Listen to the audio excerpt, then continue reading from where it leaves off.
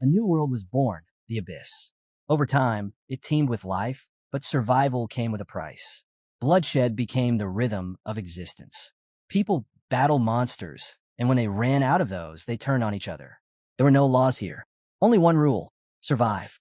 And for those who managed to do so, unimaginable treasures waited beyond the carnage. In one grim age, war consumed everything. A colossal dragon lay defeated, its enormous frame sprawled across a field of ruin. Nearby, a man knelt, blood spilling from his lips. Before he could steady himself, another dragon appeared, emerging from the shadows.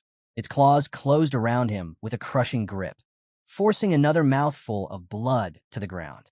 Then, just as suddenly, the beast released him, leaving him broken and motionless.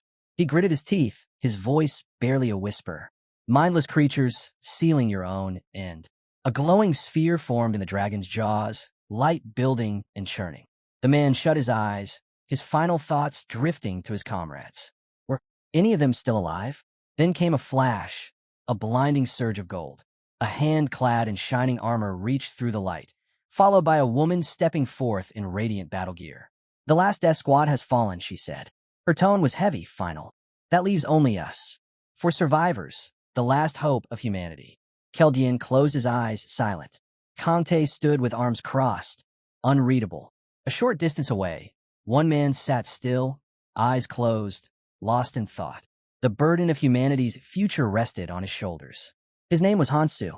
Before them, the space-time crystal, Urkenial, began to turn. The great sphere shimmered, humming with ancient power. It was humanity's final card, the power to turn back time after 50 years of torment in the abyss. Conte straightened. "Only one of us can return to the past," he said quietly. But in his mind, the choice was already clear.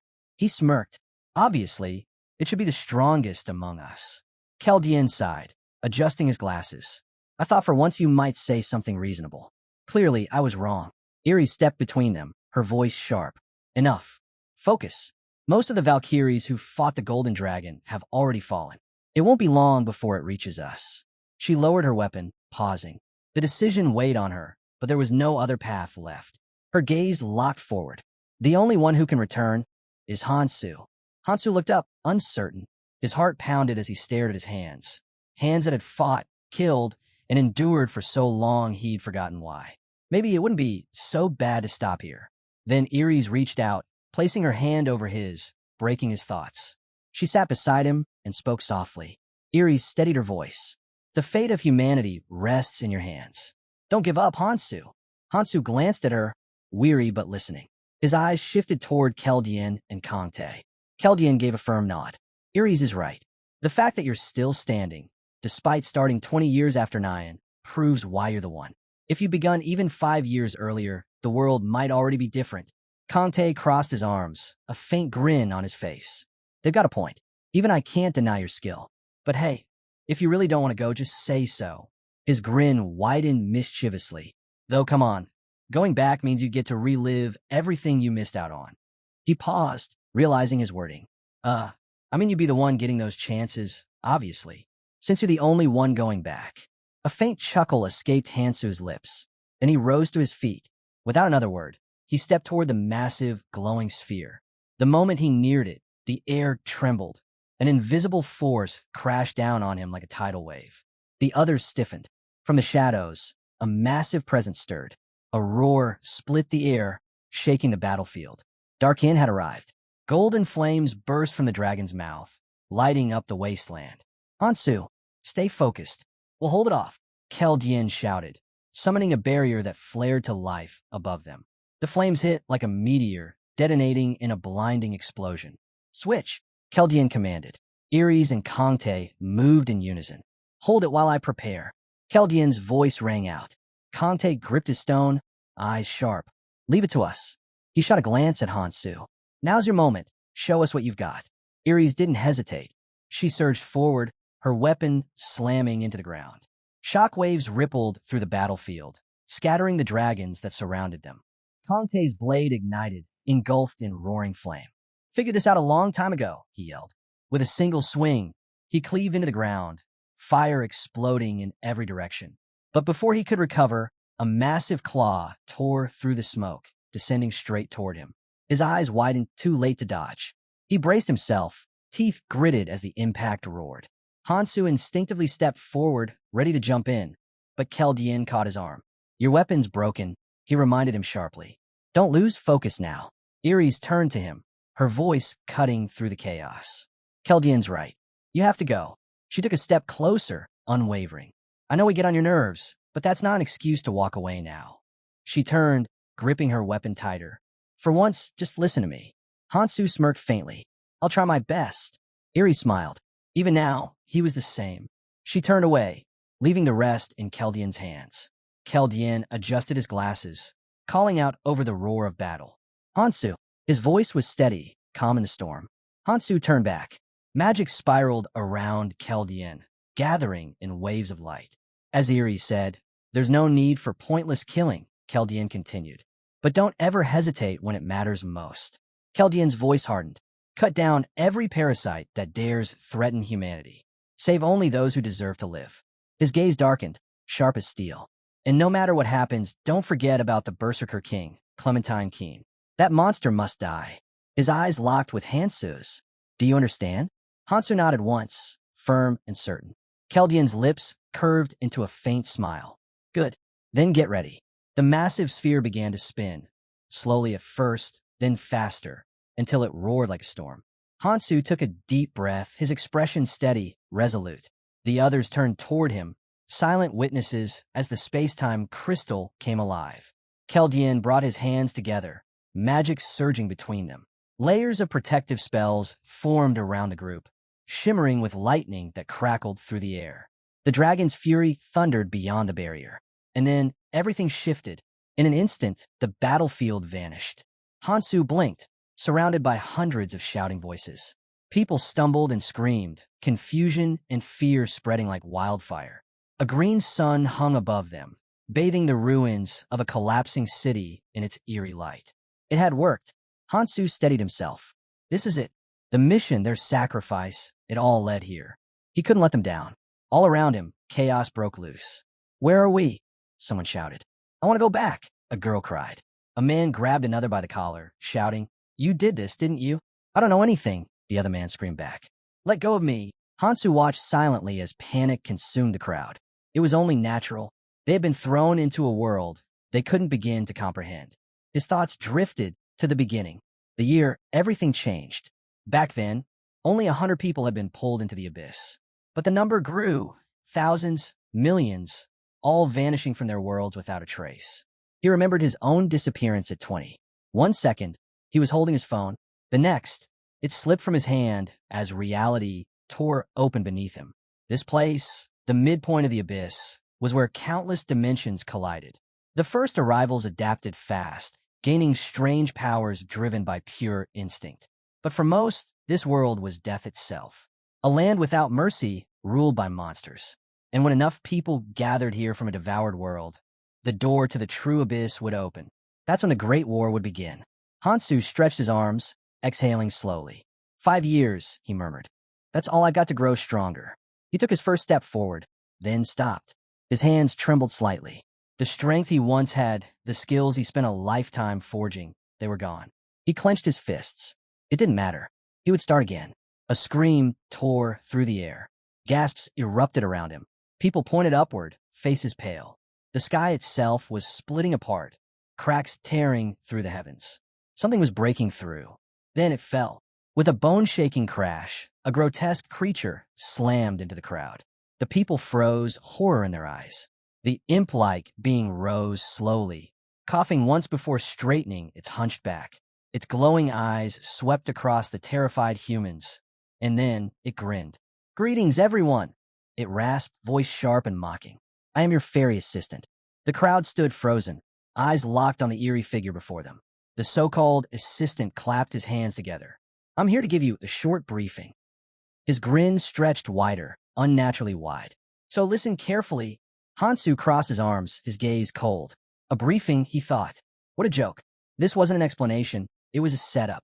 A twisted game designed to make humans tear each other apart.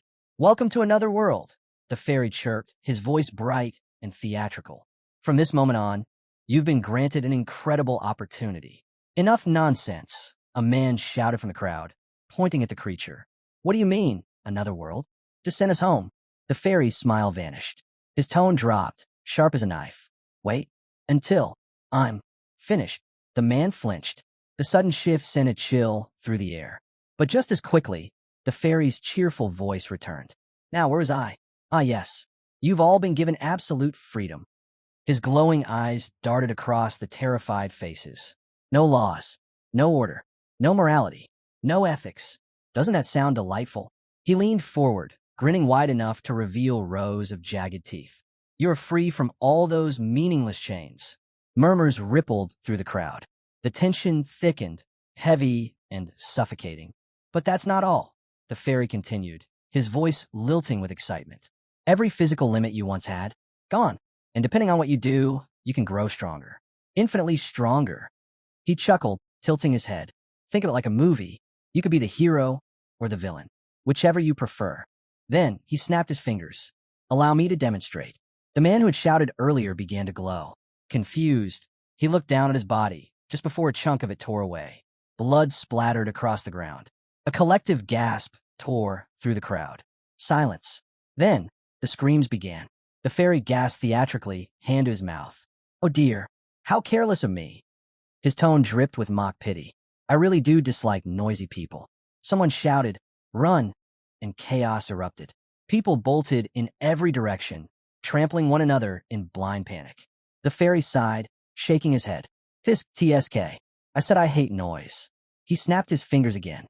A young girl froze mid-step, tears streaming down her cheeks. She tried to speak, her voice trembling. Please, someone help me. The fairy's face twisted in irritation. Enough. If you want to live, earn it. Then, just like that, the rage disappeared. His voice brightened again, cheerful and sing-song. Ah, much better. Now let's move on, shall we? A faint light shimmered between his palms.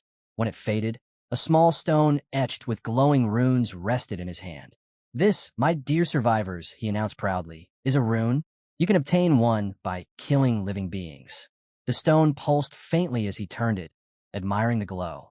There are 8 types in total, each appearing at random. This one's colorless, but the more you fight, the more you grow. Collect them, and your power will soar. His gaze swept over the crowd, smile returning, sharp and gleaming. So, then, he purred. Who wants it? The crowd fell silent. No one moved. Not a single soul dared breathe. Then, one hand rose. Hansu. He stood still among the trembling crowd, his expression calm, unreadable. The fairy's eyes gleamed with delight. Oh, how exciting, he sang out, drifting toward him. Such enthusiasm. I like you already. The creature extended its clawed hand. Hansu met it without hesitation. As their palms touched, the fairy chattered on excitedly. Runes are truly magnificent. They reshape the very laws of this world. Look, my muscle capacity just increased from 117 kilograms to 122.3. Incredible, isn't it? Hansu said nothing. He'd seen this before. He understood it all too well. His lack of reaction made the fairy's grin falter slightly. The creature cleared its throat. Ahem. Anyway, it straightened, regaining its false cheer. Runes come in many forms, each granting powers beyond the reach of ordinary science. Strength, speed, endurance, even control over mana. He looked around the crowd. Would anyone else like to try? A few people flinched, but said nothing. The fairy chuckled. Perhaps not yet. Very well. Let me give you one final piece of advice. His tone sharpened. No matter the rune's attribute, none of them are ever a disadvantage. If you wish to live, if you wish to grow stronger, collect as many as you can. The words hit like a spark in dry grass. Tension broke. People surged forward, pushing and shouting as they scrambled for the runes scattered across the ground. The fairy floated above, watching with childlike amusement. Ah, how predictable, he mused. Greed never changes. He turned his attention back to Hansu. By the way, he said lightly, if you touch your right ear, you can see how many runes you've collected. Like this. He demonstrated, tapping his ear. Instinctively, the others followed, touching theirs in curiosity. Murmurs filled the air. The fairy smirked. Humans do love their numbers. He went on casually. For reference, an average person's stats are around 10. A simple baseline. Hansu checked his own. His strength had risen by a single point. Just one, but it was proof. With each hunt, he could recover what he had lost. Strength, mana, magic power. Everything could be rebuilt piece by piece. The fairy's tone shifted again, almost thoughtful. You can obtain runes from any living being, he said. It doesn't matter what you hunt. His eyes lingered on a quiet boy standing near the edge of the crowd, then flicked to a trembling girl beside him. In truth, the fairy added, this world isn't so different from the one you left behind. A murmur swept through the crowd. Unease twisted into dread. Then, with a sudden grin, the fairy clapped his hands. Well, you all look so gloomy. Let's change that, shall we? Light flared. In an instant, weapons materialized in every person's hands. Swords, axes, bows, and crude blades. Forget the past, the fairy announced brightly. Focus on what's ahead. Train, fight, grow strong, and enjoy your new life. He hovered higher, his grin stretching impossibly wide. Once I'm gone, training will begin. You'd better give it everything you've got. Whispers rippled through the crowd. Training? What did he mean by that? Before anyone could ask, a piercing scream tore through the air. Every head turned. From the shadows behind them, a massive swarm of creatures emerged. Their forms were twisted, grotesque, eyes glowing like embers in the dim green light. They crawled, snarled, and bared rows of jagged teeth. The fairy's laughter echoed above the chaos. Lesson 1, he said, voice dripping with amusement. Survive. Fear spread through the crowd like wildfire. Someone stammered out, Is this part of the training? The monsters advanced, slow, deliberate, unhurried. Their glowing eyes locked onto their prey. The people stood frozen, too terrified to move. Just as the tension reached its breaking point, a girl stepped forward, voice trembling but steady. Everyone, don't panic. Stay calm and move back slowly. Her words barely registered. The air was thick with dread. Hansu planted his feet, his gaze fixed on the incoming creatures. Around him, fear was spreading faster than reason. Someone turned to retreat, but collided with another man. Watch it, the man barked. But the first man didn't respond. His shaking hand pointed ahead. Wait, something's wrong. A shimmer rippled across the air in front of them. A wall. Invisible, impenetrable. He slammed his fists against it. Hey, let us out. No response. Only the echo of his desperate pounding. Then more gasps. Others had turned to see it too. The barrier was closing in. Their path was sealed, and the only direction left was toward the monsters. Then it began. The goblins charged, their guttural screams tearing through the air. The crowd erupted into chaos. Some swung their weapons wildly. Others ran aimlessly. The sound of metal, bone, and screaming filled the space. A boy holding a knife shouted, I won't die here, and lunged at the nearest goblin. But before anyone could process what was happening, a strange voice cut through the madness. 49. Everyone froze. The man who'd shouted before was gone. On the other side of the barrier, blinking in confusion. He'd simply walked through. Someone realized what it meant. Only 50 could escape. Panic exploded.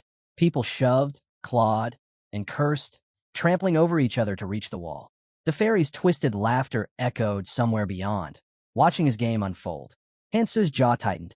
He looked at the chaos before him. Humans destroying themselves before the monsters even had the chance. There were 100 of them here. If they just stood together, if they fought properly, they could win. There'd be casualties, yes, but nowhere near this. He remembered the last time. 40 dead. Only 10 had survived. Not again. Hansu gripped his knife tighter. His eyes sharpened. This time will be different. The goblins lunged. Screams tore through the air. Blood splattered across the ground. People cried, begged, fought. Most died before they even understood what was happening. A goblin swung a club toward Hansu's head. He caught it mid-swing. With a swift slash, his blade opened the creature's throat. Blood sprayed as the goblin collapsed. Hansu threw the body aside and turned to the next one. His movements were precise, efficient. A silent storm of violence. When the last goblin fell, the survivors stared, stunned. Hansu stood in the middle of the carnage, surrounded by corpses, blood streaking his face. He wiped it away with the back of his hand. His breathing steadied. His body, this young, untempered form, felt exactly as it had decades ago, and that unsettled him. Nearby, the boy who had survived crouched low, gathering runes from the fallen.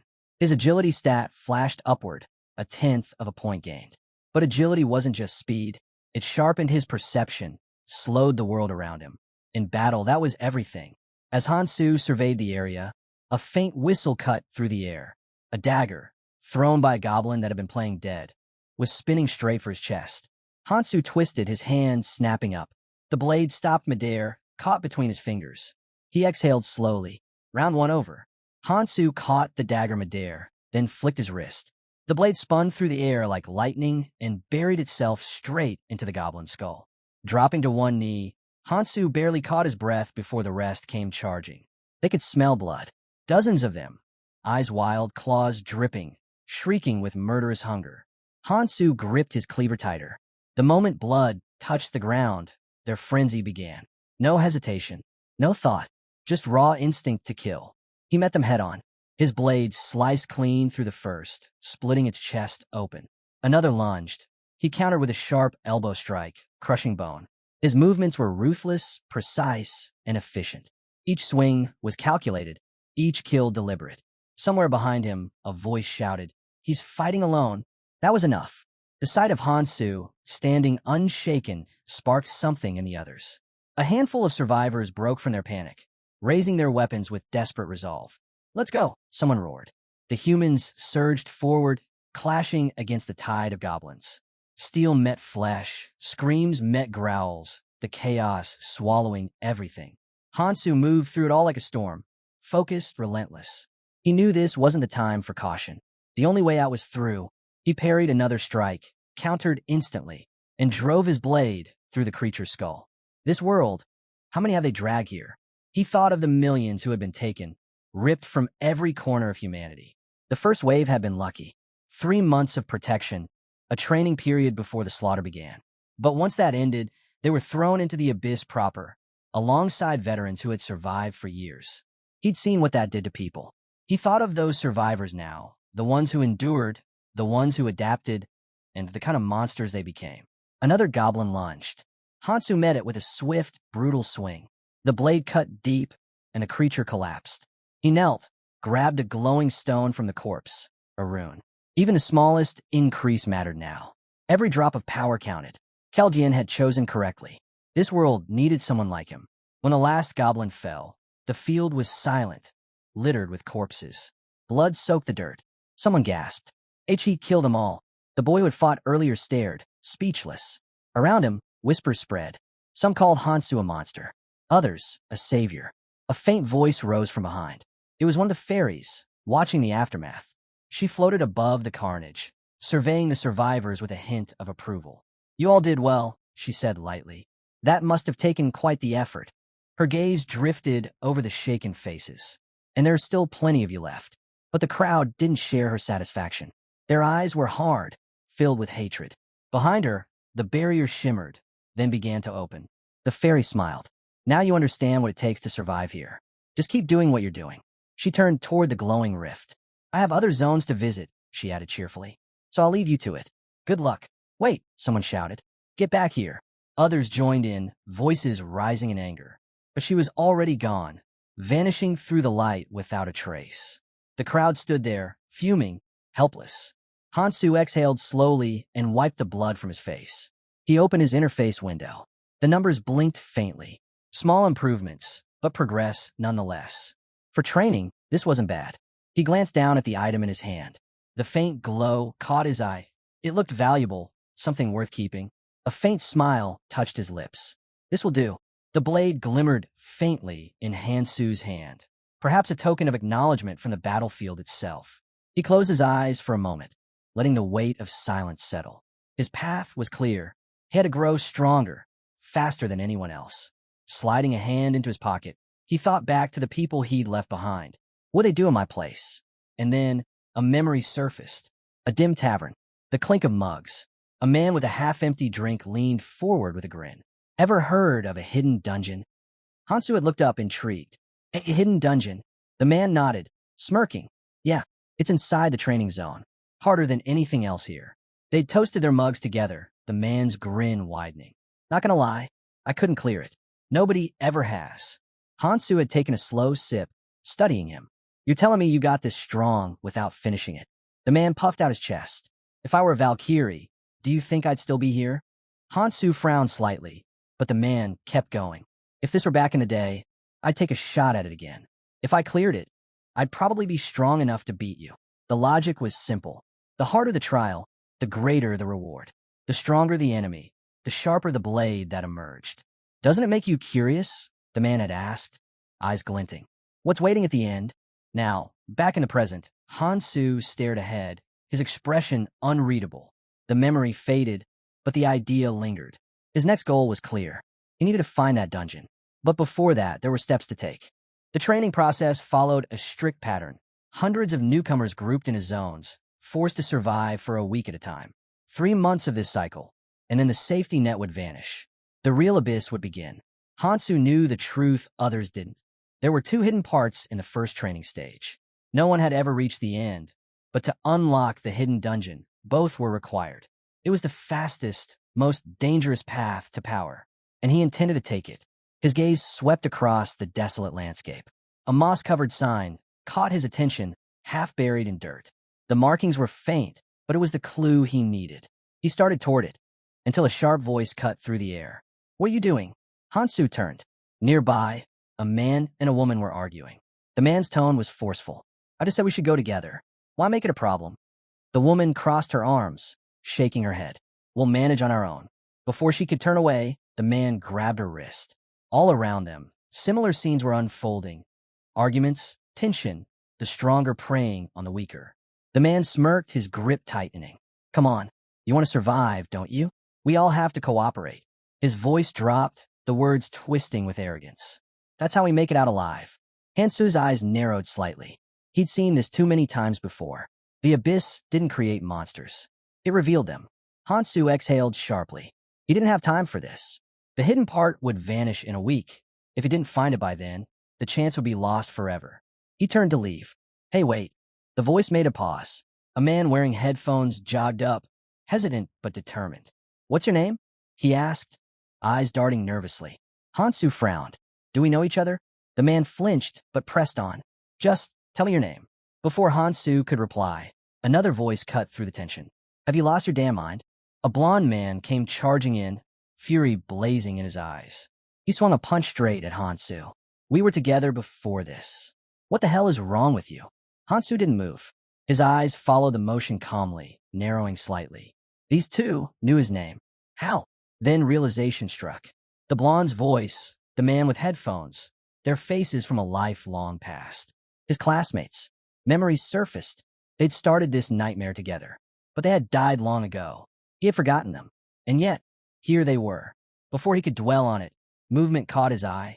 The girl from earlier, Yumi, had broken free from her captor's grip. She stepped forward cautiously, sunlight glinting off her hair. Her name echoed in his mind. Yumi. He remembered now. She had been with them, too.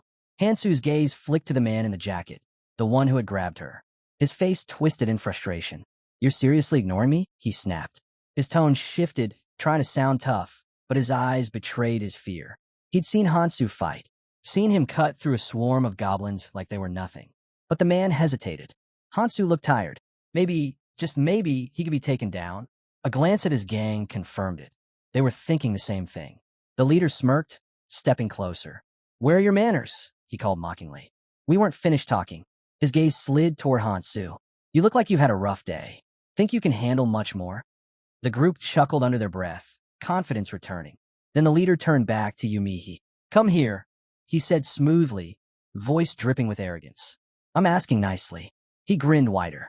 More's always better, right? Why don't you join us, before we come to you? Hansu's eyes scanned them all, measuring, calculating.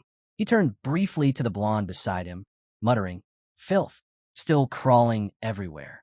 These men were blind, intoxicated by their small victory, completely unaware of the true predators waiting beyond this place. He took a step forward.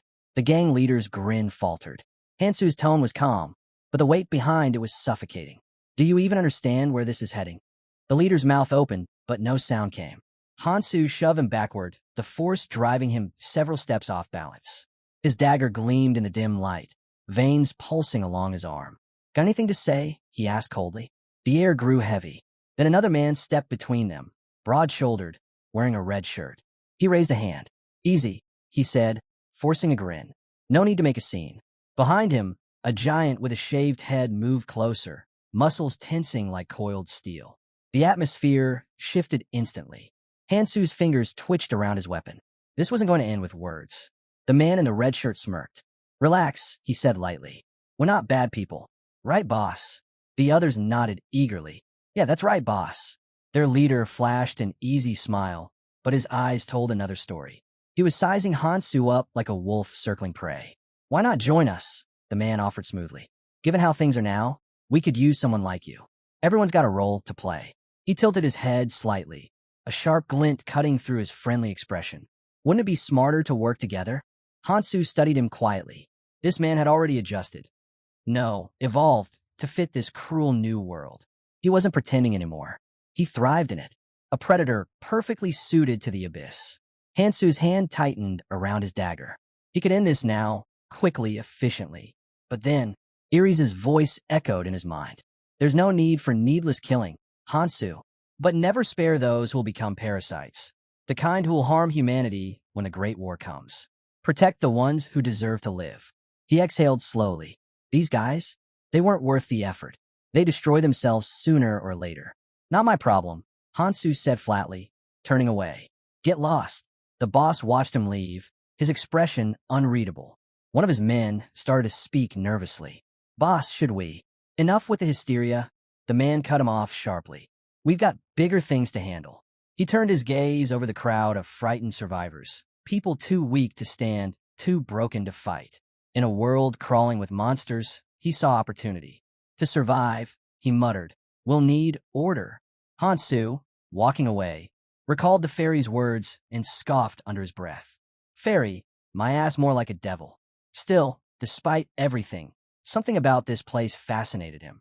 The chaos, the danger, the raw survival instinct in every corner. He smirked faintly.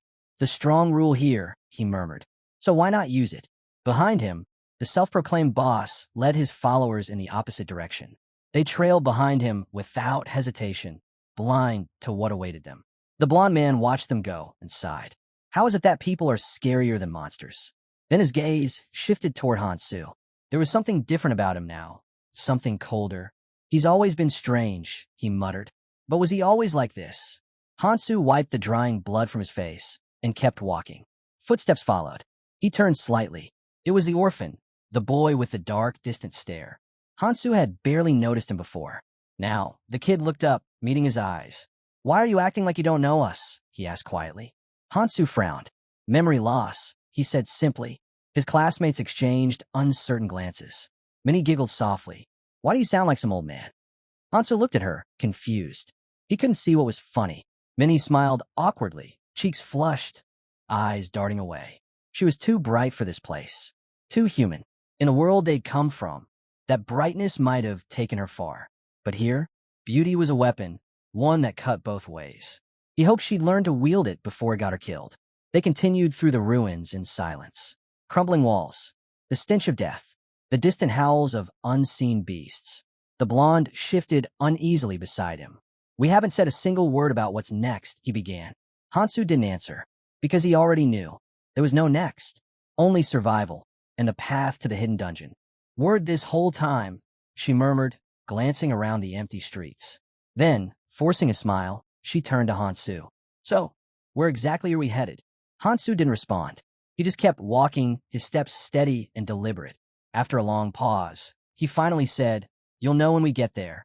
Up ahead, their destination came into view. A dark entrance.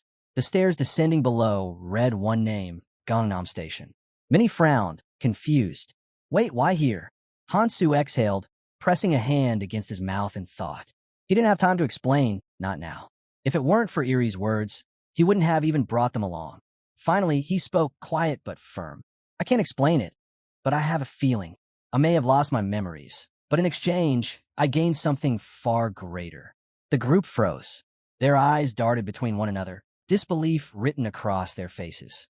After everything they'd seen, monsters, fairies, worlds collapsing, why was this the part that shocked them?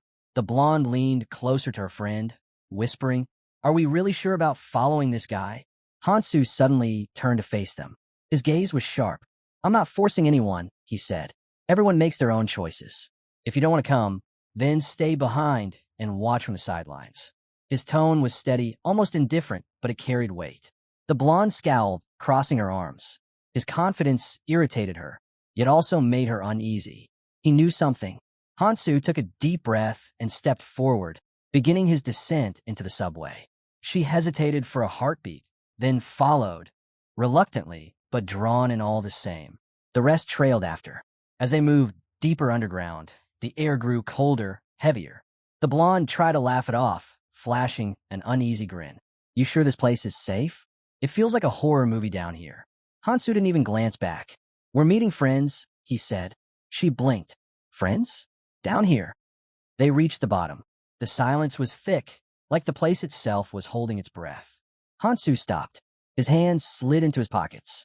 Then, without warning, he drew his dagger. A sharp gasp echoed. Many flinched. The blonde whipped around. Tae-sung, someone shouted. Hansu's eyes locked on something moving near Tae-sung's feet. A pale, pulsing shape. Before anyone could react, he lunged. His blade sliced clean through the creature's head. A fong caterpillar. Its green blood hissed against the ground before fading into mist. Hansu pulled his dagger free and spoke calmly. This dungeon mirrors Gangnam Station. Those bugs, they respond to vibrations. The corpse dissolved into particles, leaving behind a faintly glowing pebble. Hansu picked it up, studying it as he continued. They can't stand sunlight, so they hide underground. But if one ever bites you, he turned to face the group, his voice low and unshaken. You'll be gone in seconds. Flesh shredded, nerves cut. You won't even have time to scream. A cold silence hung over the group as Hansu's words sank in. Fear crept through them like a chill. Hansu let out a quiet sigh. I'll show you an easy way to deal with them, he said. Then, without hesitation, he drove his dagger straight into another bug's throat. The group flinched at the sound, but Hansu's calmness steadied them.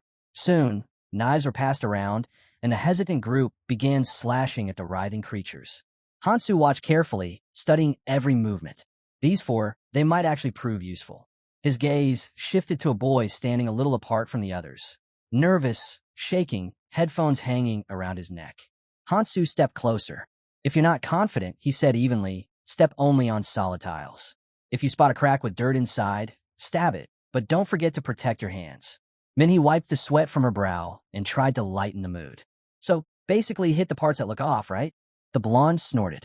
Sounds like a twisted game of whack-a-mole. The boy in the headphones swallowed hard. He took a deep breath, tightened his grip on the knife, and slowly steadied his stance. But before he could move, a loud screech erupted behind him. The ground split open, and a massive beetle lunged straight toward his back. Hansu reacted instantly. He shoved the boy aside and swung his blade in one clean motion. The creature split apart midair, crashing to the floor in two twitching halves. The boy stared at him, eyes wide. Then, almost sheepishly, he whispered, "Thanks." Hansu didn't respond. He'd already sized the boy up, too hesitant, too weak. Someone like him would only slow them down. Without a word, Hansu turned away and kept walking. The boy lowered his head, frustration flickering across his face. The blonde, still trying to make sense of everything, caught up to Hansu. You knew this was going to happen, he said, narrowing his eyes. Ow! Hansu glanced at him, a faint smirk tugging at his lips. Didn't I tell you? His tone carried a quiet amusement.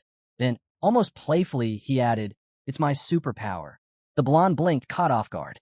The others froze too, exchanging uncertain glances.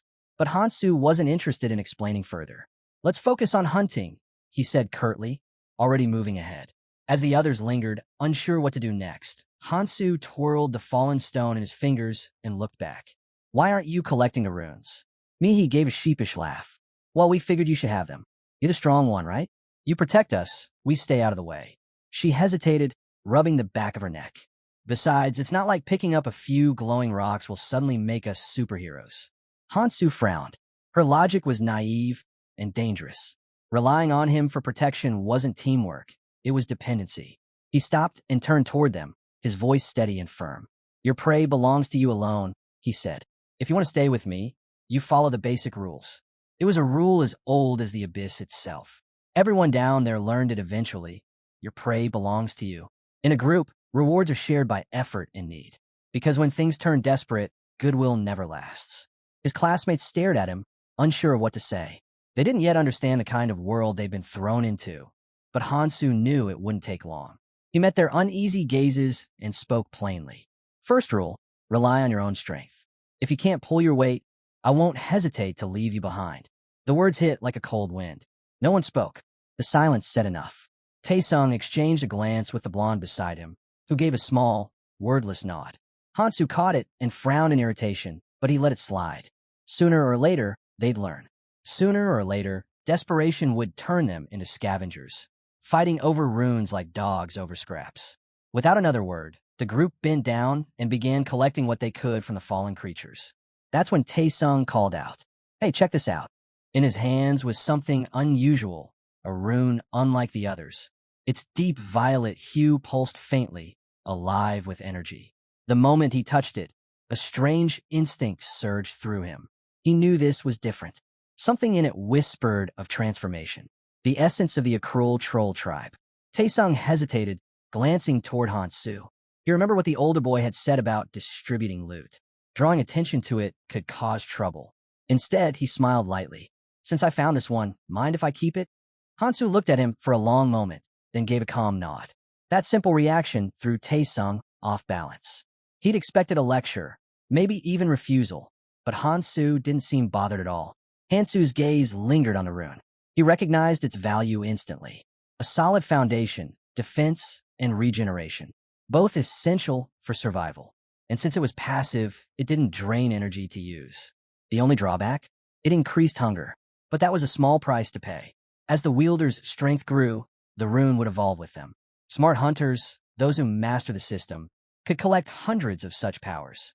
Keldian, for example, had over 1,000. And this was just the beginning. Hansu watched his classmates silently, his thoughts spinning. They had no idea. His circumstances were unlike anyone else's. Across the ground, runes flickered faintly, remnants of the creatures they'd slain.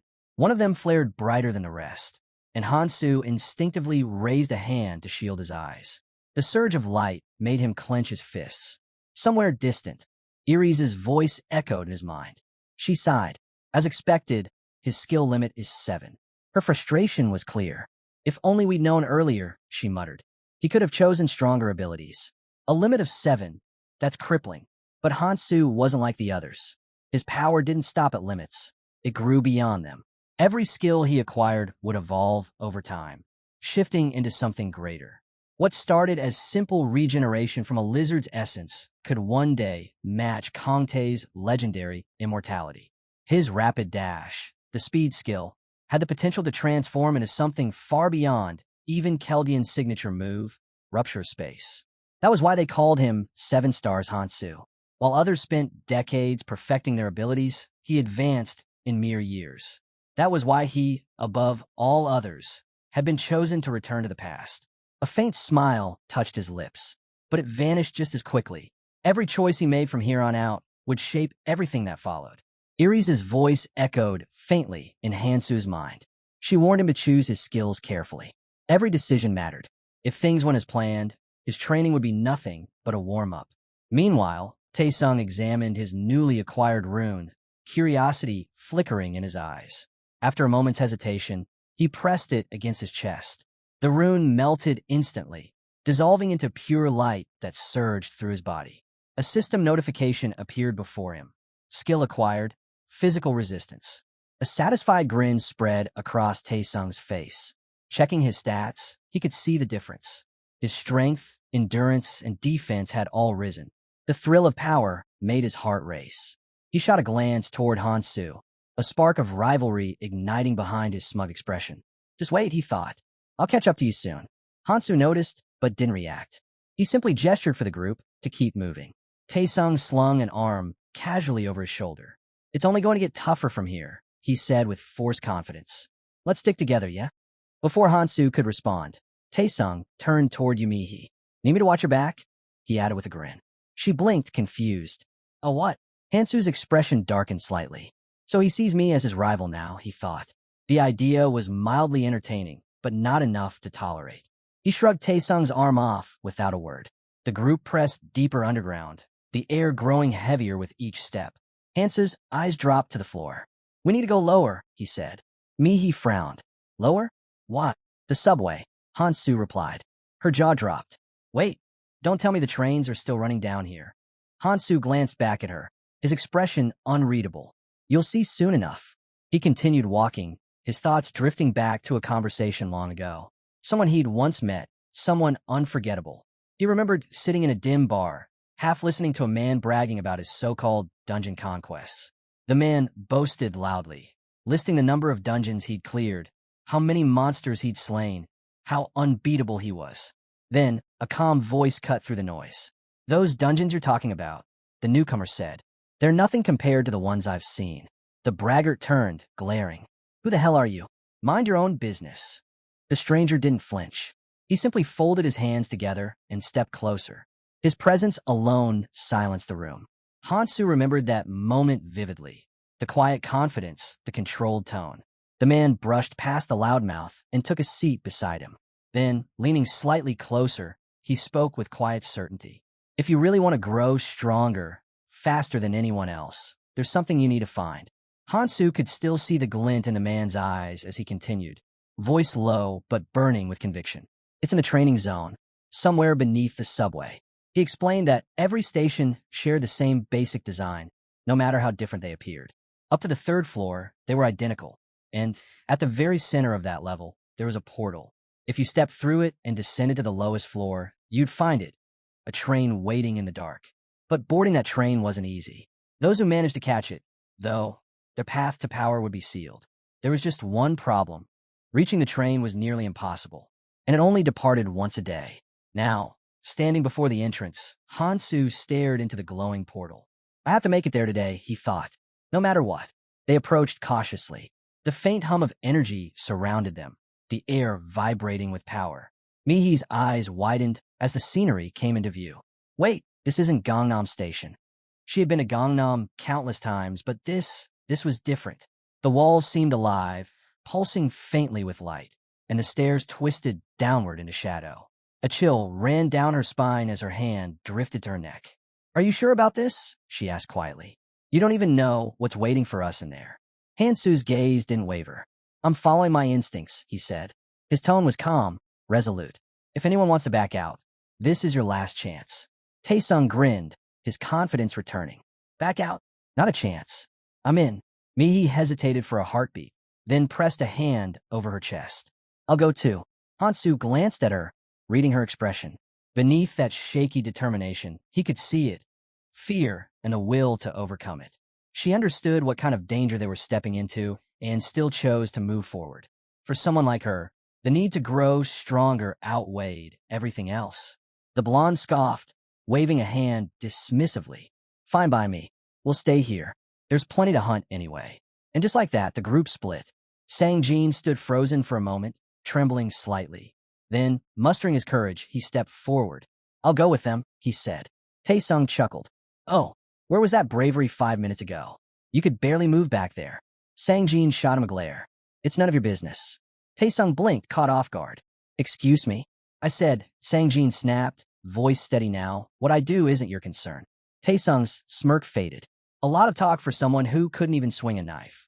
He was about to fire back again when Hansu's voice cut sharply through the tension. Enough. The single word silenced them both. Hansu closed his eyes briefly, exhaling. We don't have time for this. Do what you want, but make your choice quickly. Taesung turned away, jaw tight, his fists clenched. Inside, frustration burned. They embarrassed me. In front of me, he, no less. But Hansu didn't spare him another glance. He stepped straight into the portal. The world shifted in an instant. The air thickened, heavy with mana. A vast expanse unfolded before them. An eerie training field teeming with monsters. Different terrains stretched in every direction, yet some parts looked hauntingly familiar. Hansu scanned the area, gauging their surroundings, then stopped. Sang-jin and Mihi stood frozen beside him, eyes wide. Before them stood a convenience store. A real one, brightly lit, perfectly intact, like a piece of the real world had been dropped into the dungeon. Confused murmurs rippled through the group. Is that a store? Here. Without hesitation, they stepped inside. Sang-jin wandered between aisles, examining the shelves stocked with snacks, drinks, and tools. Everything looked normal, too normal. Hansu headed straight for the refrigerators, his eyes scanning the rows of supplies. The rumors were true. There really was a convenience store on the second floor of the subway. But why? Was it a reward? A trap? Or something else entirely? Nearby, one of the others picked up a knife, turning in his hands, debating whether to take another weapon. Hansu ignored the chatter. His attention was fixed on the counter, his mind racing. He remembered something someone had once told him. The place looked less like a convenience store and more like a fully stocked supermarket. Shelves stretched endlessly, filled with every kind of supply imaginable. Hansu picked up a small metal pot and set it on the scale. The cashier behind the counter blinked in confusion. What exactly are you doing? Hansu weighed the bag in his hand before answering calmly. Cooking. Mi tilted her head, curiosity written all over her face. Cooking? With what? Without a word, Hansu poured the contents of the bag into the pot, thick green liquid. Mi's stomach churned as she realized what it was. Worm blood. She remembered watching him collect it earlier, squeezing it straight from the corpses of those creatures with his bare hands. Then, with a faint smirk, Hansu began tearing strips of skin from the green goblins they'd slain. The moment the goblin flesh touched the worm blood, the mixture hissed, releasing a faint, acrid smoke. The reaction was instant. The flesh turned dark, almost black, and the air grew heavy with the scent of toxins. Goblins had evolved to resist the worm's venom, so their bodies naturally produced toxins of their own. Combined, the result was devastating. Dais grinned, sniffing the air. Smells amazing. Mind if I get a bite? Hansu looked up at him, unamused. It's poison. Dais froze. What? Then why didn't you say that earlier? Hansu gave a small, dry laugh. You were the one sniffing around like a hungry dog. He couldn't help but laugh softly, then leaned in, intrigued. I never would have thought of doing something like this.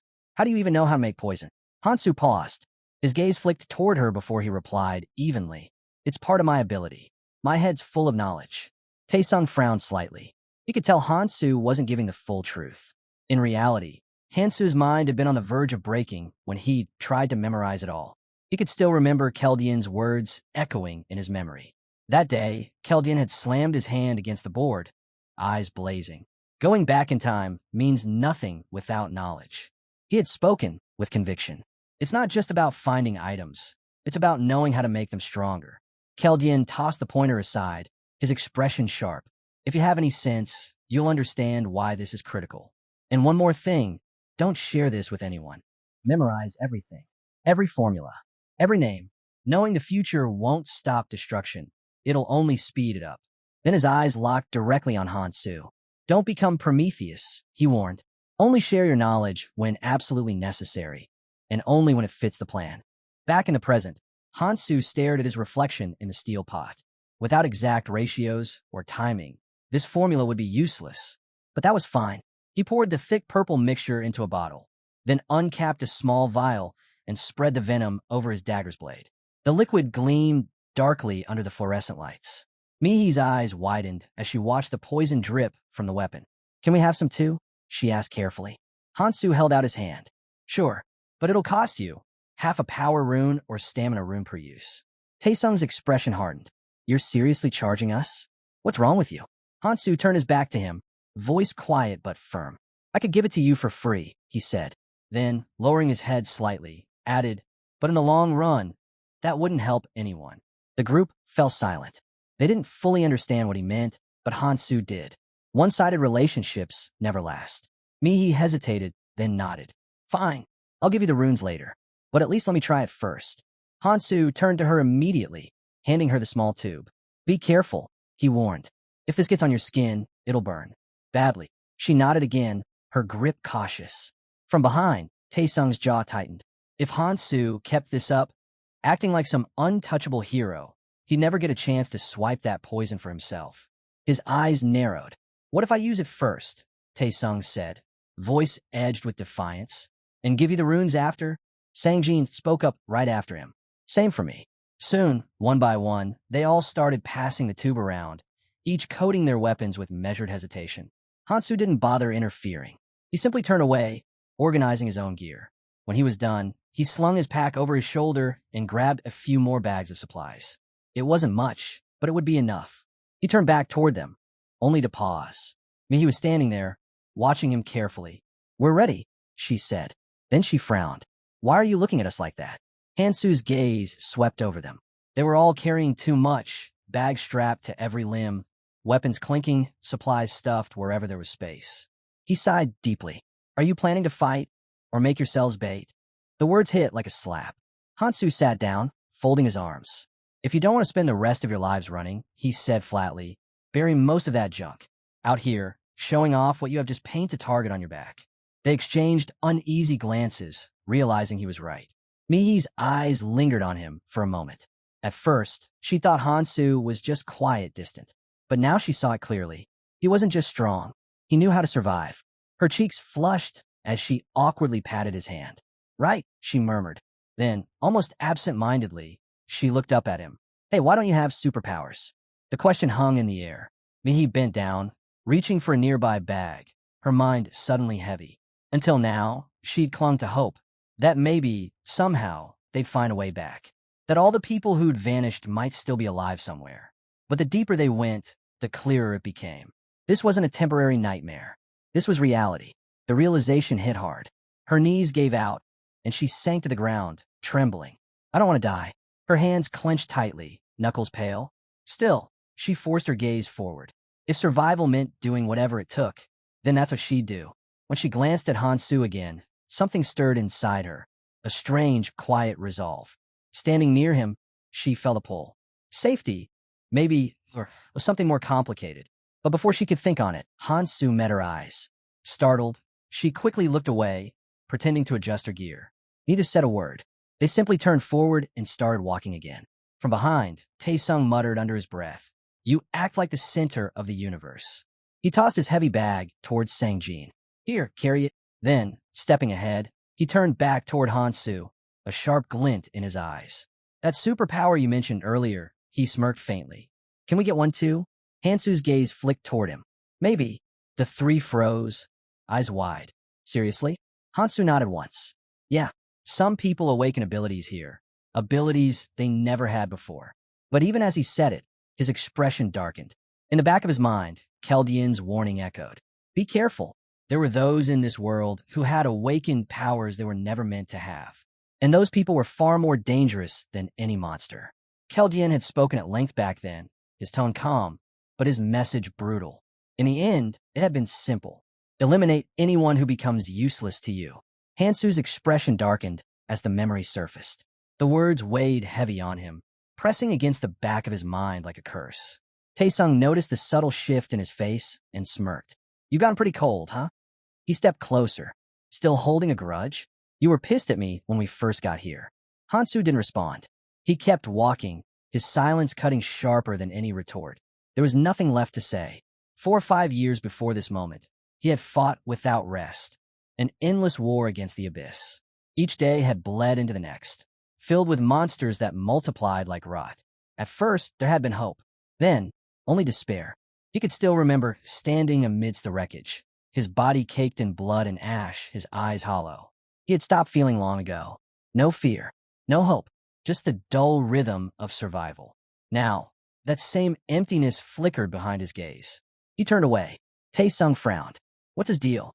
He clenched his fists, irritation boiling beneath the surface. Fine. Keep acting like you're above everyone. He glanced at Mihi, then at Hansu again. I'll get stronger. Then I'll have Mihi. I'll get rid of Sangjin. And Hansu, his lips curled faintly. He'll follow my lead. But before that thought could go any further, Hansu's voice cut through the air. Stop. The command was sharp enough to freeze everyone in place. Everyone stand still. Hansu crouched, pressing 2 fingers to the damp ground. He rubbed them together, feeling the texture. A slick, sticky residue clung to his skin. The blonde leaned forward, confused. What's that? Hansu didn't answer right away. He brought the slime closer to his nose, examining it carefully. It didn't have the sharp, sour stench of sword snails. No traces of entrails nearby either, so it wasn't from a zombie carcass. That only left one option. San's eyes widened as the realization hit. Land mermaids. Almost on cue, shapes began to slither from the shadows. Slick, pale bodies dragging across the tunnel floor, eyes glinting faintly in the dark. Hansu's jaw tightened as he studied the trails. He knew exactly what they were dealing with. Land mermaids moved slowly, but the moment they injected their paralytic venom, escape became impossible. They would drag their prey through the tunnels, feeding until nothing was left. But Hansu already had a plan. A faint grin flickered at the edge of his lips. Taesung noticed it and scowled. "Quit acting like you know everything." Hansu ignored him and gestured to the group. "You're about to see something interesting," he said. "Follow my lead." Confused, they watched as he began filling bottles with a thick, homemade mixture. No gasoline, just what he could scavenge from the store. Still, it would do. Mihi and Sang-jin exchanged uneasy glances. Mihi sighed. "Don't tell me. You made those with stuff from the convenience store?" Taesung grabbed one of the bottles, turning it in his hand. "If this is supposed to be a superpower," he said with a smirk, "I'll admit it's not bad." He looked up at Hansu, his tone turning teasing. "You actually like it here, don't you? This world. You can do whatever you want." Hansu's lips curled slightly, a half-smile that didn't reach his eyes. Taesung's smirk faltered. "What?" he said, stepping back. "Why are you looking at me like that? Did I say something wrong?" Hansu didn't answer, but the look in his eyes said enough. In Hansu's mind, the voices of Chaldean and Eries still echoed, arguing endlessly over whether Tun even deserved to exist. He forced the thought away, crouching to the ground. With a stick, he began sketching in the dirt, outlining a rough plan. "One of us throws the Molotov," he said, marking an X. "As soon as it hits, the rest charge in and finish the job." He added 3 more crude figures around the first. The group leaned closer, silently studying the drawing. "The person in front gets first pick when we divide the runes," Hansu added calmly. Taesung lifted his chin, smirking. "Then I'll go first. Someone competent should lead." Hansu didn't comment. His gaze swept across the others instead. "Fine. Then who's throwing the Molotov?" Sang-jin and Mihi exchanged awkward glances. Neither spoke. Then Mihi tilted her head, eyes softening as she gave Sang-jin a helpless, pleading look. It worked instantly. His face turned red as he looked away. Before the tension could build, Hansu cut in. "We'll take turns." Shadows stretched long across the station floor as the team crept forward. The air was thick, every sound echoing faintly through the tunnel. Sang-jin tried to gauge how far they'd gone, his pulse quickening. He didn't want to turn back, but deep down, he wondered if they even wanted him here, or if he was just tagging along to avoid being left behind. The group moved in silence. Sang-jin's grip tightened around the Molotov in his hands. Ahead of him, Mihi fidgeted with the straps of her backpack. He glanced at her just as Hansu suddenly stopped. "They're close," Hansu said quietly. A low, wet sound echoed from the darkness, something heavy dragging itself across the floor. The faint hiss of scales followed. Hansu's stance shifted instantly, blade ready. "Throw it," he ordered. Mihi's breath hitched. Her fingers trembled as she struck the lighter, the flame catching on the cloth. She whispered to herself, "Don't slow them down. Don't be useless." The fire climbed higher, devouring the rag. She took one sharp breath and threw. The bottle arced through the air and shattered. Flames erupted as the Molotov exploded against a creature's chest. A shriek ripped through the tunnel. The land mermaid flailed, its pale skin igniting in a burst of orange light. I did it," Mihi breathed, stunned. Hansu didn't hesitate. "Move," he shouted, charging straight into the firelight. "These things spit paralytic poison," he warned, driving his knife into another monster's skull. Taesung froze for a moment, watching in disbelief as Hansu tore through the enemies one after another. Each movement clean, precise, merciless. Every time a creature fell, runes burst from its body in a flash of light. TCH, that bastard's taking them all. Taesung thought bitterly. Before he could stew any longer, a mermaid lunged straight at him. He snapped back into focus, swung his sword, and split it cleanly down the middle. Blood sprayed across his face, warm and metallic. He stared at the corpse, then at his blade, and grinned. "Damn, this poison really works." Hansu glanced over while collecting the fallen runes. "Told you it was worth it," he said coolly. Taesung caught his reflection in his blade and smirked to himself. "With his power, I'll catch up to him. Just wait." Another Molotov flew. Another creature burned. The battlefield was chaos, fire lighting the walls, shadows writhing like smoke. The mermaids shrieked as the flames devoured them. And through it all, Hansu moved like a storm, silent, unstoppable. He didn't fight for glory or rage. He fought with purpose. As the last body hit the ground, Hansu's thoughts flickered to what waited deeper inside the tunnels. Hansu's mind was clear. using Molotovs against creatures drenched in their own flammable toxins. It was the perfect strategy. The dull edge of his blade didn't matter. What counted was precision. He plunged the knife deep into a land mermaid's shoulder, twisting until smoke hissed from the wound. That's exactly why I made the poison, he thought. Behind him, Taesung fought wildly, adrenaline coursing through him. Then, 2 runes dropped near corpse. His eyes locked on them instantly. Mine. He lunged toward the glowing stones. But before his fingers could close around them, something wet splattered across his leg. Pain shot through him like electricity. His muscles spasmed violently, sending him crashing to the floor. He screamed. His leg convulsed, every nerve on fire. Humiliation flared hot in his chest. Everyone had seen it. The mermaid loomed over him, dragging itself closer, eyes gleaming like molten fire in the dark. Its jaw unhinged, revealing rows of teeth slick with venom. "Get away from me," Taesung yelled, scrambling backward in terror. Yumihi frantically searched through her bag. "I'm out of Molotovs," she shouted, then turned toward Sangjin. "We're switching." Sangjin fumbled to light the next one. His hands trembled as the flame caught, but before he could throw it, the mermaid lunged. Sangjin screamed.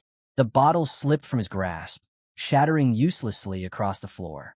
Taesung's rage boiled over. "I told you to throw it, not take a piss," he roared. Panicked, Sangjin swung his arm in desperation, his elbow slamming into the mermaid's skull. The creature crumpled with a hiss, twitching once before going still. He froze, staring at what he'd done. Then, a dagger flashed between them. "Calm down," Hansu said sharply. His voice cut through the noise like steel. "Stick to the plan." Neither of them moved. Hansu gave him a quick glance before turning away. "Take a breather, then collect your runes." His tone was flat, neither praise nor scolding, just command. Taesung exhaled shakily, still trembling. "Thought I was dead for sure," he muttered. He glanced down at his leg. It had already healed. "Guess my skill kicked in." Hansu looked over. "Boost your stamina," he said simply. "You'll recover faster." Then, in the same steady tone, he repeated, "Gather the runes." Quickly, Taesung did as told, but when he counted the few runes in his palm, bitterness surged through him. That's it. Meanwhile, Hansu had already gathered most of the others, methodically dividing what he needed without question. Sangjin bent down quietly, picking up his share without a word. Taesung's gaze darkened. Slowly, he stepped closer, shadow falling over the smaller boy. A cruel smirk twisted his lips. "Sangjin," he said, voice low. The boy hesitated, sensing something wrong. Taesung's grin widened. "Does your whole family have no shame?" Sangjin's fist clenched. "What did you just—" Before he could finish, Taesung's hand shot out, gripping him by the throat. Sangjin gasped, his feet leaving the ground. Taesung's grin turned feral. "You couldn't even throw a Molotov properly. Did you forget how you almost got me killed?" Sangjin clawed at his arm, choking for breath. What are you doing?" "Let go." Taesung shoved him. Hard. Sangjin hit the ground with a thud, headphones snapping off as his body crumpled. He gasped for air, clutching his chest. Taesung crouched beside him, grabbing a fistful of his hair and yanking his head up. "Not long ago, you were crawling around like a useless coward," Taesung hissed. "Looks like you've already forgotten your place." His voice was cold, mocking, almost gleeful, but steel struck the ground between his hand and the pile. A dagger buried deep. Taesung froze, his breath catching. Hansu's voice came low and even. "Those aren't yours." The words hit harder than any threat. Taesung slowly looked up, disbelief flickering in his eyes. "You're seriously giving them to him?" His tone cracked into anger. "You might as well toss them in the trash." Hansu didn't move, didn't even blink. That silence only fueled Taesung's frustration. "What do you do to earn them?" he snapped. "We could split them. We don't need him." His voice wavered between fury and desperation. His pride, already bruised, cracked further with every word. "Tell me I'm wrong," he demanded, his chest heaving. Hansu's gaze remained steady. "The distribution should be fair," he said evenly. "But it's not my place to decide how others survive." Taesung scoffed, a bitter laugh slipping through clenched teeth. "Fair? That's your excuse." He turned away, muttering, "You'll regret that later." Hansu's eyes flicked to Sangjin. "Then learn to protect what's yours," he said quietly. "Next time, no one will defend it for you." The group dispersed quickly, each hurrying to gather whatever runes remained. The silence between them carried the sting of what had just happened. Mihi hung back, her expression uncertain. After a moment, she walked up beside Hansu, fiddling nervously with the strap of her bag. "Doesn't all this bother you?" she asked softly. "Watching us fight like that?" Hansu kept his gaze forward. "It's fine," he said simply. "I'm not going to judge anyone for struggling with what they're still learning to do." She nodded slowly, biting her lip. His words weren't meant to comfort, but they did anyway. A few steps later, she caught up again. "Then, does that mean you're staying with us? Until the end?" Hansu stopped, his back still turned. "You're the ones who chose to follow me," he said. "You've done well so far. There's nothing to worry about." Mihi looked down, her chest tightening. When she lifted her gaze again, her eyes lingered on his back, strong, solitary, already half a step away from them. There was something unbearably lonely about it. They passed the scorched corpses of the land mermaids, their twisted forms littering the tunnel floor. As Hansu walked, he noted the faint glow of dropped runes scattered among them. Most radiated with strength and endurance, physical traits essential for survival. He picked one up, studying the faint pulse of light within it. It was exactly what he needed. Crushing in his hand, he absorbed the energy. His body pulsed faintly, the surge immediate. Then, ahead, a light shimmered. A small figure appeared, wings fluttering softly in the air. A fairy. Her presence illuminated the dim tunnel as she hovered in front of him. "The traveler's total stats have surpassed 50, she announced brightly. "His first achievement has been unlocked." The others murmured in confusion. "What is that thing?" someone whispered. "Why is she here again?" The fairy's gaze fell on Hansu. "You," she said, smiling.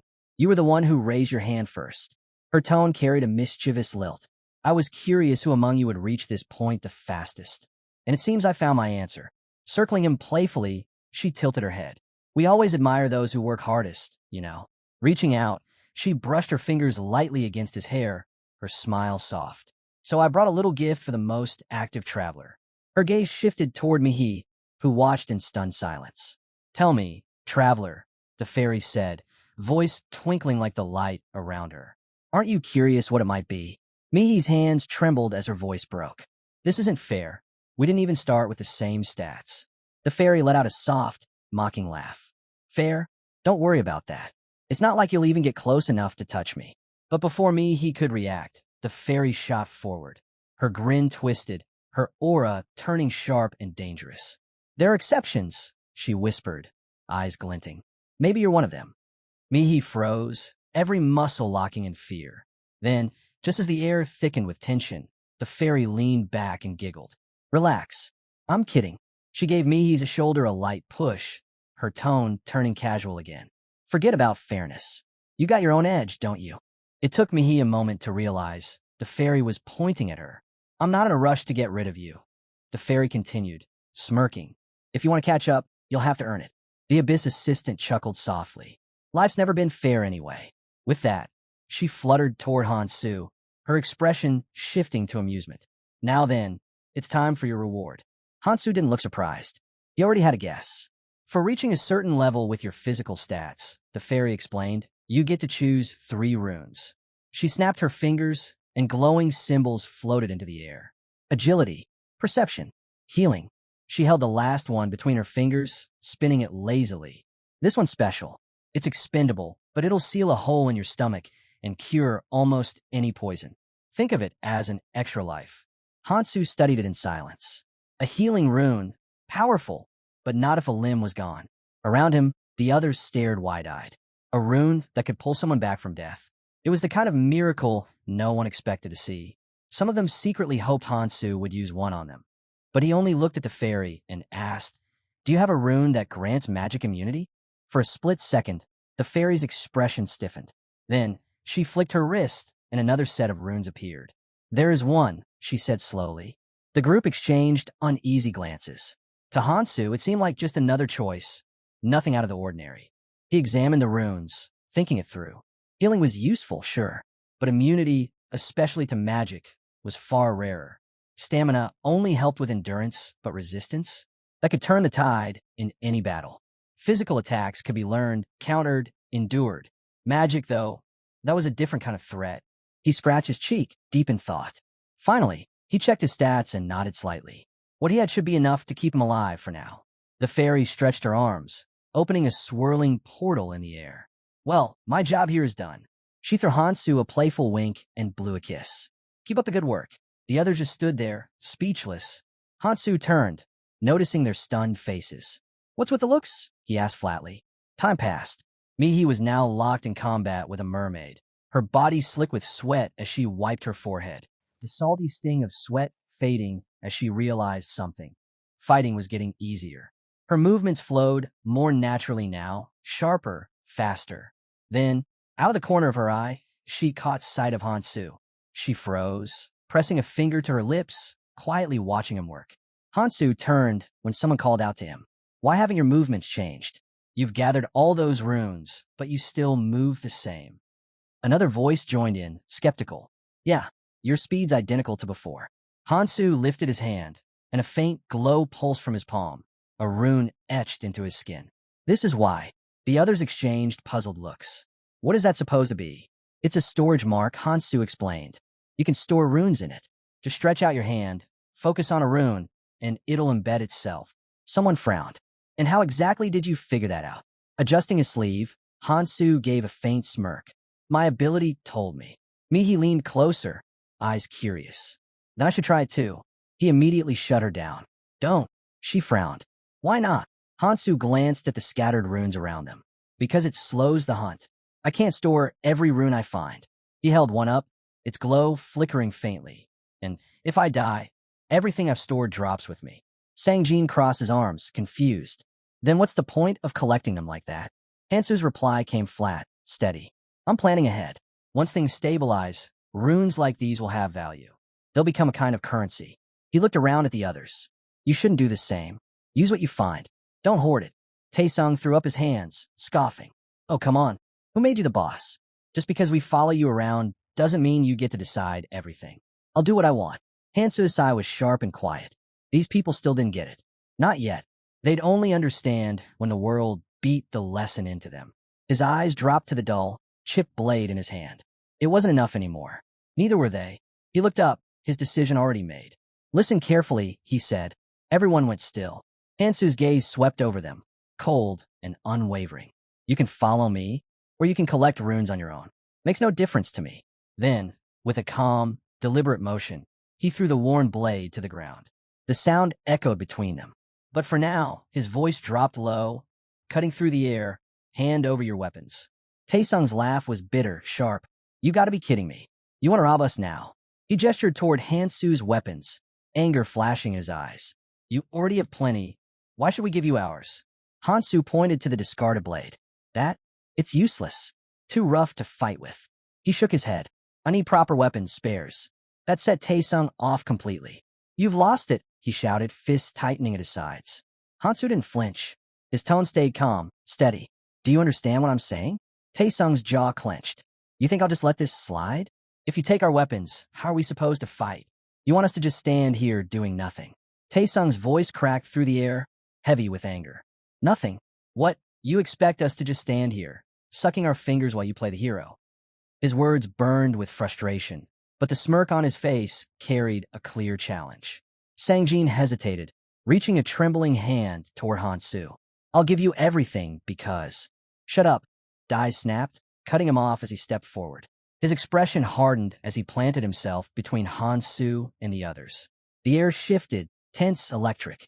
Hansu regarded him for a moment, unflinching. You want to fight? He asked calmly. Taesung's grin widened, though his eyes betrayed him. Why wouldn't I? He sneered. There's nothing here to be afraid of. His voice dropped, bitter and tight. I've always hated that smug look on your face. Hansu rubbed his cheek lazily, unimpressed. He'd expected the guy to talk big, maybe even flinch. But no, this one really didn't understand what he was stepping into. He sighed softly, his gaze turning cold. Enough talk. Lifting a finger, Hansu laid out the terms. You've got two choices. He pointed toward the tunnel entrance. 1. Go on your own. Handle everything yourselves. Then, toward the group. 2. Stay out of my way and watch me do it alone. His tone dropped, sharp and final. Choose. The silence stretched. Sangjin fidgeted, his voice barely above a whisper. I'll step aside. Yumi bit her lip, eyes flickering with doubt before she finally nodded. Me too. If he says it's dangerous, then it probably is. Taesung's hands clenched. That's exactly why we should fight together. he shouted, his desperation cracking through. Sweat rolled down his temple as he turned to the others, voice trembling with fury. He's trying to ditch us, to take everything for himself. You're just going to let him? Hansu's stare didn't waver. He didn't care that Sangjin was scared. That was expected. But Mihi's hesitation? That was unfortunate. He smirked faintly. Friend, huh? He thought. That's a nice word. If Keldian were here, Taesung would already be wandering lost somewhere deep underground. But this wasn't the time for sentiment. He needed to move. Hands sliding into his pockets, Hansu turned toward the dark corridor ahead. We'll settle this downstairs, he said evenly. If you're confident, follow me. I won't stop you. Taesung's glare tightened, suspicion flickering in his eyes. Why is he so eager to go alone? He muttered. Does he know something we don't? His gaze shifted toward the black, gaping passage. The unknown beckoned, and so did greed. And so, they followed him down. The descent was suffocating. Darkness pressed against their skin, the air thick with heat and decay. Then light. All three burst through to the surface, gasping for air. They squinted against the sudden brightness, hearts pounding in their chests. Yumihi clutched her chest, trembling. I knew it, it's too dangerous down there. Just moments earlier, they'd all frozen in place, paralyzed by what they saw. A snake. No, a monster, uncoiled in the shadows. Scales rippled like armor, muscles flexing beneath its massive form. Its eyes glowed faintly, locked on its next prey. Taesung's throat went dry. His mind screamed at him to run, but his legs refused. He looked back, disbelief twisting his features. He's really going to fight that thing alone? It was madness. And yet, Hansu didn't move back. He didn't even flinch. He stood his ground, eyes fixed on the beast, silent and steady as a blade ready to strike. The snake's hiss ripped through the chamber, a sharp, piercing sound that made the air itself vibrate. Then, in an instant, it shot upward, its massive body coiling high above Hansu like a living tower of muscle and scales. Hansu tensed, muscles coiled tight, ready for what was coming. Without warning, the creature's jaws split open, revealing a blinding light deep within. A deafening blast erupted from its mouth, a beam of raw energy that screamed across the room. Hansu barely had time to react. He dove behind a nearby column, just as the attack struck. The explosion tore through the chamber. Stone cracked and split, shockwaves blasting dust and debris in every direction. Crouched behind cover, Hansu quickly checked his stats. As expected, his magic immunity had held. He was still standing. Even the sound, warped by the beast's power, couldn't reach him. Still, he wasn't foolish enough to relax. The snake reared back, surveying the chaos it had unleashed. Then it slammed its tail into the broken column, shaking the ground. Hansu moved. In one breath, he sprinted forward, silent, focused. He couldn't afford to drag this out. The tail lashed toward him again, slicing through the air, but he slipped past by inches. He saw it, the small, vulnerable gap between its armored scales. That was his chance. With a swift, precise strike, Hansu drove his blade deep into the opening. The snake let out an ear-splitting shriek, thrashing wildly as dark blood sprayed across the ground. Hansu leapt back, the blade still buried in its flesh. The beast writhed in fury, slamming its tail again and again before raising its head high. Its mouth opened, another beam forming. This time, the attack hit him squarely. The impact sent a burning shock through his body. Hansu gritted his teeth, fighting the pain, every nerve screaming. Before he could steady himself, the snake's tail whipped around and struck him hard, throwing him across the floor. He slammed into the wall, gasping for breath. So, it's regenerating now, he muttered, watching as the wound he'd carved began to seal itself, scales knitting back together. The serpent's head swung slowly, eyes scanning for him through the dust. This was the Abyss training area. Nothing here fought fair. His resistance would keep him alive for now, but immunity didn't mean invincible. The poison seeping from the beast's blood was still lethal. He knelt, gripping another blade, his fingers trembling slightly. 5 left, but 5 wouldn't be enough to finish it. He exhaled once, slow, steady, and pushed his feet. His gaze hardened. Then he ran. The snake lunged down to meet him, fangs gleaming, its roar splitting the air. The ground trembled under the force of their clash. Steel met scale. Sparks scattered. The echo of each blow ricocheted through the cavern like thunder. Far above, Yumihi stood at the tunnel's edge, her heart pounding as the faint echoes reached her. Each sound, each distant crash, tightened a knot in her chest. She clenched her hands. He's still fighting? Taesung glanced at her, frustration written across his face. Why'd you stop? He demanded. We don't even have a single weapon left. We should go back, get something, anything. Yumihi hesitated, torn between reason and instinct, but only for a second. Then she turned, determination flashing in her eyes. I have to check on him. Before Taesung could stop her, she bolted into the darkness. Damn it, he growled, jaw tightening. He'd been ignored since the moment they arrived, and now, once again, she was running off after Hansu, leaving him behind. Still cursing under his breath, he ran after her. The three of them raced through the winding corridor, their footsteps echoing in tense rhythm. No one spoke. The air grew heavier with every step. Then, as the faint glow of the chamber came into view, Yumihi froze. Her breath caught in her throat.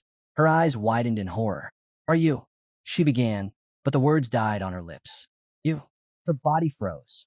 Hansu was suspended in midair, the massive serpent's fangs buried deep into his arm. Then came the scream, a raw, guttural sound that tore through the chamber. Hansu gritted his teeth, feeling the crushing pressure sink into his bones. I wasted too much time, he thought, forcing himself to steady his breath.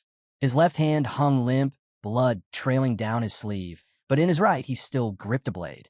Without hesitation, he drove it upward, straight into the snake's gaping maw. The steel sank deep. The creature shrieked, its jaws snapping open as pain rippled through its body. Hansu dropped, twisting midair before landing in a controlled roll. The ground shook as the serpent thrashed violently, blood splattering across the stone. 3 daggers were now embedded in its body, each one precise, each one lethal. The fight was over. Hansu's arm pulsed with pain where the fangs had torn through. He glanced at the shredded sleeve and sighed softly. I'll have to change this later. His stats would handle the rest. The wound was already knitting together. He knew what this meant. As monsters evolved, they adapted, stronger regeneration, immunity to poison, sharper instincts. Skills that once worked lost their edge. But in the early stages, paralysis toxins still had their use.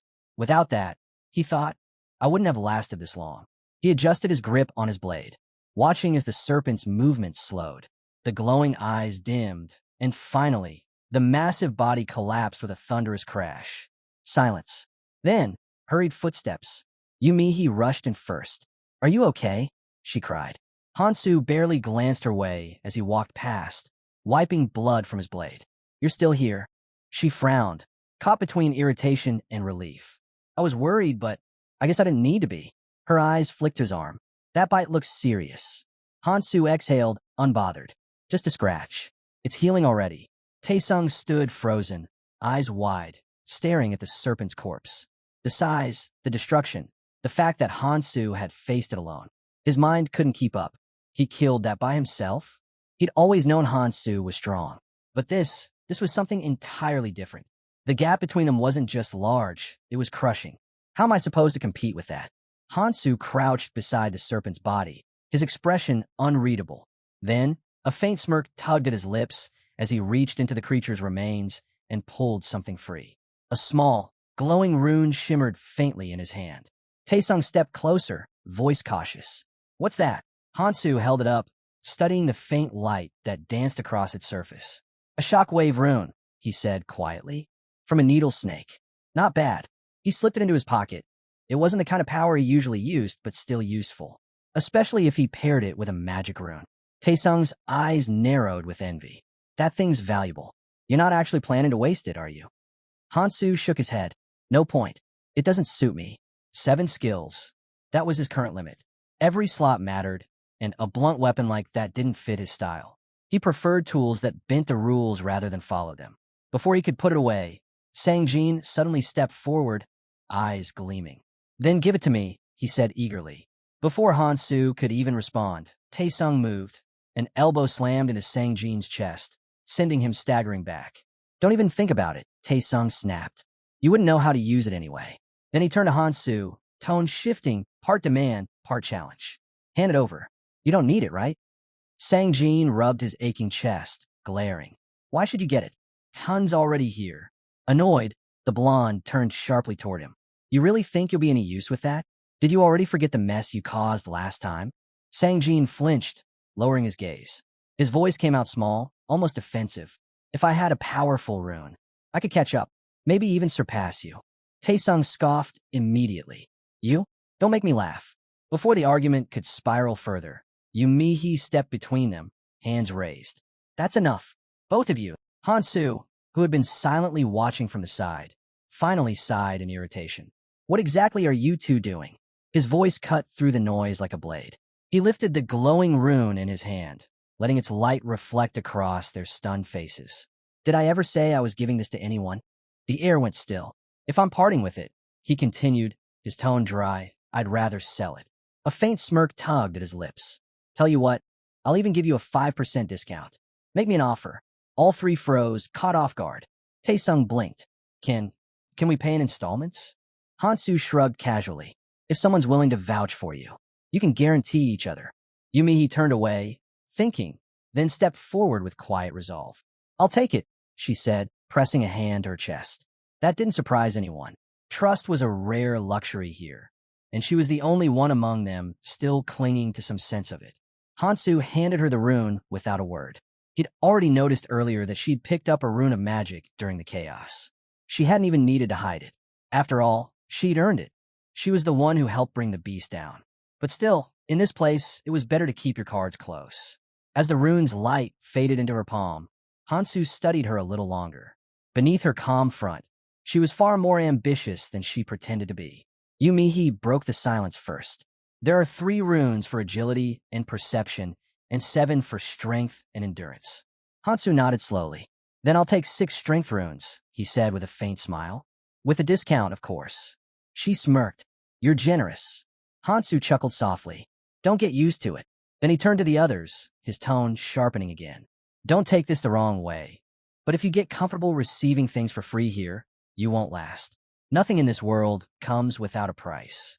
He looked down at the rune still in his hand, the glow reflecting off his expression for a fleeting moment before he pocketed it. There was no time to linger. They had to move.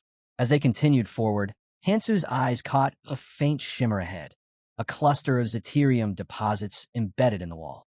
He walked up, cracked a piece off with practiced precision, and pocketed it. The others watched closely, unsure if he was activating some hidden ability again. Yumihi and Sang-jin followed at his sides, their gazes fixed on every move he made. Hansu suddenly paused, straightening. Then, without a word, he drew his knife and turned toward the massive serpent's corpse. The others froze. With quick, precise movements, Hansu began cutting into the snake's thick hide. The sound of the blade, slicing through scales, echoed through the chamber. Yumihi and Sang-jin stared, transfixed by his focus, while Taesung frowned, clearly confused. What are you two even staring at? Hansu didn't respond. He just kept working.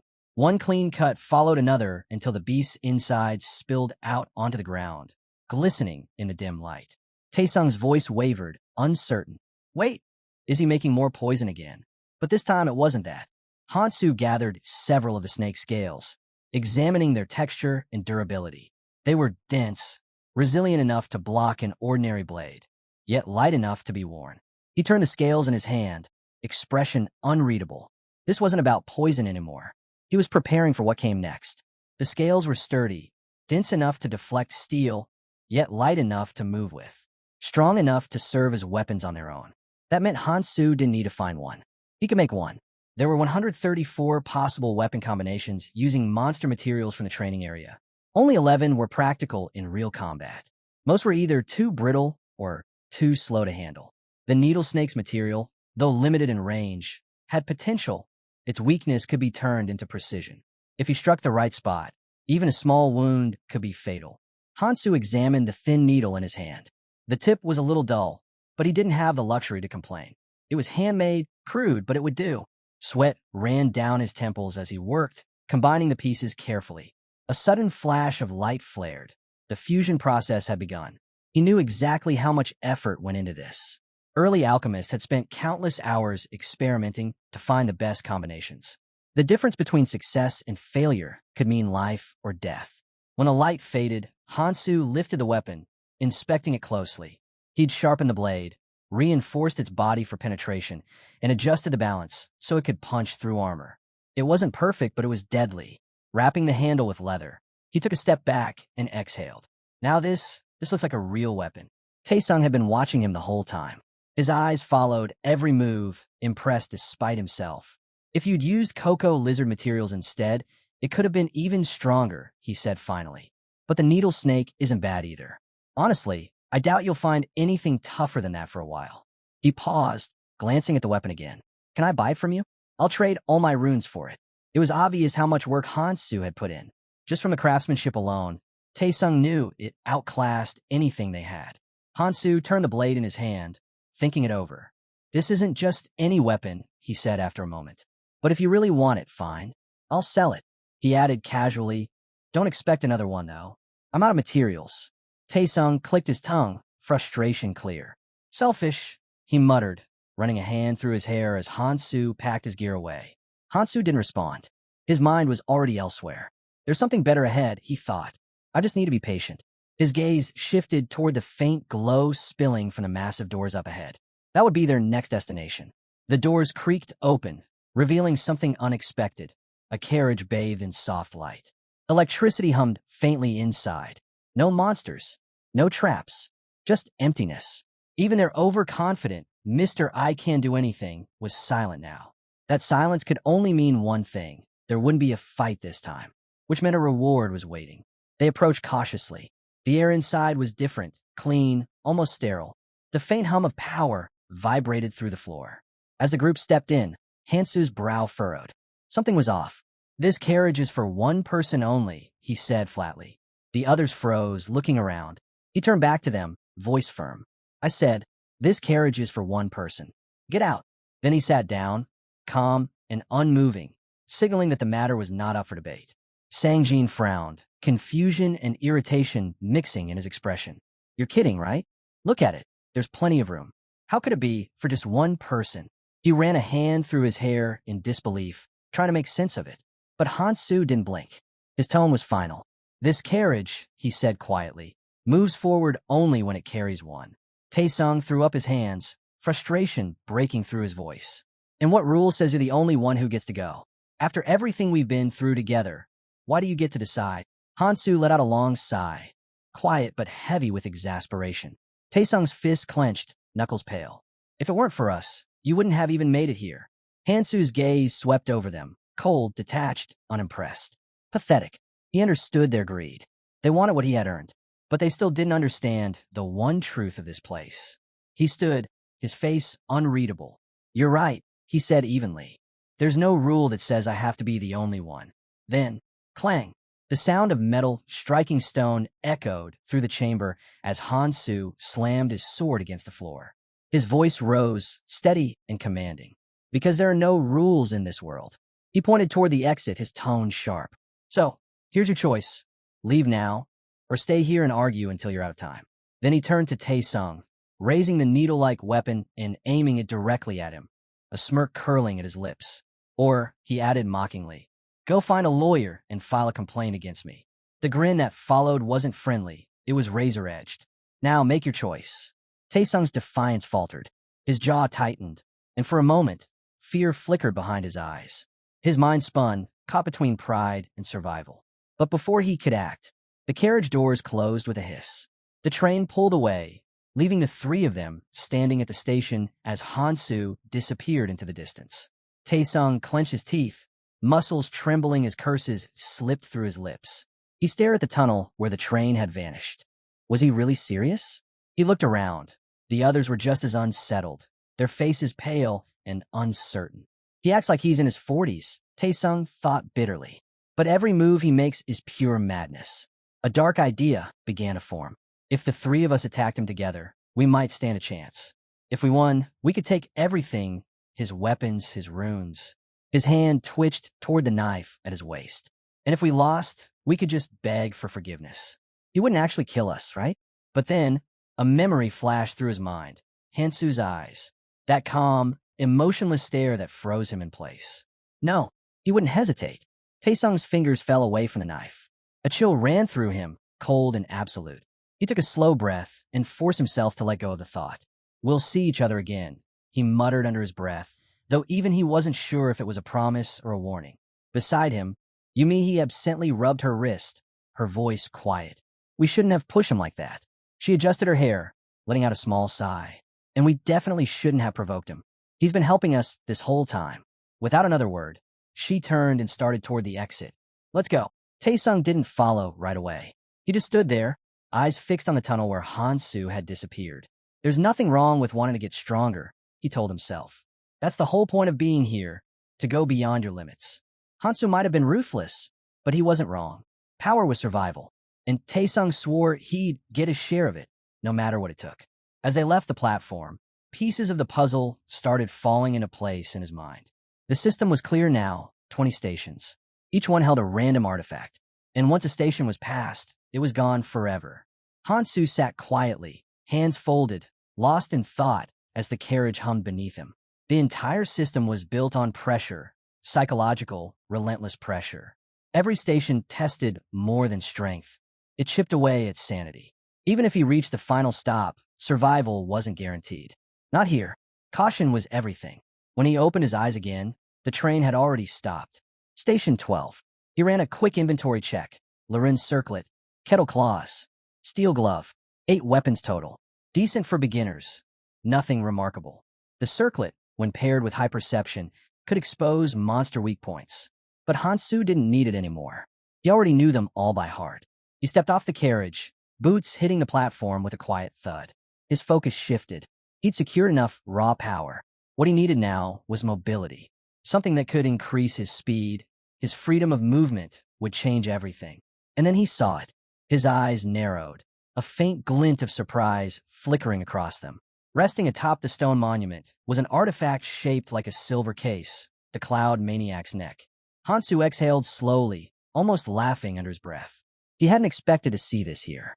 One drag was all it took, instantly boosting all stats. And as long as he kept smoking, the enhancement would continue to build.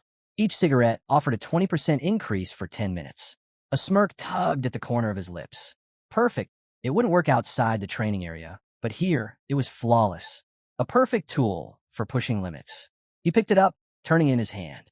The faint scent of tobacco stirred something buried deep. A memory surfaced, a familiar voice, soft but teasing. "Again? You're aging faster than you think." She'd smiled, taking the pack from his hands. "Keep that up, and you'll ruin your face." Hansu stared at the cigarette between his fingers, the faint smoke curling upward. He lowered his hand and murmured quietly, almost to himself, "Don't worry. This time it's different." The train doors hissed open behind him, snapping him back to the present. Time to move. He returned to the Snake's Court core, scanning the area carefully. The others were gone. The silence confirmed it. Good. He still had 4 days before the next hidden artifact appeared. 2 of those would need to be spent deciding his path. Continue hunting and farming runes, or focus on completing side tasks. The choice was obvious. His gaze fell on a pot, resting nearby. A quest container. He'd already completed a few missions during the ride. Maybe it was time to see what rewards they held. He slipped it into his pack, mentally noting to open it later. Some rewards, he thought, are worth the grind. But one task in particular caught his attention. The description was simple, but the reward, that stopped him. The prize was a sage stone, and a clumsy mage to go with it. Hansu rubbed his chin, intrigued. The sage stone was no ordinary artifact. It boosted every stat by 10, including itself, and could instantly heal fatal wounds. A rare treasure, even beyond the training area, valuable enough to shift entire power balances in the red zones. But there was a catch. The person who completed that quest last time hadn't been sane. He knew who it was. Anvi, a member of the death squad. She'd volunteered at a prison, helping the inmates, until the day she got thrown into the abyss with them. At first, Anvi had been surrounded by people she trusted, friends, comrades, her own team. But once the training began, everything changed. Fear twisted them. Greed devoured them. They turned on her. The betrayal shattered whatever restraint she had left. For 7 days, she hunted them one by one, her vengeance cold and unrelenting. When it was over, she had torn them apart and eaten their hearts. By the end, only silence remained. She'd planned to end her own life soon after, until the quest appeared. A new objective, a reason to keep going. Hansu exhaled sharply, rubbing the bridge of his nose. Not my kind of quest, he muttered. It clashed with his principles, his mission to save as many as he could. He let it go. There were better things to focus on. Night was falling, and that meant new opportunities, quests that paid well both in runes and supplies. He recalled one in particular, a mission to retrieve food from a selfish, well-fed man hoarding his resources. Simple, efficient, worth the effort. He adjusted his pack and moved on, priorities clear, finish the quest, manage stamina, and keep pushing forward. Rest could wait. He ducked into what had once been a convenience store, its shelves stripped bare and windows shattered. He scowled at the mess. So much for teamwork, he muttered, kicking aside an empty box. A hole had been dug into the floorboards. Someone had already looted the stash beneath. His jaw tightened. Scoundrels. He slung his backpack over his shoulder and stepped outside, eyes drifting upward. The sky had turned to deep indigo. The moon would rise soon. A smirk tugged at his lips. Let's see how brave they really are. The sun had already dipped below the ruined skyline, casting long shadows over the crumbling city. In the half-light, figures moved, men in dark jackets unloading crates from a battered truck. A small group of survivors crouched behind rubble nearby, watching in silence. One of them hissed under his breath. How can I just take everything? A girl beside him clenched her fists. We have to stop them. A blonde-haired man shot her a glare. Use your head. The second they notice us, we're dead. We didn't even grab anything yet. They even took my cash. He shook his head, jaw tight. How do they move so fast? Another survivor peeked out from behind a slab of concrete. They might be stronger than us. Sang-ho, who rarely spoke, murmured, there's too many. Even if our stats are higher, the numbers aren't in our favor. His calm tone caught the group off guard. The blonde girl glanced at her boyfriend, whispering, since when does Sang-ho talk this much? Across the street, movement. A man named Sango stood in the open, smirking as he waved toward them. Instantly, everyone tensed, ducking lower. The blonde frowned. Wait, is he waving at us? Taesung scoffed. They're just trying to mess with us. Ignore it. He turned, motioning for them to follow. Come on, we'll find food somewhere else. The others hesitated, uncertain. The blonde still glanced back, unease flickering in her eyes. She didn't understand what the wave had meant, but it had done its job perfectly, because they never noticed the movement behind them. A shadow emerged from the alley, quiet, steady footsteps echoing against the walls. Sang-ho squinted. Who? Before he could finish, Taesung spoke without turning around, his tone casual but focused. We're low on food, he said. Let's check the subway. He flashed a faint grin, eyes reflecting the distant light. Taesung smiled, his tone light, but his words deliberate. Then let's hurry. We should grab supplies before anyone else gets there. He flashed a confident grin. I'll show you the way. Sango's grin broke the tense silence. And why should we trust you? He asked coldly, voice dripping with suspicion. You just want to trick us into fighting for you, don't you? The blonde tensed. That's not. But Taesung snapped. He stepped forward, his patience gone. Do you even understand the situation we're in? Sang-ho bristled, anger rising. Don't yell at me. Bam!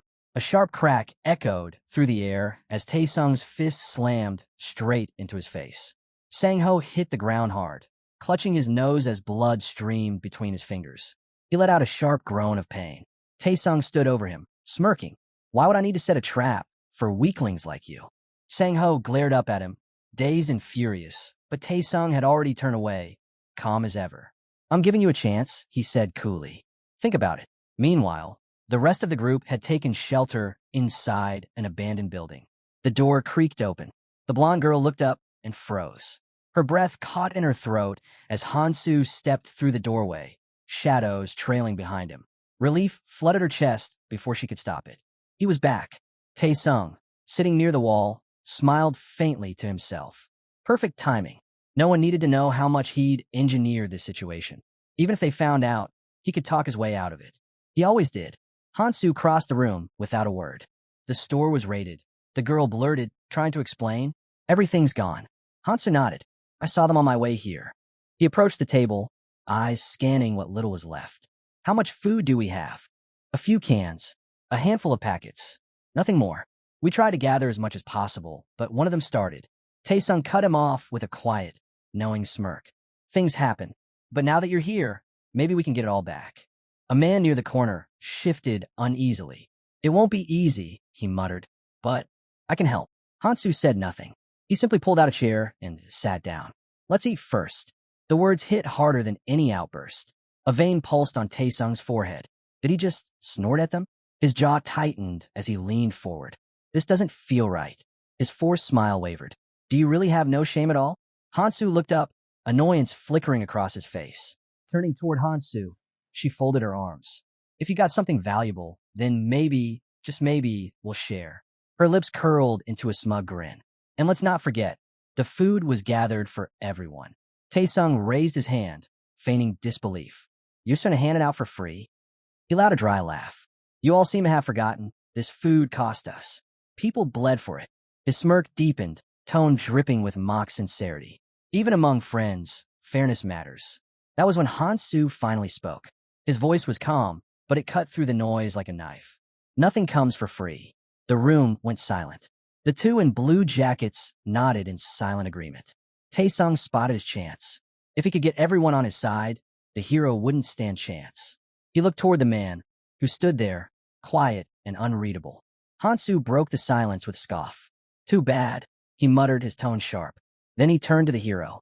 If you've got nothing to offer, what's your plan? Taesung's grin widened. Come on, he said, his voice dripping with mockery. You must have found something useful in there. The blonde watched the hero expectantly, waiting for a reaction. Taesung pressed harder, gesturing toward the spot the hero had come from. You just walked out of the hidden area, didn't you? Don't tell me you came out empty-handed. He feigned innocence. Right. With a lazy chuckle, Taesung tossed a chocolate bar toward him. No need to make this difficult, he said smoothly. Let's be reasonable. Hansu didn't move. His stare was steady, unreadable. Then he sighed. Looks like you finally learned your lesson. Taesung frowned. What are you talking about? Just answer me.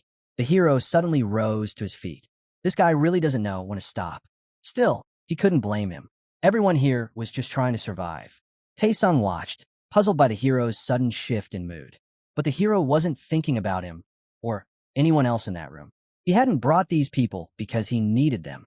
Their runes, their help, it all meant nothing to him. Hansu turned as the blonde called out in frustration. Where do you think you're going? The hero didn't answer. His thoughts drifted back to why he had come here in the first place. He had done everything he could. His eyes fell, remembering Kongtae, furious, vengeful, swearing he'd destroy everything in his path. How could anyone say something like that so easily? Guilt tugged at him. Without another word, he pushed the door open. Take care of yourselves, he said quietly. Save your strength for what's ahead. And then he was gone. The room fell silent. Yumi, he, and Sang-jin stayed still, tension thick in the air. Trying to break the mood, the blonde stepped in. We've made it this far together, she said firmly. Let's not fall apart now. Then she turned to her friend. Come on, let's go get him back. Taesung ran a hand through his hair, annoyed. If he wants to leave, let him. Why chase after him? Hansu walked out without a word. The blonde scoffed under her breath, thinking how arrogant he was, still acting like he was above everyone else. Taesung glanced at the girls heading toward the door and smirked. Putting on a show, huh? Don't bother. The moment you give him something for free, he'll crawl back sooner or later, he sneered. Then he turned to Mihi. We don't need him. We'll be fine on our own. Mihi froze, torn. Taesung kept pushing, but something in her snapped. Without warning, she dashed out the door. When she finally caught up to the hero, she stopped him, breathless. Please, she said, let me come with you. His gaze was cold, unwavering. I can't take you, he said firmly. She reached out, her voice shaking. But you said, he turned away. People make their own choices, he replied quietly. For a split second, her face softened. Hope flickered in her eyes, her lips curling into a faint smile. But before she could say another word, a sharp voice cut through the air. You're not leaving. She froze. Taesung stood there, fury simmering beneath his glare. You didn't even get your runes, he snapped. Maybe he gave you his, but not Sang-jin's. No one's going anywhere, especially not you. Before she could respond, Sang-jin stepped forward. It's fine, he said calmly. Taesung's gaze narrowed. What? I'm going with them, Sang-jin said, his tone steady. A laugh burst from Taesung's throat. He clapped a hand on Sang-jin's shoulder, his grin razor-sharp. You serious? Do you even hear yourself right now? Sang-jin didn't flinch. Taesung leaned in closer, his voice dripping with scorn. You think your father's gonna let this slide? He slammed his hand down again, harder this time. You pick up some stray dog, and now you think you can just walk away? Don't tell me you've forgotten who owns you. Sang Jin's jaw tightened. He slid his headphones back into place. And what are you going to do about it? He said coolly. You can't even step outside anymore without a problem. No one even knows I'm alive. So tell me, Tae-sung, how are you planning to explain that to my father? Tae-sung froze, momentarily thrown off. It doesn't matter anymore, Sang Jin said firmly. His stare cut through the tension as he faced Tae-sung head-on. I don't have to listen to you. Tae-sung's eyes widened.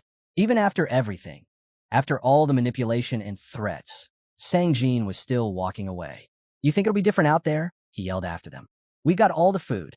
You'll come crawling back sooner or later. But they didn't turn around. The three of them walked off, their silhouettes swallowed by the dark city streets. Sang Jin glanced at the girl beside him.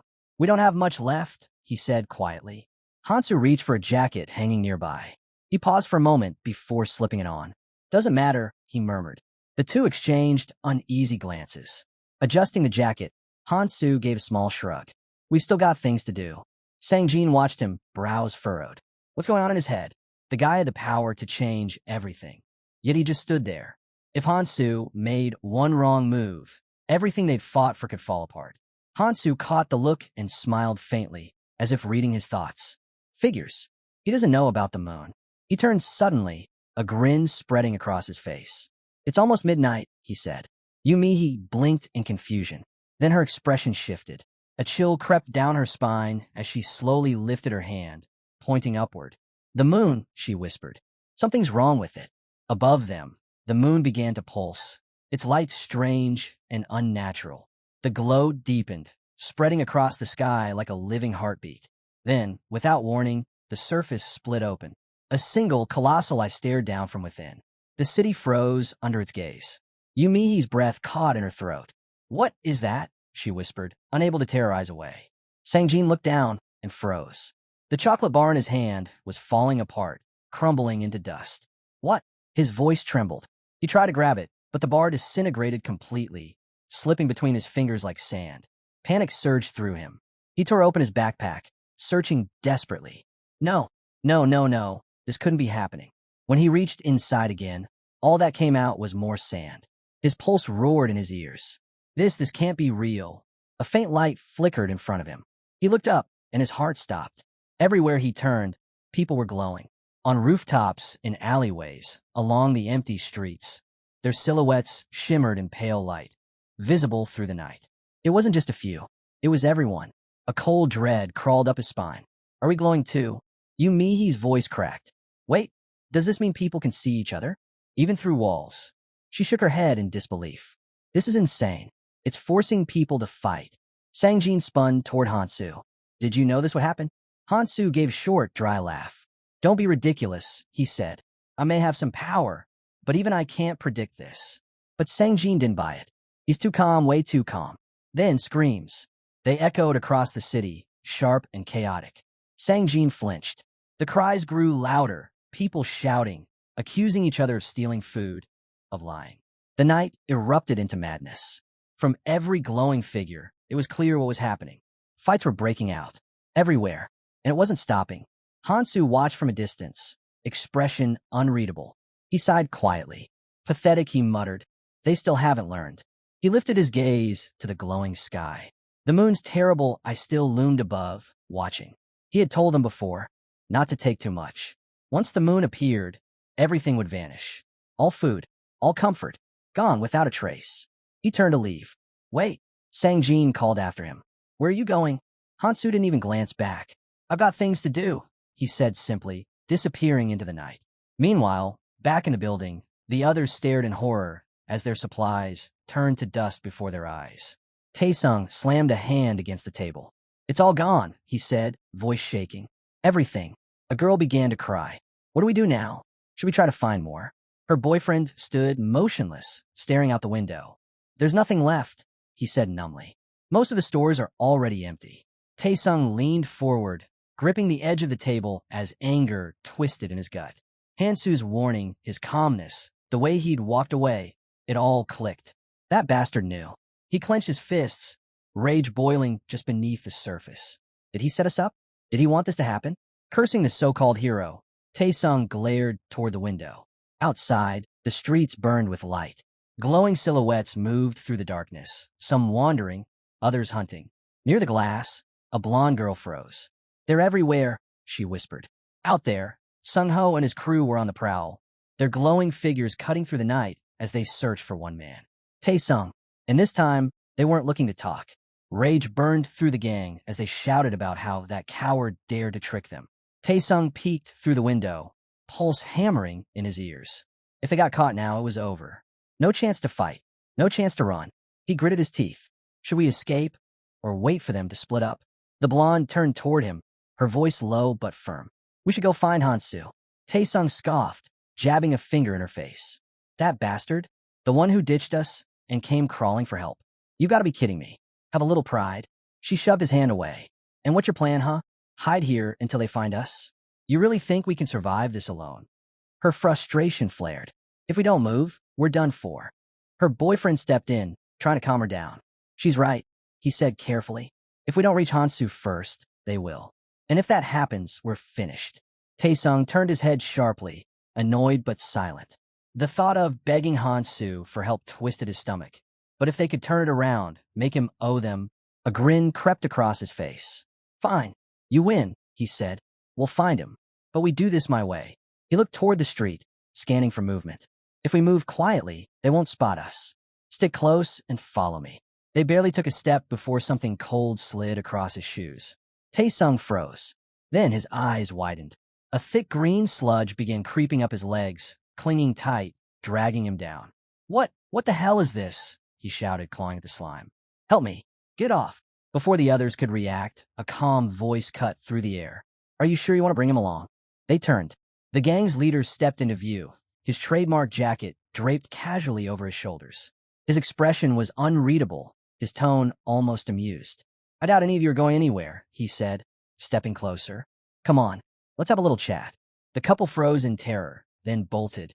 Tae-sung's screams echoed after them as they disappeared down the street. The gang leader crouched beside him, studying the struggling man like an insect caught in a web. "Such harsh words for someone so young," he said softly. "That, my friend, is Oren's duct tape." He smirked. "While you were busy plotting, we weren't exactly sitting around." He sighed, sounding almost bored. Things get dull when there's no real fight left. Straightening, he glanced at the others. "Enough talk.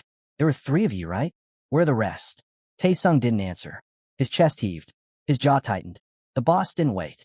With a sudden kick, his boot slammed into Tae-sung's leg. A wet crack. A scream. Blood splattered across the floor. "Aff!" Tae-sung's cry tore through the night as pain shot up his body. "I'll talk," he yelled, his voice breaking. "I'll tell you everything. Just stop. Please. I'll tell you where they went." The leader turned toward one of his men, Sang-ho. A slow grin spread across his face. "Good," the boss said. "At least he knows his place." Then, with a flick of his hand, he added, "But first, someone's been waiting to talk to him." Sang-ho stepped forward, cracking his knuckles. His grin widened into something cruel. "Let's finish this before we move," the boss muttered. Sang-ho crouched beside Tae-sung, his shadow stretching long across the ground. "That leg looks bad," he said in mock sympathy. "Hurts, doesn't it?" Then his tone darkened. "Good, because I don't feel better yet." He leaned closer, voice dripping with menace. "Not until I return the favor." Tae-sung gritted his teeth, cursing the so-called friends who'd left him. The boss nodded once. "Don't overdo it." Sang-ho laughed and signaled his men. "You heard him. Don't go too far." Blows rained down. Tae-sung hit the ground, shielding himself as best he could. Through blurred vision, he watched the couple vanish. He swore under his breath, "I'll kill them all." The couple ran without a destination, and they saw a pot of meat soup bubbling over a fire. Hansu and his group sat around it, eating in silence. The couple stopped and stared. "What are you doing?" the man asked. They glanced at the broth. "Is this a picnic?" The blonde stepped forward. Hansu stood up and raised his sword, flicking the blade toward her face.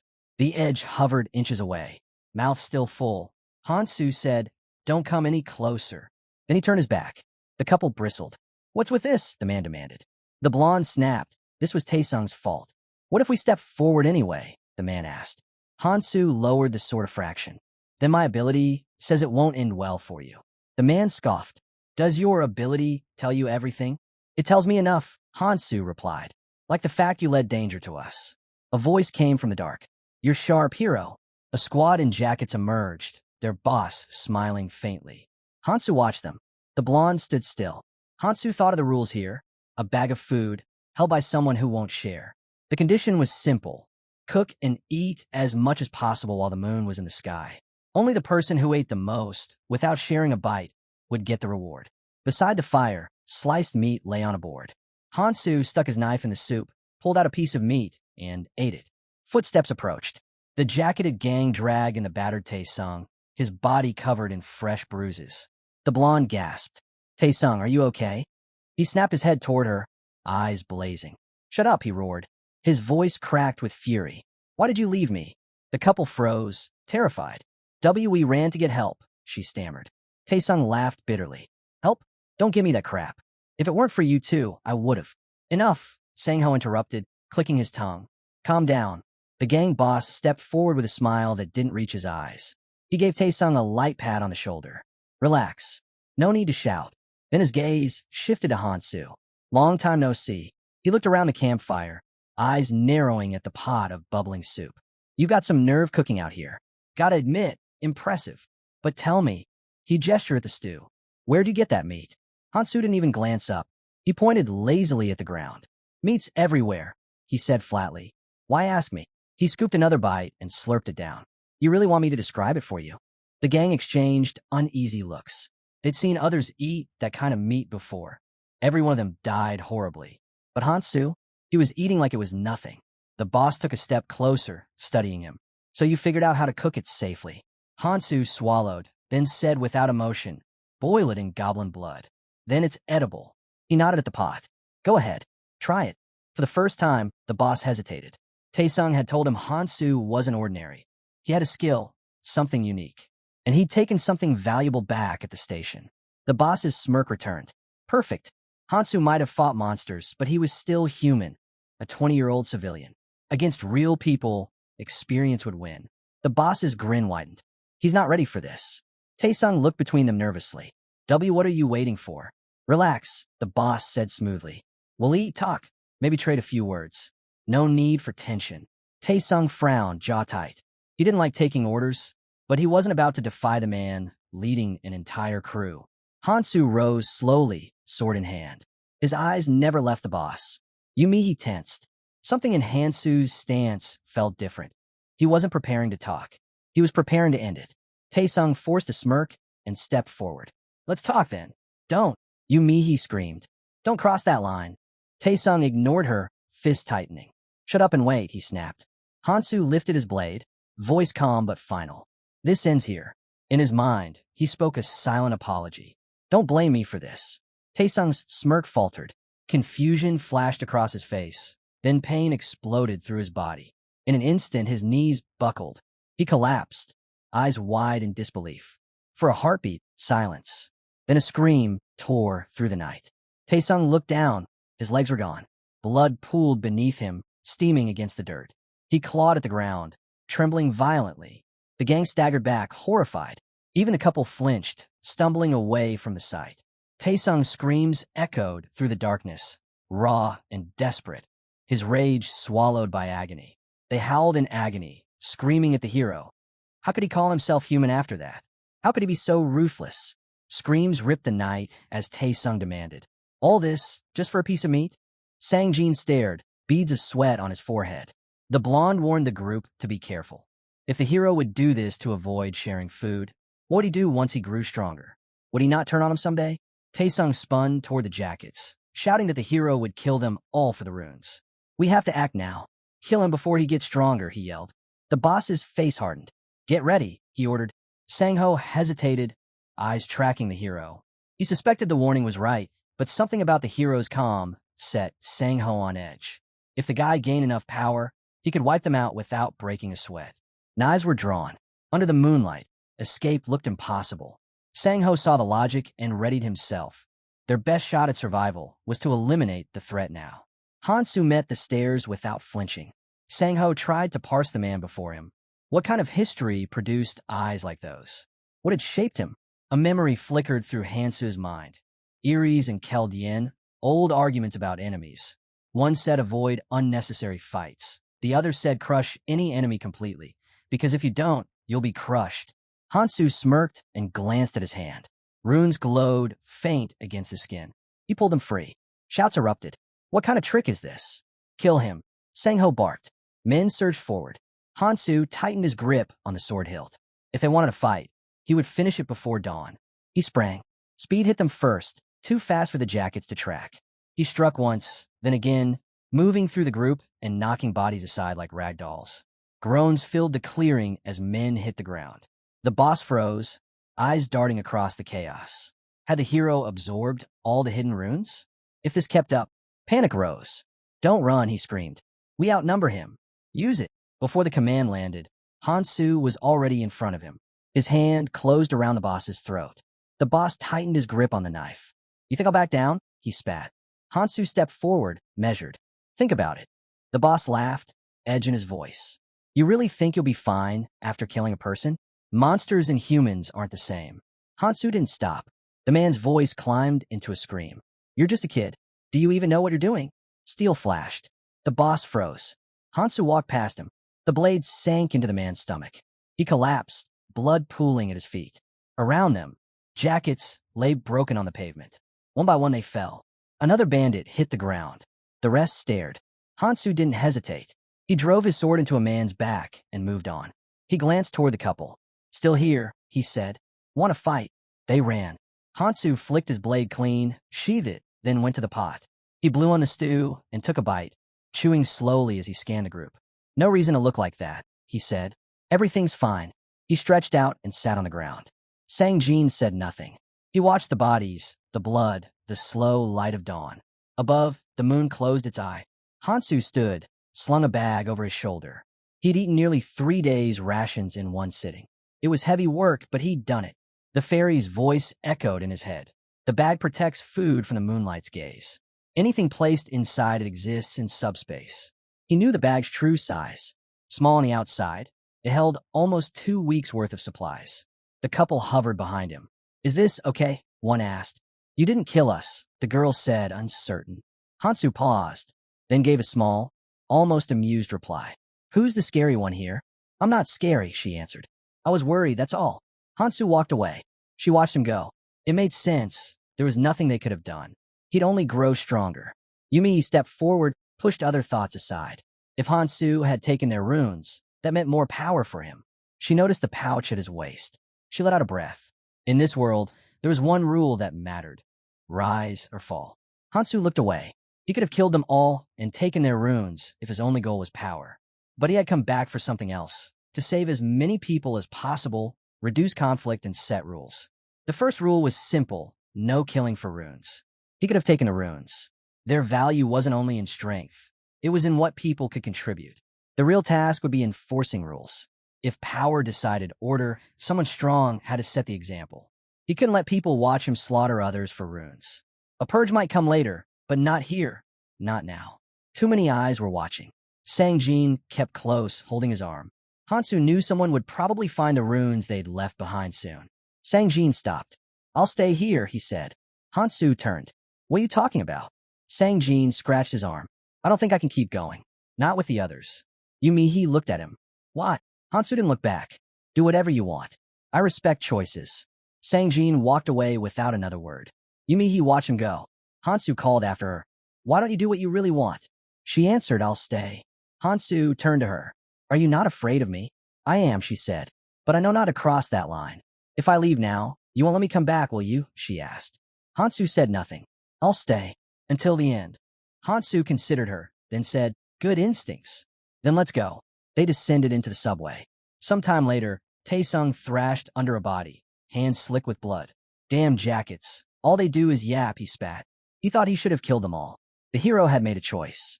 Taesung's wounds were closing. Soon he would heal. When he healed, he would make them pay. He dragged himself forward, inch by inch, pain with every move. He wouldn't stop. He would follow the hero. How dare they abandon me, he snarled. Yumihi. She left him too. Rage burned through Taesung's veins, his vision swimming red. I won't let him get away with this. I'm not the one who gets left behind, he hissed. Then, a shadow fell over him. Heavy combat boots stopped just inches from his face. Taesung froze. Slowly, he looked up. Sang-jin stood there, silent, unmoving. For a moment, Tae-sung stared, confused. Then realization struck. This is it. My chance. He forced a weak grin. Help me up. No response. His smile wavered. You deaf? I said, pick me up. Still nothing. Sang-jin just stood there, eyes hollow, a storm brewing behind them. Tae-sung's patience snapped. You're really gonna walk away after everything I did for you? Silence. Then Sang-jin's hand began to move, slow, deliberate. Tae-sung sneered. What? You trying to scare me now? Don't make me. The words died in his throat. Sang-jin's fingers closed around a knife lying on the ground. A chill ran down Tae-sung's spine. The blade shimmered under the faint light, cold, merciless. And those eyes, they weren't the eyes of the man he used to know. Tae-sung smirked at the boss, pretending control. Sang-jin stayed silent, his gaze locked on his target. As Tae-sung turned to leave, Sang-jin moved, quietly, steadily, closing the gap between them. Tae-sung frowned. What's your problem? Too late. A hand grabbed his collar and yanked him forward. Tae-sung's instincts kicked in. He caught Sang-jin's wrist. What the hell are you doing? Sang-jin's voice was low, steady. Now I see it. Tae-sung's eyes widened. When did he get this strong? Sang-jin pulled him closer, his expression unreadable. I should have done this long ago. Tae-sung snapped. What are you talking about? Let me go. But Sang-jin's grip only tightened. And then pain. A sharp, blinding pain stabbed beneath Tae-sung's ribs. His breath hitched. His hand trembled as it reached for his headphones. You, he growled, voice shaking. The headphones slipped from his grasp, hitting the floor with a dull clatter. Sang-jin's voice cut through the silence like ice. You told me to know my place. Now it's your turn. Tae-sung's body trembled. Sang-jin glared down at him. You thought you were untouchable? All you ever did was hide behind your father, using him to humiliate me. A bitter laugh escaped his lips. The bloodied knife slipped from his hand and hit the ground. Then, almost as if struck by his own thoughts, Sang-jin dropped to his knees, clutching his face. Get it together, he muttered. This is nothing. You've faced worse. Around him, the shattered runes of the dead glowed faintly. He rose. The boss, trembling, extended a hand. Wait, we could talk. Spare me, and we'll work together. Sang-jin didn't even glance at him. His eyes drifted instead to the fallen man beside him, the one who had followed him through it all. And suddenly, it all made sense. Hansu hadn't stayed behind because of fear. He'd known. The wounded man reached out weakly, voice shaking. Sang-jin scoffed. Pathetic. If you had the guts to stand with me when it mattered instead of hiding behind your fear, maybe things would have been different. His voice faded into the air, along with the last echo of what they once were. Can I still stay by your side? Sang-jin's hand tightened around Tae-sung's runes. If only he'd been stronger, the hero wouldn't have turned his back on him. That truth had never changed. His thoughts drifted back to the days of school, back when every hallway felt like a battlefield, every glance a reminder to stay small, stay quiet, because of one person. But not anymore. This time he would rise. Sang-jin's eyes burned with resolve. He would grow stronger, just like the hero. If it meant using others as stepping stones, so be it. As he walked forward, blood trailing in his wake, he whispered, one day, he'll see me differently. Above the shattered skyline, mutated birds circled, their cries echoing through the air. One screamed, a sound that split the silence in two. Below, Yumihi stood firm. She drew in a deep breath, then let out a roar that shook the world itself. The air rippled. The sky fell. One by one, the creatures dropped lifeless to the ground. But then, a rustle of wings. A lone bird, faster and fiercer than the rest, dove straight toward her. Before she could move, steel flashed. A blade cut through the air, cleaving the creature in two. The protagonist stepped forward, a faint, awkward smile on his face. Mihi let out a breath she hadn't realized she was holding. Guess I still need your help after all, she said softly. Hansu handed her a rune, his tone calm but firm. Being independent doesn't mean doing everything alone, he said. If you've got gaps in your skills, you lean on your comrades. That's what they're there for. He glanced at her, then added, work on knowing your strengths and your limits. Yumihi smiled faintly. He was as meticulous as ever when it came to dividing resources. Pushing her hair behind her ear, she realized it had already been 2 days since they arrived. Her eyes flicked to her status window. What if I bought mana and stamina recovery skills from him? She thought. Without them, catching up to his pace would be impossible. But still, the idea of relying on him made her hesitate. A small sigh escaped her lips as she focused on her stats. Meanwhile, Hansu glanced at his own window, every attribute perfectly balanced at 42. He scratched the back of his neck. Balance growth was safest. No need to trade runes. Mihi still lacks strength and stamina anyway.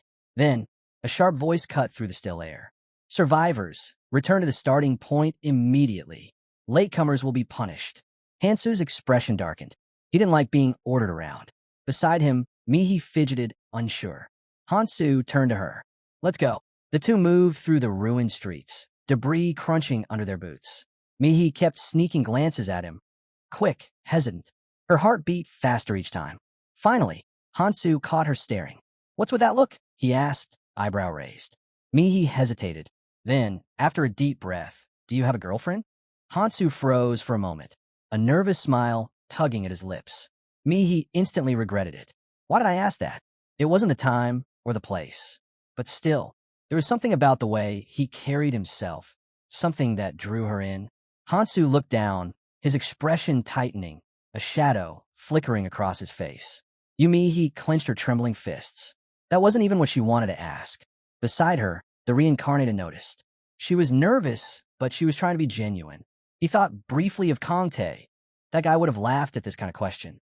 Maybe teased her for it. A memory flickered in his mind. Kongtae's awkward grin, Keldian's disapproving stare, and Iris' exhausted sigh. Those days felt distant now. Back then, Mihi could barely bring herself to speak at all. She opened her mouth again, wanting to say something else, something real, but the words never came.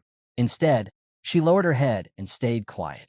The protagonist finally spoke, his voice steady but faintly nostalgic. He mentioned his beloved, someone he hadn't even met yet in this life. But even so, he couldn't lose her again. Mihi blinked, confused. I don't remember that, she said slowly. He didn't answer, just kept walking. Mihi followed in silence. They eventually reached a parking lot, where a crowd of survivors had already gathered. Mihi scanned the faces, some familiar, others barely recognizable. But something about the air felt wrong. A fairy hovered above the group, smiling brightly. Is everyone here? He chimed. Nearby, a devil stretched his arms and sighed in boredom. A shame. We arrived too early. Without waiting, their assistant stepped forward, voice crisp and mocking. I bring you 2 pieces of good news, dear travelers. The crowd froze. Even good news sounded like a threat from him. The assistant raised one finger, eyes closing as if savoring the moment. First, survive 72 more hours, and you'll earn your freedom. The fairy's face lit up. Isn't that wonderful? He sang. But no one cheered. Every face was pale, every breath tight with fear. The devil frowned. What's wrong? Not excited. Reluctantly, a few claps broke the silence. Weak, trembling applause. The assistant's grin widened. That's better. I love a crowd that knows how to appreciate good news. Then he snapped his fingers. Now, let's welcome tonight's main event. The ground shook. Pebbles scattered across the pavement as the air turned heavy. A massive altar began to rise from the center of the ruins, its dark silhouette swallowing the horizon. Mihi took a step back, eyes wide. What is that? A deep growl rumbled from within. Iron bars trembled as a colossal claw slammed against them, bending the metal. The fairy beamed. Our adorable little guest is just dying to meet you. The devil spread his wings dramatically. Behold, do you see it? Behind him, an enormous eye opened, unblinking, blood red, filled with hunger. The assistant chuckled. This beauty here is a carnivorous beast. A chorus of gasps rippled through the crowd. The fairy leaned forward, voice dripping with mock sweetness. We even skipped its meal today just for you. A hush fell. Every survivor felt the same dread crawling up their spine. The altar shook again, this time harder. The devil slammed a hand against the barrier, grinning. It looks strong, doesn't it? I assure you it's not. Then came the roar. A sound so raw it rattled bones. The carnivorous beast bared its fangs, straining against the cage. The assistant tilted his head slightly, smiling as if asking about the weather. So tell me, he said softly, when it breaks free, how many of you will still be alive? Silence. Then, from somewhere in the terrified crowd, a voice whispered, barely audible.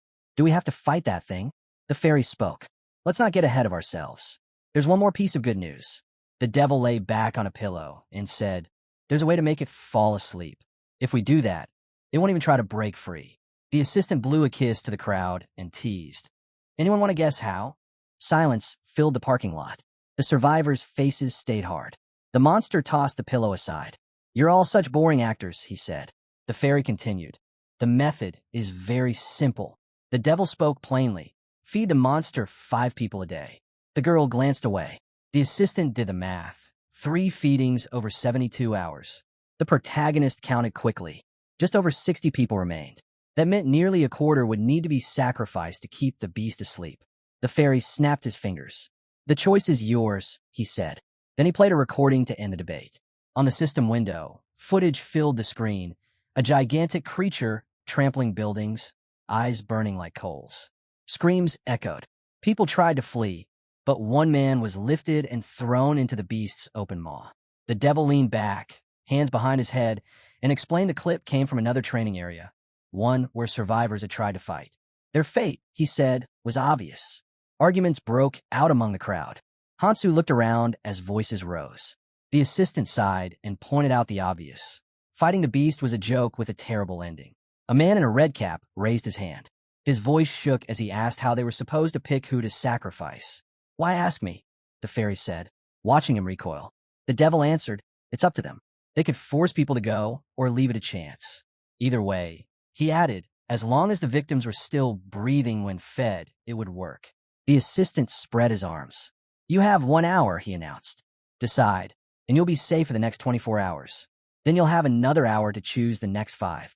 A bright timer appeared on the system window, counting down. The beast remained in its cage, watching. The survivors stood frozen, the choice hanging heavy in the air. Mihi turned to her friend. Which choice do you think is better? She asked. He shut his eyes. Does it even matter? The outcome is already decided. The man in the red cap spoke up again. Let's at least be honest about it. We should draw lots to decide the first 5. A voice scoffed. And why should we do that? All eyes swung toward the speaker. Fear spread through the crowd. The girl's mouth opened. Sang-jin asked quietly, why be honest? The boy stepped forward, scanning the crowd. Do we even have a reason to be? The man in the hat crossed his arms. Then what's your plan? You can't just reject an idea without offering a better one. The boy turned away. Sang-jin proposed the most practical method. Just as the boy placed his hand on a nearby pole, the pole snapped in 2. The traffic light crashed to the ground with a loud clang, and a wave of fear rolled through the survivors. Well, the group raised a hand. We should start with those who are useless, he said, scanning for potential sacrifices. People stepped back. Mihi looked at her former ally. Sang-jin noticed the attention shift to him. He had power now. Everyone was listening. Spreading his arms, Sang-jin warned there was no time to waste. Another 100 people had already disappeared, and those ahead of them were beyond reach. Picking them off one by one would be impossible. The protagonist crossed his arms and fixed his gaze on the burning altar in the distance. The boy moved forward. We need to stick together, he said. If we end up fighting that monster, we'll need every advantage we can get. The survivor scoffed and pointed toward a weaker man. Then we shouldn't waste resources on dead weight. Sang-jin frowned. Isn't it only logical to send the weakest into the beast's mouth first? Hansu looked up as they turned to him for his opinion. The heroes faced each other, the air thick with tension. The boy thought of his past, of Tis, and realized he wasn't the same. He had changed. Looking at his former comrade, he decided he didn't want an enemy there. If he wanted a fresh start, he needed allies. A smirk crossed his face. Sang-jin trusted his friend's judgment. He had always believed his friend chose well. The boy raised his hand. That's not a bad method, but I have a better idea. He stroked his chin before continuing. If we follow my plan, no one needs to be sacrificed. Silence spread through the crowd. What? Someone blurted. The man in the hat narrowed his gaze. Are you saying we should fight that thing together? The recording had shown that was a death sentence. The monster grew stronger with every victim. Outnumbering it would not work. The boy shook his head. I never said anything about fighting it. The survivor's face darkened. Then what do you suggest? He asked. The reincarnated smiled. Simple. I'll fight it alone. A stun hush. Mouths opened. Tense faces watched. The fat man threw up his hands. What nonsense is this? This isn't some goblin horde. Pointing at the boy, he reminded everyone time was running out. The blue system window glowed with the countdown. 49 minutes left. Sang-jin clenched his fist as the others argued. He glanced toward the boy. Had his former comrade really become strong enough to face that monster alone? The survivor stared at the protagonist, waiting for an answer. Hansu said, I want to fight it, but right now it's not that simple.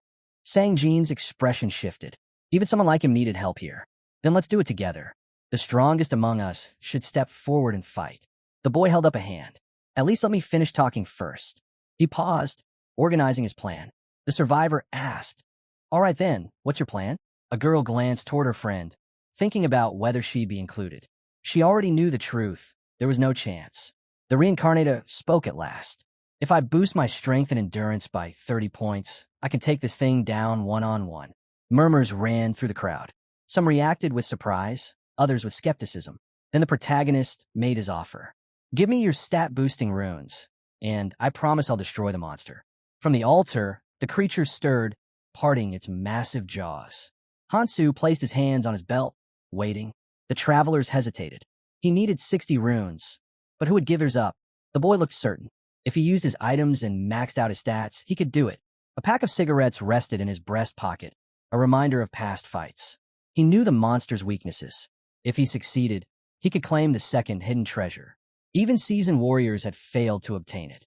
The treasure was the prize, and this time he vowed to be faster, stronger. I don't care who hands over the runes.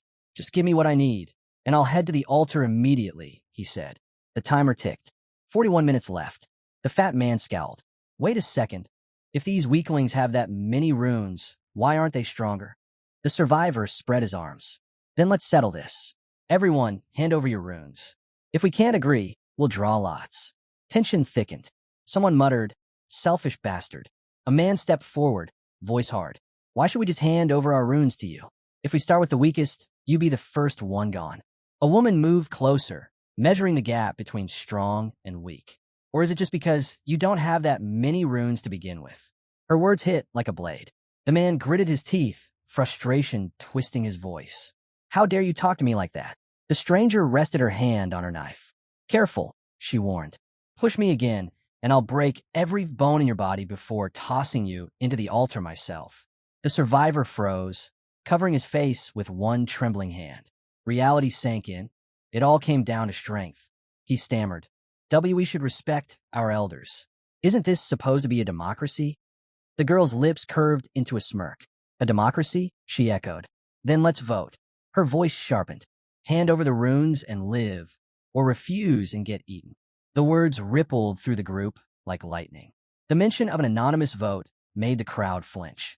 Eyes darted, fear spreading fast. The fat man stiffened, his voice trembling. He's right.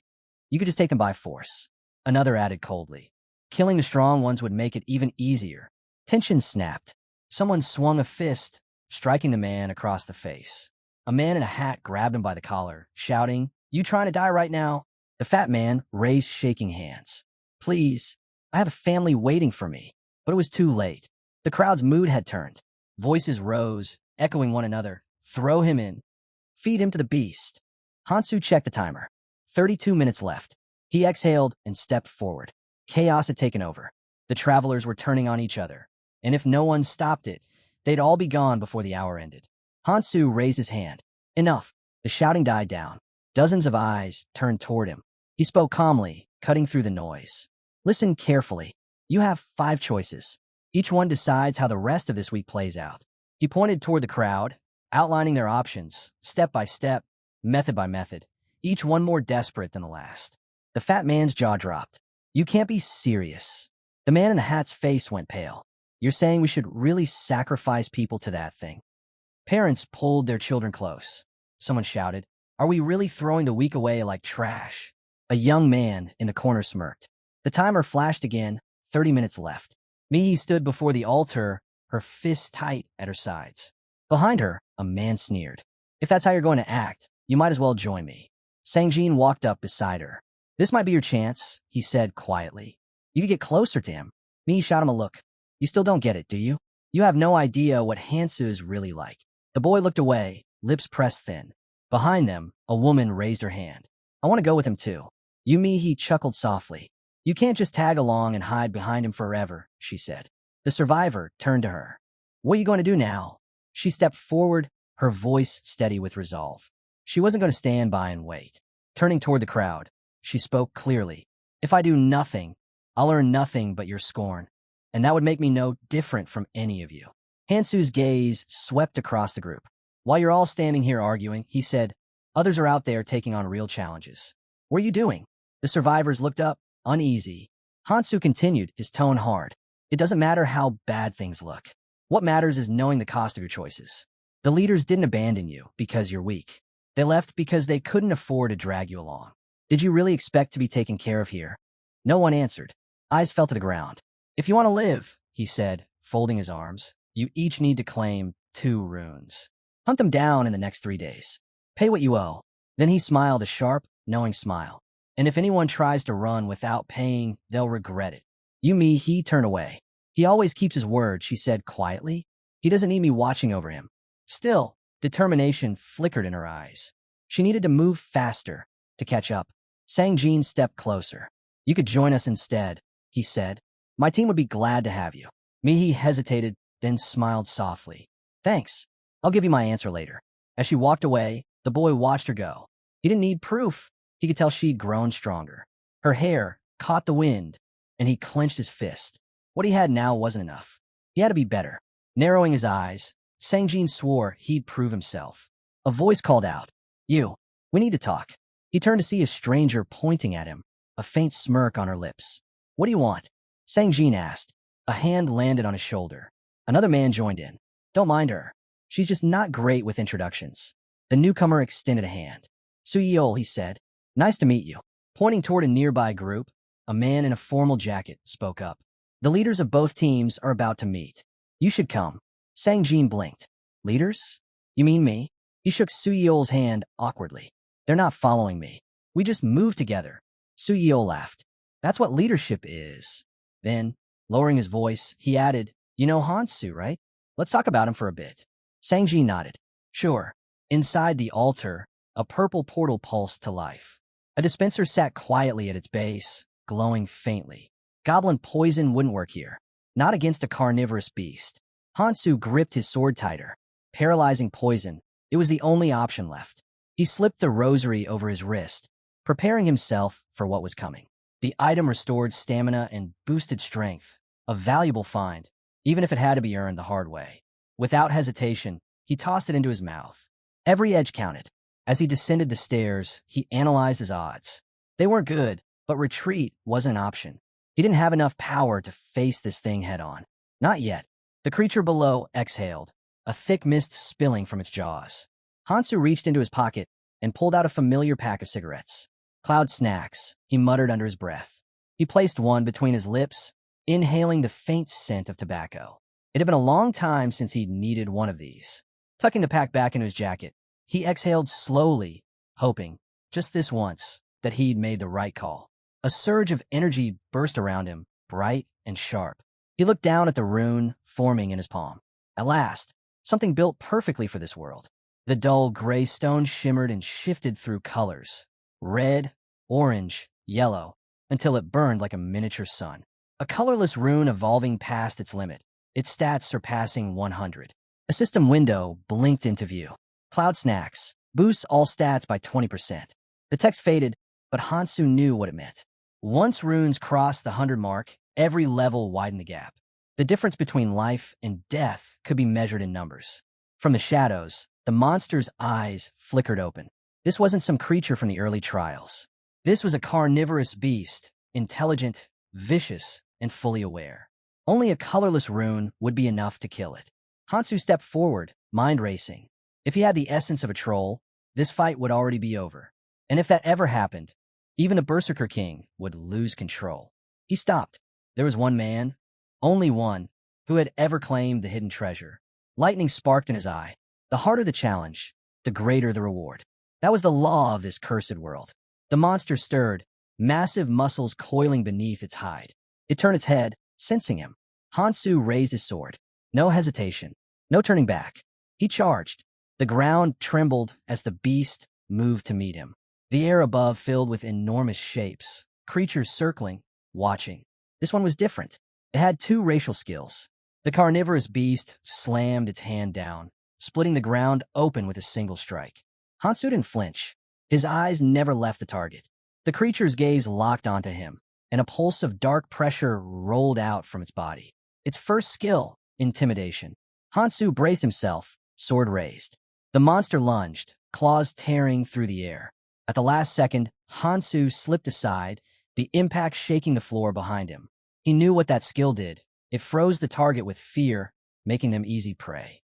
Once they were paralyzed, the beast used carnivory to devour them whole and restore its stamina.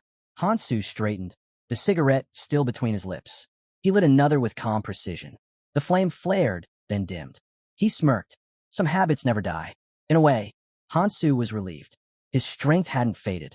The monster's tongue lashed out as it screamed, the sound echoing through the altar. He recognized the pattern. After carnivory, it would use its next skill, blood-drinking swamp, a technique that drained its prey dry. The creature's crimson eyes flared, locking onto him. This was it. One of them wouldn't walk away. Hansu moved first, a blur of motion. He dodged the strike by inches, the force cracking the ground where he'd stood a heartbeat ago. Reckless attacks wouldn't work here. He needed control. He needed to slow it down. Lightning rippled across the beast's skin as Hansu stopped and turned. The creature lunged again, claws slicing through the air. He twisted aside and tightened his grip on the blade. Random swings wouldn't cut it. He had to hit the nerves, disable the joints, poison the blood flow. In one sharp movement, his sword flashed. The blade found its mark, piercing the monster's arm. A jolt of lightning crackled from the sword's edge. The beast roared, thrashing violently as black smoke coiled from the wound. Hansu planted his sword into the ground, steadying himself. 12 minutes. That's how long the poison would take. A blinding light flared across the altar as the creature swung again. Hansu leapt back, boots skidding over broken stone. Dust exploded around him when he landed.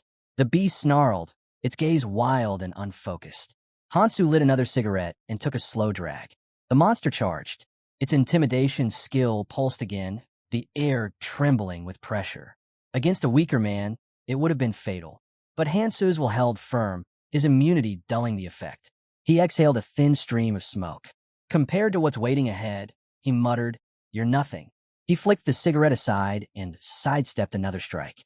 Every movement was precise, instinctive. Years of battle had sharpened his reactions beyond thought. He smirked, remembering Kong Tae's words. Anticipation is survival. Reaching for another cigarette, he almost laughed.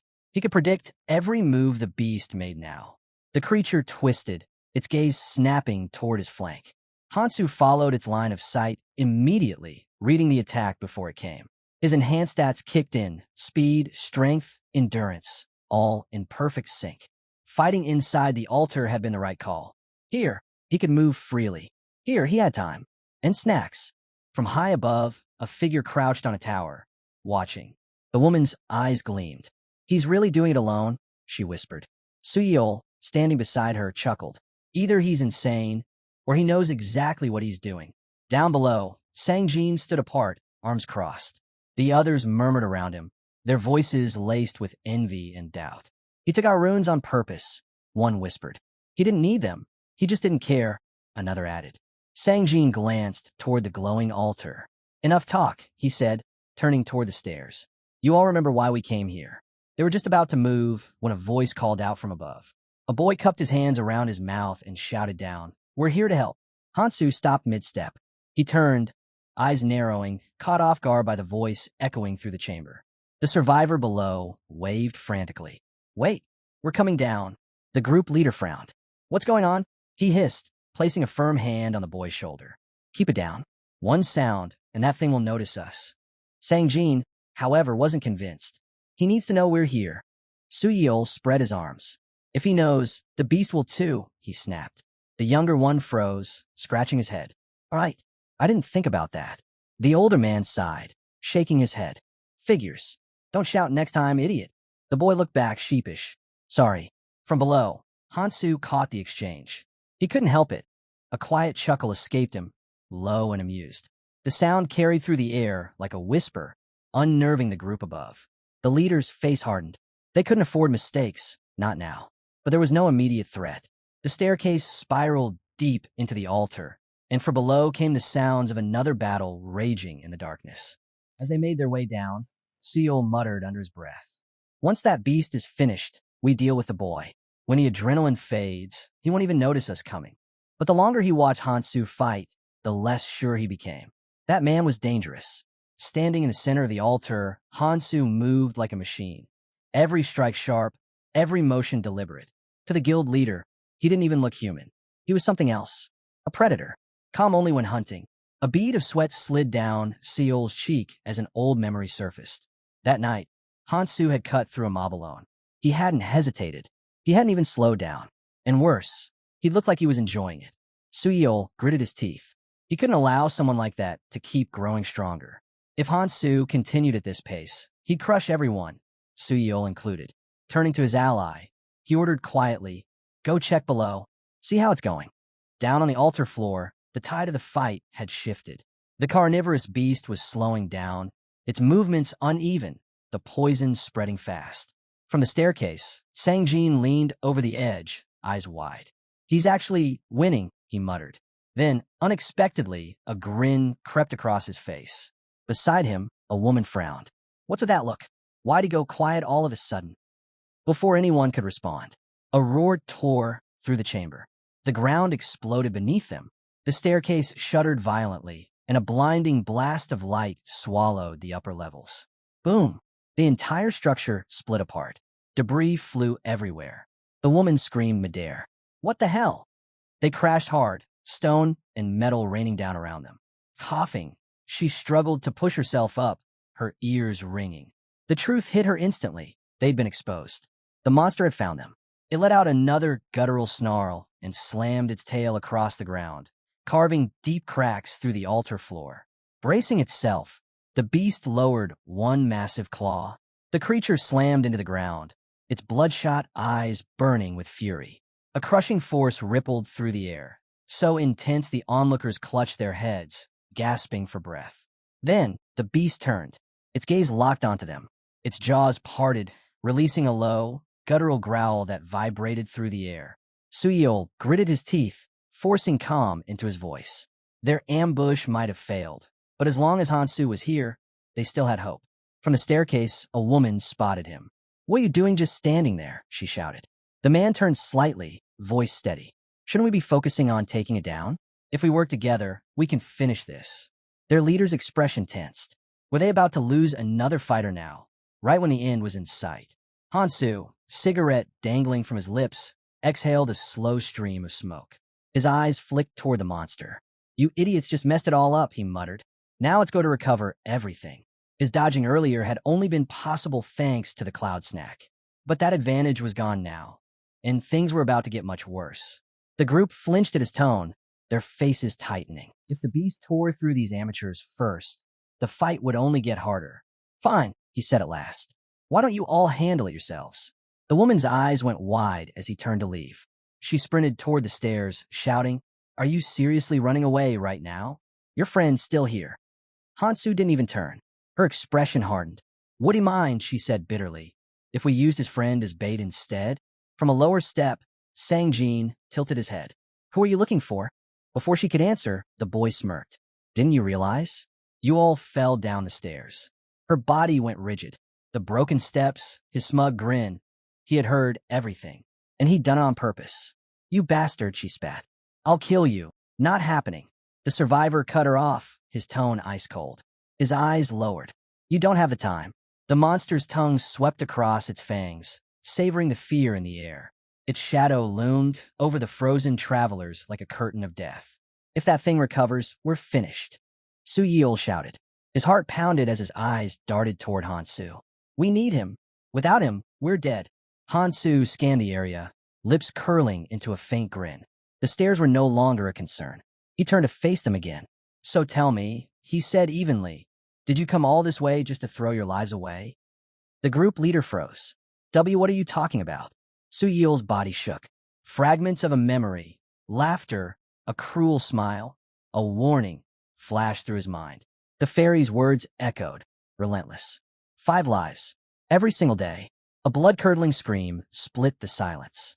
The beast's tongue snapped out, coiling around a helpless man and yanking him into its gaping maw. The others stood frozen, their screams dying in their throats as its jaws slammed shut. Hansu didn't move. He simply watched. Then, with a faint nod, he murmured, "Appreciate this sacrifice." As the survivor turned to leave, Hansu's voice cut through the chaos. "Why'd you do that?" The boy paused, squinting over his shoulder. He said he'd already seen through Hansu's intentions and warned him to be more careful with his words. His tone lowered, thoughtful. He'd realized something. A small, knowing smile curved his lips. "I can be useful," he said. Hansu's eyes hardened. "Then prove it." The young man blinked in disbelief. "Why should I?" Sangjin's calm answer came quick. He knew Hansu's ambitions weren't like the others. Hansu drew in a slow breath of smoke, gaze heavy beneath the shadows. "You're always 3 steps ahead," Sangjin continued. "You never hesitate. I saw it back with Song, and with the bandits." The memory flashed. Their enemies lay defeated, groaning, bleeding alive. Hansu had chosen not to finish them off, even when he could have, even when it would have made things simpler. He'd stood before the altar that loomed over the city, strength unmatched, and yet, instead of striking, he'd raised his hand and called for peace. Hansu frowned, voice low and sharp. "Why spare them? That's not like you." Sangjin didn't answer right away. Then, slowly, he lifted his hands. "Then let my hands be stained instead of yours," he said. "Take me with you. Let me fight beside you." Hansu's gaze flickered. Then he exhaled softly, eyes closing for a moment before stepping past him. He spoke without looking back. "I had no choice back then. That's why I got caught. But next time, I won't make the same mistake." Sangjin watched him walk away, the weight of his resolve settling in. There would always be obstacles in Hansu's path, so he would remove them one by one. For Hansu to reach his goal, he would become the blade that cleared the way. Hansu glanced back, his expression unreadable. "And if the world doesn't give you that chance," he asked quietly, "what if you fall behind?" Their gazes met in heavy silence, the air thick with unspoken resolve. It felt like a promise, and a warning of trials yet to come. A faint grin crossed Sangjin's face. "Then I'll get stronger," he vowed. "And when I do, you'll accept me as an ally." Hansu's eyes closed briefly before he gave his quiet reply. "Then leave." The words hit like a blade. Sangjin froze, unable to understand why his friend was still pushing him away. "Just one chance," he pleaded, rushing forward. "Let me fix what I messed up." Hansu dropped his cigarette, crushing it under his heel. He looked back, voice calm but final. "You misunderstood me." Without another glance, he turned and started walking. Just before disappearing into the shadows, he spoke over his shoulder. "Meet me here tomorrow." He pulled out a fresh pack of cigarettes, tapping one loose. "The monster won't be around by then." Confused, Sangjin frowned. "What do you mean?" Hansu didn't answer. His eyes flicked to the cigarette in his hand. "Take the runes from the bodies," he said simply, a faint smile ghosting across his face. "See you tomorrow." When his figure vanished, silence settled over the ruins. Sangjin's knees gave out. He hit the ground hard, frustration clawing at his chest. Hansu still didn't trust him. Not yet, but maybe one day that would change. A soft voice broke the stillness. Iris knelt beside him, her tone steady and cold. "You've forgotten your mission," she said. "Your duty is to save humanity." Her long hair hid her eyes as she continued, "But many will stand in your way. That's why you'll need a punisher, someone who'll do what you can't." Around them, armored warriors appeared like echoes of the past. The woman in armor raised a dagger, her movements deliberate. "Every monarch has a punisher," she said. "A hand that carries out the dirty work, so the master's focus remains pure." Hansu had once considered Ambi for that role, but Sangjin, he had already been a punisher once before, in another life. The glowing rune on his hand, now, was proof of it. Despite his doubts, Hansu decided to give him a chance. When the second training began, the survivors would scatter, shattered into glowing fragments of blue light, flung to faraway places. Hansu knew that when that day came, his view of Sangjin might change again. He smirked, turning his head slightly.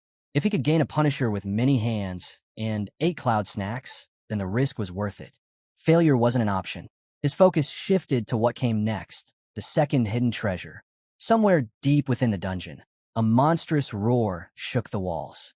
The creature's chest caved under a barrage of blows, rubble raining from above. The condition for claiming the treasure was simple, yet brutal. The monster had to die before it destroyed the altar. Hansu tightened his grip, blade gleaming in the dim light. Then he drove it straight through the beast's chest. No one else would dare attempt this. At the far end of the chamber, a golden portal flickered to life.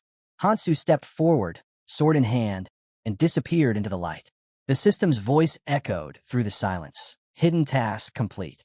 Blood dripped from his fingertips as the boy reached forward, closing his hand around the glowing treasure.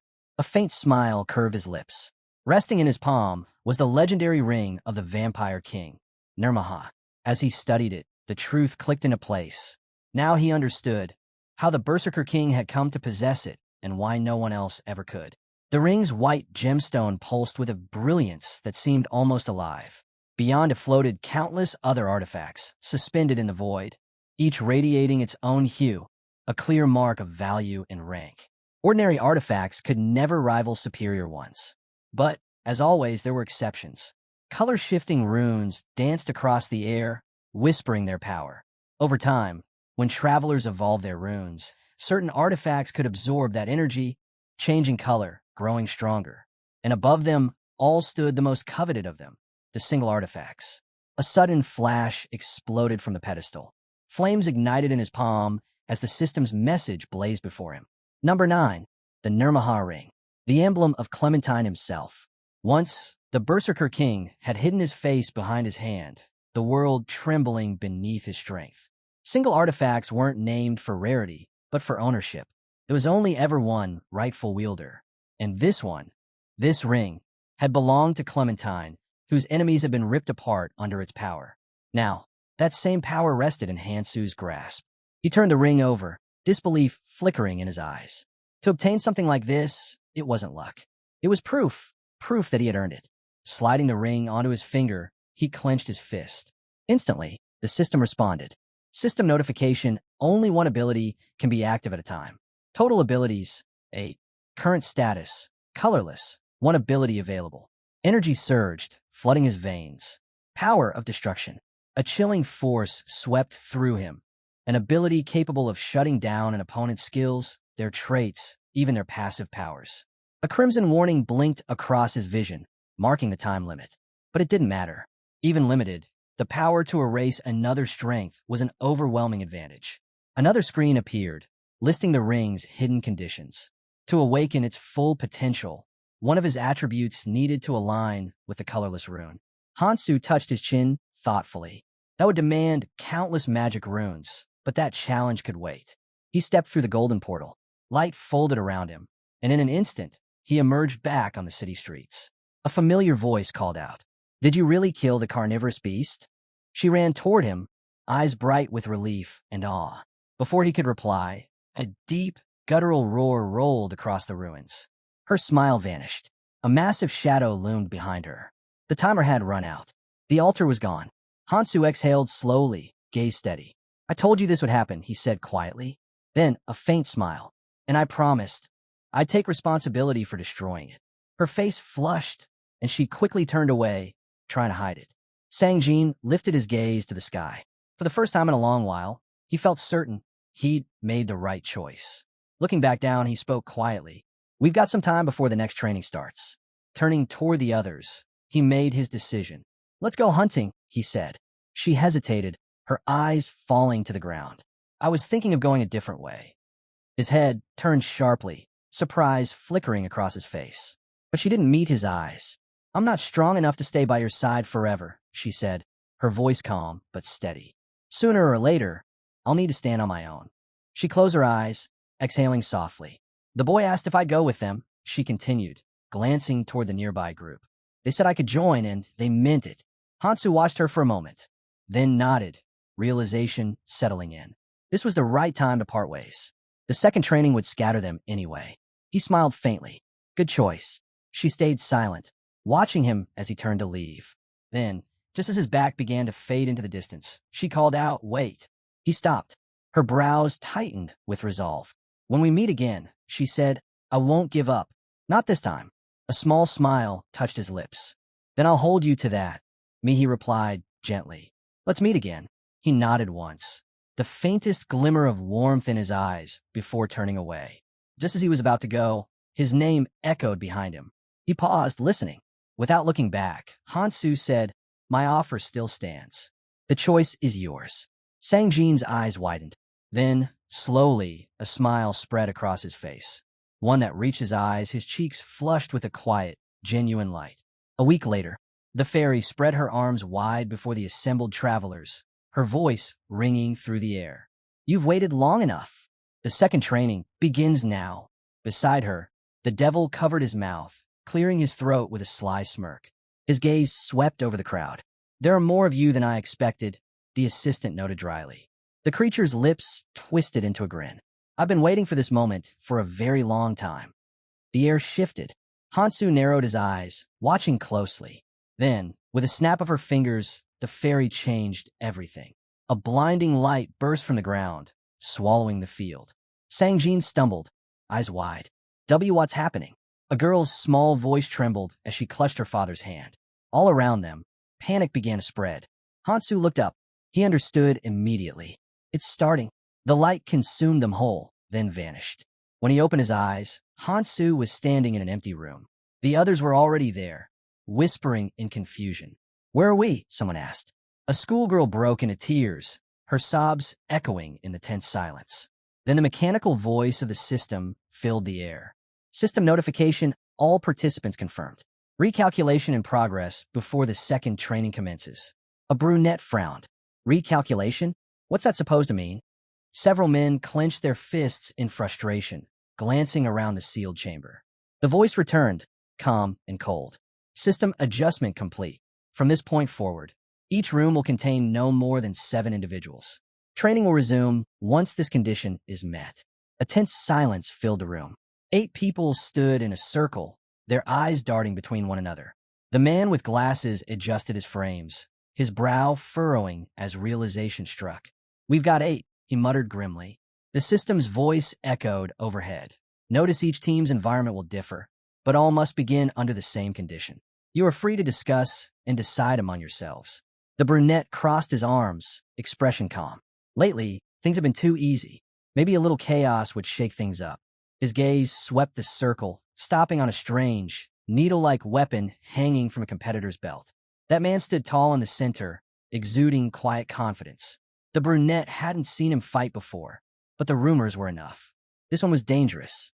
A woman raised her hand, breaking the silence. No matter what, we'll have to cooperate, she said. But let's be honest, one of us has to go. She closed her eyes briefly, then looked around. Let's introduce ourselves first. At least this way, we'll know who we're dealing with. Stretching her arms slightly, she added, and how useful we might be. The first to step forward was a man with a fiery red blade in hand. My name's Daechiol, he declared, voice filled with confidence. I'll be blunt. None of you have the strength to beat me. That makes me your most valuable ally. The man in the black suit arched a brow, visibly uneasy. Nearby, another traveler narrowed his eyes, recognition dawning. That aura? QI art, he murmured. Red light rippled from Daechiol's sword.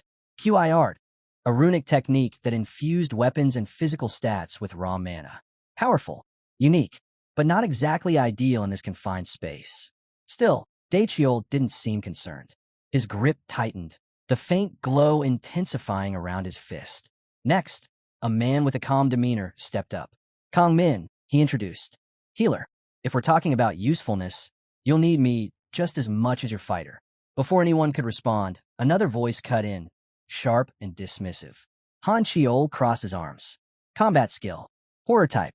I'll handle anything that tries to scare us. The man in the suit hesitated, his voice cracking slightly. Do we really need to eliminate someone? He asked. My family's here. There must be another way. No one answered. Then, Daechiol raised his hand. His gaze landed on the one person who hadn't spoken yet. You, he said flatly. Set the example. The woman's eyes narrowed. After a moment, she closed them briefly, then spoke. Jimin. When she opened her eyes again, a grin stretched across her face. Sharp, wild, and fearless. Before anyone could react, she moved. Wait, hold on. A nearby man stammered, stepping back. You don't have to. Too late. A purple aura burst around Jimin like a storm. In one swift motion, she blurred forward, and the sound of steel cutting through flesh followed. Blood splattered the floor. A strangled gasp escaped the warrior's lips as a blade pierced through his chest from behind. Han Chiol froze, disbelief twisting his face. The man in the suit threw himself over his family, shielding them as Jimin straightened. The blonde fighter fell forward, lifeless. Jimin twirled the blood-red stone between her fingers, her grin unshaken. The odds of getting a rune like this, she said casually, are incredibly low. Holding it up, she gestured to the rest of the runes scattered on the floor. Let's split them evenly, she suggested. No point wasting what's been earned. No one argued, but every pair of eyes watched her warily, killing so effortlessly they couldn't afford to let their guard down around her. Off to the side, the protagonist crossed his arms, gazed distant. This woman had just made things simpler for those who lacked strength. Her ruthlessness cleared the path for the weak to survive, at least for now. Nearby, a mother tightened her hold around her trembling daughter. They had died here once before, but this time, things were different. The future had changed. Hansu smirked faintly, watching it all unfold. Now, this was getting interesting. Just then, the air shimmered. From a rift in space, the fairy peeked out, clapping her hands.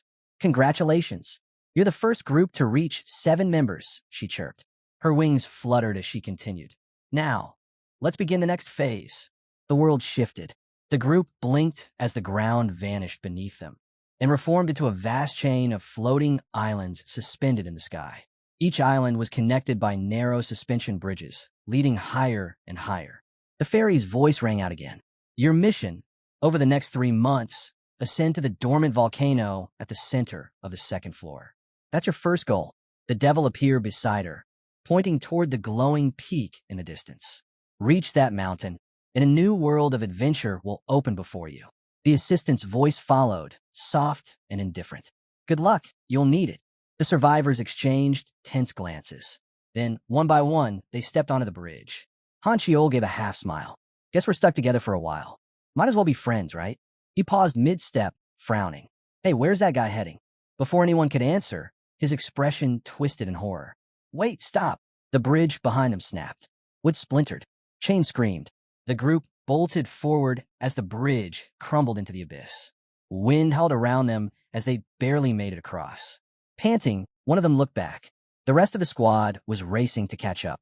Overhead, the fairy appeared again, cheerful as ever. Oh, right. Almost forgot to mention, she giggled. As time passes, the lower islands will start breaking apart. That means the bridges will fall faster too. The man who'd spoken earlier clenched his fists. Would have been nice to know that sooner. He forced down his frustration and got to his feet. Fine, but seriously, where's that guy going? The soldier beside him frowned. Probably off being antisocial again. Jimin chuckled, brushing blood from her sleeve. Let's follow him. He looks like he knows what he's doing. Ahead of them, the reincarnator walked steadily, eyes fixed on the forest path winding through the island. The sunlight filtered down through the canopy, warm and blinding. Han Chiol sighed, dragging his feet. We've been walking for hours. Not a single bridge upward in sight. He glanced around, irritation growing. Are we sure he even knows where he's going? A girl lazily waved away a fly. Beats me. Han Chiol scowled. We've passed this spot before. There's nothing here. Then, noticing their leader chewing on something, he asked, What you've been eating all this time? Hansu turned, holding up a rough strip of bark. Oak, he said. Works as an antidote for fawn. Han Chiol raised an eyebrow. An antidote? For what reason? Before Hansu could respond, a deep rustle echoed from above. Branches bent, shadows shifted, and then, with a hiss that split the air, a massive serpent uncoiled from the trees, its tail snapping toward them like a whip. The serpent dropped from the branches like a thunderbolt. In a split second, Hansu grabbed his comrade by the collar and yanked him backward. Just as the beast lunged, its jaws snapping shut where the soldier had been standing. Hansu squinted, the corner of his mouth lifting. Found it. The team scattered, barely dodging the impact. Catching his breath, one of them looked up. How did you even know it was coming? Still chewing on the piece of bark, Hansu shrugged. Superpowers. The soldier blinked. What's that supposed to mean? He didn't get a finish.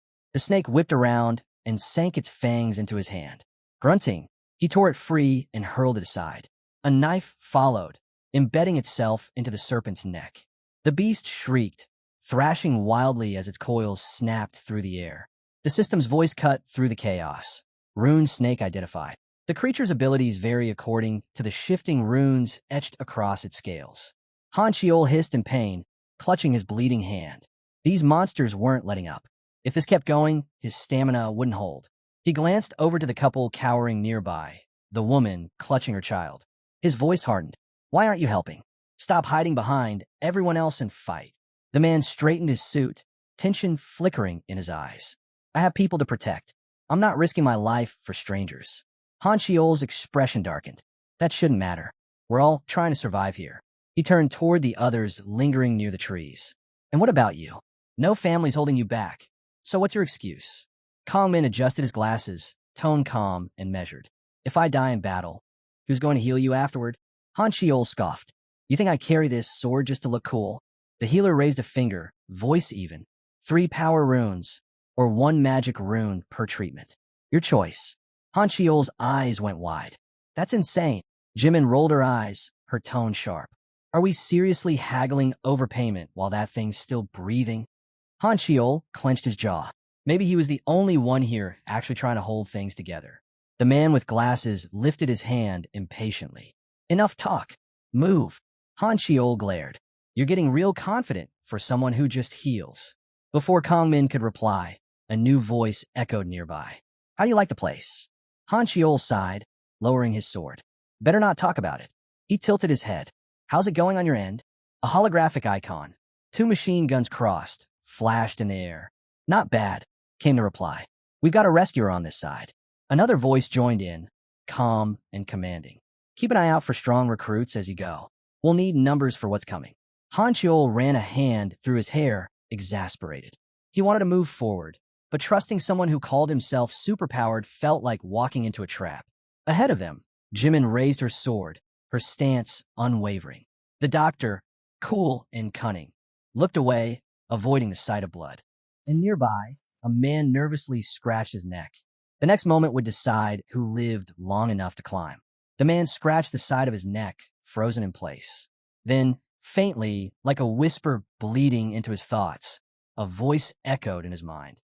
Survival, that's all that matters. We'll meet again.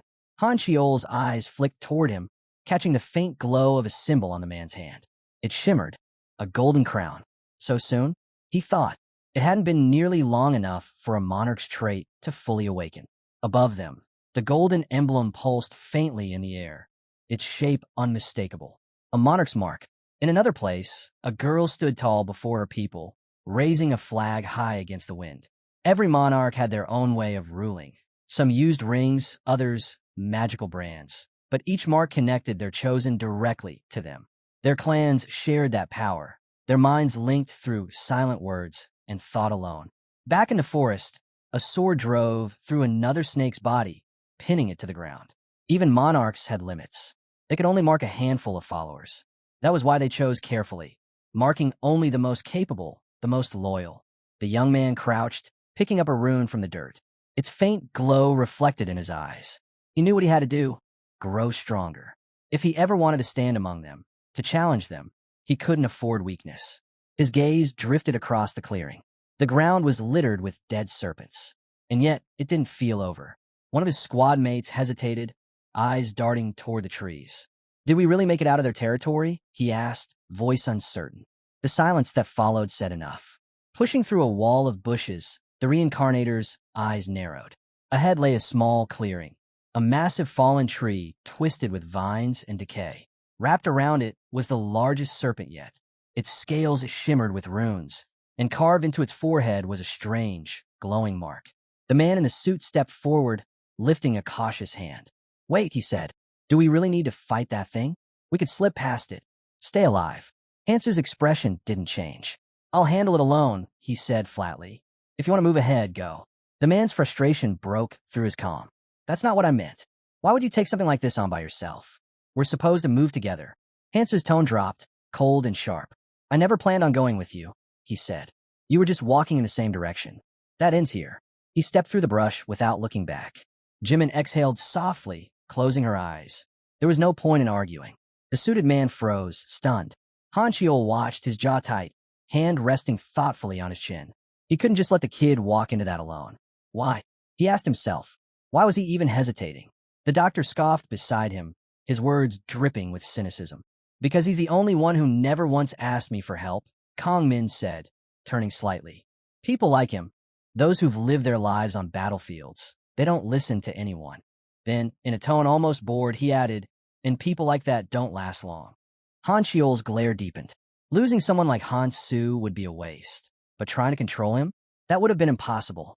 The devourer snake's fangs sank deep into a tree trunk, splintering the wood as its jaw stretched impossibly wide. It moved with eerie precision, waiting, calculating. Whenever a certain magic rune pulsed to life, the beast recoiled. Yet the moment another rune appeared, it struck without hesitation. Only one rune threw off its rhythm: agility. Each time that one activated, the mark on its forehead began to shift. Hansu's eyes narrowed. The instant the runes flickered, he moved, his blade slicing through the air in a blur. The snake hissed violently, coiling and striking again. It was faster, stronger, and smarter than the common breeds. But Hansu had faced far worse. Lighting a cigarette, he exhaled slowly through the haze of smoke. A long fight won't wear me down, he thought, but it'll attract trouble. The rune snake's scales shimmered as its resistance rune activated, dulling the force of his blows. That only confirmed what he already suspected.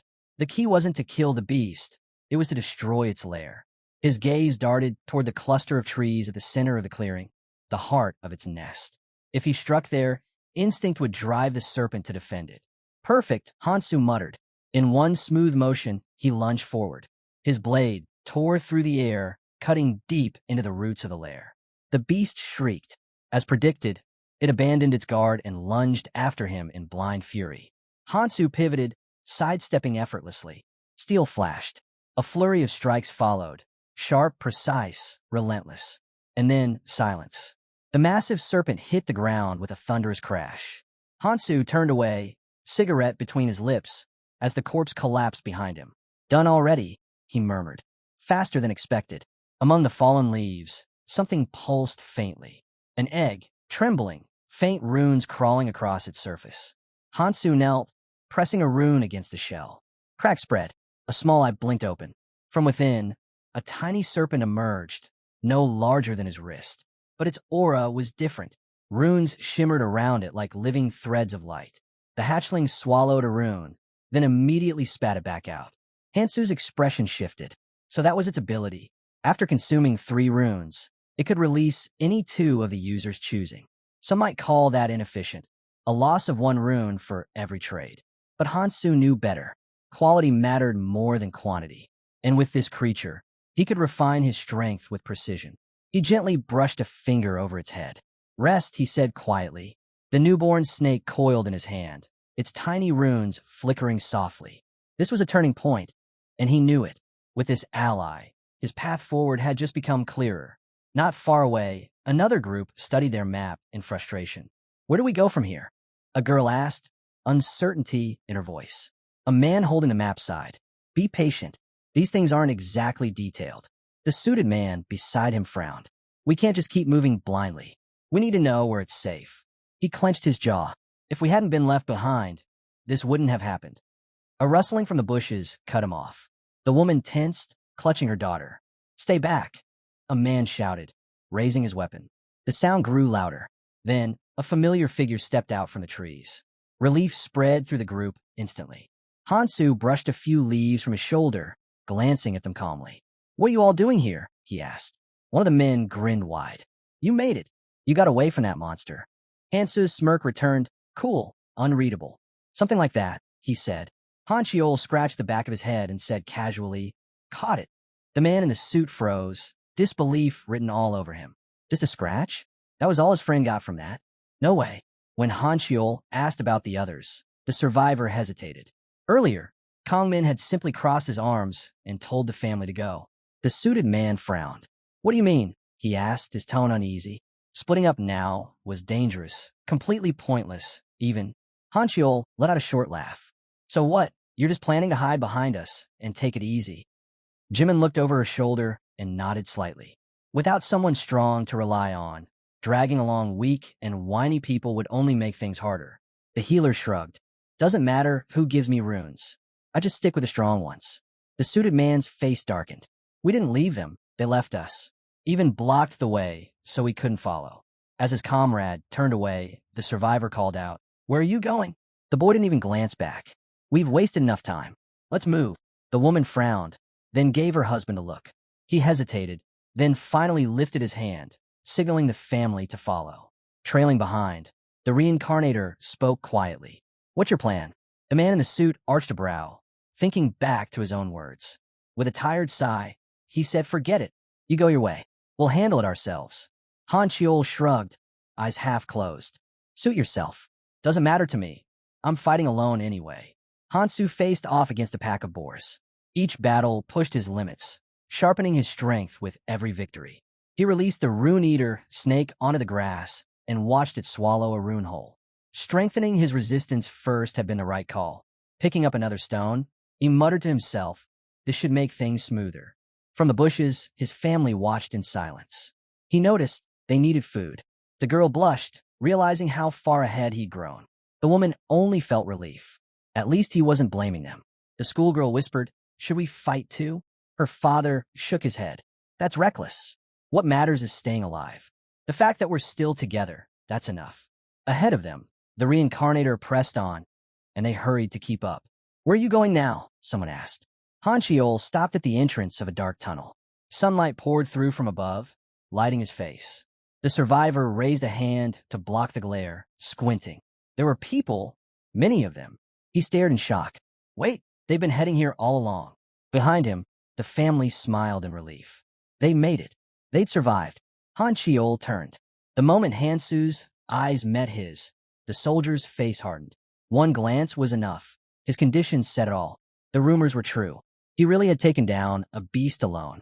Meanwhile, the fairy propped her chin on her hand, clearly irritated by the noise from the stragglers. With an exasperated sigh, she waved her arm, and the heavy door slammed shut behind them. A massive slab of stone sealed the tunnel, leaving no path back. Not far away, the devil snapped his fingers, a wicked grin spreading across his face. Let's make things more exciting, he said, triggering another large-scale event. In an instant, the scenery twisted. The survivors blinked, finding themselves standing on the shore of a mountain lake. At the dock on the first floor, the assistant stood waiting, visibly relieved. Around 75 people had made it this far. Then, a hulking figure appeared above the water, its voice booming across the area. Next event, battle for the tickets. Blue tickets shimmered into existence before each traveler. These weren't just ordinary slips of paper. They were the only way to escape the collapsing island and reach the next one. The fairy floated up, spreading her arms dramatically. Now, then, listen carefully, she said. Some islands are crawling with monsters and surrounded by lava. Others, especially those at the center and south, hold treasures beyond imagination. But don't expect it to be easy. A projection appeared above the lake, showing the map. Boats were scattered across the water, each designed to carry 3 people. To travel, every group needed at least 3 tickets. But there was a catch. If 3 people used 3 tickets, they'd be sent to separate islands. A glowing diagram appeared, displaying how boats would scatter. Some would drift toward the outskirts, others toward the center. One island pulsed with a question mark, its destination unknown.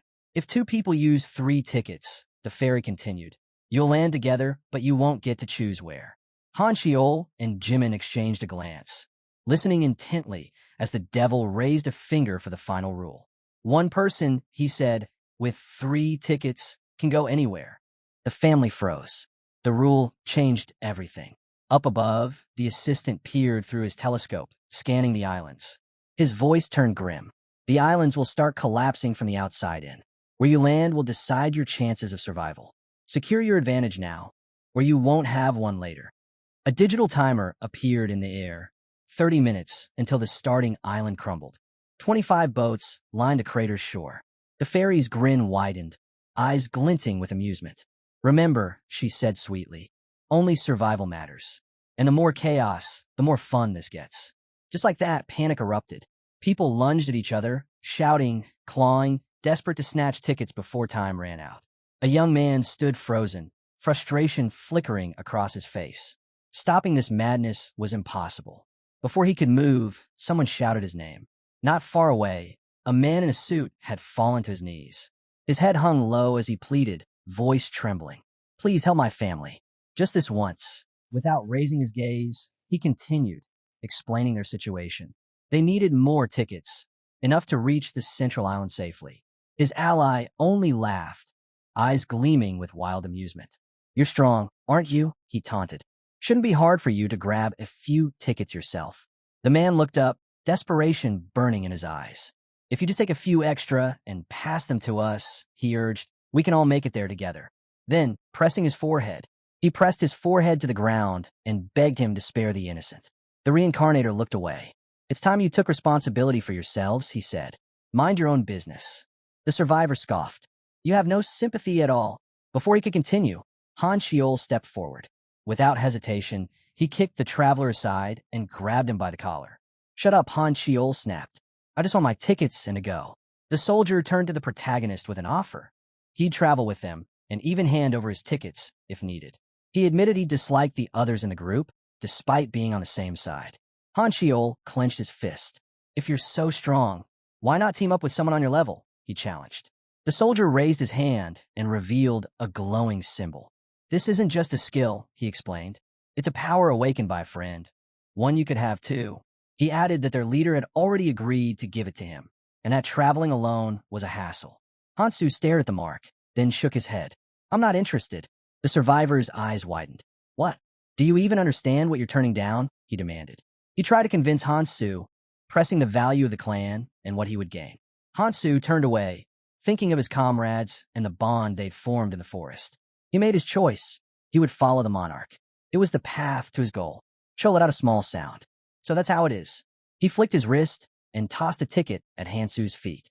"I stole this from that worthless man," he said, pointing to the fallen survivor. "Take it or don't.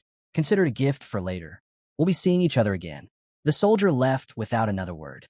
Hansu glanced at the ticket on the ground and remained unmoved. The tricks wouldn't work on him. None of it mattered right now. The moment other travelers saw the ticket, chaos erupted. A mob surged forward, desperate to grab it. Someone snatched it first, but the fight continued. Hansu stood to the side and watched as survivors clawed at each other for a chance to escape. A flash of silver cut through the melee, a knife. Kian lunged at a man to protect her father. The attacker seized her by the vest and, realizing they were from the same family, spoke in a cold tone. "Perfect. Then you could die together." From above, the fairy watched the chaos unfold, resting her chin on her hand with a wicked smile. The parents' cries for their daughter echoed through the air, raw, broken, and exactly as intended. Every tear, every scream, all part of the design. This wasn't just survival. It was entertainment. Below, the battlefield of puppets danced on cue, and the devil's unseen hands tugged at every string. Even death was nothing more than a piece of the show. Through the noise, a voice called out, asking why the young man had rejected Han Chiol's offer.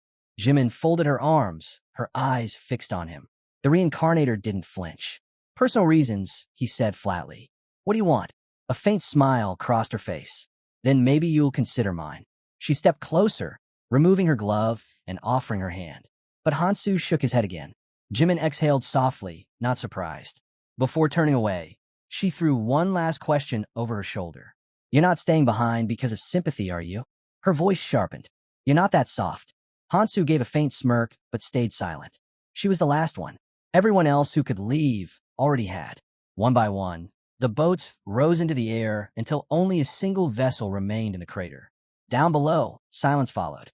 No one would ever know what happened here. Bodies covered the ground, some bleeding, most lifeless. Those who survived could barely stand. Behind Hansu, shadows trembled and begged for help. He wanted to save them, but he couldn't. Not here, not under the fairy's control. Above, the devil floated lazily, his grin stretching wider as he observed the despair below. Hansu turned from the pleading faces, tightening his grip on his sword. If he hesitated now, everything he'd fought for would mean nothing. His hand shook. "Forgive me," he whispered. He already knew what awaited those left behind. The remaining travelers fell into the acid river, their screams cutting through the air. The fairy clapped her hands in delight as their bodies melted away, her laughter ringing across the crater. Hansu raised his arms, his blue eyes blazing. "Complain all you want," he said. He wasn't letting them die for her amusement. This was his way of granting mercy. Above him, the floating islands gleamed in the light. The rune-eater snake on his shoulder coiled tighter, swallowing another rune as it hissed softly. Fascinating, Hansu murmured, but the moment passed as quickly as it came. The assistant crossed his arms and nodded with approval. As expected from a rising star, he said. We never talk for fun. The devil chuckled, hovering just behind him. I'll be waiting for our next encounter. Hansu glanced down, his face unreadable. He felt no regret. He hadn't come back to save everyone. He'd come to win. In this world, hesitation was death. Lifting his gaze to the sky, he focused on what lay ahead. The central island. As the last boat rose into the air, he stepped aboard. The wind caught his hair, the light fading behind him. And just like that, he moved on to the next stage. At the center of the island rose a towering clock tower, its shadow stretching across the land like a silent guardian. A system voice echoed through the air, congratulating the 1,921 travelers who had made it this far, welcoming them to the land of opportunity. Beneath the endless blue sky, the castle stood tall, with crimson roofs glinting under the sun. Here, on the central island, three things mattered above all else.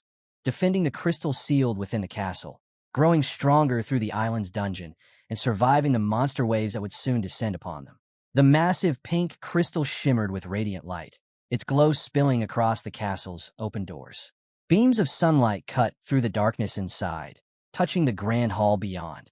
But within those halls, an army of skeletons marched forward, armor clattering, eyes burning an eerie red. Hold the line, the hero shouted. From the castle walls, defenders loosed arrows and swung their blades, trying to push back the tide. But panic began to spread. We're out of men, a boy yelled. The hero's jaw tightened. His sword met bone and steel, sparks flashing with every strike. Then a sickening sound. A skeleton's blade sliced clean through a girl's neck. The hero's voice broke into a desperate roar. Just hold on. If we endure a little longer, we'll live to see another day. Among the fighters, one man raised his trembling hand, exhaustion hollowing his face. Last another month? Are you insane? We need reinforcements. The hero turned, barking an order for everyone to stay in formation. Then came a crack of light, pure energy ripping through the air, shaking the ground. Pebbles rose from the floor as a shriek split the battlefield. Inside the castle, a young man slammed his palm against the ornate table. We need order, he shouted. The hero stood, frustration in every breath. Their defenses had fallen on the first day. The losses were unbearable. How long could they keep this up? Young-wook scowled. At this rate, we won't just lose the crystal, we'll all die here.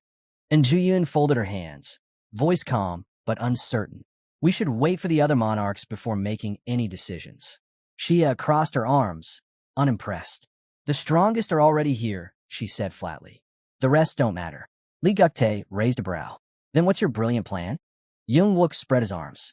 Our biggest problem is manpower.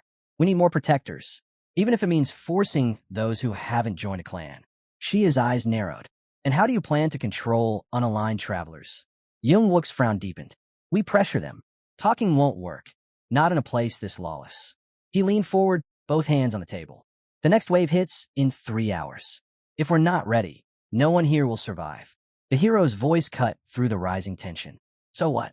We just sit back and wait to die. Li Guktae tilted his head, his tone sharp. And if the clan alliance joins us, can you promise that'll change anything? The hero let out a sharp breath. Sending more people into the dungeon isn't something we can decide lightly.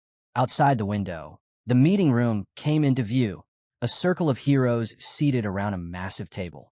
Someone spoke up, pointing out what everyone had already realized. Their numbers had grown. They now rivaled the clan alliance.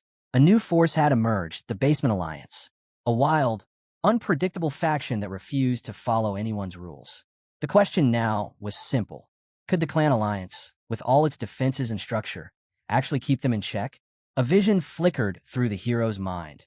Rows of weary travelers standing before a heavy wooden gate. Young-wook turned from the window, his tone firm. Send the frontline clans into the dungeon, he said. And Jiyun shot to her feet. And who's supposed to defend the castle while they're gone? A girl across the table chimed in. Then the smaller clans should go first. We can't afford to risk the main forces. Xia closed her eyes and exhaled. The conversation was spiraling nowhere. Everyone wanted to protect their own. No one had a real plan. Biting her finger, she looked away, thoughts spinning. If all 1,900 of us focused on defense, maybe then we'd stand chance. Once survival had united them. But that changed the moment a single fighter returned from the dungeon, holding a relic of immense power. Greed took root. Clans began abandoning their posts, one after another, chasing strength instead of safety. By a massive sword embedded in the ground, a few battered warriors stood catching their breath. A girl clutched a glowing stone to her chest. Beside her, a boy tightened his grip around a golden necklace. She had chewed her nail absently. How are we supposed to protect the crystal for an entire month like this? The door suddenly burst open. A girl stepped inside. Shia's shoulders tensed. Her patience snapped. She raised a hand. I don't have time for your nonsense. Jimin's smirk was brief. Relax. I'm not here to play games. I've got news. Shia narrowed her gaze. Then say it. Fast. Jimin's tone hardened. Someone's out there fighting the Basement Alliance, alone. What? Shia's eyes widened. That's insane. How could anyone even? A faint, panicked voice cut through the distance. I never promised I wouldn't go. The heroes turned toward the sound. A young man stumbled forward, falling to his knees, gasping for breath. Sweat dripped from his chin as he forced the words out. 2 more days, he panted.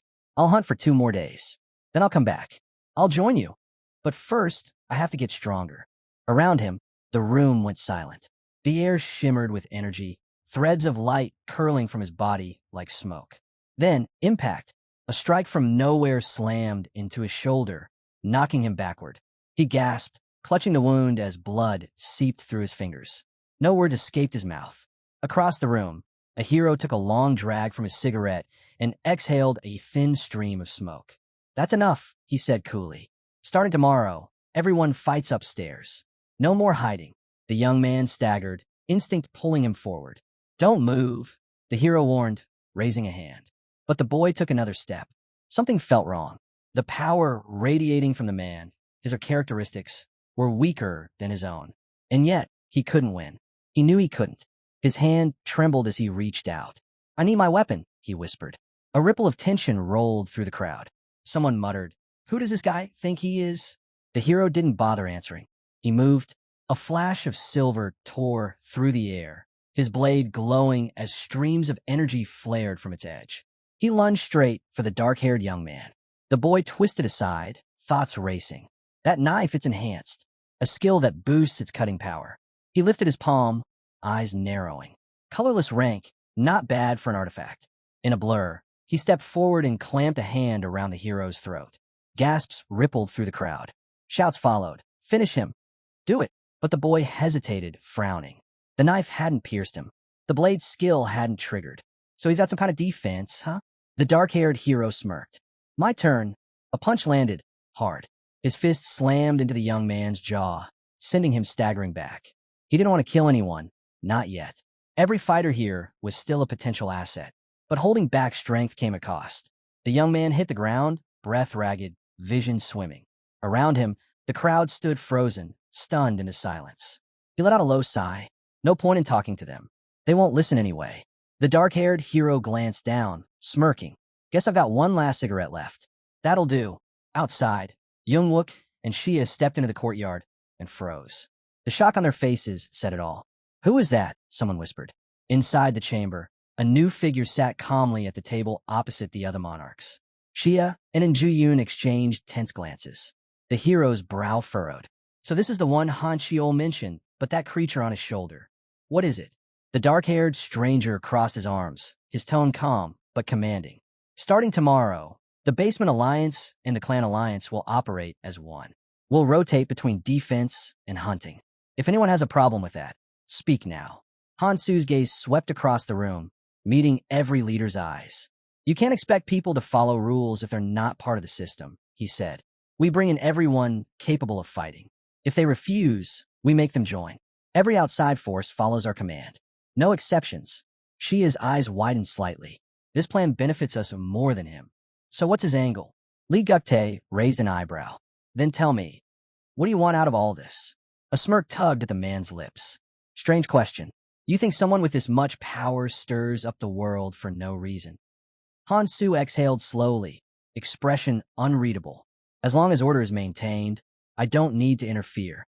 Li Guktae narrowed his eyes. And if that changes, what if one day you decide to turn on us? Hansu stood abruptly, the air around him shifting. I don't have time for useless talk, he said, his grin faint but sharp. But since you're all so paranoid. His form shimmered, then vanished. Youngwook's eyes went wide. He's gone. Weapons were drawn instantly, scraping against armor and wood. Stay alert. Shia's voice rang out. He could strike at any moment. Lee Guktae scowled, drawing his sword in one sharp motion. It's just an invisibility trick. He can't have gone far. A shift in the air, an almost imperceptible pressure. Then, a blade pressed cold against his throat. Hansu stood behind him, calm as ever, his voice edged with quiet amusement.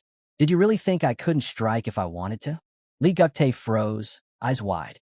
For a moment, he couldn't tell if this was sleight of hand or something far beyond his understanding. Had the boy actually summoned a presence powerful enough to crush his senses completely? The realization hit like a stone. He'd been outplayed from start. Hansu's gaze was steady. This ability, this power, wasn't new. It was something he'd gained just before coming here. The pattern had remained consistent so far, and he had no intention of breaking it now. Lee Guktae dropped to his knees, palms pressed to the floor, trying to steady his breath. Hansu stepped back and spoke evenly, his tone carrying through the hall. Calm down. I'm not here to start a fight. His words were firm but measured. Now isn't the time for rivalry. Each of you has a role to play. If we focus on that, this alliance will hold. For a long moment, no one spoke. Finally, Lee Guktae rose to his feet, rubbing at his neck as if still unsure what had just happened. Hansu turned and walked down the long corridor of the castle, his steps echoing softly against the stone. Forming this alliance wouldn't be easy, not after so much distrust, but it didn't need to happen overnight. He could wait. This was just the beginning. Bigger problems loomed ahead. That was when Jimin appeared, blocking his path. Hold it, she said. You're not just going to walk off again. Hansu stopped, frowning slightly. Jimin raised an eyebrow, reminding him of their last conversation. You brushed me off before, she said. But this time, I expect a real answer. Particles of light shimmered in the air between them, faint and shifting like fireflies. I'm asking again, she said softly, stepping closer and placing a hand on his shoulder. Join us. Traveling alone can't be easy. Or, she tilted her head, do you already have someone? Hansu's face darkened. He turned his gaze away without a word. Jimin's eyes sharpened. I heard you were with a girl named Mihi, she said. At Gangnam Station. The silence that followed said more than words ever could. His expression gave her all the confirmation she needed. With a faint smile, Jimin brushed past him. Well, it doesn't really matter. But it'd be nice if you joined our clan. Hansu stood still, silent, lost in thought. She turned back one last time, smirking, not even pretending to listen. Figures. Her tone softened into something teasing. You're an annoying bastard, you know that? And with that, she walked away. Hansu exhaled quietly, leaning against the castle window. Outside, the battlefield stretched below. The walls cracked and burned. Fighters sprawled among rubble and smoke. A commanding voice rang out over the chaos, ordering the fallen to be gathered. Supplies were still needed, and the healers were told to pull back. Hansu turned to the sergeant beside him. The southern walls holding up. Barely. The man nodded. Good. I've sent the wounded below deck to recover. The rest are standing by. He paused, studying Hansu's expression. How's your clan holding up? Hansu exhaled slowly. This time, we actually managed a solid defense. Every post is holding. Below the walls, the battlefield was a graveyard of shattered bones. Skeletal remains lay strewn across the ground, skulls split clean through by blade strikes. The Basement Alliance, once divided and uncertain, had finally fought as one. They'd held their ground. All around him, exhausted warriors slumped against the ramparts, catching their breath in silence. Hansu looked out over the ruined field. Thanks to them, he said quietly, we avoided any major losses. The sergeant gave a tired grin. Maybe so, but we can't start getting comfortable. His eyes swept over the heaps of broken skeletons. If next time's worse, do we even have a choice? Hansu didn't answer. He just stood there, the wind tugging at his hair as he turned his gaze away. Incredible, someone said nearby. You handled all that alone? The sergeant chuckled under his breath. He could already imagine asking Hansu that question himself, but he knew what kind of answer he'd get. The boy would just shrug, maybe mutter something vague. If he had an ounce of humility, the sergeant thought he'd have invited him into the clan already. But that was between Hansu and whatever gods were watching over him. Still, he couldn't deny it. At this rate, they might actually stand a chance. Maybe, just maybe, they could keep surviving wave after wave. Then Hansu's sharp voice broke through the calm. Sergeant, look, something's in the air. All eyes turned upward. From behind the clouds, a figure descended gracefully, the fairy assistant. She smiled, floating just above them. Waiting for me, she asked, her tone almost sing-song. The air tightened instantly. Her appearance was never good news. Have you all enjoyed your rest these last 2 days? She continued, her smile never fading. Uneasy glances passed between the heroes. They knew the pattern by now. Whenever she appeared, the next trial wasn't far behind. Sensing their fear, the fairy giggled softly. Oh my, you all look so tense. How dull. She clapped her hands once. Let's make things interesting. A mischievous spark lit her eyes. Starting today, demons will join the battlefield. A cold murmur rippled through the group. These creatures, she went on, are far stronger than the undead you've been facing. She tilted her head with mock sympathy. But don't worry too much. Unlike those boring skeletons, demons drop something valuable when you kill them. With a flick of her wrist, an illusion shimmered into the air. An enormous, horned demon, its claws wrapped around glowing gems that pulsed like embers. These, the fairy said, pointing to the glittering stones at the creature's feet, can be exchanged for powerful artifacts. There's even a shop made just for this stage. Whispers broke out among the fighters as translucent system windows flickered before their eyes. Men and women stared at the glowing menus, speechless. Hansu's brows lifted as he scrolled through the options, his expression unreadable. The fairy caught his reaction and smiled knowingly. Oh, and one more thing, she added sweetly. Those crystals aren't just for weapons or gear. She waved a finger, and another window appeared, an icon of a running figure. See this? She said, her voice lilting. 600 crystals. That's all it takes to buy an escape ticket. A nearby hero squinted at the glowing system window. It says up to 5 people can go together. The fairy clapped her hands, laughing in delight. Exactly. So go on, give it your best, and start collecting. Before anyone could even process her words, the air split open with a violent surge of red energy. In front of the castle gates, a massive clawed hand reached out from a swirling portal, long, black talons glinting under the light. Then came the grin, twisted, inhuman, a face stretched by malice and hunger. The creature arched its back and let out a deep, rumbling laugh that vibrated through the ground. Incoming, someone shouted. The heroes froze. Not a single soul dared move. The demon stepped forward, its gaze sweeping the crowd. Everyone wanted those crystals, but who would risk being the first to face it? Through the tense silence, Hansu's voice cut clear and steady. Step back. He pushed off the wall in one swift motion, his blade flashing in the sunlight as he launched himself into the air.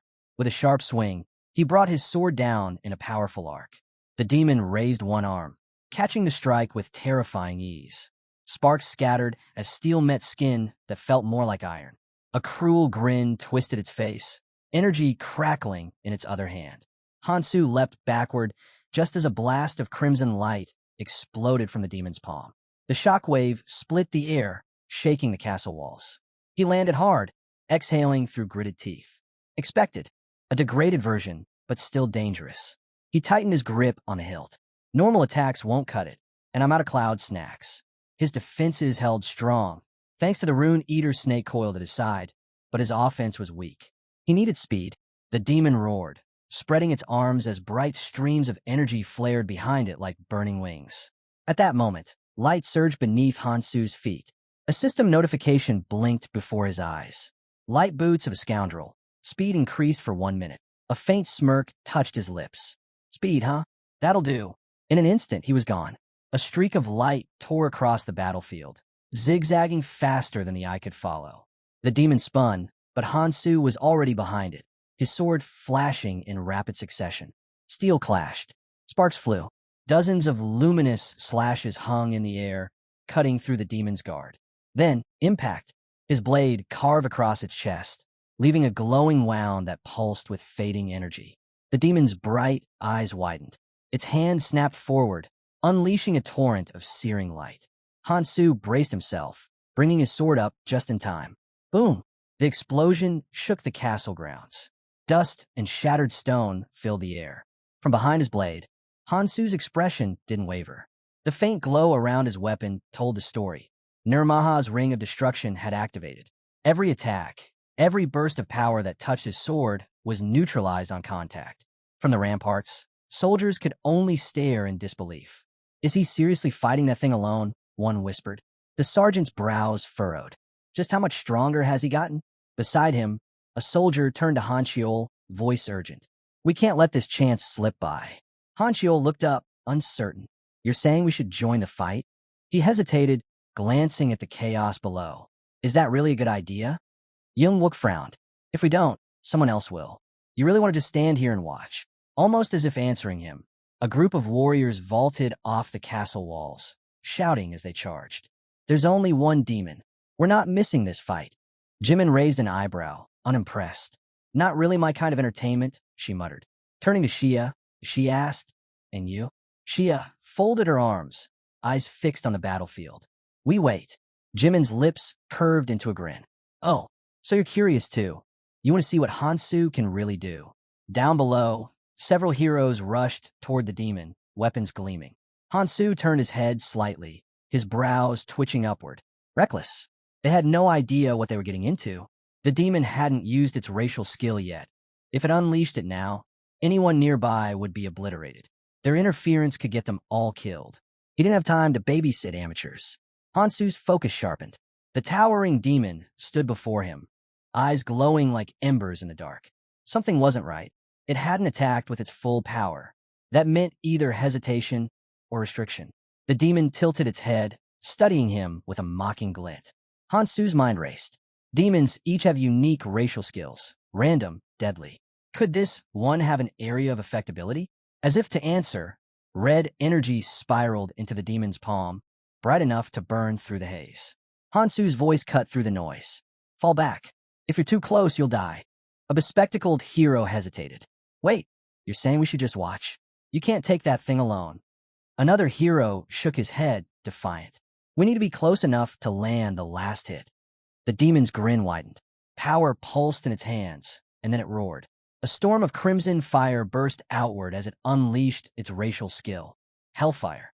The flames carved through the air like living serpents, devouring everything they touched. About an artifact, one hero shouted, raising his shield. It'll block minor flames. Another clicked his tongue. TCH, if I finish it off, the loot's mine. Hansu's voice tore through their chatter. Run. It was too late.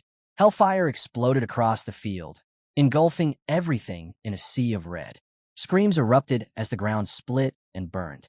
The warriors scattered in panic, their courage swallowed by the inferno. The demon stepped forward through the blaze, laughter echoing across the ruined battlefield. And through that storm of heat and smoke, Hansu didn't move. Resting his sword on his shoulder, he smirked faintly. Hellfire, huh?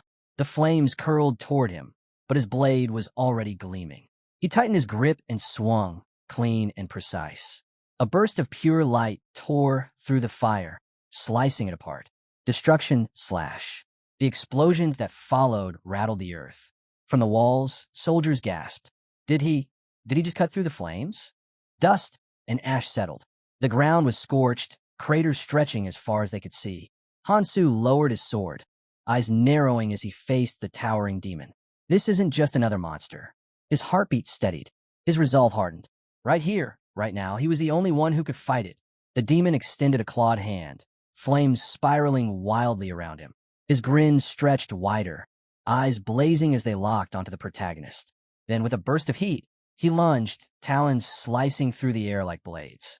Hansu froze for a moment, his breath catching in his throat. His hands trembled as his gaze fell on the hero, standing tall, sword buried deep in the ground like an anchor in the chaos. He clenched his fists, frustration twisting inside him. Is he really just a traveler like us? They had started this journey together. So how had the distance between them grown so vast? Hansu swung his blade, cutting straight through the stream of fire rushing toward him.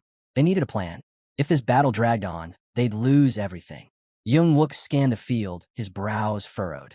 Behind him, Sergeant Xia covered her mouth in shock, while Jimin watched with a faint smirk.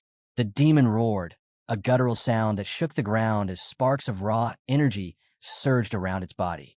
The protagonist lifted his head, his eyes locked on the monstrous figure before him. A man in a cloak raised his hand high, signaling everyone to brace for the next assault. The clan began to regroup. The tide of battle was shifting. Later, Jimin leaned against a cracked wall, arms folded. Silence hung in the air until a voice broke through it. If you're waiting for him, you're wasting your time. She turned slightly. What are you talking about? Han Shiol sighed, rubbing the back of his neck. I mean, it's pointless. I've waited here before. It never changes anything. Jimin's eyes narrowed. Who exactly are you waiting for? Han Su. Han Shiol replied quietly. Who else? A tense moment passed before he spoke again. So, were you sent here by the monarch? The hero's expression shifted, his tone low but sharp. Be straight with me. We're alone here. You know as well as I do the clan alliance is hanging by a thread. His eyes hardened. And you know the reason. Jimin studied him carefully. Why tell me this? Before he could continue, his eyes darted toward the shadows. He stiffened. Jimin frowned. What is it? Thought I was being watched, he muttered. Meanwhile, Lee Guktae stood by a tall window, overlooking the city below. It's been some time since Hansu started monopolizing the demons, he said. And still, he hasn't made a single move. A young man beside him frowned. No reports either. The clan's been monitoring him, but something's off. A girl nearby added, all he does is defend the fortress, hunt demons, and occasionally dive into dungeons. Thanks to him, our defenses are stronger, but she turned toward Guktae. There's another issue. The independents, those refusing to join any clan, keep clashing with the clans. Guktae rubbed his chin thoughtfully. I expected as much. A man like him, standing apart from every faction, it was bound to stir conflict. His gaze hardened. Even the clan alliance is being forced to follow his lead. He exhaled slowly, voice low and firm. That's why I've already made my preparations. A group stepped forward, the tension thick in the air. Lee Guktae's lips curved into a knowing smirk. If our strength falters, we lose control, he said evenly. And once that happens, everything we've built collapses. That's not an option. Among the gathered crowd, a figure in a crimson robe stood tall and steady.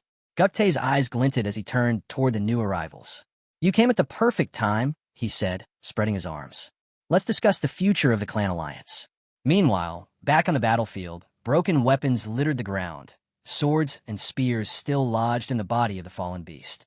The protagonist stood silently, both hands gripping his blade. He lowered his head. This was meaningless. The last spear slipped from his grasp, clattering against the dirt. Hansu exhaled, raising one hand as a pale serpent coiled loosely around his neck, its tongue flicking in the air. He began counting. This made 60. Finally, he had gathered enough. High-tier artifacts shimmered inside the crystal shop's display. Shields, potions, swords, axes, each glowing faintly, pulsing with power. Most were clan-exclusive, each one capable of shifting the balance of war. If those crystals fell into clan hands, chaos would follow. Hansu couldn't allow that. He needed to move before it was too late. His gaze lifted to the system window hovering before him. I have a bigger goal in mind, he muttered. A notification chimed. Exchange complete. 60 crystals deducted. The air rippled as streams of light converged, solidifying into chains of gleaming iron. Hansu's smirk deepened.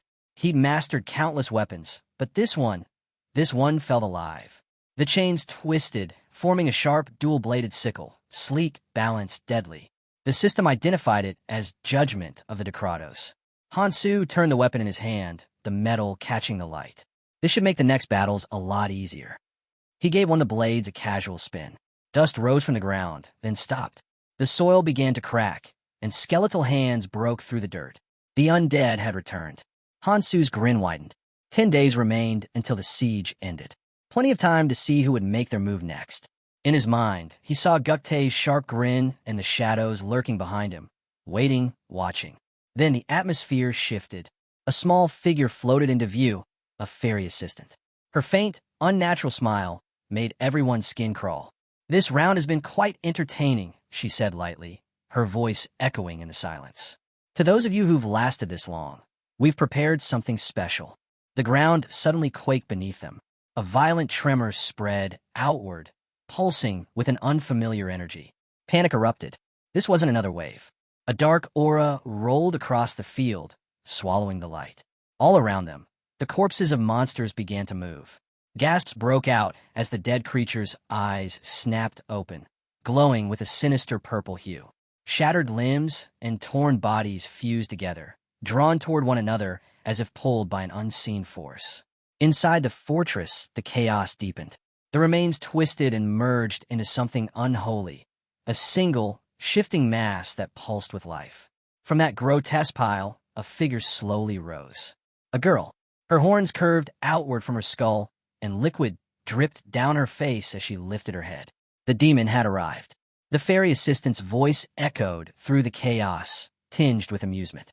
And so, your next challenge begins. The demon spread her wings wide, shadows rippling through the air as she prepared to strike. Hovering above, the assistant crossed his tiny arms, a grin curling on his face. "If you were human," he said lightly, "I'd tell you to stay far away from the fortress walls. Not that it would help, of course," he chuckled. "There's no escaping this." He lifted a finger, his tone playful yet cold. "That leaves you with two choices. 1. Stay and fight the undead swarm heading straight for you. 2. Escape using a crystal." His grin widened. "But here's a little warning. These undead aren't the same as before. There's always one more option." The air fell silent as his words sank in. Face the demon herself. Inside the fortress, shock rippled through the group. One of the boys spoke up, voice trembling. No one had ever mentioned a demon king before. Another answered quickly, eyes darting to the fairy. The assistant looked completely unconcerned, casually filing his nails. "Well," he said, almost bored, "I didn't bring it up because, honestly, most travelers never make it this far." He smirked. Since hardly anyone survives to meet her, it didn't seem worth mentioning. Tension spread fast. Whispers filled the hall as everyone learned the truth. The escape crystal would only activate 30 minutes after the undead assault began. Worse, it could only carry 500 people. That meant half of them were already doomed. But there was still one hope. If they managed to defeat the Demon King, everyone could escape. A timer suddenly appeared in the air, ticking down relentlessly. The fairy helper, voice oddly calm this time, explained that since this was a special event, he'd give them time to decide. Someone cursed under his breath. They had thought they only needed to survive a month. Now, it was far from over. A sharp clap cut through the noise. Lee Guktae stepped forward, his expression resolute, fist clenched tight. "All we have to do is hold out for 30 minutes, he declared. "Survive, reach the crystal, and escape. That's it." He raised his voice. "Clan Alliance. Head toward the crystal. Everyone else, prepare to defend the front lines." But not everyone agreed. A man wearing glasses glared at Guktae, fury flashing in his eyes. He saw immediately. Guktae's plan was nothing more than a way for the clans to save themselves, abandoning the rest. Their eyes locked, the tension sharp as steel. Lee Guktae didn't flinch. "If you've got a better plan," he snapped, "let's hear it." The man's jaw tightened, but Guktae pressed on, his tone growing darker. "Even that first demon we faced wiped out dozens with a single blow. So tell me, how exactly do you plan to defeat the Demon King?" He turned to face the entire crowd, his voice echoing off the walls. "Would you rather fight and die like moths to a flame, or survive together and reach the next island?" The man with glasses hesitated, his anger faltering for the first time. From the sidelines, Ji-yoon smirked, clearly amused by the entire exchange. Their safety seemed guaranteed.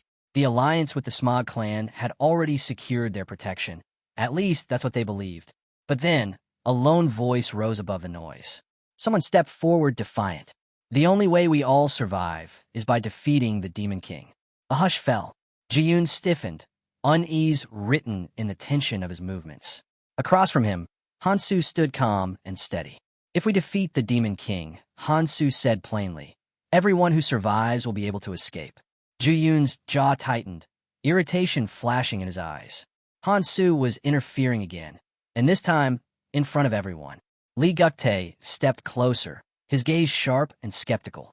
"Are you sure you'll survive?" he asked. Hansu simply shrugged. "Who knows?" His tone was casual, but his next words cut deep. "But if you run for that crystal, more than half of you will die. Maybe all of you." Silence hung heavy. Then, a girl in the crowd laughed quietly. "In that case," she said, "I'd rather follow him." Her smile sharpened. "Why trust clan leaders who only care about themselves? If we're going to fight, I'll side with someone who doesn't plan to abandon us." She turned to Hansu. What do you think? Her words sparked something in the others. Fists began to rise.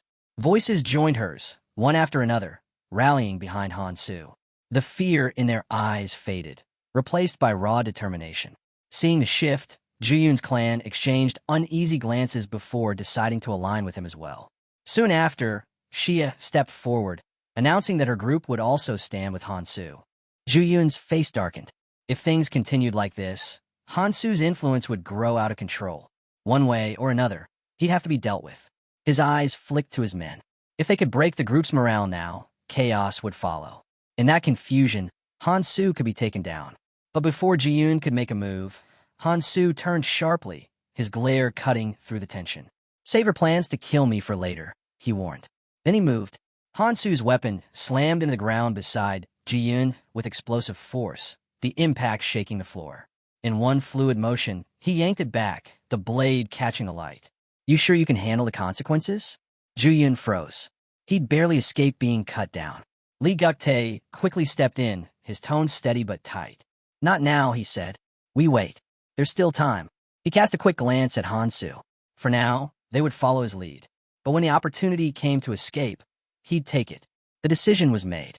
Before they could move forward, Hansu stepped toward the crystal, his expression unreadable. Let's make sure we're all committed, he said. In one swift motion, he swung his weapon.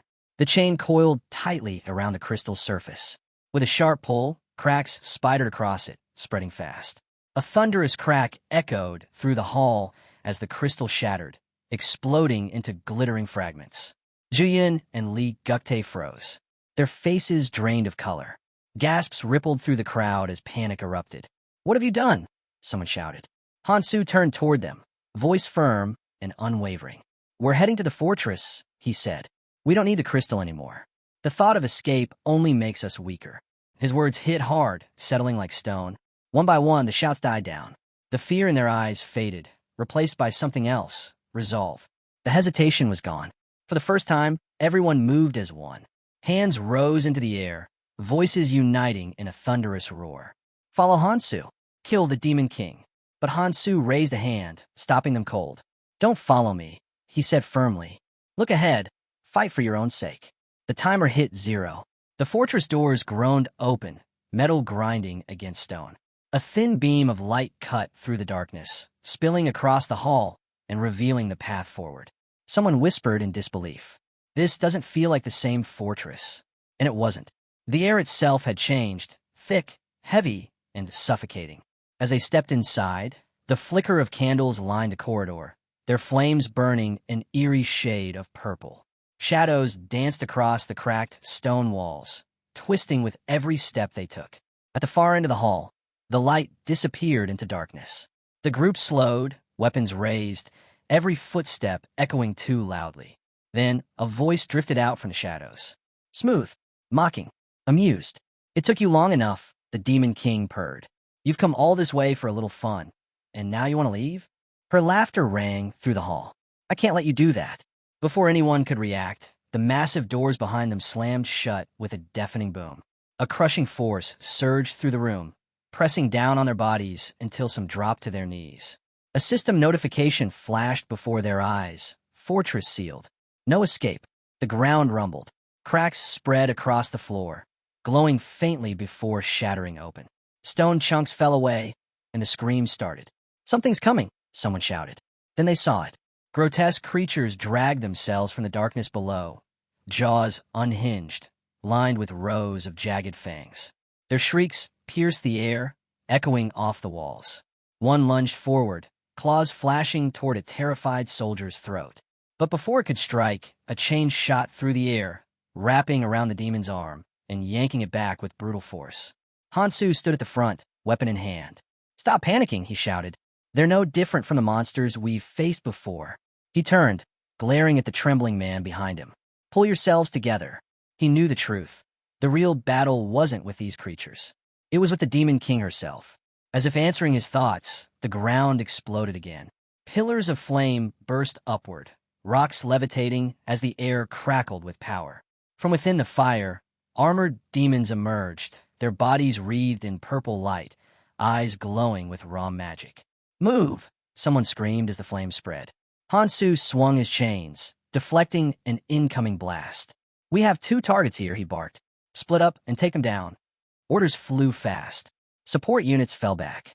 Ranged fighters stepped forward. Those who couldn't hold their ground were told to stay clear. Young-wook hesitated. "Hansu, if we charge now, we'll—" But Hansu was already moving. "Left side," he called. "I'm going in first." He dashed through the smoke, chains trailing behind him like streaks of silver light. His mind raced, analyzing every movement. This demon, it wasn't random. Its attacks mimicked the Abyss Gatekeeper, a creature far stronger than most. But its pattern, predictable. Hansu smirked. "That's all I need." The chains coiled and struck with ruthless precision. Each blow landed heavier than the last, steel meeting flesh in a relentless rhythm. But even as he fought, his thoughts were elsewhere. Something far more important was taking shape in his mind. This was it, Hansu's chance to unleash the full power of judgment of Decratos. The chains shot out like streaks of light, stretching across the battlefield. With a single motion, they coiled tightly around the demon's massive sword, locking it in place. The metal glowed with an eerie radiance as a surge of energy rippled through them. Suppression. Magic flowed through the chains, wrapping the demon in layers of glowing sigils. Its movement slowed, then stopped altogether. The creature thrashed violently, but it was no use. The spell had already taken hold. Hansu could feel it. The technique was draining the demon's power, siphoning its energy and tearing down its defenses piece by piece. A sharp breath escaped his lips. The ability came at a cost. It consumed his own strength as well, but it was a price he could handle. The ring on his finger pulsed faintly, amplifying the spell. He glanced back at the others. "Are you just going to stand there and watch?" For a moment, no one moved. The sheer pressure of his attack had left them speechless. Then Young-wook grinned, drawing his blade. "You heard him. Move. Let's show them the might of our clan." He turned to his men, rallying them with a shout, and the battlefield exploded into motion. Shia quickly followed, barking orders to her unit. "Those with weak resistance, fall back and support from range. The rest of you attack." The air erupted with energy. Explosions rippled across the field as warriors charged in, clashing with the demonic horde. The noise of battle drowned everything else out, but the demons were far from finished. Hansu's eyes widened as cracks began splitting open in the ground, glowing red-hot from within. A deep rumble followed, and then blinding light. They were summoning hellfire. His chains trembled violently as the bound demon broke free, its power surging once more. Hansu gritted his teeth. "Keep attacking," he shouted. "Don't stop." He could feel the heat rising around him, every blast pushing him closer to the edge. They wouldn't survive if even one of those flames struck directly. Still, if he could read the demon's movements, he could counter. He steadied himself and struck again. Chains lashed out, cutting through the inferno. A sudden flash erupted to his side. "Hansu," someone yelled. "Hellfire makes your attacks useless." But he didn't back down. He sprinted forward, straight into the firestorm. His eyes locked on the source, the ignition crystal buried within the flames. With sheer force of will, he reached into the burning light, grabbed the crystal, and tore it free. A grin tugged at his lips. He crushed it in his palm. The fiery aura surrounding the demon flickered, then vanished. Gasps spread through the ranks. "What did he just do?" someone whispered. Hansu turned his head slightly, his voice calm. "I told you before, just keep fighting." He raised his weapon. The demon can't use hellfire anymore. Before anyone could respond, a sharp warning cry cut through the air. Hansu twisted aside, just in time, narrowly avoiding a claw that ripped through the ground where he'd been standing. Across the battlefield, Young-wook had turned his focus to another front. A different demon loomed over a group of exhausted fighters, non-clan warriors who had been pushed to the brink. Their weapons lay shattered beside them. "Help us!" one of them screamed. Zhu Yun's brow furrowed. "Why aren't they fighting back?" "They said it's too dangerous," someone muttered. "They think Hansu should handle it." Uncertainty rippled through the ranks. All eyes turned to him, waiting for a command, unsure of what to do next. That hesitation was all Lee Guktae needed. A smirk crossed his face as he stepped forward, seizing the moment. Lee Guktae stepped forward, voice rising above the chaos. "Hansu," he shouted, pointing an accusing finger. "You sent them to their deaths. Everything that's happened, it's because of you. You should take responsibility." Before Hansu could respond, a nearby warrior snapped. "Enough talking, fight." With a sharp kick, he shoved Guktae aside. Your clan's standing around while the rest of us are bleeding out here. But Guktae just brushed himself off and smirked. You think I've been holding back because I'm weak, he said coldly. You couldn't be more wrong. He straightened, his tone dripping with arrogance. Fine, let me show you what the special forces can really do. At his signal, his warriors raised their bows in perfect unison. Arrows filled the air, striking with surgical precision. Steel and magic collided as the special unit's blades and projectiles tore into the demon's body, blow after blow. Gasps echoed around the battlefield. Even the onlookers couldn't believe it. Lee Guktae's unit was actually pushing the creature back. Moments later, the demon staggered, then dropped to its knees with a deafening crash. Hansu turned sharply to Xia and Youngwook. Go, he said. Take the right flank. I'll finish this. Without waiting for a reply, he charged forward. His daggers flashed, slicing through the air as his chains spiraled around him like living serpents. They shot out, coiling around the demon's limbs. With a fierce pull, he tore through muscle and tendon. Jiyin froze mid-strike, watching in disbelief. That thing, something that would have taken dozens of their warriors to bring down, Hansu had handled alone. His frustration boiled over. Guktae, Jiyin barked. Stop standing there and end it already. Hansu didn't even look their way. He knew Guktae wasn't the type to form a special squad just for show. Whatever the man's real motives were, they didn't matter now. All that mattered was ending this fight. His chains lashed out again, wrapping around the demon with brutal precision. Sparks flew as he pulled tighter, the metal creaking under strain. Across the field, Jiyun roared, driving his blade into another demon's chest. Hansu caught the motion from the corner of his eye, but stayed focused. Jimin suddenly darted past him, twin daggers flashing, her grin sharp as she dove into the fray. Hansu's chains coiled around the demon's neck, squeezing tighter and tighter until its struggle stopped. With a final motion, he crossed his arms and then pulled them wide. The chains snapped taut. The demon's head fell, severed cleanly. Silence followed. Hansu straightened, surveying the aftermath. Dust and smoke drifted through the air. He wiped the grime from his cheek and looked up, straight into Lee Guktae's gaze. The man's expression was unreadable, caught between anger and unease. A subordinate ran up to Guktae, pointing toward the fallen demon's remains. There's a crystal here, he said.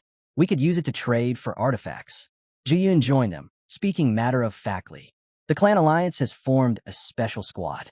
Strengthening it is the top priority now. Another warrior frowned. Shouldn't the Smog clan claim the trophies first? The young officer smiled calmly. I might be the temporary commander, he said, but the special squad belongs to the entire alliance. No need for concern. Youngwook's brow furrowed. A special squad? He muttered. Since when? They kept that hidden until now. She shot Lee Guktae a cold glance. We managed to rein in our monarchs and unite the clans, she said. The coming crisis just sped up the process. Hansu opened his system window, his expression unreadable. He'd overheard enough. Whatever their reasons for forming this squad, whatever secret plans they were hiding, it didn't matter. There was no point in dwelling on it now. Just then, Xia and Youngwook approached. It looks like the alliance is trying to corner you, Xia warned quietly. Hansu didn't even flinch. I already know, he said, waving it off. No need to worry. Xia arched a brow. So you have a plan? A faint smirk crossed Hansu's lips. Just wait and see. He had already made his move. Moments later, several warriors approached, delivering the news. The clan alliance would now have to take the front lines. For once, they couldn't hide behind others. That makes things easier for us, one of the men said. They'll finally have to fight instead of watching. Jimin folded her arms, her tone sharp. Are you sure about that? What if they regroup and do nothing? Even if we help, they might just leave us to die again. Jimin stepped forward, cutting through the doubt.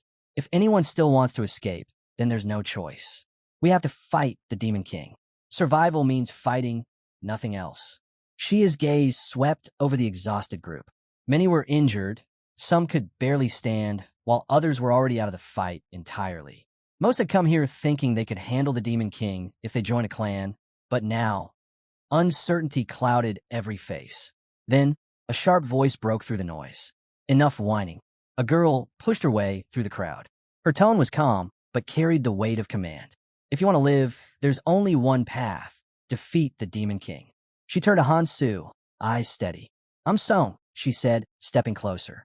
Her hand lifted toward his chest, but Jimin's fury flared instantly. What do you think you're? Shia grabbed her just in time, holding her back. Hansu smacked Sung's hand aside, his glare cold. What do you think you're doing? Sung tilted her head, pretending innocence. Oh, so serious. I wasn't doing anything, just wanted to introduce you to someone. She smirked, turning away. Let me know if you're interested. Then, as she walked off, she tossed one last teasing line over her shoulder. After all, someone seems very interested in you. Jimin's expression darkened. What is wrong with her? She hissed. Just ignore her, Shia muttered, pulling Hansu aside. Jimin grumbled under her breath, glaring at Sung's retreating figure. She's always like this, never acknowledges anyone. Acts like we don't exist unless she wants something. Even the clans couldn't get through to her. Hansu sighed, clearly done with the drama. If you're finished, he said flatly, let's move. Juyin groaned. Ignoring me again, huh? Hansu didn't respond. The group pushed forward. Before long, they reached a towering stone wall that loomed before them. Voices rose as they debated what might lie beyond. Are we really doing this? Someone asked nervously. Are we actually going to fight the Demon King? Before anyone could answer, the fairy helper appeared again, wiping away tears of laughter. My, travelers these days are amusing, he chuckled. But don't worry, I've got good news for you. The crowd fell silent instantly. You don't actually need to defeat the Demon King to open the portal to the next island, he announced with a mischievous grin. Gasps rippled through the chamber. What did you say? Someone whispered. The fairy floated higher, spreading his arms. You heard me. You only need to hold out for half an hour. Once that time's up, the crystal on the throne will activate automatically. A stunned voice broke the silence. Wait, so we just have to survive? The fairy nodded cheerfully. That's right. Once the crystal activates, the portal will open. You'll be able to travel freely between islands. Then his grin sharpened. Of course, if you don't feel like waiting, you can always buy your way through using crystal shards. He winked. Though, between us, that's not exactly the official route. Hansu's eyes narrowed. He wasn't surprised. The creature had been waiting for this exact moment to tempt them. The fairy clapped his hands together. Well then, good luck, travelers. I'll be watching, and I hope to see you all on the next island. With that, he vanished in a flash of light. The group advanced into the Demon King's chamber. The hall stretched endlessly, lined with massive cocoons that pulsed faintly in the dim glow. The air was thick, suffocatingly still. Then, the Demon King raised her hand. Rise. The command echoed like thunder. Eyes snapped open within the cocoons. Cracks split across their surfaces as twisted forms pushed their way out.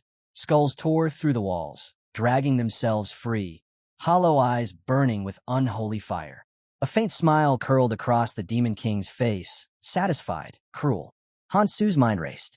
This wasn't her full form, just a fragment of the true being buried in the abyss. But even weakened, she was beyond dangerous. He tightened his grip on his weapon. He already knew how he'd strike. The demon's voice resounded once more. Arise. Bones rattled. Skeletons lurched upward in eerie synchronization. At the same moment, a system notification flickered before Hansu's eyes. Monocrystals have been consumed to purchase high-tier artifacts. Hansu's hand began to glow. Chains whipped around him as he summoned his weapon. The chain's sides of judgment, Decrados. With a flick of his wrist, they shot forward, cutting through the air. The Demon King shrieked, the impact sending waves of dark energy through the hall. Hansu didn't stop. Channeling his energy, he invoked two of Decrado's hidden skills, separation and return. Dozens of spectral copies of his weapon materialized around him. In a single motion, they launched toward the Demon King from every direction. The strikes landed, but she didn't fall. Instead, a twisted smirk spread across her face as the replicated sides began to tremble.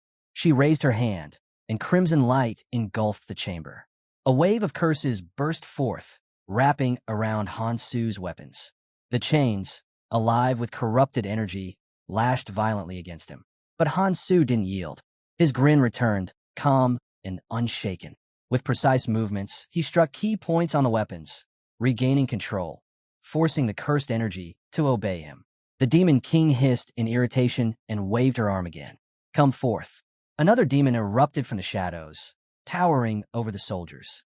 Tear them apart. The battlefield erupted into chaos. Hansu turned sharply toward the others. I'll handle the Demon King. The rest of you, deal with the summons. Across the field, Lee Guktae hesitated. The leader of one alliance faction gave a cold order. Stay out of it. Don't interfere. Jimin clenched her fists, glaring. Figures. They'd rather hide than help. Hansu caught her tone, but didn't argue. Just hold them off for a bit, he called back. Buy me some time. Jimin's voice snapped with frustration. And how are we supposed to do that without you? The Demon King's laughter rolled through the hall, low, distorted, mocking. She lifted both hands, and above her a gigantic fist made of raw, pulsing muscle took shape. It came crashing down toward Hansu like a meteor. A sudden green light burst around him, a protective dome. One of the mages shouted from behind, sweat pouring down his face. We can't hold this for long. Hurry! The shield cracked under the pressure. Nearby, an alliance warrior gasped for breath, his eyes darting across the chaos. There are too many. I can't even see what's happening anymore. Should we help somehow? Another coughed, spitting blood as he staggered. Then came a sound no one expected, a scream. Ji-yun turned, his eyes widening in horror as one of their own collapsed to the ground, blood spreading fast. What are you doing? He shouted, spinning toward the attacker. Guktae's lips twisted into a sinister smirk. The perfect time to strike, he said darkly, is when everyone's distracted. His faction didn't move toward the demons. Instead, they turned their weapons on their own allies. And Ju-yun's eyes went wide with horror. You think we'll just let this slide? Why aren't you fighting the real enemy? The answer came in silence, then steel. Blades flashed as the so-called special squad launched a sudden ambush, cutting through their ranks with ruthless precision. The betrayal hit like lightning. No one had time to react. Ju-yun shouted, defiant even as chaos erupted around him. This battle isn't over. We'll wipe you out too. But Guktae only sneered, his tone cold and dismissive. You were just disposable pawns, he said, blindly throwing yourselves away for the monarch. Ju-yun froze mid-breath. What? Monarch? Before he could make sense of it, Guktae raised his sword high. Time for you to disappear, Jin. He swung, but Jin crumbled before the blade connected, paralyzed by fear. A flash of silver streaked through the air. Chains cracked like thunder as Hansu stepped between them. His gaze was ice-cold. So, he muttered, you've finally shown your true colors. He'd expected betrayal, but not from someone this bold. Guktae's schemes hadn't changed one bit. Caught off guard, Guktae glared. You should be fighting the Demon King. Why are you here? But the question didn't matter. He was certain Hansu had come too late. The special squad charged forward, blades drawn, but Hansu was already moving. His eyes flicked across the battlefield, mind racing. The truth clicked instantly. The monarch of disguise. That presence, the pattern of corruption, it all pointed to him. These soldiers weren't merely traitors. They were puppets of the Black Monarch, disposable pieces already marked for destruction. Guktae understood the danger, but he wasn't backing down. Even if they couldn't defeat Hansu outright, all they needed was to stall him long enough for the demon to finish the others. If he had to die to take Hansu down, he would. Hansu smirked faintly. You're mistaken, he said calmly. I'm not here to stop you. He took a step forward, chains rattling in his grip. I'm here to make you an offer. Guktae faltered. His expression tightened, suspicion flashing in his eyes. The air trembled as explosions thundered across the tower. The walls shook. Dust rained down from above. Fighters on both sides looked toward the chaos, restless, waiting for Hansu's next move. He cursed under his breath. He'd lost sight of the others. Then, in a blur, Hansu leapt forward, launching himself high into the air. His chain shot out, wrapping around a demon's skull mid-flight. He pulled hard, the metal glowing white-hot. The linked demon screamed before being torn apart in a burst of light. Xia turned toward him, her voice sharp. Where have you been? Preparing, Hansu replied simply. Before she could speak again, an explosion erupted behind them, sending Jimin flying across the chamber. The Demon King sighed, her voice echoing through the hall. This is getting boring. Her skinless fist clenched, and she swung. Hansu dodged, his body twisting midair. A weapon shimmered into existence in his hand, a scythe forged from pure energy. In one fluid motion, he hurled it forward. Chains followed, spiraling around the Demon King as the scythe struck true. The blades tightened, binding her in place. She thrashed violently, her screams shaking the ground. How dare you? No matter how she struggled, she couldn't break free. Xia's eyes widened, but Hansu held out a hand. Stay back, he warned. Han Chiol frowned. Why? Why stop us now? Before Hansu could answer, a blinding purple flash split the room. Lightning tore through the air, slamming directly into Hansu's chest. Black smoke burst from the impact, filling the hall with choking haze. Gasps erupted from the onlookers. I can't see him, someone shouted. Is he dead? Shia's breath hitched. There's no way, she whispered. There's no way he went down that easily. Jimin's voice cut through the smoke. He's up there. All eyes shot upward. High above them, Hansu stood against the storm, his expression sharp and unyielding. Around him, countless spectral sides shimmered into existence, each one an echo of his will. Without hesitation, they launched forward, slicing through the air and slamming directly into the glowing rings around the Demon King. The chains constricted with violent force, dragging the Demon King to her knees. Hansu didn't stop. His weapon spun once before driving downward. Another scream tore from her throat. With a swift, merciless strike, he severed one of her arms. Looks like that worked, he muttered. But instead of rage or fear, the Demon King burst into laughter, raw and distorted, her voice echoing through the chamber like breaking glass. Then her horns began to pulse, glowing with dark, unstable energy. Above her, a massive demonic hand started to form, its fingers clawing through the air, reaching down toward her. Hansu's eyes narrowed. She's calling on something stronger. He yanked his scythe back, refusing to give her the chance. In his palm, the white stone flared to life, its power thrumming violently. This ends now. The demonic hand shuddered, and then exploded. Hansu leaped back just as a surge of corrupted energy tore across the floor. The shockwave hit like a blast furnace. Then, without missing a beat, he lunged forward again. Chains lashed out, wrapping tighter around the Demon King's body.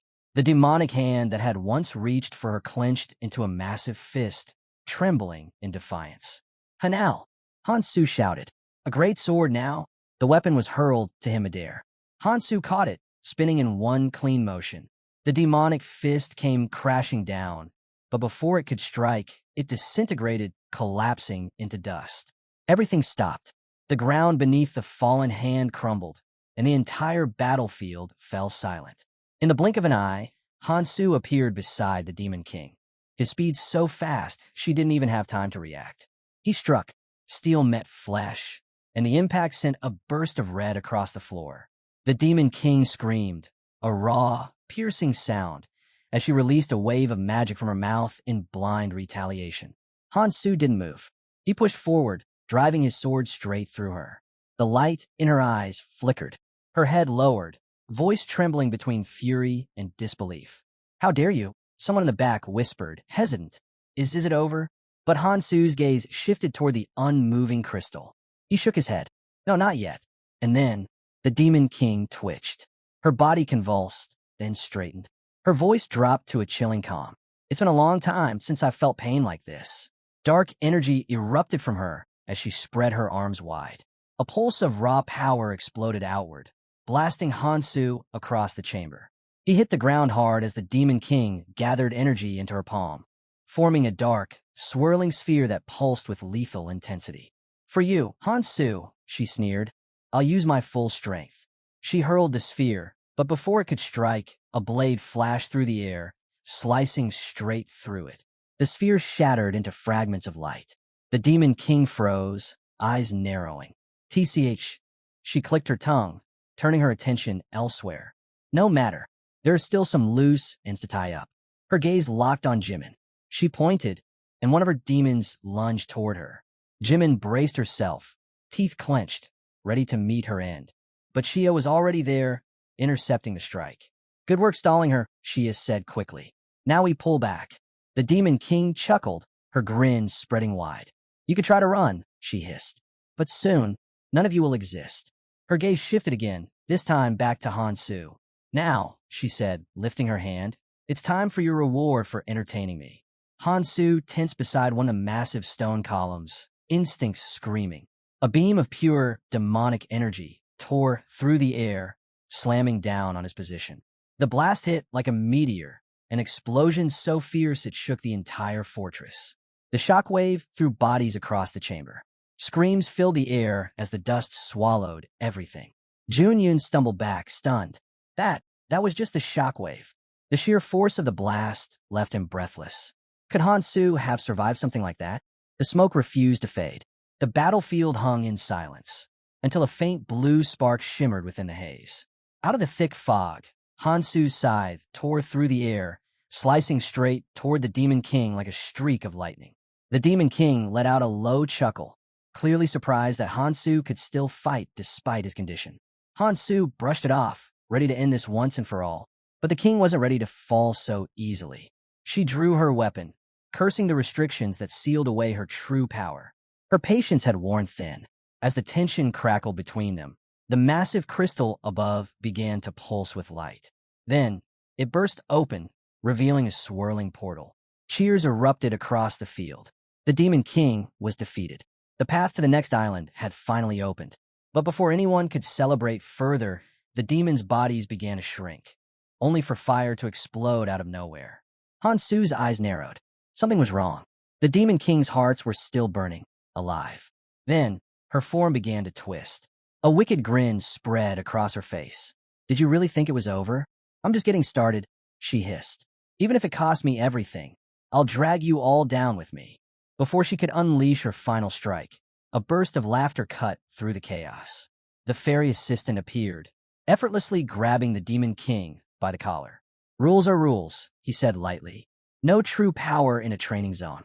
You know the punishment." A colossal hand descended from the sky, gripping the Demon King as an unseen voice echoed. "Violation detected. Removal initiated." The Demon King thrashed, fury blazing in her eyes. "You meddling pest. If not for you, I would've." Her words were drowned out as her body erupted into black fire, disintegrating completely. Silence followed. No one moved. Then the fairy assistant coughed awkwardly and straightened up. "Just a minor issue.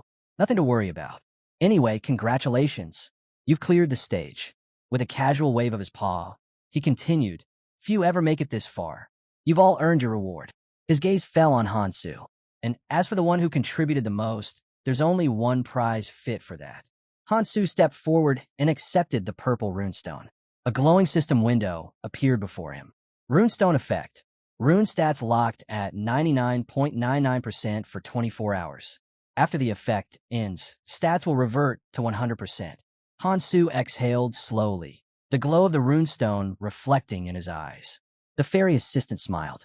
"I'll handle the rest.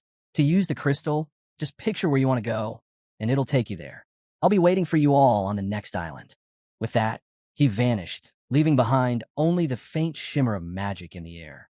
Hansu looked down at the runestone resting in his palm. Victory. Hard-earned and absolute. Hansu looked down at the runestone, a faint smile tugging at his lips. This was it, everything he'd come to the central island for. Yet even as the glow pulsed in his palm, a shadow of unease lingered. That energy he'd felt earlier, it was unmistakable. The abyss. He twirled the stone between his fingers, reminding himself that his journey was far from finished. Hanal groaned dramatically. "Seriously? After all that, we only get one reward." Youngwook chuckled, patting him on the shoulder. "Relax. Nobody's stupid enough to try and take it from Hansu. Everyone here knows we're alive because of him." Hanal shrugged. "Fair point. Not like anyone's strong enough to challenge him anyway." Off to the side, Shia brushed a strand of hair from her face, her eyes narrowing. "The Smog clan's been way too quiet. That's not like them. We should check on our members who didn't show up during the fight." Jimin crossed his arms, clearly irritated. "Why bother? We should just deal with them now." Hansu glanced back at him, his tone calm but firm. "There's no need. It's probably already over." Hall frowned. "Over? What do you mean by that?" Shia tilted her head, curiosity flickering in her eyes.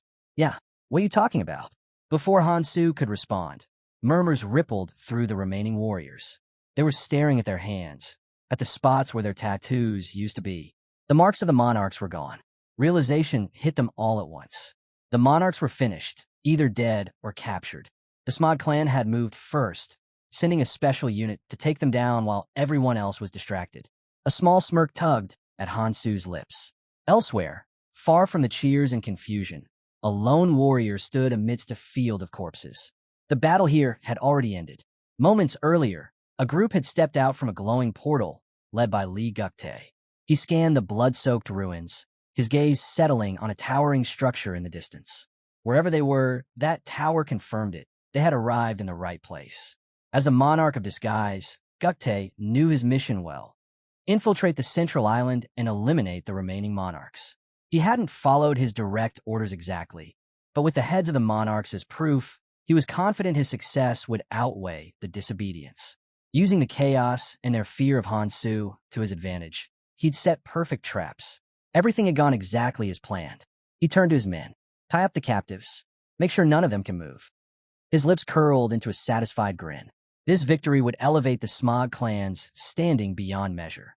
He remembered Hansu's earlier words, how he'd handed over the crystals and told Guktae to seize the moment.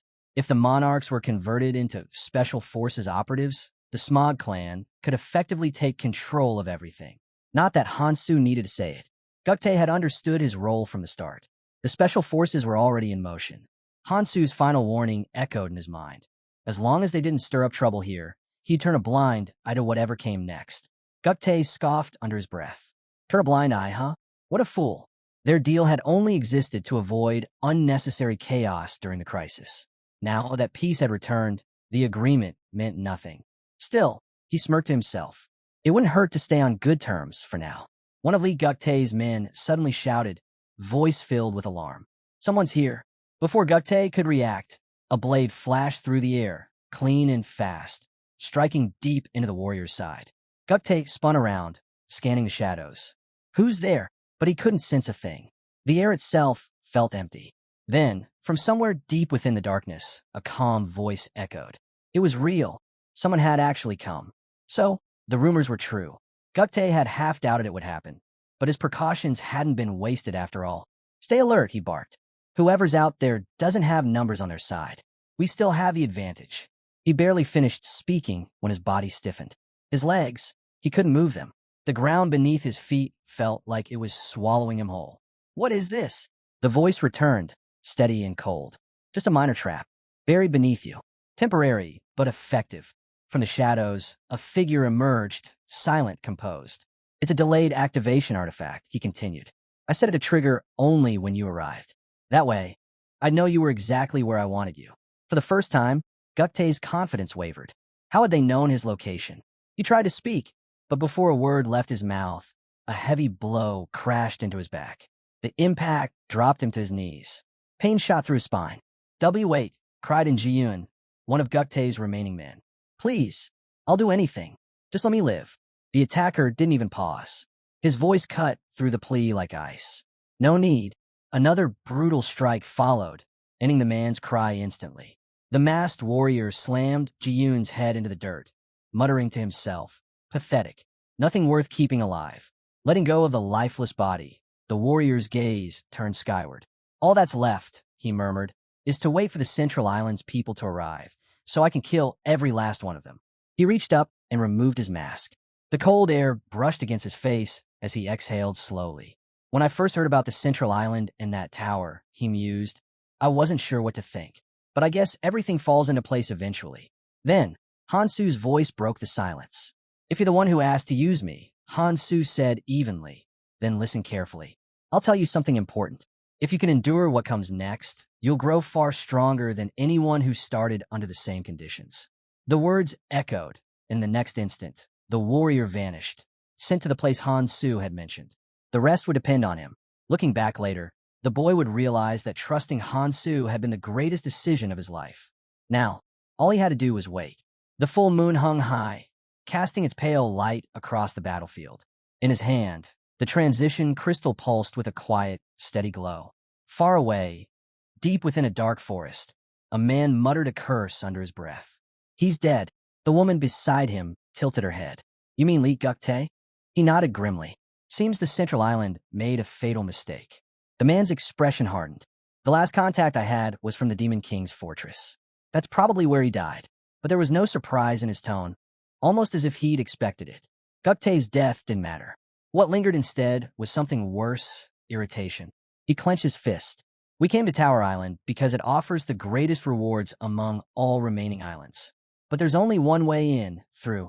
The warriors gathered around the transition crystal, forming a tight defensive circle. Their blades gleamed under its pale light. If anyone tried to pass through uninvited, they wouldn't make it far. The crystal began to hum softly as energy built within it. One by one, runes lit up on the surface. This was their key to Tower Island. Across the Ascension Path's grand map, countless islands shimmered like stars, each one representing a stage of the journey. The first ring of islands marked the beginning, where most adventurers fell before they even began to understand the path. The second ring, home to the central island, tested true strength and survival. But the third ring, that was different. The final stage, where the greatest rewards and the deadliest challenges awaited. And at the very center of it all stood the most sought-after of them all, Tower Island. The name alone drew warriors like moths to a flame. Inside the throne room, silence hung heavy. A massive yellow crystal loomed over them, radiating an otherworldly glow. From somewhere in the room, a voice cut through the quiet. "You really think going there's worth it?" Hansu didn't bother to look up. Casually, he took another bite of his snack before replying. "If you're heading to Tower Island just for the rewards," he said between chews, "you should probably think again." He swallowed and continued, his tone calm but sharp. "Otherwise, you'll end up like the ones who rushed to the central island without a clue." Murmurs rippled through the hall. Hansu's gaze swept over them, steady and cold. Tower Island isn't like the others. Surviving it will be far harder than anything you faced here. If you're not ready to risk everything, don't bother. Unease spread through the group. Whispers filled the air. Should they still go? Could they even survive if they did? Shia stepped forward, her expression unreadable. "So, you're not going?" Hansu didn't answer. Unseen eyes watched them from the shadows as tension thickened. The protagonist finally spoke again, voice low but firm. "There's always a way to claim what you want," he said. "No matter the island." Shia hesitated. That wasn't the answer she expected. She had thought Hansu would be the first to charge ahead, no matter the danger. Maybe she was wrong. Then another voice broke the silence. "He's right." A man stepped forward, his tone calm but resolute. "Our clan's been recruiting survivors ever since the monarchs disappeared. But everyone's exhausted. If we keep pushing without rest, we'll lose more than we gain. Finding a safe place to recover is smarter than dying for greed." He turned to Hansu and extended a hand. "Before we go, thank you, Hansu. We made it this far because of you." Hansu let out a short chuckle. "If I'm still breathing, I'm sure we'll meet again." He rose from his seat. Junyun called out, "Hansu, let's move." Behind them, Jimin leaned closer to Shia. "Should we pack up too?" Shia tapped her chin, thinking. "He told us not to go to Tower Island. Maybe we should actually listen this time." Just then, the massive yellow crystal began to pulse, and a swirling portal opened beside it. Gasps filled the room. "Is that the exit?" someone whispered. The crowd exchanged uneasy glances. For the first time, doubt outweighed ambition. If even Hansu was hesitating, maybe Tower Island wasn't worth the risk after all. Hansu looked at them and spoke firmly. "Go on. I've got a few things left to handle." Young-wook shrugged, spreading his arms with a faint grin. "Then we'll head out first." He and Cho approached the glowing portal.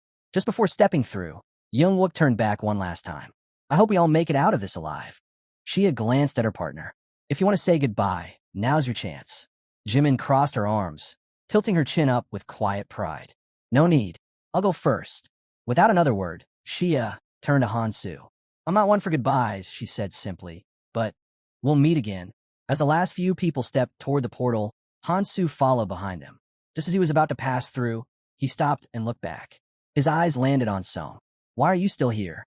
Song raised a hand, her tone light but firm. "Why shouldn't I be? There's something I need to check." Hansu let out a quiet sigh and nodded. "Suit yourself." His figure began to fade into the light of the portal, and his voice dropped to a murmur. "See you on the next island." When he was gone, Song tilted her head slightly. "See me where?" she muttered under her breath, tucking a strand of hair behind her ear. She looked toward the glowing portal, her expression unreadable. Well, at least someone's heading in the right direction. A faint red mark appeared on the back of her hand. It pulsed once, then faded, carrying her message. Time passed. A long-haired man stood before that same portal, his arms crossed. "It's been a while since I got the signal," he muttered, frustration creeping into his voice. "Is anyone even coming?" Before he could turn away, the portal surged with light. Energy rippled outward, shaking the ground beneath his feet. Instinct kicked in. His hand flew to his sword as he dropped into a ready stance. From nearby, another warrior holding a spear motioned sharply to his squad. "Stay sharp," he barked. Then, without hesitation, he charged toward the portal. The air crackled, glowing brighter and brighter until the whole forest was drenched in gold light. When the brilliance finally dimmed, the spear wielder froze. His expression twisted in disbelief. "Down!" he shouted. An explosion erupted from the side of the portal, the blast wave throwing Song off balance. She hit the ground hard, but caught herself with one hand, sliding to a stop. She coughed lightly, brushing dirt from her sleeve. "Well, that was quite the welcome." The man's eyes narrowed. "Why are you alone? Where's the rest of your team?" Song straightened and met his gaze calmly. "I waited until everyone else left before coming here. Has anyone else arrived yet?" He shook his head grimly. "Not a single one." A heavy silence fell between them. Then his tone turned sharp. "You're absolutely sure you were the last to leave?" "I'm sure," Song replied. "I watched every one of them go." Still, she couldn't shake the thought. Had everyone really fallen for that chain lover's trick? She thought back to Hansu's words. How he'd warned them that Tower Island was far deadlier than the central one. How he'd said there was no point in dying for strength they hadn't earned yet. The way he'd spoken, clear, deliberate. It was like he'd wanted everyone to hear it. Maybe even wanted them to stay away. The man beside her scowled, his jaw tightening. Him again. His hand curled into a fist, and with a sudden burst of anger, he slammed his palm into the nearest tree. The bark split under the impact, fragments scattering across the forest floor. Lowering his hand, he muttered under his breath, his voice low and bitter. "That guy's really starting to piss me off." He stared at the shattered tree and spat. "We haven't even killed one of them. Sending people to hunt for a portal was a waste." Turning to Song, he demanded, "Do you know what Lieutenant Hansu is up to?" Song lifted a hand. "From what I saw, he's been fighting at the front. He's more focused on protecting people than killing them." "That makes him a problem," the man said, narrowing his eyes. He signaled to his aide, "Tell the clans on the other islands. If they see Hansu, eliminate him." The assistant hesitated. "He's strong like a monarch. Instead of head-on attack, why not try another approach?" He grabbed the edge of her scarf and tightened his grip. "Didn't you just say he doesn't kill? If our clansmen strike with everything, he'll be forced to fight back." He released the scarf and leveled his voice. "Remember why we're doing this. Remember what those monarchs did. We remove every obstacle, no matter the cost. For those we lost," he turned back to Song, spread his description and fighting style to everyone. "We're heading to tower now." Song watched them leave. "You aren't waiting?" she asked. "Waiting isn't my thing," he replied, and they vanished into the portal as flames flared around the opening. Moments later, Hansu stepped out of another portal and scanned the clearing. "Looks like everyone's gone," he observed. He paused, then added, "If he's still the same, he won't wait either." A movement behind a tree cut through the silence. Without looking, Hansu called, "How long do you plan on standing there?" A hooded figure stepped into view and dropped his hood. "Long enough," he said, then reached into a hand wrap and spread his fingers. "Got what you asked for." A small item changed hands, a pair of earrings labeled the sexy relatives. Hansu accepted them and nodded. "Good. I'm heading to the next island." One of the men stepped forward and grumbled about unnecessary talk. "We just go through, take down whoever comes out, and claim the rewards. No talking, no friendship." He walked to the portal and looked back. "Go in, finish them, take what's left." He turned to the bespectacled man and asked bluntly how many of them would actually survive. The question hung in the air as the team readied themselves. Hansu listened, said nothing, and let them show their plans. Before long, the team had already crossed through the portal, and chaos met them on the other side. The ground shook beneath their feet as giant ants burst from the earth, their mandibles clacking, echoing through the cavernous tunnels. "Split them up," someone shouted. "We'll never survive if they swarm us. Take them one at a time." Before the group could reposition, an ant lunged out from a blind spot. Its claws slammed into the ground with a thunderous crack, sending dust and debris flying. A girl screamed as the shockwave threw her off balance. She hit the dirt hard, just as the monster reared back, ready to strike again. Hansu scanned the battlefield, mind racing. Earrings of the 7 relatives, he thought grimly.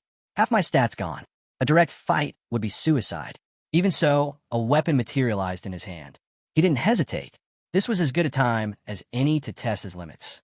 Pushing off the shoulder of the guy in the hat, Hansu barked, "Stay out of my way." Then, in one smooth motion, he hurled his blade. The weapon spun through the air and struck the ant square in the head with a sickening thud. Hansu didn't wait for it to fall. He leaped, drawing another blade midair, and came down with a crushing slash that split the monster's abdomen clean open. The giant ant collapsed, motionless. Hansu landed lightly, pulling a knife from his belt. If I weren't weakened, he thought, I could have ended it barehanded. Now it takes 2 strikes. Behind him, the girl he'd just saved was catching her breath wide-eyed. That was incredible, she said, awe creeping into her voice. You took down something that big with what a knife. Hansu said nothing.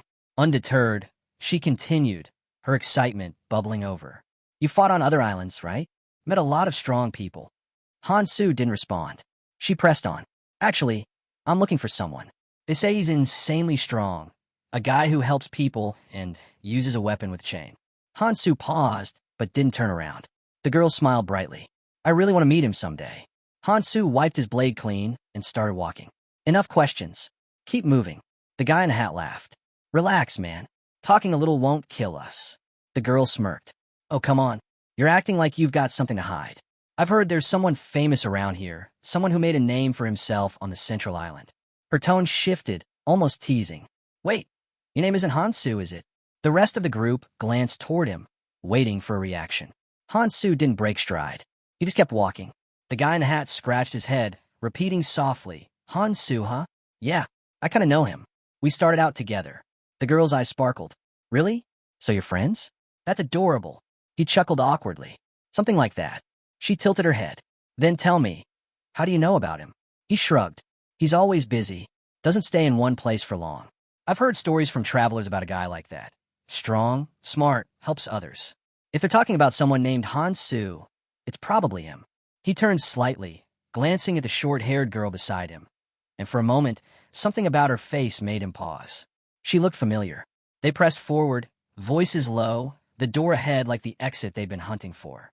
The guy in the hat remembered the protagonist. At first he thought Hansu all talk, but then a memory came back. Hansu asking if someone had ordered him to fight. He looked ahead and called out, Is he really going to fight alone? If he isn't here, half of us will be dead already. A voice from another clan cut in. These ants don't drop artifacts.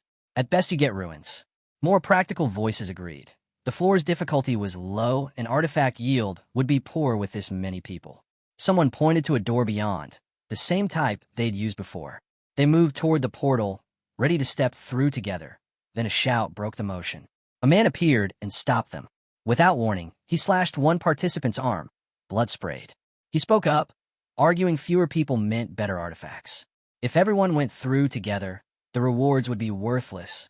He planted a spear, laughed, and said he could take everything for himself. Then he swung, cutting through the crowd. Panic spread.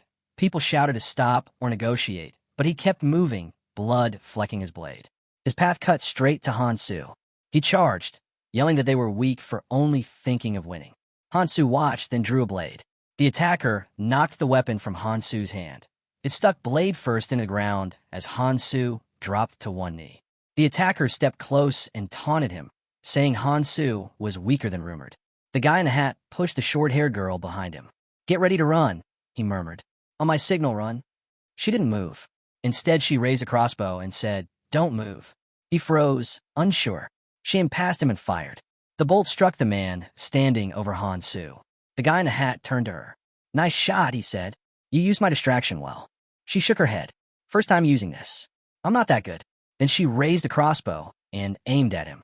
I wanted to kill both of you with one shot, she said. She gripped the crossbow with both hands and pulled the trigger. The shot landed squarely in the man's forehead. He dropped instantly, his body hitting the ground with a dull thud. Blood spread across the dirt in slow, dark ripples. Leaning on one arm, she exhaled and stared at the mess. Well, cleanup's done. Her tone was flat, almost bored. Let's see if this was worth the effort. She touched a finger to her earpiece. Monarch, there's no sign of the man with the chain. I've checked 10 rooms on the first floor. A small smile curved her lips. But as a consolation, I wiped out everyone else. Her voice softened, playful. If I do find him, though, I'll make sure to bring him to you personally. Consider it a gift. Then, from behind her, a voice answered quietly. Looking for me? Her blood ran cold. She spun around, too late. A chain snapped through the air, wrapping around her torso in one fluid motion. It coiled tight, locking her arms in place. Hansu stood before her, calm and composed, a weapon glinting at her throat. "So," he said softly, "you were looking for me?" Her eyes went wide. "I." The chain constricted, cutting off her words. She gasped for breath, trembling as Hansu tightened the bind until she couldn't move an inch. A knife glimmered beside her neck. "I saw you," she managed to stammer. You were unconscious." Hansu's gaze was cold. "Guess my acting wasn't that bad after all." Her breath caught in her throat. "And don't even think about calling your monarch," he warned, pressing a finger lightly to her lips. She froze. In the next heartbeat, his disguise melted away, returning to his original form. His voice dropped to a whisper. "Quiet now." A single motion followed, clean, final. The chains unraveled, clattering to the floor beside her lifeless body. Hansu exhaled slowly, surveying the aftermath. So, she was the only one sent here. Out of the corner of his eye, he noticed a small snake slithering nearby, swallowing white stones one by one. He watched it briefly, thoughtful. "They gave up too easily," he muttered. Then, almost to himself, "But we'll meet again. No rush." A memory stirred. He saw himself long ago, in the training zone, watching a man chug from a beer bottle, speaking lazily between sips. Hidden dungeons aren't separate places, the man had said. Tower Island's got its own layers. You can't move up without clearing its dungeons. Even past the 3rd floor, there's more. That's where the Real challenge begins. The memory faded. Hansu stepped through the portal and emerged onto the 2nd floor. The vast hall opened around him, supported by towering stone pillars. Now wearing the form of a girl, he leaned against one of the columns, studying his surroundings. His gaze dropped to the spear in his hand. Most of his equipment had lost its edge, outdated relics of earlier battles. Only the Nirmaha ring, a living artifact that grew alongside him, still retained its worth. He turned the spear over once, lost in thought. The colorless ones need replacing, he noted. If Kante's directions are right, there should be something useful ahead. Straightening up, Hansu set off toward the deeper chambers of the 2nd floor, his next hunt already in motion. Shifting his attention, Hansu noticed a small crowd forming near the newly opened portal. Hovering above it glowed the number 50, a clear indicator. Only 50 would advance from the 1st floor. As the last of the chosen stepped through, a burst of light filled the chamber. When it dimmed, they stood within a vast stone hall. Hovering before them was a small fairy, his wings flickering with gold dust. With a wide grin, he clapped his hands together. "Welcome, everyone. I know you've been waiting. So let's get started," he announced cheerfully. "Congratulations on reaching Treasure Island. Your insight brought you to the right place." He gestured around proudly. "This is the largest chamber on the 2nd floor. Your mission is simple. Defeat the guardian protecting the treasure. Then, bring the treasure to the island's center to exchange it for artifacts." A soft glow appeared in his palm, a small golden orb that shimmered like liquid light. "You have 2 weeks," the fairy continued, his voice lowering. "Sounds easy, right? But that's only if you ignore the fine print." The grin returned, sharper this time. "Only those who successfully exchange their treasure for artifacts will be allowed to leave. The rest," his tone trailed off with a knowing smile, "won't be so lucky." A quiet murmur spread through the group. The fairy twirled the golden ball lazily between his fingers. "You see, there's only one treasure. So, you have a choice. Fight to gather 50 artifacts and make sure everyone survives, or take fewer and increase your personal ranking." He floated higher, spreading his arms dramatically. "The fewer who succeed, the better the rewards. Choose wisely." With a flick of his hand, a glowing map appeared in the air, showing 128 glowing points across the island. "These," he said, "are the guardians you'll need to defeat. Each one protects a path that leads closer to the treasure." As the projection faded, silence reclaimed the hall. Hansu's eyes stayed fixed on the fairy. Defeating 128 guardians in 2 weeks with only 50 people. This isn't about cooperation. It's a test of endurance and betrayal. His gaze shifted toward a girl with short green hair, standing near the front. Her expression was unreadable, but she raised her hand to speak. "Then let's split into 5 groups," she proposed clearly. 10 people per team. If each group defeats 2 guardians a day, we'll reach the goal within the time limit. She smiled faintly. "Seems doable, right?" The room erupted in whispers. "Work together? With rival clans?" Someone scoffed. "That's suicide. Only 10 per team? What about the solo players?" Hansu listened quietly. Not a bad plan, he thought. Efficient. Risky but efficient. Behind him, a yellow-haired girl tapped the shoulder of a boy wearing a white coat. The boy nodded, then raised his voice. "We're in," he said. "2 guardians a day sounds fine. If someone fails, that's their problem. Our clan's already divided into groups." The murmurs shifted. Others began agreeing reluctantly. Not because they trusted the plan, but because it was the only one that made sense. Hansu studied the two who had spoken, the yellow-haired girl and the boy beside her. Their composure, their confidence, they were the ones everyone else would end up following. The strongest in the room, he noted, and smart enough to control the rest without saying much. Eventually, the noise settled. The boy took another step forward, speaking clearly so everyone could hear. "Once we locate the treasure," he declared, "we'll—" and immediately head for the center. The yellow-haired boy finished, his tone leaving no room for argument. With that, the crowd began to break apart, groups forming and scattering toward their chosen routes. Hansu stayed where he was, watching them go. His eyes flicked over the floating map once more. Guard markers dotted the expanse of the dungeon like constellations. The sheer scale of it would slow most people down. But not me, he thought. Not if I move alone. As he began to walk, the yellow-haired girl turned toward him. "Hey," she called out, "where'd that woman go?" Hansu didn't answer. His mind was already elsewhere, locked on his true goal. The hidden treasure, the Philosopher's Stone. Just then, Kangtae waved him over. "Hey, listen up," he said, pointing at himself with mock pride. "No one else here's got what it takes, so pay attention." Hansu raised an eyebrow, but didn't interrupt. Kangtae continued, gesturing animatedly. "When the guards drop orbs, there's one that glows brighter than the rest. Everyone ignores those, too focused on the treasure. They toss the orbs aside like junk." He smirked and crossed his arms. "Big mistake. Those things aren't useless at all." Extending his hand dramatically toward Hansu, he said, "Collect 32 of them, and you can trade them for an artifact disguised as the Philosopher's Stone. Not the real deal, but close enough." A sly grin crept across his face. "Hidden events like this? That's my specialty." Keldien, standing nearby, sighed and adjusted his glasses. "For someone who collects trash, you certainly talk a lot." Kangtae laughed. "Trash to you, treasure to me." While they bickered, Hansu turned the chain in his hand, his mind already working ahead.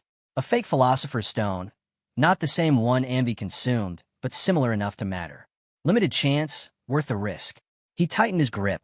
The chain hummed faintly in his palm. With a quiet sigh, he reverted to his original form. Better to move alone, he decided. No distractions. No dead weight. Then, the ground rumbled. Dust fell from the ceiling as the earth split open.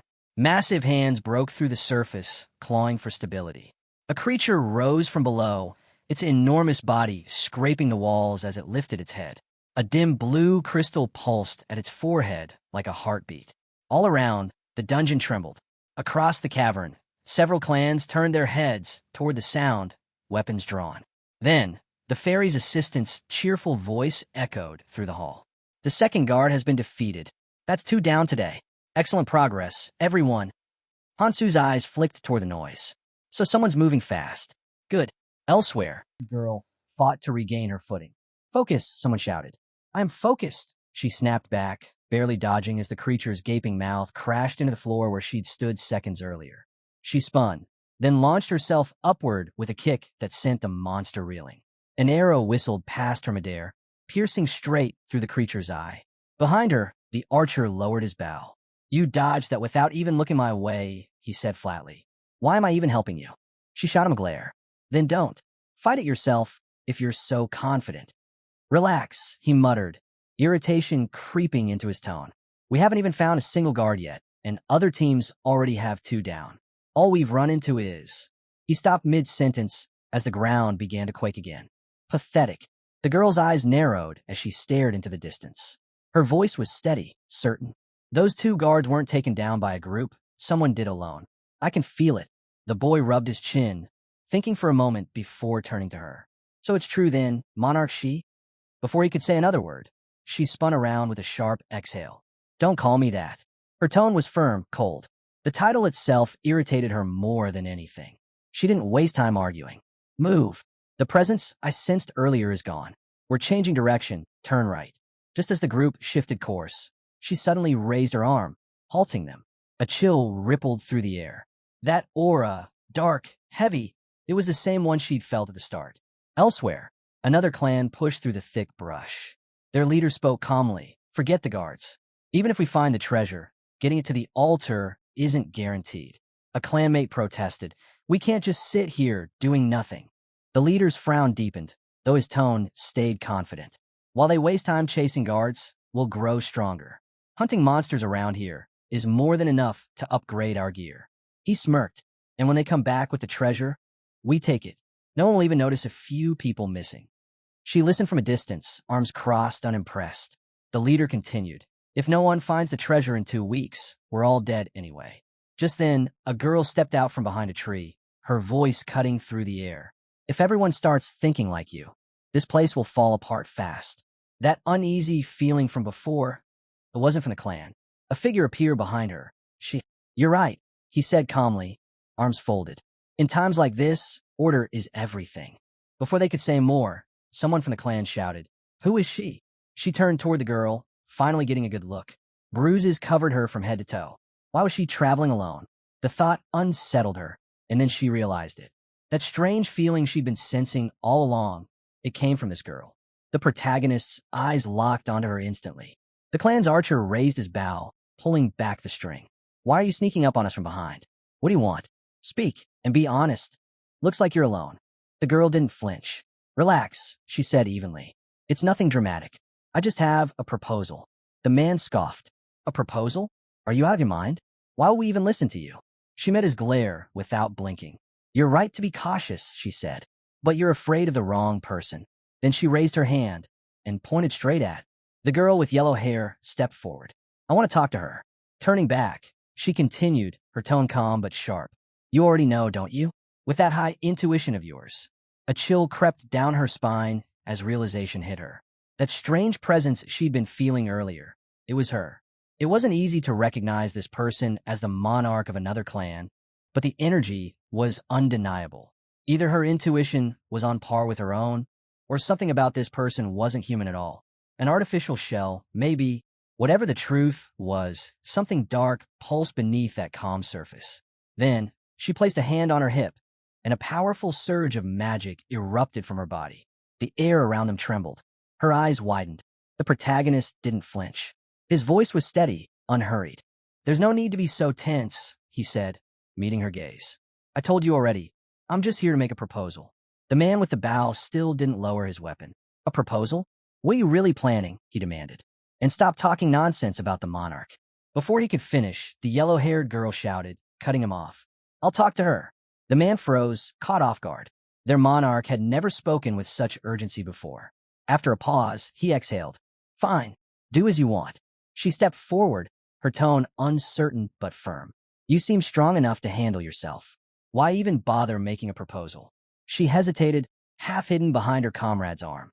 Even if you're powerful, that doesn't mean we'll just follow whatever you say. The protagonist closed his eyes briefly, then replied, Everyone has their reasons. Mine's simple. I need someone to take the front lines in my place. Her brows furrowed. You want us to deal with that group from earlier? She thought for a moment, then shook her head. I get what you're suggesting, but facing 40 people? That's impossible. Hansu studied the group in front of him and said calmly, You'll only need to handle 10 at a time. Besides, they're weaker than you think. He then turned to Shi. Use your monarch ability. Start converting the strongest ones into your clan. Grow your numbers. Her eyes went wide. Was he serious? Managing her current group was already a nightmare. Now, he wanted her to recruit more? She bit back the urge to argue. Her instinct screamed at her not to push him. One of her teammates quietly brought a fist to his mouth, lost in thought. She had complained about the group size before, and now this. The yellow-haired girl sighed, rubbing her forehead. I just wanted to get through this place without getting involved, she muttered. But it looks like I don't have a choice. After a moment of hesitation, she nodded. Fine, I'll try. As they started to move out, Hansu's voice echoed behind them. I'll be watching. She leaned toward her teammate, whispering under her breath. This isn't going to work. Hansu opened his system screen as soon as they left. Someone with high intuition, rare in the training area, should handle this easily. With the guard down and the treasure secured, it was the right moment to set the Scout King plan in motion. A while later, a masked man hit the ground. Yellowhair's subordinates had bound the rest of the capture group. One assistant stepped forward. They're refusing to be tattooed. Yellow Hair glanced at the prisoners. They're already part of the clan. There are only 4 of them. Just tie them up. A green-haired girl objected. There's no need to tie them. A bound man protested. Are you punishing us just because we're from a different clan? We didn't do anything. Yellow Hair surveyed the group. Most of them had already become clan members. Only a few remained tied. She tapped her head. This is exhausting. I don't want to keep doing this. The fairy's voice announced. A treasure has been found. Yellow Hair turned. Who took it? Bring it to me for exchange, the fairy instructed. Who found the treasure? She asked the assembled group. A boy behind her raised a golden orb. I found something. He pointed to the spot beneath a tree where he'd retrieved it. The ball gave off a faint glow. She examined it. If this is what I think it should let us leave this place. She called to the fairy. Is this the treasure? The orb passed into the fairy's hands. He inspected it, then declared, I confirm this is the real treasure. A pity, no one died, but you did well. He inspected the orb closely and added, however, it doesn't seem like you obtained it directly. No reward? Yellow Hair asked. The fairy brought up his system screen. No need to rush. I'll give you time to choose. He addressed her. Since you lead this clan, pick a number. A single golden cape floated by. The clansmen tightened their grips, hoping she would choose 50, so everyone could receive an artifact. Yellow Hair set her hand to her chin, weighing one thought against another. Pick one and eliminate the rest. The clan members froze in terror. Please spare us, they begged. The girl paused, then smirked and selected 50. In an instant, cheers erupted. The clan knelt, pledging their loyalty to her as their monarch. Resting a hand on her hip, she sighed. This is getting boring. Her grin turned sharp. Let's make it more interesting. How about a survival game? Her tone turned cold. All clan members, end yourselves or kill the others. The crowd erupted in panic. What did you just say? They shouted. Marks on their bodies glowed fiercely. Some clenched their fists in defiance. You think we'd follow that kind of order just because you're the monarch? Then someone gasped. Our tattoos, they're gone. The fairy floated lazily nearby, sighing. You really thought such an illogical command would work? He shook his head. Pathetic. Then he gestured toward a portal. Leave. This place will close soon. The clan rushed toward it in desperation. The green-haired girl shouted, I'm free. Quickly freeing the others, she ordered. We need to report this to the monarch now. One replied, he's already on the 3rd floor. Nearby, the protagonist listened quietly, eyes closed. When he opened them, his gaze was sharp, calculating. Leaning against a tree, he overheard someone mutter, we could have wiped them out, but we were interrupted. A firm voice answered, come to me. The girl called again, urgent and focused. The monarch's in danger. Everyone, move to the 3rd floor. Hansu smirked. Perfect. They'll lead me straight to him. As the clan disappeared through the portal, he considered his next move. The 3rd floor was vast, a dungeon with endless paths. Finding one person there would be nearly impossible. Then a memory surfaced. Keldian's words. If we don't capture the Dark Monarch in the training area, and he reaches the red zone, everything we've done will be for nothing. Hansu's eyes narrowed. There's only one way to prevent that. Keldian's voice echoed again. Block every exit. Force him into one path. Hansu straightened, resolve hardening. It was time to set the plan in motion. Hansu and Kangtae stood quietly as the man before them spoke, his tone certain. The island within the tower was the perfect battleground for their plan. Iris nodded in agreement. Pulling it off on the 1st or 2nd floors would have been impossible, but the 3rd floor was different. Adjusting her hair, she explained that the floor had hundreds of entry points. Once he arrived, he'd need his clan's full support. She turned to the protagonist, raising a finger. This will be your only chance. She continued, describing the 3rd floor as the true passage to the other world. It resembled the next red zone. Not exactly, but close enough. The creatures there were on another level entirely. Kangtae lifted a finger, outlining their strategy. They would draw the monarch out. Once he sensed danger, he'd vanish into hiding. And that's when they'd strike. The monarch was clever, always cautious, but Kangtae was certain he'd try to lead his true forces straight into the red zone. He admitted the monarch's power rivaled his own, though he wasn't invincible. Stepping up to Hansu, Kangtae pointed directly at him. Want to know how to bring him down? He asked, pulling out a perfect replica of the Philosopher's Stone, his prize from a recent expedition. Hansu recognized it immediately. His preparations were complete. Only one task remained before facing the Dark Monarch. Without another word, he rushed toward the portal, ready to confront him head-on. The yellow-haired girl leaned toward her clan and urged, "Follow him." The third floor pulsed with raw magical energy. The air trembled with the cries of monstrous beasts. Far ahead, the monarch commanded his followers, ordering every remaining clan member to gather on the third floor at once. Meanwhile, Hansu and his allies faced their own challenge, surrounded by scorching heat and toxic mist. Before them stood a colossal creature, its jaws splitting into 3 grotesque parts. Monsters spawned endlessly around them. The monarch observed the chaos and muttered that this was merely preparation for what lay beyond the otherworld. His comrades continued to battle, yet he noticed that the higher beings had chosen not to intervene. Maybe they didn't need to. The earth shook as the monster slammed its foot down. Lifting its head, it unleashed a thunderous roar. But the monarch didn't retreat. Channeling his strength, he swung his weapon with devastating force. The creature bit down, crushing against his blade, forcing him back under the weight of its power. He pushed against it, muscles straining, refusing to yield. With one final surge, he roared and cleaved his weapon through the monster's neck, splitting its head clean in two. As he caught his breath, his subordinates shouted. More monsters were approaching from every direction. Standing atop the fallen beast, the monarch roared for his warriors to hold their ground. There would be no retreat. If they wanted to survive, they had to stay close to him. Raising a clenched fist, he commanded them to stand firm. "We will not fall. No matter what happens, do not let them push us back." One warrior echoed his cry, rallying the others with renewed determination. They had to trust their leader. The monarch straightened, taking strength from their resolve. He couldn't falter, not now.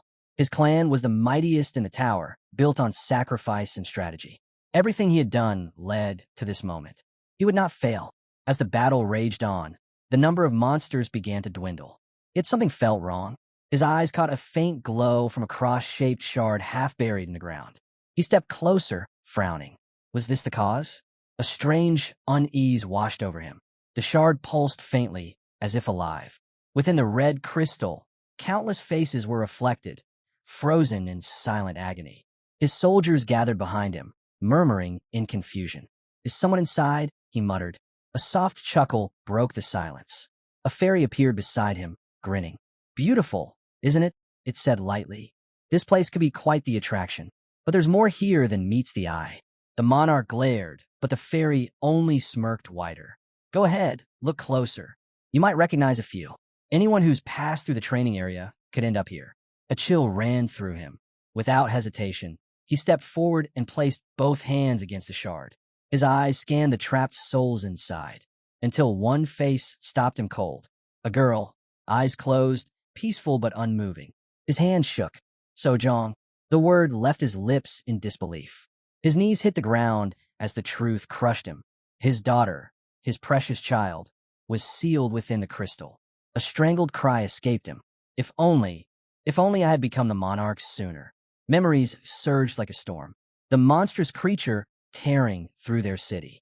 The screams, the destruction, his partner's desperate voice telling him to run.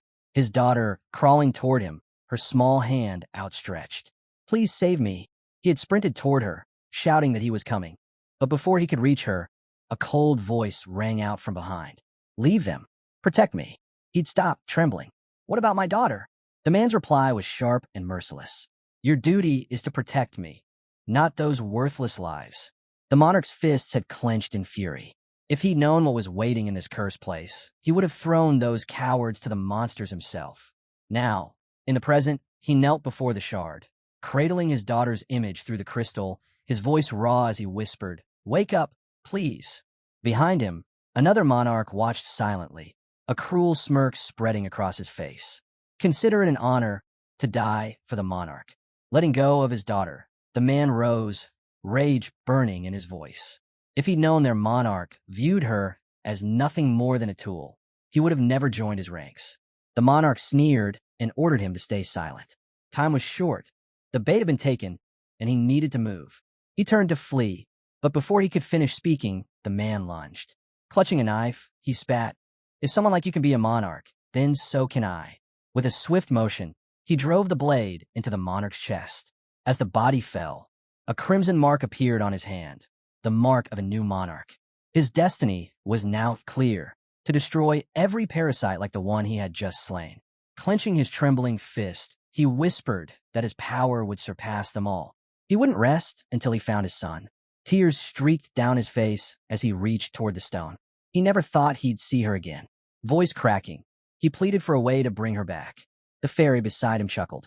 "What you're seeing is only a replica," it explained. "This place is just a copy of where you came from. Everything that happened there, every memory, every power, has been recorded inside this cross. The rules," it said, "were simple. To create something new, a sacrifice was needed. The man had to offer a living being." His companion watched in silence as he whispered in disbelief. His son might still be among those trapped within. But where could they find someone to sacrifice? His eyes darkened as he glanced over his clan. If a single life could bring his son back, was it worth it? The fairy shook his head. "That won't do," he said. The man frowned. "What do you mean?" Resting his chin on his hand, the fairy grinned. "A clan member? Too simple. We want something far more entertaining." There was no turning back now. The choice had to be made. In frustration, he struck the cross with his fist. After all his struggles, after coming this far, was there truly no other way? His teeth clenched, his voice breaking as he muttered that he had just seen his daughter again. Covering his face with shaking hands, he was cut off by a shout from one of his men. A group was approaching. The climbers who had fallen were still alive and coming closer. The man lifted his head slowly. Madness flickered in his eyes, and a twisted smile spread across his face. "Capture them alive," he ordered. Hansu climbed steadily to the third floor, every step measured and quiet. He rubbed his face, letting out a tired sigh. "If only I could have a smoke right now." As he turned, movement caught his eye, a group approaching fast. A familiar presence among them made him pause. It was someone who should have perished long ago alongside the Berserker monarch, Wang Qiang, the Mad Dark monarch. Wang Qiang's sins were countless, buried in the past but bound to resurface. His failed attempt to bring back his daughter had left him broken. Now his obsession had shifted to finding his son, no matter the cost. Hansu watched in silence. Before him stood a clan driven by madness, led by a man drowning in despair. If this continued, Wang Qiang would become something far worse than he already was. Hansu's grip tightened around his weapon. It had to end here. But if he could save the man's son, maybe, just maybe, things could change. Then, Song spotted him and shouted, recognizing him instantly by the chains. Wang Qiang burst into wild laughter. "What luck," he cried. "The one we wanted to kill comes right to us. A gift for Sojong." His grin twisted into something sinister. "Your worthless life finally has meaning." Hansu didn't flinch. He stepped forward, fists clenched. Wang Qiang snarled and lunged, spear in hand. But before their clash, the ground shook violently. The air split with a deafening boom as a massive beast erupted from below, tearing through the stone floor. Wang Qiang cursed. "Damn it! If that thing loses control, we're dead. Everyone, don't let the man with the chains escape." He turned to Song. "Go back, Anne." He never finished. Hansu's voice cut through the chaos. "No need." Chains exploded from his arms, coiling around the monstrous creature. With one brutal pull, he tore it apart, its body crashing down in a storm of debris. "The obstacle is gone," he said calmly. He drew his blades, eyes locked on Wang Qiang. "If you won't come to me." He leapt forward, chains cracking through the air. "Then I'll come to you." Wang Qiang stumbled back, eyes wide. "He's a monster." "Kill him," he bellowed. Hansu didn't hesitate. He charged straight in, chains slicing through the battlefield. Each strike was clean, precise, deadly. Enemies fell before they even realized they were hit. Watching his men drop one by one, Wang Qiang growled. "They said he doesn't kill." Looks like that was a lie. Behind him, Song scoffed. "So much for your intel. That woman's information was garbage." Then, through the haze of smoke, a glint of steel cut the air. A chain blade shot toward them at incredible speed. Song spun her weapon, deflecting the strike with a sharp clang. "I know he's strong," she shouted, wiping sweat from her face. "But if he's this powerful, why isn't he using any skills?" She gave a faint, mocking smile. "Guess he doesn't have any worth using." Wang Qiang stood beside Song, his tone cold but steady. "Fine. I'll trust you one more time." His eyes narrowed dangerously. "If he doesn't have defensive skills, we'll crush him with numbers." With a sharp roar, he commanded his troops to unleash everything they had. Warriors charged from every direction, their coordinated assault designed to trap Hansu where he stood. But in a blur of motion, Hansu vaulted clean over them, landing effortlessly beyond their reach. Song's hand tightened around her sword. "Not bad," she said, eyes locked on him. Without hesitation, she lunged forward. "Let's see you dodge this." Her blade sliced through the air, but Hansu summoned his weapon in an instant. Dodging wasn't an option. He met her head-on. Steel collided with a deafening crack. Lightning flared on impact, the shock running through his body. Blood sprayed as he staggered back, pain burning through his limbs. That hit hard, he thought grimly. If I keep trading blows like this, I won't last long. Keep up the pressure. Wang Qiang barked. Don't give him a second to breathe. 3 warriors dropped from above, weapons raised. Hansu reacted instantly. His chains whipped upward in perfect sync, slicing through all 3 before they could strike. Their bodies hit the ground, scattering glowing gray runes. From the dust, a small snake darted forward, quick and precise. It grabbed one of the runes between its fangs, slithered up Hansu's shoulder, and offered it to him. Gasps echoed across the battlefield. "Wait, he's got a monster with him," someone shouted. "That thing, it's eating runes." Wang Qiang's face twisted in alarm. "Stop it. Don't let that creature absorb another one." His voice cracked with urgency. If Hansu was amplifying his strength through the runes, the battle would spiral out of control. Before anyone could react, a surge of mana erupted from nearby. One of Wang Qiang's allies thrust out a hand, releasing a massive explosion that tore through the ground. Seals flared beneath Hansu's feet. Vines burst from the earth, snaking around his limbs and holding him in place. Above him, Song descended, her weapon glowing with killing intent. Hansu moved just in time. His chains shot upward, wrapping around her blade and halting the strike midair. The collision sent a thunderous shockwave rippling outward. Wang Qiang's furious voice boomed over the chaos. "Don't stop now. We've come too far to fail." His eyes blazed with rage. "For every clan that crushed us, we'll wipe them out. Every last parasite will die." His followers answered with a deafening cry. "For our fallen, for our families." Their fury surged, their attacks becoming wild and relentless. Still bound, Hansu gritted his teeth, his chains trembling with strain. The mark on his hand flared with light, pulsing like a heartbeat. Across the field, the monarch's hand burned with the same crimson glow. "My words will shape your fate," he declared. "Our vengeance will live on through you." Hansu stared at him, realization dawning. The man claimed he didn't treat his followers as disposable, yet he was driving them to die for his obsession. The contradiction was clear as day. Hansu watched his opponent closely. The man was holding back, waiting for an opening, waiting for him to tire. But Hansu couldn't afford a drawn-out fight. The longer it lasted, the more damage he'd take. It had to end now. Wang Qiang's eyes flared crimson as he lunged forward. Hansu twisted aside, narrowly avoiding the strike. Every movement mattered. One mistake could be fatal. Then a shout echoed across the battlefield. One of Wang Qiang's allies stepped forward. "I'll hold him down," she yelled. Hansu's response came instantly, sharp and cold. "Not happening." Mana flared through his weapon as he leapt, his dagger slicing through the air and leaving a trail of glowing energy behind. The woman stumbled back, eyes wide. "My skill, it's not working." Hansu didn't slow down. He rushed through the enemy line, cutting them down with precise, unrelenting strikes. In moments, only a single girl remained between him and Wang Qiang's clan. She smirked, stretching her arms as violet mana erupted around her. "You walked right into my trap," she shouted. Hansu's leg jerked. The ground beneath him lit up with glowing seals. He crouched, realizing too late that she had planned for his advance. From behind her, Wang Qiang emerged, his tone icy. "It's useless. You're just one man, and you're already running out of breath." With a roar, he raised his sword and charged. Dark mana crackled around Hansu as Wang Qiang slammed his weapon down. The monarch's grin widened. "My daughter will live again," he cried. "This is the first step toward my goal." His laughter filled the air until Hansu's voice cut through it. "You finished." Hansu gripped the sword pressed against his shoulder. Blood ran down his arm, but he didn't back away. Instead, he met Wang Qiang's gaze with a razor-sharp grin. "You've got it backwards," he said quietly. "You're the one caught in my trap." His eyes swept over the battlefield. Every last one of Wang Qiang's subordinates had fallen. There was no one left to save him. Hansu raised his weapon, smirking. Let's see if you can run from this distance.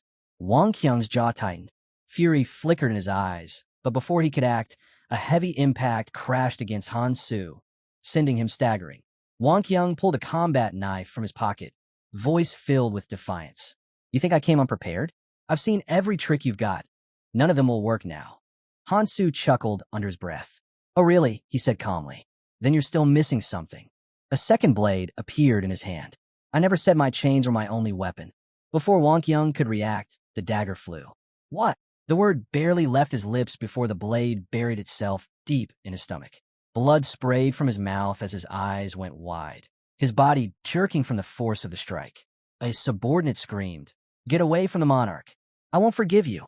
Hansu stayed composed, rising until he towered over Wang Qiang, who had dropped to his knees.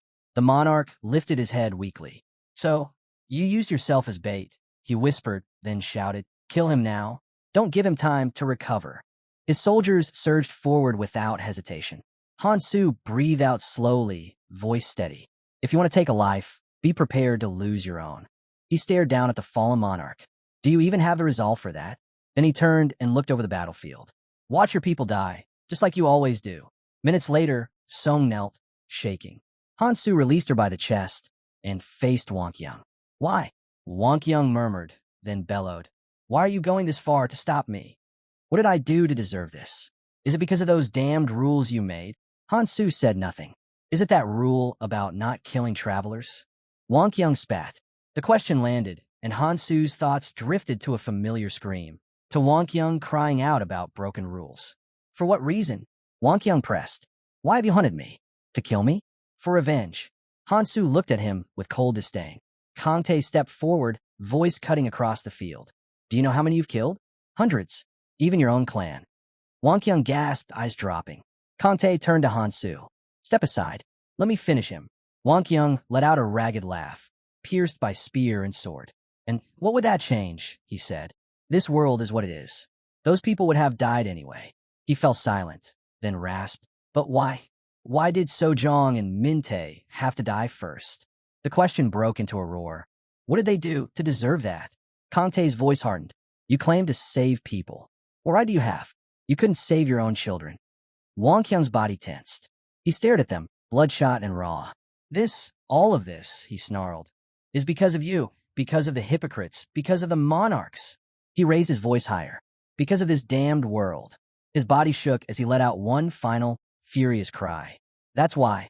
I'll destroy everything. The people, the monarchs, the world itself. Wang Qiang collapsed to the ground. Why? Why must I follow these laws? He barked. He stared at Hansu. Look at you. You're no different. A madman, a hypocrite. Your rules don't even apply to you, do they? Hansu remained still. I'm not killing you because you broke my rule, he said. He closed his eyes a moment, then sat beside the fallen monarch. I don't have time to waste, he added. There's only so much power you can gain by hunting. Memories came back, Keldian's voice in his head. We're just stepping stones on your path, aren't we? Hansu remembered being serious then. It wasn't just about uniting people. He shut a book with a snap. Beyond the 3 trials, we must prepare for what's next, by any means necessary. His voice remained low. If that requires clearing everyone from the training area, so be it. He looked toward Iris. You object? She said nothing. Kante stepped forward, rubbing his head. Don't sweat it. I'll handle this. He grinned. I'll slaughter anyone in the way, take their treasures, become a legend, and impress the ladies. A fist shot out. Iris struck him hard, sending him back. Sacrificing the few for the many, she snapped. I won't agree to that. She added, we need to grow stronger, yes, but we don't know what the hidden dungeon holds. There has to be another way besides killing everyone. Kante rubbed his face. Keldian, back me up. He sighed. There's no one better for this. A beam of magic zipped past him and made him flinch. Hansu asked, what do the calculations say? Kante hit the ground, groaning. The hidden dungeon must be cleared for a better future. Keldian nodded. A normal hunt won't cut it. There are targets we'll have to deal with before training ends. Might as well make it count. Kante raised a finger. If we eliminate the bad guys and absorb their runes, we'll be strong enough to clear the dungeon. We'll grow stronger and become heroes. Hansu considered the plan and replied simply, if we all agree, then so be it. Keldian placed a steady hand on Hansu's shoulder. No need to overthink it, he said. Anyone who stands in our way. That's all that matters. Hansu looked down at Wonkyung, his expression unreadable. You tried to kill me, he said quietly. He planted his gun into the ground, eyes fixed on the fallen monarch. You climbed over others to get here. So why act like you don't deserve this? His voice dropped to a low, cold tone. Maybe that's the question you should be asking yourself. Wonkyung pressed a knife to his own throat, smirking through the pain. Trying to play the hero now? He sneered. Tell me, who are you really? Hansu didn't answer. He could already tell this was ending sooner than expected. Wonkyung met his gaze, voice softening for the first time. If you ever find my son, watch over him. He has the same red eyes as me. Hansu exhaled deeply. I don't have time for that, he replied. If this plan works, then everyone, including your son, will survive. Understanding, Wonkyung gripped his weapon tighter. Without hesitation, he dragged the blade across his throat. For a long moment, Hansu stood in silence. Then he turned his eyes toward the moon, the distant light reflecting off the ruins around him. Meanwhile, a short distance away, the yellow-haired girl folded her arms with a frustrated sigh. How much longer do we have to guard this place? She snapped. A boy from her clan shrugged. Then why not just leave? She jabbed a finger at him. I can't. Something's not right. My gut's telling me there's more to this. Another woman muttered. I wanted to go after her, but we got stuck here. If needed, we can ambush them instead. Just then, Hansu appeared behind them, this time in a female form. I left you here for a reason, he said. How well did you protect the area? Startled, the yellow-haired girl quickly straightened. We did our job, even caught the ones who tried to sneak in. Hansu scratched his arm absently, thinking the girl hadn't seen anything critical, so there was no need to silence her. Even if she went there now, it wouldn't change a thing. Turning away, he nodded. Good work. You can go. The girl lowered her head, disappointed. That's it? We just leave. The boy urged her quietly. Let's go. We'll find another path if we need to. But she shook her head, eyes narrowing. I'll go ahead, she said firmly. I want to see what Hansu's planning. The fairy assistant clapped her hands, eyes sparkling with excitement. Amazing, she whispered, gazing at the glowing cross. A playful grin spread across her face. Looks like we've got another traveler. Things are about to get interesting. With an eager smile, she turned toward the blonde girl in her clan. Shall we begin? She said, preparing to speak about the cross that shimmered before them. The protagonist stepped forward without hesitation, walking straight into the portal. As the light surrounded him, his old appearance faded away. No need for this anymore, he muttered, shedding his disguise completely. One by one, figures began emerging from the portal, travelers returning from their journeys. They gathered at the central plaza, regrouping after surviving the first 3 floors and the preparation zone on the 4th. Hansu lifted his gaze. His goal was clear, the island at the heart of the tower. The 4th floor was a staging area, a place for travelers to ready themselves before entering the red zone. Along the river, they could build boats to reach the scattered islands ahead. The creatures that prowled nearby carried the materials needed for construction, resources to forge both strength and survival. The fairy floated closer and spoke again, voice playful. Sounds simple enough, doesn't it? She teased. Then, raising a finger, she added with a smirk, but it's not. She conjured a small paper boat and placed a tiny human doll inside. The quality of your boat depends on the materials you use. Bigger boats carry more people, so of course, larger means better. A list of materials appeared before the group. Basic ones were easy to find, but rare components would determine whether their boats could endure what lay ahead. Thankfully, everything was clearly recorded. No excuses, no confusion. The countdown to departure had begun. All eyes turned toward the dense forest beyond the wall. One traveler pointed to the horizon.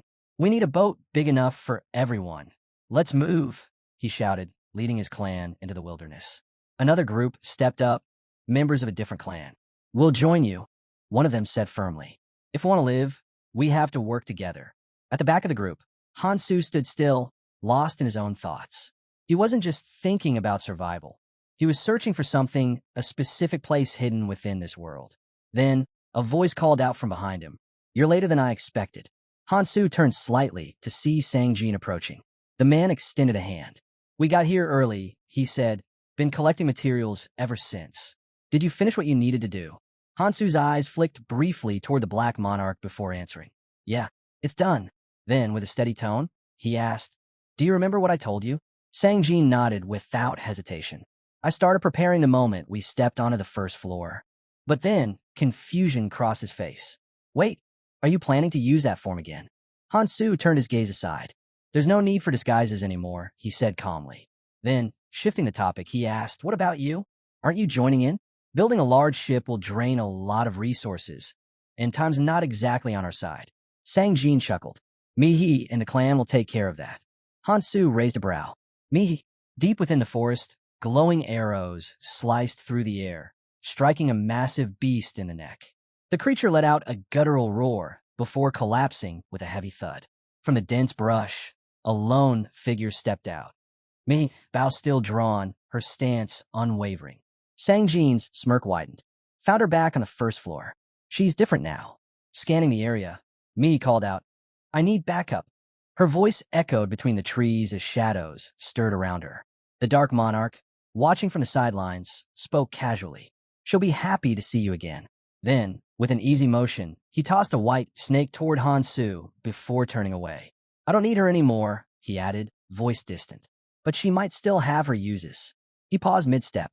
This may be the last time we all gather here. The red zone after this, he looked back briefly, is nothing like the training floors. Sang-jin lowered his head, his voice dropping to a quiet tone. I wouldn't have made it this far without you.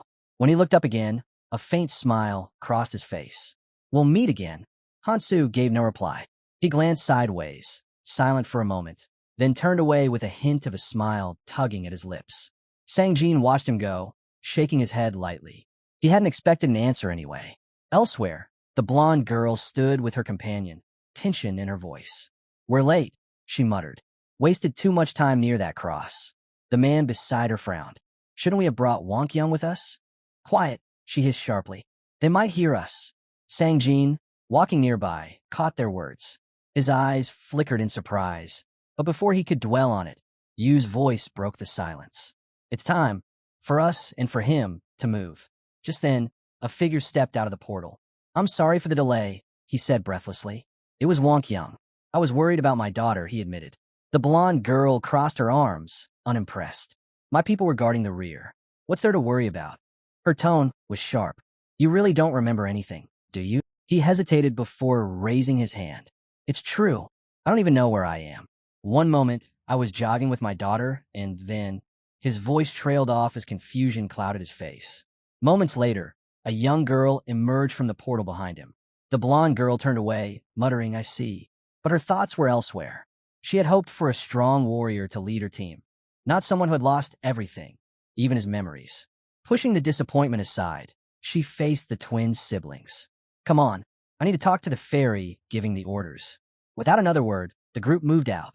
From the shadows, the Dark Monarch observed silently, eyes fixed on them, his expression impossible to read. Elsewhere, Han-soo moved steadily through the forest, his steps light but deliberate. The woods were quiet, too quiet. He noticed immediately that most of the monsters had already gathered deeper within the preparation zone. Inside the tower, every floor carried its own strange reality. Some opened into endless skies. Others plunged travelers beneath vast oceans. But here it all felt hollow, fabricated, artificial. Han-soo stopped and placed his hand against a towering wall that loomed in front of him. His eyes followed its height upward. Everything has an end, he thought silently. But he didn't pull his hand away. Instead, his gaze sharpened. They want us to believe the tower stops at the 4th floor, he murmured. But there's a 5th, hidden and sealed away. A dungeon holding something valuable. He gripped his weapon tightly. Normally, reaching such a place would be impossible. But Han-soo wasn't planning to follow the usual path. He swung his weapon, slicing through the air with sheer power. Each strike rippled with energy, distorting the space around him. Nirmaha ring, authority, destruction. The ground trembled as cracks began spidering across the barrier. Strike after strike, his weapon tore deeper, the magical energy screaming with every impact. Then, a deafening blast erupted. The wall shattered into fragments. Without hesitation, Han-soo pressed his hand against the fractured surface and pushed through, emerging on the other side. His eyes locked onto what lay ahead, an untrodden path stretching into darkness. If I can't climb from the inside, he muttered, voice steady with resolve, then I'll do it from the outside. The wind stirred around him, carrying loose leaves as they drifted to the ground. Behind him, the wall began to heal itself, sealing shut almost instantly. Without the ring's power, passing through again would be impossible. Hansu exhaled sharply and brushed a hand through his hair. Pulling up his status window, he checked his progress. Only 40 points gained from the runes after the Black Monarch's attack. Not enough. Not even close. Grinding his teeth, he leapt upward, grabbing onto a narrow ledge. His fingers tightened until his knuckles whitened. He hauled himself up, muscles straining, sweat running down his face. Finally, he pulled himself over the edge, and there it was. The entrance to the 5th floor dungeon, its shape slowly solidifying in front of him. Hansu tightened his grip on his weapon. Ralph Lauren's warning echoed in his mind. No one knew what awaited inside. Then, the ground around him exploded with motion. Countless blades erupted from the earth, stabbing upward like a storm of steel. Hansu darted aside, deflecting each strike with sharp, precise movements. He clenched his jaw. There was no turning back now. He had to win. A brilliant light burst from the forming portal ahead, flooding the chamber with blinding radiance. Hansu looked up and froze. Something colossal was emerging. A monster, its shape still incomplete, materializing from pure light. Memories flashed through his mind.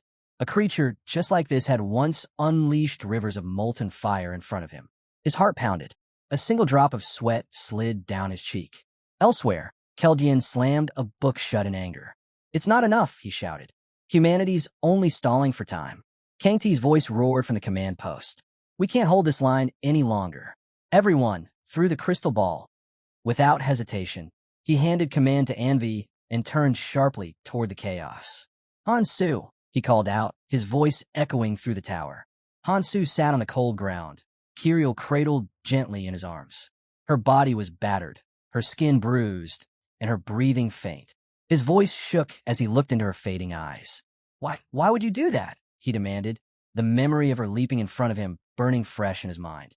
Kiriel's hand trembled as it reached up, her fingertips brushing softly against his cheek. A fragile smile crossed her lips. "Thank God," she whispered, her voice barely a breath. Relief flickered in her eyes. She was glad he was still alive. Her fingers traced the wound on his face, but before she could finish her sentence, before she could make him promise whatever she wanted to say, her arm fell limp. Silence filled the air. Hansu gritted his teeth, holding her tighter. The weight in his chest felt unbearable. For a moment, he lowered his head, forcing himself to breathe. Then, slowly he looked up. His eyes burned with fierce focus as he stared down the beast standing before him. The monster let out a low, thunderous growl. Hansu's gaze narrowed. He recognized it instantly. The creature towering over him was the golden dragon, Bellium. Realization struck. This hidden dungeon recreated the most powerful enemy from the challenger's own memories. A faint smirk tugged at his lips. "So, this is it," he muttered. "The strongest one I've ever faced. If the tower had chosen Bellium for him, then this was fate, a chance to finish what he once couldn't. Even if this version was weaker, scaled down to match the strength of the Red Rune, he would still have to give it everything he had." He raised his hand, gripping a crimson crystal, the reward he'd earned for slaying the Demon King. Every plan, every item, every decision had been for this very fight. 2 powerful artifacts glowed in his possession, energy pulsing between them. A notification flickered before his eyes. Worthy imitation of the Philosopher's Stone, consumable treasure, obtained through treasure hunting. He remembered the trade, 32 treasures on the 2nd floor, all exchanged for this single item. It wasn't perfect, but it was enough. The stone was already cracked, its power unstable. But that didn't matter. He activated it. A violent surge of energy exploded from within, flooding his veins. His runes spiked, his strength rising to the lower red level. A crimson aura pulsed from the Nirmaha ring, vibrating with raw power. Then, Hansu drew out his trump card, the Jade Demon Essence, his hard-won prize from the Demon King. That victory alone had made all the suffering worth it. Without hesitation, he bit into the glowing sphere. The world erupted. In an instant, every stat skyrocketed to 99.9%. His magical power surged to an almost uncontrollable level. The air crackled around him, the ground splitting beneath his feet. The effect would only last a single day. After that, everything would collapse, dropping to a mere 0.1%. But Hansu didn't care. One day was all he needed. A grin spread across his face. "This is what I wanted," he whispered, his eyes locking on the dragon. "This is what I've been chasing." Bellium's golden eyes burned brighter. It sensed the power gathering before it, and roared. The sound was deafening, shaking the dungeon walls and sending debris flying in every direction. Hansu slid back, bracing himself. His hand shot out, gripping a nearby blade. Red light swirled around him as he channeled the first ability of Nirmaha's ring. A wave of destructive energy exploded outward. The blade blazed with crimson light. The power of destruction red pushed to its limit. 99%. Without a moment's hesitation, Hansu charged forward. His body blurred with speed, the crimson aura from the Nirmaha ring pulsing around him. He brought his sword down with everything he had, every ounce of strength, every rune-enhanced strike, every fragment of his will. The impact echoed like thunder. And then, his blade shattered. Fragments of steel scattered through the air, glinting red against the dragon's golden hide. Hansu's eyes widened. His strongest strike had only managed to chip away a single scale. Bellium didn't even flinch. The dragon's golden eyes narrowed, its chest expanding as flames gathered deep within its throat. Hansu recognized that sound, the low, rumbling growl that always came before the storm. He inhaled sharply and steadied himself. A sphere of molten fire formed in the dragon's mouth before erupting outward, transforming into a blinding torrent of flame. And Hansu smiled. Far away, deep in the forest, the corpse of a massive beast lay motionless on the ground. Sang-jin landed atop it, his boots sinking slightly into its scorched flesh. Another man burst through the underbrush, panting. "That was the last kelk in this area," he said quickly. Without missing a beat, he knelt down, cutting into the creature's body to extract the shimmering slime sack. Hopping down beside a young woman, he handed it over. "We've got everything we need. Time to start building the ship." The girl's gaze wandered toward the horizon. Her tone softened. "It would have been nice if Hansu were here with us." Sang-jin lowered his eyes, voice quiet but steady. "Even if he hadn't disappeared, coming with us would have been difficult." Minnie tilted her head, puzzled. "What do you mean?" Before Sang-jin could respond, the dragon's flames tore through the air like a storm of molten light. Hansu's muscles tensed as he tracked the inferno heading his way. It was the same attack that had once nearly ended him. Yet this time, he refused to take it head-on. He pushed off the ground. The fire missed by inches as he dashed forward, heat licking at his back. Sliding low beneath the flames, he sprinted straight toward the massive creature. He knew a regular blade wouldn't be enough. In his hand, two weapons materialized, Judgment and Justice, the legendary twin blades known as Decratos. But this was no ordinary pair. What Hansu wielded now was their evolved form, reforged and enhanced beyond recognition.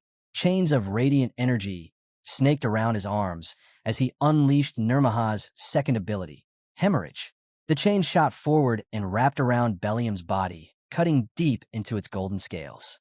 The dragon roared in fury as blood burst from the wounds, staining the air. Hansu's grip tightened. The moment he pulled, the chains constricted even tighter, slicing through flesh with brutal precision. His mind raced. The weapon's power was immense, but fragile. Each pull brought it closer to breaking. Against a creature like Bellium, it wouldn't last long. But that didn't matter. He clenched his teeth, muscles trembling from the strain. If the weapons break, they break. As long as the dragon falls. Bellium thrashed violently, its wings beating against the air. In a single motion, it swung its massive tail, striking Hansu square in the chest. The impact was explosive. He flew backward, crashing hard against the stone ground. The chains snapped one after another as the dragon broke free. Bellium roared again, its fury shaking the dungeon walls. A surge of magic gathered in its core before it unleashed a blast of pure energy, slamming straight into Hansu's position. The world went white. Bruised and bloodied, Hansu forced himself upright. His breath came out ragged, but his grip on the chain never faltered.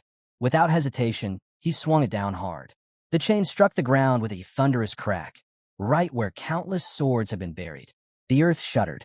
One by one, the embedded blades ripped free from the soil, shooting into the air like iron comets.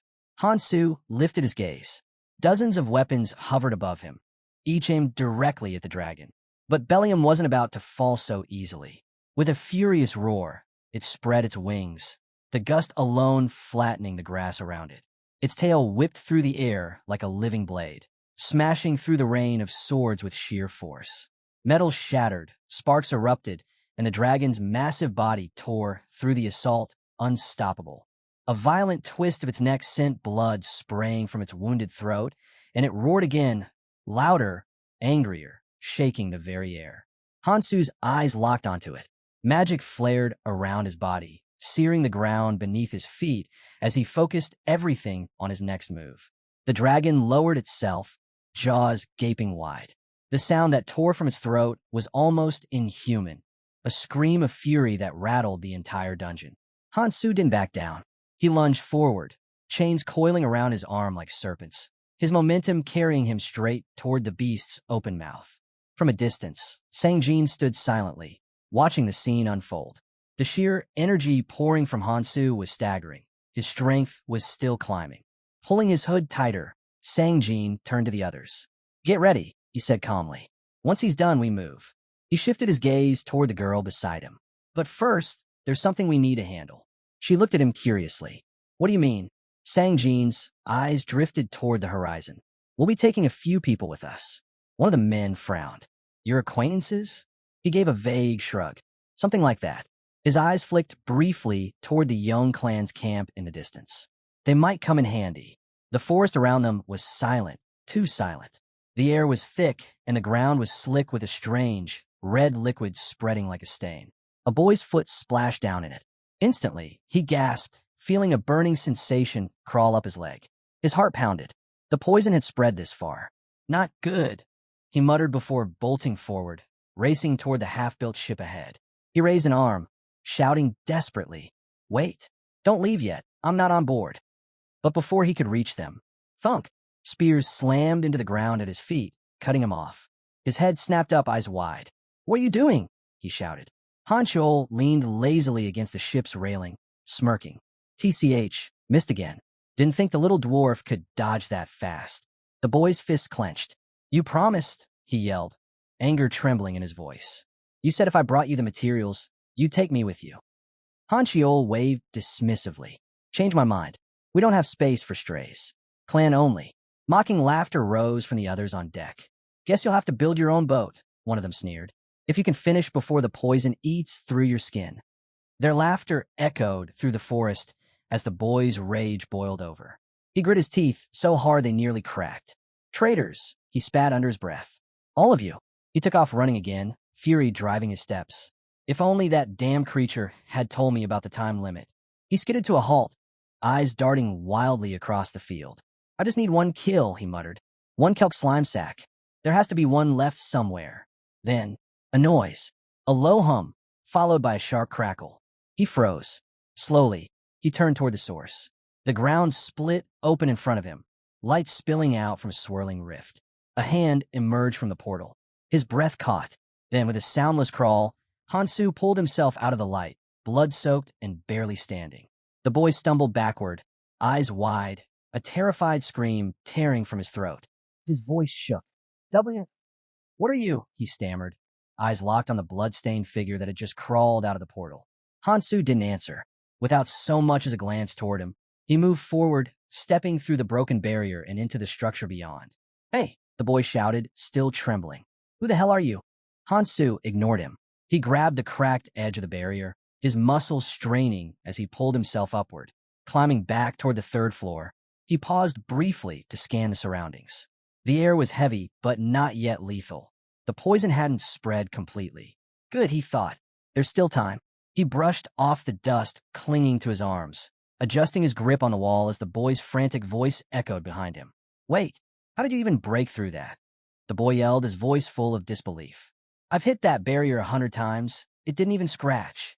Hansu didn't turn around. "I don't have time to explain," he said flatly. "I've got somewhere to be." He started walking. The boy hesitated, then scrambled after him, words spilling out nervously. "Hey, you're in a hurry, huh?" Hansu stopped and looked over his shoulder, giving him a single, quiet glance. The boy blinked, his confusion deepening. Are you seriously walking around naked? Is that your thing or something?" Without a word, Hansu tore off the shredded remains of his shirt, the fabric fluttering to the ground. "I've got a ship to build," he said simply. "No time to waste." A powerful gust of wind swept through the corridor, forcing the boy to throw up his arms to shield his face. "Wait, what do you mean, starting now? You can't do this by yourself." But Hansu was already moving. In a blur, he leaped skyward, disappearing into the trees above. The boy stood there, mouth hanging open. Is he insane? Not far away, chaos erupted. A deafening crash echoed through the forest as a man was hurled backward, his body slamming into a tree trunk. His comrades cried out, rushing toward him. "Get together! You can't pass out now," one shouted, gripping his fallen teammate. A monstrous shape emerged from the shadows, the Galapagos crocodile, its armored hide glistening like metal. The ground shook beneath its weight. "Fall back! We can't take that thing!" Another yelled, panic rising in his voice. Then, something streaked past them, faster than their eyes could follow. "Hansu, if you're not going to fight," he said coldly, "I'll do it myself." Before anyone could react, he shot forward, closing the distance in seconds. The survivors stared in disbelief. Did he just... He's going at that thing barehanded? The dragon scale beast lunged, but Hansu's fist was already in motion. His punch landed squarely against its snout with a brutal impact. The shockwave sent blood and scales flying, echoing through the trees. The survivors froze. "What the hell? Who is this guy?" one of them whispered. At that moment, the boy from before stumbled into view, panting as he caught up. One of the survivors turned toward him. "Hey, you with that maniac?" He wiped sweat from his forehead. "No," he said between breaths. "I just met him." A short pause, then something like that. Hansu didn't stop. He struck again and again, each blow cracking the monster's armored hide. The Galapagos howled in agony, but it was no use. The relentless assault didn't stop until its body went limp. Hansu stood over the corpse, his breathing steady. He crouched, tearing through the creature's remains with practiced efficiency, pulling out what he needed. Just a coincidence, he thought. Didn't even need the Galapagos. From behind, one of the Earth survivors called out, breaking the silence. "Hey, why don't we work together? Pool our materials, build one big ship." The boy who'd followed Hansu clutched his chest, still catching his breath. "Fine," he said quickly. "I'll add my share, but only if you let me on board." One of the survivors crossed his arms, giving the newcomer a skeptical look. "You know the Galapagos crocodile parasite can only build about 20 ships, right? There's no room left." The man's brow furrowed. "I need it," he shot back. "I'll trade if I have to." Their argument was cut short when Hansu dropped down from the top of the slain beast. His landing was silent, his presence sharp. Without a word, he picked something up from the corpse, then, with a flick of his wrist, tossed it toward them. The parasite hit the ground with a wet thud. "I don't need it," he said simply. Everyone froze. Hansu's eyes flicked toward them, calm and unreadable. "I'm building a 500-seat ship. Do whatever you want with that thing." The group exchanged stunned looks. A ship that size was unheard of. The key material for something that massive, the heart of a knock rockstone lizard. And collecting materials for larger ships didn't just get harder, it got nearly impossible. The man who'd been following Hansu clenched his jaw. He's really going to do it alone? Hansu gritted his teeth, glancing toward the horizon. The poison spreading across the fourth floor was thickening fast. Every minute counted. Was he seriously planning to hunt down that monster and build a 500-seater ship? All by himself? Before the thought could even settle, Hansu pointed toward the others. "Tell everyone still alive. If they bring materials as payment, I'll let them board." The man blinked in disbelief. "Wait, seriously?" he asked. "You'll take us? Just for the materials we've got?" Hansu didn't respond. He was already walking away. Not long after, the fourth-floor preparation zone was buzzing with life. Fighters and scavengers filled the riverbank, each hauling stacks of materials, skins, bones, metals, and cores, all piled high for trade. The man who'd followed Hansu stood among them, staring down at the bundle in his hands. "This is everything I've got," he thought. "My last chance. I can't afford to be betrayed again." He clenched his fists, watching Hansu in silence. Then, a thunderous crash ripped through the forest. The ground trembled, and birds scattered into the air. "What was that?" someone yelled. Another followed, eyes widening in panic. "Over there, look!" A massive shadow rose above the treetops. The man's heart dropped. "No way. It's coming right at us." Hansu's voice cut through the panic like a blade. "Scatter." The ground erupted. The enormous rockstone lizard slammed down in the center of the clearing, the shockwave knocking people off their feet. Screams broke out as the survivors scrambled for cover. And standing on top of the creature's crushed skull, calm, unshaken, was Hansu. He looked down at the stunned crowd and smirked. Well, looks like everyone's here. Then he jumped down, landing lightly on the poisoned soil. Get ready to leave. The man who'd been following him could only stare. He killed it alone? Hansu dragged the colossal, still pulsing heart of the rockstone lizard across the ground. Its surface glowed faintly as he stopped before the fairy guardian. I've got the heart, he said, dropping it at the fairy's feet. Let's trade. The fairy glanced at the timer floating in the air.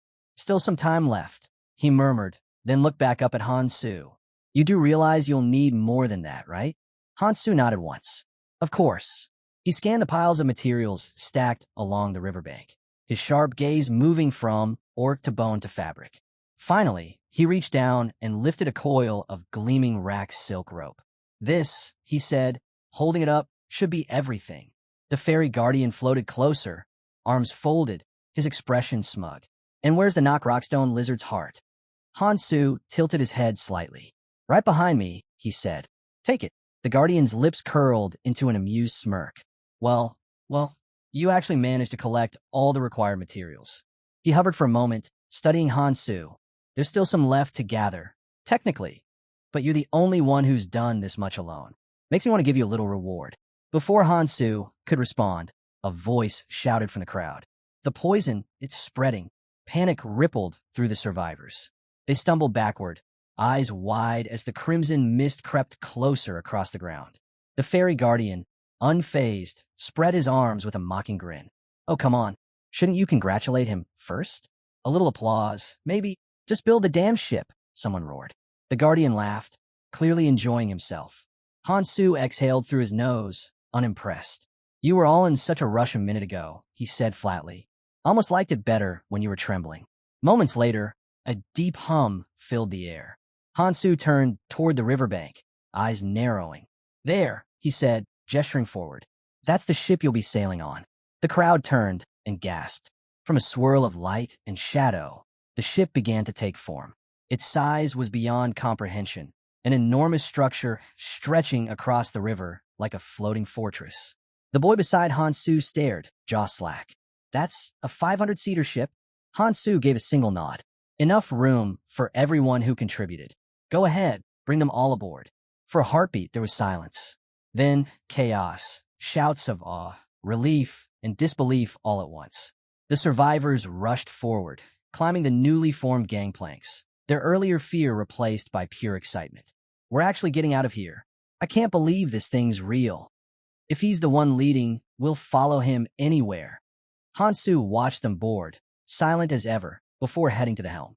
Once everyone was settled, the boy who'd followed him stepped up and raised his voice. Don't worry about steering, he called out. As a reward for taking us, we'll handle the navigation. Hansu said nothing, his focus already fixed ahead. The fairy guardian floated higher, addressing the gathered crowd. Everyone, take your seats and rest, he announced. Estimated travel time, 3 days. Then, lowering his arms, he gave a sly grin. Well, my work here is done. I won't be interfering anymore. His tone darkened as he added, I'm glad I sent you all to the red zone. At least my efforts won't go to waste. As the ship began to rise, the portal ahead opened wide, swirling with red light. The fairy's voice echoed one last time, mocking but faintly sincere. Try to survive as long as you can. The world shifted. The ship broke through the barrier and emerged into open waters, no longer in the training zone. The air was heavy and metallic. The sea around them glowed with a sickly red sheen. One of the men on deck leaned over the railing. Is that the entrance to the red zone? He asked quietly. His eyes scanned the horizon. Dozens of other ships were visible in the distance, all sailing through the same crimson mist. Then his gaze dropped to the water, and his expression twisted. Wait, that's not an ocean. The realization spread quickly. The liquid wasn't blue. It wasn't water at all. It's poison, another whispered. Silence fell across the deck. The only sound was the ship's low hum as it cut through the red tide. Finally, one man let out a slow breath. We should be grateful, he said quietly. If we hadn't made it aboard, we'd be dead already. They turned to Hansu. You didn't make it hard for any of us. You really are a good person. Another survivor chimed in. Yeah, we never even asked your name. Hansu didn't answer immediately. He stood at the helm, eyes fixed on the endless red horizon. Then, wordlessly, he opened his status panel.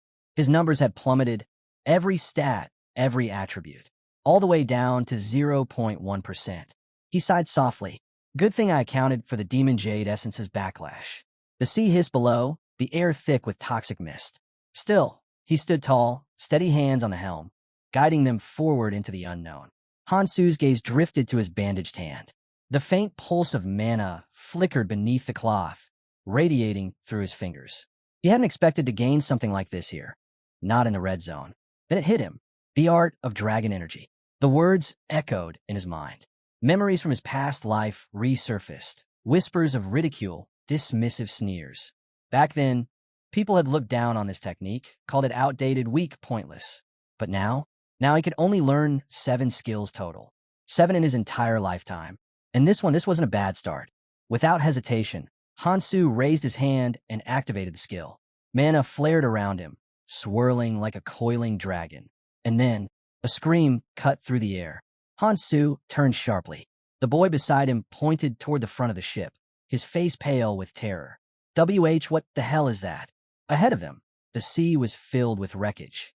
Splintered hulls and shattered masts drifted aimlessly across the crimson waters. Dozens of ships obliterated. And from within the poisoned waves came a voice. Help, please. I don't want to die here. A man clung desperately to a floating plank, his face twisted in panic. His eyes met theirs, and horror dawned across his expression. Recognition. These were the same people who had abandoned him before. The same ones who'd left him to die. He shouted frantically, calling out that more survivors were trapped beneath the toxic waves, begging for help. He tried to pull himself higher onto the wood, but then suddenly, his body jerked. A trident burst through his chest, the tip glowing faintly in the red light. Blood spilled into the sea as the weapon lifted him clean off the water's surface. He gasped and choked, his voice lost in a wet gurgle before his body went still. Screams erupted across Hansu's ship. Monsters! There are monsters in the water. Panic spread instantly. People ran in every direction, shouting over one another. Someone pointed toward the helm. Who changed the ship's course? The boy's eyes darted to the wheel, and then to Hansu. It's him, he whispered. The ship creaked as it turned, slowly veering away from its path. Why are we changing direction? Another man shouted, his voice cracking with fear. Stop! Do you even see what's out there? All those wrecked ships. Those things will tear us apart. We'll die out here. Hansu didn't answer. His hands remained steady on the helm. Answer me! The man yelled again, panic rising. You think you can save everyone if we get attacked? That's impossible. You'll get us all killed. His voice trembled, more from desperation than anger. Why do you even care so much about saving everyone around you? For a brief moment, the words hung in the air. Hansu's eyes softened. Memories flickered, his old companions, their voices, their laughter, their sacrifice. Why do you care so much? He let the thought fade away. The man kept shouting, his fear turning to pleading. We need to go back. Please, stay on course. Hansu turned his head slightly, his voice quiet but resolute. We'll make it now. The man blinked. Relief flooded his expression, and he let out a shaky breath. Good, you made the right choice. You're a good man. But then, his relief twisted into unease.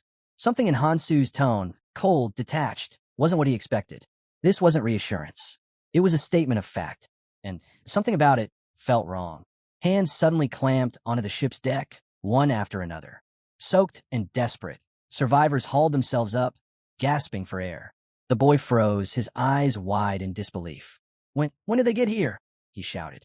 One of the drenched survivors stumbled to his feet, fury written all over him. He pointed an accusing finger and roared, I heard everything. You were going to abandon us, weren't you? He stormed forward, voice shaking with rage. We swam for our lives to reach your ship. And you, he grabbed the boy's cloak and pulled him close. I wonder how you'd feel getting tossed overboard yourself. Before anyone could react, a sharp whoosh tore through the air. A blade embedded itself deep into the ship's side with a violent thud. The aggressor froze, his face draining of color. What was that? What just hit me? The protagonist stepped out from the shadows, his tone calm but firm. Enough. They're here. The The bully spun around, confused and furious. Who's here? The answer came in the form of a sudden jolt that rocked the entire vessel. The ship groaned as if something massive had struck from below. That's when it hit them. They had arrived. From the depths of the toxic sea, dark silhouettes rose. Twisted figures emerged, their glowing eyes slicing through the black water. Each one carried a jagged trident. These were the Red Zone's gatekeepers, the damned survivors. Without warning, the creatures attacked. Their strategy was merciless, smashing through the ship's underside to drag it down piece by piece. The hull shook violently under the barrage. "They're underneath us," someone yelled. "They're trying to sink the ship." Crew members scrambled to the edges, hurling everything they had into the water. "Keep them away from the hull," another shouted. "Use long-range weapons. Don't let them get close." But it was useless. Every strike was deflected, every attempt countered. The monsters were too strong. Then, amid the chaos, the protagonist stepped to the railing. His eyes were steady. "If they won't come to us," he muttered, gripping the edge tightly, "then I'll go to them." Before anyone could stop him, he jumped. Gasps erupted across the deck. "He's insane," someone screamed. Hansu plunged straight into the poison waters below. The sea churned violently around him. From above, a trembling voice stammered. He jumped in without gear. He's done for.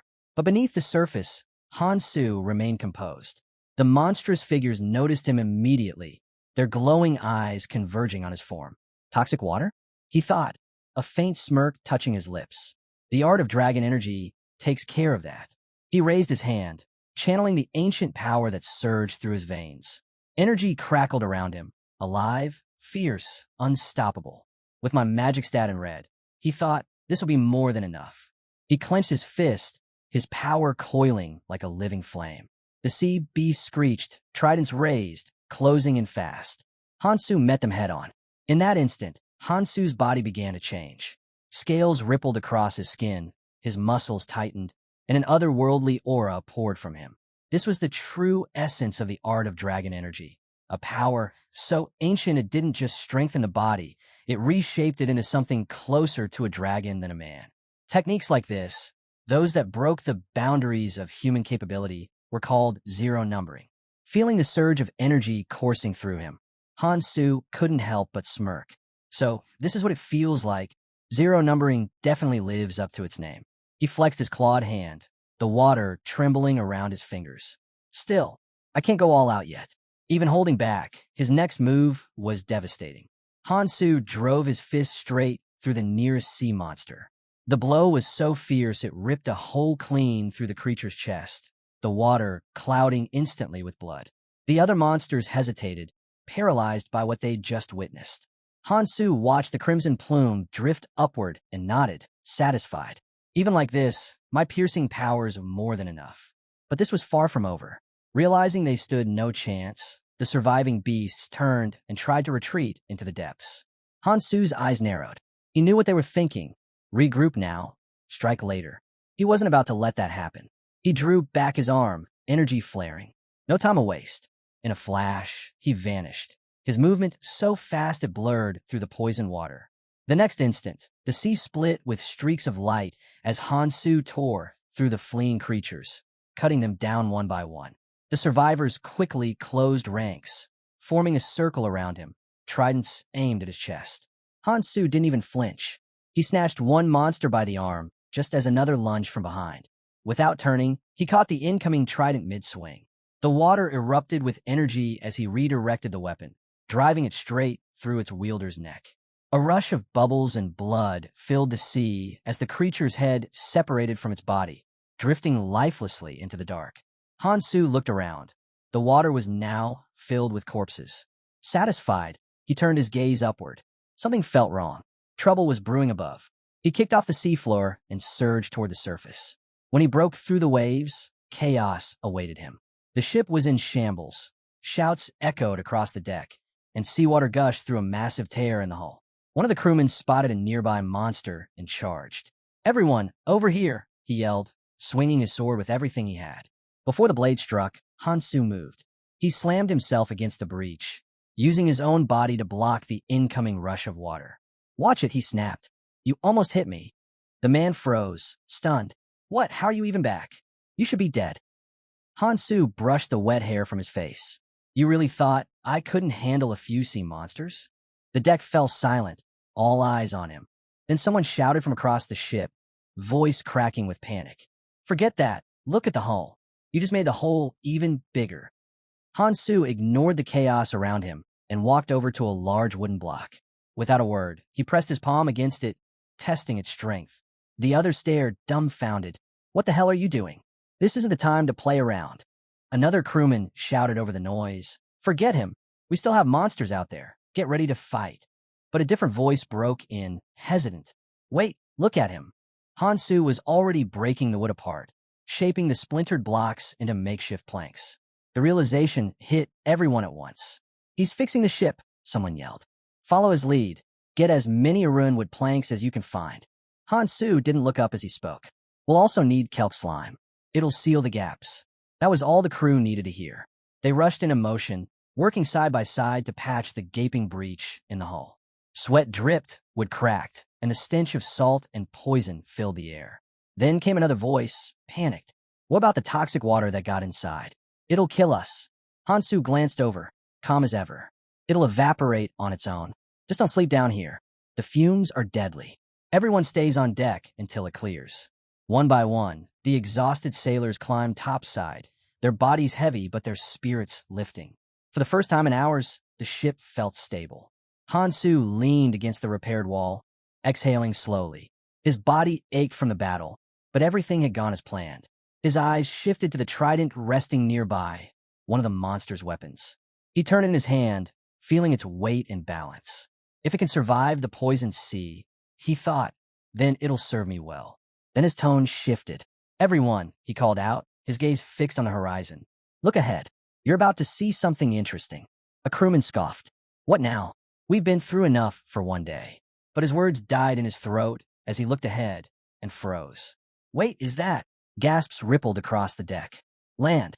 A wave of cheers erupted.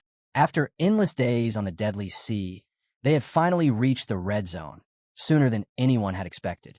Relief and excitement swept over the crew. But the joy didn't last. Why aren't we stopping? Someone asked. The ship should be slowing down on its own. A strange tension filled the air. Then from behind them, a calm voice spoke. The voyage lasts 3 days, the figure said. It's not over yet. Hansu stepped forward, his expression unreadable. That's not land, he said quietly. We're standing on the root of the world tree. The crew turned in confusion. Beneath them stretched a massive structure, root-like ridges rising and twisting through the water, larger than entire islands. One sailor whispered, What kind of tree has roots this size? The mysterious man smirked. So, this is the tree you mentioned before? Hansu didn't answer. His eyes stayed locked ahead. Just watch, he said. The real show's about to start. As if on cue, the entire root shuddered. The ship rocked violently, crashing against the massive structure. Crewmen stumbled, grabbing onto rails to keep from falling. Then came the sound, deep, thunderous, and alive. The sea split apart. Something vast and monstrous began to rise from the depths. The crew watched, frozen, as a colossal creature emerged, its scales glistening, its maw opening wide enough to swallow the ship whole. And then, boom, a second eruption of water exploded nearby. Another titanic form burst from the sea, its roar shaking the air itself. The sound was deafening.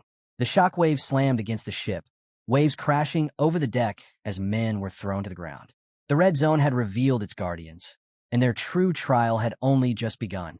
As the ship steadied, a drenched man in the poisoned water pulled himself upright, coughing hard. His trembling gaze locked onto the massive shadow ahead. It's not after us, he shouted, voice hoarse. He pointed toward the half-devoured root jutting from the waves.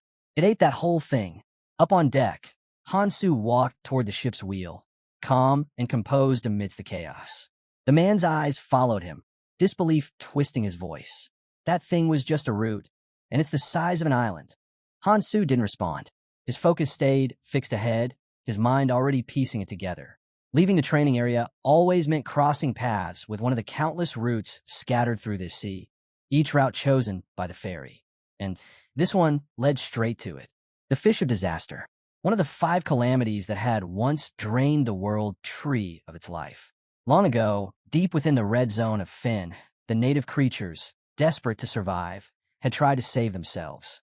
They used magic and genetic alchemy to create the world tree, hoping it would restore their dying land. But they couldn't stop the 5 disasters.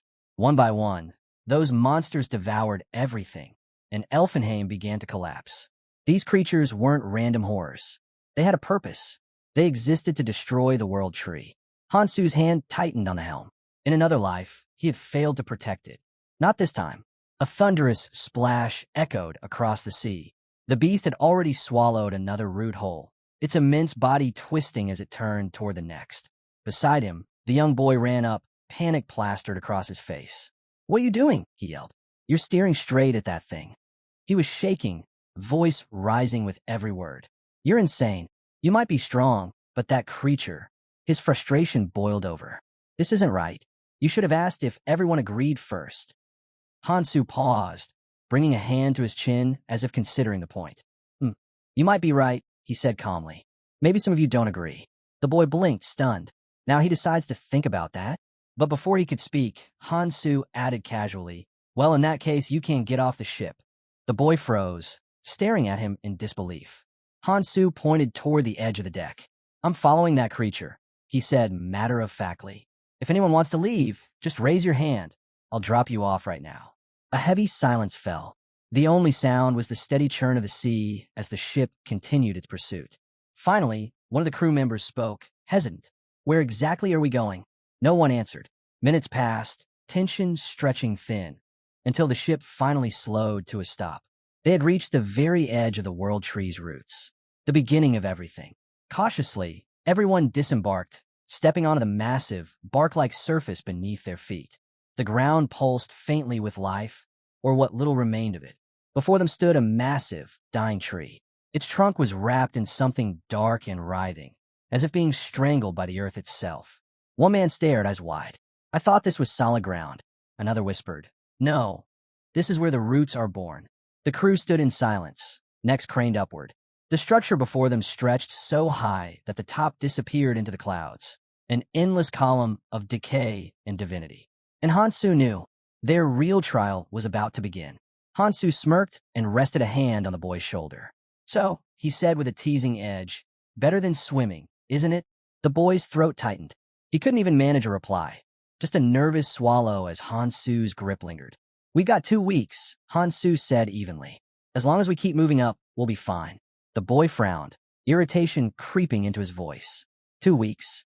What are you talking about?" "The demon said we're supposed to go to the world tree." Before Hansu could answer, a shout echoed from ahead. "Hey, are you two coming or what?" Hansu turned without hesitation. "Standing here won't get us anywhere," he said flatly. "Move if you want to live." "I'm going on." The boy clenched his fists, then hurried after him. "Wait, I'm coming too." Hansu exhaled slowly, not bothering to look back. "You'd better keep up." Then his voice carried across the quiet air, calm yet heavy with purpose. "The fish of disaster will reach the roots in 2 weeks," he said. His fingers tightened around the trident at his side. "I need to find that person before it does." He stopped, lifting the weapon high. But first, with one swift motion, he brought the trident crashing down. The sound split the air like thunder, which shattered. Water exploded upward, and the ship's hull cracked wide open.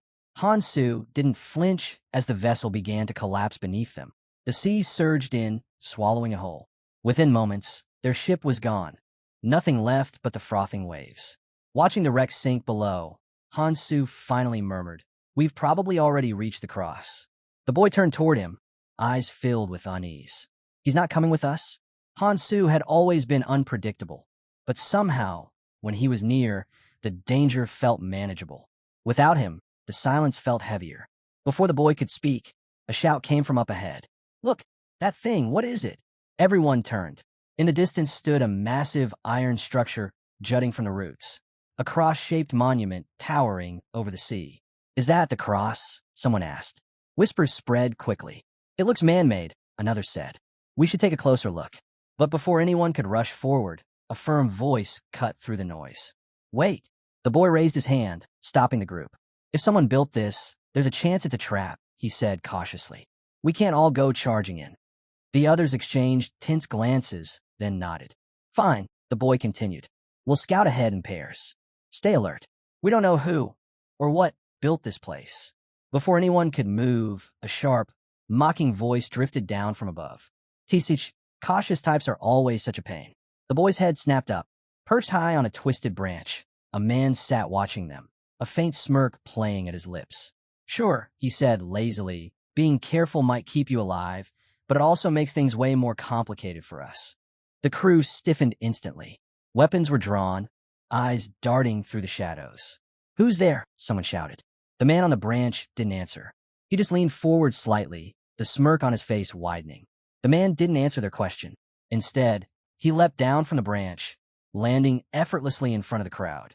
His sharp gaze swept over them, scanning faces, counting numbers. Huh, he muttered with a grin. 148? Not bad.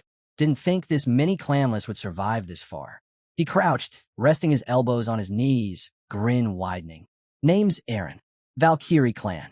Helper group. His tone was light, almost mocking. And lucky for you. He spread his arms with a smirk. We're your saviors. Uneasy murmurs rippled through the group. Someone finally spoke up. What do you mean? Saviors? Aaron sighed dramatically and rolled his eyes. You really don't know a damn thing, do you? He scratched the back of his head. Figures. After the training ends, those freaky-looking fairies of yours don't explain anything, right? They just sit back and watch. The crowd shifted, exchanging nervous looks. Aaron's grin returned. Yeah, they're watching right now, by the way, but don't expect them to help. That's our job. He stood, brushing off his knees. So here's how it works. You follow us, or... He stopped mid-sentence as a quiet laugh echoed behind him. No one's following you after that speech. Aaron turned. A young woman stepped out from the group, her arms crossed, eyes cold and steady. Name's Beck, she said flatly. She tilted her head toward the elderly woman beside her. And this is Pam. Beck glanced around at the confused travelers before continuing. We're also from the helper group, and we were given actual orders to assist travelers coming out of the training zone. Orders? Someone asked, frowning. From who? Pam tapped her cane against the ground with a soft thunk. From Erie's, she said, her tone calm but firm. Monarch of the Valkyrie clan. The crowd erupted in murmurs. Even Aaron blinked in surprise. Beck's expression didn't waver. Erie's left for the Orange Zone 20 years ago, she explained. Since then, our mission has been to help newcomers like you survive the Red Zone. Another helper stepped forward, voice steady. This is the end of the routes. You're still far from the World Tree. Without someone guiding you, you won't last. The travelers glanced at one another. None of the helpers seemed openly hostile, and if things went wrong, they had the numbers to fight back. Aaron straightened and stretched lazily. You rookies just don't know how to listen. He extended a hand toward them with a smirk. Come on, follow us, and you might actually live long enough to see the tree. Beck clicked her tongue, irritation flashing across her face. No, Aaron, you're the one who doesn't listen. She crossed her arms. Didn't you hear what I said? We do things by the book. Aaron sighed, shrugging. Yeah, whatever. But the grin never left his face. For a moment, no one moved. The air was thick with uncertainty. Trusting strangers here could mean life or death. Still, they had no better option. The helpers were the only ones who knew how to survive in this place. Then someone from the back shouted, We'll follow. Beck exhaled through her nose, unimpressed. Even a stray dog would have figured that out faster, she muttered. Aaron rolled his eyes. If you're so smart, then why don't you do everything yourself? Beck smirked, stepping closer. Big words for someone who hides behind a title. Aaron's grin sharpened. For someone weaker than me, he said coolly, you sure talk a lot. The tension between them crackled like static. And just like that, the uneasy alliance began, fragile, uneasy, and hanging by a thread. Before the tension could blow up, Pam stepped between them. Enough, she said. We don't have time for this. We got a job to do. She turned to the others without waiting for an answer. Get these people out of here. Aaron faced the crowd. Don't think you can attack us just because you outnumber us, he warned. 30,000 helpers have been here for years. If you want to survive, don't act like fools. He glanced ahead. The newcomers might feel bold now, but soon they'd learn the truth. This place held beings whose names alone made people tremble. He stopped in front of the restless mass. The Red Zone has its own rules, he declared. No one touches the newcomers. A murmur ran through the group. Someone turned to the side. What's that noise? He asked, spotting movement nearby. Before he could move, Aaron cut him off. Ignore it. Keep moving. Then boom, an explosion ripped through the distance, the ground shuddering. All heads turned to the source. A fierce fight was unfolding not far away. Aaron's gaze sharpened. "None of you are ready to face anyone here," he muttered. Vex's eyes locked onto the battle. The fighting style rang a bell. Why is she fighting over there? She wondered. Another blast shook the earth. The protagonist ducked automatically as heat swept past. His hands burned. His face stung. He lifted his head, trying to make sense of the chaos. "Why did she attack?" he asked, voice rough. A sharp voice sliced through the noise. "Shut up." A girl planted herself before him, magic crackling at her fingertips. "You just finished training. You have no idea what kind of place this is. And you dare to talk like that." Elsewhere, a pink-haired girl stood still, eyes fixed on the horizon. A monstrous shape was rising, a massive fish of calamity. She breathed. Finally, he's here. The moment of focus passed. Her fists tightened, nails carving into her palms. "Do I even have the right to seek revenge for my parents anymore?" she whispered. She tilted her head back and looked at the sky. The wind ran over her as she made a choice. "I have to finish this. For them, and for those who will be dragged here sooner or later." Her voice dropped to a whisper. "Master, I will follow you soon." The whispers about her never stopped. They called her crazy, a fool for thinking she could kill a fish of disaster. No one wanted to risk their life fighting a monster bigger than a mountain. But Sophia wasn't like the others. As the distant rumble of the departing train faded into silence, she knew her battle had only just begun. Lost in her thoughts, she didn't notice the figure approaching until his voice cut through the stillness. "You're Sophia Veyrich, right?" She turned sharply, startled. Her eyes narrowed as she studied him. "How do you know my name?" Her gaze swept over Hansu, his stance, his weapon, the faint uncertainty in his eyes. A newcomer. No rare items. No aura of power. Just another lost soul tossed into the red zone. Hansu didn't waste time. "I want to talk about the disaster fish." Sophia froze. "What did you just say?" "I need your help," he replied firmly. She eyed him suspiciously. "I haven't seen you around before." Hansu crossed his arms. "Are you a Quadratus?" she asked cautiously. He could feel her distrust. Remembering Kangtae's words, he extended a hand, trying to ease the tension. "This could help you too," he said quietly. Then his tone darkened. "Or do you plan to keep living in fear, wondering when your family will end up here?" The words hit her like a blade. Sophia's breath hitched, her body tensing. Hansu pressed forward. "If we take down the disaster fish, their chances of survival increase." Rage flashed in her eyes. "How do you know about them?" she shouted. Before he could respond, her fist slammed into the ground. The earth split apart, a violent shockwave tearing through the air.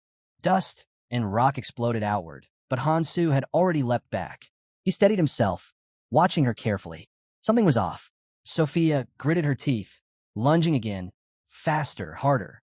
Hansu dodged by a hair's breadth. "Just listen to me," he shouted. The moment his feet hit the ground, he reached out, grabbing her shoulder. That was a mistake.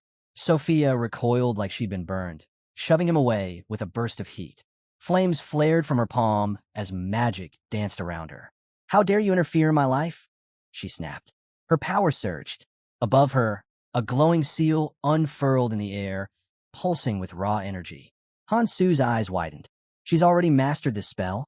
He could feel her fury, unrestrained, unrelenting. 3 brilliant orbs of frost and light materialized overhead, spinning with deadly precision. Tri-jade balls of frostlight. She launched them straight at him. Hansu's jaw tightened. He knew his control over dragon energy wasn't enough yet. But retreat wasn't an option. A small sphere of energy flared to life in his palm, glowing with the power of a dragon's breath. He exhaled slowly. "This is going to cost me later," he muttered. "But it's worth it." Power roared to life inside him. Wild, unrestrained dragon energy tearing through every vein. Scales rippled across his skin, his eyes blazing like molten gold. The change had begun. Boom! A blast of raw magic erupted outward, shaking the ground and sending waves of energy slicing through the air. Sophia's gaze sharpened. Her spell was taking hold. 3 jade balls of ice light. A technique that froze everything it touched, even the air itself. There was no escape. As the icy prison closed around Hansu, she exhaled sharply. "I didn't plan to kill you," she murmured. "Not yet. Not until you tell me where you learned that name. Then, sorry." Her heart skipped. Crack. A line split across the frozen surface. Another followed. Then the ice burst apart in a deafening explosion. From within the shards stepped Hansu, no longer entirely human. His presence radiated heat, his body marked by dragon scales and power that rippled through the ground. "You're not the only one with tricks up your sleeve," he said evenly. He lifted his hand, energy spiraling around the ring on his finger. Nirmaha's ring, first authority. It pulsed once, and the earth responded.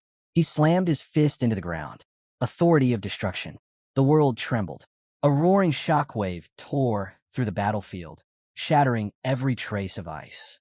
Mist evaporated under the raw force of his mana. Sophia stumbled back, shielding herself. "He broke my 3 jade balls of ice light." Her mind reeled. That's not possible. No one can gain that kind of power through training alone. Just how deep does his mana run? Her jaw tightened. Hesitation was death. Echoes from her past whispered in her mind. If you don't move forward now, you'll be left behind. You'll die chasing a legend, Sophia. She gritted her teeth. No, not yet. I won't stop here. Impossible, she screamed, mana flaring. With a burst of speed, she shot into the air, monumental air path activated. Power spiraled around her. As Alice's book appeared, its pages flipping in a furious storm. She clapped her hands together, solidification. Above her, a colossal magic weapon took form, pulsing with destructive force. "This is why I'm still alive," she shouted. "So people like you can't look down on me." She hurled the weapon downward, aiming straight for him. Hansu's eyes glowed crimson. His arms shifted, fingers turning into claws of living flame. In one smooth, precise motion he swung. The air split. Then the massive weapon shattered into nothing. Hansu dropped to one knee, steadying himself with a hand against the cracked earth. Dust swirled around him, the last echoes of their clash fading into silence. What was left of his clothes hung in tatters. His battle-scarred form a testament to the power he'd just unleashed. He glanced up, eyes calm. "Are we still doing this?" Sophia's fists trembled at her sides. Her breath came out sharp and uneven before she finally bowed her head. "There's no point." Hansu tilted his head slightly. "You're backing down already?" Sophia's gaze flicked toward him. Her mind replayed the fight in fragments, his strange technique, the unnatural force behind it. She analyzed it in silence, noting every detail. Energy arts were judged by 3 elements: the scaling and reinforcement of the rune, the strength of the mana barrier, and the technique's unique abilities, those rare effects that could change the course of a battle. His form wasn't flawless, but it was powerful, too powerful for someone new to the red zone. Pushing him further now would serve no purpose. She looked away. "Fine, you're strong," she said quietly, "but strength alone won't help you." Her tone hardened. "So tell me, how exactly do you plan to kill the fish of disaster?" A bitter laugh escaped her. "People tried for years. It swallowed 1,000 lives before they gave up. You think you understand what it's like to face something that can devour an entire ship?" Her voice cracked, anger spilling out. "That thing isn't a monster, it's a curse. And there are idiots who worship it, believing disaster will spare them if they bow deep enough." She clenched her fists until her knuckles turned white. "I'm done fighting alone." She shot him a sharp look. "If you don't want to end up like me, walk away while you can." With that, she turned and began to leave, her voice low. "This is a waste of time." Hansu didn't move. "If I thought it was easy," he said quietly, "I wouldn't have come to you." He straightened, his tone firm. "I have a plan. That's why I need your help." Sophia stopped mid-step, tension rippling through her shoulders. "I'm done with this stupidity," she muttered, still refusing to turn. Hansu's eyes narrowed. "This would be your 14th attempt to kill the fish of disaster," he said. "Are you really going to stop now?" She spun around, fury blazing in her eyes. "You don't understand," she shouted. "You don't know what I've—" Her voice faltered. Memories flooded in. Her parents' screams. The endless nights of battle. 13 attempts, 13 failures. Every fight ending the same. Shattered magic, broken bones, and the suffocating taste of defeat. She'd collapsed more times than she could count, her tears mixing with the blood-soaked earth. Survival had become her only victory. Hansu stepped closer, his voice steady but resolute. "You may not have one," he said, "but you've survived 13 times. That's not weakness." His gaze locked with hers. "You wouldn't have made it this far without strength." He paused. "But this time," he said quietly, "you won't be fighting alone."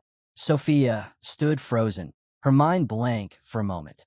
Then, like a whisper carried from another lifetime, Her parents' voices echoed in her head. You don't have to come with us, Sophia. We'll handle it. Just trust us. Her shoulders sank. The memory hit harder than she expected. She lowered her head, her voice barely a murmur. Why? She asked after a long silence. Why are you so determined to go after the fish of disaster? Hansu didn't face her. He looked out at the horizon, his tone calm and steady. To save billions of lives. Sophia's breath hitched. The weight of his words lingered between them, heavy and raw. Her hands shook before she managed to whisper, You're worse than most. Off in the distance, Madman Aaron peeked out from behind a tree, observing the scene with unease.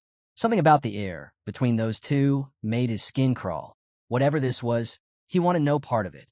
He turned to leave quietly, but before he could take another step, a sharp pull yanked him backward. A trident had pierced straight through his cloak, pinning him to the tree trunk. His breath caught in his throat. Slowly, he turned and froze. Hansu stood just a few paces away, eyes locked onto him, leaving without saying hello. His voice was calm, but the weight behind it was unmistakable.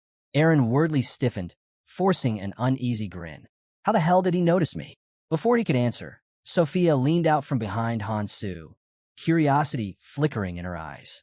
Aaron, what are you doing here? Caught red-handed, Aaron laughed awkwardly. Oh, just passing by, he said, scratching his head. Hansu wasn't amused. You were here the whole time, weren't you? Aaron hesitated, searching for an excuse that wouldn't get him skewered. But before he could stammer one out, Hansu cut in. Can you show us the way? Aaron's grin faltered. Why, yeah, sure. With no other choice, he started leading them forward. Eventually, they arrived at a crowded camp. Dozens of survivors filled the area, huddled around makeshift shelters. The air buzzed with movement. People hauling supplies, repairing gear, and keeping their eyes on the horizon as if disaster might arrive any second. A man greeted them near the entrance. Refugees from the end of the route, he explained. We keep moving in shifts. If the fish of disaster shows up, we have to run before it devours everything in its path. He gestured toward a large building in the center. Briefings that way. They'll help you get registered for the upper city. Then, noticing their silence, he smirked. Oh, and you hungry? No one answered. He took their silence as agreement and pointed toward a nearby tent where food was being handed out. For the first time in a while, the survivors' eyes lit up. Real food. Or so they thought. Behind the counter stood a broad woman with her sleeves rolled up and her hands on her hips. When she saw them, she gave a proud grin. You're new, huh? I saved the freshest batch for you. They stepped closer and froze. The meal before them wasn't food at all. Just piles of thick, writhing, slime-like goo that reeked of something rotten. The woman beamed. Go on, she said cheerfully. It's still warm. What is this? One of the survivors stammered, staring at the plate in disbelief. This isn't food. A man in a tattered cloak slammed his palm on the table, the sound echoing through the camp. You expect us to eat this disgusting sludge? He barked. The cook didn't so much as blink. Instead, she grinned, proud and unbothered. Yep, everyone here eats it. Her tone was almost cheerful as she explained, this slime's packed with everything you need to stay alive, protein, minerals, mana stabilization, you name it. She gestured casually toward a group of people nearby. A few were clutching their stomachs, some vomiting, others barely conscious. If you'd rather try your luck with something else, she said with a shrug, talk to them. They went for the monster meat instead. Red zone beasts taste great, until the poison kicks in. Silence blanketed the area. The survivors looked at one another, their expressions a mix of disgust, confusion, and reluctant realization. Slowly, shame washed over them. Survival left no room for pride. Then, Hansu stepped forward. Without a word, he grabbed a plate, scooped up a glob of slime, and took a bite. The others froze, watching him in disbelief. The cook's grin widened as she crossed her arms. Good, she said approvingly. Finish that up, and I'll hand you some utensils. You'll need them for gathering your next batch. Hansu didn't respond. He just kept eating. A short distance away, Beck waved at the cook as he passed. I'll leave the rest to you, he said casually. She chuckled.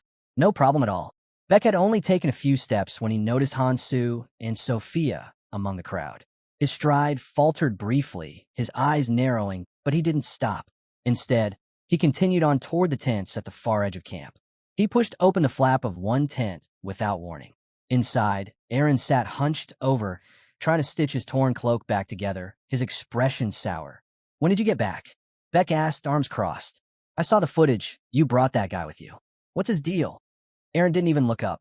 Fixing my damn clothes, he muttered under his breath. Beck raised a brow. How'd that happen? That was enough to set Aaron off. He shot to his feet, waving the half-mended cloak. That lunatic fought Sophia. Beck blinked, then gave a slow whistle. You said this was supposed to be a simple recon mission. Aaron dropped back into his chair with a groan. Don't remind me. He rubbed his temples, trying to calm down. How's everyone else holding up? Beck leaned against the table, glancing out the tense opening toward the bustling camp. They're fine, he said. Actually, better than fine. This batch is tougher than last year's. The red zone's getting harder, but the ones who make it this far? They're monsters in their own right. His tone darkened. If it weren't for that damned fish of disaster, we'd have even more survivors here. He paused, scanning the crowd outside. The fairies know it too. That's why they've been adjusting the difficulty, tightening the filter. Only the strongest get through now. Aaron exhaled heavily, still frowning. Doesn't matter. No one's crazier than that guy. He slumped back, arms crossed. Sophie is already a powerhouse, and someone who just finished training, was able to stand toe-to-toe with her. A bitter smirk tugged at his lips. Word's gonna spread fast. If that's true, then the next big challenge. He trailed off, eyes narrowing. It's coming sooner than we think.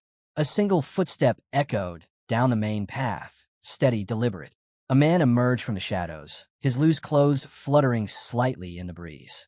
His posture was casual, but something about him radiated danger. His eyes glowed a deep crimson, and a wild grin twisted across his face, promising chaos. Meanwhile, Sophia walked toward Hansu, a small mechanical device clutched in her hand. Did you get your slime extractor? She asked, her tone brisk. You won't last long without it. Hansu glanced at her, raising an eyebrow. Where did you disappear to? Sophia looked away. I had to handle something. Then, as if remembering, she shoved a pair of folded pants into his hands. Here, you should change. They're not great, but better than what you've got left. Hansu looked at the clothes, then back at her. You worried about me now? Sophia froze. What? No, don't flatter yourself. She crossed her arms, trying to sound firm. We're partners, that's all. Before he could tease her again, she suddenly went wide-eyed, her face turning crimson. Wait, you're not seriously going to change right here, are you? Hansu laughed softly, holding up the pants. Relax. I'm just checking the size. His voice dropped to a warm murmur. Thanks, Sophia. Her head snapped away. I just don't want to see you half-naked. Okay. Still flustered, she cleared her throat and quickly switched topics. Before we leave, there's something we need to handle first. The Newcomer Assistance Center. Sophia stopped in front of a tall building, buzzing with activity. Wait here, she told Hansu. This place is for adventurers who aren't ready to move on yet. Mostly those waiting for family. It's one of Valentina Iris' support centers. Without waiting for a reply, she pushed the door open and stepped inside. A girl with short black hair sat behind the counter, scrolling through a floating screen. When she saw Sophia, her expression brightened. Well, look who it is. Been a while since your last visit. Sophia didn't waste time on small talk. Check the list of new arrivals for me, she said briskly. And I need an update on the artifact I left here. The clerk smiled, tapping through a holographic interface. Of course, Miss Verich. You're one of our VIPs, after all. As she worked, she added, the help center's more than just a hub for newcomers. Sponsors, missions, trade permits, you name it, we handle it. After a few moments, she printed out a glowing list and handed it over.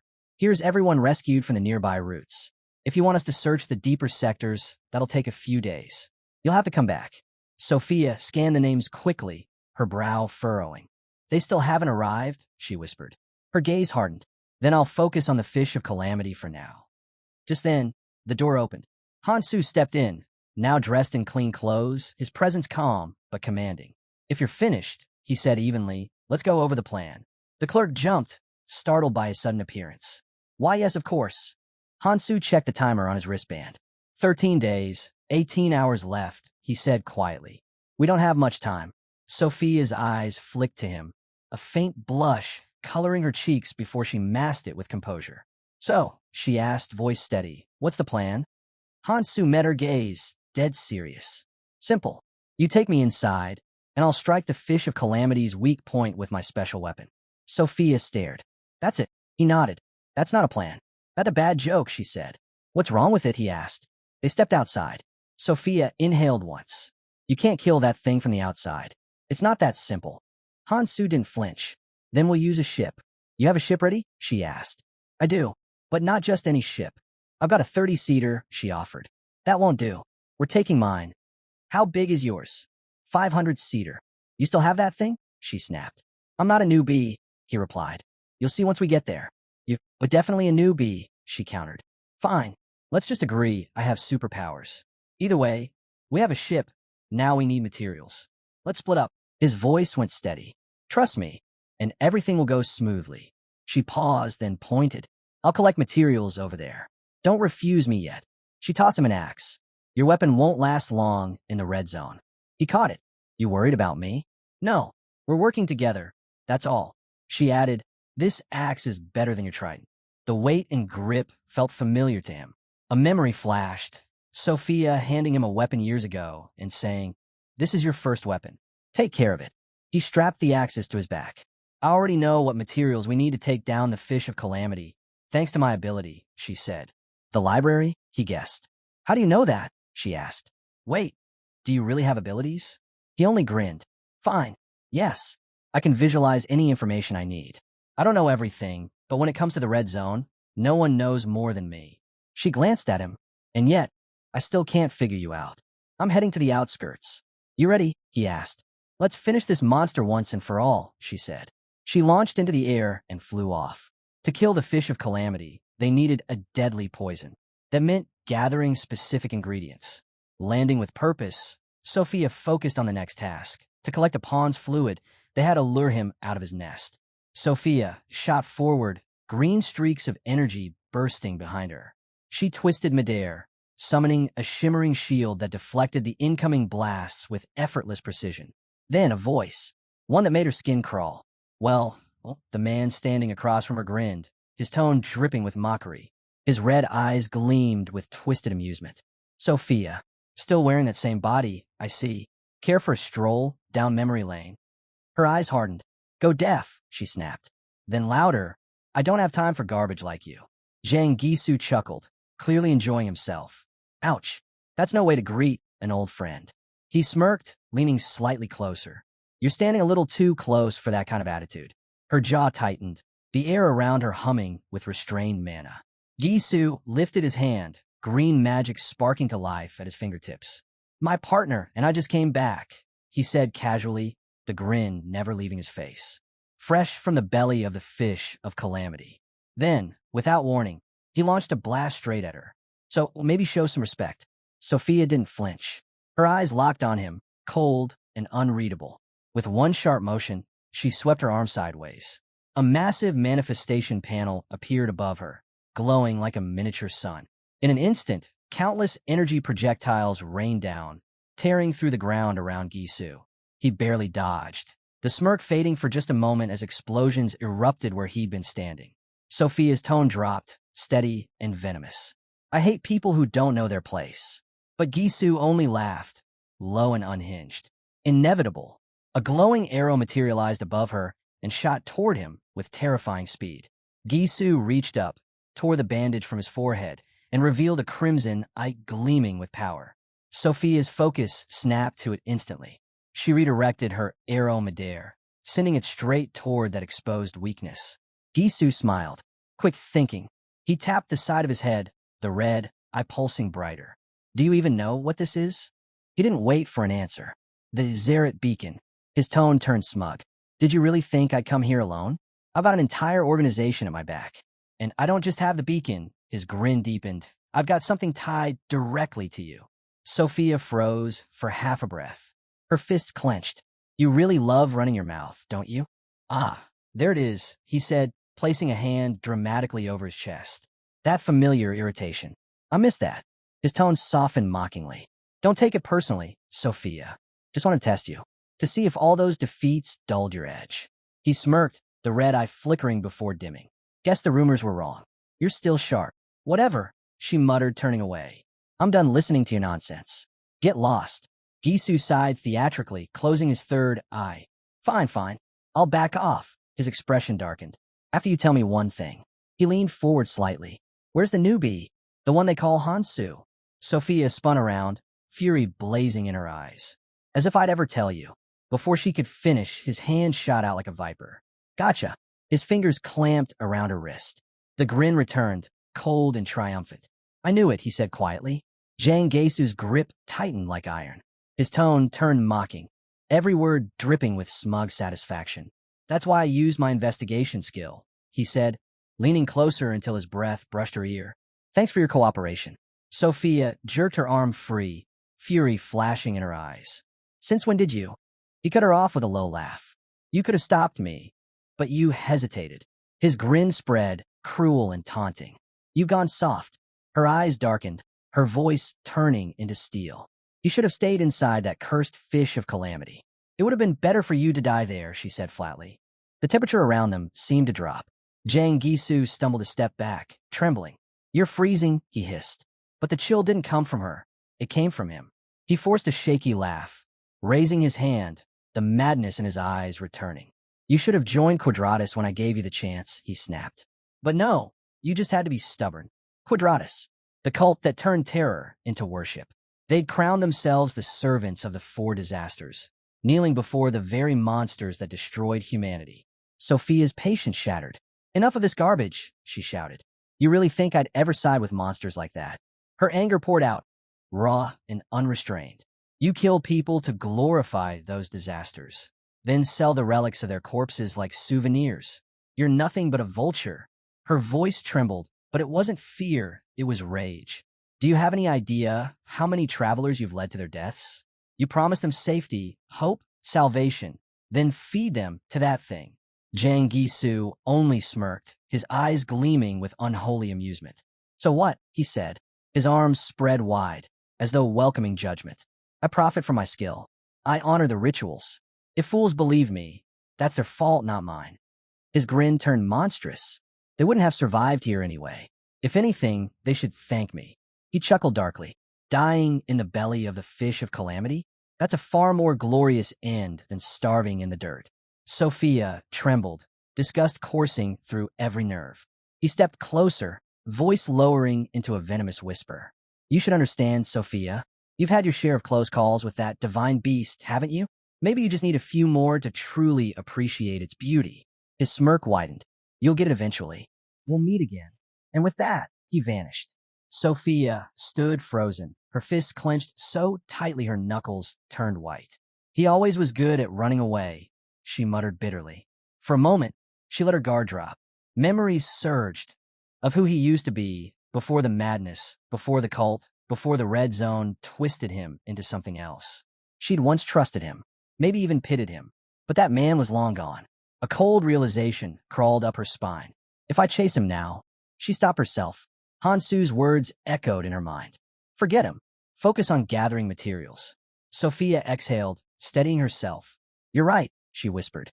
Her anger melted into grim resolve. I'll leave this to you. Hansu didn't waste a second. He shot forward, his movements fluid and precise, every step echoing with purpose. No hesitation, no fear, just focus. The key to killing the disaster fish, the sclerosing solution. His mind ran through the plan like a battle algorithm. The sclerosing solution, an alchemical weapon created from forbidden magical research. It was the only known toxin capable of hardening the disaster fish's inner tissue. But to craft it, he needed one thing above all else, the heart of the Kukulza. Moments later, he stopped before a pool of shimmering poison. Steam rose from its surface, carrying the stench of decay and magic. Hansu stood tall, voice low but resolute. I need the heart of the Kukulza. The Kukulza made their nests deep within the middle and outer roots, far from the fish's hunting grounds. If he was right, this valley, hidden and silent, was where they bred. His eyes narrowed, scanning the ground. Then he saw it, deep gouges and claw marks leading toward a dark burrow. Found it. Without hesitation, he stepped into the toxic water. The surface hissed against his boots, but he didn't slow. Once he had the heart, the rest would fall into place.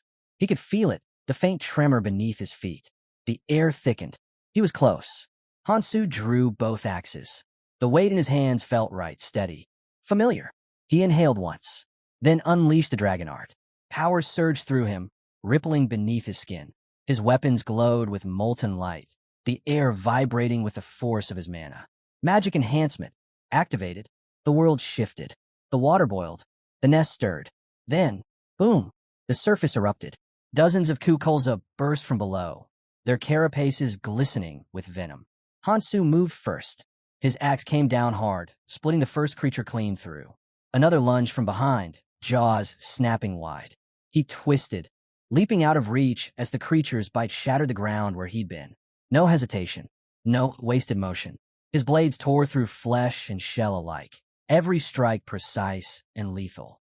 He landed lightly, scanning his weapon. Cracks shimmered across the metal. He frowned.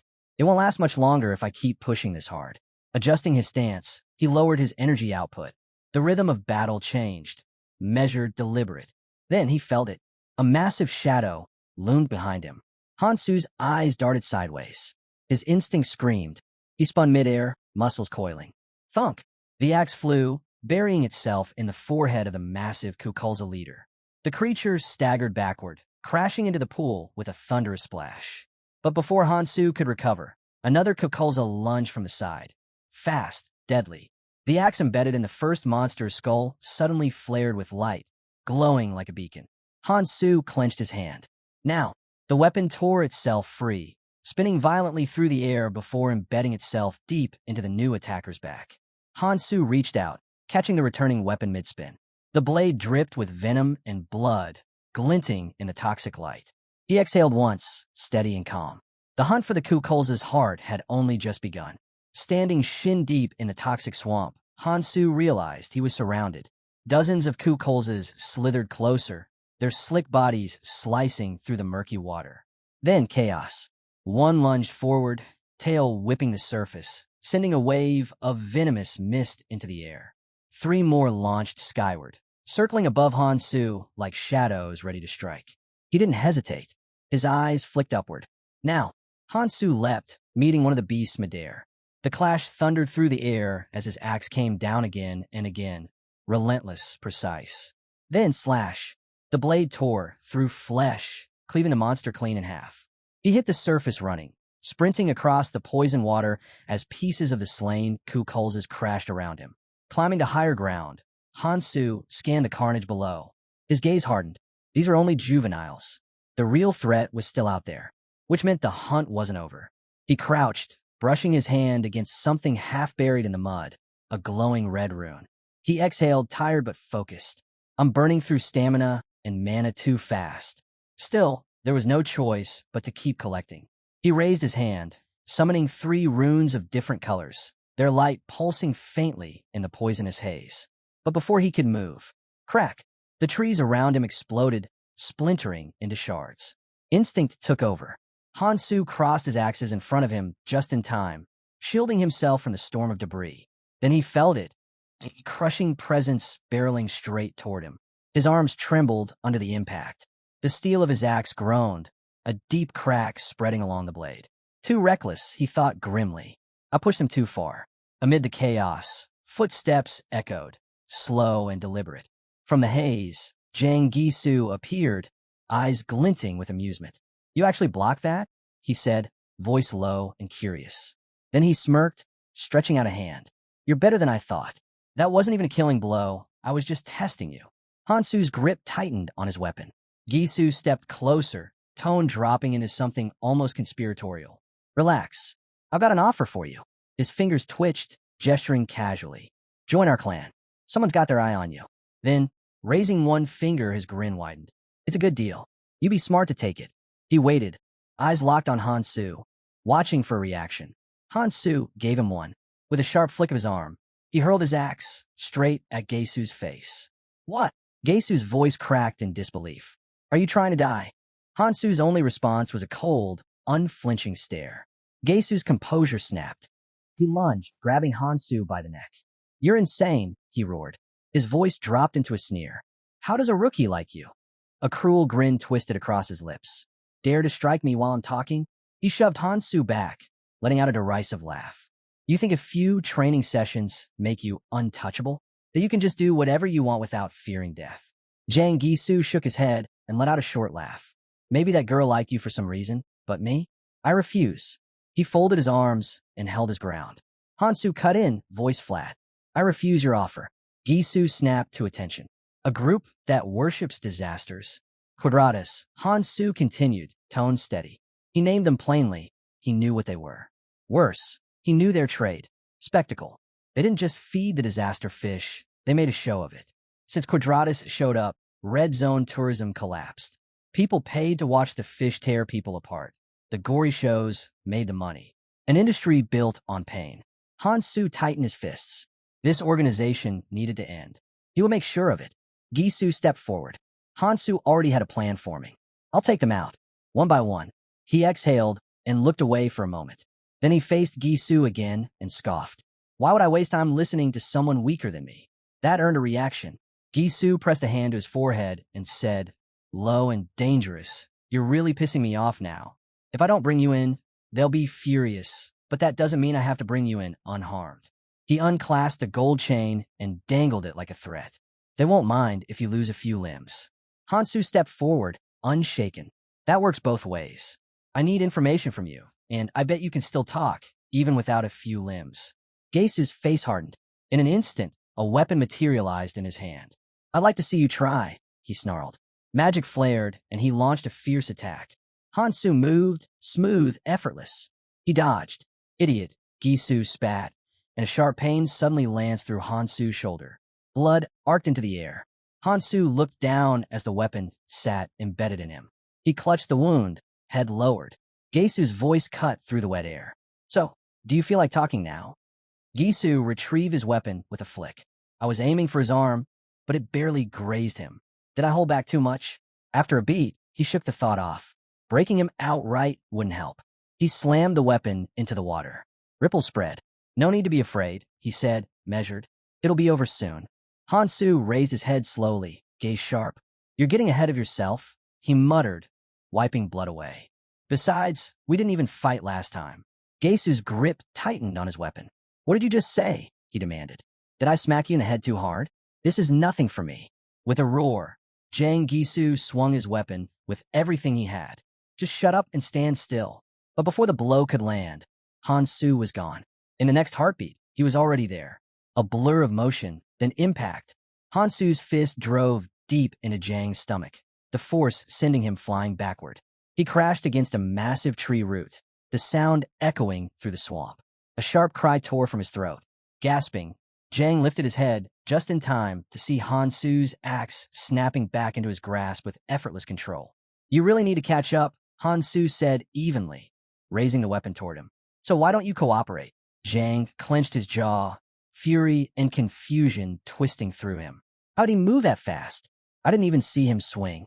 Then another thought froze him cold. Does this bastard have colorless stat runes? He pushed himself up, eyes burning with defiance. Don't get cocky, he spat. I let you hit me. Hansu simply lifted a hand. I'm just getting started. In an instant, glowing runes shimmered into existence around him.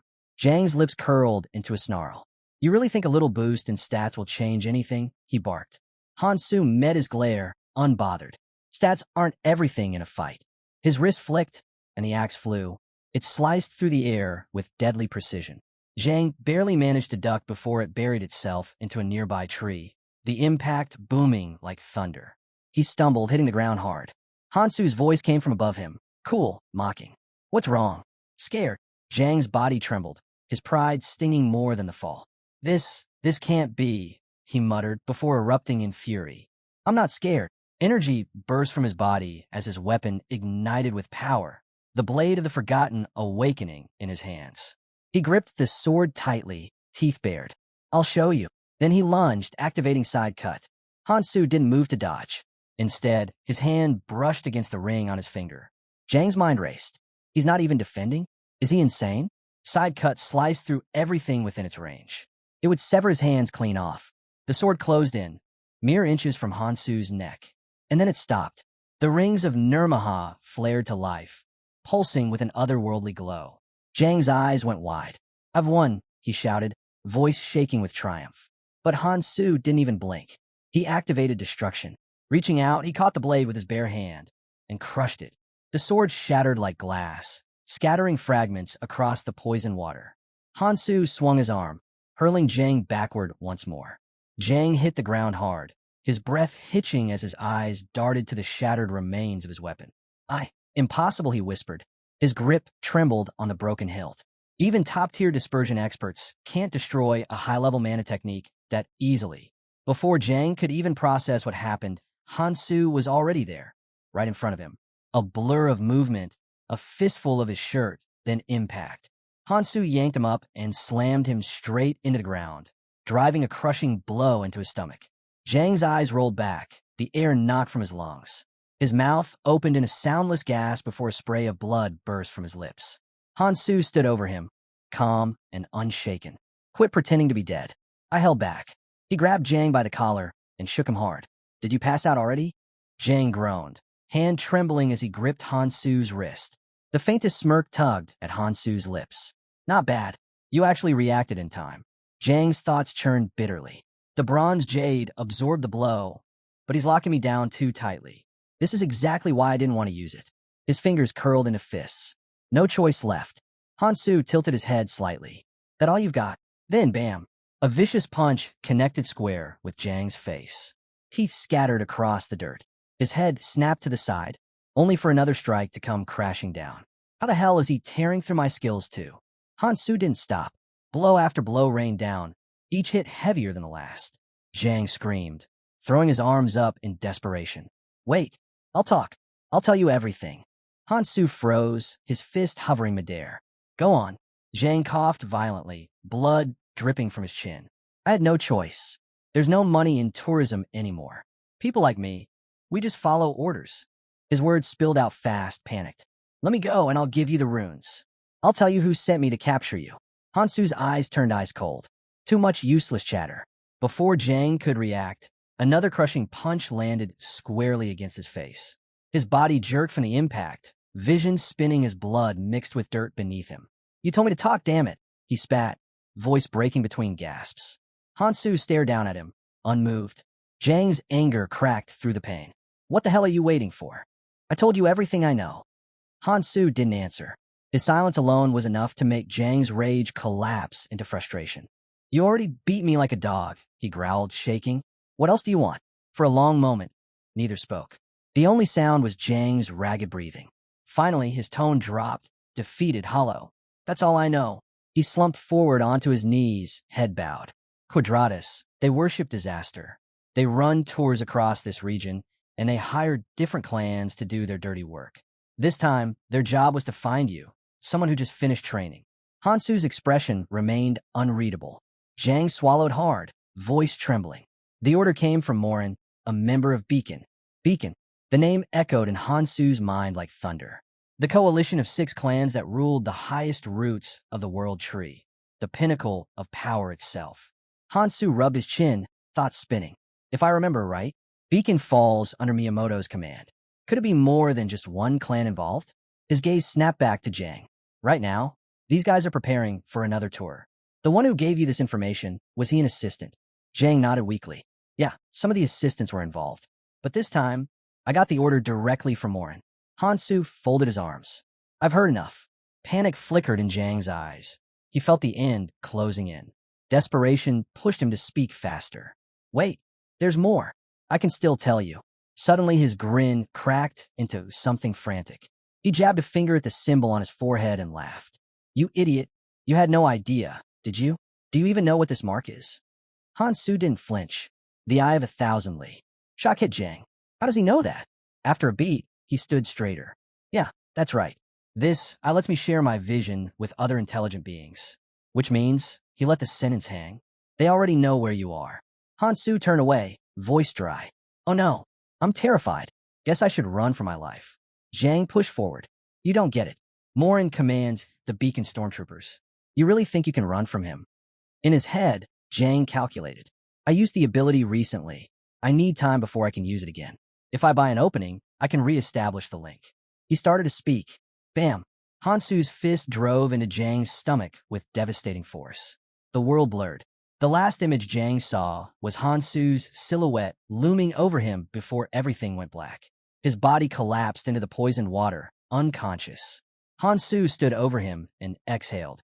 TC, playing with you was more of a hassle than I expected. He crouched and searched Jang's things. Your weapon's a wreck. Guess I'll have to find a new one. He unearthed a rare find, the Relic of the Forgotten, and a single-use artifact, mirror clone. Not bad. A pure white bird arced across the sky.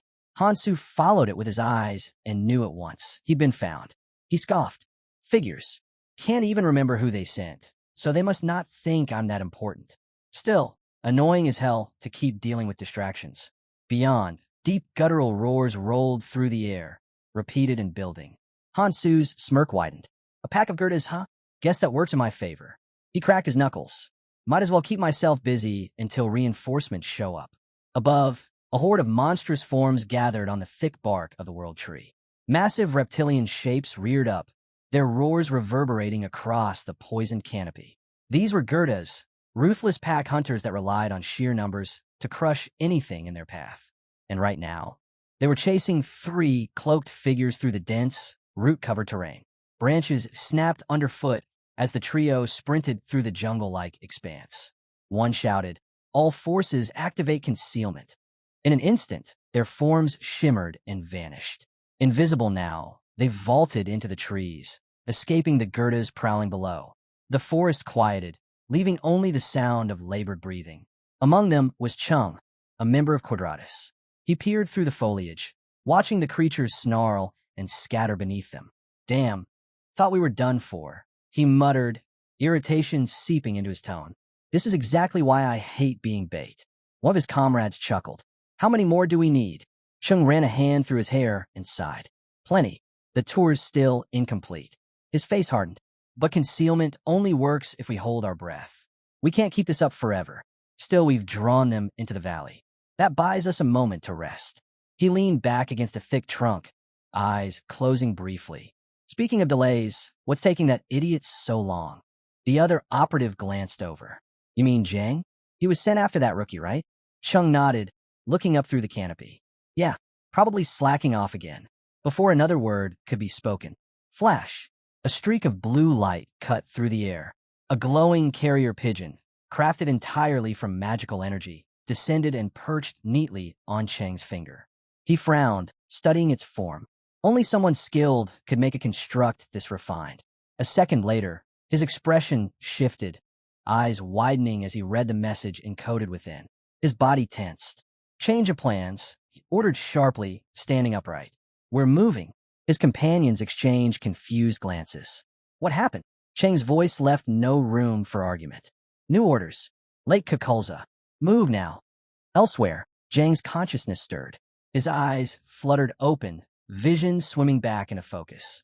Pain pulsed through his body, every breath sharp. Slowly, he became aware of 3 figures standing over him. Chang's voice broke through, low and edged with annoyance. "So, did you fail?" Jang averted his gaze. "I blacked out before the poison could kick in." He tested his legs, wincing. "They're barely working." Chung folded his arms, unimpressed. By the time we arrived, Hansu was already gone. "Knock you out cold," and vanished. His tone grew harsher. "Tell me something. How does someone who survived the belly of the fish of calamity lose to a rookie? Now we gotta clean up your mess." Jang's fists tightened, anger simmering beneath his humiliation. His mind flickered back to the fight, the broken weapon, the searing pain in his leg, and Hansu's cold voice telling him to sleep. Then he remembered the gift Hansu left him in exchange for that weapon. Before he could piece it together, Chang's voice snapped him back. "Get up. We're moving." Jang clenched his teeth and pushed himself up, the faint burn in his leg spreading. Something was wrong, and deep down, he knew Hansu had left more than just a bruise. Jang groaned, clutching his head. "I know. That guy said something to me." Chung frowned and turned to one of his men. "What's wrong with him? Did he inhale poison?" "Doesn't matter," the man replied flatly. "We need to get him back to the ship before it spreads." Chung nodded and quickly raised his hand, summoning a carrier pigeon of condensed mana. It flared to life, a message spell, crude but fast. He let it go, the glowing construct shooting into the air. "It's enough. They'll understand." But before it could fly far, crack! A hand shot out of nowhere, seizing the pigeon mid-flight and crushing it in an instant. The light fizzled out like smoke. A man stood before them, his presence suffocating. "Song," he said darkly, voice like gravel. "Follow me." Without another word, he leapt from the ship's deck. Cheng's eyes widened. That was fast. We barely sent the... He didn't get to finish. The man shoved past him, his movements radiating fury. And then Chung realized who it was. Morin, the stormtrooper commander of Beacon. Zhang looked up weakly and froze. Before he could even react, Morin's fist drove deep into his stomach. The impact was explosive. Zhang's body folded around the blow, air and blood rushing from his lungs as he hit the ground. And who the hell do you think you are? Morin hissed, voice sharp as steel. Calling me by my first name? He grabbed Zhang by the collar and slammed him down again, hard enough to crack the soil beneath them. This group has grown pathetic. His glare shifted to Chung and the others. Tell me, how exactly do you plan to fix this disaster? Chung bowed his head immediately. We'll take responsibility. Before he could finish, trouble. One of the crew sprinted toward them, panic in his voice. The Gerdas, they'd escaped. The entire pack's heading straight for us. A deafening roar rolled through the valley. The ground shook. Then came a sound, hundreds of pounding feet.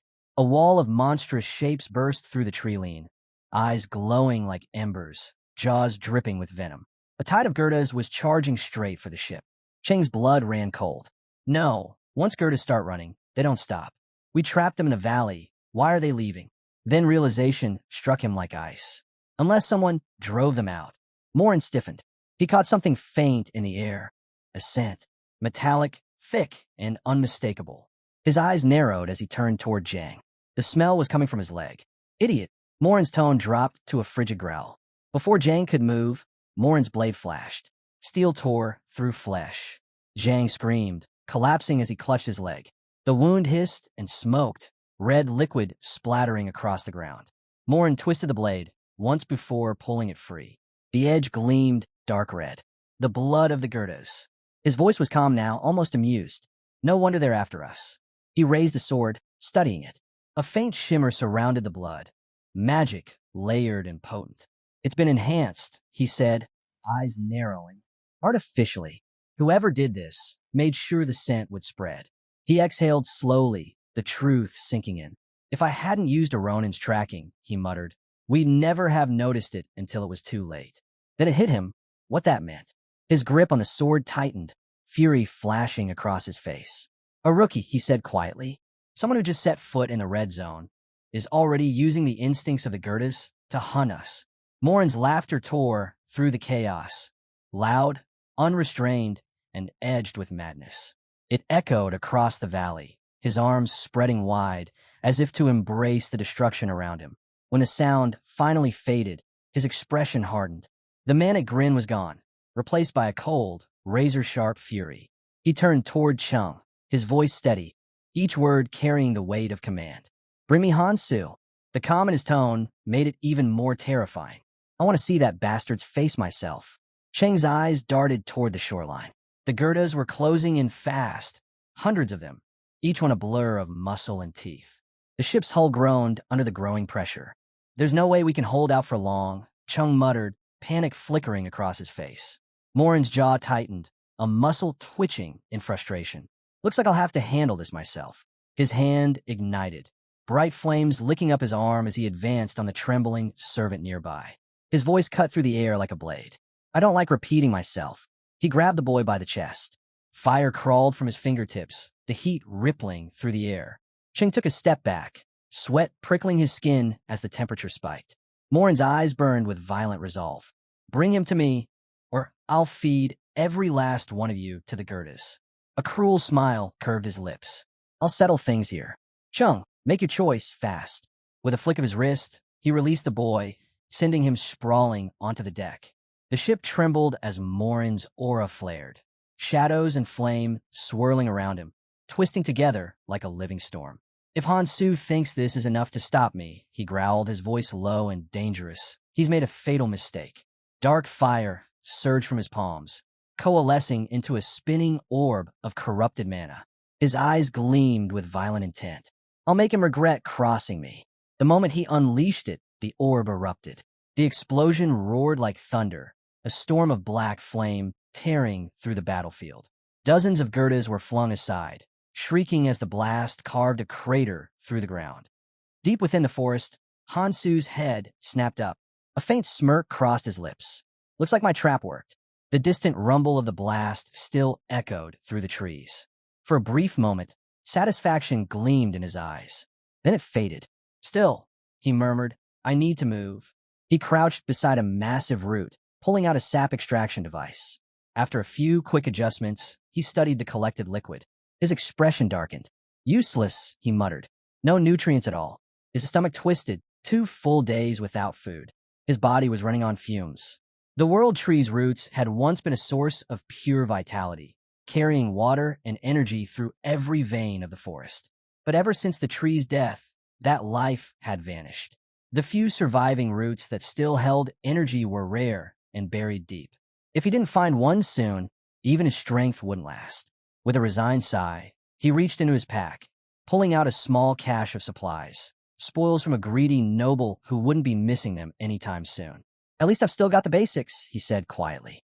His gaze turned toward the water ahead, thick, dark, and rippling with hidden movement. The deep lake, he whispered. That's next. He knew what waited there. The territory of the adult Kukulza. And if the juveniles were any sign, this one would be a monster beyond comparison. He stepped closer to the edge, eyes narrowing as he stared into the black depths below. Deeper than this place, he murmured. Let's see what's waiting down there. If he wanted to survive, he had to build a bridge first. He pulled a handful of kweki seed from behind him, seeds that drank poison and grew into massive lotuses. He tossed them into the water. The seeds reacted instantly. Stems shot up, then broad lotus pads burst open. Hands landed on the flowers as they bloomed. He gripped Jang Gesu's broken weapon, tested its balance, and muttered that aiming upward would be easier, but he'd handle it himself. Before he could move further, massive shapes tore through the water, looming over the new platform. He tightened his hold. Time to hunt. On the shore, Morin stood among a field of slain monsters, arms folded. He turned and asked the girl behind him, Has the carrier pigeon arrived? Miller kept her hands behind her back. Not yet. It's still on its way. Morin walked past the bound Jang Gesu and looked down at him. A top-tier recon skill wasted. All because of you. He grabbed Jang by the collar. If you weren't our guide, I would have left you to rot in the poisonous sea. You and Quadratus both. He shoved Jang away and faced Miller. Take us to the last known location. Miller hesitated. You're really going there yourself? Morin's reply was simple. Of course. There's nothing like hunting with my own hands. Back among the lotus pads, the last of the monsters fell. Hansu, drained, wiped his sword. I can barely swing this thing anymore, he said to himself. He reminded himself this was the final Kukulza heart he needed. He rested on the flower and caught his breath, then danger locked on. A silent arrow, honed for a single target, sliced the air toward him. He moved at the last moment, and the shaft missed him, burying itself in the lotus and shredding it to pieces. Chung, the archer, frowned. He had missed. Hansu pulled the arrow free and examined it. Precision skill, he said. Dodging won't be easy. More arrows followed. Realizing escape was the only option, he raised his sword and blocked what he could. A sharp pain exploded in his hand.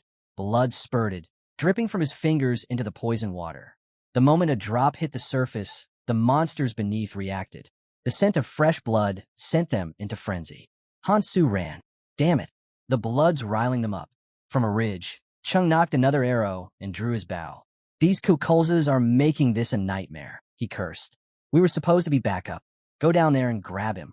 Miller stood beside Chung, one hand on her hip, the other lazily brushing her hair from her face. She raised a delicate finger to her lips and sighed. You want me to jump into that chaos? Do you have any idea what this water will do to my hair? Chung threw his arms up, exasperated. Are you serious right now?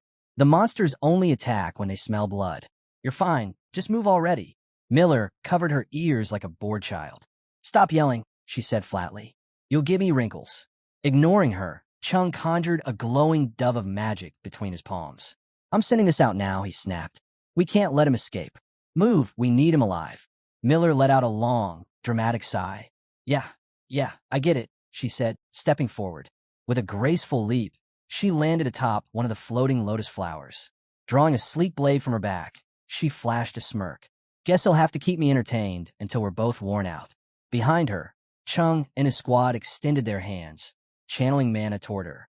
A wave of power surged forward, wrapping around Miller like a shimmering veil. She shivered with delight.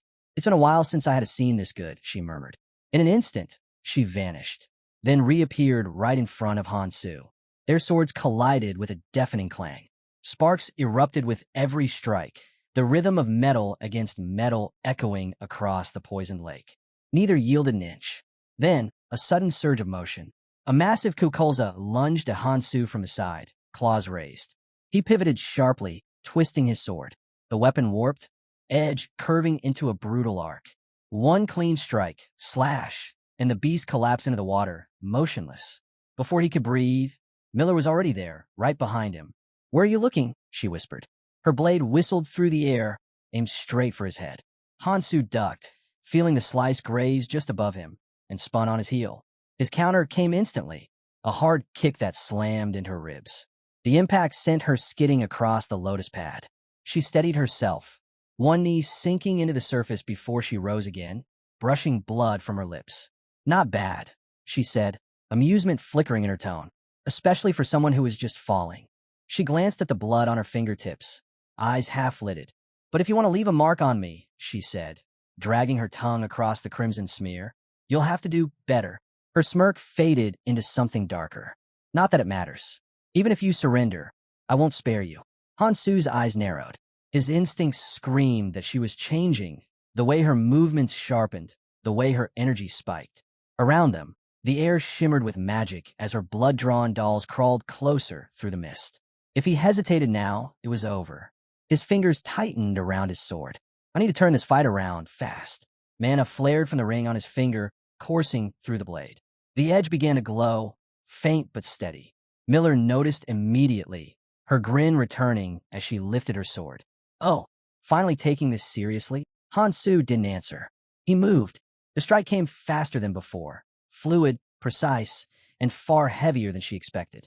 Miller tried to block, but the impact forced her back several steps, her boots sliding against the slick lotus surface. She steadied herself, tilted her head, and gave a low chuckle. "Huh, that's it," she said, eyes narrowing. "I thought you had some brilliant trick up your sleeve." Her blade spun once in her hand as she smirked. "But this is kind of underwhelming." Her eyes flicked toward his weapon. "Hold on, isn't that Zhang's blade?" A sly grin tugged at her lips. TSK, stealing toys now, are we?" She lunged forward to strike again, but froze mid-motion. Something felt wrong. She looked down at her arm. "What the?" A thin line of crimson traced across her skin. At first, it looked harmless. Then, her breath caught. The wound wasn't closing. Her eyes went wide. Why isn't it healing?" A single drop of blood fell, landing in the water below. The ripple spread. Then, everything erupted. The water exploded upward as a monstrous figure surged from the depths, its massive form blotting out the light. Miller barely had time to gasp before it lunged at her. Cheng's voice cut through the chaos. "Miller, pull yourself together. It's just a scratch." But she couldn't hear him. Panic took over. She stumbled backward, swinging wildly. "They can smell my blood," she screamed. Meanwhile, Hansu activated his ring, the Ring of Nirmaha. Second authority, hemorrhage. This wasn't just bleeding. It was a curse. A power that drained strength, clouded the mind, and consumed mana like fire devouring air. Clinging to the beast below him, Hansu could feel the toll. His breathing slowed. "I didn't want to use this," he thought grimly. "But if the monsters are drawn to blood, then we're finally even." Miller slashed at the creatures swarming her, desperate to keep them back. Chung seized his chance. "Don't just stand there. Catch him," he barked.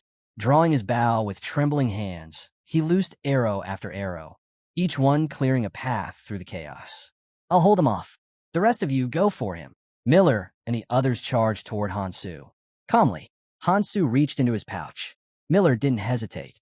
Her blade flashed, cutting whatever he held cleanly in half before it hit the ground. "You're not getting away." But then, everything shifted. A torrent of blood splashed across her, thick and dark, coating her armor in red. She blinked in confusion.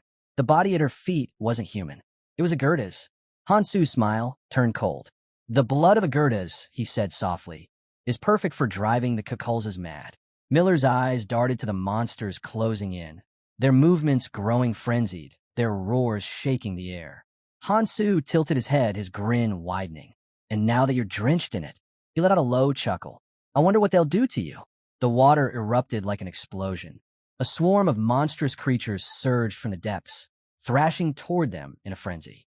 Miller, her face streaked with the dark blood of the Gerdas, let out a shaky laugh. Hansu, you're completely insane, she whispered, half in awe, half in disbelief. Hansu stood at the ledge, glancing back once. A faint smirk crossed his lips. Enjoy the show. And then, he was gone. Outside, he leaned against a thick tree trunk, breathing hard. He placed a hand on the bark. Dry, cracked, lifeless. This one too, he muttered. Moving quickly, he checked another root, then another. Each one was the same. Every single one drained of life. His expression darkened. Wherever those bastards pass, the roots die. The decay was spreading too fast. He needed higher ground, a better view. Closing his eyes for a moment, he steadied his breath. At least the red zone isn't far. He pushed off the tree and kept moving. His grip tightened around his blade. When I find Morin, he muttered, his voice low and cold, I'll kill him myself. Meanwhile, far ahead, a group of survivors clustered around a massive root, siphoning what little nutrients they could from its trunk. Then, another group appeared, the survivors from Hansu's ship. One man from the first group folded his arms, a mocking smirk on his face. If you're looking for work, try the lower roots, he said. His companion chuckled. This area is ours. A cloaked figure stepped forward from Hansu's group. His voice was steady but desperate. They had no food left, no supplies, not even the nutrient liquid they'd once relied on. He pleaded quietly for mercy, just enough to survive. But the boy facing him only sneered. Maybe you should have planned better, he said coldly. This route belongs to our clan. He drew a knife with a flick of his wrist. You really think a bunch of rookies like you can take this from us? His grin sharpened. A little hunger's normal for newbies. Anger simmered in the survivors' eyes, but they could do nothing. Outnumbered and starving, they turned to leave. The cloaked man clenched his fists, frustration twisting in his chest. After everything we've been through, are we really going to die here? The world tree was dying, the lower roots crumbling, the upper ones rich but crawling with monsters. And every path upward was guarded by the strong, greedy clans who hoarded what was left. Hopelessness settled over the group like fog. Then, a scream tore through the air. One of the bullies shouted, his voice shaking with rage. Who the hell are you? The survivors turned sharply, hearts pounding, eyes wide with sudden hope. Get lost, the boy roared. But before he could finish, a powerful strike sent him crashing backward, skidding across the dirt. The cloaked man froze, staring at the figure now standing before them. He recognized that presence instantly. Hansu had returned. They bolted at once. We need to run, one of the bullies' clanmates stammered, and the rest scattered. The survivors seized the moment. They scrambled onto the route, set up their extractors, and began drawing the precious liquid. One of them turned to the newcomer.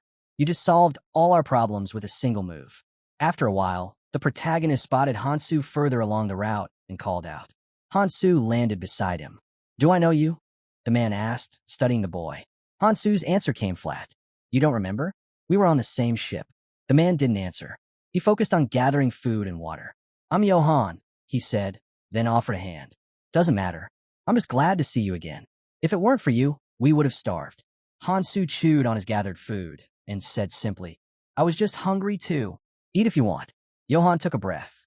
Hey, can I ask you something? The question was expected. Johan's tone shifted. We need the ship we sailed on. He put his hands up, trying to make the situation clear. Every path upward is blocked. The only way forward is to use the ship. Hansu turned away without hesitation. No. Johan's voice rose. I'm not just asking for nothing. The nutrient liquid in these roots won't last forever, and the disaster fish is tearing apart the outer roots. If we don't act now, we'll be trapped. Wouldn't it be better to take the ship and climb up together? Hansu crouched, cutting a small flower from the root with his knife. He spoke calmly. It's not a problem. Everything will be fine soon.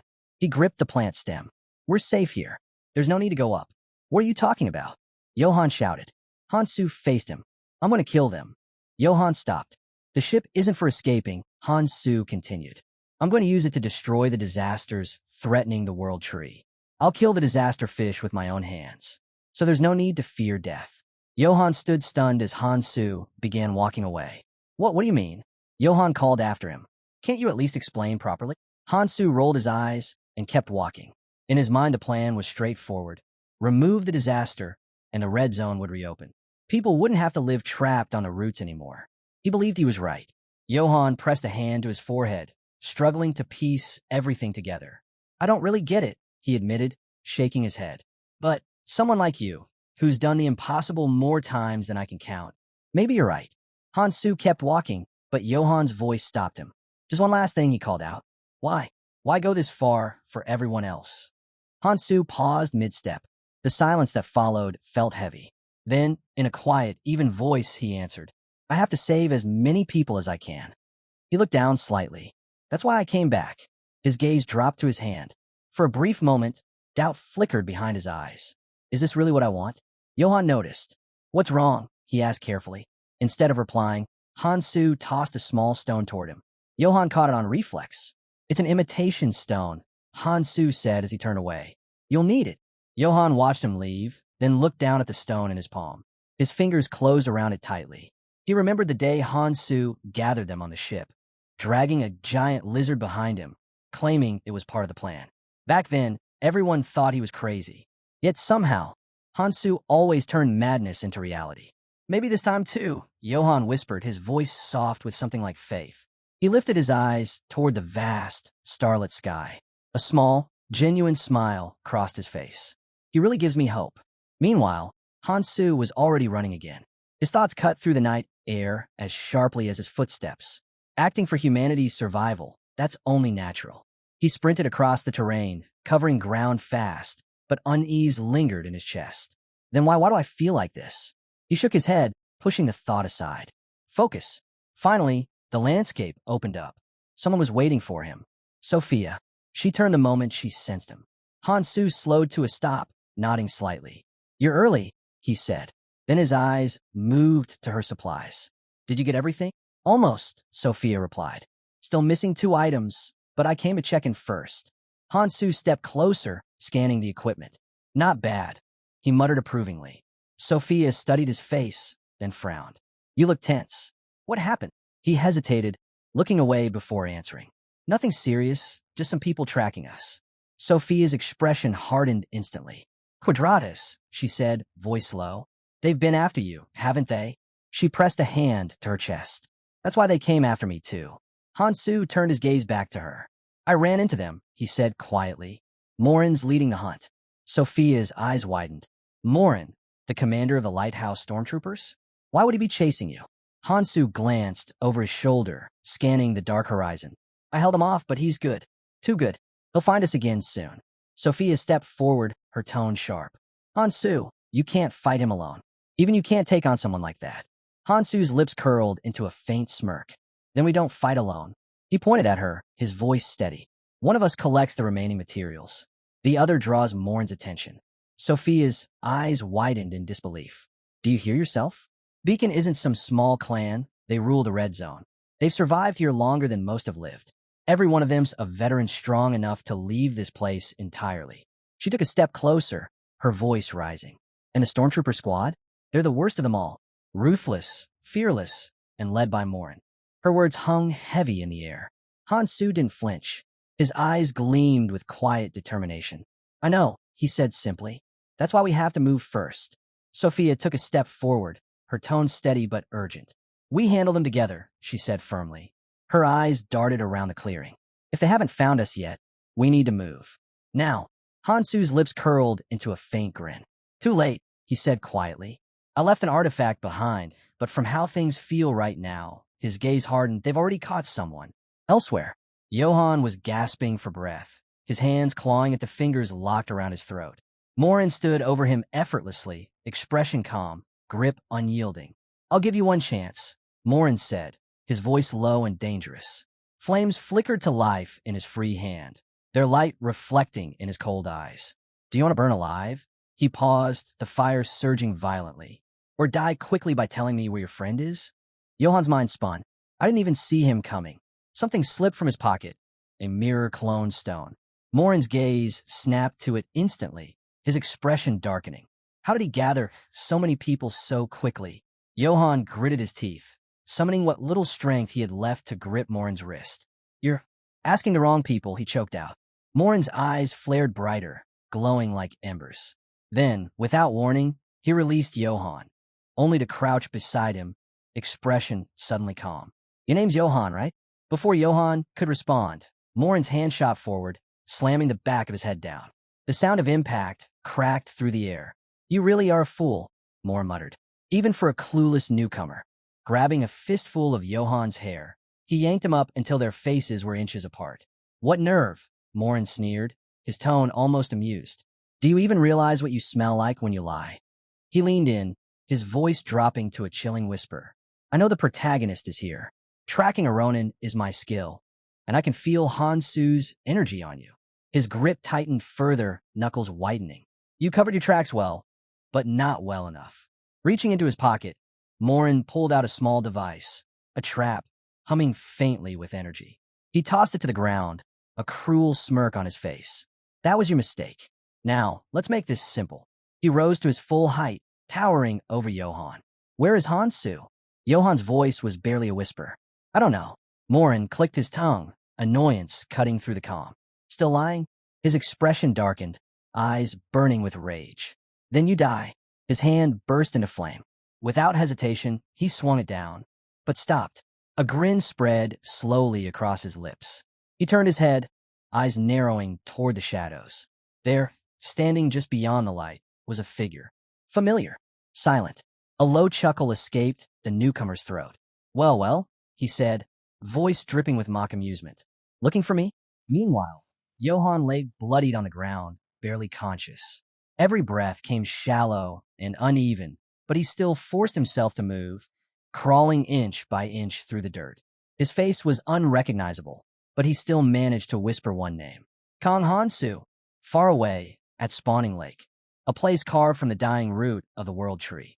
The crater had filled with a potent nutrient solution, a man-made breeding ground for the Ku-Kulzes.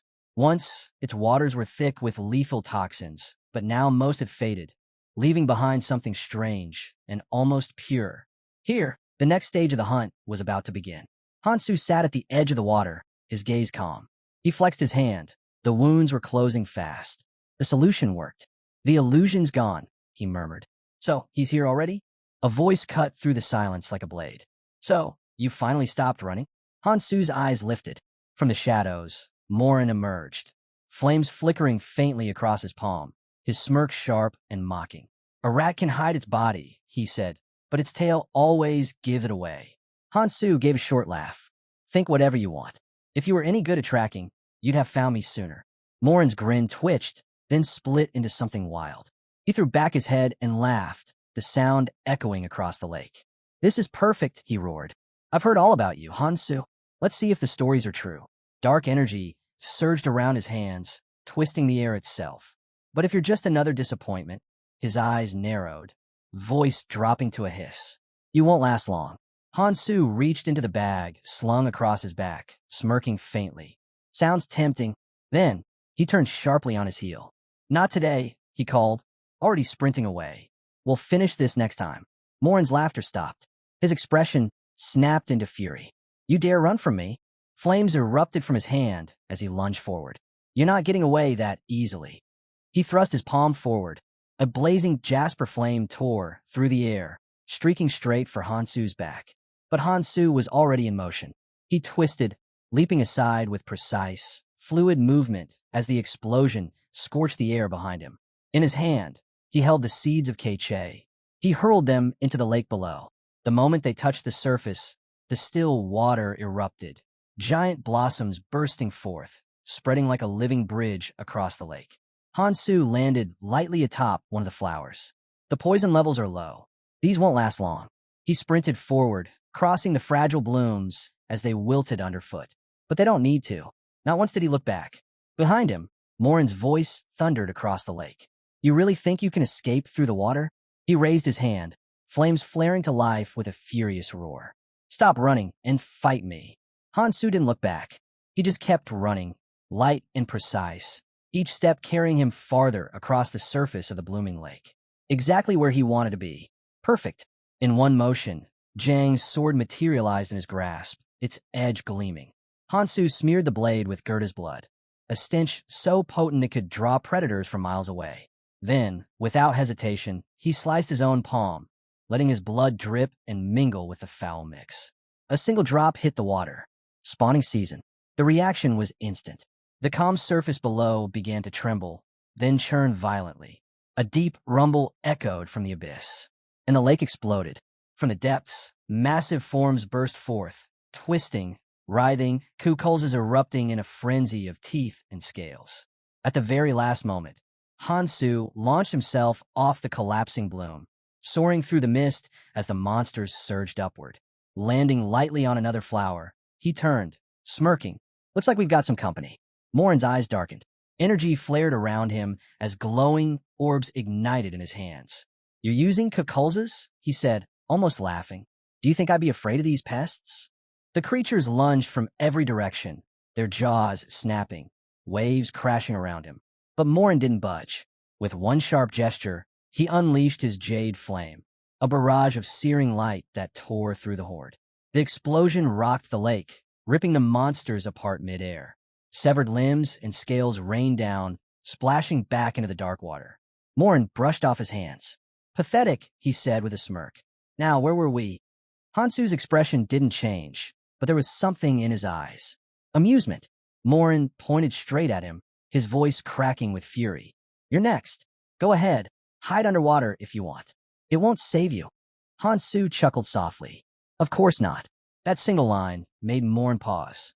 His grin faltered for a fraction of a second. "What's so funny?" Hansu's gaze flicked to the amulet hanging around Morin's neck. Breath of Ahal, he thought.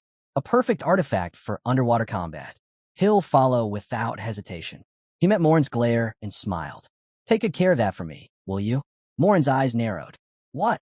Before he could finish, Hansu dove straight into the lake. The impact sent ripples racing outward. Morin stared at the water's surface for a heartbeat, then broke into a cruel grin. "Idiot." He flexed his fingers, fire sparking to life once more. "You really think I won't follow?" He spread his hand, flame reflecting off the churning water. "You'll run out of air soon enough, and when you do, I'll be waiting." His smirk deepened. "Though honestly, I prefer hunting to fishing." With a sharp flick of his wrist, he hurled fire into the water. The flames hissed and twisted, streaking down through the surface in violent bursts of red and orange. "Let's see how long you last down there." Deep below the surface, Hansu swam calmly through the darkness, his movements deliberate and fluid. Air bubbles trailed from his lips as he cut through the murky depths. Then, light flashed ahead. Dozens of flaming projectiles tore through the water, slicing past him in blinding streaks. Hansu glanced upward, eyes narrowing as the abyss above exploded with burning light. The real fight had just begun.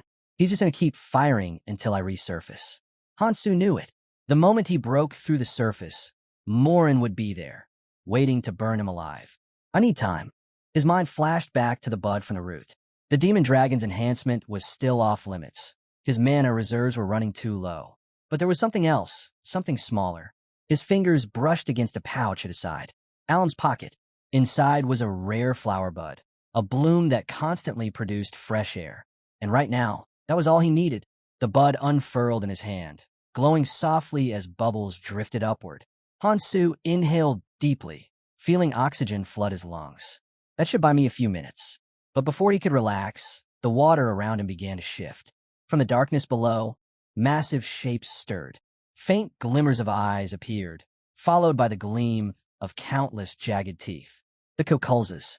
They surged upward with a thunderous roar, the pressure alone shaking the depths. Hansu twisted, narrowly dodging the first strike.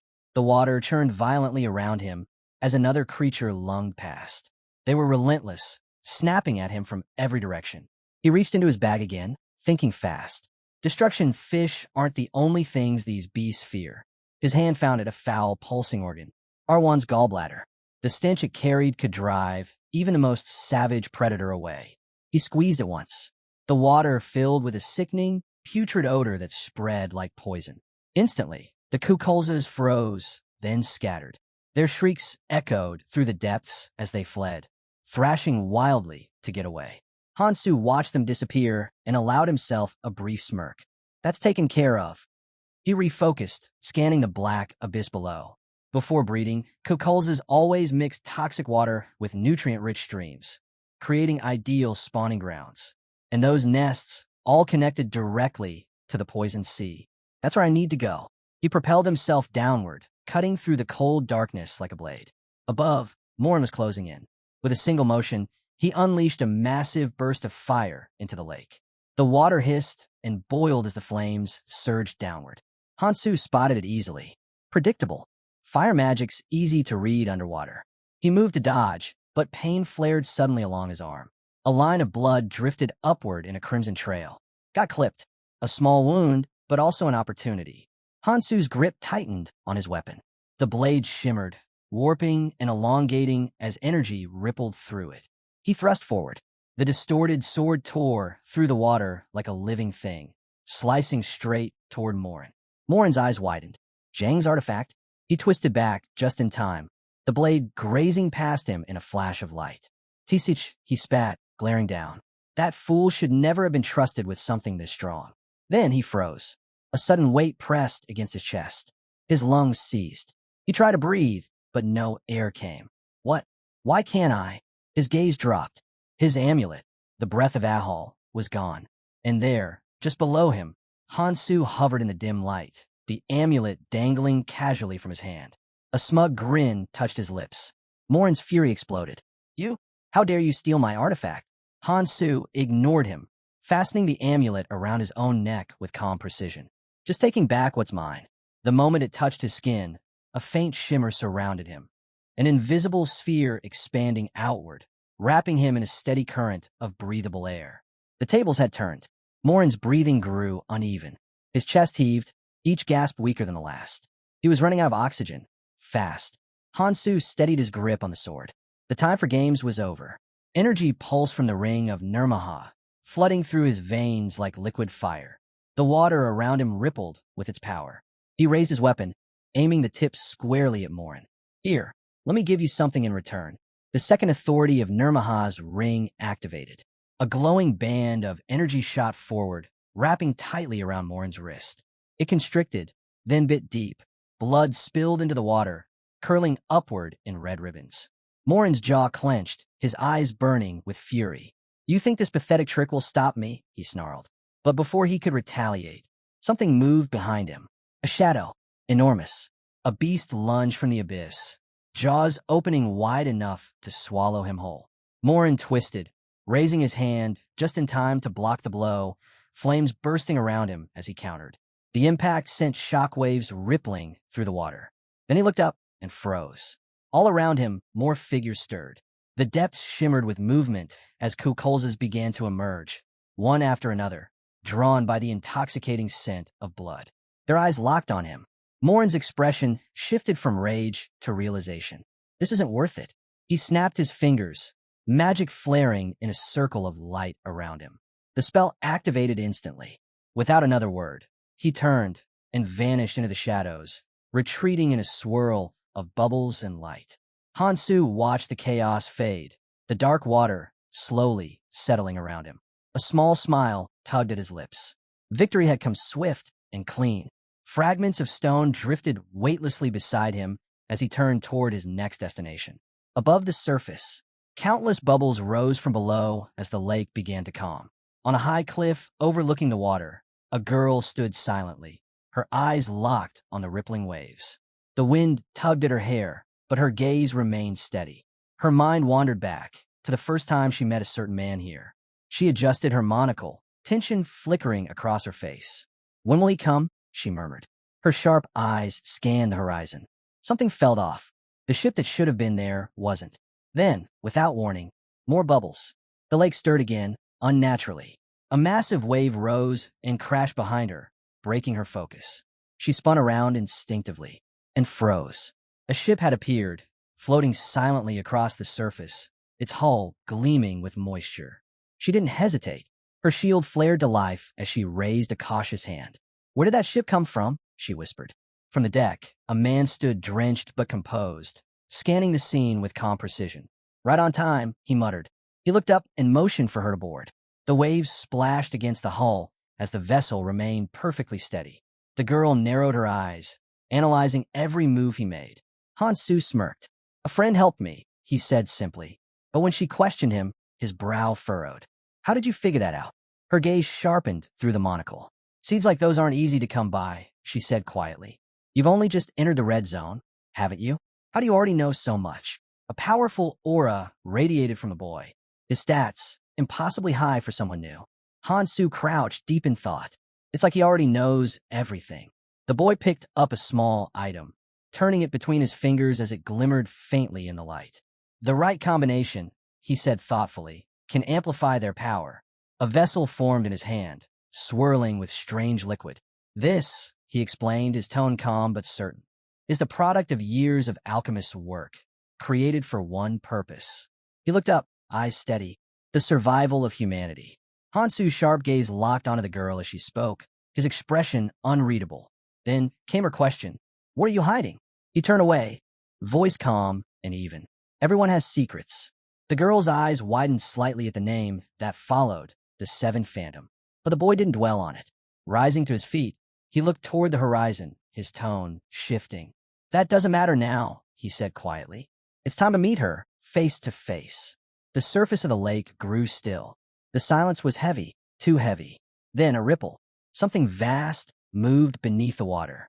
From the depths, a massive shadow emerged, its monstrous eyes gleaming in the darkness. The fish of destruction had awakened. It lingered just beneath the surface, watching as the ship drifted closer, silent and patient. From a deck, the crew analyzed the scene below. We'll enter through the gills, one of the men said, breaking the tension. The young man, Hansu, shifted his gaze toward the blonde beside him. His tone was firm, resolute. From now on, you follow my lead. Without hesitation, she stepped forward. I won't be a burden, she said, her voice steady. Then, meeting his gaze, she added softly, and your secrets don't concern me. Hansu started to reply, but she cut him off, her expression fierce with purpose. She spoke of her goal, of what she had to do. He crossed his arms, meeting her gaze with quiet conviction. Don't worry, he said, his voice calm but unwavering. When I make a promise, I keep it. The ship pressed forward through the dark waters, a heavy silence hanging over them. There was no turning back now, no second chance. Droplets sparkled along the railing, catching the dim light of the setting sun. And then chaos. Arrows sliced through the air, their sharp whine cutting through the silence. They struck the water around the ship, exploding into waves that slammed hard against the hull. The vessel lurched violently. The blonde stumbled, gripping the railing to steady herself. Below deck, the wood creaked in protest. Water began to seep in through the cracks. If they didn't act soon, the ship would sink. Hansu stepped forward, his gaze snapping toward the source of the attack. Beneath the surface, the faint outline of another vessel moved in the shadows. He caught one of the arrows mid-flight, his hand closing around it effortlessly. A smirk tugged at his lips. Miller, he muttered.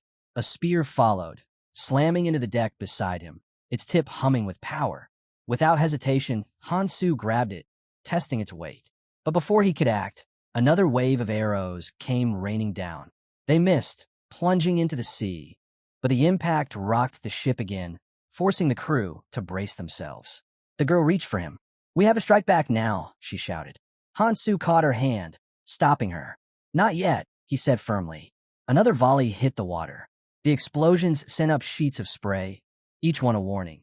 The hull couldn't take much more. Tension thickened in the air as Hansu finally spoke, his tone grave. The fish of destruction, it reacts to mana. The girl froze. That one sentence changed everything. Normal attacks, magic or otherwise, wouldn't distract it, wouldn't lure it, wouldn't stop it. Beneath them, the water rippled violently. A massive shadow shifted in the depths. The pressure alone was enough to make the air tremble. Hansu's words echoed like thunder. Even the world tree itself is infused with mana. The girl clenched her fists, forcing her fear down. She refused to stand by and watch. Not this time. Hansu's eyes narrowed as he watched the dark water below, calculating, waiting. The battle was about to begin, and he already knew the cost. Then, motion. The young man reaches behind him, and a glowing stone forms in his grasp, fusing to his hand like a living weapon. A monster's power, his new edge. The girl's eyes widen. Another fusion item. Another play she didn't see coming. A plan starts to form. The sea roars, waves crashing violently against the ship. We just need to stall them, Hansu says with a calm, almost teasing smile. So, how about we do a little fishing? The blonde stares at him. Hope flickers, a feeling she hasn't allowed herself in ages. Maybe just this once, she can trust someone again. The plan is in motion. But the ship, barely holding together, groans under the storm's weight. The sails are shredded, the wind unrelenting. From afar, a man watches in silence, eyes locked on the chaos. It's only a matter of time before the ship goes under. Bring the remaining harpoons, he orders. Unease spreads through the crew. What's going on over there? One of them whispers. Then, movement. Crates tumble overboard, drifting across the churning water. Wait, is that a trap? The enemy hesitates. Then, resolve. Destroy them all. The man's voice cuts through the storm as he commands his wards to strike. The water erupts with splashes and shockwaves as the battle reignites. Hansu crouches beside the girl, his tone sharp, urgent. Hold on tight. A sudden twang. An arrow splits the air and pierces one of the floating crates. A loud crack follows. The crate bursts apart, scattering luminous fragments into the sky. The trap has been triggered. Brilliant particles swirl upward, dazzling their enemies just long enough for panic to spread. The man's eyes widen. Something stirs below. His men freeze. The ocean itself seems to rise. From the depths, a monstrous kraken surges upward, its tentacles wrapping around the ship with crushing force. The man steadies himself, eyes narrowing. That creature never surfaces without a reason. They're surrounded. The girl steps forward, blade gleaming. In one fluid motion, she slashes through the coiling tentacles. The kraken shrieks, thrashing wildly. Watching from above, the man studies her movements, his expression hardening. Miller's too slow. He grips his subordinate's head, voice steady but cold. Keep leading them. Even as he speaks, he knows this wasn't chance. The kraken's appearance was no coincidence. Then the sea darkens again. From the shadowed horizon, the massive form of the destruction fish rises. The ship sails forward, defiant, cutting through the chaos. A warning shouts over the noise. Keep the poison water away from the gills. Sweat drips down the boy's face. The fish is infused with something unnatural. Ahead, the passage within the beast's body begins to close, a narrowing gate of flesh and bone. The long-haired man turns to the masked figure beside him. Are we even heading the right way? No answer. Just tension. Then the girl snaps at Morn, eyes sharp. We've got bigger problems. The young fighters steel themselves, scanning every shadow. A voice echoes around them, low and chilling. Valuable travelers should become one with Quadratus. The man grips the railing, knuckles white. His thoughts darken. He survived too much to believe this is luck. Deep inside the creature's gut, the truth finally surfaces. Wrecks, thousands of them, stretch endlessly in every direction. The bones of ships and sailors alike, swallowed whole and forgotten. A graveyard adrift in eternal silence. A crowd gathers on the broken deck of one sunken vessel. This place, someone murmurs. It feels like a dungeon. The air thickens. Mana twists unnaturally, flickering in jagged patterns through the gloom. The red-eyed man studies the distortion, his voice low. I don't like this place. The stench of rot clings to everything. Corpses, half digested, half dissolved, float among the ruins. Then comes the laughter. The long-haired man steps forward, arms wide, a wild grin spreading across his face. Magnificent, he breathes. The entire Elfenheim army buried here in the belly of a beast. His boot crushes a shattered skull into the wreckage below. Treasure Island. The young man turns the pendant between his fingers, eyes glinting. Artifacts, he says softly, the word dripping with temptation. Then louder. Tell me, do you crave power? Silence answers him. Then one by one, heads nod. Faces harden. Desire burns behind every gaze. The redstone pendant pulses with a deep crimson glow. Then the young man declares, thank the destruction fish for its gift. Hansu watches quietly from behind as the boy steps forward, ready to speak. The long-haired man's eyes close. The boy smiles. And then, chaos. An alarm blares through the ship. The floor splits with a violent crack as jagged crystals burst upward, ripping through the deck. Hansu grips his belt. Is that enough? He mutters. But it's already too late. The ship trembles violently as the crew loses their footing. The boy doesn't flinch, still smiling. He praises Sophia, just as Morn pushes the long-haired man aside. Clenching his fist, Morn thrusts his hand toward Hansu, his voice sharp, mocking. The long-haired man spreads his arms, taunting him. Did you come all this way just to die here? Then, with a shove, he sends his comrade backward. Go. Now. A blade scrapes across the ground. The air goes still, and a moment later, a skull gleams through the darkness. Then another, and another. An army of skeletons rises from the wreckage, bones clattering as they draw their weapons. Whispers ripple through the group. They've returned. A chill runs down the long-haired man's spine. He recognizes them instantly. Elfenheim's fallen warriors, Galadriel's cursed army. One skeletal soldier lunges forward, blade swinging. Steel clashes. Sparks fly. An explosion tears through the air, scattering bones and fire alike. Amid the chaos, a voice shouts, "If we want to live, we act now." The assault team leaps into formation. "Wipe them out," comes the command.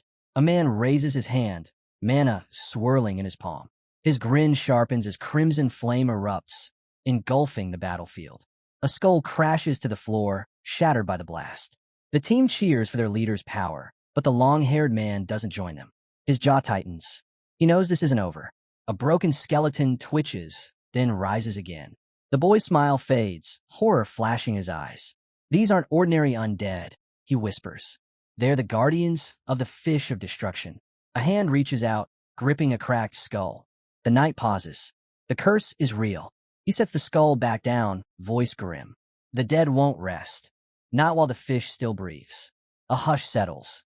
Then blue fire bursts from corpse's mouth. The flames twist violently, lighting the ruins in ghostly hues. For one heartbeat, everything is still. Then chaos. Screams fill the air. The undead burn, but they do not stop. Hold your ground. Morn roars. No one retreats. The long-haired man clenches his fists. Fury and confusion twist inside him. He needs to move. He needs to find Hansu. And Sophia. What happened to her mission? The ground trembles. Stakes of bone and coral thrust upward, exactly as Seelan foretold. Realization hits. Everything is unfolding just as planned. Without warning, the young man breaks into a sprint. He knows the truth. The ghostly knights are bound by the fish's inner core. Destroy it, and the curse breaks. Hansu narrows his eyes. He already knows what Sophia's orders must be. Deep within the beast, decayed ships drift through glowing bile. The young man doesn't hesitate. He dives deeper.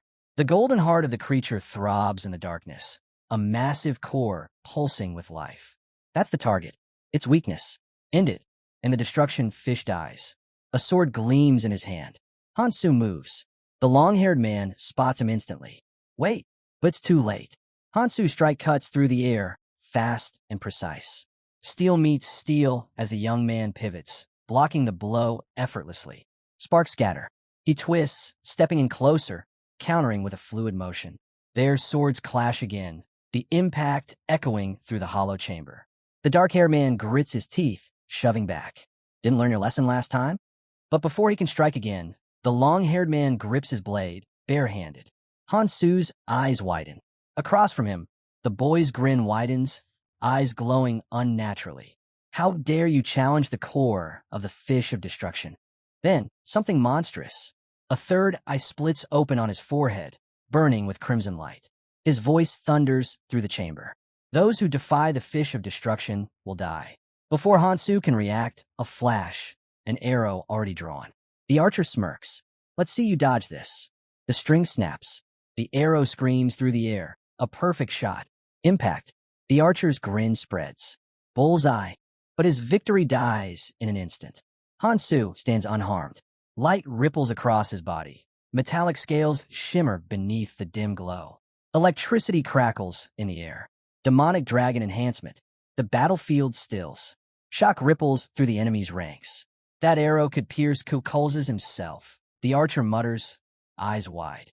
Hansu tilts his head, voice calm. Strange. That attack felt weaker than before. The archer snarls, drawing again. Then I'll just keep shooting until you drop. Hansu exhales slowly, eyes half-lidded. You should have just stayed out of my way. His arm shifts, flesh hardening, scales spreading.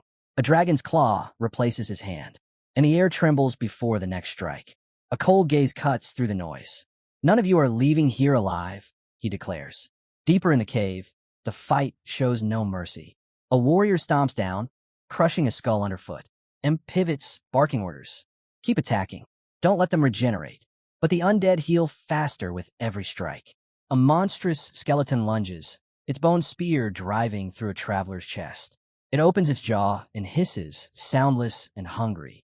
A bandit grinds his teeth, stamina waning, mana bleeding out.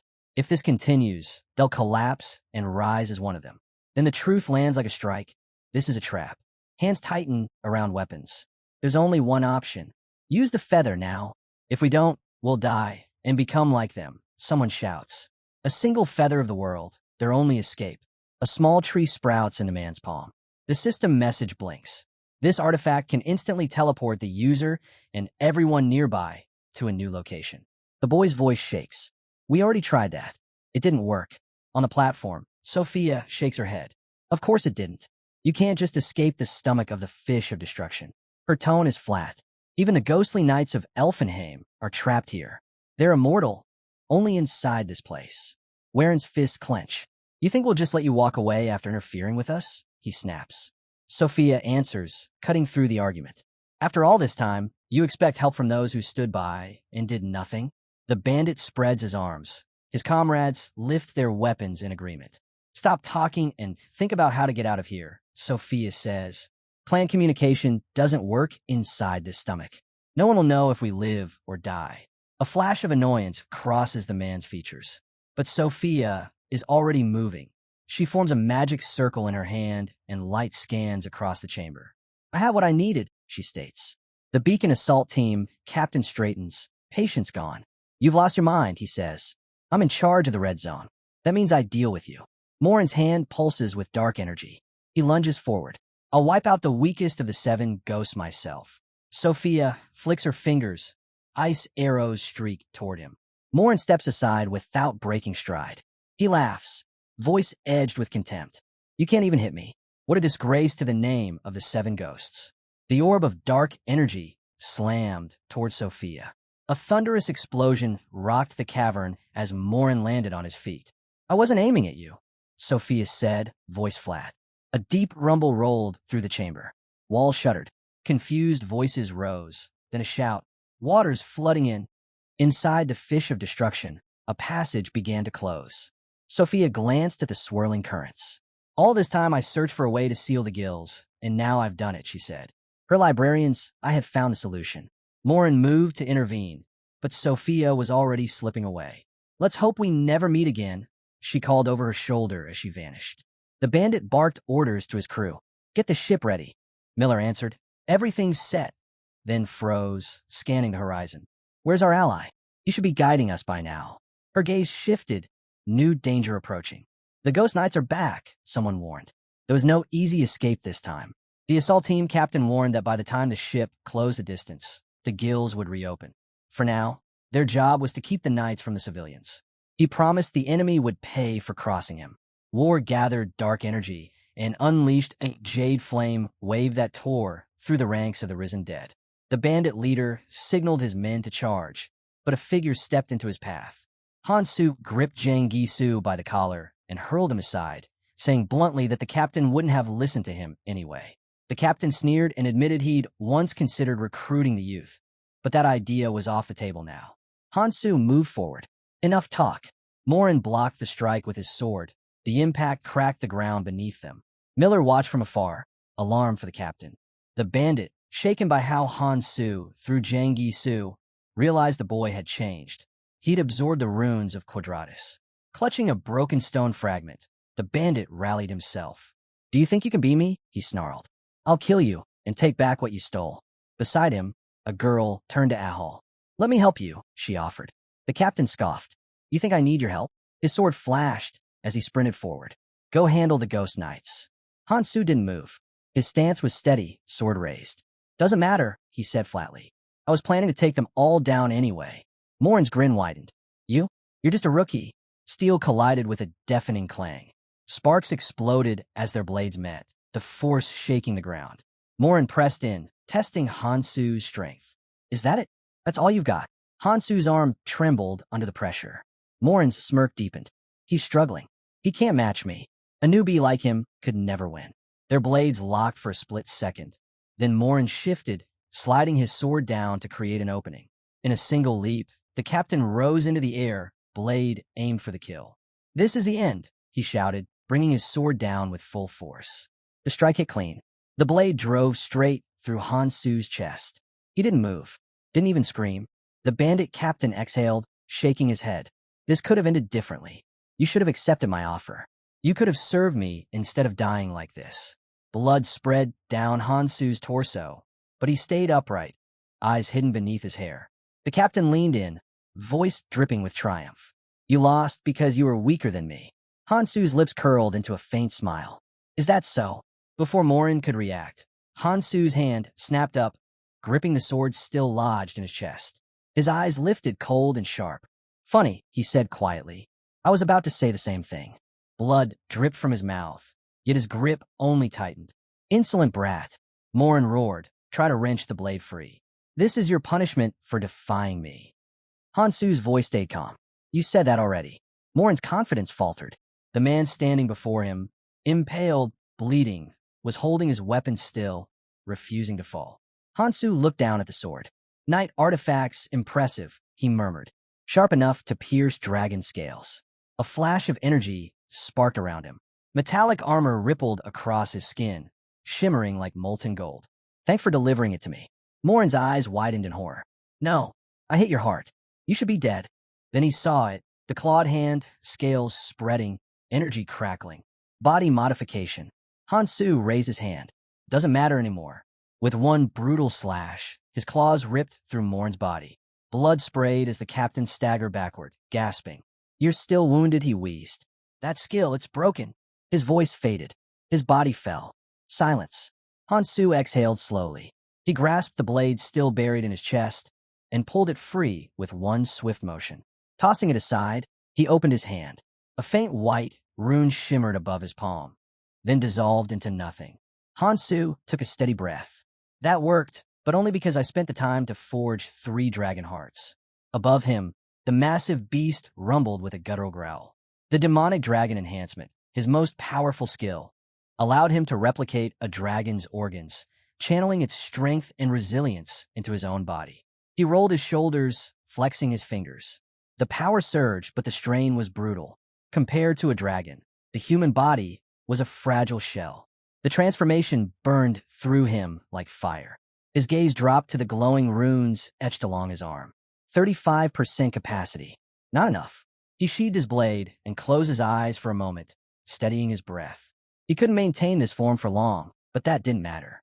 He clenched his fist, heat radiating from his palm. "As long as I can still fight, that's enough." His mind raced. "Do I have time?" Every second counted.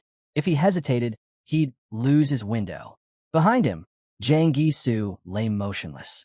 His body didn't stir, but the third eye on his forehead twitched, the pupil darting restlessly beneath the lid.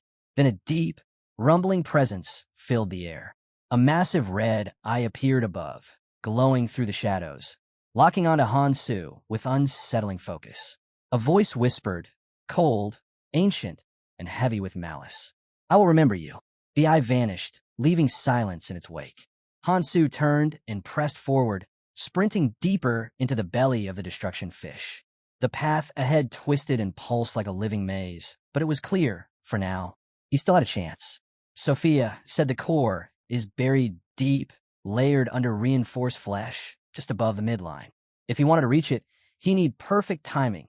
When the platform revealed itself, up ahead, a faint glow bled through the darkness, a massive sphere pulsing with life. The creature's core. Hansu tensed. The destruction fish had no armor on the outside, but inside, it was a fortress of muscle and regeneration. Suddenly, several tentacles shot toward him. He darted between them, the air humming with each narrow miss. Normal attacks wouldn't do. He could slice them apart, but the wounds would seal before he even moved on. Another strike. A shadow loomed. Hansu reached into his pocket, pulling out a small vial. This should do it. He tossed it upward. The bottle shattered midair, scattering a viscous silver liquid. When his blade cut through the next tentacle, the flesh froze solid, turning to stone before it could heal. The massive limb crashed to the ground, motionless. Hansu straightened, eyes sharp. Exactly what I expected from an alchemist's brew. Another vial dropped at his feet, coating his blade in the same thick substance. He shifted his stance, muscles coiled. Let's thin the herd. Then he moved fast. His blade cut through the air, slashing one tentacle after another. The creature's scream echoed through the cavern, a deafening roar that shook the water around him. Outside, on the distant shore, several onlookers watched the chaos unfold. One man squinted. What did Ferris report? Aaron frowned. The assistant should be standing by near the perimeter. Beck's eyes stayed locked on the ocean. The monstrous form of the destruction fish writhed violently, its massive body twisting through waves of flame and shadow. I've never seen a destruction fish act like this, he muttered. The beast thrashed again, its scales glowing red-hot as it absorbed the flames around it, its pain echoing across the sea. Sophia lunged forward, barely avoiding a crashing wave that exploded against the rocks behind her. A boy shaded his eyes, peering toward the horizon. Something's coming, he said. The man beside him shook his head sharply. Focus. We need to secure the area first. But then he froze. Sophia was falling. Aaron was sprawled on the ground, blood trickling from a cut on his forehead. Sophia sat up, dazed. 1 second slower, and she wouldn't have survived that fall. Beck sprinted over, concern written all over his face. What happened?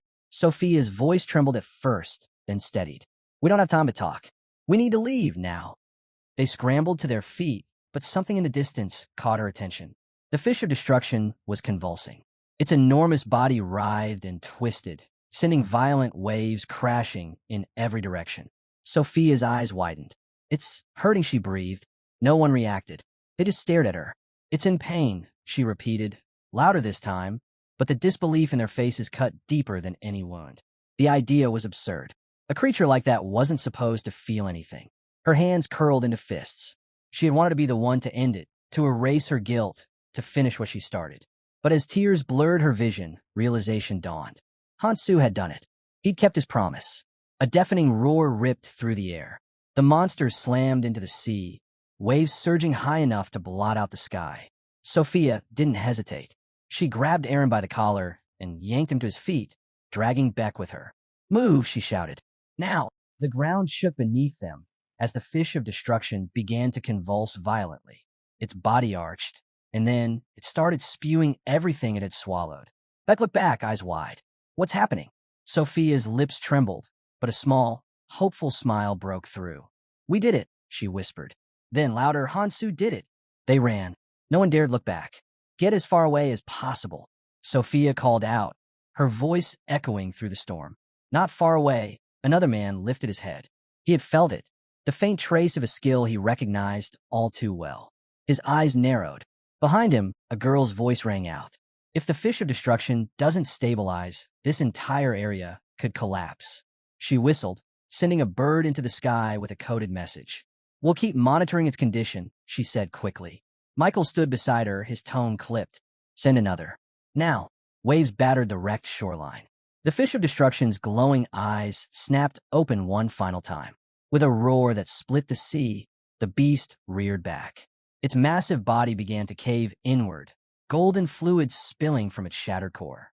And before that collapsing heart stood the reincarnator, Hansu, leaning heavily on his sword. He looked up at the pulsing light above him, breath ragged, his thoughts racing. Everything had unfolded exactly as he planned. But as he stared at the sheer scale of what lay before him, one truth struck deep. This power, this monster, was far beyond what any human could face alone. The pressure on Hansu's body was crushing. Every movement burned. Every breath came with effort. The dragon transformation was pushing his limits, the strain mounting with each second. Around him, the fish of destruction's tentacles darkened to a deep, venomous purple. Cursed energy pulsed through them, gnawing at his regeneration, leeching away his strength. Hansu gripped his sword tighter. There was only one option left, a direct strike. No hesitation, no retreat. The tentacles lunged. He moved like lightning, his blades slicing through one after another, sparks flashing underwater. Each strike tore through the darkness, every impact shattering the silence of the deep. He was close now. The core shimmered just ahead, glowing gold beneath the layers of writhing flesh. This is it. Hansu swung. The blade pierced the sphere, sinking deep into the blazing light. For a heartbeat, everything stopped. Then the realization hit him. The monster was still alive, still feeling, Standing atop the burning core, he watched as cracks spread beneath his feet, glowing fissures racing across the golden surface. The subspace inside the beast's stomach began to tremble, folding in on itself. A crimson aura flared along his sword. With a final, decisive slash, the core split apart, the explosion of energy tearing through the chamber like a storm. The first step was done. Hansu shot forward, his body illuminated by the cascading light. The stomach was collapsing, but there were still 2 more stages to complete. Step 2. Reach the artery and destroy the link to the creature's heart. Step 3. Unleash the dragon's power and burn away the poison from within. Every motion was deliberate. His breathing steadied. Against his chest, the breath of a hob pendant pulsed softly, the only thing keeping him alive in the depths. Everything was going according to plan, until the tentacles came back. They surged out of the abyss, dozens of them, thrashing and snapping like living blades. Hansu twisted aside, narrowly dodging the first strike. His body cut through the water with impossible precision, his sword flashing in arcs of gold. He sliced through 2, 3, 4 limbs in a blur of motion. Then, impact. A massive tentacle struck him squarely across the back. Pain shot through his body like fire. His vision flickered. His mouth opened in a silent gasp. 3 hearts beat within him, but 2 were already faltering. He staggered, then drove his blade backward, severing the tentacle cleanly. Blood and energy swirled around him. His breathing came fast, uneven. No time to rest. No time to recover. He looked up and froze. A wall of tentacles loomed ahead, writhing together in a grotesque mass, sealing the way forward. Hansu's grip tightened. His eyes hardened. If he stopped now, everything would be for nothing. Lightning burst from his body, golden and wild, rippling through the water like a living storm. He roared and charged head-on, his swords blurred in his streaks of light, each swing carving through flesh and darkness alike. Tentacles fell in ribbons around him, the water churning with motion and blood. He pressed forward, faster, sharper, unstoppable. Then light. Above him, a radiant glow cut through the depths. A vast network of glowing veins extended from a massive shard, a fragment of the divine stone, the ancient power once rooted in the world tree itself. Now, it pulsed at the center of this abomination, the corrupted heart of the fish of destruction. And Hansu knew this was where it would end. Hansu's eyes narrowed. The enemy wasn't finished, not yet. Without hesitation, he dove straight toward the creature's heart. The walls around him pulsed violently, veins contracting as the beast sensed his approach. Then, with a sickening tear, a massive tentacle ripped through the flesh, its fanged maw snapping open like a serpent's. And it wasn't alone. Dozens more surged from the walls, coiling and striking in unison, their movements erratic and vicious. Hansu gripped his sword tighter. The fight wasn't over. Not until he said it was. He drew a deep breath, golden light sparking around him. Then he lunged, blades flashing through the crimson haze. Steel met flesh. One clean strike, then another. A tentacle split in half, the pieces dissolving into the thick, translucent fluid around him. He moved like a storm, cutting down every limb that dared to block his path. Each swing was faster, heavier, sharper, until only silence filled the artery. Then pressure, something cold and slick wrapped around his leg. He looked down, startled for the first time, when, before he could react, a swarm of tentacles erupted from the side, hammering toward him. He barely twisted away as the impact shattered the wall where he'd been. The entire passage trembled, and then everything froze. The tentacles halted mid-attack, twitching violently as if seized by invisible force. Hansu didn't waste the chance. With one sharp twist, he tore free and surged forward. But he didn't relax. He knew better. This wasn't over. His gaze locked on the massive, pulsing heart ahead, the source of everything. "Let's see how strong you are without power," he muttered. He raised his sword high and drove it down. The blade struck true, but barely left a mark.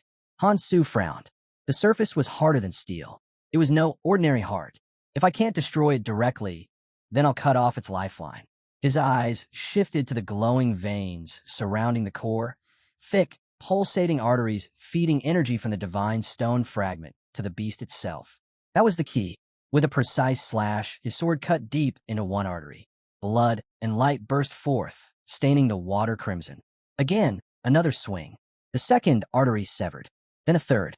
The pressure in the chamber shifted instantly. The monster's body began to convulse as power drained from its heart. Hansu's muscles tensed. His sword rose one final time.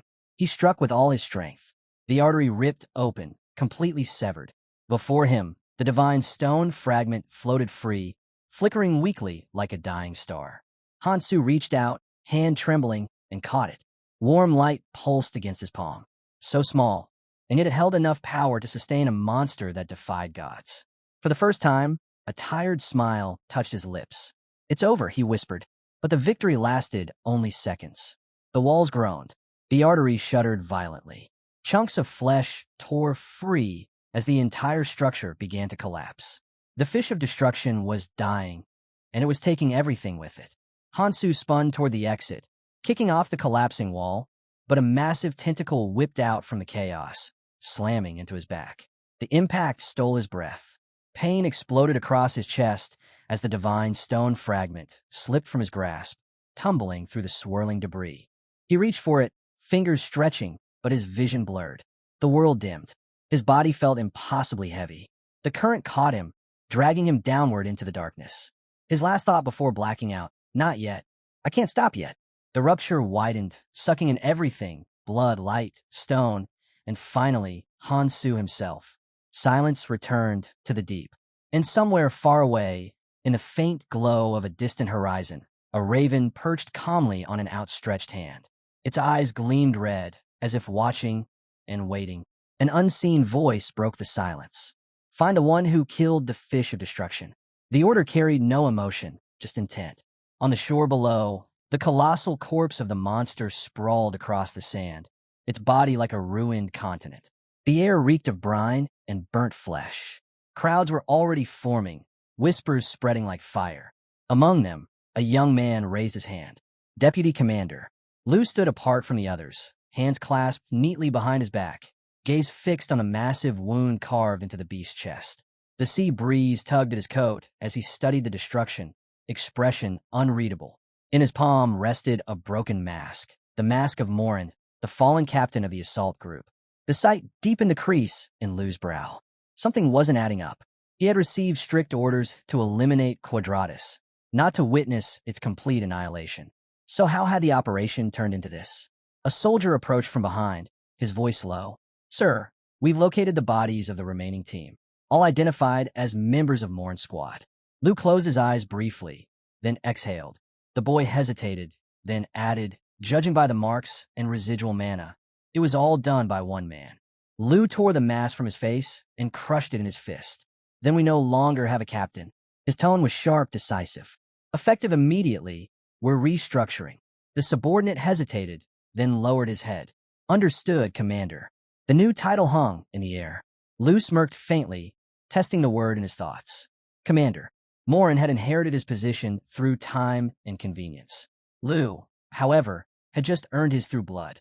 His expression hardened. "Any survivors?" The soldier pointed toward the wreckage drifting offshore. The ship was barely intact, its sails shredded, hull half submerged. "Search teams are still combing the area, sir, but," he hesitated, "chances of survival are low." Lu crouched and picked up a broken blade from the sand, inspecting its fractured edge. Something wasn't right. A creature of this magnitude should have dropped thousands of runes, yet there was nothing, no trace of power, no lingering resonance. He tossed the blade aside. "Then what about him?" Lu asked quietly. "Is the enemy dead?" The men exchanged uncertain glances. "Keep searching," Lu ordered. "I want confirmation. Check the thousandly stone embedded in Quadratus. If it's still active, we'll find him." He stepped closer to the fish's corpse. The ground trembled under its weight. Its tentacles twitched weakly, as if refusing to accept death. The cavity where its heart once was yawned wide, still steaming from the inside. Lu studied it in silence. "What the hell happened here?" he muttered. The sheer scale of destruction. No ordinary force could have caused this. Could one person really have done this? Before he could continue, hurried footsteps echoed behind him. He turned. "Report." The scout was breathless. "Commander, a large group of travelers is approaching. They're armed, and they don't look friendly." Lu's eyes narrowed. "Then why aren't they being held back?" "There are too many, sir. We can't stop them all." Up on the cliffs overlooking the shore, Hundreds of silhouettes gathered. Travelers, mercenaries, soldiers, drawn by the sight of the fallen titan. The air was thick with murmurs, disbelief, and awe. And among them, one figure stood still, hood drawn low over his face. A slow, knowing smirk curved his lips. Sangjin. He had come to see the aftermath for himself. And from the glint in his eyes, it was clear. The real hunt was only just beginning. Inside that monster lies an unimaginable wealth of artifacts, Sangjin mused, his voice carrying easily over the murmurs of the crowd. Then, with a flourish of his arm, he shouted, "And you really think they're just going to keep all that treasure for themselves?" The effect was instant. The travelers froze, glancing at one another as the realization sank in. Artifacts, runes, priceless rewards that most of them had only dreamed of obtaining, now lying within reach. The tension thickened, whispers spreading like sparks through dry grass. Sangjin's tone hardened, cutting through the noise. "Why are you just standing there? You gonna let them take everything?" That single spark ignited the chaos. The travelers erupted, shouting as they surged forward, convinced of their right to claim the spoils. Their sheer numbers turned the beach into a storm of shouting voices and flashing steel. Lu's expression darkened. He had allowed them to remain out of respect for the fallen. But now, they were nothing more than scavengers. His voice boomed over the rising tumult. "This territory belongs to the beacon. If they won't leave willingly, drive them out." His troops responded immediately. Swords drew, spells lit the air, and the quiet morning ground became a battlefield once more. From above, the golden sphere floating in the sky reflected the chaos below. The observer drifted silently from the fray, its surface gleaming with captured images. A winged eye descended, landing gently in an outstretched hand. Sophia's lips curved into a knowing smirk. Her plan had worked. She had deliberately lured the travelers to the fallen fish of destruction, fully aware it would pull the beacon's focus away. Still, she hadn't expected it to devolve into outright anarchy so quickly. Resting her chin on her hand, she thought back to her companions. "I told them to spread just a few rumors," she mused. "Guess they overachieved." Her gaze shifted downward, taking in the madness unfolding across the shore. "What exactly did they say to spark this?" she murmured. In the thick of the crowd, she spotted him, Sangjin, standing at the center of it all, cloaked and hooded, his voice riling the mob. Around him, several robed figures moved in sync, shrouded in shadow. Sophia's smirk deepened. "Even better," she whispered. The longer this chaos lasted, the longer Beacon's eyes stayed off her. She summoned a glowing sphere of energy into her palm, its surface pulsing faintly. She didn't have much time left. Above, the sky shimmered. God's eyes materialized one by one, vast glowing irises scanning every inch of land and sea. Controlling that many at once was difficult, even for her, but she couldn't afford to stop now. 3 days, she muttered under her breath. It's already been 3 days. Her expression hardened. "No, I refuse to believe he's dead." The observers scattered across the skies, streaking away like golden comets. Far below, at the edge of the ocean, a body lay still among the wreckage. Waves washed over him, dragging shards of wood and metal across the shore. Cuts and bruises marked his skin, his clothes torn to ribbons. A small fairy hovered over him, wings fluttering impatiently. Finally, she huffed, arms crossed. Her eyes narrowed in mock annoyance before she leaned closer, a mischievous grin forming. When he didn't stir, she sighed dramatically and tapped her chin. "Well," she said, voice teasing, "if you don't wake up, I'm going to kiss you." The boy shot upright as if jolted by lightning, eyes wide, arms flailing. The fairy burst into laughter midair, spinning with delight. "Knew that'd work," she said, smirking. "Welcome back, sleepyhead." And for the first time since the fall of the Fish of Destruction, Han-Su was awake. The fairy pulled back with a giggle, wings fluttering lazily. "Oomph, I was almost hoping you'd stay down a little longer." Han-Su flexed his fingers, feeling the ache in his bones fade little by little. His strength was returning, slowly but surely. He'd managed to recover just before the last traces of dragonification burned out. Something caught his eye, half buried in the sand, a faint glimmer. He reached down and brushed the grains away, revealing a fragment of the divine stone. A smirk tugged at his lips. "Got everything I needed." Then, "It's been a while, hasn't it?" Han-Su froze. That voice. He looked up sharply. The fairy hovered there, smiling as if she'd been watching the whole time. He frowned. What the hell are you doing in the red zone?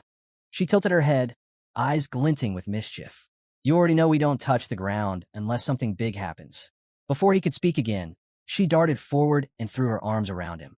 And I had to see this for myself, she laughed, pulling back just enough to point toward the shore.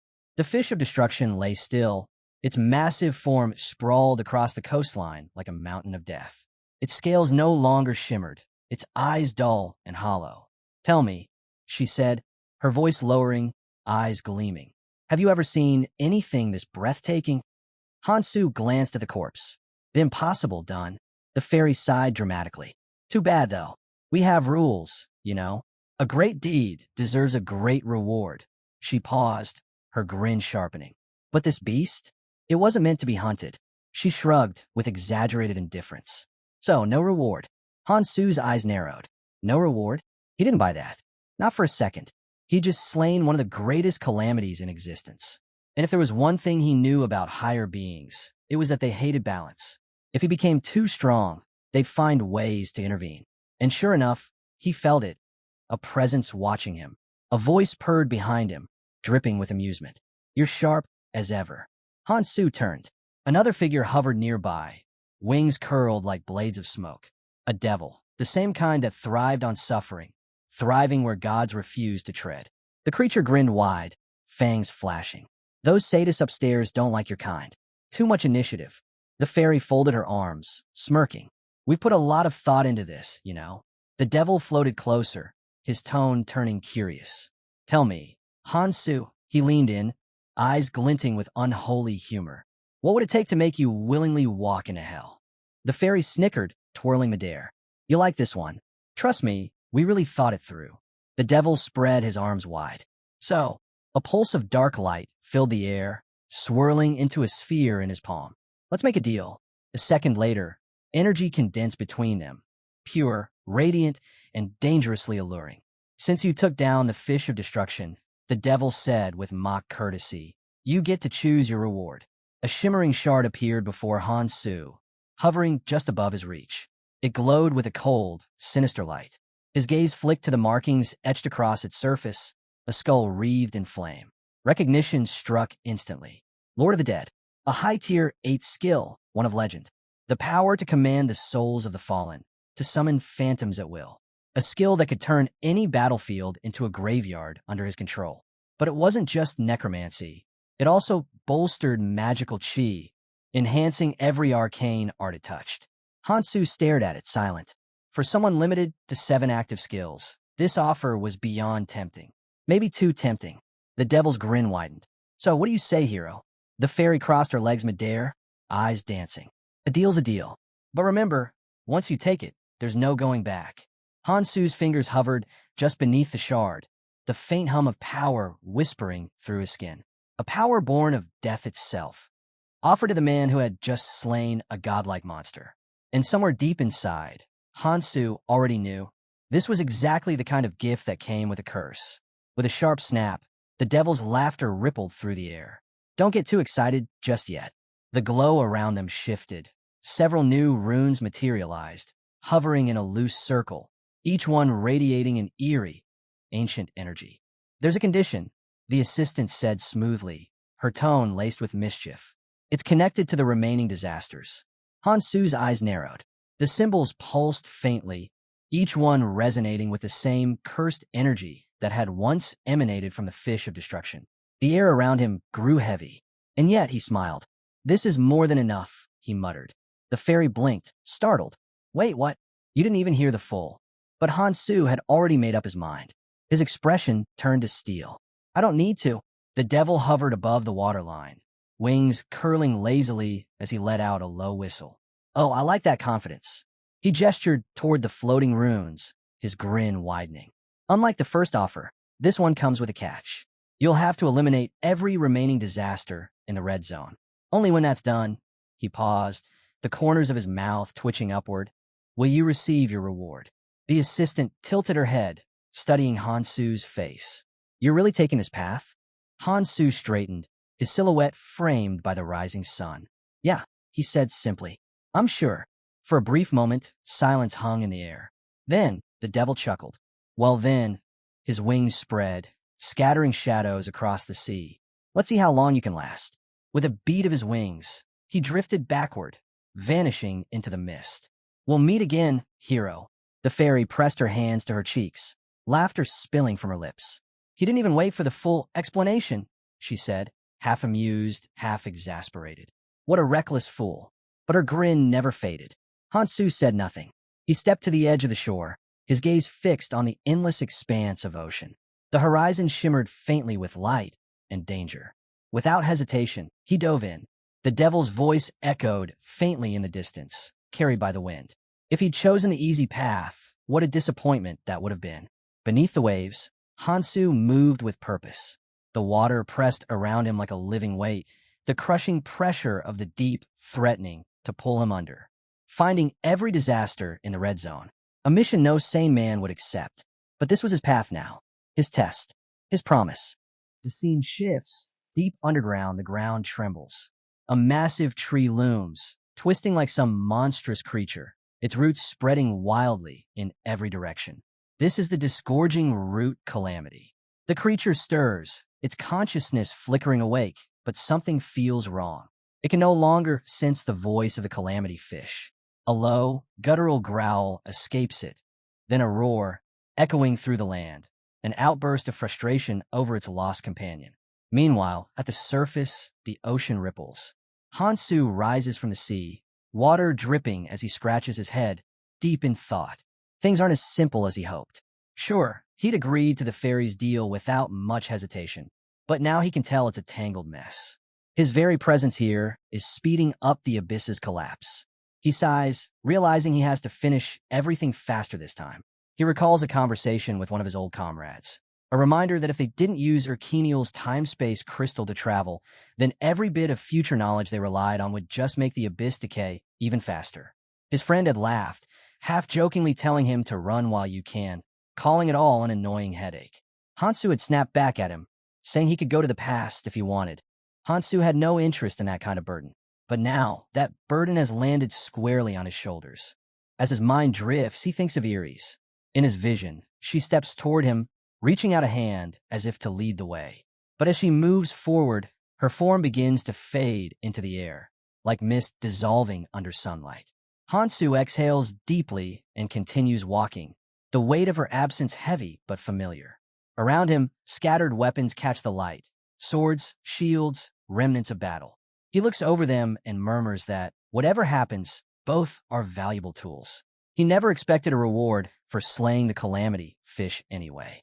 It was his duty to keep balance in the red zone and prepare for whatever comes next. From the remains, he retrieves a small fragment of the calamity fish and slips it carefully into his pouch. With just that piece, he can lure in the next threat.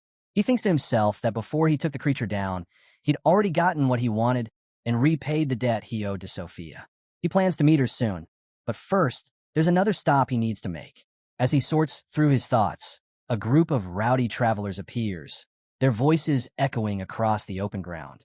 One of them yells, "Hey, there's still a small fry crawling around. What are you doing just standing there?" In seconds, Hansu finds himself surrounded. They smirk, clearly underestimating him. Hansu's grin spreads slowly. This timing couldn't be better. He's been meaning to test something.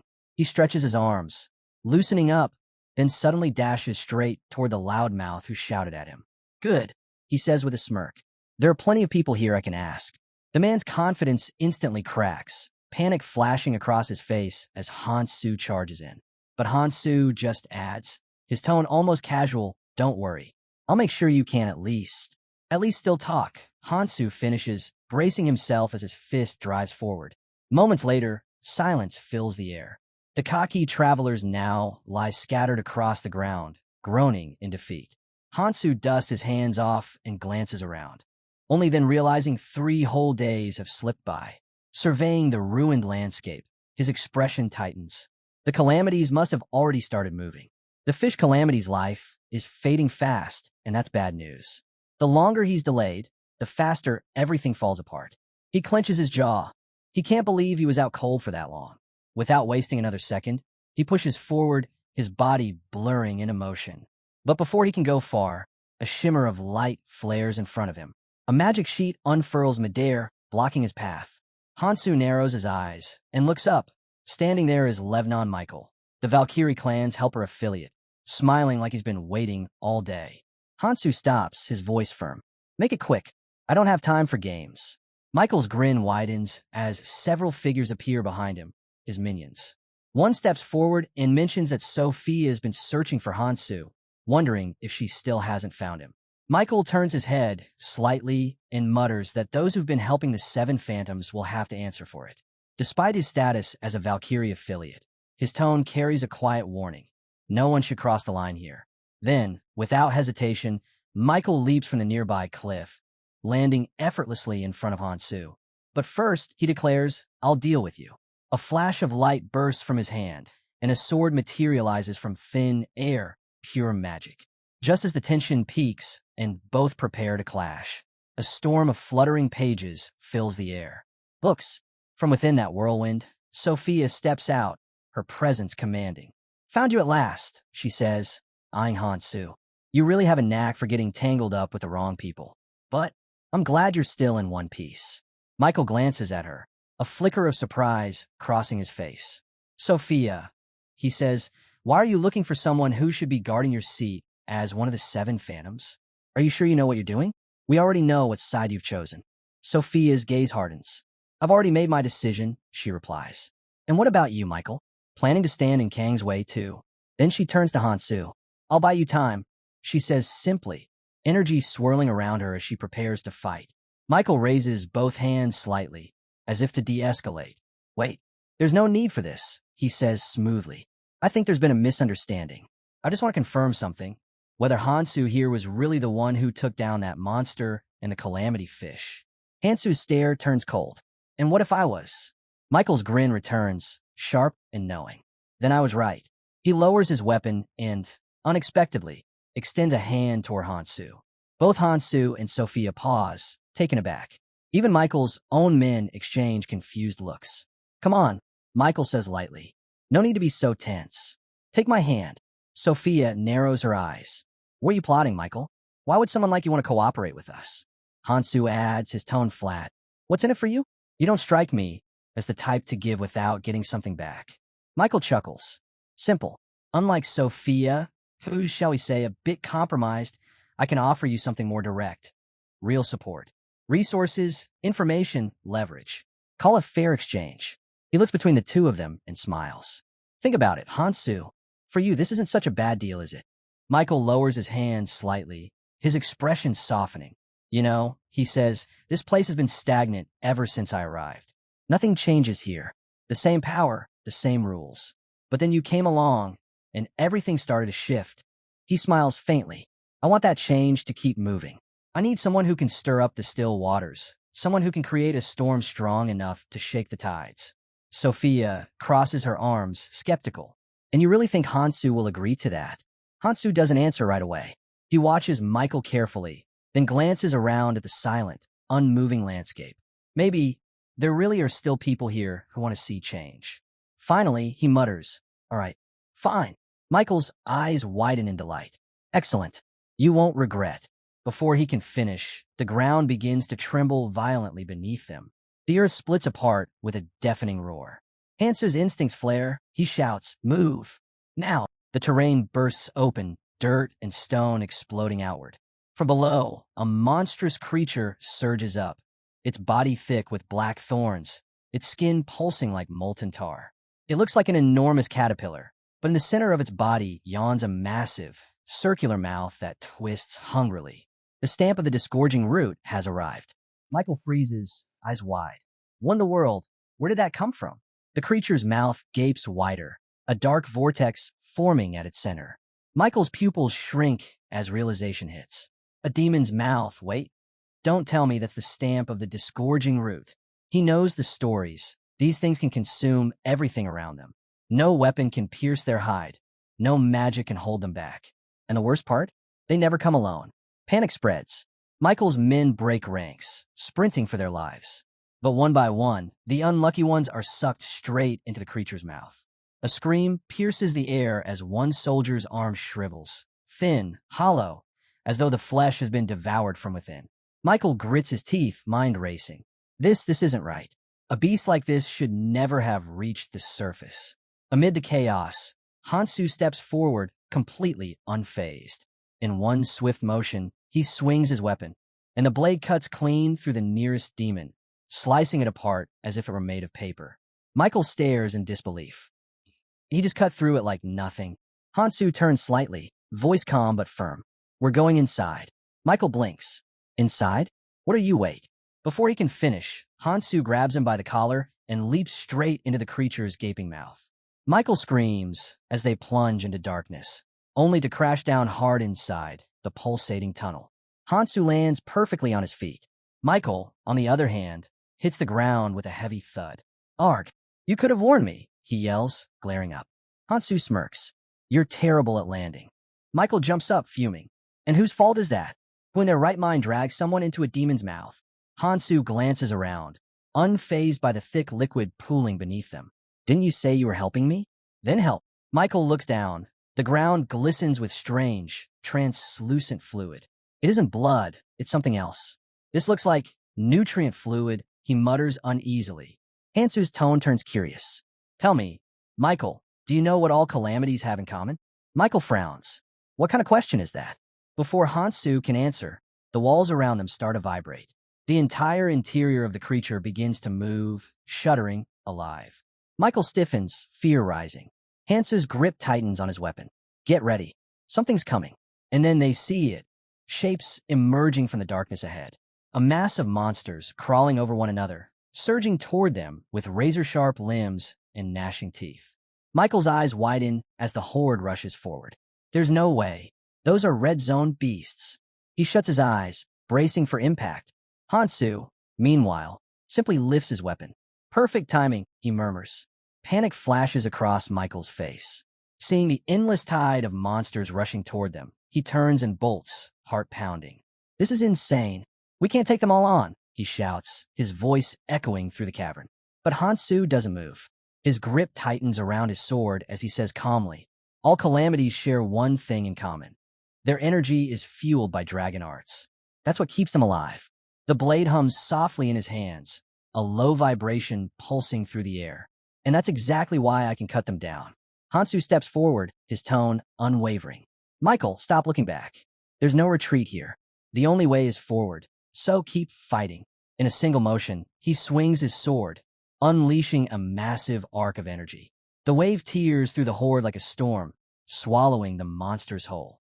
The explosion of force echoes through the demon's body, shaking everything around them. Within seconds, the entire front line of beasts is obliterated. Michael stands frozen, eyes wide in disbelief. How is he doing that? He can't even process what he's seeing. Hansu, alone, pushing through that chaos like it's nothing. He's really that strong? Then a voice cuts through his thoughts. You don't get it, Sophia says sharply. She steps forward, magic radiating around her. You've only just met Hansu. Her aura bursts outward, her spellbooks opening midair. With a swift gesture, she summons a torrent of energy that crashes into the remaining monsters. They're torn apart and devoured by her magic almost instantly. She turns to Hansu with a faint smirk. You really thought I'd let you vanish without saying anything? She asks. Did you assume I'd just follow behind without a word? Hansu glances at her, his voice cold but steady. I know your personality. Sophia's eyes narrow. You haven't known me long enough to say that. Michael stares at them both, baffled. Why are you two chatting so casually right now? We should be running. Sophia ignores him, her gaze firm. I came to fight beside Kong, she says. If you're scared, Michael, then run. No one's stopping you. Michael wipes the sweat from his brow, frustration twisting his face. The ground trembles again, and he sees new waves of monsters emerging from the shadows. This place, it's endless, he mutters. They just keep coming. There's no way two people can handle this. Sophia shouts over the noise. Hansu, they're coming this way. Before she can react, a sudden rush of icy wind surges past her, slicing through the horde. The creatures drop instantly, torn apart by invisible blades of air. Sophia looks back in surprise. Michael stands there, clutching a glowing relic. Don't misunderstand, he says, his tone more composed now. I said I'd help Hansu, and I keep my word. The wind intensifies around him as he adds, I want to see it with my own eyes.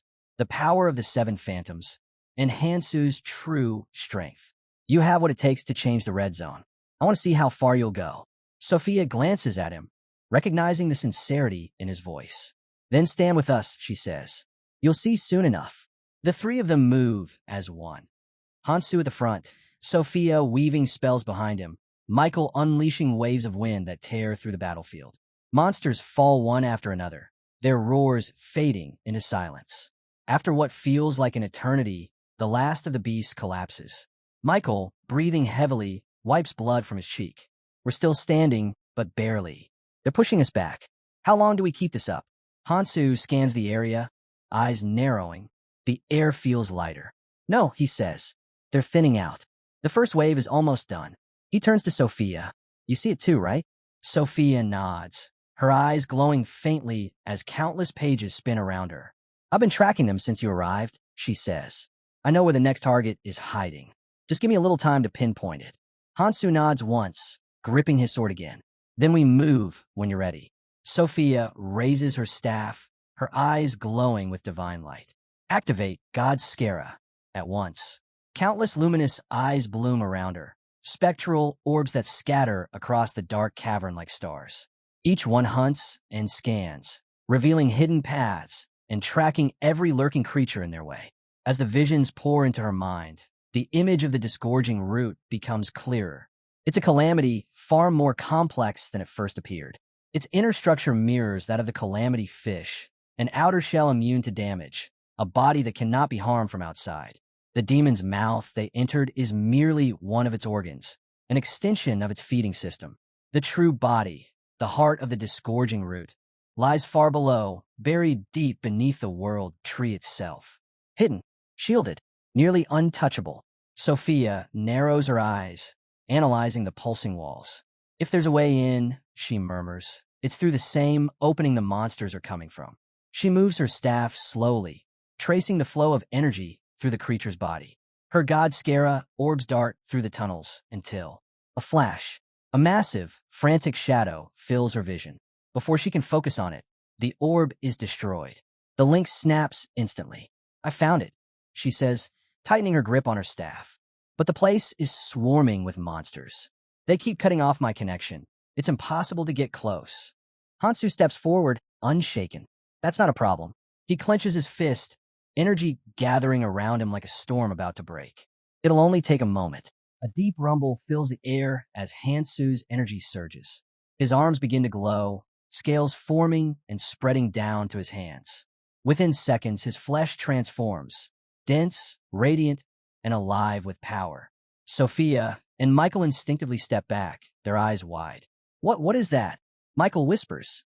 Hansu raises his transformed arm, the veins pulsing with dragon energy. Dragon energy arts, he says calmly. This won't take long. The air distorts around him, thick with pressure. Sophia watches closely, realizing just how much stronger he's become since the last time she saw him fight. His energy alone now radiates like a living weapon. Michael's voice drops to a murmur, half in awe. He's transforming his body. That's an energy art technique, one I've never seen before. He turns to Sophia, eyes wide. Who is Kong Hansu, really? Sophia's fingers tighten around her spellbook. That form won't last forever, she warns. We'll only have one chance to finish this before it fades. She steps forward beside him, determination cutting through her calm tone. No matter how strong you are, you can't fight them all alone. I'll open a path. Just focus on striking the core. Her book glows as she activates a support spell, Clan Information, summoning countless streams of data and light. The battlefield shifts around them, new paths opening as her magic distorts the space ahead. Hansu nods once. Good. He glances toward Michael. And you? Michael exhales sharply. Already contacted the Surface Clan. I don't know when they'll arrive, but they will come. He raises his relic again, wind swirling violently around him. But I can't just stand back while you two fight. Whether help comes or not, I'll hold the line. Hansu smirks faintly. Then let's move. The air suddenly fills with the screeching cries of monsters. 3 of them, massive and relentless, charging straight toward the trio. The ground shakes. The roar of battle builds once more. Hansu steps forward, his dragon arms glowing brighter than ever. "Let's end this," he says. Hansu stands silently for a moment, watching the monsters closing in. Something in the air feels familiar. The pulsing energy, the tension, it all mirrors a moment from his past. A memory he can't ignore. He exhales slowly. Now's the time. Reaching into his pouch, he pulls out the divine stone fragment. Its faint glow pulses like a heartbeat. Without hesitation, Hansu tightens his grip. Sophia notices and frowns. "Hansu, what are you doing? What do you think you'll gain by crushing that?" Hansu looks at her briefly, his expression calm but resolute. "I'm not breaking it," he says. "I'm unlocking it." With that, he channels his mana into the fragment. It responds instantly, light bursting outward as he raises his sword high. The fragment dissolves into his blade, and then a blinding wave of energy erupts. The explosion of mana tears through the battlefield like a storm. In a single sweeping motion, Hansu swings his sword, releasing a devastating strike that splits the ground and vaporizes the approaching monsters in an instant. The sheer force shakes the entire area. Hansu steadies himself, staring at the glowing weapon in his hands. So Gesu really did know what he had, he mutters. The power coursing through the sword feels unreal, alive. For the first time in this battle, he feels it clearly. This fight can be won. A faint, ethereal screen flickers before his eyes, words glowing across the battlefield. "Forgotten blade, Galadriel's relic." Hansu's eyes narrow. So this is it, Galadriel's relic. Just one swing, and this much power. He glances towards Sophia and Michael. "Get ready," he says sharply. "Raise your weapons. We're ending this now." Sophia lifts her staff, but the surge of mana hits her like a tidal wave. Her arm trembles as she struggles to maintain control. Before she loses her grip, Hansu extends his hand, sharing his mana with both her and Michael. The air around Sophia ripples, and the fragments on her spellbook begin to glow. The resonance builds, energy threads intertwining until a new skill activates. Artifact skill, Inhaler. A current of light flows from her hands to Hansu's weapon, amplifying his power even further. It's a seamless transfer of magic, her energy feeding directly into him. Hansu realizes it in an instant. So that's the real function of Galadriel's relic. Not just power, but synergy, a forgotten artifact that awakens only through a divine stone fragment. One that turns unity into strength. Green mana spirals up his arm, wrapping around the blade. "This relic's useless unless awakened," he murmurs. But now it's alive. His thoughts flicker briefly toward Sophia. "I won't let her die here." With renewed strength, Sophia slashes through the advancing monsters, her magic exploding outward like a storm of blades. Michael joins in, his wind cutting through the battlefield, while Hansu's strikes burn through everything in their path. Then, another voice cuts through the chaos. "Don't get pushed back," Aaron yells from behind the front line. He's panting, slashing wildly at the beasts swarming around him. There are more coming. I've never seen this many at once. He blocks another blow, sweat streaking down his face. Where are the reinforcements? Did anyone call them yet? Just then, a pigeon streaks across the smoky sky, its wings glinting faintly with light. Aaron spots it and shouts. That's Michael's carrier bird. He must have sent a request for help. But before the pigeon can reach the horizon, thwip, a black projectile cuts through the air. The pigeon's body jerks mid-flight, then falls lifelessly to the ground. A figure steps out from the shadows and catches it effortlessly. "Lu Hong." Aaron growls, eyes burning. "What the hell are you doing here?" Lu Hong looks at the crushed bird in his palm and smirks. "So, it was you sneaking around my territory." He tightens his grip. Crunch. The pigeon's remains crumble into dust. "I was wondering who dared cross the line," Lu says coolly. "Now I know." The air crackles with tension as Lu Hong, representative of Beacon, steps forward, his presence commanding the field. His voice cuts sharply through the chaos. "Beacon has already made its stance clear," he says. "We're searching for Kong Hansu. Anything tied to the calamities falls under Beacon's jurisdiction." He gestures curtly toward the helpers. "Step back." Now, Aaron clenches his weapon, fury boiling in his voice. "You want us to retreat? With this many monsters coming at us?" Lu's lips curl into a cold smile. "You misunderstand me. I'm not here to play hero. You deal with the minor nuisances on the surface." He pauses, lowering his gaze, while Beacon handles more important matters. Behind him, Figures begin to emerge. Lu's men, clad in the dark insignia of Beacon, ready for combat. Then Lu slams his fist into the ground, his composure cracking for an instant as he growls, "Lebanon, Michael. First helpers, huh?" The shout echoes off the cavern walls. Michael stiffens, turning sharply. "Lu Hong, what are you doing here?"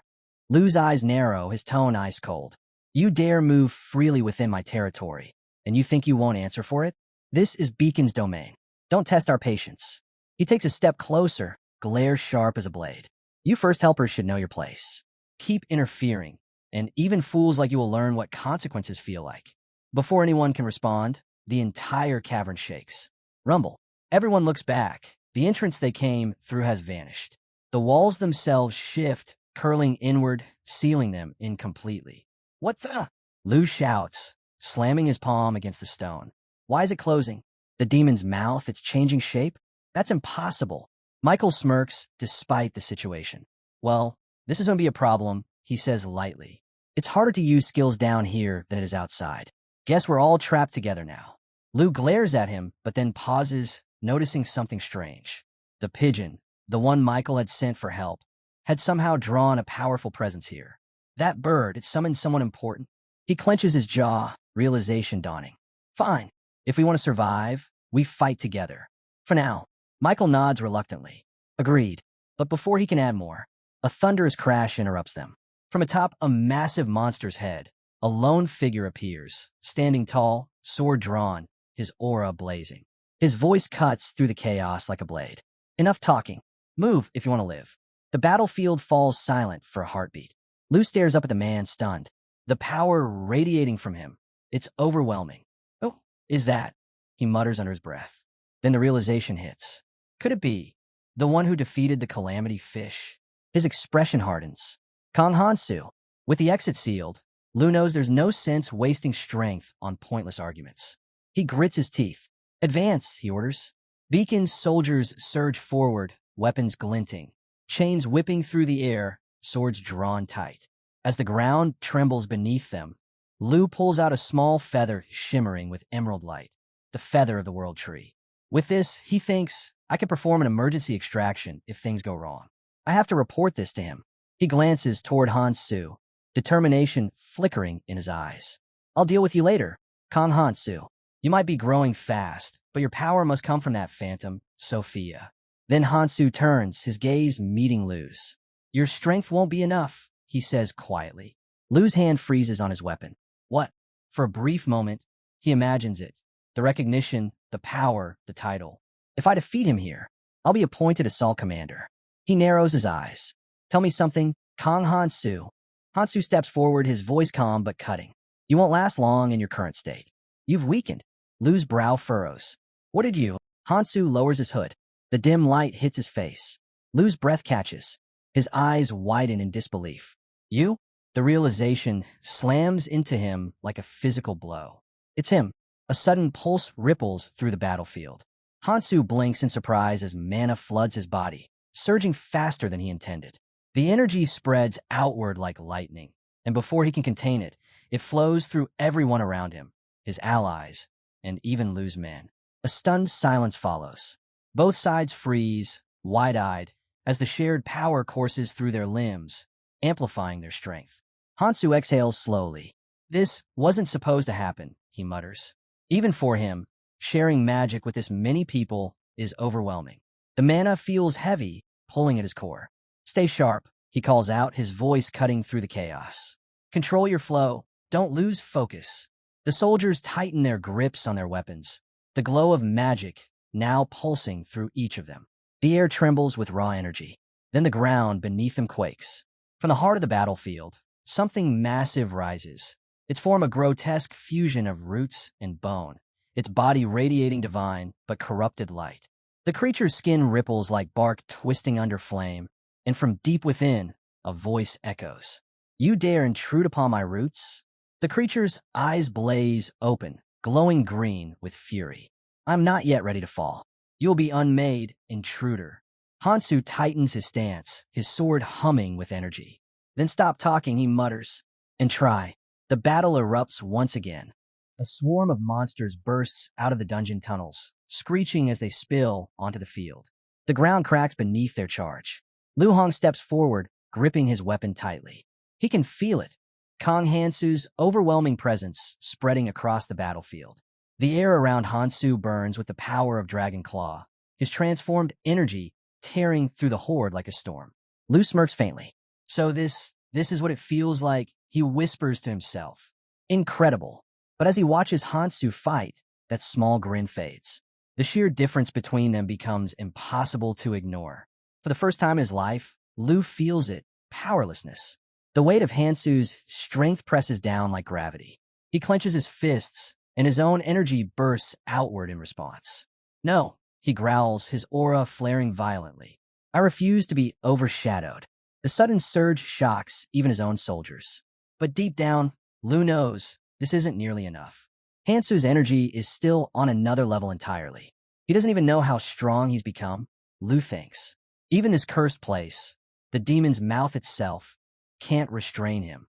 The walls of the dungeon shimmer faintly, layered with magic far older and stronger than theirs. Yet Lu can see it clearly. Hansu could tear straight through it if he wanted. If I can keep up with him, Lu thinks if I can make it out alive, the higher ranks will notice. I'll rise above the rest. I want to end up like Carl, dying a meaningless death. A monstrous claw slams down beside him. Lu reacts instantly, slicing upward, but the creature's second limb catches him off guard, wrapping tightly around his torso. He grits his teeth. TCH, let go. The pressure tightens. His breath catches, and suddenly his mana flow cuts off. The energy that was sustaining him vanishes, as if it's been drained. What's happening? Why can't I feel my power? He struggles, looking wildly around for the cause. Then a surge of white light crashes into the monster, forcing it to release him. Sophia stands there, her spellbook glowing faintly in her trembling hands. That's all I can do, she says evenly. You'll have to handle the rest yourself. Lu steadies himself, panting. When he meets her gaze, he realizes it. Without her magic, he wouldn't last a minute here. She really is the most heretical of the phantoms, he thinks bitterly. And yet, I need her. He looks away, voice sharp. Assault team, hold your ground. Don't let a single one through. His soldiers roar in response, reforming their line. Sophia lowers her hand to her chest and lets out a quiet sigh. She can feel her mana faltering, her magic flickering unstable. Her eyes drift toward Hansu in the distance, his energy burning hotter, fiercer, more erratic. So it's true. His power's growing unstable, she thinks. If this continues, the battlefield trembles once more as the fight pushes on. Hansu's blade glowing brighter with every swing, the divine energy inside him struggling to contain itself. And above them, deep in the walls of the demon's mouth, something ancient begins to stir. Sophia's gaze drifts toward the dark passageway, leading deeper into the dungeon. Faint tremors echo from within, and for the first time, uncertainty flashes across her face. What's happening in there? Her thoughts are interrupted when Hansu speaks. His tone is steady, decisive. I'm going in. Sophia's head snaps toward him. What? That's too dangerous, she warns. We haven't even cleared the monsters from the last corridor yet. Hansu shakes his head calmly. If we stay here, we'll just burn ourselves out. We can't keep fighting like this forever. The only way forward is through. He looks down briefly at his bag and unstraps it, handing it to her. I can't leave anything behind. I'll go first. Follow when you can. Sophia hesitates, then nods. All right, but don't you dare die before I get there. Hansu gives a small nod before stepping into the shadows of the dungeon. His figure vanishes as the sound of battle fades behind him. Moments later, deep beneath the earth, light flickers in the heart of the root chamber. From a massive, pulsating plant, golden mana radiates through the veins of the cavern. In the center stands an army, the Elvenheim Guard, waiting in silence. At their head is Fabian, their commander, his form towering and wreathed in sacred energy. The last of Elvenheim. Hansu's footsteps echo as he descends into the glowing chamber.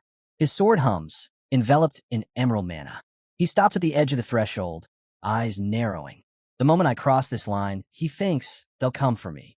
He feels the air shift. Hansu charges, blade raised high, and strikes in a blur of motion. The figure retaliates with terrifying speed, spinning and smashing its arm into the stone, sending fragments flying like shrapnel. Hansu ducks under the debris, his sword colliding with the creature's massive hand. The impact sends shockwaves through the ground. The figure's strength is monstrous. It slams down again, trying to crush him completely. Hansu digs his feet into the stone, muscles tensing as he holds his ground. From the ring on his hand, Nirmaha's ring, a surge of red mana explodes outward. The crimson energy dances across his blade like fire. He notices Fabian's movement falter for just an instant. "So you're still alive under all that," Hansu mutters. "Then I know what I have to do." He grips the sword tighter, channeling everything into it. The relic's awakening, the divine stone fragment's power, and the authority contained within Nirmaha's ring. The authority of destruction. The red mana flares violently. The very air screams as the power ignites. Hansu swings his sword, the energy striking the guardian with unstoppable force. The blow lands. A guttural sound escapes Fabian as he recoils, the crimson light burning into his body. The shockwave blasts through the chamber, shattering the outer barrier of magic. Hansu lowers his sword, watching carefully. "That should have broken your defense," he says under his breath. Fabian staggers, the damage visible, more severe than Hansu expected. But even as he falls back, his body begins to regenerate, mana pulsing through his wounds. Hansu exhales, steadying himself. "No choice," he mutters. "I'll just hit harder." Their clash reignites, sword against fist, red mana colliding with divine light. The ground splits apart under their feet.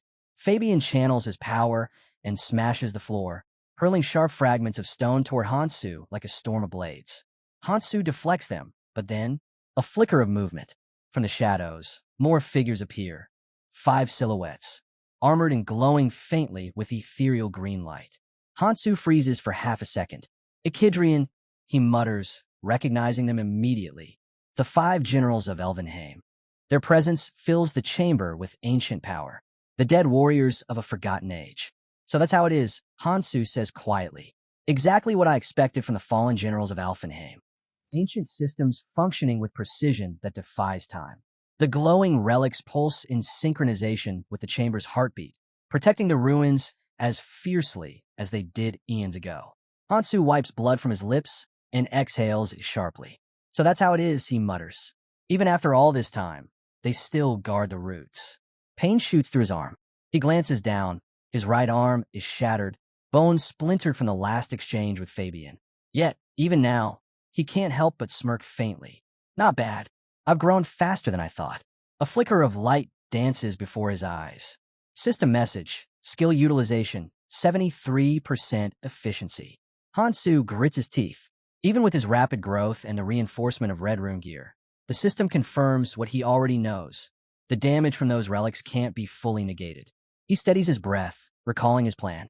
He had split his power earlier, leaving part of the assault to his allies above while he took the core himself. It had gone as intended, except for one variable. The generals of Alfenheim. Each one wielded relics of terrifying power, using them with precision only warriors of a bygone age could achieve. Hansu may have awakened his own relic using the divine stone fragment, but wielding it at full potential was another story entirely. His true target isn't the generals themselves, but the force hidden behind them, the ancient energy fueling their endless defense. Then, a deep tremor rolls through the chamber. The ground splits. The walls pulse. A second wave of light floods the room. Hansu's eyes widen. The next layer of the defense system. Monsters begin to crawl out of the cracks. Hundreds of them.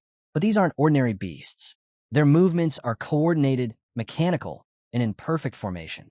The Galadarian army has awakened. Their armor gleams like liquid silver, and their eyes glow with a faint blue hue of divine magic. They march as one, blades drawn, moving with overwhelming unity. Hansu's jaw tightens. "So, it's a numbers game now." He raises his sword, the edge glowing with red and green mana. "Fine, I've got something for that too." Just as the front line closes in, flashes of light appear from behind, the arrival of his allies. Sophia, Lu, and the remaining assault team burst into the chamber, weapons drawn. Sophia's eyes widen as she takes in the scene. This can't be," she whispers. "The Galadarian army. They were meant to guard this place, not destroy it." Her voice shakes as realization hits. They're being controlled by the Calamity Fish. Beside her, Lu steps forward, his blade coated in wind magic. So that's the disturbance I sensed earlier, he mutters grimly. I never imagined it would be something like this. He glances toward Hansu, who stands amid the chaos, surrounded by both the living and the dead. How far is he planning to take this? Liu wonders. How long can he keep fighting like that? The army surges forward again. Hansu swings his sword, cleaving through two of the hulking soldiers, but their wounds knit back together almost instantly. He frowns, frustrated. Regeneration. He pivots, slashing through another. Again, the same result. The flesh closes before he can finish the strike. A whisper of air warns him a second too late. Hansu twists, barely dodging an attack from behind. The blade grazes his shoulder, tearing through his armor. He stumbles slightly, panting. Damn it. Fighting two at once like this. Both enemies step forward again, their blades raised. Hansu's vision blurs from blood loss, but he forces his body to move. His dragon energy arms flicker weakly, the power that once surged like fire now sputtering under the strain. He steadies his sword with his left hand. If I keep using dragon energy like this, he thinks my body's going to give out. Still, his eyes harden. Backing down isn't an option. Hansu's breath grows ragged, every inhale sharp as broken glass. He channels draconic energy through his body to knit his shattered bones and seal torn flesh, while simultaneously feeding mana into his weapon. The dual flow pushes him to the brink, his blood vessels strain, threatening to burst. But his mind remains steady. Ignore the pain, he tells himself. There's only one target. All else fades from thought. Only the central heart of the roots matters now. The scene shifts, deep within the structure once called Elvenheim. At its core lies a vast circular chamber, surrounded by colossal stone hands frozen mid-gesture. Each hand represents one of the ancient rulers who once governed the Red Zone. Long ago, those rulers forged both a magical and biological ecosystem. The World Tree, a living system meant to preserve balance throughout the Red Zone. At its foundation, they created a single sacred plant, the source of all life in the region. It was buried beneath the World Tree, hidden and protected, intended to serve as the heart of stability itself. But something went wrong. Over centuries, that sacred plant began to lose control. From the energies that were meant to sustain it, another being emerged, a twisted offshoot known as the disgorging root. Originally designed to nourish the plant, the root mutated, becoming a calamity in its own right. It lost the authority to heal or destroy. All it could do was delay the inevitable collapse. Now Hansu understands why the ancient security systems have awakened. Their true function isn't defense. It's stalling time before total failure. He pieces together the rest. The army of Alvenheim still exists. Warriors preserved through forbidden magic, commanded by the 5 generals of Alvenheim, bound by ancient oaths. Their immortal bodies retain the strength of their prime.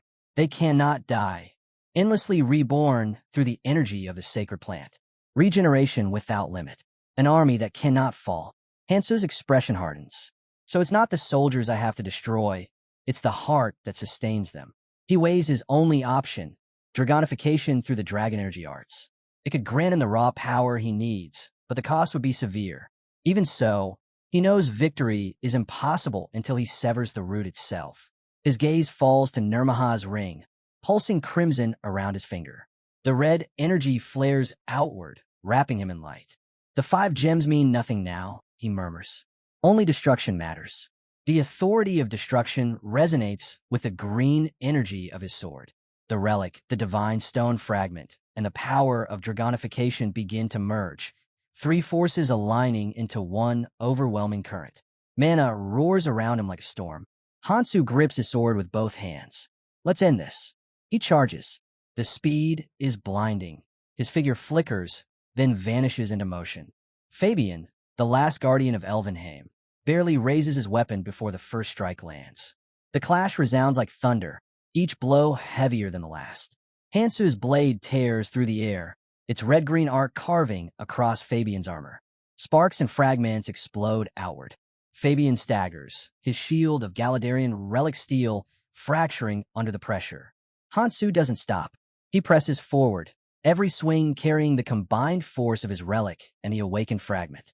The authority of destruction consumes the chamber, burning through ancient enchantments. Come on, Hansu roars. eyes blazing. Regenerate if you can. The next strike lands squarely across Fabian's chest, and the ancient warrior reels back, light bleeding from the wound. Hansu stands over him, his sword vibrating with red fury. Let's see if even relics can survive this. He channels every last drop of power through the blade, and the world itself seems to crack. Fabian reels backward, unable to even raise a defense. Hansu's relentless assault gives him no room to breathe, no time to counter. Each strike slams harder than the last, shaking the ancient chamber with every blow. But then, something shifts. A new surge of power flares from the far end of the room. The air ripples, heavy with killing intent.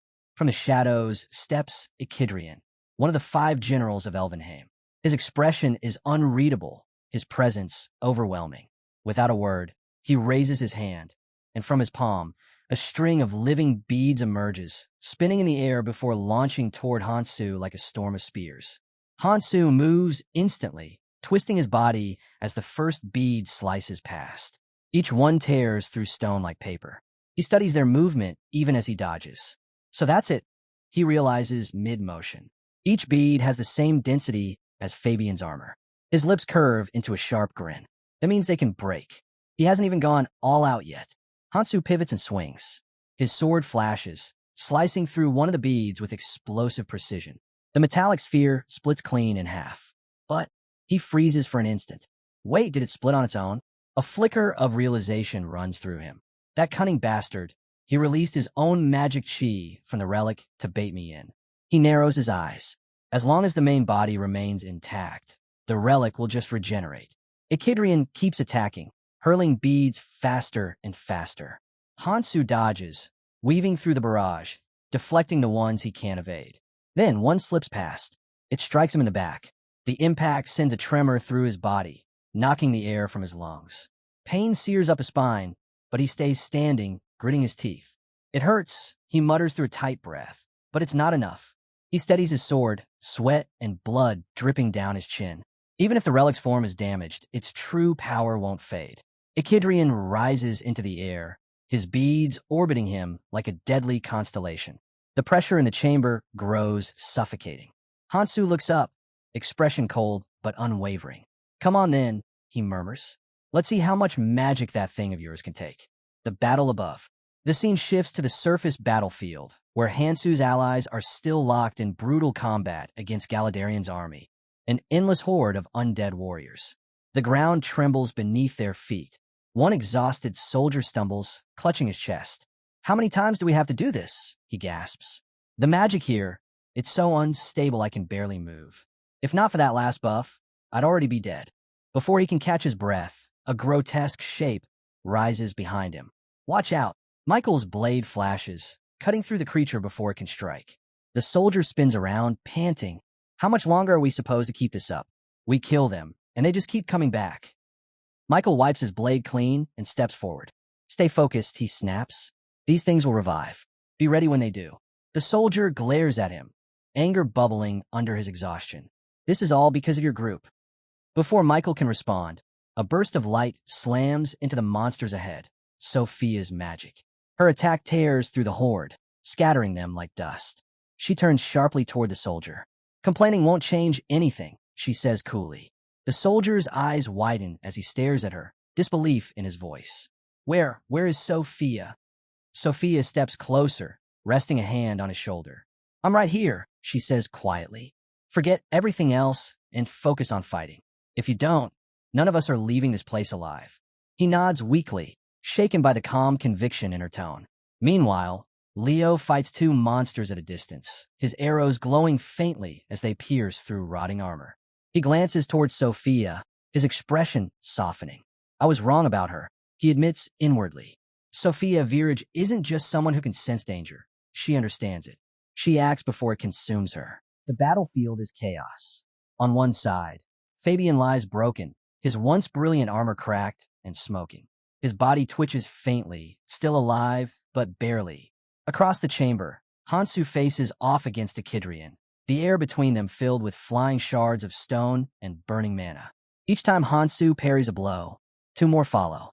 The relentless barrage of living beads slams through the air like thunderbolts. He ducks, sidesteps, and twists to avoid them, but his body is reaching its limit. Blood drips from his lips. Every breath feels heavier.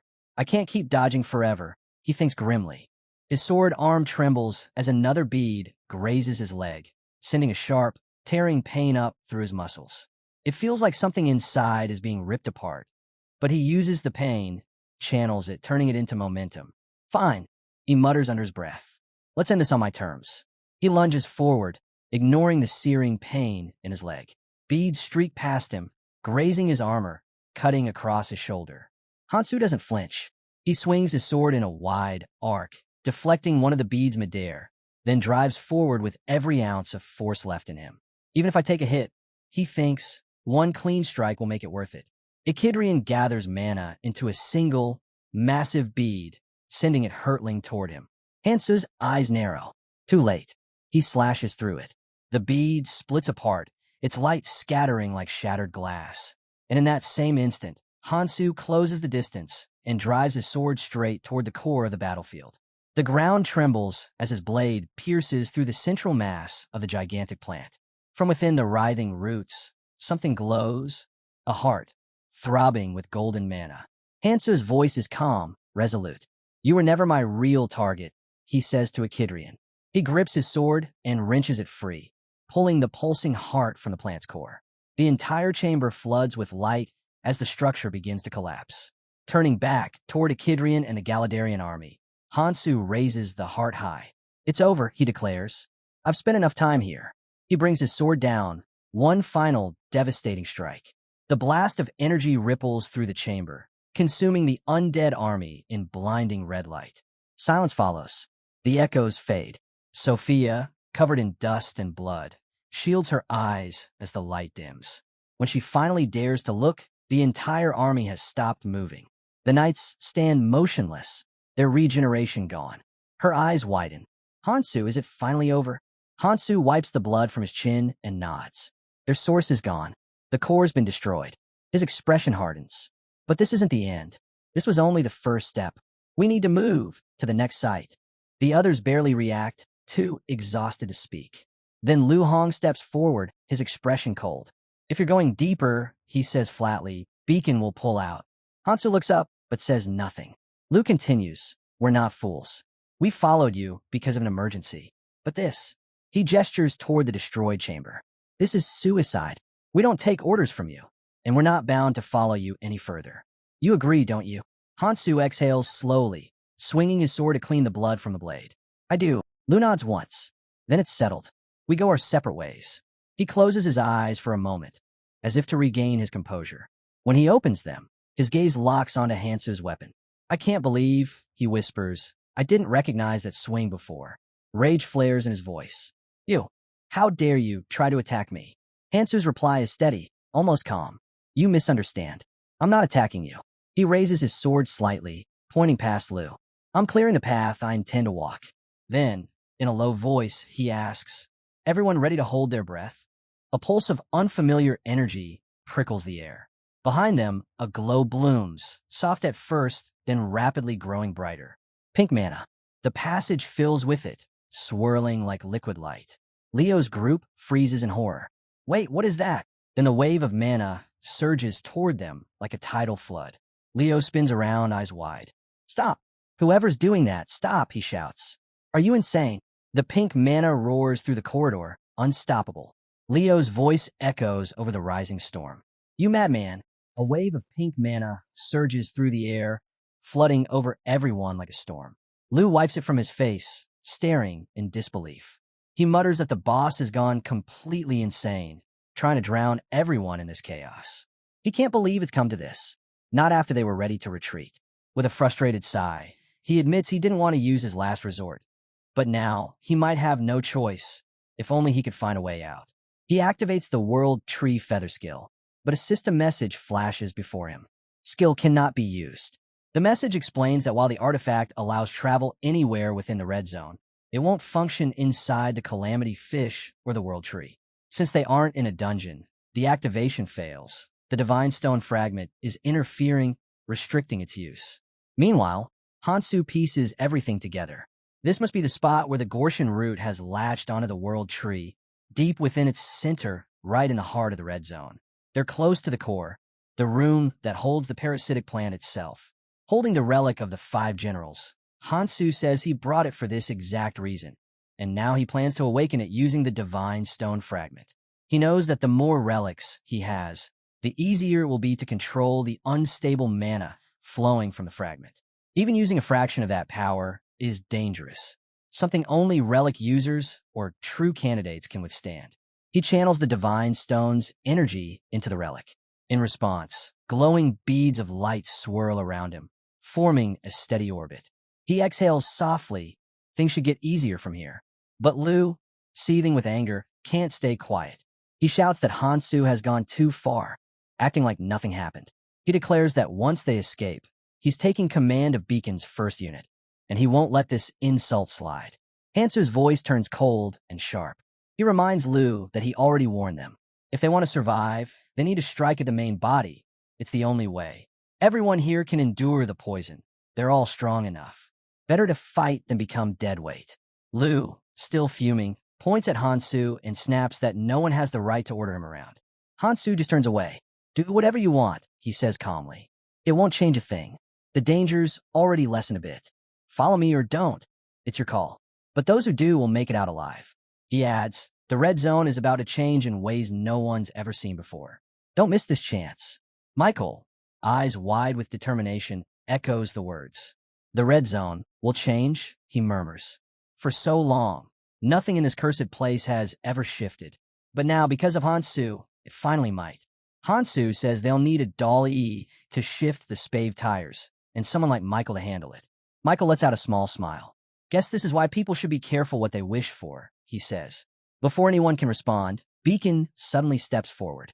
His expression darkens as he declares that his unit will now move independently. It's too late for you to ask for our help, Hansu, he warns. You'll pay for looking down on us. His lips curl into a cold, sinister smile. Hansu doesn't flinch. Are you really sure about that? He asks quietly. Lu, already on edge, snaps again. What's that supposed to mean, Hansu? Hansu's eyes look heavy, almost distant. Even I can't keep carrying everyone, he says. He thinks to himself that he tried to live up to Iris's expectations.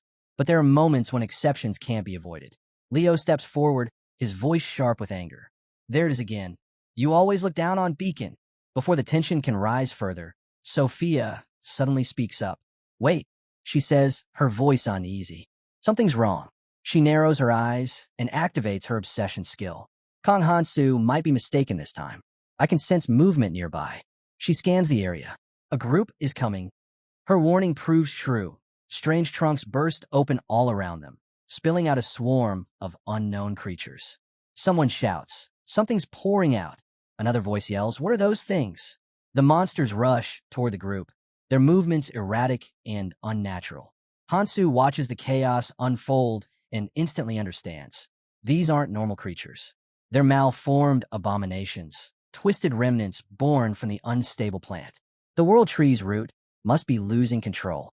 He studies them and realizes they can't survive long. Their life force is unstable. But before they burn out, they'll destroy everything in their path. He clenches his fist. So, the disgorging roots lost control? Huh, he mutters. If someone thought this would stop me, they were wrong. Outside the jungle, countless monsters are tearing through the forest. Survivors regroup in a battered camp. One of them shouts, the main team's done organizing. Advance units fall back. Support members start moving quickly, shouting over each other. Report your sectors. Someone calls out, Johan, we need more supplies. Another voice adds, bring the nutrition float. On it, Johan replies, dragging the container over. He takes a sip from the float, then exhales deeply. Done.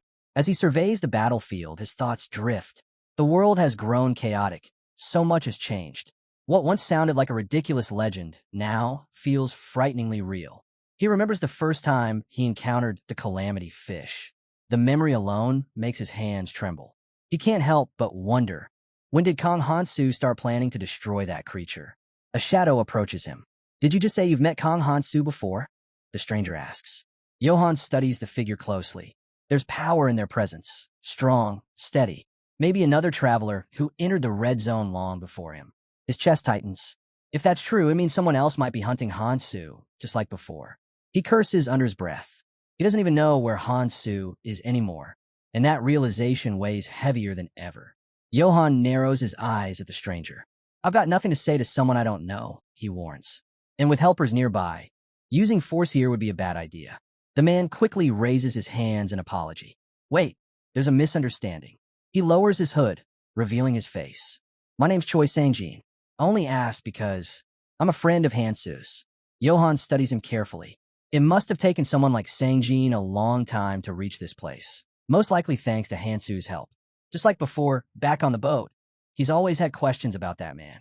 From the moment Hansu brought that boat, something felt different. Deciding to dig a little deeper, Johann finally asks what he's been holding back. Sangjin sighs. If you're asking about Hansu's true goals, he says, I don't have the answer. Johann frowns. Didn't you just say you were his friend? Sangjin looks away, his tone uncertain. Hansu never explains everything, even to the people close to him. He always keeps something hidden, a plan only he understands. He pauses before adding quietly. Honestly, I'm still trying to figure it out myself. Johann can't make sense of it.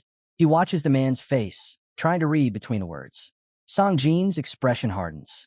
It doesn't matter anymore, he mutters under his breath. Whatever happens next, I've already made my choice. Inwardly, he calls out to Hansu, use me. If that's what it takes, I'll follow your path. He remembers the moment Hansu saved his life. From then on, he'd sworn to walk the same road, no matter how hard it became.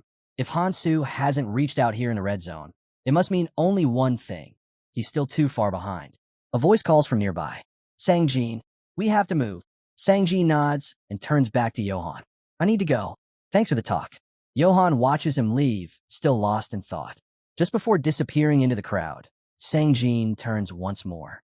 If you meet Hansu again, he stops mid-sentence, then shakes his head and pulls up his hood with a faint smile. Never mind. I'll tell him myself. That's what Hansu would do. In his heart, Sangjin accepts the truth. He's still chasing Hansu's shadow. To catch up, he'll need to work harder. Even now, while he's standing here, Hansu is probably already in the thick of battle. Inside the red zone, Hansu tears through the malformed monsters with overwhelming force. His mana surges, channeled through the divine stone fragment, the air itself vibrating around him. He focuses all his will into power, abandoning defense, pushing his body to its limits. Every strike is clean, brutal, and precise. Lu watches from a distance, speechless. He always knew Hansu was strong, but this is something else entirely. Could Kars Moron be behind this sudden surge of strength? The thought chills him. Hansu glances his way. The path back leads only to a poison waterfall, he says flatly. If you plan to survive, good luck. Without waiting for a reply, he turns and continues forward, deeper into the storm. Hansu, Sophia, and Michael push deeper into the red zone. The air hums with power, every step sinking into roots, pulsing with mana. Hansu turns to Michael. I'll move ahead, he says. You and the others can follow, if you choose. Michael nods, ready, while behind them, Lu's team hesitates. One of Lu's men urges, Commander, we should follow him. Hansu's the only one who knows the way out. Lu clenches his jaw, but nods. You're right. We have no choice. Another soldier hesitates. Are you sure, sir? If we want to escape, Lu snaps. We move now. Without another word, the team rushes forward, sprinting after Hansu into the glowing forest. Elsewhere, the plant monster stirs. Its voice echoes through the living roots. My creation is nearly complete, it proclaims. A being forged through perfect implantation of the plant's power. The culmination of my work, the Alpha. Its anticipation grows as it commands the awakening. Rise, Alpha, the one who has sustained the red zone until now. Without warning, the Alpha moves. A blinding surge of energy erupts as it strikes, its first attack splitting the air. The plant monster watches with a sinister grin, clearly delighted. Excellent, just as before it hisses.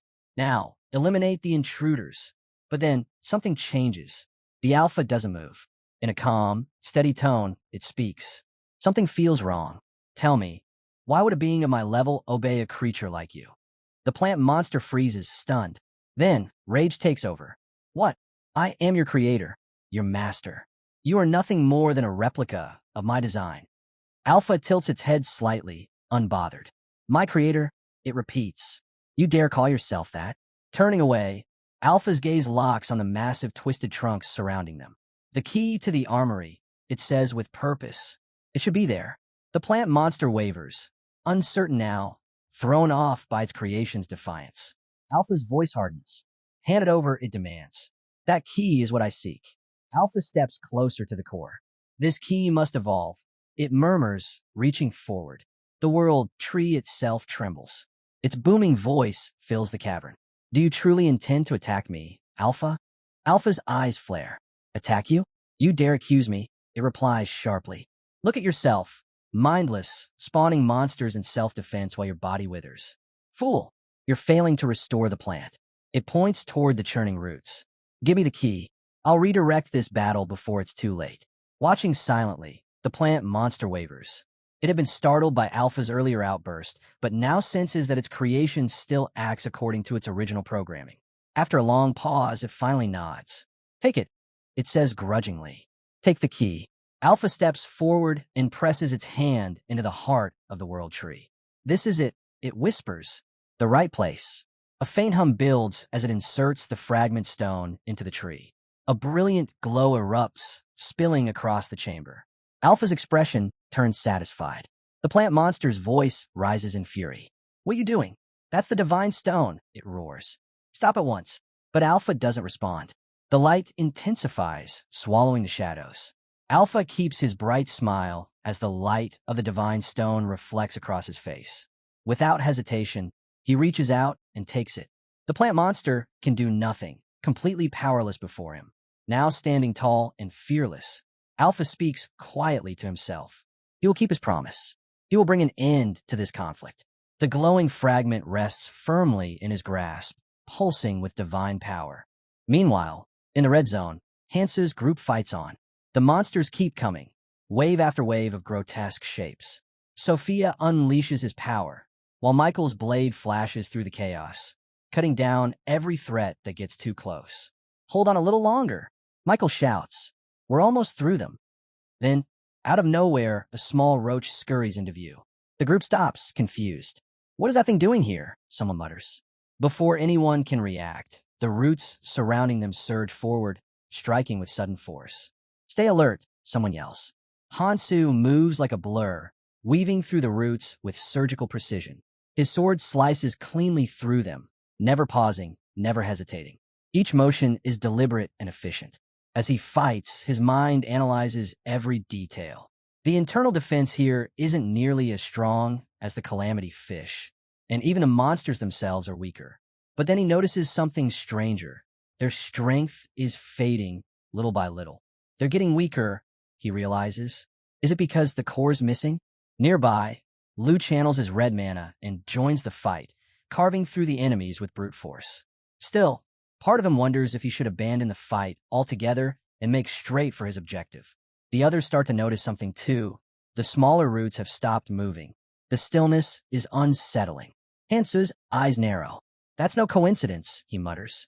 Without a moment's hesitation, he charges into the thick of the roots, diving straight into the monster's body, deeper and deeper toward its core.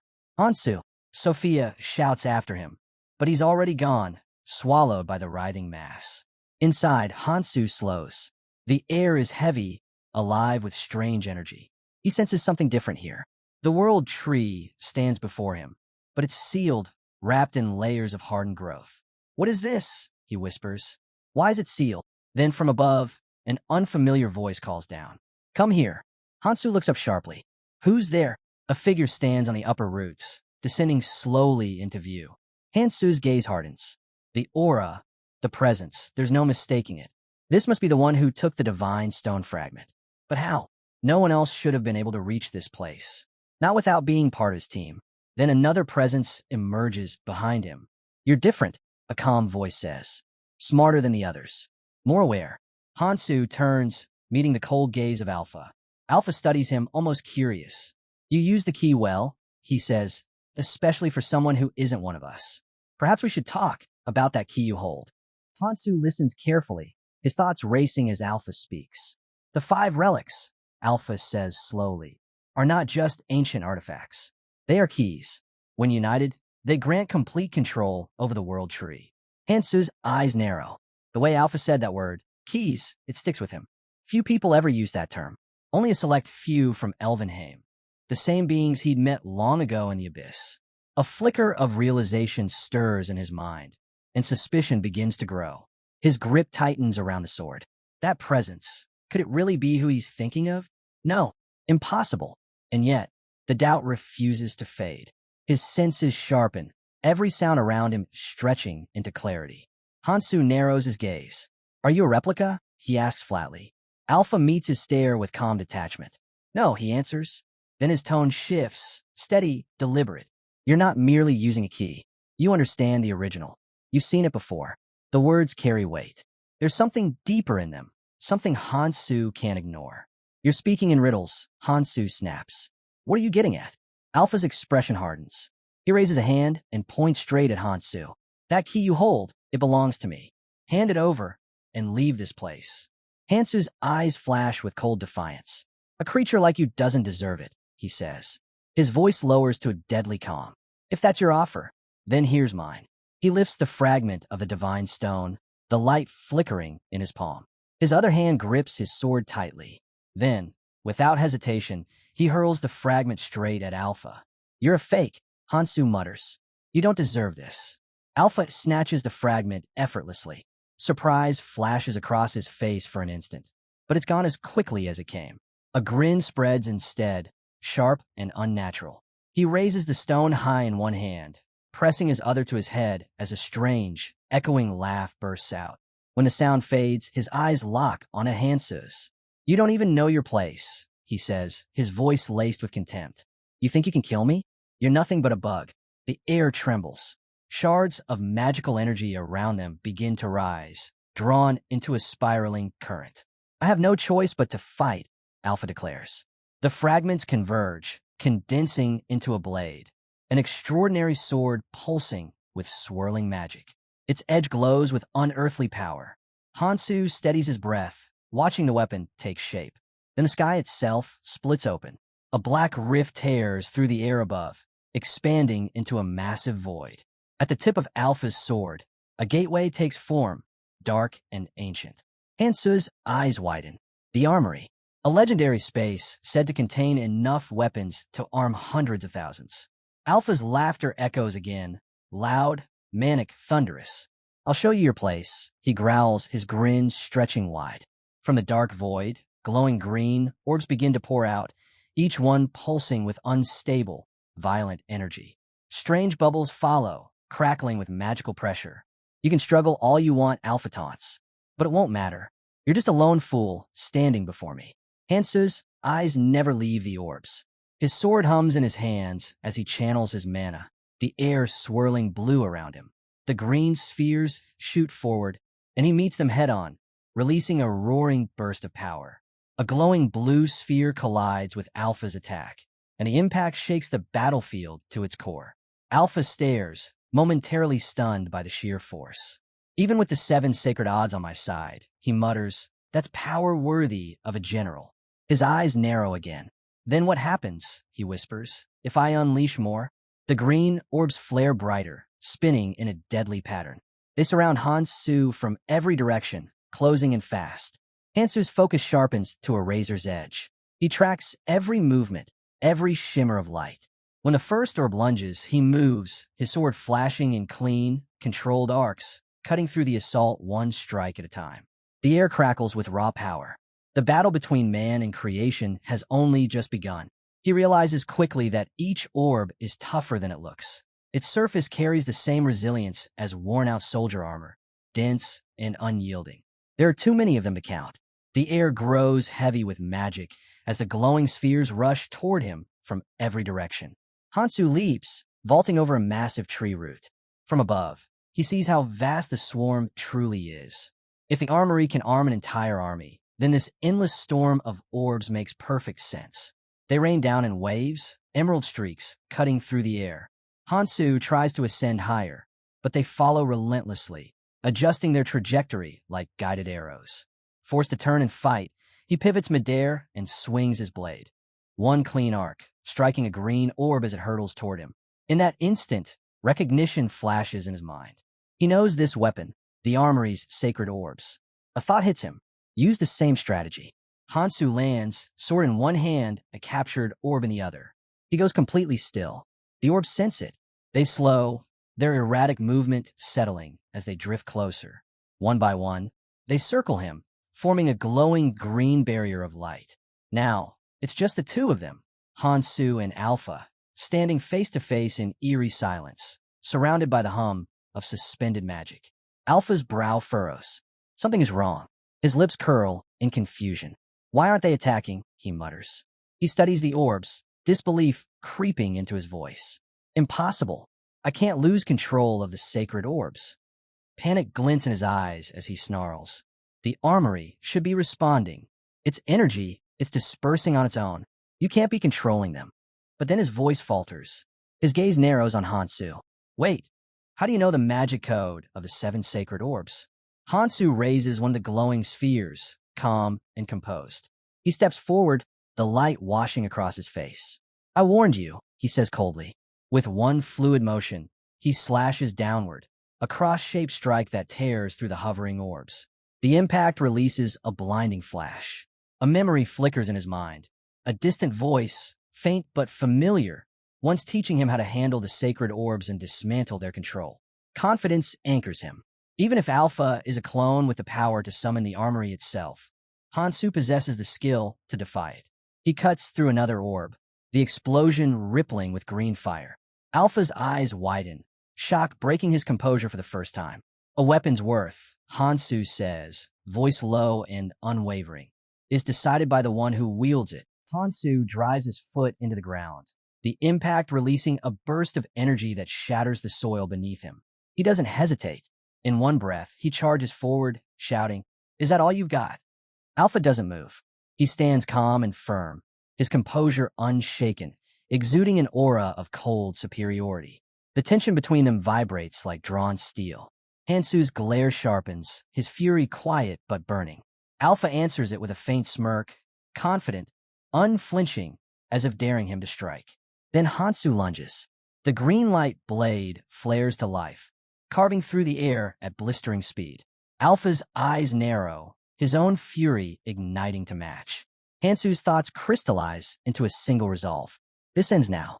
Hansu's blade slices through the air, but in a sudden twist, Alpha jerks aside, narrowly dodging the fatal blow.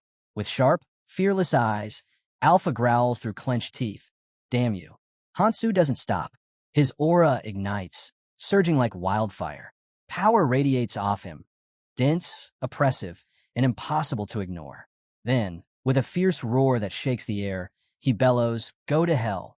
He steps forward, pure resolve in his stride, and launches into a relentless assault. A blur of motion follows, his body twisting, striking, driving his elbows squarely into Alpha's face with brutal precision. Alpha stumbles back, the impact ringing through his skull, his arm trembling from the recoil. But Hansu doesn't give him a second to breathe. He's already charging again, his green sword blazing with mana as it cuts a vicious arc across Alpha's neck. Alpha reels, staggered, a flicker of weakness crossing his face. His movements slow, his energy drains away. Hansu fixes him with a cold, piercing stare. "Too shallow," he says flatly. The two warriors face each other again, a thin tension humming between them. Then Hansu's hand sparks with light, divine power surging through his veins. "I won't let you go," he roars. He unleashes a volley of divine stones, the glowing projectiles spiraling outward in a flurry of raw energy. The explosions tear through the battlefield, forcing Alpha into a desperate retreat. One stone grazes Alpha's foot mid-sprint, the impact jolting his body, and the divine stone fragment slips from his grasp. "Damn it," he curses, stumbling as he scrambles to recover it. His mind races. He's impossibly skilled. How can he control magic like this? Even using just a fragment, Hansu's control is flawless, balanced, fluid, and impossibly stable. Alpha grits his teeth, eyes narrowing. No, it's more than skill. If it's about magic control alone, he's beyond my level. Hansu doesn't let up. His strikes rain down with unrelenting force, every swing sharper than the last. Alpha barely keeps up. Each clash sends a wave of energy tearing through the air. A mix of awe and fear creeps into Alpha's thoughts. At this rate, he might actually kill me. He steadies himself, chest heaving. The reflection of Hansu flickers in his crimson eye, a lone figure moving with purpose, like death itself approaching. Inside, a storm brews. Alpha's mind twists with fury and despair. He's come too far to fall now. Failure isn't an option. Survival isn't a choice. It's a necessity. Then Hansu charges again, shattering the stillness like thunder breaking the clouds. Alpha braces himself, tightening his grip, refusing to yield. But as Hansu's blow lands, something's wrong. There's no pain, no wound, no resistance. The strike simply stops. Hansu pulls back, his eyes narrowing. He feels it too. Something about Alpha's form is different off. Alpha straightens, a low hum emanating from the armor that now gleams across his body. Hansu's gaze hardens. So that's what you've been hiding. The truth settles over him like lead. This isn't a new technique. It's a transformation. Solo numbering 6, the Heavenly Soldier Armor. A relic of impossible defense, forged to devour weaponry itself. Each armament it consumes strengthens its body, evolving it further, until no conventional weapon can pierce its shell. Alpha raises his head, the faintest smirk tugging at his lips. Hansu exhales slowly, sword gleaming in the dim light. His voice is calm, but edged with steel. This just got more troublesome, he says. His grip tightens, which means I've got even more reason to bring you down. With renewed energy and unyielding focus, Hansu surges forward.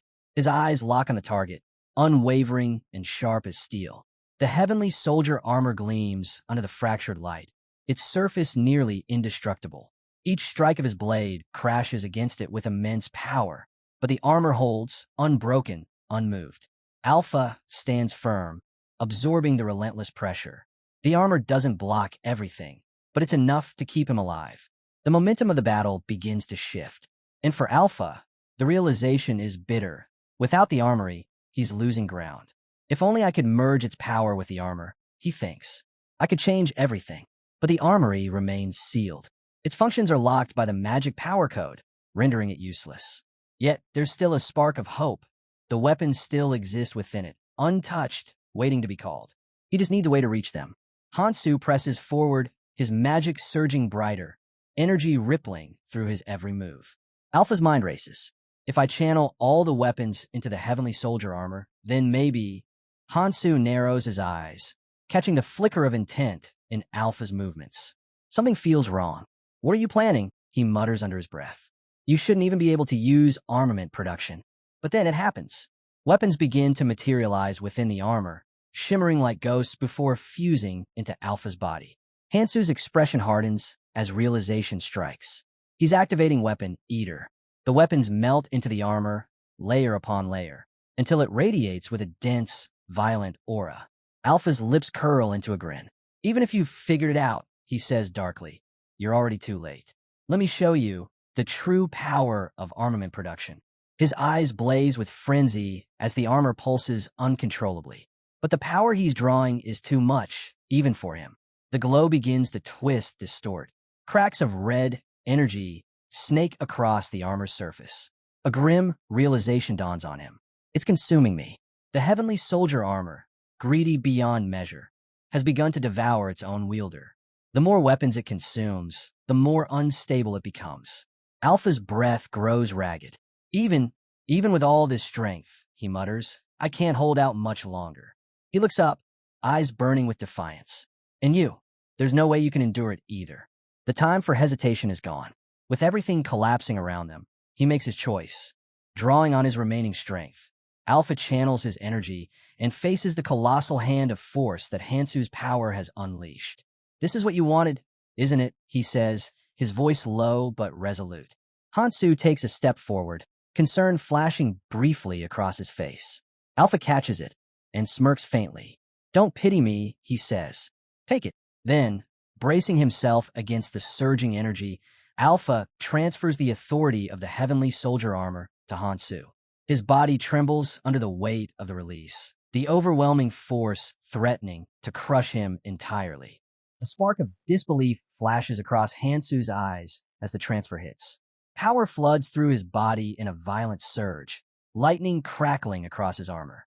The sheer intensity threatens to tear him apart from the inside. Alpha watches coldly from a short distance, his expression blank but his tone sharp. "It's useless," he mutters. "The chance of surviving the transfer of authority is 9-1. His gaze darkens, and that's under normal circumstances. But after feeding the armor every weapon from the armory, the succession trial has become far more brutal. You won't last long. Inside, Alpha's thoughts twist with calculation. He'd expected Hansu to be consumed instantly, to vanish under the armor's hunger. But the man still stands, muscles straining, holding back the chaos clawing at his body. Even so, Alpha knows the truth. He won't be able to use the heavenly soldier armor after Hansu's death anyway. Not right away. He straightens, a shadow crossing his expression. "I'll leave you to your end," he says quietly. "I'll deal with the world tree first." Turning away, he casts one last glance over his shoulder. "When you're gone," he says coldly, "I'll return to collect what's mine."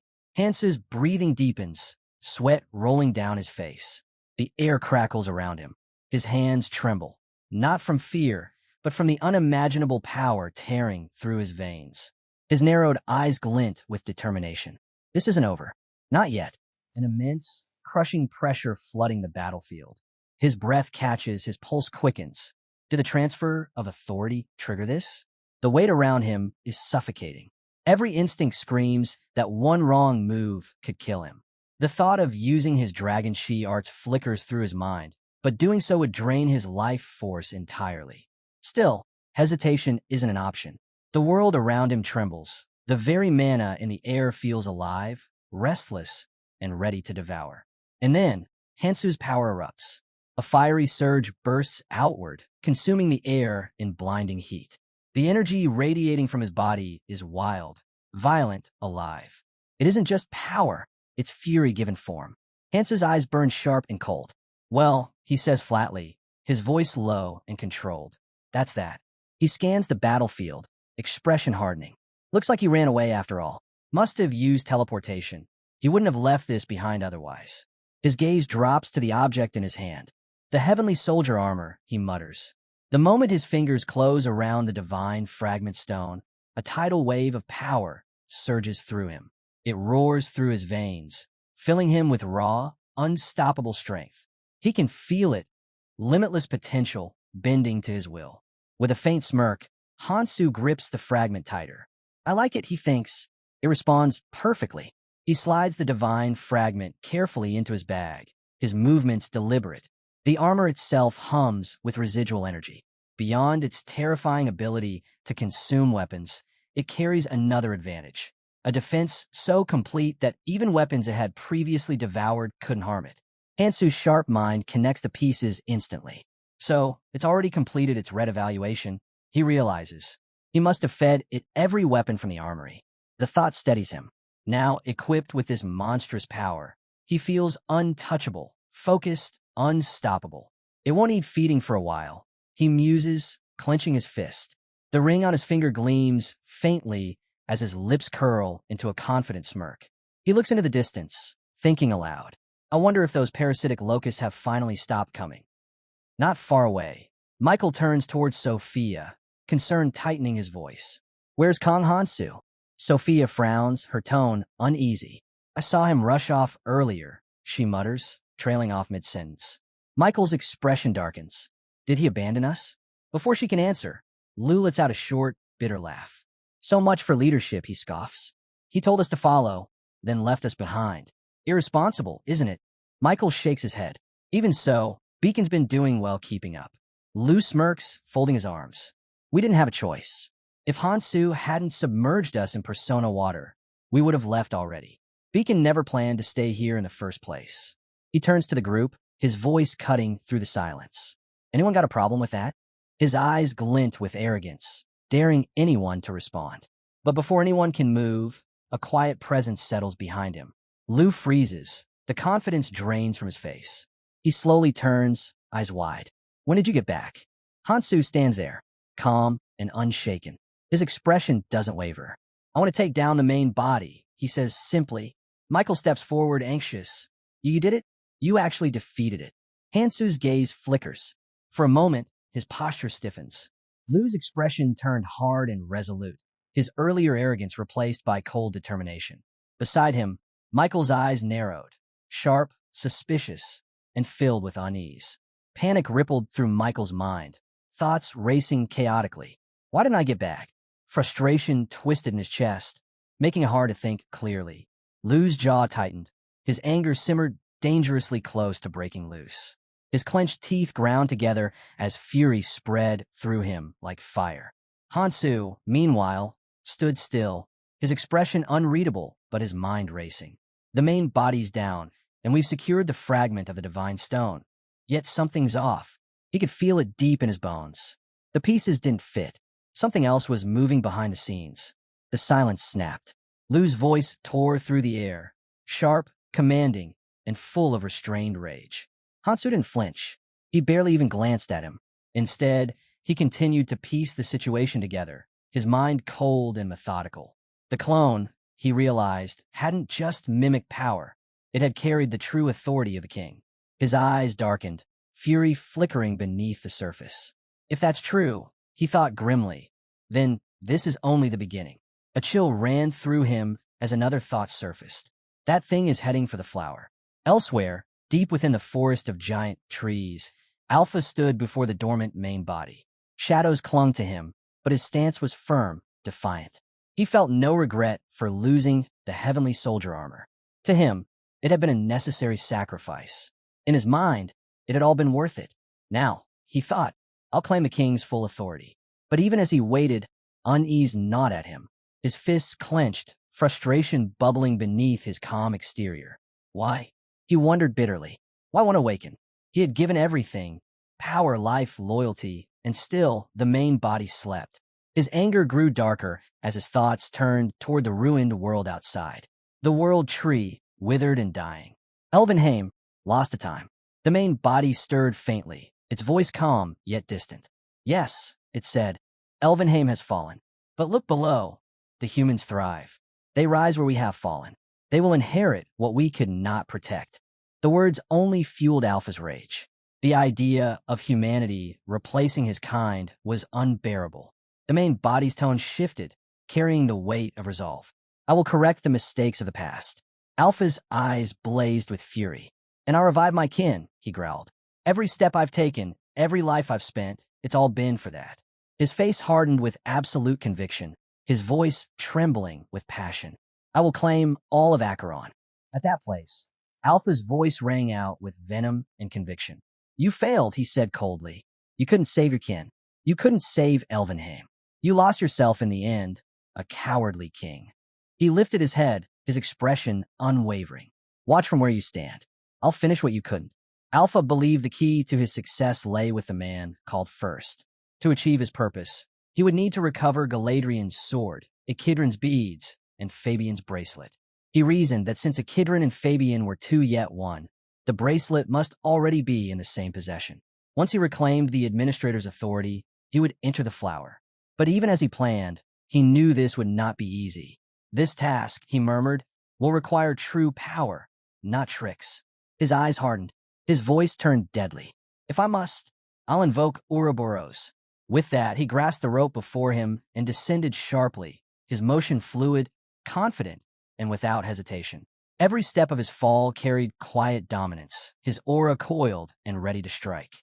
Landing softly, he straightened and faced the flower, a towering, radiant structure that pulsed like a living heart. His hand came to rest on his lower back as he surveyed the scene, eyes glinting with authority. When he finally spoke, his tone was calm, but merciless. Move, he commanded the presence before him. How dare you bare your fangs at your creator? The forest trembled under the weight of his words, and the world itself seemed to hold its breath. A shrill buzz shattered the air as a swarm of vicious insects burst around him. He didn't flinch. Instead, he thrust his arm upward, energy crackling around his hand like a storm ready to erupt.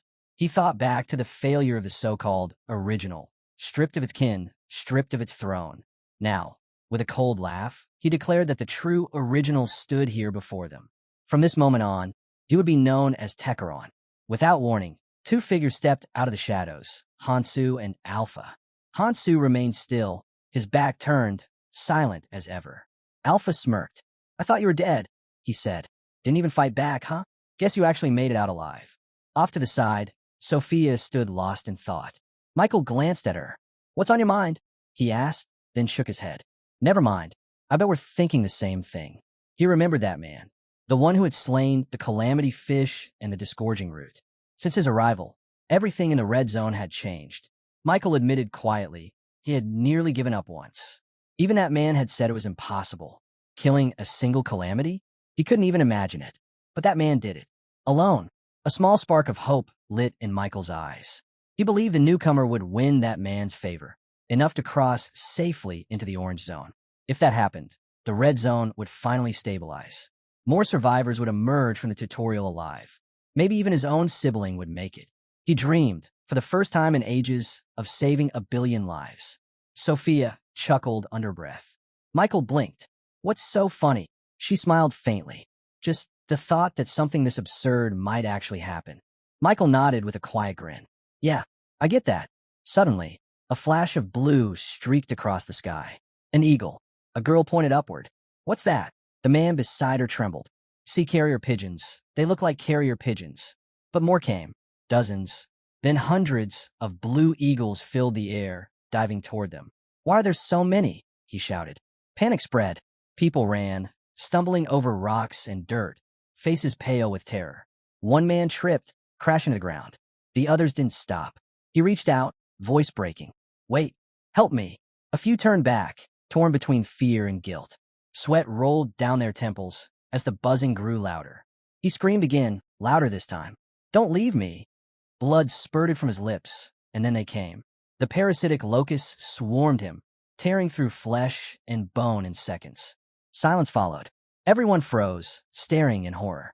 Only Hansu stood unshaken. Sophia met his gaze and offered a fearless smile. Above them, the locust leader hovered, its voice cold and sharp. Stop the humans, it commanded. Until Ouroboros is fully under our control, none may escape. Its grin split wide, razor-edged and cruel. The swarm gathered, their wings humming like blades. They blocked the path to the orange zone, surrounding the humans from all sides. Thousands of them, hungry, waiting. In the leader's gleaming eyes, Hansu and Sophia's reflections burned bright. The hunt had begun. Without warning, they appeared. A black cloud of parasitic locusts surged forward, slicing through the air like a living storm. The ground quaked beneath their wings. Panic spread instantly. Faces drained of color, hands trembling, hearts pounding as sweat streamed down their necks. Someone screamed, pointing toward the horizon. They're coming. A command rang out through the chaos. Hold your positions. We cannot let them through. The message was clear. If their defenses fell, the red zone itself would be lost. Fear crept across every face. Eyes darted around, searching for hope that wasn't there. They all knew what was at stake. Until the other clans arrived, they had to stand their ground, no matter what. The air thickened with dread. A voice broke through the noise, trembling with disbelief. We're supposed to stop that on our own. The swarm advanced, blotting out the light. Millions of locusts crashing toward them like a tidal wave of red and black. The sky trembled. The earth groaned. The calamity had arrived. A sudden blur of motion. A blue eagle swooped down, landing neatly on Michael's outstretched arm. He watched it closely, suspicion and unease in his eyes. The message it carried was short and horrifying. Every single parasitic locust within Ouroboros had awakened. Over 100 million. Even if every clan united, it wouldn't be enough. This wasn't a battle. It was a death sentence. Michael clenched his jaw. The absurdity of it almost made him laugh. A flicker of tension crossed Hansu's face. Michael's mind spun through the possibilities. Why were the locusts moving now? They were Ouroboros' guardians, creatures designed to protect its inner body, never to leave their posts without cause. Ouroboros itself was still occupied, consuming poison water. For 5 centuries, not once had it ever summoned them. So why now? Only one explanation made sense. Alpha. Ruthless. Unpredictable. Dangerous. Michael had always known Alpha would be a problem, but this was far beyond expectation. A shout broke through his thoughts. Hansu. It was Liu, storming toward him, rage written across his face. This is your fault, he roared. The locusts are going berserk because of you. Hansu turned, confusion flashing in his eyes. What are you talking about? Lu pointed an accusing finger at him. Don't play dumb. If you hadn't started killing the calamities, this never would have happened. How are you going to take responsibility for this mess? Before Hansu could answer, Michael stepped forward. Enough, he said sharply. Don't speak without proof. There's no connection between Hansu and this outbreak. Then, turning towards Sophia, his tone shifted. Sophia, use your librarian skill. I need a calculation. How long until all of them descend? Sophia looked at him steadily. You mean all of them? Not just a portion. Michael nodded grimly. Every last one. Hansu suddenly raised his hand, fingers stabbing toward the sky. Ouroboros, he shouted. How long will it take to descend? Sophia froze, eyes widening. Her body tensed as if the name alone carried weight. The young man nearby spoke quickly, his tone urgent. Stopping the locusts isn't enough. If he's truly a clone of the king, then he holds part of the king's authority. That means he can command the locusts, and eventually, he'll come for Ouroboros itself. His words hit like thunder. Ouroboros, one of the 4 great calamities, couldn't be controlled easily. Even with the king's blood, seizing it would take time. But once that control was complete, the creature would descend upon the surface, and the devastation would be unimaginable. Hansu turned to Sophia, voice sharp, then calculated. The longer Ouroboros takes to descend, the more time we have to prepare. Hurry. Sophia's eyes flickered with data and light as she activated her skill. Moments later, her voice broke the silence. 2 weeks. The number hung heavy in the air. Lu's expression hardened. His fists clenched. 2 weeks. That was all. He gritted his teeth, realization dawning that everything was collapsing. The order to capture Kong Hansu no longer mattered. None of it did. The entire red zone was on the verge of annihilation. First and second squads. Lu barked, report to Sir Miiamoto. Everyone else, you're coming with me. Sophia stepped forward. Where are you going? We need to stop this together. Lu turned to her with a mocking grin. Stop it. Why bother? The mirror's about to open. All we need to do is get out of here. Sophia's eyes widened again.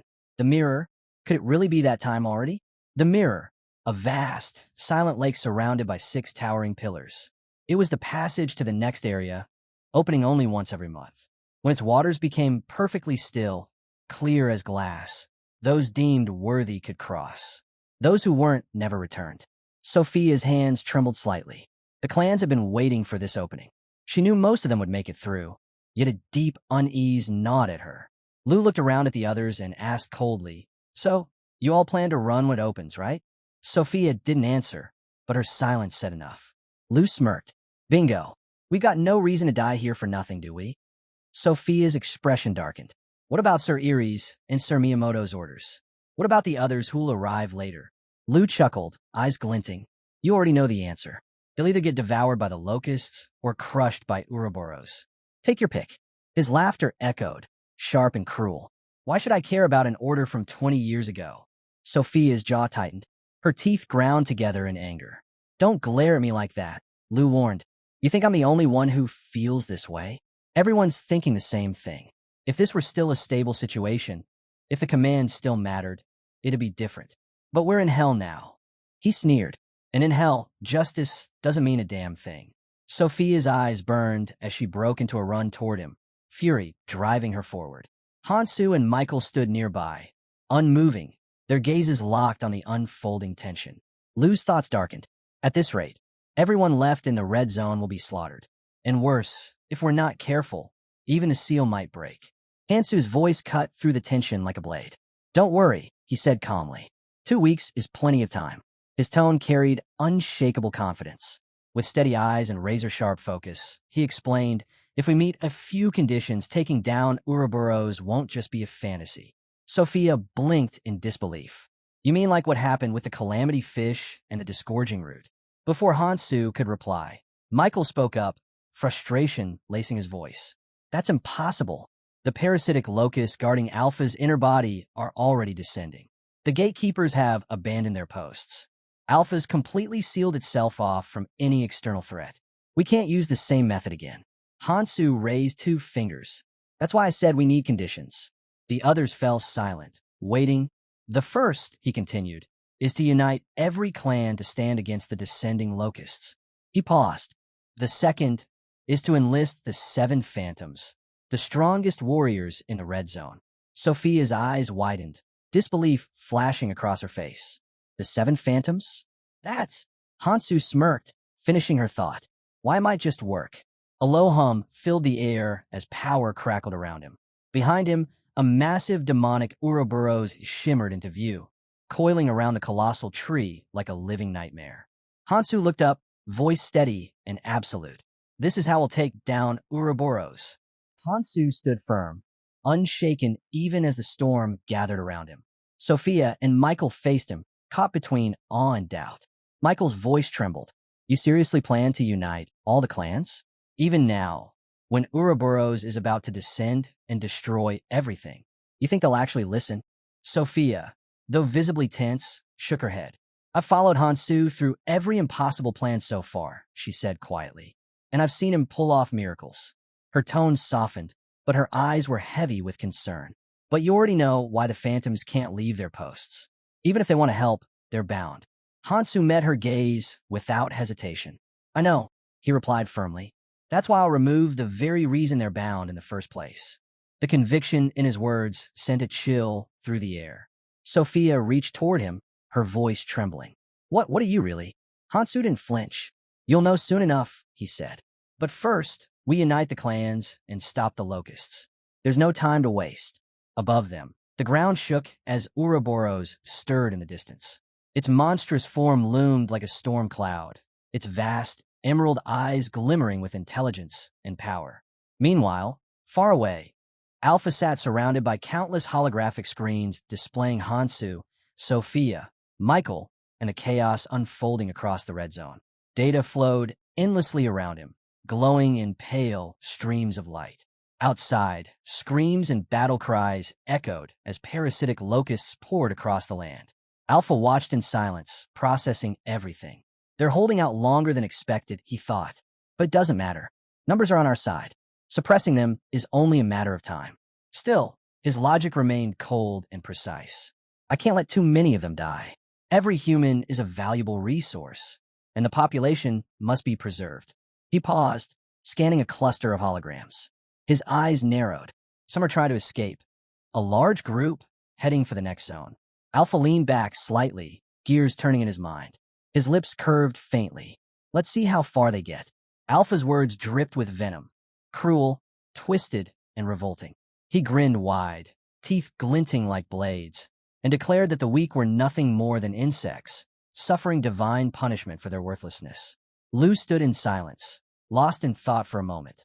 His eyes swept across the gathered crowd. Members of the Celestial Association, 6 unaffiliated clans, even the Chimera Monarch himself.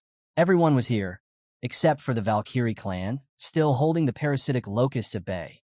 If even the strongest had come to flee, Lu thought grimly, then his judgment had been right all along. Secure a position close by, he ordered his men. We move the moment the mirror opens. Yes, sir, one replied immediately. From a distance, Giacomo observed him carefully. Recognition flickered in his eyes. So that's Lu, he said, voice cutting through the tension.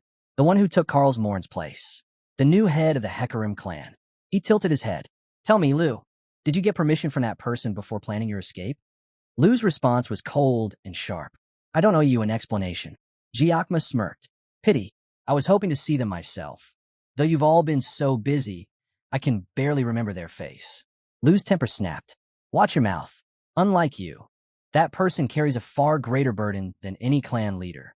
They're doing what none of you could. Before Giacomo could reply, Lu's expression froze, eyes widening, body tense. Giacomo's gaze followed his, both men staring upward in sudden alarm. Hansu approached. His presence alone carried power, the air around him alive with energy. So, he said calmly, the 6 great clans made it here faster than I expected. Lu's jaw tightened. Sweat beaded on his forehead. Hansu, what the hell are you doing here? With fearless composure, Kong Hansu strode forward, his companions moving with purpose. Lu snarled, you insane bastard. Here, to ruin things again. Hansu shook his head. I'm not here to fight. I came to share a plan. His voice was steady, almost too calm. The 6 great clans will hold off the parasitic locusts, he said, while I take down Ouroboros. A ripple of murmurs spread through the crowd. Giacoma's eyes narrowed as realization struck. Others whispered in disbelief. Is he serious? Someone muttered. He wants us to fight the locust while he goes after Ouroboros. Another scoffed. He's lost his mind. Michael stepped beside Hansu, placing a hand on his shoulder. You know no one's going to follow that plan, right? Sophia cut in, voice sharp. And why not? Have all of you forgotten your duties? The Root and the Seven Phantoms exist to protect the Red Zone, to uphold the will of Lord Erie's and Lord Miiamoto. A hush fell. The name Miiamoto hung in the air like a shadow. Though long dead in the abyss, he had fought for them until his last breath. Whether he had done so out of duty or was something else, no one knew. Lu's patience snapped again. His glare could have cut steel. Don't you dare cross that line, he warned. Even as one of the Seven Phantoms, you have no right to use that person's name so carelessly. Hansu shot back without hesitation, reminding Lu that he was the one who'd turned his back on Miyamoto's words and run the moment things got dangerous. Michael murmured something under his breath, too quiet for most to hear. Hansu turned toward him, eyes blazing, and suddenly shouted, his voice cutting through the tense silence like a blade. Giacomo couldn't help but laugh. You're even crazier than I thought, he said, shaking his head. You really are Kong Hansu, huh? Then let me give you some advice. He smirked, speaking loud enough for everyone to hear. You've slain your fair share of calamities. I'll give you that. But this isn't about fighting anymore. A clan should look out for itself. If we could just hold out 2 more days, we'll make it to the Orange Zone. Fighting now is pointless.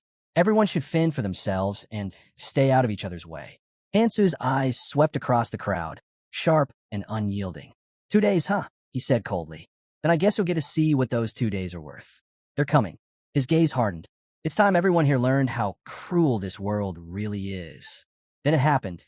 The ground rumbled violently beneath their feet, a deep, shattering quake that sent everyone stumbling. Giacomo raised his voice, trying to steady the panicked crowd. Don't lose it. It's just tremors. 2 days, that's all we need. We can hold off the locusts till then. Hansu growled, his tone fierce. No, this isn't the locusts. This power is fists clenched. There's only one thing that could shake the Red Zone like this. The air grew heavy.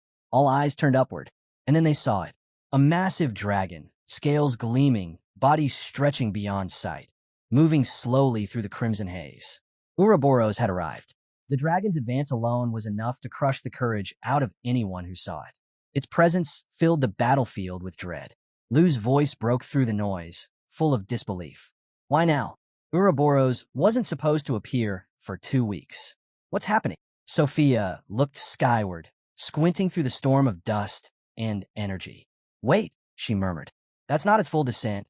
It's just moving its tail. But even that was enough to shake the ground like a world-ending quake. Panic spread like wildfire.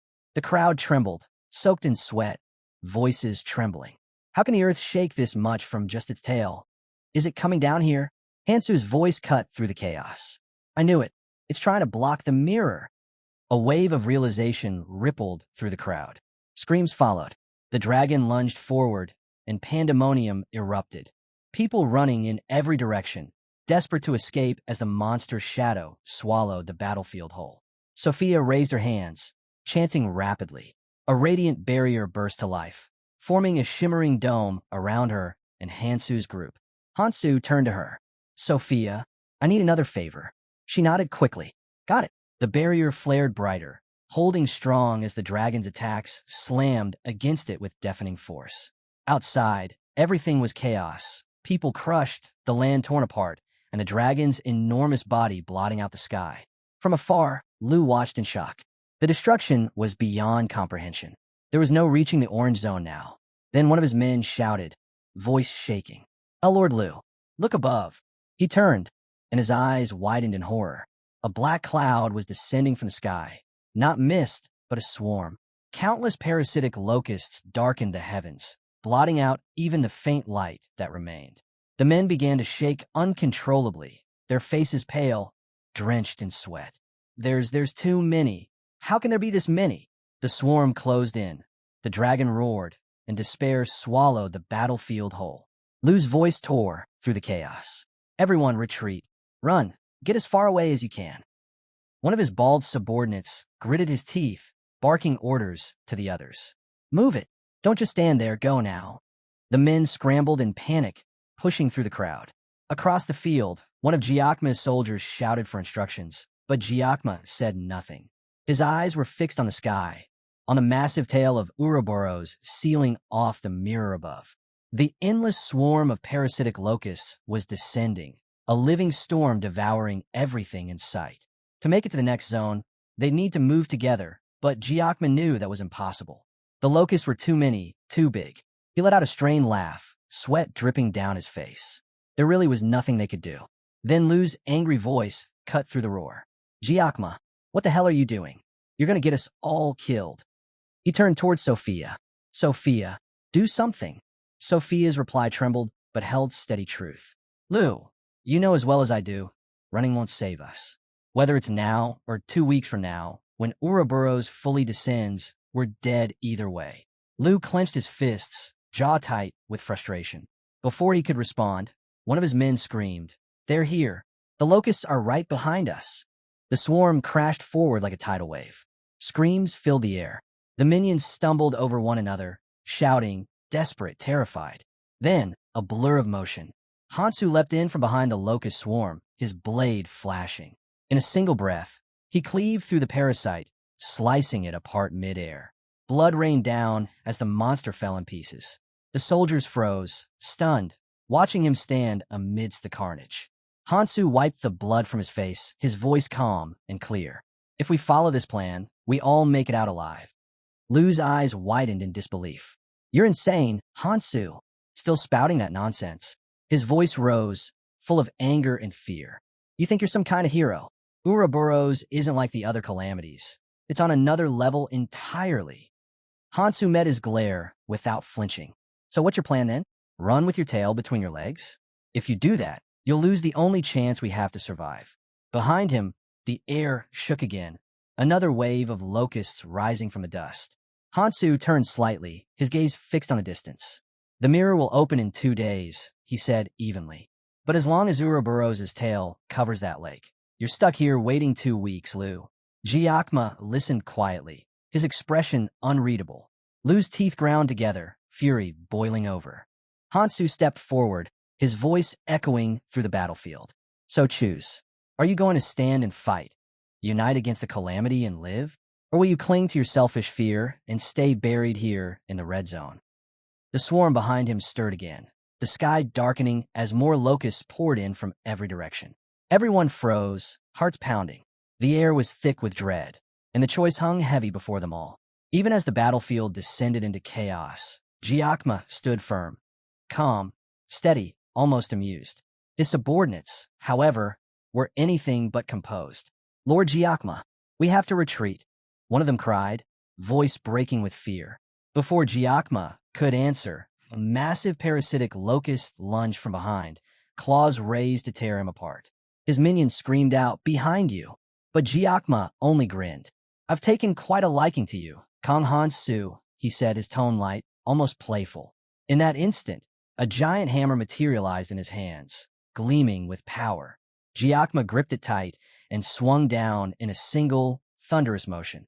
The ground shook as the hammer connected, smashing the locust and sending its mangled body crashing through the air. He straightened, looking out over the battlefield. Listen up, he shouted, his voice booming over the chaos. From this moment on, we're holding the line. Not a single locust crosses the lake. A smirk spread across his face. Raise your weapons. We'll fight, and claim the spoils that come with it. One of his subordinates hesitated. Lord Giacomo, are we fighting until Ouroboros is defeated? Giacomo tilted his head. Do you really think I go that far? His tone was almost teasing. We'll fight, yes, but we'll be ready to retreat when the time comes. He planted the hammer into the ground with a heavy thud. It's better this way. The 6 great clans are all gathered here. It's the perfect time to fight together. If we can't stop Ouroboros, none of us are getting to the orange zone. I'm sure even they understand that much. Then, with a grin that bordered on manic, he added, and if things go wrong, we'll just blame Hansu. He laughed. Let's see if he can really slay Ouroboros with the 7 phantoms. Either way, we've got nothing to lose. From the distance, Hansu watched silently, his expression unreadable, cold, calm, unwavering. The battlefield had become pure bedlam. The dragon and the swarm of parasitic locusts rampaged through the land, tearing everything apart. Yet even in the face of that nightmare, Giacoma's men roared with renewed vigor. They charged forward, weapons gleaming, cutting down locusts one after another. The red zone became a storm of steel and screams. Among the fighters, members of the Liu clan stood frozen, paralyzed by fear. They looked around in disbelief as the other clans threw themselves into battle. Sweat ran down their faces, their hands trembling around their weapons. One of Giacoma's men shouted at them, "What about you? Are you just going to stand there?" But there was no response, because Liu was gone. Somewhere far from the chaos, Liu was running for his life. Each step pounded with regret and disbelief. "If I'd known it would come to this," he muttered under his breath, "I would have prepared differently." He glanced back toward the distant flashes of battle, sneering. Idiots, all of them, fighting like lunatics against an army that can't be stopped. The thought of holding out until Ouroboros was defeated seemed laughable to him. "They've lost their minds," he spat. "This plan will get them all killed." But as he ran, something caught his eye. Hansu, standing amidst the chaos, cutting through locusts like they were nothing more than air. Each swing of his blade was clean, efficient, merciless. Liu slowed for a moment, breath heavy. "Impossible," he whispered. Still, he refused to believe it. "No, it's not possible. This plan is doomed from start." Turning away, he made up his mind. "I'll go back," he thought. "I'll warn him. I'll just say it took me some time to learn more about Kong Hansu." And with that, Liu vanished into the smoke and dust, running from the battlefield, unaware that the true storm was only just beginning. The battlefield fades, and the scene shifts. Mikhail stands motionless, his gaze locked on something in the distance. His expression is blank, almost stunned. Sophia notices immediately. "Mikhail, what is it? Do you see something?" He shakes his head slowly. "No, nothing." Just then, Hansu approaches. His presence cuts through the noise and tension around them. Mikhail straightens, reporting quickly. The other clans followed Hecarim's lead. "They're holding the line. We've managed to delay the locust descent for now." Hansu nods once. "Good. Then I'll leave the rear to you." Mikhail blinks, confused. "Wait, what?" Hansu's tone is calm, but final. "I've done what I came here to do. Now it's time I meet the seven phantoms." Both Sophia and Mikhail stare at him, stunned. Mikhail frowns. "You're telling me to stay back?" Hansu gives a faint smirk. "Bingo." He glances at Mikhail. "Remember what you promised me, that the helpers would lend me their support. Now's the time to make that count." Mikhail sighs and scratches his head, half grinning despite the situation. Fine. You do your thing, Hansu." With that, Hansu turns away, his figure slowly disappearing into the smoke-filled horizon. Meanwhile, at Beacon headquarters, a flurry of reports floods in. "The mirror's been occupied," one soldier shouts. "The parasitic locusts have breached the perimeter." Commanders exchange anxious looks as the situation unfolds. The six great clans, now under Giacoma's lead, are doing everything they can to hold the line. After the Valkyrie clan wiped out the first wave of locusts, they began pushing toward the mirror, but the threat wasn't ending. It was only getting worse. Tension filled the air. The question hung heavy. Do they hide within the seal and wait this out, or keep fighting to defend it? Inside the conference chamber, the Phantom representatives are already deep in debate. Martian Ark, of the Fourth Phantom, speaks first. "We should stay near the seal and wait for things to settle. This isn't as bad as it looks." John Sang from the Third Phantom slams his hand on the table. "You're wrong. We can't just sit here. We should join the battle. Neither the locusts nor Ouroboros can breach the seal anyway, and if Ouroboros descends in 2 weeks, we'll be trapped regardless." Charlize, the Sixth Phantom, brings up the travelers, but her voice is drowned out as Cooper from the Second Phantom cuts in. "Hiding isn't an option. We're the beacon's shield. We exist to protect the seal, to save lives." The room erupts into chaos. Voices rising, accusations flying. Some argue survival is the only thing that matters. Others condemn them for even suggesting retreat. Then a single calm voice cuts through the storm. "Enough." Everyone falls silent. At the head of the table, Miiamoto, leader of the First Phantom and master of the Beacon clan, lifts his gaze. He exhales deeply. "We must not fight among ourselves." The tension breaks immediately. Every representative lowers their head in guilt. Miiamoto continues, voice steady but resolute. "We will discuss this properly. There's no room for division here. No one dares to speak. Finally, he softens his tone. I understand your fear. We all feel it. But we are phantoms, and phantoms don't falter. Our duty is to find the source of what's happening in the red zone and deal with it accordingly. Before anyone can respond, the doors burst open. Lou stumbles inside, drenched in sweat and gasping for air. Lord Miiamoto, he shouts. I have an urgent report. One of the representatives snaps. We're in the middle of a meeting. But Miiamoto raises a hand, stopping him. It's fine. Let him speak. Lou steadies himself, still panting. Whatever news he's brought, it's clear it's about to change everything. Miiamoto rose from his seat, calm yet commanding. His gaze softened slightly as he addressed the man standing before him. Lou, he said, you've done well filling the seat left behind by Carl's Morin as assault commander. Lou bowed deeply. Thank you, sir. Miiamoto placed a hand on Lou's shoulder. Now, tell me, what did you come here to say? Lou straightened, his expression tense. Sir, the 6 great clans of the Mirror are in crisis. It's all because of Kong Hansu's reckless actions. He's proposed something unthinkable. He wants to subjugate Ouroboros itself. I came here to report everything to you. Miiamoto nodded slowly. Ah, I see. Relief washed over Lou's face. At least Miiamoto seemed to understand. But then Miyamoto's tone shifted, quiet yet sharp. Tell me, Lou, why did you go to the Mirror in the first place? Lou blinked, caught off guard. Well, you see, Miiamoto raised a hand, cutting him off. No need to explain.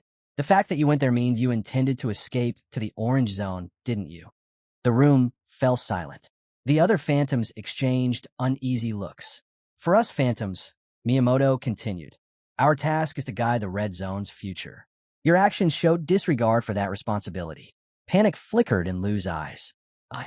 I was only following your orders, sir. Miyamoto's calm demeanor vanished. His eyes hardened like steel. My orders? Lou froze. Sweat rolled down his face as he bowed deeply. Forgive me, Lord Miiamoto. I spoke out of turn. The tension hung heavy for a moment, until Miiamoto finally sighed and waved a hand. That's enough. Wait outside. We'll discuss this later. Grateful to be spared, Lou bowed again and quickly left the chamber. Charlize watched him go and scoffed. What a disappointment. He ran away while everyone else was fighting. Miiamoto turned to her, his tone even. Perhaps. But considering the size of the descending Ouroboros, even his fear can be understood. Mariette frowned, scratching her head. Still, this Hansu person must be causing quite the stir. I'd like to meet him at least once. Miiamoto gave a faint smile. You never know. He might be a reasonable man, someone who could prove useful to the red zone. Just then, a soldier entered and whispered something urgently into one of the phantom aide's ears. The aide's eyes widened, and he immediately called out, Lord Miiamoto. Miiamoto turned, brows lifting slightly. What is it? The aide swallowed hard. Hansu. Kong Hansu is here. The room stirred. A moment later, the doors opened, and in walked Hansu, with Sophia close behind. Miiamoto straightened, his voice calm but firm. Kong Hansu, you say? Miiamoto faced him squarely. You may not know me, he began, though I assume Sophia has told you something. Regardless, introductions are in order. I am Miiamoto, one of the 7 phantoms who protect this red zone and the current leader of the Beacon clan. Hansu nodded respectfully. It's an honor to meet you, but his tone quickly turned serious. There's no time for pleasantries. I've come here with one goal, to take down Ouroboros. I need your help. The room went silent. Every representative froze, staring at him in disbelief. Cooper from the 2nd Phantom scoffed, muttering under his breath, Audacious fool. He doesn't even deserve to stand here. But Miiamoto said nothing for a long moment. Then, with a faint smirk, he spoke. You're an honest man, Kong Hansu. Hansu's eyes narrowed slightly, waiting for his response. Miyamoto's expression hardened. But honesty isn't enough. Even if what you claim is true, even if you truly believe you can defeat Ouroboros, we cannot aid you. Hansu stared at him, silent. There is a reason, Miiamoto continued, voice heavy with meaning, why we cannot leave this place, no matter what happens beyond it. The weight of his words settled over the room, and everyone felt it. A sense that beneath Miyamoto's calm, something deeper and far more dangerous was at play. Hansu's grin widened. So that's how it is, he said casually. Then let's talk about Akuma. The moment the name left his lips, the room erupted. The phantoms froze, eyes wide, breaths caught in disbelief. Sophia felt sweat trickle down her neck. How does he know? Hansu's voice stayed calm but resolute. As I've always done, I'll take your place, Miiamoto. I'll strike down Akuma myself. So release the seal. He took a step forward, but before he could move another inch, blades flashed from every direction. Dozens of swords pressed against his throat, the phantom's subordinates moving in perfect sync. Miiamoto raised an eyebrow, hand resting against his chin. Akuma, you say? He studied Hansu carefully. How could you possibly know about that? He took a slow step closer, his tone turning cold and deliberate. There are 4 calamities known to travelers in the red zone. The disgorging root, Ouroboros, the king bee, and the calamity fish. He paused, eyes narrowing. But there is another, one buried deep within the trunk of the world tree. One that must never be spoken of. The room fell utterly silent. Akuma, Miiamoto continued. The 5th calamity. When he was first discovered, it was clear he had to be sealed away. His power was beyond anything we'd ever seen. If released, he could destroy the red zone itself. His gaze sharpened. That knowledge is forbidden, known only to the 7 phantoms who swore to guard that seal. So tell me, Kong Hansu, even knowing what Akuma is, you still want me to release him? Hansu met his stare without flinching. Yes, because he holds 2 relics I need, the chains of Ekim and Cardhorn Spear. Without them, I can't subjugate Ouroboros. The phantoms exchanged uneasy glances. Miiamoto turned toward Sophia. Sophia, did you tell him all this? She shook her head quickly, her voice trembling. No, Lord Miiamoto. I didn't say anything. Hansu already knew. Miiamoto frowned deeply. Impossible. You've only been in the red zone for a short time, and yet you already understand things even most phantoms don't. Before he could press further, several representatives rose from their seats, their voices cutting through the tension. It doesn't matter how he knows, one snapped. He must be eliminated before he causes any more trouble. Another shouted. He's not after Ouroboros. He wants the relics for himself. That's his real goal. Greed has driven him mad. A third added. He's a man who defied the odds just to claim power. That's why he targeted the other 4 calamities. The room erupted into chaos again. Sophia clenched her fists, unable to stay silent any longer. Enough, she shouted. All of you calm down. The others froze, startled by her sudden outburst. She took a shaky breath. Hansu isn't like that. Charlize turned toward her, eyes narrowing. Then tell us, Sophia, do you actually believe in him? Sophia hesitated, then nodded firmly. I didn't at first, she admitted. When he said he'd kill the calamity fish, I thought he was insane. But he did it. And the disgorging root. He took that down too. Alone. Her voice rose with conviction. Anyone who's seen what he's capable of knows it's true. He can do the impossible because he's Kong Hansu. The room fell quiet again. Miiamoto's lips curved slightly. Miracles, you say? He raised a hand. Lower your blades. The phantom's subordinates hesitated, then obeyed, stepping back as the steel left Hansu's throat.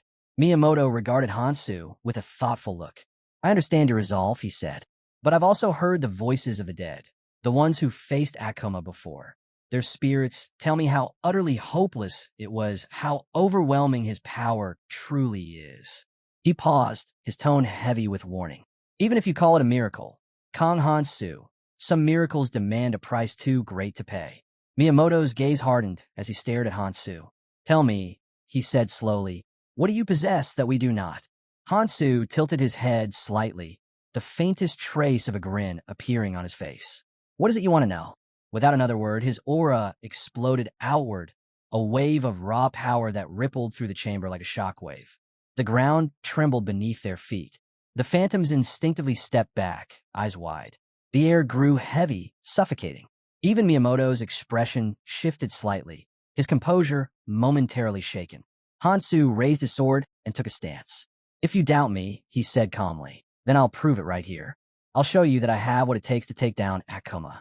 Come, all of you. The challenge hung in the air like thunder before storm. Jansang's eyes narrowed, his voice sharp and cold, overflowing with arrogance. Aren't you? Fine then. I'll test your words myself. Miyamoto opened his mouth to object, but it was too late. Jansang had already drawn his blade, and 3 of the phantom warriors rushed forward at once. Their movements were lightning fast, their blades glinting as they closed in on Hansu. Steel clashed. Sparks flew. Sang swung with precision, only for Hansu to counter effortlessly, deflecting the strike with a flick of his wrist. The shock from the impact rippled through the floor. Charlize and Cooper exchanged glances, silently readying their abilities. Power flared around them, lighting up the room in an otherworldly glow. Sang glared, standing face to face with Hansu. "We are the Phantoms, guardians of the Red Zone. To think you could take on all of us, that's not courage. That's arrogance." Hansu met his glare head-on. "Arrogance," he said evenly. "No, just confidence." Golden light surged around him as his guardian armor activated, encasing his body in gleaming energy. "I'm not a mere traveler," he declared. "I've earned the right to stand among phantoms." Sang's eyes flickered with surprise. "What do you mean by that?" Hansu didn't answer with words. Instead, his energy spiked, power coursing through his armor as it began to hum with divine resonance. At that moment, Charlize and Cooper lunged from opposite sides, moving faster than the eye could track. Hansu's heavenly soldier armor reacted instantly, intercepting their attacks, but they slipped past it, scraping along the glowing surface as if testing its limits. Hansu grinned faintly. "Perfect," he murmured. "A real test." The scene blurred, time rewinding into the past. Hansu stood before Iris, his expression calm but curious. "Tell me about Miiamoto," he said. Iris raised an eyebrow. "Why the sudden interest?" "I heard he managed the Red Zone," Hansu replied, "but that he died not long after the Abyss opened. If that's true, I need to know what kind of man he was. I'll likely meet him one day." Iris leaned back, thinking for a moment. "Miiamoto was different," she said. "He wasn't like the other clan leaders." Her tone softened. While others chased power, rewards, or advancement to the Orange Zone, he stayed behind. His talents were defensive, protective. Buffs, support, debuffs. Nothing flashy, but he used them for others, not himself. Hansu listened silently. Iris continued. When everyone else left for selfish reasons, he chose to protect the Red Zone, to guard Akuma's seal. He gave up everything for that duty. Then she smiled faintly. "If you ever meet him, you could trust him. Miyamoto's a man of justice, the kind who stands firm, no matter the cost." The flashback faded. Back in the present, the chamber erupted into chaos again as the clash between Hansu and the Phantoms intensified. But before anyone could make another move, "Enough!" Miyamoto's voice thundered through the hall. Everyone froze. He stepped forward, eyes blazing. "Do you all have any idea what you're doing?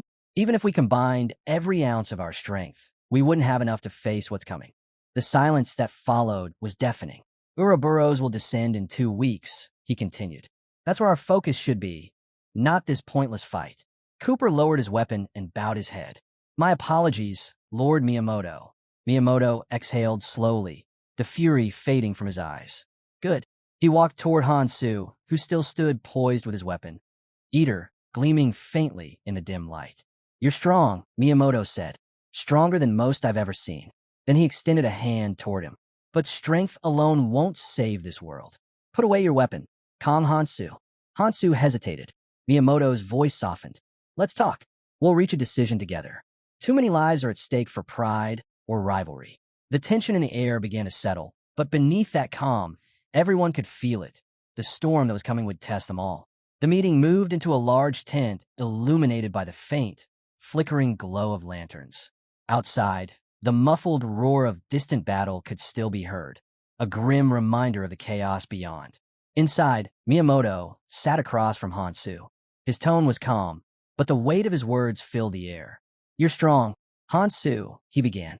"No one here doubts that. But strength alone isn't enough to unseal what was meant to stay sealed." He folded his hands on the table. "No one can predict what will happen if the seals are broken. Akuma's seal isn't just a barrier, it's a warning. Even approaching it, you can feel his presence pressing against your mind. It's not something that should ever be disturbed." Miyamoto leaned forward slightly. "So tell me, Kong Hansu, do you truly have a plan for facing him?" Hansu met his gaze without hesitation. "I do." He straightened, his voice steady and clear. "The 5 relics of Elvenheim. 2 are currently being used to maintain the seal. I possess the other 3. Miyamoto's expression darkened as Hansu continued. "If 2 relics are enough to suppress Akuma's power, then with all 5, it should be possible to subjugate him entirely. That's the strategy." He paused for a moment, then added, "What do you think?" The tent fell silent. Miyamoto sat back, his eyes heavy with contemplation. He thought about Hansu's resolve, his unshakable confidence, his willingness to risk everything without a trace of fear. For a moment, he saw someone else in that determination. Ares. A voice broke through his thoughts.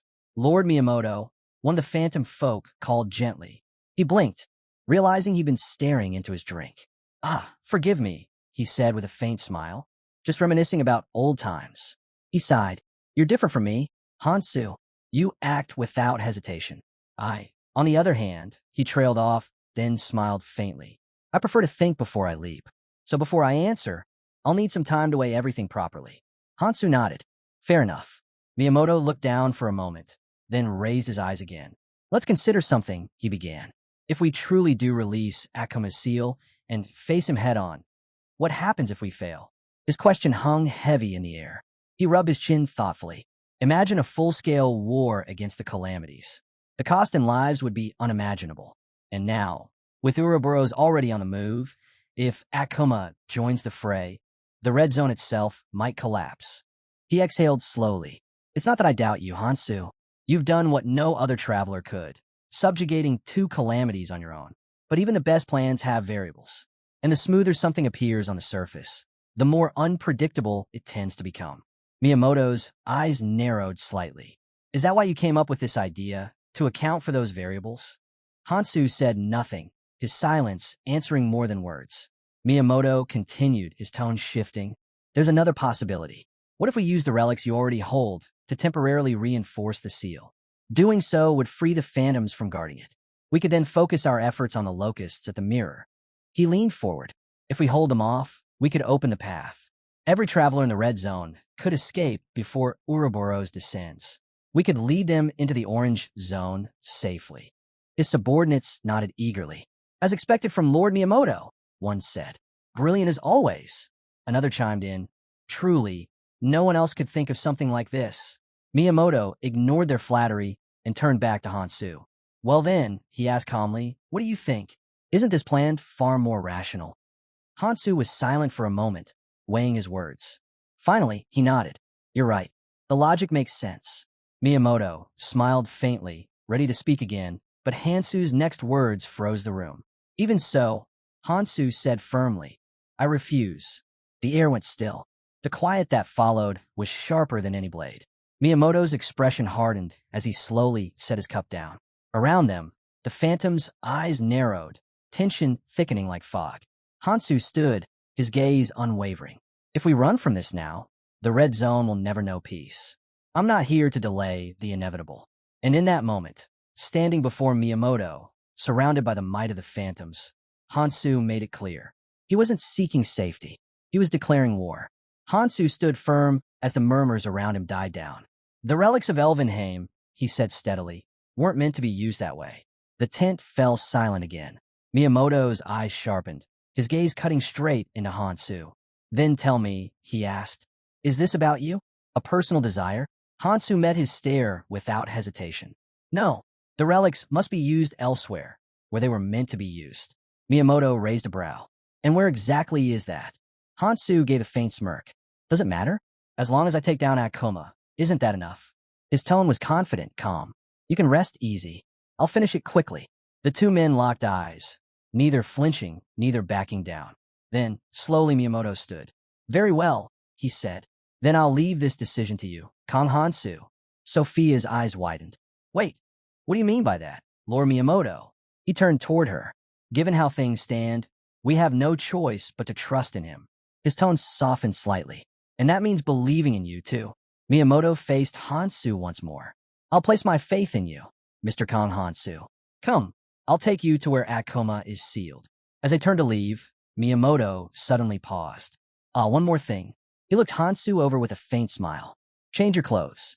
You fight with speed and precision. Your current gear slows you down. I've got something better suited for you. Moments later, Hansu emerged from the tent in a new outfit. A dark, sleek set of armor that fit him perfectly. He flexed his arms slightly, feeling the difference. So, this is Gerda's leather, he thought. Lightweight, almost no drag, perfect. Sophia walked beside him, visibly relieved. It's good to see him trusting you, she said softly. Now, it's just a matter of subjugating Akuma, according to plan. Hansu nodded, but remained thoughtful. He recalled Miyamoto's earlier words, that he tended to hesitate, caught between logic and instinct.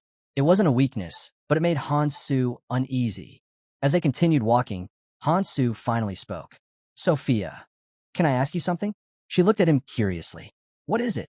He didn't answer right away, because just then, they reached it, the place where Akuma slept. Before them stood an enormous shell, massive and pulsating with a faint, crimson light. Heavy chains bound it tightly, and a spear was driven deep into its surface, sealing it in place. Within the translucent shell, something moved, a dark, monstrous form stirring from within. Even sealed, its presence radiated raw, suffocating power. Akuma, a creature so vile it seemed born from the depths of hell itself. The scene shifted 20 years into the past. A younger Miyamoto stood alongside Ares and his comrades, deep within a cavern shrouded in eerie stillness. What they found left them speechless. Dozens, no, hundreds of stone statues filled the chamber. Each one was shaped like a human, faces twisted in horror. What happened here? One of the men whispered.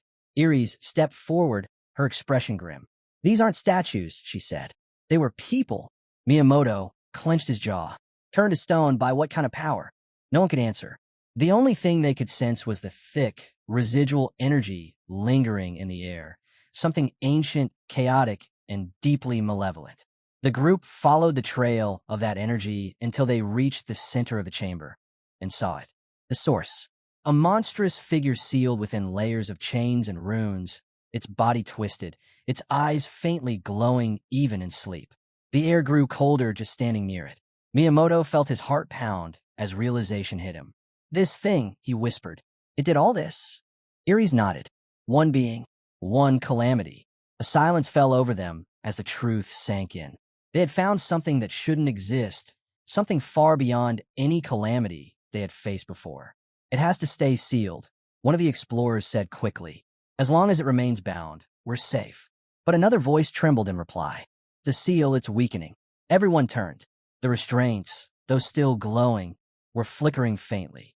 Miyamoto stared at them, his mind racing. It's only a matter of time before it breaks. And so began the vow, the decision to remain in the red zone, to guard the seal forever. Because even then, they understood, if Akuma ever awoke, the red zone would cease to exist.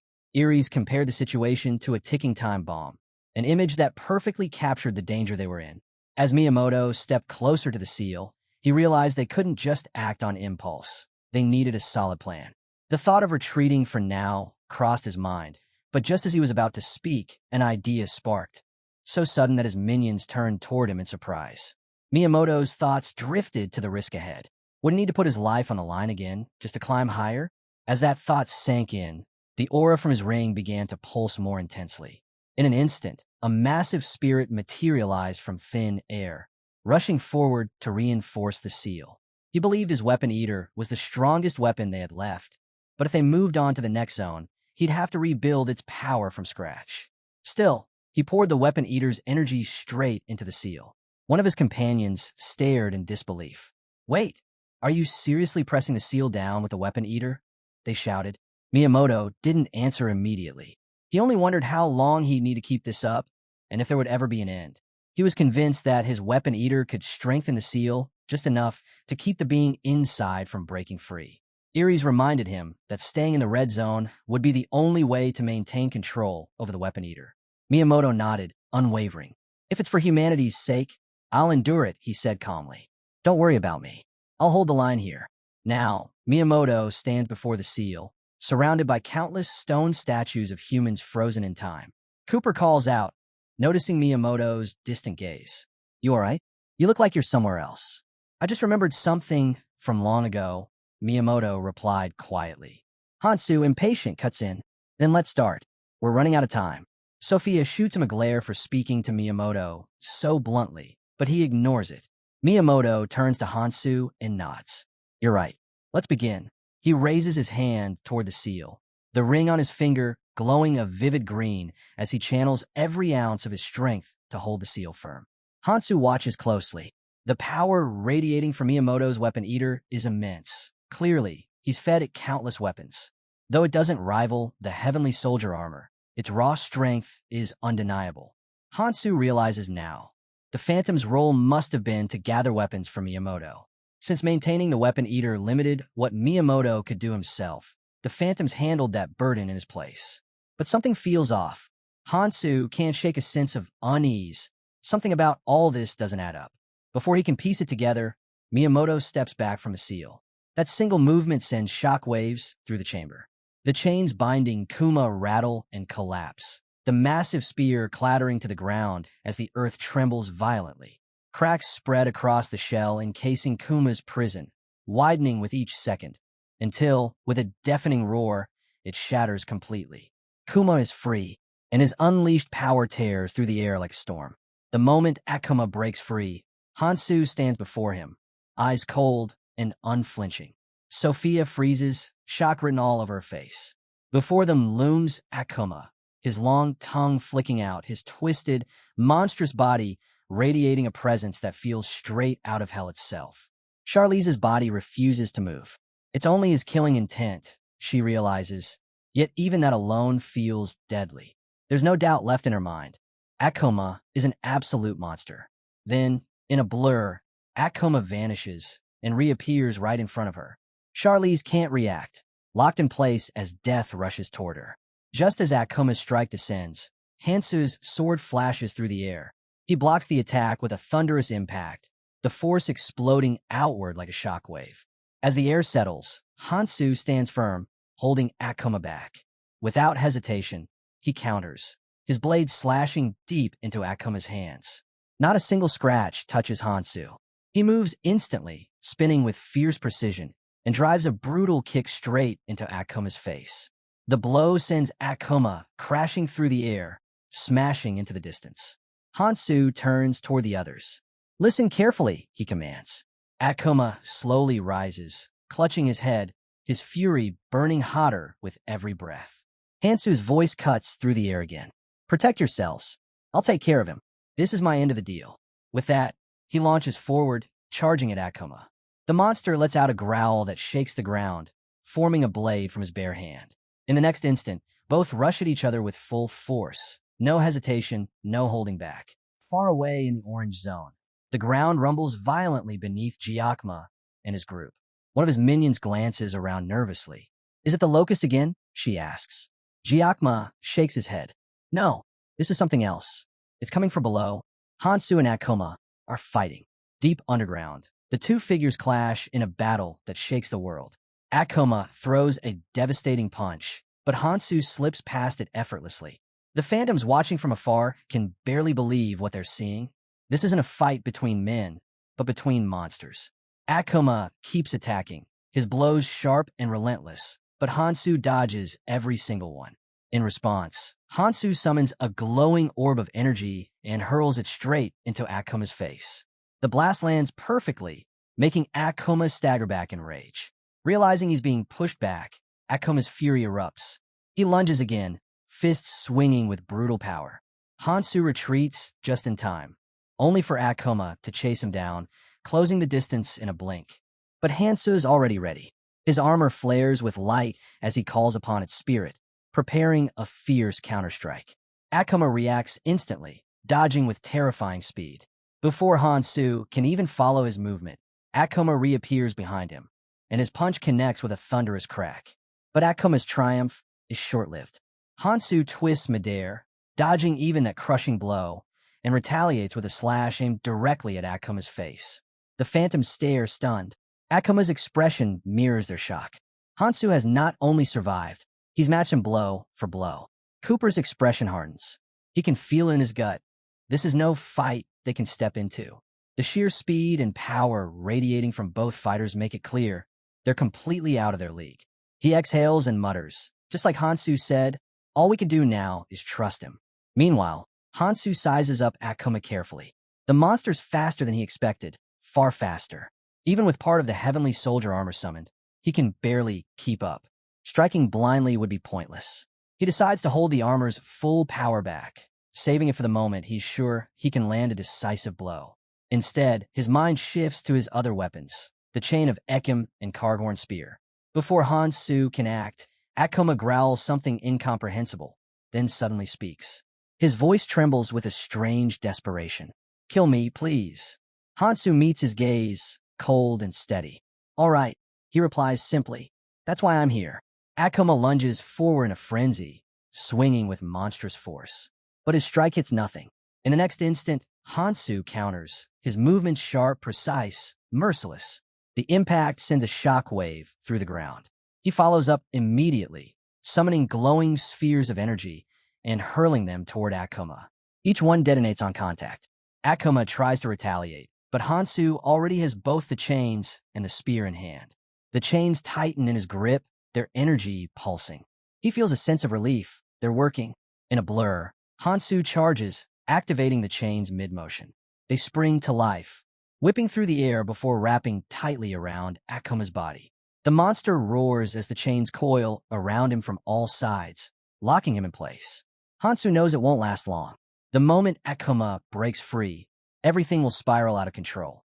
He has to end this now. He raises Karghorn's spear, ready to strike the final blow. But then something strange happens. His arms refuse to move. What? His mind races. He can feel pressure pushing down on him, freezing him in place. His entire body locks up. Is this one of Akuma's skills? He wonders. But that's impossible. Akuma has no ability like this. Panic flickers in his chest. If not Akuma, then who? He turns his gaze slightly, scanning the battlefield. And then, he sees him. Behind the phantom group stands Miiamoto. His eyes are cold, burning with intensity, locked directly onto Hansu. Hansu's breath catches. Miiamoto? It's not an illusion. It's really him. And the realization hits Hansu like a blade through the chest. As he's still processing the shock, Akuma, still bound in chains, suddenly surges forward, his muscles bulging with power. He's coming straight for Hansu, ready to strike. After countless failed attempts, Akuma finally lands a blow. The impact echoes like thunder, and the chains binding him shatter instantly under his sheer strength. When the dust clears, Hansu is still standing, unharmed. But now, his thoughts race faster than ever. Everything begins to make sense. The unease he felt around Miiamoto, the strange interference during battle, the field of suppression surrounding Akuma. He recalls Miyamoto's obsession with maintaining Akuma's skill field, the weapon eater that devoured countless weapons, and the hidden debuff skill that had been aimed at him. It all clicks at once. Miiamoto isn't trying to stop Akuma. He's protecting him. Hansu's mind flashes back to something Iri's once said. She had described Miiamoto as a righteous man, someone who would always do the right thing. But looking at him now, Hansu can't help but doubt that. Righteous or not, Miiamoto doesn't seem like someone who'll be of any help this time. Before he can think any further, Akuma lunges forward again. His strike lands cleanly, sending Hansu staggering back. The impact rattles through his body. He steadies himself, but something feels off. Akuma's movements are sharper, faster. Or so it seems. As Akuma charges once more, Hansu barely manages to evade the attack. And that's when it hits him. Akuma isn't getting faster. He's the one getting slower. The realization sinks in like a weight. What follows is a brutal exchange, an all-out duel where both warriors throw everything they have into their strikes. Steel clashes against raw power, shockwaves tearing through the ground around them. Every swing, every step is a deadly gamble. But no matter how fierce their efforts, neither manages to land a decisive blow. From a distance, Miiamoto watches with a faint grin curling on his lips. He isn't just observing, he's enjoying the chaos. Then, with a subtle gesture, he activates his debuff skill once again. Hansu feels it instantly. The heaviness, the slowing of his limbs, the way his reactions dull. Frustration burns in his chest. He can't waste energy fighting two enemies at once, but Miyamoto's interference leaves him no choice. As Hansu tries to gather himself, Akuma roars and slams into him, sending him flying backward. He crashes hard into the ground, the impact cracking the earth beneath him. Hansu grits his teeth. The longer this fight drags on, the stronger Miyamoto's debuff becomes. He thinks briefly of Sophia, hoping she'll act before it's too late. Meanwhile, Sophia watches the battle unfold, her heart pounding. Hansu is clearly struggling. Just moments ago, he had been overwhelming Akuma, yet now he's barely holding his ground. Something is wrong, terribly wrong. And then she remembers. Hansu's warning from before, if I can't land a single clean hit and start getting pushed back, draw Akuma's attention, even for a moment. Her eyes widen. Without hesitation, she shouts toward Miiamoto, her voice sharp and desperate. Miiamoto, Hansu needs help right now. Miiamoto turns to her, calm and unbothered. You mean to say we should help him? He asks evenly. You know as well as I do that none of us can fight Akuma. If we charge in recklessly, we'll be nothing more than distractions. We'd only get in his way. He folds his arms, his tone steady. Hansu said to leave this to him, so that's what we'll do. Sophia clenches her fists, frustration boiling over. If we just stand here, he's going to die. And if Hansu falls, then we all fall. Every traveler in the red zone will be doomed. Her voice echoes through the chamber. She glares at Miiamoto. Are you seriously planning to just let him die? Before she can continue, Mariant Arc steps in, placing a hand on her shoulder. Sophia. Enough, he warns quietly. You've crossed the line. But Sophia refuses to back down. Miyamoto's expression hardens. I believe in Hansu, he says flatly. He told me himself. He can handle Akuma alone. Sophia's voice trembles with anger. Believe in him? This isn't belief, it's negligence. Miyamoto's gaze shifts toward the battlefield. Believe what you want, he says, his tone growing colder. But look for yourself. The situation isn't in his favor. The best thing we can do right now is not interfere. He pauses, then adds quietly. If Hansu falls, we'll seal Akuma again. That's our only option. Miyamoto turns to Sophia, his gaze calm but sharp. Then tell me, he says, do you have a better idea? Sophia freezes, words caught in her throat. For a moment, she can't answer. Then, she remembers. Hansu's warning. He had told her, be careful of Miyamoto. If something feels off during the fight, it'll be him.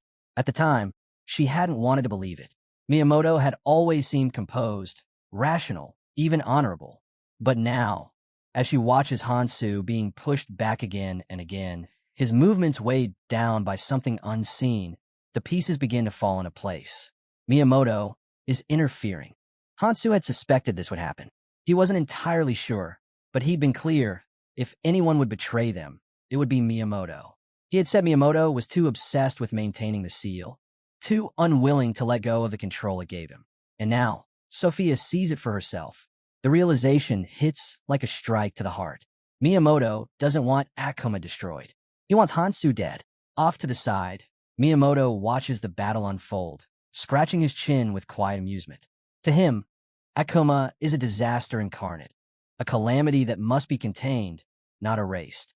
Hansu, in his mind, is the one who's wrong. Hansu only sees Akuma as an enemy to be killed. But Miyamoto? He sees potential. If we can maintain the seal, he thinks Akuma is nothing more than a beast in a cage, a weapon waiting to be used. He imagines the power he could wield. With Akuma under his control, ruling the red zone would be effortless. A faint smirk tugs at his lips. Hansu, in his eyes, is just another arrogant fool chasing a fantasy of heroism. And for that arrogance, Miyamoto decides Hansu deserves to drown in despair. As he looks back toward the fight, Hansu's blade flashes, finally finding an opening. But before the strike lands, Miyamoto's eyes narrow. Not yet. He activates his debuff again. Hansu's body stiffens mid-air, every movement dragging as if time itself turned against him. He grits his teeth, realizing too late what's happening. Akuma seizes the moment. With terrifying speed, his fist slams straight into Hansu's stomach. The impact cracks the ground beneath him, sending Hansu crashing down in a spray of blood. The force is brutal, enough to crush an ordinary man instantly. Miyamoto watches, confident the debuff had done its work. There's no way he can recover from that, he tells himself. But then, to his disbelief, Hansu moves, bruised, bleeding, gasping for air but still standing. Miyamoto's smugness falters, replaced by tension and disbelief. Impossible, he mutters under his breath, his jaw tightening. Hansu steadies himself, taking a series of deep, labored breaths. Each inhale feels heavier than the last, but he refuses to fall. Akuma snarls and charges again, his monstrous form blurring forward. Just as his fist is about to crash into Hansu, an icy shimmer flashes between them. A massive wall of frost erupts, stopping Akuma in his tracks. Akuma hesitates, confused, his blow frozen midair. Hansu glances up, Sophia. She stands behind the barrier, her spell still glowing in her hands. Miyamoto's voice erupts in fury. Sophia, what do you think you're doing? He roars. Didn't I tell you? Interference will only make this worse. Hansu has to fight Akuma alone. His anger echoes across the battlefield. Why aren't you listening to me? Sophia's expression turns cold, her voice steady but filled with contempt. I'm disappointed in you. Miyamoto, she says sharply. You talk about danger while standing behind others who are risking their lives for you. Her words cut through the air like a blade. The man out there, Hansu, is fighting to protect everyone in the red zone, including you. And what do? Nothing. You'd rather watch him die than take a single step forward. Miyamoto's eyes narrow, but Sophia doesn't stop. Her magic surges again, the frost beneath her feet spreading wider. For someone who calls himself righteous, she says quietly, you're the most cowardly of us all. Sophia's voice cuts through the chaos, sharp and unwavering. Do you not feel any shame, Miyamoto? The words strike deep. Miyamoto's jaw tightens, his composure cracks. For the first time, he seems shaken by her accusation. Before anyone can react further, Akuma lets out a furious roar. His rage turns toward the phantoms, the source of the interference. In a blur, he charges at them, his power shaking the ground beneath their feet. One of the witches sees the massive figure bearing down on them and panics. He's coming this way. He's coming straight for us, she screams. Sophia stands firm, raising her staff. Everyone get ready. Miyamoto, his face twisted with anger, turns on Sophia. You've doomed us all, he shouts. But before Akuma can reach them, Hansu's voice booms across the battlefield. Don't you dare turn your back on me. The air explodes with energy as Hansu appears behind Akuma, sword in hand. I'm your opponent. With a fierce swing, Hansu strikes. The blow lands clean, sending a shockwave rippling through the air. Akuma howls in pain, his massive form staggering forward. Sophia's breath catches. She's about to call out to Hansu when Akuma suddenly spins around, his claws snapping forward. In one brutal motion, he seizes Hansu by the head and hurls him across the chamber. Hansu crashes into the wall with bone-shaking force.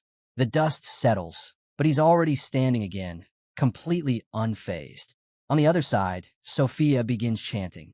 Magic surges around her hands. Path of the Descent.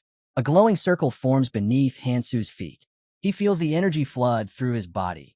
Sharp, focused, empowering. He grins. Nice one, he mutters. I'll take it from here. In a flash, he launches himself forward once more, sword in hand. But as he closes the distance, something strange catches his eye. Akuma's body is changing. Dozens of sharp, black horns begin sprouting across his form, twisting and elongating like living weapons. Within seconds, they launch outward, hundreds of them, shooting toward Hansu like a storm of missiles. The phantoms stare in disbelief. What is that? He can do that. Hansu doesn't retreat. His hands move with precision, conjuring spheres of light that explode midair, deflecting every incoming horn. The battlefield erupts into a storm of energy and smoke, but Hansu keeps pushing forward. As he charges through the chaos, he thrusts his arm back. Magic surges behind him as the chains of Ekim spring to life once more, reforged and regenerated. They lash out like serpents, wrapping tightly around Akuma, binding him in place. Hansu calls out, voice steady and cold. Just stay put for a moment. He grips his spear, its energy humming in his hands. I'll end this now. He throws it with full force. The spear cuts through the air like lightning and pierces Akuma's stomach, embedding deep into his body. Akuma screams, the sound echoing through the chamber. The phantoms watch in awe. He actually did it, one whispers. Hansu took him down, but not everyone shares their awe. Miyamoto's fists tighten. Rage burns his chest. If Hansu kills Akuma, everything, his plan, his control, will crumble. No, he thinks, I can't let that happen. He immediately releases his full arsenal of debuff skills, directing all of them toward Hansu at once. The air thickens, pulsing with oppressive energy. But Hansu doesn't falter. With one sweep of his arm, he counters every single effect. The magic dissipates before it even reaches him. Miyamoto's eyes widen in shock. Impossible, he whispers. Hansu turns his gaze toward him. His voice is calm, but laced with ice. Enough of your games, Miyamoto. I'll deal with you later. He lowers his sword slightly, his attention still locked on Akuma. For now, I've finished this. Miiamoto grits his teeth, fury boiling beneath the surface. But beneath that anger lies something else, something older. As he stares at Hansu, standing tall amidst the chaos, a memory flickers. He remembers Ares, standing proudly atop a mountain of monsters, radiant and unstoppable, as he and his men watched in silent awe. Back then, he had felt admiration, respect. Now, watching Hansu command the same overwhelming presence, he feels something different, something darker. Not awe, envy. Miiamoto gasps for air, body trembling under the weight of exhaustion. Every breath feels heavy. Before him stands a monstrous beast, its presence alone pressing down like a mountain. High above, eagles circle, their cries echoing in the tense silence. The creature lunges forward, claws slicing through the air with killing intent. Miyamoto's limbs refuse to move. He's too drained to dodge. He braces himself for the impact, teeth clenched. Then light, glowing circles spin to life around him, weaving into a radiant barrier just as the monster's strike lands. The force slams against the shield but doesn't break through. From within that brilliance, a figure steps forward, Ares. In one smooth motion, she parries the monster's next attack, her movements sharp and effortless. Raising her hand, another barrier blooms, locking the creature in place. Her voice cuts through the chaos, calm and steady. "You're safe now, Miyamoto. I'll handle this." That voice pulls him back, memories flashing like lightning. Of course, Ares, the sovereign of another realm, the one everyone in the red zone looked up to, revered almost like a god. He remembers it all, the admiration, the respect, and the bitterness. There was a time he'd cursed her name, blamed her for everything that went wrong. But seeing her now, unwavering, powerful, and serene, regret claws at him. Gratitude should have been what he felt all along. Miyamoto forces his shaky hands to move, gathering what strength he has left to pack his gear. But his mind is already spiraling, back to the secret he's carried alone, the hidden disaster. Akuma.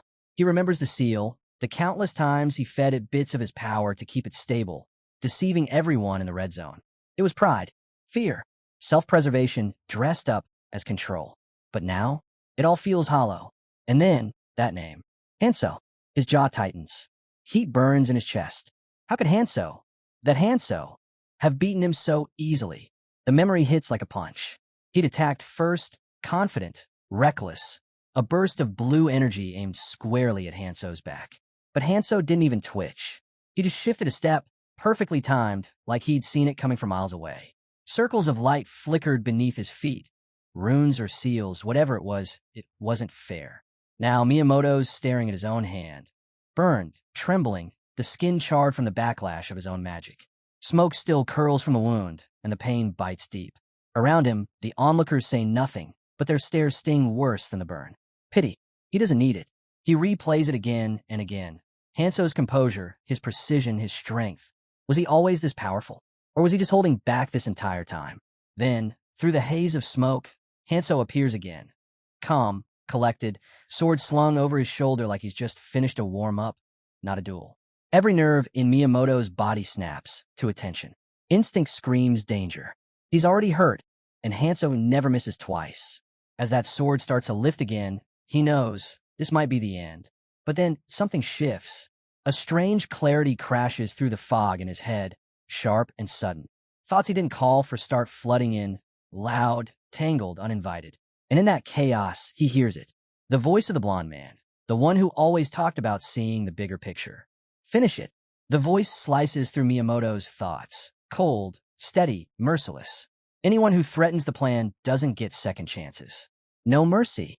It's harsh, brutal, but it makes sense. Then another voice follows. Rough, worn, unmistakable. The blinded man. Same conviction, same message. Mercy just breeds weakness.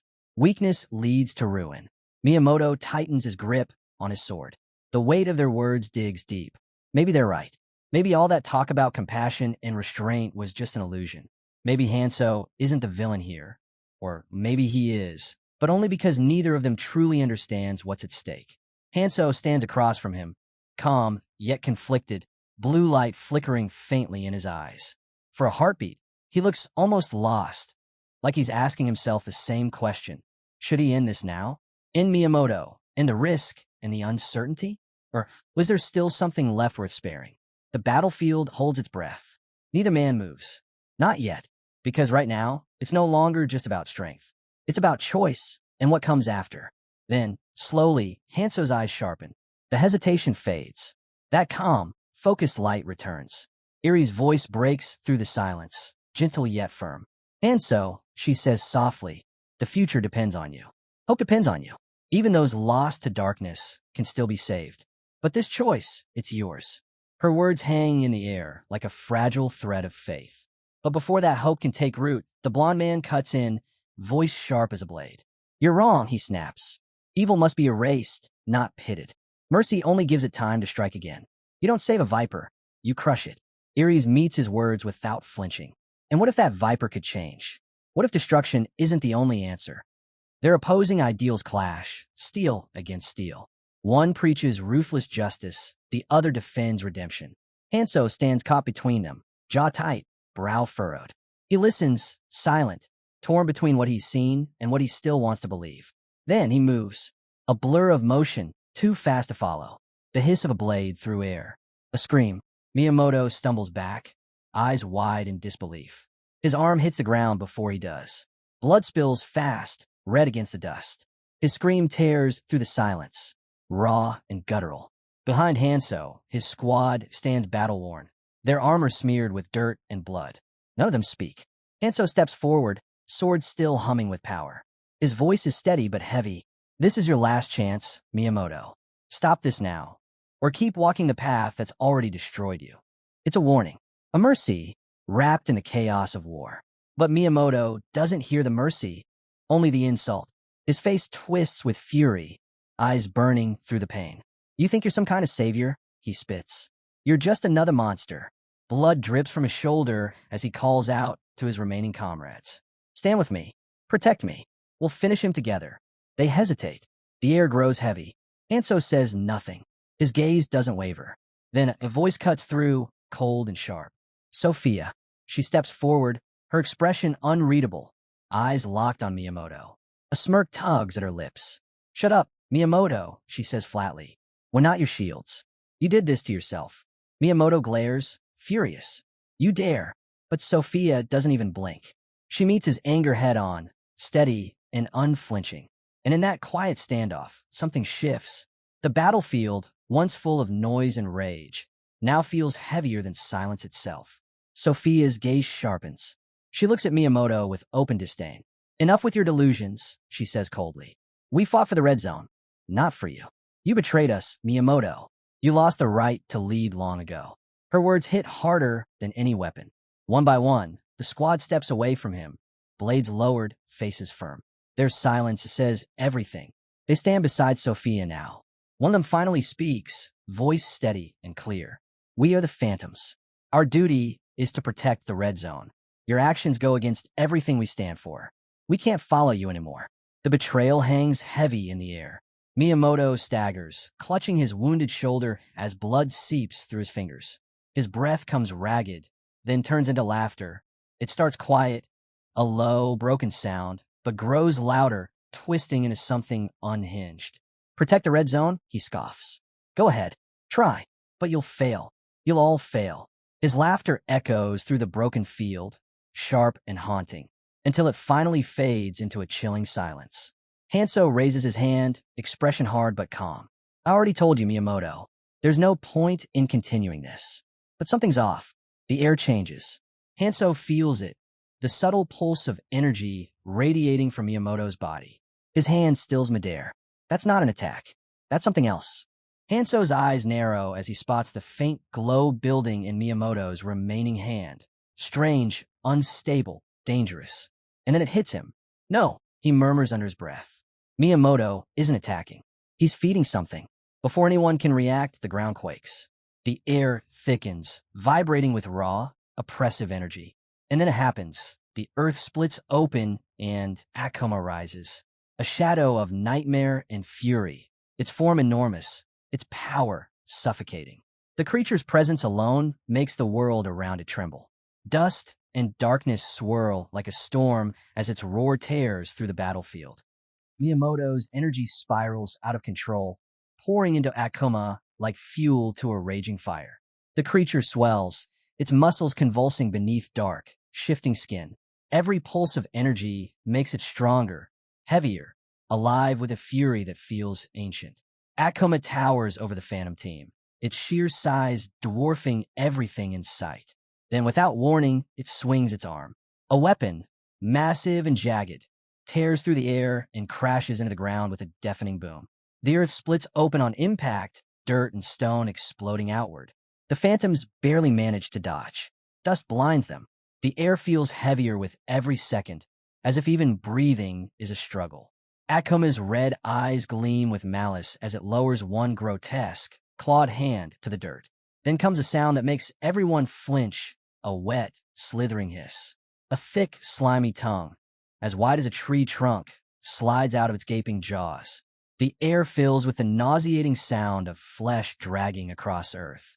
Some of the team recoil instinctively, hands rising to cover their faces. The creature's tongue lashes out, a blur of motion. It smashes into the ground with terrifying strength, shattering stone and soil in all directions. The force alone sends ripples through the battlefield, like miniature earthquakes. Then it moves again, faster. Akuma lunges, tearing deep gouges into the earth. The resulting explosion sends chunks of rock flying through the air. One of the girls throws up her arms just in time, shielding her face as the shockwave hurls dust and debris everywhere. The squad struggles to hold their footing. Fear grips the edges of their resolve, but training kicks in fast. They regroup, shouting over the roar of destruction. Watch the tongue. Keep your distance. Don't let it corner us. Their voices cut through the chaos, sharp and desperate. They know now. That monstrous tongue isn't just a weapon. It's death itself. Each strike splits the ground wider, shaking the land like a living nightmare. Cracks open beneath their feet. The world seems to break apart around them. And as Akuma towers above them, roaring unstoppable, the Phantoms realize the truth. This isn't just a monster.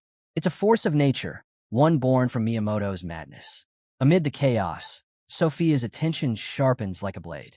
Out of the corner of her eye, she spots Miiamoto, his body flickering with a faint shimmer of mana. He's preparing to vanish. Miyamoto's trying to escape, she yells, voice cutting through the roar of battle. The team reacts instantly, their focus splitting between the raging monster and the traitor who refuses to face his end. We have to stop him before he disappears, one of them shouts, sprinting toward the faint glow where Miyamoto's form is beginning to blur. Nearby, a black-haired girl hesitates. Her eyes flick from Akuma's monstrous frame to Miyamoto's fading outline. The decision claws at her. Chase the traitor or stand her ground against the beast. One wrong move, and everything could fall apart. Before that hesitation can spread, Hanso's voice cuts through the noise, firm and steady. Stay calm. I'll deal with Akuma. The rest of you, stop Miyamoto. The authority in his tone silences all doubt, except for one voice. You plan to take that thing on alone? A teammate calls out, disbelief heavy in their voice. Hanso doesn't even blink. His reply is quiet but sure. I'm prepared for this. At his command, the team splits, half racing toward Miyamoto, the rest forming up behind Hanso. Sophia remains beside him, unmoving. You should regroup with the others, Hanso tells her. But Sophia shakes her head. No, I'll stay. I want to see this through. If things get worse, I'll contact the team myself. Her voice is calm, but the air around her hums with tension. Her eyes lock onto Akuma, whose presence alone feels suffocating. The killing intent radiating from the creature is colder, sharper, heavier than before. Whatever Miyamoto did, it's amplified Akuma's strength beyond anything they've seen. For a brief moment, doubt flickers in her chest. Can Hanso really take down something like this? Before she can dwell on it, Hanso raises his hand. The sword lying beside him trembles, then rises slowly, floating in the air as if guided by an invisible force. The motion is silent, deliberate, almost ethereal. What are you doing? Sophia asks, her voice tight with concern. Hanso offers a small, reassuring smile. Don't worry, he says quietly. He lowers the sword gently, letting it rest at his feet. I don't need it anymore. Sophia blinks, startled. No weapon. Against that? But before she can question him further, the ground quakes beneath them.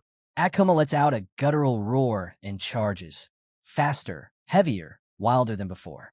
Hanso steadies himself, watching as the creature's entire body glows with a sickening red hue. His sharp eyes catch the truth instantly. Regeneration magic. The buff didn't just make Akuma stronger, it made it nearly immortal. Every wound sealed as soon as it was made, every attack fueled by its own decaying life force. The impact comes like thunder.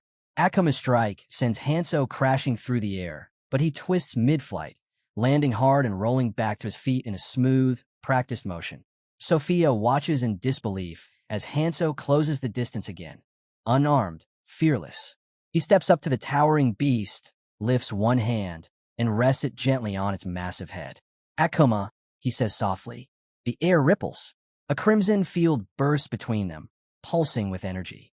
For a moment, it's unclear whether it's an attack or something else entirely. Then a shift. Akuma freezes. The monstrous glow in its eyes flickers, then fades.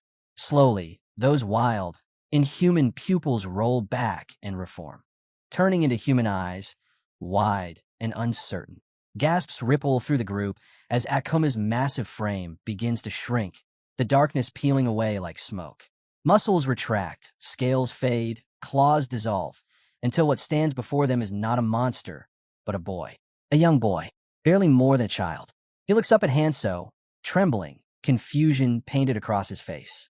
His voice comes out small, fragile. Are you really Hanso? In that instant, Hanso understands. Akuma isn't a mindless creature born of rage and ruin. There's still a human soul buried beneath all that corruption. A boy, trapped inside the storm. Keeping his hand steady on the child's head, Hanso speaks softly. Do you remember your father? The boy blinks, the word catching in his throat. Father? His voice trembles. Faint flashes flicker behind his eyes, memories breaking through the fog. Soldiers, battlefields, a man with tired eyes and a heavy hand. A father who had loved him, though that love had been twisted by duty and war. Then pain floods in. The boy's face contorts as he clutches his head, screaming. Why did you punish me? What did I do wrong? Why did everything hurt so much? His cries pierce through the battlefield, raw and aching, the sound of a wound that never healed. Please, make it stop. Don't leave me alone again. Hanso closes his eyes. The agony in the boy's voice cuts deeper than any blade. But before he can respond, the boy's terror boils over. Don't come near me. Leave me alone. A burst of force erupts from him, throwing Hanso backward. He slams into the ground hard, dirt scattering around him as the boy's screams echo through the air. Lonely, desperate, fractured. As Hanso struggles to rise, a memory stirs, a voice from long ago. Takaran, the boy's father. I killed my son in pursuit of ideals I thought were righteous, and I've regretted it every day since. The weight of those words anchors in Hanso's chest. Before Akuma can lash out again, Sophia darts forward, slamming her palms together. A shimmering barrier bursts into existence, shielding them both. Hanso, watch out, she yells, her voice sharp with urgency. The air hums as Akuma unleashes another wave of energy, long, thread-like tendrils whipping through the air like blades. He's attacking from range now. Sophia shouts, reinforcing the barrier as sparks dance across its surface. Hanso pushes himself up, steadying his breath. He gives her a brief nod. I'm fine, he says, eyes fixed on the trembling boy. Ignoring his own pain, Hanso steps forward again. The red glow returns to his hand as he places it once more upon the boy's head. Listen to me, he says quietly, voice steady. Neither Akuma nor your father, Takaran, is at fault. The air ripples again, the red aura surrounding them both. Slowly, the monstrous energy begins to fade. The boy's breathing slows. The distortion in his form eases, human features flickering back through the chaos.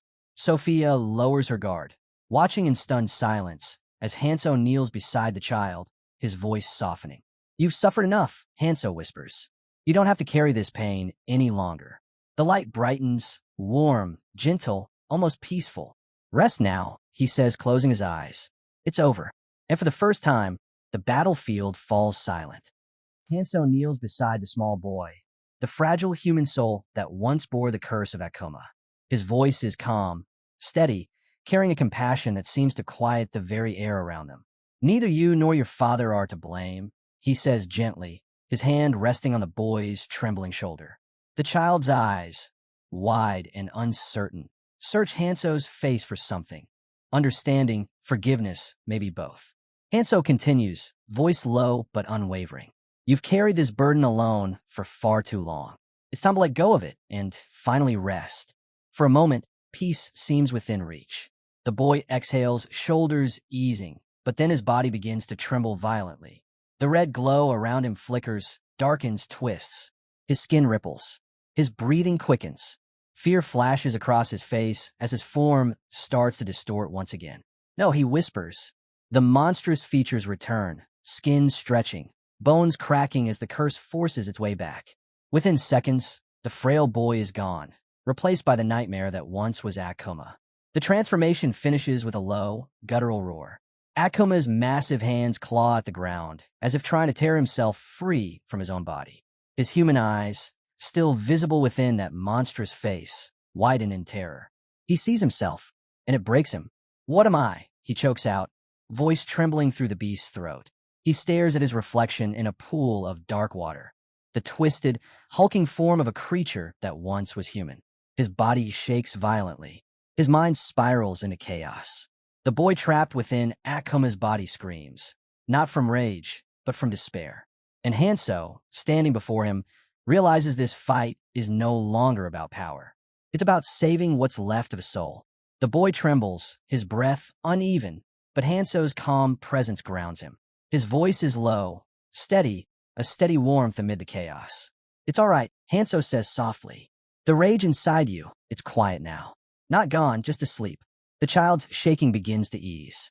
His monstrous energy fades to a faint hum, like a beast breathing somewhere deep within his soul. A few steps away, Sophia watches with wide eyes. The scene before her is unlike anything she's witnessed. Not power, not dominance, but empathy. She can feel the faint connection forming between Hanso and the boy, something fragile yet profound. Hanso meets the child's gaze again. You should be able to move freely now, he murmurs. The boy lifts his head slowly, eyes glistening. For the first time, a flicker of hope stirs within them. Am I cured? He asks, voice barely a whisper. Hanso shakes his head, his tone gentle but firm. No, this isn't a cure. The rage will return, because it's part of who you are. What I've given you is only a moment of peace. The boy's lip trembles. Tears spill down his cheeks as he grips his chest. I don't want to be a monster again, he cries. I don't want to hurt anyone. I don't want them to hate me anymore. Hanso listens in silence for a moment, his expression unreadable. Then he extends his hand. Then help me, he says. My plans have changed. I need your strength, and you need control. When that rage wakes again, I'll be there to guide it. But you have to trust me and follow my lead. The boy hesitates, uncertainty warring with fragile hope. After a long pause, he reaches out and clasps Hanso's hand. His grip is weak but steady. All right, he says, I'll trust you. Their hands tighten, a silent pact, born of faith and desperation. For the first time in a long while, the boy's eyes reflect purpose instead of pain. But before the moment can settle, the air ripples. A tiny shape bursts into view, wings fluttering, voice sharp and lively. This arrangement won't do, it says cheerfully, as though mocking the tension that hangs in the air. Both Hanso and the boy turn at once, startled. The small creature hovers between them, its glow flickering mischievously. My heart races every time I see you, Hanso, it declares. I've been waiting for this meeting. Sophia's eyes widen in recognition. That's the assistant fairy, she whispers. My assistant. The fairy's gaze softens, almost sentimental. Aren't you happy to see me again, Hanso? Hanso's reply is immediate, clipped and cold. Drop the act. What do you want? The fairy's grin widens, playful and cutting. Still as emotionless as ever. It teases. How dull. Then, with a sharp whistle, the air around them shifts. A pulse of magic surges outward, crackling across the field. In an instant, Akuma, the boy, collapses. The light in his body flickers out completely, leaving him motionless on the ground. His power is gone. Hanso freezes, shock flashing across his face. What did you do? The fairy folds its tiny arms, its tone now cool and detached. I made things simpler, it says. Kill him now. The command hangs heavy in the air, casual, but laced with malice. The creature drifts lazily, circling Hanso as it speaks. You fought well, Hanso. The desperation, the violence, it was exhilarating to watch. Its eyes gleam, almost entertained. But this ending, it shakes its head with a sigh. So boring. Why ain't it like this? Hanso's gaze hardens. Why did you interfere? He demands, voice low and edged with anger. The fairy pauses midair, meeting his glare, and for a heartbeat, the battlefield feels tense again, as though the world itself is waiting for the next move. The fairy's smirk deepens, its wings flickering with mischief as it hovers before Hanso. Bingo, it says smoothly. Every moment you've lived through, every fight, every pain, it was all arranged for my entertainment. And now, I've made it easy for you. Akuma is helpless. One strike and it's over. Its tone darkens, shedding its playful lilt for something colder, sharper. So will you do it? If you refuse, everything resets. The curse, the monster, the chaos. You remember the reward I promised you, don't you? Since you failed to destroy the disgorging root, your eligibility is gone. To prove its dominance, the fairy raises its hand. Tiny crystalline lights materialize and spin around them, glittering fragments that glow like fragile stars suspended in the air. Then, just as suddenly, they fade into nothingness. See, the fairy says softly, ephemeral like promises. With a wave, it conjures a single, shimmering sigil that pulses faintly between them. Kill Akuma now, it commands. Do that, and the reward tied to the root's destruction is yours. The world falls silent. Hanso doesn't answer. His fist tightens at his side as his gaze shifts to the broken figure lying before him. Akuma, the boy, stirs weakly, eyes glistening with fear and heartbreak. Is it really that simple for you? The boy asks, voice trembling. He drags himself forward, blood and tears streaking his face, until his hand grips the hem of Hanso's coat. I understand what you have to do, he whispers. I'm used to it. Being abandoned, being unwanted. Maybe no one ever cared if I lived or died. The words hang heavy in the air, raw, honest, final. Sophia watches from behind, her expression clouded with sorrow. Her mouth opens slightly, as if to speak, but no words come. The silence between them stretches thin, fragile as glass, ready to break. Then Hanso moves. He steps closer, slow and deliberate. Kneeling beside the boy, he leans down and whispers a single word into his ear. Shame. The name hangs in the air like a whisper from another lifetime. The boy freezes, eyes wide with shock. How do you know that? He stammers. Hanso's voice drops lower, barely audible, but heavy with something that makes the boy's eyes tremble with disbelief. Whatever Hanso says next, it cuts deep, unraveling the last of the boy's resistance. And then, with one swift, decisive motion, Hanso ends it. The sound is soft, almost merciful. The boy exhales, eyes fluttering shut as the last trace of life leaves him. His body falls still. Sophia's heart sinks. Her fists clench at her sides.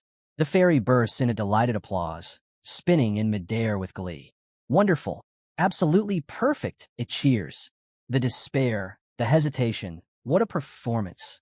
Truly a fitting end. But Hanso doesn't move. There's no victory in his eyes.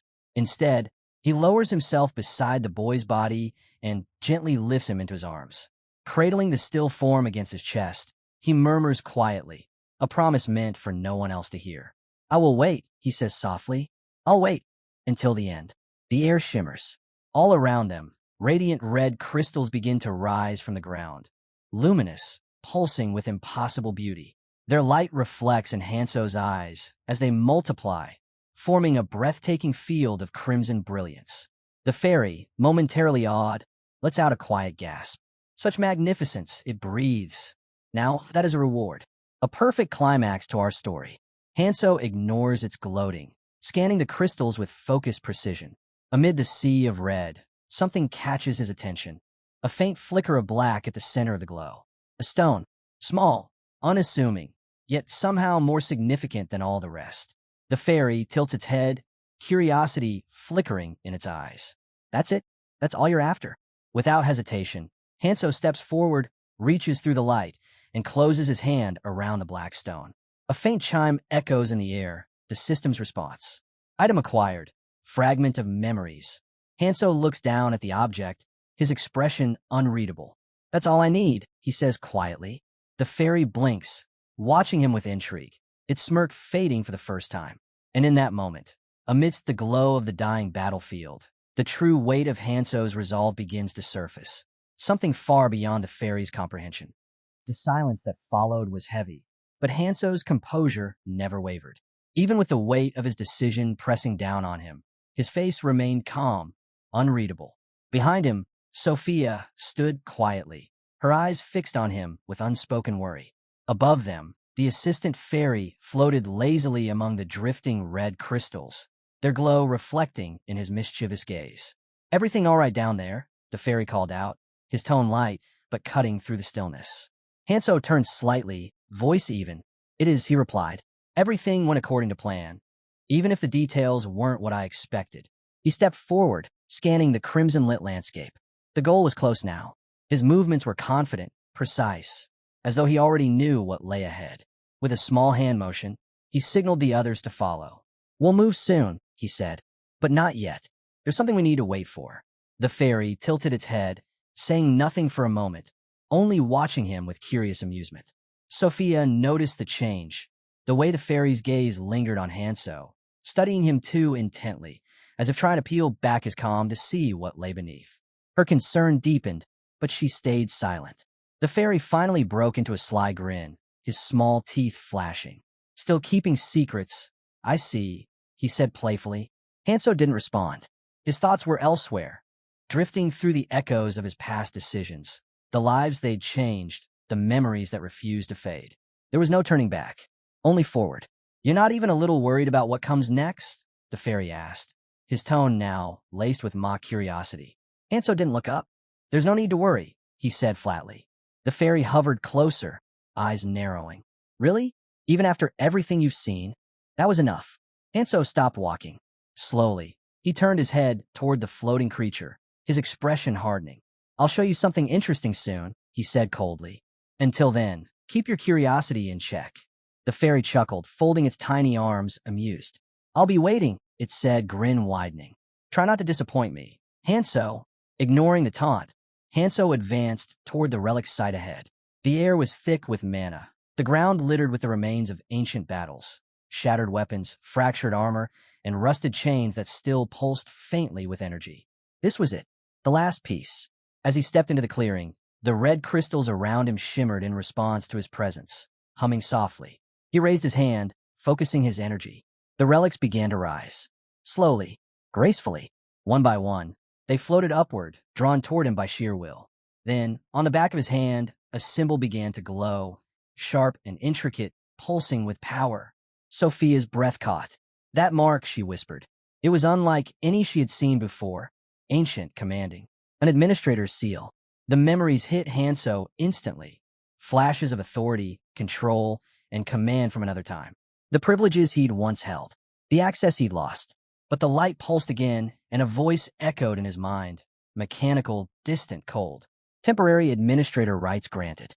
Full access restricted to native citizens of Alphanium. Hanso exhaled, his lips curling into a faint, knowing smile. "So, just a taste of what I had," he murmured.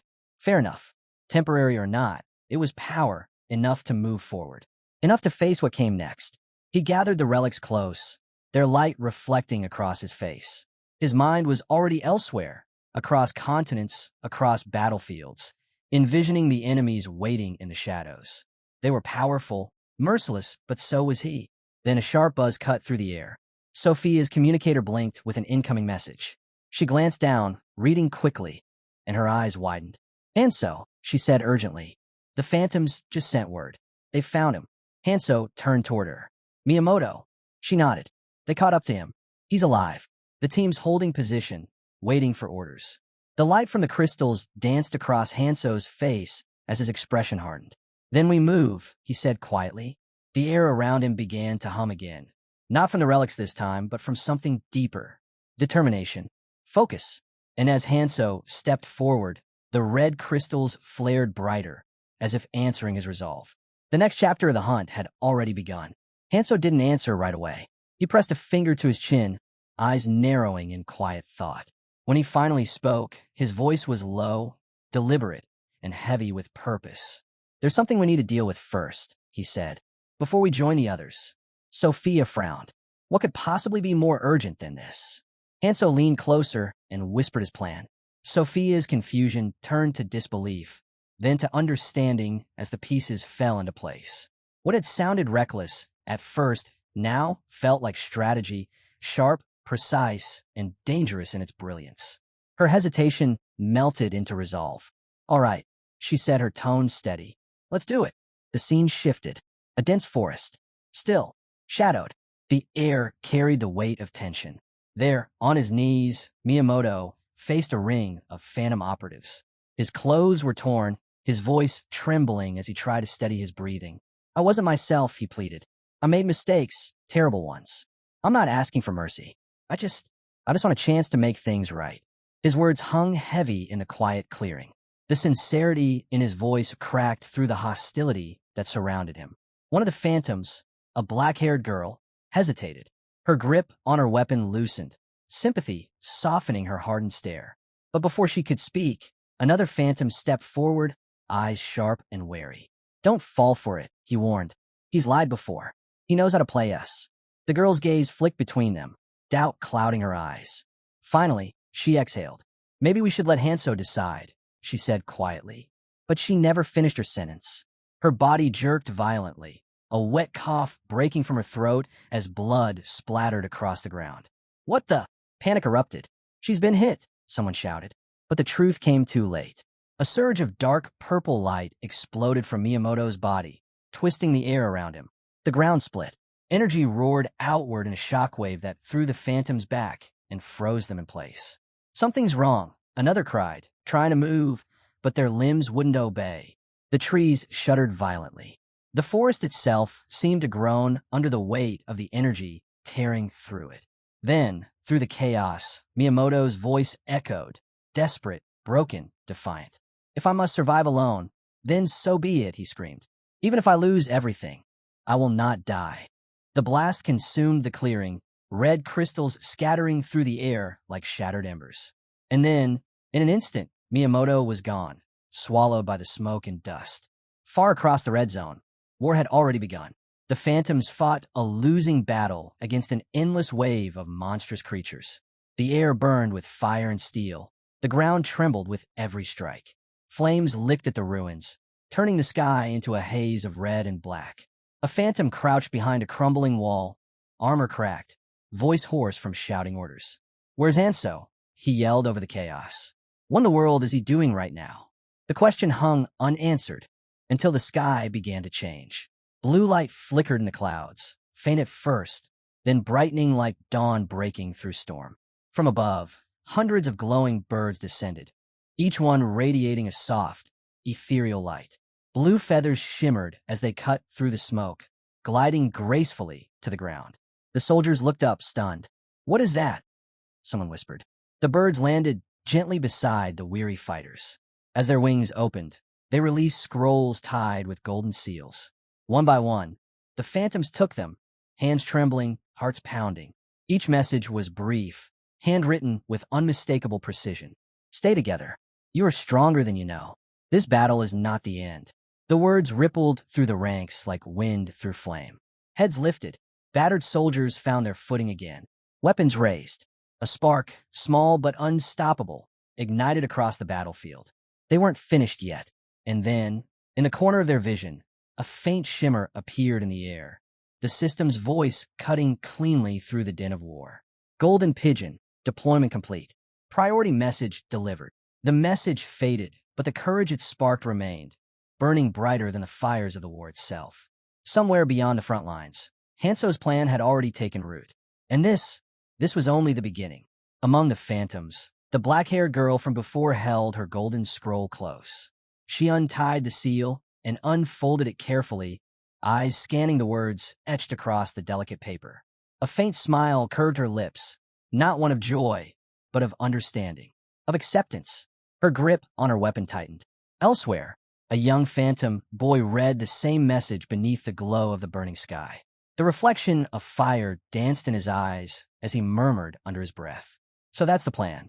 He closed the scroll gently, exhaling a quiet sigh. All right then.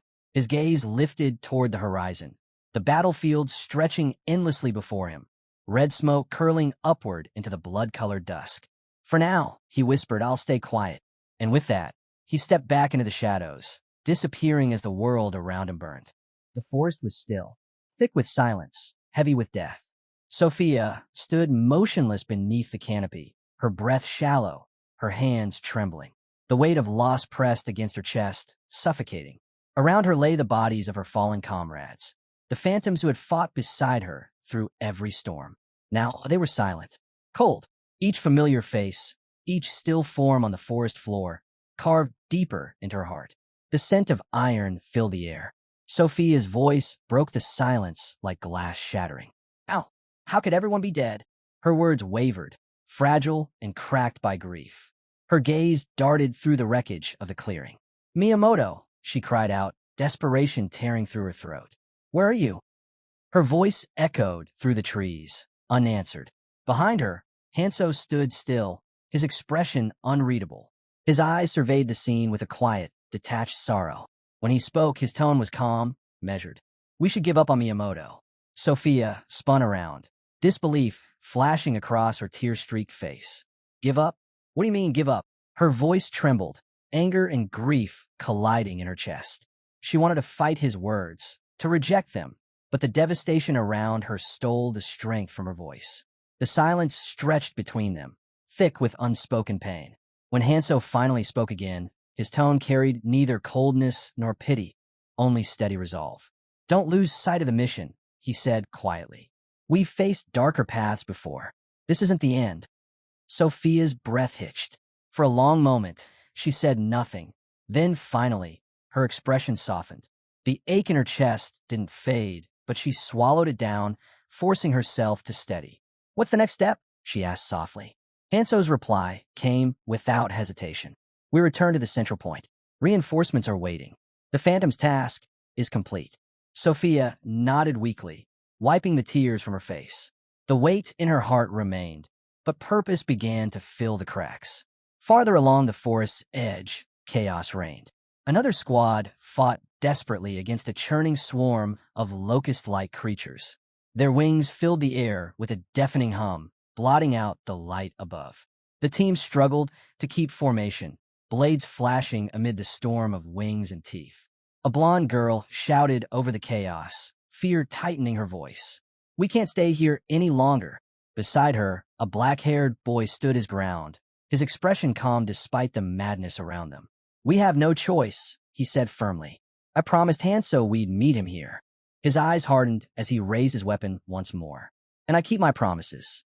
Frustration burned in the blonde girl's eyes as she threw her hands up, her patience finally cracking.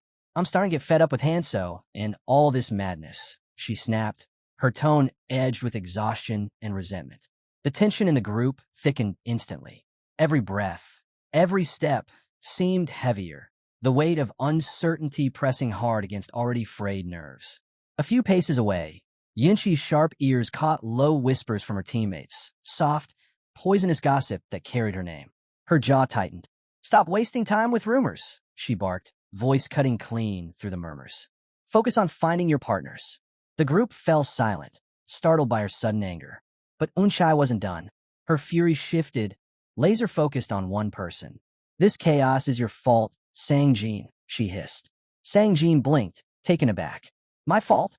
he asked quietly, confusion flickering across his face. "What are you talking about?" But Unchai didn't answer. She was too angry, too caught up in the storm building inside her. Before the argument could spiral further, a small voice broke through the tension. A young girl, trembling, stepped forward from the back of the group. "The locusts," she whispered. "They've surrounded us."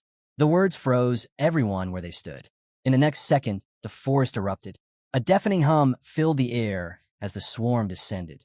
Countless locusts blotting out the light above, enclosing the team in a shifting, living wall. Weapons snapped up, breath quickened.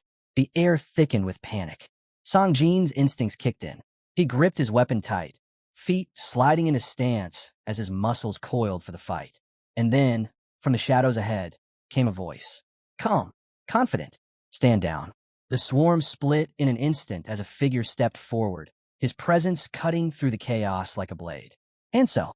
His sword gleamed under the fractured sunlight, filtering through the canopy. A dark tattoo burned on his hand, its pattern intricate, pulsing faintly with power. He didn't hesitate. One smooth, fluid motion, and the world seemed to pause. His blade swept outward, and in a single strike, the swarm parted, shredded into silence. The phantoms could only stare, stunned at the effortless precision of the attack. Hanso lowered his sword, turning slightly to Sang-jin.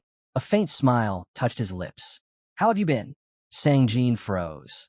Then his face lit up with recognition, a spark of relief breaking through the tension. "I'm doing completely fine," he said, smiling brightly. His tone carried warmth, the unmistakable familiarity of two comrades who'd survived more than most could imagine. Then, catching sight of Sophia standing quietly behind Hanso, Sang-jin called out, his voice lighter, almost joyful. "Sophia." Her expression softened, a flicker of relief amid the lingering sorrow. For the briefest moment, the chaos around them seemed to fade. Sang-jin stepped closer, placing his hand over his chest in a gesture of sincerity. "I'm ready to help," he said. "Use me however you need." Hanso glanced sideways at him, smirking faintly. "That's a good mindset," he replied. "Keep it that way. You'll need it." Their brief exchange was interrupted by a presence nearby, one that drew every gaze without effort. Monarch Lee. He stood a short distance away, his red eyes glowing faintly beneath the shifting light. The air around him seemed heavier, charged with quiet menace. Even Hanso felt it, a stirring unease he hadn't known in years. The memory of Lee ran deep, and the thought of his return hinted at a confrontation that might be unavoidable. But before that thought could take root, a small cry broke through the air. A young girl had collapsed to the ground, her body trembling. Monarch Lee was at her side in an instant, his voice softer than anyone expected. "Are you hurt?" The girl smiled faintly, shaking her head. "I'm fine, Dad." Her voice was weak, but steady. Hanso watched them quietly, eyes narrowing, but saying nothing. It wasn't the moment to intervene. Lee rose to his feet again, his expression composed, a faint smirk tugging at his lips as he approached Hanso. "So," he said lightly, "you're the one Hanso won't stop talking about." Hanso met his gaze, unreadable, a flash of memory, a conversation, a mention of his sister. He didn't answer the tease. He simply tilted his head and replied coolly in English. "No." The single word hung in the air, sharp as the edge of his blade. An answer, a rejection, and a warning all at once. The forest fell silent again, the last remnants of the locusts scattering into the wind. Whatever was coming next, this was only the calm before it. Hanso's eyes swept across the group. Faces he knew, faces that once felt distant but now stood before him again, alive with questions and fear. Every one of them carried the same expression, uncertainty wrapped in exhaustion. He turned toward Monarch Lee, meeting his gaze directly. "What exactly do you want from me?" Lee said nothing. He simply stood there, eyes glinting faintly, a faint smirk curling at the edges of his lips. The silence stretched, heavy and deliberate. When no answer came, Hanso filled it himself. Behind them, a mountain loomed, its slopes crawling with serpentine shapes, each one coiling and twisting over the other in endless motion. Their scales shimmered faintly beneath the dim light. "We're dedicating an Ouroboros," Hanso said simply. The words landed like thunder. The group froze, stunned. Confusion and disbelief rippled through them like a shockwave. Then came the breaking point. "Are you serious?" A furious shout tore through the silence. A female team member stormed forward, fury blazing in her eyes. She raised her middle finger at Hanso without hesitation. "You're a buster, Hanso," she spat. "Always keeping secrets, always playing God. You think you could just hide your plans while the rest of us lose our minds?" The outburst cracked the group's fragile composure. Another teammate stepped forward quickly, voice calm and even, trying to defuse the storm. "The plan sounds perfect," he said carefully. "We'll do our best to live up to Hanso's expectations." But the woman wasn't buying it. She slammed her fist into the ground, dirt scattering. "Perfect? You've got to be kidding me," she muttered bitterly. "You're all acting like a bunch of fools. Someone here's a useless sack, and we all know it." Murmurs broke out. Voices rose. Arguments sparked like dry leaves catching fire. "You're out of your mind. This isn't what we signed up for. You think he even cares what happens to us?" The chaos spread fast, words turning sharp, tempers boiling over. Through it all, Sophia stood quietly at the edge of the storm. Her expression was controlled, but her eyes betrayed the worry she carried. She could feel the cracks forming, the fear that unity might be slipping through their fingers. A voice near her whispered bitterly, just loud enough to hear. They make decisions like they own everyone. No care for anyone else's feelings. That was enough for Sophia to step forward. And so, she said, her voice calm but edged with concern. Do you really think everything will be all right with the team like this? Hanso's gaze drifted slowly over the group. The shouting, the distrust, the exhaustion. But in that chaos, he saw something else too. Flashes of the old phantoms. The same tempers, the same doubts, the same will to fight no matter what. His expression softened just slightly. Don't worry, he said quietly. Everything will be fine. His calm cut through the noise like a ripple across still water. The group hesitated, some glancing toward him uncertainly. And then, from within the crowd, someone stepped forward. A young woman, her eyes sharp, steady, cutting through the tension like glass. Hanso's breath caught, just for a moment. Recognition flickered in his eyes. She brushed a strand of hair behind her ear, composed and deliberate, before speaking softly, her voice both warm and challenging. Hanso. The sound of his name from her lips seemed to hang in the air longer than it should have.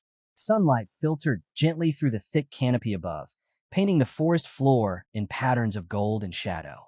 The air was damp, the scent of moss and soil heavy and alive. The young woman moved through the undergrowth with effortless grace. Her steps were light, her expression unreadable, calm, confident, and almost too relaxed for a place that reeked of danger. Ahead, Songjin's group stood waiting. The faint crunch of leaves under her feet caught Songjin's attention. He turned, and when his eyes met hers, an awkward laugh escaped before he could stop it. His smile was nervous, but genuine. She was striking, and it showed in the way his eyes lingered a moment too long. A quiet tension filled the space between them, the kind that came from recognition or something close to it. Not far away, Hanso stood beside Sophia, watching silently. His gaze flicked between the woman and the forest beyond her, calculating, unreadable. Sophia said nothing. Her expression was neutral, but her eyes betrayed quiet curiosity as she studied the newcomer. Her movements, her poise, the calm confidence that seemed to draw everyone's attention without effort. And though no one spoke it aloud, the air between all of them shifted. Something had changed. Hanso finally steps back, retreating beneath the shade of a nearby tree. As his back meets the rough bark, a long, weary breath escapes him. His thoughts drift to the mission still ahead. The trailer must be found. Without it, the Ouroboros will never be complete. The pressure weighs heavy. Doubt creeps in. Can he really pull this off? Can he truly lead them? Far away from the quiet forest, deep within a sealed chamber, a man stands before a glowing orb. The swirling light dances across the walls, revealing the shock etched into his face. His breathing quickens as he stares, disbelief tightening his throat. Administrator privileges? For Hanso, that outsider isn't even from Elvenham. His voice shakes with fury. His hand curls into a trembling fist. Hanso shouldn't have survived the succession of the heavenly soldier armor. No one ever has. And yet, not only did he survive, he gathered 5 members. That alone makes him an administrator, a title the man refuses to share. His jaw tightens. The orb flares brighter as his gaze locks on a Hanso's region. He's nothing like me, he snarls. He's just an insect. A low, bitter laugh escapes him before it twists into silence. His hand covers his mouth, muffling what might have been a scream. Only one eye remains visible, cold, unblinking, and burning with rage that cuts through the distance between them. Meanwhile, in a distant village, panic spreads like wildfire. Dark clouds of parasitic locusts descend from the sky, devouring everything in their path. Screams echo through narrow streets as villagers run for their lives.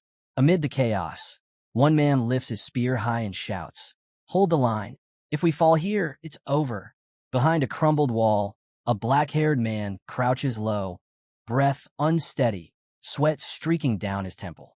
His instincts scream at him to run. This is Commander Lee, and he has no plans to die today. The clan headquarters is practically empty. Staying to fight would be suicide. As he slips away through the shadows, a voice cuts through the noise. Commander Lee. He freezes. Every muscle locks.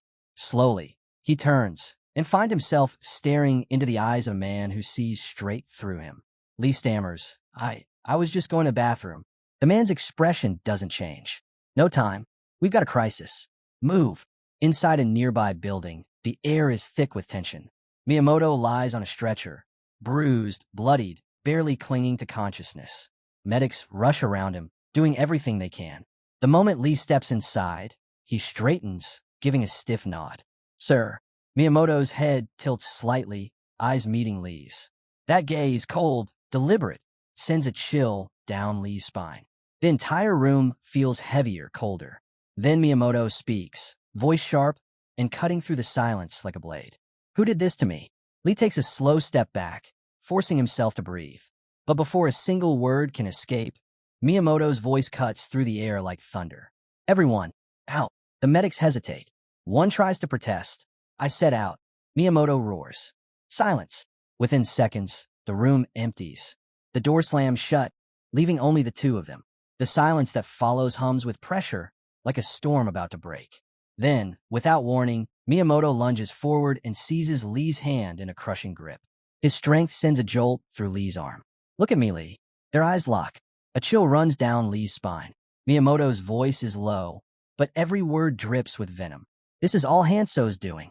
That bastard. I'll never forgive him. Lee stands frozen, words caught in his throat. When he finally speaks, his tone is quiet, but steady. If you've still got the strength to hate him, then I already know. I've lost. You've surpassed me.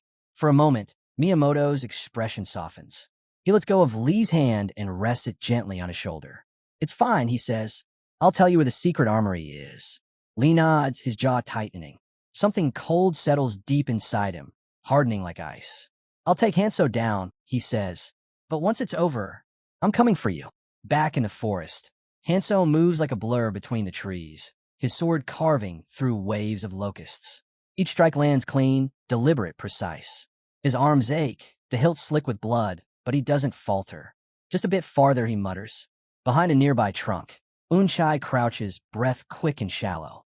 Unchai, Hanso calls out. We move. Miyamoto won't wait. She's already up before he finishes, nodding sharply. Not far away, a young girl fires arrows in relentless rhythm, each shot hitting its mark. Sophia stands beside Monarch Lee and his daughter, summoning a radiant barrier that flares against the swarm above. The light hums, keeping the creatures at bay. Sangjin, half hidden behind a gnarled tree, swings his blade wildly. I'm at my limit, he gasps, nearly losing his grip as another locust dives. Beside him, the archer exhales shakily. Same, I can't keep this up. Unchai steps out, eyes darting to Hanso. We can't hold this much longer. Hanso glances over the battlefield, his team exhausted, outnumbered. His decision comes fast. We're pulling out. Yinchi's voice cracks with frustration. We're strong, but this is the red zone. Stay here, and we die. Her words hit him like a blade. His fists tighten, jaw locking. She lowers her gaze, voice trembling now. I'm not like you, Hanso. I don't care about glory. I don't want war. I just want to live. Her eyes glisten. Every day, I think about what it takes to survive. But if nothing changes, I know how this ends. Sangjin suddenly snaps. Then just follow Hanso. He's giving you a way out. Unchai whirls and punches him square across the face. The sound echoes. Sangjin stumbles back, stunned. Shut up, Sangjin. You never know when to stop talking.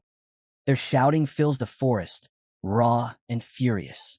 Sophia watches quietly from the side, shaking her head as another sigh slips past her lips. Sangjin never learns unless someone knocks it into him. Sophia mutters under her breath. The argument dies down, replaced by uneasy silence. The group stands scattered among the trees, the sound of distant locusts fading into the background. Sophia glances toward the young archer. There's something different about her. Steady stance, sharp focus. The girl radiates quiet resolve, a survivor's instinct. She steps forward, eyes locking on Hanso. We move, she says firmly. Whoever wants to follow, then. But Hanso shakes his head, stepping into view. His gaze sweeps across the group. No, he says evenly. We go together. I trust you. So trust me now. For a moment, no one moves. Even the forest seems to still. Then slowly, one by one, they nod and fall in line behind him. Dust swirls faintly around their boots as the group forms a loose semicircle. Hanso stands before them, calm but resolute. His posture is relaxed, yet there's an unspoken weight in the way he holds himself. You all have reasons to doubt me, he begins. His voice isn't loud, but every word carries, clear and grounded. But if you want to survive, if you want anyone else to survive, then I'm asking you to follow me. Unchai crosses her arms, eyes narrowing. Frustration burns beneath her calm exterior. Why should we follow someone like you? She challenges. You're strong enough to survive alone. Why drag weaker people down with you? Hanso meets her glare without hesitation. The silence stretches before he finally answers, quiet, deliberate, because saving lives matters more than surviving alone. The words hang heavy in the air. Even the wind seems to pause. He continues, voice steady as he recounts the battles he's fought, the losses he's endured, the pain that almost consumed him. Yet through it all, he survived. And now, he refuses to walk that path alone. I've seen enough death, Hanso says. If I have the strength to save even one person from it, why wouldn't I use it? Unchai scoffs, folding her arms tighter. So what? We are lifeguards now. Hanso glances over the group, his tone calm, unwavering. Yes, he says simply. That's exactly it. If we move together, we save dozens. Maybe even ourselves. The sincerity in his voice catches her off guard. For a brief second, the anger in her eyes flickers, replaced by uncertainty. Hanso turns, his back straight as he starts forward. Nothing comes without cost, he says over his shoulder. I'll make you stronger. But if you want to leave, Unchai, I won't stop you. I respect your choice. Just know this. If you walk this road with me to the end, you won't regret it. He moves ahead, the forest parting before him. The others watch in silence. Sophia and the young archer exchange a glance, both following his retreating figure with quiet admiration. Unchai lingers behind, fists clenched, thoughts swirling.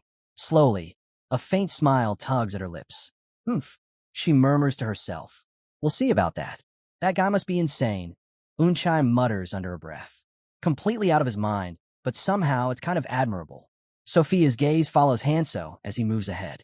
Her brows knit together, thoughts turning over behind her eyes. He's different, she murmurs.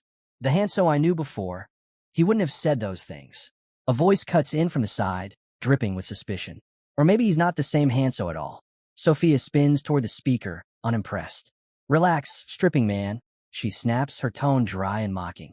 The jab earns a short laugh from Mihi, standing beside Sangjin. Sophia turns toward her, curious.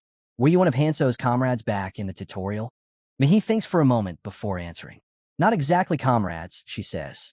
More like classmates. We crossed paths during the tutorial, but went our separate ways after. Sophia tilts her head, studying her. And now, after everything you've gone through together in the red zone, would you call yourself his comrade? Mihi's gaze drifts toward Hanso's back as he leads the group forward. Her expression softens, but her answer is careful. It's more of a working relationship, she says quietly. Hanso's the type who stand apart. Reliable, yes, but distant. For a brief moment, the two women share a silent understanding. Both know what it's like to walk beside a man like that. Someone who carries everything alone. Mihi exhales softly. Miss Sophia, she begins, her voice gentler now. Can I tell you something about Hanso's past? Sophia doesn't interrupt. Mihi's tone shifts, half reflection, half confession. Hanso's the kind who charges forward no matter what's waiting for him. It's not bravery. It's something else. Determination. He faces what most of us would run from. Her voice grows quieter. He sees something we don't. A vision that pushes him onward. That's why he's hard to understand. He invites people to follow, but never lets them get too close. The silence follows, heavy and thoughtful. Mihi lowers her eyes. I can't follow him completely. Not when his strength is so far beyond mine. Sophia doesn't respond right away. The words hang between them, weighted by truth. Both women understand now. Hanso's strength isn't just power, it's solitude. Mihi glances at him again. Her expression softens further, and a faint smile tugs at her lips. Maybe, she says quietly, I'm starting to understand him a little better. Just then, Hanso halts. He raises one hand, signaling for silence. The group gathers around as he kneels and presses his ring, Narmaha's ring, against the ground. A low hum reverberates beneath their feet. Then the earth begins to quake. Massive red monoliths burst upward, tearing through soil and stone. The vibration deepens, echoing through the forest like a heartbeat. A metallic voice rings out. Authority destruction initiated. A roar follows, earth splitting open into a gaping void. The air surges violently, pulling at clothes and hair as the group shields their faces from the storm of dust. Sophia squints through the haze, eyes wide. What did he just do? The wind howls, carrying the sound of the abyss below, deep, endless, and alive. Sophia narrows her eyes, the wind from the crater whipping her hair across her face. There's something deeper here, something Hanso hasn't said. What is this really about? She asks quietly. Hanso steps closer to the edge of the massive pit, his gaze fixed on the shadows below. Do you understand now? He says, voice steady. He turns to face them. Why they call me the artifact holder? A memory flashes through his mind. Kong Tae, the red-haired man who once stood before him, eyes burning with secrets. He had spoken of a treasure buried where no one could reach it. A hidden skill, lost to time, something even Miiamoto never discovered. Not in the lower zones, not even in the highest tiers. Now, standing here, Hanso realizes that moment has arrived. Whispers ripple through the group. Artifact holder, one of them murmurs, the disbelief spreading like fire. Sophia and Sang-jin exchange a glance, both stunned. Then, in a single pulse of light, the air before them ripples, revealing hundreds of drones and relics. The sight steals the breath from every chest. Rows upon rows of artifacts stretch out before them, each one glowing faintly with ancient power. Sophia steps forward, voice barely a whisper. This is insane. There's enough here to equip an entire army. The twin brothers burst out laughing, racing ahead to claim their share. Gauntlets hum as they slide onto their arms, energy crackling around them. System notification, you have acquired Gauntlets of the Titan. Strength increased. Unchai stares down at her own weapon, the glow reflecting in her wide eyes. My stats, they're in the triple digits, she mutters, half in awe, half in disbelief. Questions flood her mind. How'd he find this? Who is Hanso, really? Sang-jin looks around suddenly, tension rising. Wait, where's Hanso? A moment of silence. Then, looking for this, they all turn. Hanso stands behind them, a faint smile on his lips and a stone glinting in his palm. Relief washes over Sang-jin. You scare the hell out of me. Hanso walks forward, lifting the stone higher for all to see. This, he says, is the Lord of the Dead. It's a skill stone, one of the rarest in existence. But it's not for me. He extends it towards Sang-jin. Take it. Don't hide it away. Use it. Sang-jin hesitates, staring at the stone as if it might vanish. But Hanso's calm nod pushes him forward. He accepts it. Around them, the group dives back into gathering items. Laughter and awe mixing in the air. For the first time in a long while, there's hope. But it doesn't last. Sophia's expression sharpens. She feels it, a ripple in the air. Instinct takes over. She lunges forward, shield raised. A blinding blast crashes into it. Fire and shockwave exploding in all directions. The impact drives her back, boots scraping against stone. The smoke parts. From the haze steps Li Hong, eyes cold, voice seething. Traitor, he spits. You'll all fall before Hanso gets back. Unchai stiffens. Fear flickers in her eyes, but she raises her hand anyway, trembling yet resolute. The air thickens. Dust swirls. Energy crackles. The storm has arrived. Hanso's team stands in formation, every member poised for battle against Li Hong's squad. Sophia and Mihi take aim, their focus sharp and unwavering. The air grows heavy, a silent storm before the chaos. Then the two sides collide. The clash erupts in a storm of movement and sound.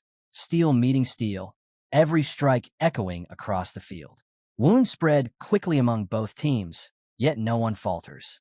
Members of Li Hong's group exchange uneasy glances, muttering that Hanso's team is far stronger than expected. Li Hong's expression hardens. He snarls at his men, calling them fools for letting doubt creep in. Attack the rear, he roars. That's where they're weak. Sophia and Mihi are locked in fierce combat. Their opponents are swift, leaping through the air with deadly precision. Every motion is sharp, every counter perfectly timed. Li Hong's voice cuts through the noise again, commanding his fighters to eliminate the weaker members first. Break them down piece by piece, he orders. Unchai, trembling at the edge of the battlefield, shields her face with her hands, paralyzed by fear. Suddenly, Mihi spins around and shouts, Everyone be careful. Her voice slices through the chaos. Her eyes dart toward a fast-approaching enemy. A sword raised high, aimed straight at Unchai. Unchai, she cries out. But Unchai doesn't move. She stands frozen, wide-eyed, as the attacker closes in.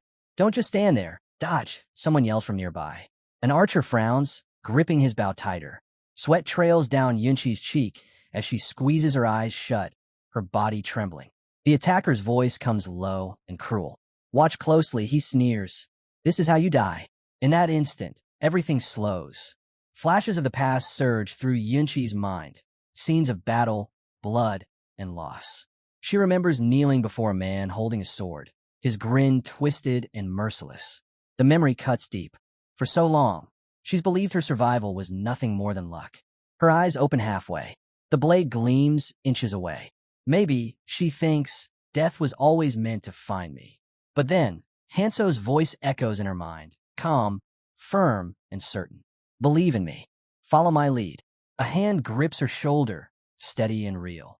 Something inside her shifts. Her fear burns away. Not this time. She clenches her fist, determination igniting like fire, literally. Flames erupt around her hand, swirling with heat and light. Shock flashes across her face. She's changed. She knows it. With a sharp exhale, Unchai launches forward and drives her fist into her attacker. The world seems to crack. The impact thunders. The enemy is hurled backward, crashing to the ground with a cry of pain. Gasps ripple through the battlefield. Sophia and Mihi freeze mid-fight, eyes wide in disbelief. Unchai stands there, flames flickering at her side, no longer the frightened girl from moments ago. The moment of silence breaks with a furious shout.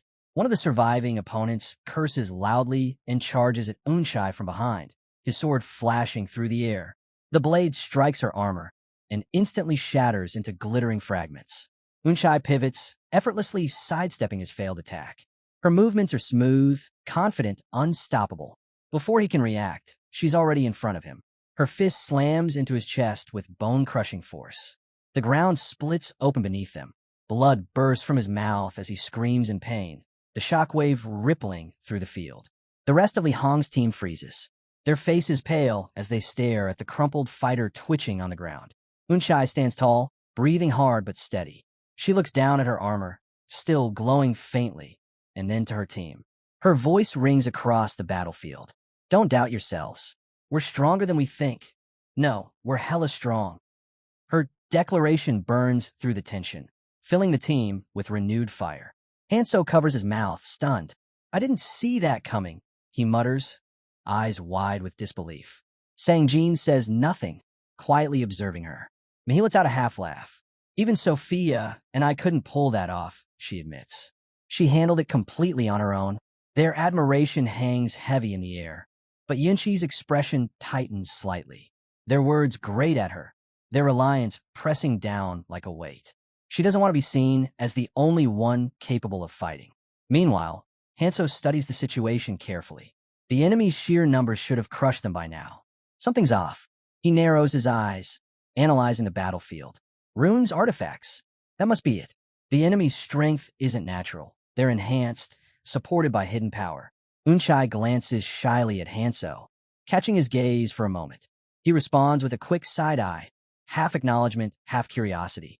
Then Hanso straightens and steps forward. It's our turn, he says calmly. Let's end this. From his side, he draws a slender rod humming with blue mana. Lightning dances along its surface. Li Hong's eyes widen in panic. No, stay away, he screams, backing up. But Hanso's voice cuts through his fear, cold and commanding. You're not going anywhere, Li Hong. First, you're going to answer me. He steps closer, his shadow falling over the trembling man. Did Miiamoto tell you where the treasury is? Li Hong shakes his head violently, panic taking over. Don't come near me. Hanso doesn't stop. In one swift motion, he plants his foot on Li Hong's chest, pinning him down. I won't ask again, he growls, pressure increasing as mana flares around him. Where is Miiamoto hiding? Something in Hanso's tone breaks Li Hong's defiance. Terror floods his face. I'll tell you everything, he blurts out. Miyamoto's at the Beacon clan headquarters. Hanso leans in closer, his voice low and sharp. So he's still there? Injured, I presume. Li Hong nods quickly. Why, yes. He hasn't moved since then. The moment the words leave his mouth, every head turns. Sophia clenches her jaw. Miiamoto, the leader of the Beacon clan, frustration flares across her face. She runs a hand through her hair and slams her palm against her forehead. I should have known. While we were searching, he was already heading back there. Hanso's expression darkens as he pieces the situation together. His mind races, Miyamoto's injuries, his location, his plans. Slowly, an idea begins to form. The battlefield falls silent again, tension thick in the air. The tide has turned, but Hanso's eyes say it all. This fight is far from over. Hanso's hand tightens around Li Hong's throat, his expression unreadable. You're after the treasury's artifacts, Hanso says flatly. You want their power for yourself. Li Hong struggles, gasping as Hanso lifts him off the ground, feet dangling. The pressure around his neck grows, his face turning pale. We have everything we need to stop you right here. Hanso continues, his voice cold and steady. Li Hong thrashes desperately. Wait. You got all wrong, he chokes out. You don't understand. I'm not your enemy. Miiamoto is mine too. The words catch Hanso off guard. His grip loosens slightly as surprise flashes across his face. From behind, Sophia's voice cuts through the air, sharp and disbelieving. You expect us to buy that garbage? Li Hong gulps down a breath, his tone turning frantic. It's true. I fought him myself and won. I don't follow his orders anymore. I don't trust him. He pants heavily, eyes darting between them. Strength alone doesn't rule this world. He steadies himself, trying to sound convincing. Give me the artifacts and the runes. I'll take care of Miiamoto for you. I'll kill him where he stands at the headquarters. Unchai whispers under her breath. He's trying to run. He's planning to betray us. Sangji nods. Exactly. He just wanted a way out. Sophia crosses her arms, glaring down at Li Hong. Say whatever you want, liar. It won't matter. You'll still die with your excuses. But Li Hong persists, voice cracking. I'm done with Miiamoto. You have to believe me. Hanso goes silent, his eyes narrowing in thought. The team watches tensely as he finally closes his eyes and murmurs. His words might be true. The reaction is instant. Sophia's head snaps toward him. You can't be serious. You actually believe this guy. Hanso's tone remains calm, almost detached. If he really does kill Miiamoto, that removes one obstacle for us. Strategically, it's not a bad move. Li Hong's lips curl into a relieved smile. Exactly, he says eagerly. Set me free, and I'll do it. I'll end it myself. He can already picture it. Walking away from this battle alive, free to rebuild, free to plan. Everything might just work out. Then Hanso's hand suddenly tightens again. Li Hong's smile vanishes, replaced by a strangled cry as pain shoots through him. Why? Why are you doing this? He gasps. Hanso's eyes harden. Because you're going back to the headquarters, he says coldly. You'll tell Miiamoto that his next challenge is me. And with that, Hanso, let's go. Li Hong hits the ground hard, gasping as the strength drains from his body. Hanso stares down at him, voice steady and final. I don't trust traitors.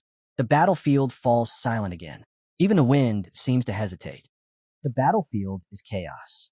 Michael swings his blade through a horde of insect-like monsters, every movement slower than the last. Sweat stings his eyes, his arms feel like lead, but he refuses to stop. Damn it, Hansu! Where are you? He yells, cleaving through another wave. The creatures keep coming, endless and relentless. Each time he cuts one down, 3 more crawl out of the dust. His breathing grows ragged. Can't even get a second to breathe. He growls, raising his weapon once more. Then the air splits open.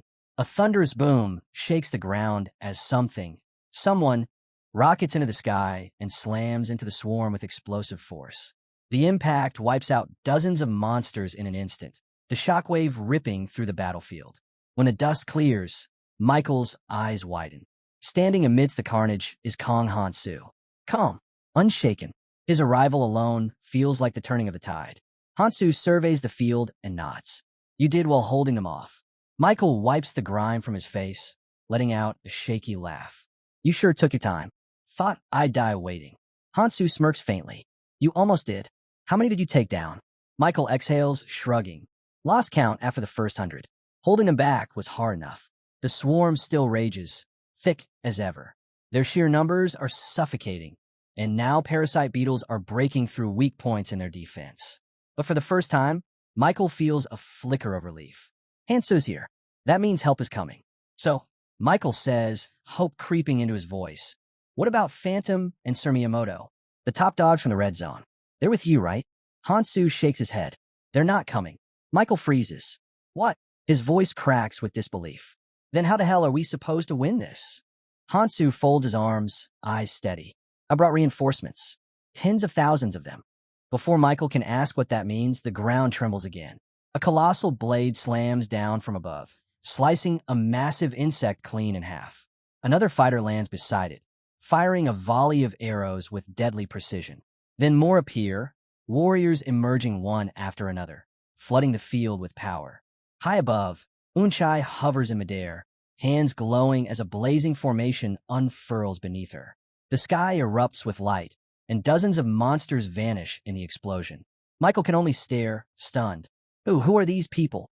Before he gets an answer, a cold blade presses against his neck. Watch your mouth, Sang-jin snaps from behind.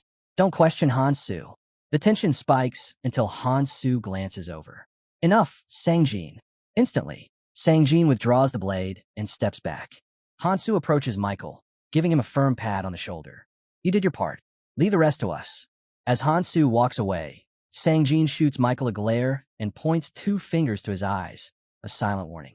Unchai, floating nearby, smacks the back of Sang-jin's head. Stop being dramatic, she says flatly, shoving him forward. From the side, one of the twins mutters, Why's Unchai only like that with Sanong? He's special or something? Unchai whirls around. Shut it. The twins go quiet immediately. Michael lets out an awkward chuckle. These people, there's something else, he mutters. Still, if Hansu trusts them, that's enough. He grips his weapon tighter, glancing at Hansu's back as the battle rages on. Good luck out there, Hansu, he murmurs under his breath. The ground trembles as the swarm returns. Faster, stronger, more vicious than before. Hansu's group quickly forms up, weapons raised, eyes locked forward. Move out, Hansu commands, his voice cutting through the chaos. He lunges first, his sword slicing through the air in a silver arc. A handful of insect beasts are cleaved apart before they can react. He plants his blade into the ground, glancing at the darkening sky. The sun's setting. We stick to the plan. Take out as many parasite beetles as we can before nightfall. Yuhi steps up beside him, drawing her bow in one smooth motion. 3 arrows fly, each one finding its mark. Explosions of green ichor stain the air as the insects drop lifelessly to the dirt. But before she could take another shot, a massive creature bursts from behind her. Behind you, someone yells from the left. Yuhi whirls around, but the battlefield is chaos. On the right, the twins are barely holding their ground, shields locked against a relentless rush of monsters. These things just won't stop coming, one of them shouts, gritting his teeth. Unchai snaps back, voice sharp as steel. Then stop whining and kill more of them. Hansu doesn't flinch. Just hold on, he calls out. We only need to last until nightfall. But the swarm doesn't slow. They crawl over their fallen, surging forward in an endless tide. Sophia's voice rises, edged with fear. Hansu, they're closing in. We're getting surrounded. Hansu's eyes narrow. He isn't panicking. He's thinking, calculating. Then the noise fades. For a heartbeat, the entire battlefield goes still. Sang-jin, Hansu says quietly. Sang-jin looks up, confused but alert. Yeah. Hansu glances toward the setting sun, then back at him. You know what time it is. A grin spreads across Sang-jin's face. So it's finally my turn? Hansu nods once. I'm counting on you. Without hesitation, Sang-jin kneels, pressing one hand to the earth and gripping his weapon with the other. The ground begins to glow, light pulsing outward in blinding waves. A surge of radiant energy floods the battlefield, sweeping through the forest like a storm. Every insect it touches disintegrates instantly, collapsing into ash. For a moment, it looks like victory. Then, a piercing shriek rips through the silence. One of the fallen creatures stirs, its eyes blazing with unnatural light. The swarm moves again, louder, faster, angrier. Hansu's group tightens formation. This isn't over. Sang-jin's grin widens, trembling with adrenaline. I've been waiting to hear those words from you. Hansu, he says, voice shaking with excitement. Leave it to me. The air hums with energy as he rises, ready to unleash everything he has. The real battle has just begun. The ground quakes as the colossal tail of the Ouroboros crashes down, scattering debris in every direction. Swarms of locusts clash violently beneath its shadow, the battlefield erupting into chaos once again. At the center of it all, Sang-jin raises his hand. His voice cuts through the roar of battle. Charge! In an instant, his parasitic swarm surges forward, moving like a living tide. They collide with the enemy line, tearing through with brutal efficiency. The momentum shifts immediately. Sang-jin's side begins to overwhelm the horde. He strides into the fray, summoning his weapon. A massive gauntlet materializes on his arm. Dark, metallic, shaped like a locust carapace. It hums with power. Master the dead, he roars. The air ripples, and the fallen rise again, twisted reflections of life, bound to his will. The undead swarm explodes into motion, ripping through their foes with terrifying precision. One by one, the enemy locusts fall, their cries echoing across the field. The survivors hesitate, trembling as fear spreads through their ranks. A piercing screech splits the air, the sound of dominance. Sang-jin's undead army stand victorious. The ground beneath the Ouroboros' tail begins to bleed, dark ichor seeping into the soil. Hansu, Sang-jin shouts. It's working. Hansu glances back and nods once, a rare smile crossing his face. Good job. With that, he dashes forward, the rest of the team following close behind. The massive tail looms ahead, a fortress of scale and flesh. This is our turning point, Hansu calls out, voice steady but urgent. We take down as many parasitic locusts as possible before nightfall. Then Sang-jin resurrects them, and we'll use their numbers to clear a path to the lake. Sophia falls in beside him, and Hansu turns to her. Lead us to where the magical energy is strongest. That's where the alpha will appear. Sophia hesitates. But how do we even climb this thing? Hansu doesn't break stride. We'll use her descent path. The dragon's outer shell is layered. Use the scales as footholds. Move. The team stares up at the monstrous creature towering over them. Holy hell, one brown-haired fighter mutters. That thing goes on forever. Another gulps. One slip, and we're done for. Less talking, more climbing, someone snaps. At least it's not as slippery as it looks, another replies, brushing dust off a jagged scale. Rough enough to hold. Hansu's voice cuts through their chatter. Eyes forward. From here on out, I lead. You follow. No one argues. Sophia nods first, then the rest, one by one, they fall in line. Together, they begin scaling the creature's body, moving from one massive scale to the next. Halfway up, the pink-haired girl halts. Her ears twitch. Something's coming, she says quietly. A second later, a deafening screech tears through the air. From above, a massive swarm dives toward them, a storm of wings and claws. Unshai doesn't wait for orders. I'll take point, she yells, rushing ahead with her weapon raised. Wangqing follows beside her, voice firm. We'll hold them off. Clear the path upward. The pink-haired girl glances back, her expression calm. Leave the rear to us. Nothing gets through. Hansu scans the battlefield, eyes sharp and unblinking.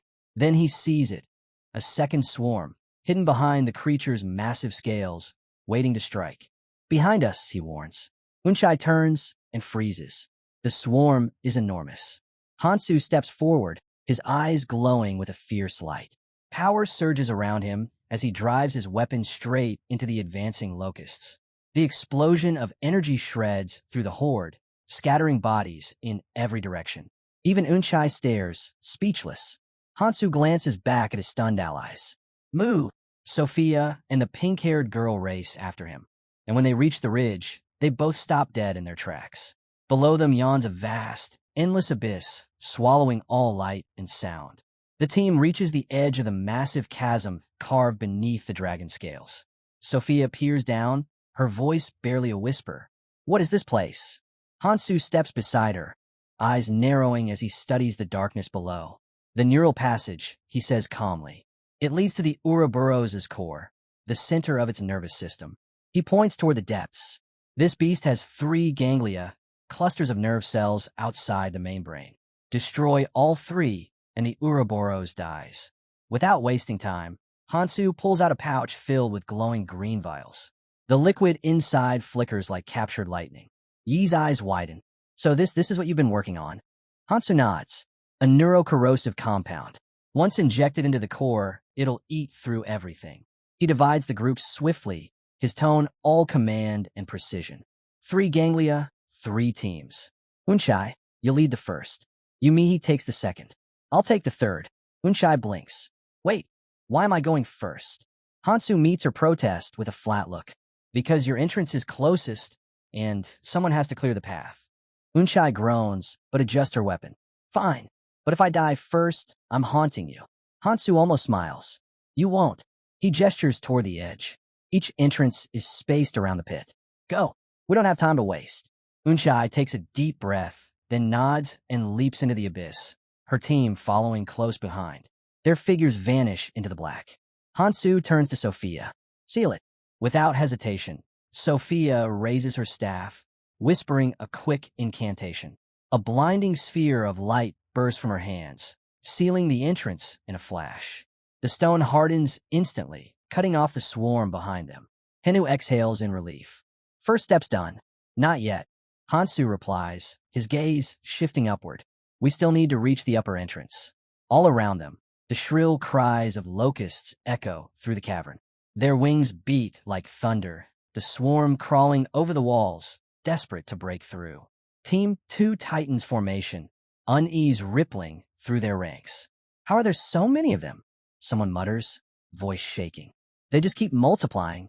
Hansu draws his blade, the steel glowing faintly under the dim light. He steps forward, calm and unyielding. Then we'll cut them all down, he says simply, no matter how many there are. The swarm screams as if in reply, surging toward him. Hansu moves first, his blade flashing through the dark, a silent declaration that fear has no place here. Meanwhile, deep below, Yinchi's team pushes through the suffocating dark. Then they see it. Unchai freezes mid-step, eyes wide.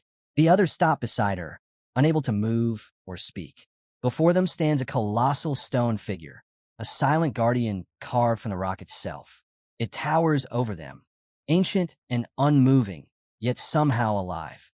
Its gaze fixes on them, and the air grows heavy, almost electric. None of them speak. None dare to. The stone sentinel waits. The silence inside the neural passage is shattered by thunderous impact. A monstrous, beetle-like creature screeches as its carapace splits cleanly in two. Hansu stands over the corpse, his blade dripping with dark fluid. His breath is steady, his eyes sharp as glass. He scans the area, assessing.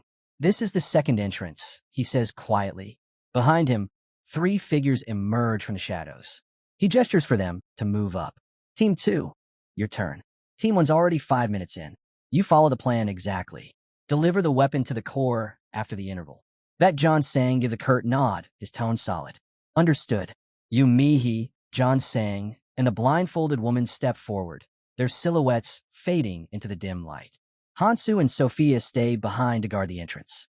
Just as Yumihi reaches the edge of the abyss, she pauses. Her gaze flickers back. Henu catches it immediately, brow lifting. Something wrong. Mihi hesitates, flustered. No, I just forgot what I was going to say.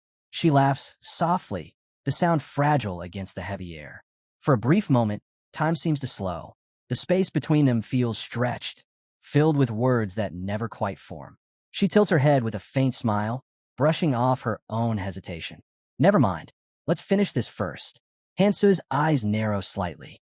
He doesn't miss the flicker of unease behind her smile. Mihi turns away, her voice lighter now. We'll talk later, I promise. With that, she leaps into the darkness, her bow gleaming in the faint light as she disappears below. Henu stands frozen, her last words echoing in his mind. He exhales and mutters, activate the device in 30 minutes, no matter what. Beside him, Sophia's spellbook hums softly with power, faint runes pulsing along its pages. Got it, she replies casually, but her eyes stay lowered, her voice carrying the weight of quiet sorrow. Far below, Yumihi presses a hand to her chest. Her heartbeat pounds, her expression shadowed by thoughts she can't voice. Sophia, even from above, seems to sense it, and for an instant, she understands. Above, the night unfolds, 1,000 stars glimmering over a war-torn sky. The contrast is almost cruel. Hansu and Sophia break into a sprint, racing toward the final objective. The air thickens with pressure the deeper they go. a suffocating presence that crawls under the skin. Hansu slows, eyes narrowing. It's close. Sophia feels it too. That overwhelming, pulsing energy ahead. Alpha level, she whispers, her voice tight. And then they see it.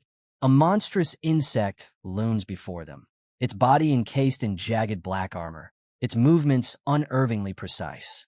Iron plates grind against one another as it turns, revealing a single glaring red eye. A beam of light flickers from its head, sweeping across the battlefield. Sophia jerks back, realizing too late. A trap. Hansu's eyes widen as the beams form a lattice of death around them. He grits his teeth, understanding too quickly what's happening. His temporary administrator privileges, the very role he'd used to guide this world, had been a setup all along. A slow, mocking laugh drifts through the shadows. Hansu's head snaps upward. From behind the armored beast, a figure steps forward, tall, elegant, his long white hair glowing faintly in the dim light. Been a while, Hansu, the man says with a crooked smile. Didn't expect to find you still running around in circles. Hansu's expression hardens. Teen spreads his arms, his voice laced with mockery. Sending your weaker allies ahead again. Are you? You really haven't changed. The air between them tightens, two opposing forces bracing for collision. Hansu lowers his sword, the faint glow along its edge flaring to life. You picked the wrong time to show up. Teen grins wider, stepping down from the beast's back. Oh, I'd say it's perfect. Teen's smirk deepens, his voice dripping with disdain. Destroy the cores? That's your plan? How shallow. I expected more from you. Hansu's grip tightens around his sword. His eyes narrow, voice cold. Finished talking, Teen crosses his arms, that same smug confidence never wavering. You always rush and blind. That pride of yours, it'll be the end of you. Before Hansu can respond, steel flashes through the air. Hino lunges forward without hesitation, his blade slicing through the iron-shelled monster that had been guarding the path. The beast splits cleanly in half, crashing to the ground with a metallic shriek. Sophia glances toward the corpse, her brow furrowing. That wasn't the Alpha, she mutters, scanning the battlefield. He's moved, probably toward another team. Hansu exhales sharply. Then we finish this fast. He steps past the ruined carcass, pointing toward the open cavity pulsing with eerie light, the exposed neural core. Move, he orders. Sophia nods once, determination hardening her face as they stride into the chamber. Meanwhile, at the first entrance, Unchai and her team stand before the first neural core. The chamber around them pulses like something alive. Massive tendrils snake across the walls, converging on a central crystal that glows faintly in the dark. Unchai stares, unable to hide her astonishment. This thing's enormous. The brown-haired archer at her side points to the light deep within. Look, it's pulsing like a heartbeat. The twins tilt their heads back, their expressions a mix of awe and unease. Guess it makes sense, one mutters. A monster that big needs a heart this size.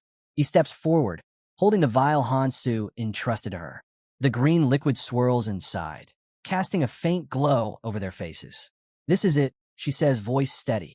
We trigger it exactly 30 minutes from now. She gestures to the others. Check your gear. Once it goes off, we run. But before they can move, a faint sound echoes through the chamber. Distant at first, then sharper. He freezes. Did you hear that? The others exchange puzzled glances.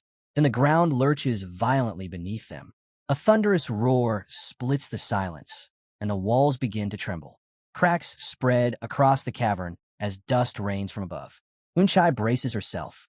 Get ready. From the holes high above, something stirs, then bursts out. Grotesque creatures spill into the chamber, crawling over the walls and ceiling. Dozens become hundreds in seconds, their screeches blending into one monstrous roar. Their bodies glisten with metallic sheen, red eyes glowing like embers in the dark. Behind them, heavier footsteps pound against stone. The air shudders as massive, metal-legged beetles descend, each one twice their size. Yinchi's expression hardens. They've been waiting for us. The beetles cluster together, forming a living barricade of armored bodies. Their legs click in rhythm, a wall of grinding metal and rage. Shields up, Unchai shouts. The twin brothers move instantly, raising their shields to block the flanks. Unchai positions them tight, forming a semicircle around the archer. Don't hold back, she orders. The archer draws his bow, His movements quick and sure despite the shaking ground. The swarm closes in. Hundreds of red eyes burn through the darkness, circling them like wolves. Unchai glances at her team. Their faces grim, their weapons steady. 30 minutes, she says, her voice low but fierce. That's all we need to survive. Then the first beetle lunges, its bladed leg slicing through the air toward Inshur. She drops low, the blade missing her by inches. Sparks fly as it scrapes across her shield. Unchai spins, shouting, "Counter now!" Inshur ducks under the beetle's strike and channels energy into her palm. Power flares bright, wrapping her arm in light. With a single leap, she drives her hand into the creature's skull. The impact echoes like a thunderclap. Bone cracks, ichor sprays, and a monster collapses instantly. 28 minutes left, she shouts. Beside her, one of the twins catches a charging beetle head-on, tackling it to the ground with raw force. Metal plates grind against his armor as he pins it down and drives his blade straight through its chest. The other twin rushes to his aid, shield raised, deflecting another blow before slamming his weapon down. The seconds keep slipping away. 20 minutes. Unchai calls out, voice sharp above the endless roar. The archer never stops moving. His arrows whistle through the air, each one finding its mark. Every shot drops another insect, but the swarm doesn't slow. It only grows thicker, a living tide that stretches beyond sight. Sweat runs down their faces. Breathing turns heavy. Muscles burn. Unchai spins her weapon through another swing, cutting 3 more beetles apart. Keep pushing. Don't let them break the line, she shouts. The walls of enemies close in, wings beating like thunder. Their numbers are endless, hundreds swelling into thousands, the chamber shrinking around the 4 fighters with every heartbeat. But still no one steps back. Unchai plants her foot, the ground splitting beneath her heel. Her voice cuts through the chaos, unwavering and fierce. 15 minutes, she roars. That's all we need. Her eyes blaze with determination. Hold the line, and when the time comes, she raises her blade, the green glow of the vial flickering in the shadows behind her. The real battle begins. From the depths of the Ouroboros, new horrors crawl into the light. Parasitic locusts, their bodies slick with black fluid, spreading across the battlefield like a plague. Sophia exhales slowly, closing her eyes in focus. When they open again, they shimmer with cold blue light. She raises a small orb, the Trijade Frostlight, a relic of restraint, and whispers a spell. In an instant, ice erupts from the ground, spiraling upward in jagged spears. The wave of frost tears through the swarm, impaling the locusts mid-charge. Their shrieks echo through the cavern before silence swallows them whole. Hansu, our hero, smirks. Sitting ducks, he mutters. He launches forward in one fluid motion. His blade flashes once, twice. 3 heads hit the ground before the bodies even realize they've been cut. Without stopping, he slides past the next creature, cleaving it cleanly in half. His movements blur as he zigzags through the swarm, carving them down one after another. Every strike is clean, every blow decisive. Even the dying ones get no mercy. When the last locust twitches, Hansu finishes it with a single precise swing. The battlefield grows quiet again. Sophia lagged behind, still catching her breath. Hansu is already ahead, far ahead. He glances upward. Inside the dark tunnels above, dozens of locusts crawl along the walls, watching but not moving. Their silence unsettles him. So they're just waiting, he murmurs. Fine, let them watch. He checks the timer on his interface. 33 minutes. 33 minutes won't be a problem, he says, almost to himself. But then his gaze hardens. No, this doesn't feel right. The hologram, the alpha, the first core. It clicks all at once. The realization that the alpha hadn't abandoned the core. He never planned to. The image they'd seen was bait. A distraction. Hansu exhales sharply, his thoughts racing. Alpha wouldn't run. Not from me. Not unless he was guarding something else. He looks up again, resolve cutting through doubt. So that's it, he mutters. You're protecting another core. Fine, but you'll regret leaving this one to me. Sophia finally catches up, her expression tense. Hansu, doesn't this seem off to you? They're not attacking. They're watching us. Hansu nods. Exactly, which is why waiting 30 minutes is a mistake. We destroy the core now and move to the next. Sophia frowns. Is it that serious? Destroying one early could throw the others off. The plan can change, he cuts in. If it were just the locusts, I wouldn't care. But Alpha's inside the Ouroboros. And if he's here, then I need to face him. Sophia bites her lip, her worry obvious. If we destroy the cores too early, won't the Ouroboros wake up? Move again? Are you sure Alpha's the bigger threat? Hansu smiles faintly, eyes fixed on the glowing veins of the creature around them. Alpha's dangerous, he admits. But Ouroboros, he looks ahead, voice calm, but edged with something heavier. Ouroboros is on an entirely different level. Sophia shakes her head. That doesn't make sense. If that's true, then why not trust the others to finish the job? It's not about trust, Hansu says quietly. It's about the plan, and right now, you just have to follow me. Sophia clenches her fists. Even now, he won't tell me everything. She'd thought that by this point, he would finally trust her.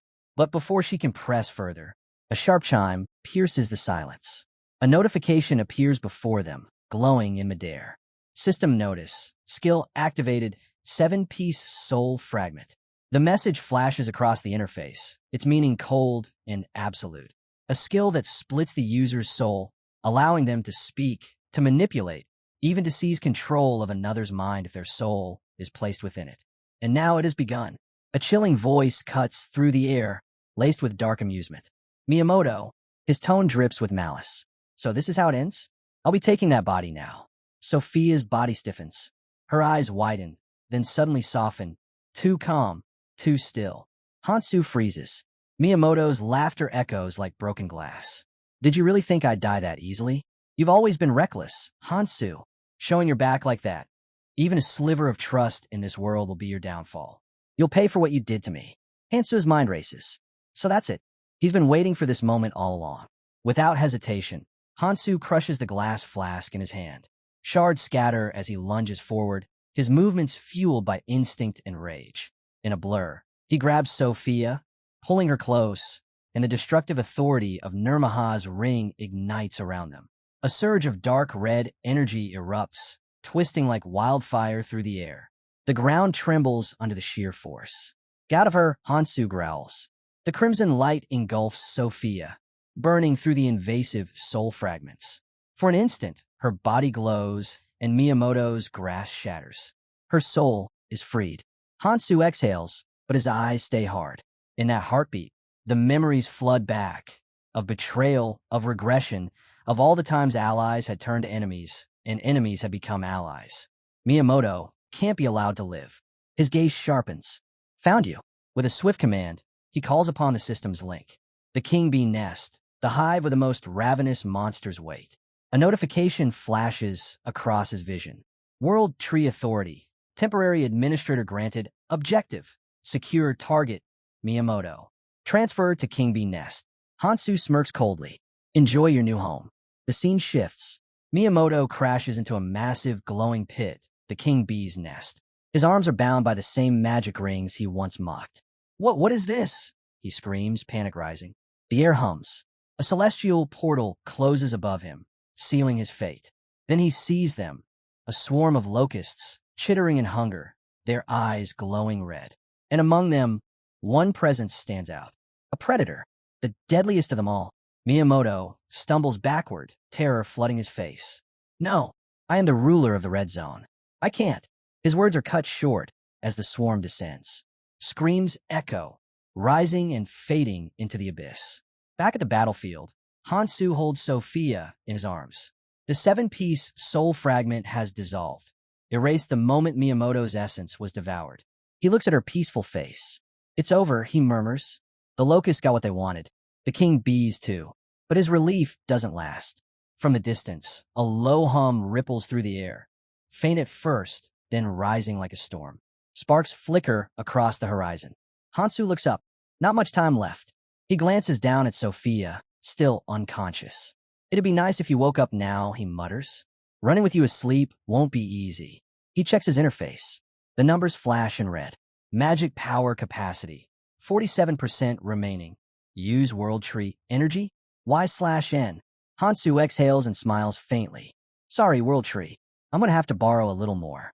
He rests his hand against the glowing roots embedded in his armor. The World Tree's core circuit. Authorization granted. A surge of blinding light floods through his veins. The earth trembles as the ancient magic responds to his call. The air thickens with energy so pure it distorts the space around them. Sophia's hair lifts slightly from the force, her unconscious body glowing faintly in his arms. Hansu tightens his grip on her. Let's end this before everything burns. The surge of magic coursed through Hansu like fire and lightning intertwined. For a brief moment, he almost couldn't breathe. With this much power, I can control it freely now. He tightened his hold on Sophia and took a deep breath. The glow around his body intensified as he invoked it. Dragon key art, dragonification, heavenly soldier armor, activation confirmed. The armor responded instantly. Scales of shimmering energy rippled across his skin, and massive wings of light unfolded behind him. With a single explosive motion, he leapt skyward, carrying Sophia in his arms. The ground shattered under the pressure. Below them, the ice began to splinter. Cracks spread like spider webs, glowing with the reflection of an ancient power awakening beneath. Then, a low rumble shook the world. From below the frozen surface, something massive stirred. The ice burst apart in a violent explosion, shards scattering into the air as a colossal shadow moved beneath the world tree. A serpentine form, endless and coiling, rose slowly, wrapped around the trunk like a living mountain. The Ouroboros had awoken. Its enormous body pulsed with dim, golden veins, and its scales glowed faintly as it ascended higher, wrapping itself tighter around the floating world tree. The sound of its breath alone split the clouds. Hansu hovered in midair, eyes narrowed. So it's awake, he muttered. But the tree isn't moving. He looked down at the ancient roots and branches suspended in the air. The world tree hung silent, alive but still, radiating no will, no reaction. If it had a will of its own, Hansu thought grimly, it would have attacked me first. That meant one thing. The battle wasn't between him and the tree. It was between him and Alpha. System notification, Voltri Temporary Administrator Command, confirmed. The air crackled as another divine system stirred. From the depths of the sky, a vast branch of the Voltri tree tore through the clouds like a spear of light. It twisted and plunged downward, striking the Ouroboros from behind. The impact echoed like thunder. Ouroboros howled in rage, its massive body writhing as the branch coiled around it, forcing its jaws open.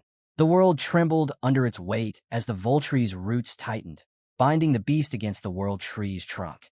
Its roar shook the heavens. Hansu hovered above, wings outstretched, watching as the creature struggled beneath the divine bindings. It's almost time, he murmured, eyes softening. Old friend. The wind whipped around him as he looked toward the horizon, speaking to someone only he could hear. Tekaron, Evelynheim's wings will guide me on this path. Wait for me at the king's path. He smiled faintly, the words carrying across the storm. Soon, he whispered, we'll meet again. The ground split apart with a deafening roar as a colossal serpent burst from beneath the surface, its scales glinting like molten metal before vanishing into the earth again. Across the battlefield, chaos reigned. Swarms of parasitic locusts clashed violently, red against purple, their shrieks echoing across the ruined plains. Hansu took a step forward, and, at that same moment, another presence appeared beside him. The Lord of the Dead, Sangjin, emerged from the haze, his eyes glowing with cold resolve. Without a word, he raised his hand, loosening his control over his undead army. Go, he commanded. The swarm obeyed instantly. His undead locusts plunged into the fray, joining the chaos as the two monstrous factions turned on one another. Watching the tide of battle shift, Sangjin clenched his jaw. This might be it. We might actually win. If they could just survive until dawn, victory was possible. But before he could take another step, the massive serpent resurfaced, its enormous body cutting across the field like a living storm. The red locusts screamed, scattering in panic as the serpent's form tore through their ranks. Yet instead of fleeing, something strange happened. The crimson light in their eyes flickered, then blazed brighter.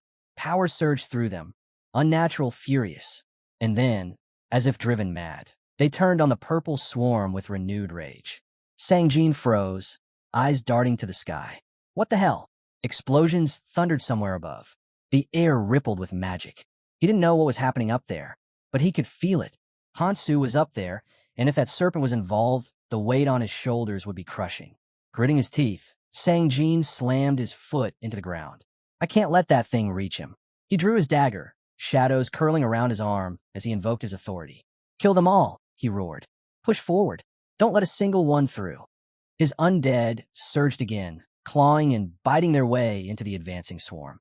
Sang-jin followed, his movements sharp and furious. As he carved through the horde, he muttered under his breath, "Sorry, Hansu, I should have wiped these things out earlier." But even as he fought, a bitter doubt gnawed at him. Could he really stop this tide alone? Far above, Hansu stood before the bound body of the Ouroboros, its titanic form straining against the luminous roots of the magic tree. He turned to Sophia. Her breathing was shallow, her complexion pale. The aftereffects of Miiamoto's soul attack were worse than he'd expected. He reached out to steady her. "You were supposed to wake up by now," he murmured. But before he could decide what to do, her body began to glow faintly. The light intensified, and then, piece by piece, she began to fade. A soft chime rang through the air. System notice. Temporary administrator authority activated. Target, Sophia, transferred to Michael. Hansu blinked in surprise as she vanished completely from his arms. He sighed, lowering his head. "So you made it. Guess I'll leave you with him then." He didn't have long to think. A familiar, furious voice cut through the air. "Damn bugs. Come at me." Hansu turned, a grin tugging at the corner of his mouth. Charging across the field, dagger blazing, was Sang-jin, cutting through the locusts like a storm, shouting for them to fight him instead. "Perfect timing," Hansu muttered. He dashed forward, wings flaring behind him as he gathered mana into his palm. Spheres of crimson light formed and shot through the air, exploding among the swarm. Dozens of locusts fell before he landed in front of Sang-jin, sword gleaming. Sang-jin froze, eyes widening. The man before him looked different, wings stretched wide, horns faintly glinting under the stormlight. "Hansu, what happened to you?" Hansu brushed off the question. "I'll explain later." He pointed toward the raging battle. "Right now, there's something I need you to do." Sang-jin exhaled, relieved to see him alive. "Just say it. What do you need?" Hansu's gaze hardened. "Monarch Yinshi's group." Hansu's expression turned grave. "Monarch Yinshi's team is in danger," he said. "The core has to be destroyed, along with them if necessary." Sang-jin blinked in disbelief. "That doesn't sound like you," he said quietly. "You're asking instead of ordering." A faint smirk crossed Hansu's face. Sang-jin straightened, his tone firm. "Use me however you want, Hansu. You don't need to ask." Hansu nodded once, then turned away, spreading his wings. "Then I'm sending you directly to Team 1's location. They're yours now." He paused, glancing back. "And Sang-jin, don't die. That's an order." The Lord of the Dead grinned. "Please, the dead don't die twice." Magic circles flared to life beneath him, swirling with violet light. "Go," Hansu commanded. Sang-jin gave a short nod before vanishing into the surge of light. Only the fading glow of the summoning sigil remained. Hansu watched the air ripple closed and exhaled. "Yeah," he muttered. "You're the right one for this." He tightened his grip on his sword, wings flexing. "And next time, you're coming with me to the next zone."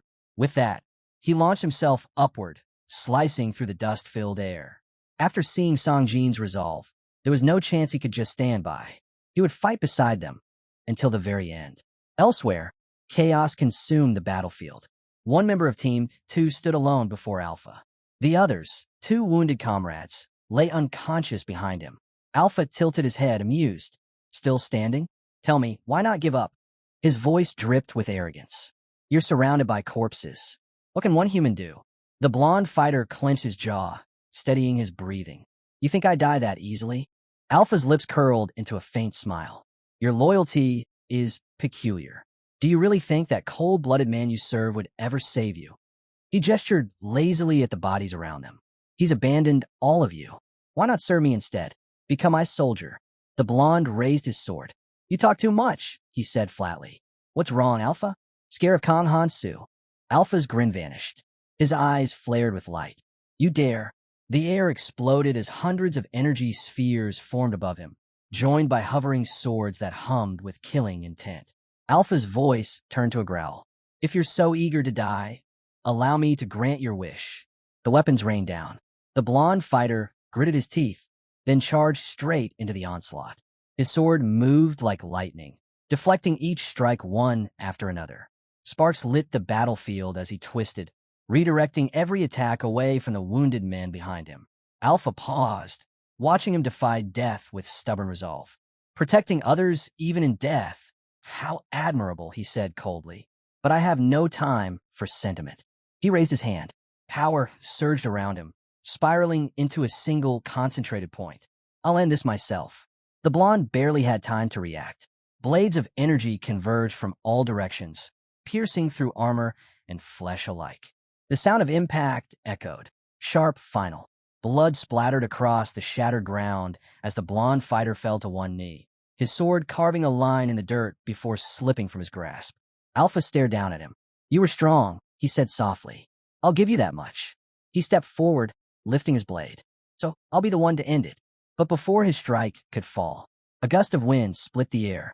In an instant, Hansu appeared between them, his hand reaching for Alpha's face. The Alpha reacted fast, darting backward, barely avoiding his grasp. The two locked eyes, tension thick as steel. Hansu's voice was low, controlled, but laced with fury. Too late, he muttered. He turned to the fallen blonde. You've done enough. Rest now. He looked back toward Alpha, his aura flaring, eyes glowing red beneath the storming sky. I'll take care of everything from here. Hansu stood a short distance from his enemy, the ground trembling beneath his feet. Ahead of him, a massive swarm of locusts erupted from the dark horizon, shrieking as they surged forward in a tidal wave of wings and steel. He didn't move until the first reached him. Then, steel flashed. His blade cut through the swarm in a blur, arcs of light carving through the air. The front line of monsters collapsed instantly, shredded before they could even react. Hansu's gaze sharpened. He opened his palm, and light began to gather within it, dense, golden, alive. The glow twisted and reshaped, forming into a massive weapon, a glowing yellow axe pulsing with raw energy. He gripped it tightly, sliding 1 foot forward. The next swing ripped through the battlefield like thunder. Several locusts lost their heads in a single motion. Another strike followed, faster, sharper, merciless. Within seconds, the entire swarm was gone. The silence that followed was deafening. Hansu lowered the weapon as it dissolved into light once more. He turned toward the wounded soldier nearby, who was still kneeling, trembling not from fear, but awe. The man's voice shook. Master, such power. Hansu crouched beside him and channeled mana into his palm. The light shifted into a sphere, a glowing potion made entirely of condensed sword energy. You're in rough shape, Hansu said calmly. Drink it. The soldier lowered his head in shame. Forgive me for showing weakness. I'll repay you for this rune. He gripped the energy sphere tightly. As it melted into him, the light spread across his body, mending torn flesh and sealing wounds in an instant. Hansu nodded once, satisfied. Then he turned to the blonde girl lying a few paces away. She stirred, blinking as consciousness returned, only to find Hansu standing over her. Her eyes widened in shock. I passed out, she whispered, mortified, even after being entrusted with the weapons. She clenched her fists, frustration spilling out. In the end, I just slow you down. Hansu's voice was steady calm. Don't say that. None of this is your fault. He looked toward the sky, the faint tremor of energy still echoing above them. It's mine. I didn't anticipate Alpha being here. Within Ouroboros, the World Tree's authority doesn't work the same way. From within his cloak, he pulled out a small feather glowing with faint silver light. Take this, he said. It'll get you out. Use it for transport. The soldier took the feather carefully. The blonde girl hesitated, biting her lip. Then I'll return it to you myself. Hansu gave a small nod, then glanced down at the glowing potion still resting in his hand. You've already done more than enough. Protecting the seal from breaking was your mission, and you completed it. Her eyes softened. Then, we'll meet again after the core is destroyed. Count on it, he said simply. From a distance, Alpha watched in silence. His expression was unreadable, but his thoughts churned. Hansu, how are you even here? The transformation, that power pulsing through him, wasn't natural, and worse. Alpha could feel the weight of his existence pressing against the world itself, distorting the flow of energy around them. Your presence, it's crushing them, Alpha thought. You always drag others down. He extended his hand. Red energy gathered, twisting into thread-like tendrils that pulsed with killing intent. Then, I'll make sure you don't have anyone left to protect. With a flick of his wrist, the scarlet strings shot forward, slicing through the air like blades, aimed straight for Hansu's team. Hansu's head snapped up. His eyes flared. The green ring on his finger began to glow, bright, wild, alive. He raised his hand. A colossal emerald hand manifested before him, surging out from the light. It caught the red strings midair and slammed them aside, redirecting the attack into the ground with explosive force. The earth shook. Dust and fire erupted outward. The blonde soldier stared, stunned, before shouting, "Go! Retreat! We'll only hold you back here." Hansu didn't even look at her. His voice rang through the smoke, calm but unyielding. Running now would make all your survival meaningless. He turned slightly, his gaze hard. "You've come this far. You're still alive. Don't throw that away." He looked back, toward Alpha, eyes burning with quiet fury. "You still have things left to do in this world," he said, "and I won't let him take that from you." The air rippled with the last echoes of battle. Hansu's team, bruised, shaken, but alive, stood before him. He met their eyes one by one, his tone quiet yet resolute. "You've made it this far," he said. "Don't throw that away. Whatever happens next, you live." They nodded firmly, gratitude and determination shining in their expressions. "Thank you, sir," the blonde soldier said. "We'll meet you outside." Hansu gave a brief nod. "Go." They turned and sprinted toward the exit, disappearing into the haze of mana and shattered light. Now only two remained. Hansu and Alpha. The Arachon warrior stood motionless for a long moment, fury burning behind his silence. His thoughts churned with disbelief. That last strike, his strongest technique, had done nothing. Hansu hadn't even moved. Alpha's jaw clenched, rage flooding through his veins. "You dare mock me?" he roared. "You think I'm a joke? I am a warrior of Arachon, the last hope of my people." Hansu tilted his head slightly, his expression unreadable. "A warrior," he said flatly. "You're nothing but a cheap imitation." The words struck harder than any weapon. Alpha's composure shattered. His scream tore through the sky as he lunged forward, his body convulsing with power. Hansu's eyes narrowed. He's gone berserk. Even under normal conditions, fighting a transformed Arachon was dangerous. Their raw strength rivaled monsters. But this time, Hansu didn't feel a trace of fear. Alpha's punch came down like a meteor. The impact shook the ground, yet Hansu didn't even sway. The massive locust arm fused with his body, moved almost lazily, deflecting the blow aside with effortless precision. Alpha froze. That attack had taken everything he had, and it hadn't even left a mark. "This can't be," he whispered. He charged again, faster, harder, desperate. Each strike blurred into the next, a frenzy of wild power. But Hansu only watched, analyzing every motion. That's a flaw, he thought. When you transform, your power multiplies, but control disappears. Ending this now would be easy. A single strike could kill Alpha outright. But Hansu couldn't afford to. If Alpha died like this, his vessel would be destroyed, ruining everything Shane had prepared. Worse still, Hansu wasn't sure what would happen if he released his own dragon key art in this unstable state. He had never pushed his transformation this far. The backlash might cripple him, or worse. He clenched his fist. Not yet. Frustration burned quietly in his chest. The heavenly soldier armor wasn't enough. Even his dragon energy felt barely contained. But this was all he had, and it would be enough. Alpha stumbled, chest heaving, eyes wide with disbelief. Then Hansu's locust fist began to glow.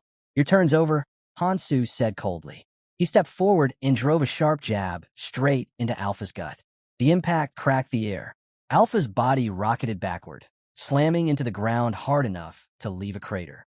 Hansu followed instantly, wings flaring as he descended.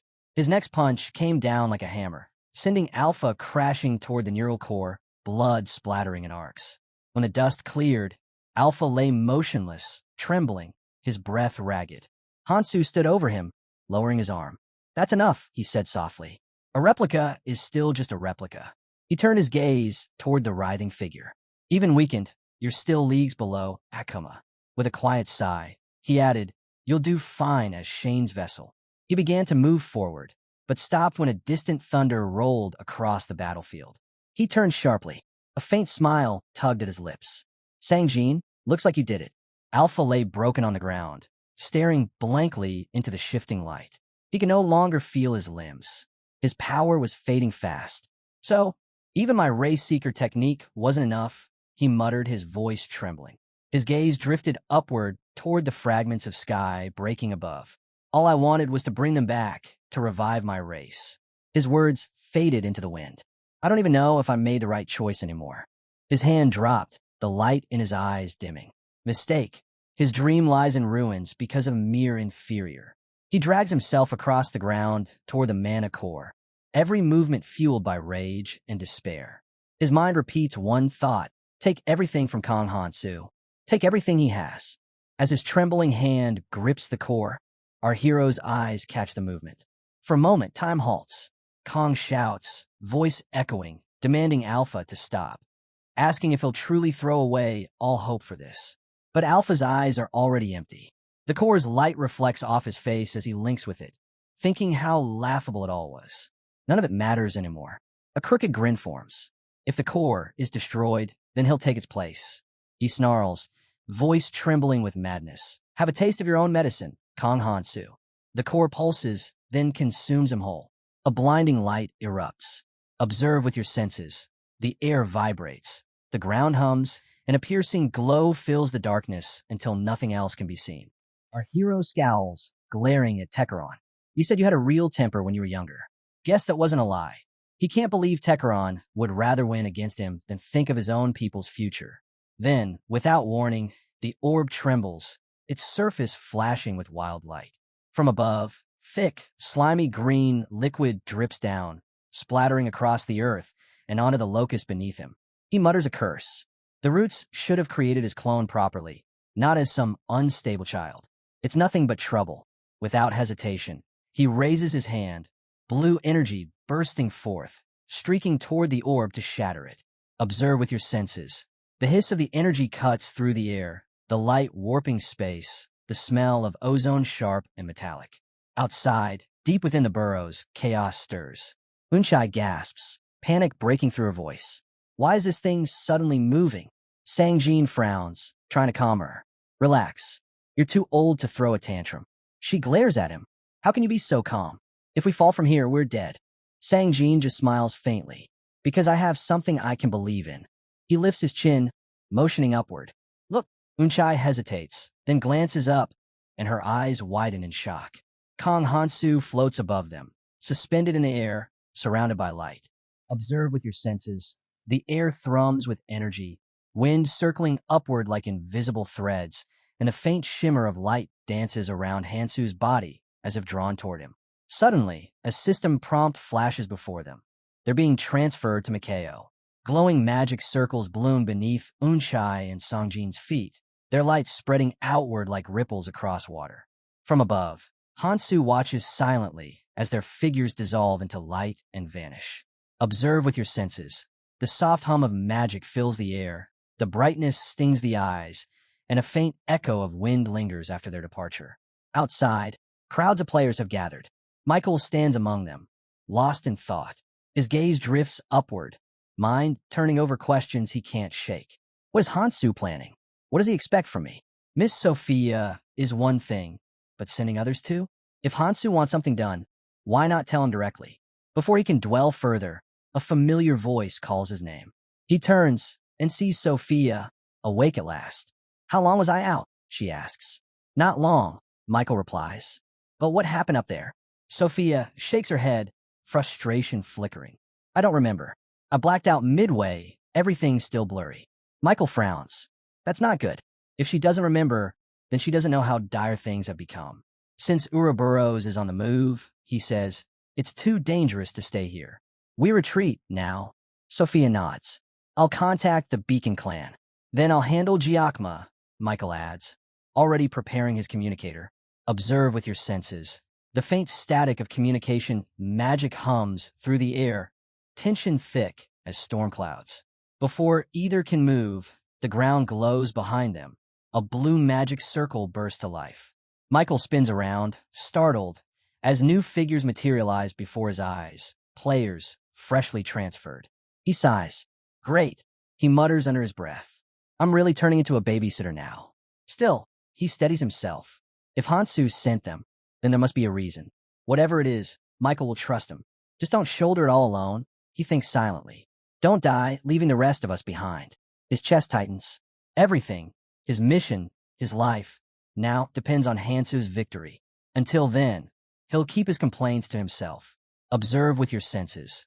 The faint hum of magic fades away, replaced by the low rumble of the earth and the distant roar of something vast approaching.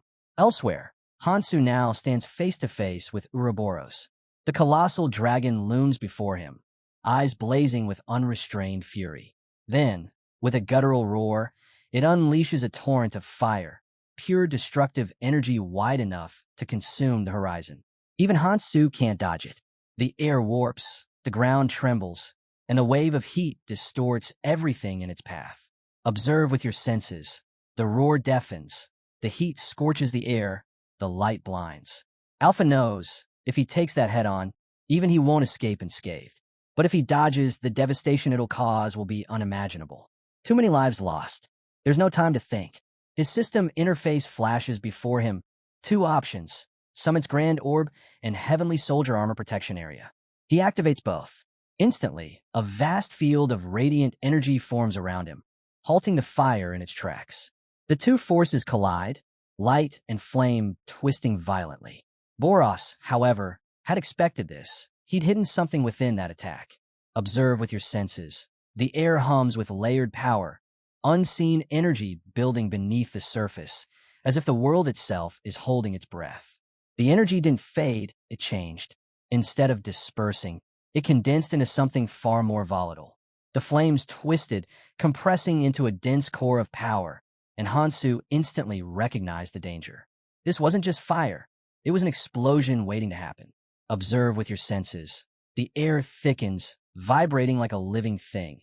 Heat distorts the world around him, and every breath burns like smoke. The next instant it erupts. A violent detonation rips through the air, the blast slamming into him and hurling him backward. Fiery fragments rain down, relentless and sharp, forcing him to raise his wings to shield himself. He hits the ground hard, but manages to land on his feet. Blood spills from his lips as the flames expand outward, consuming everything they touch. He glances around. The world has become a furnace. People scream amid the chaos, their silhouettes lost in waves of fire. Pressing a hand against his chest, he grits his teeth. A direct fight with Boros would cause too much damage. He'd have to rely entirely on magic, even if it meant burning through every ounce of power he had left. Then, the system's voice echoes in his mind. The authority of the Valkyrie Administrator has been invoked. Names scroll rapidly before his eyes. Hundreds, thousands, but a warning flashes across the screen. Including the severely wounded will increase mana consumption significantly. Proceed. Hansu doesn't hesitate. All of them, he commands. Don't leave a single one behind. Observe with your senses. The hum of system magic fills the air, soft and rhythmic, like a heartbeat just before a storm breaks. The system confirms his order. Authority recognized. All targets will be transferred to the cross area. Behind him, a massive magic circle ignites, its light swallowing the darkness. Notifications spread across the battlefield. All units will be transported to the red zone cross area. Warning: approaching Ouroboros equals instant death. One by one, the players vanish in the radiance. The light reaches even the pro-port residential area, sweeping through streets, homes, and ruins, transferring hundreds of thousands in the blink of an eye. But the cost is brutal. The strain hits him like a hammer. His mana drains faster than his body can endure. His limbs tremble, his vision flickers, and his knees nearly give out. Observe with your senses. His pulse pounds like thunder, the metallic taste of blood sharp on his tongue, the ground trembling beneath his boots. Seeing his weakened state, Ouroboros lunges forward, a cruel smile spreading across its face. Wasting power on insects, it snarls. And yet you dare to stand before me? Hansu straightens, forcing air through his lungs. Blood stains his lips, but his gaze is steady. We'll see, he mutters. Let's see who's left standing in the end. He knows he can't hold back. To kill this monster, he'll need one decisive strike. The lightning splitter, a weapon holding the king's authority, is the key. But to claim it, he must meet Tekaron in the king's path. For now, retreat isn't an option. If he leaves without finishing this, humanity is finished. He exhales slowly. Then I'll gamble everything.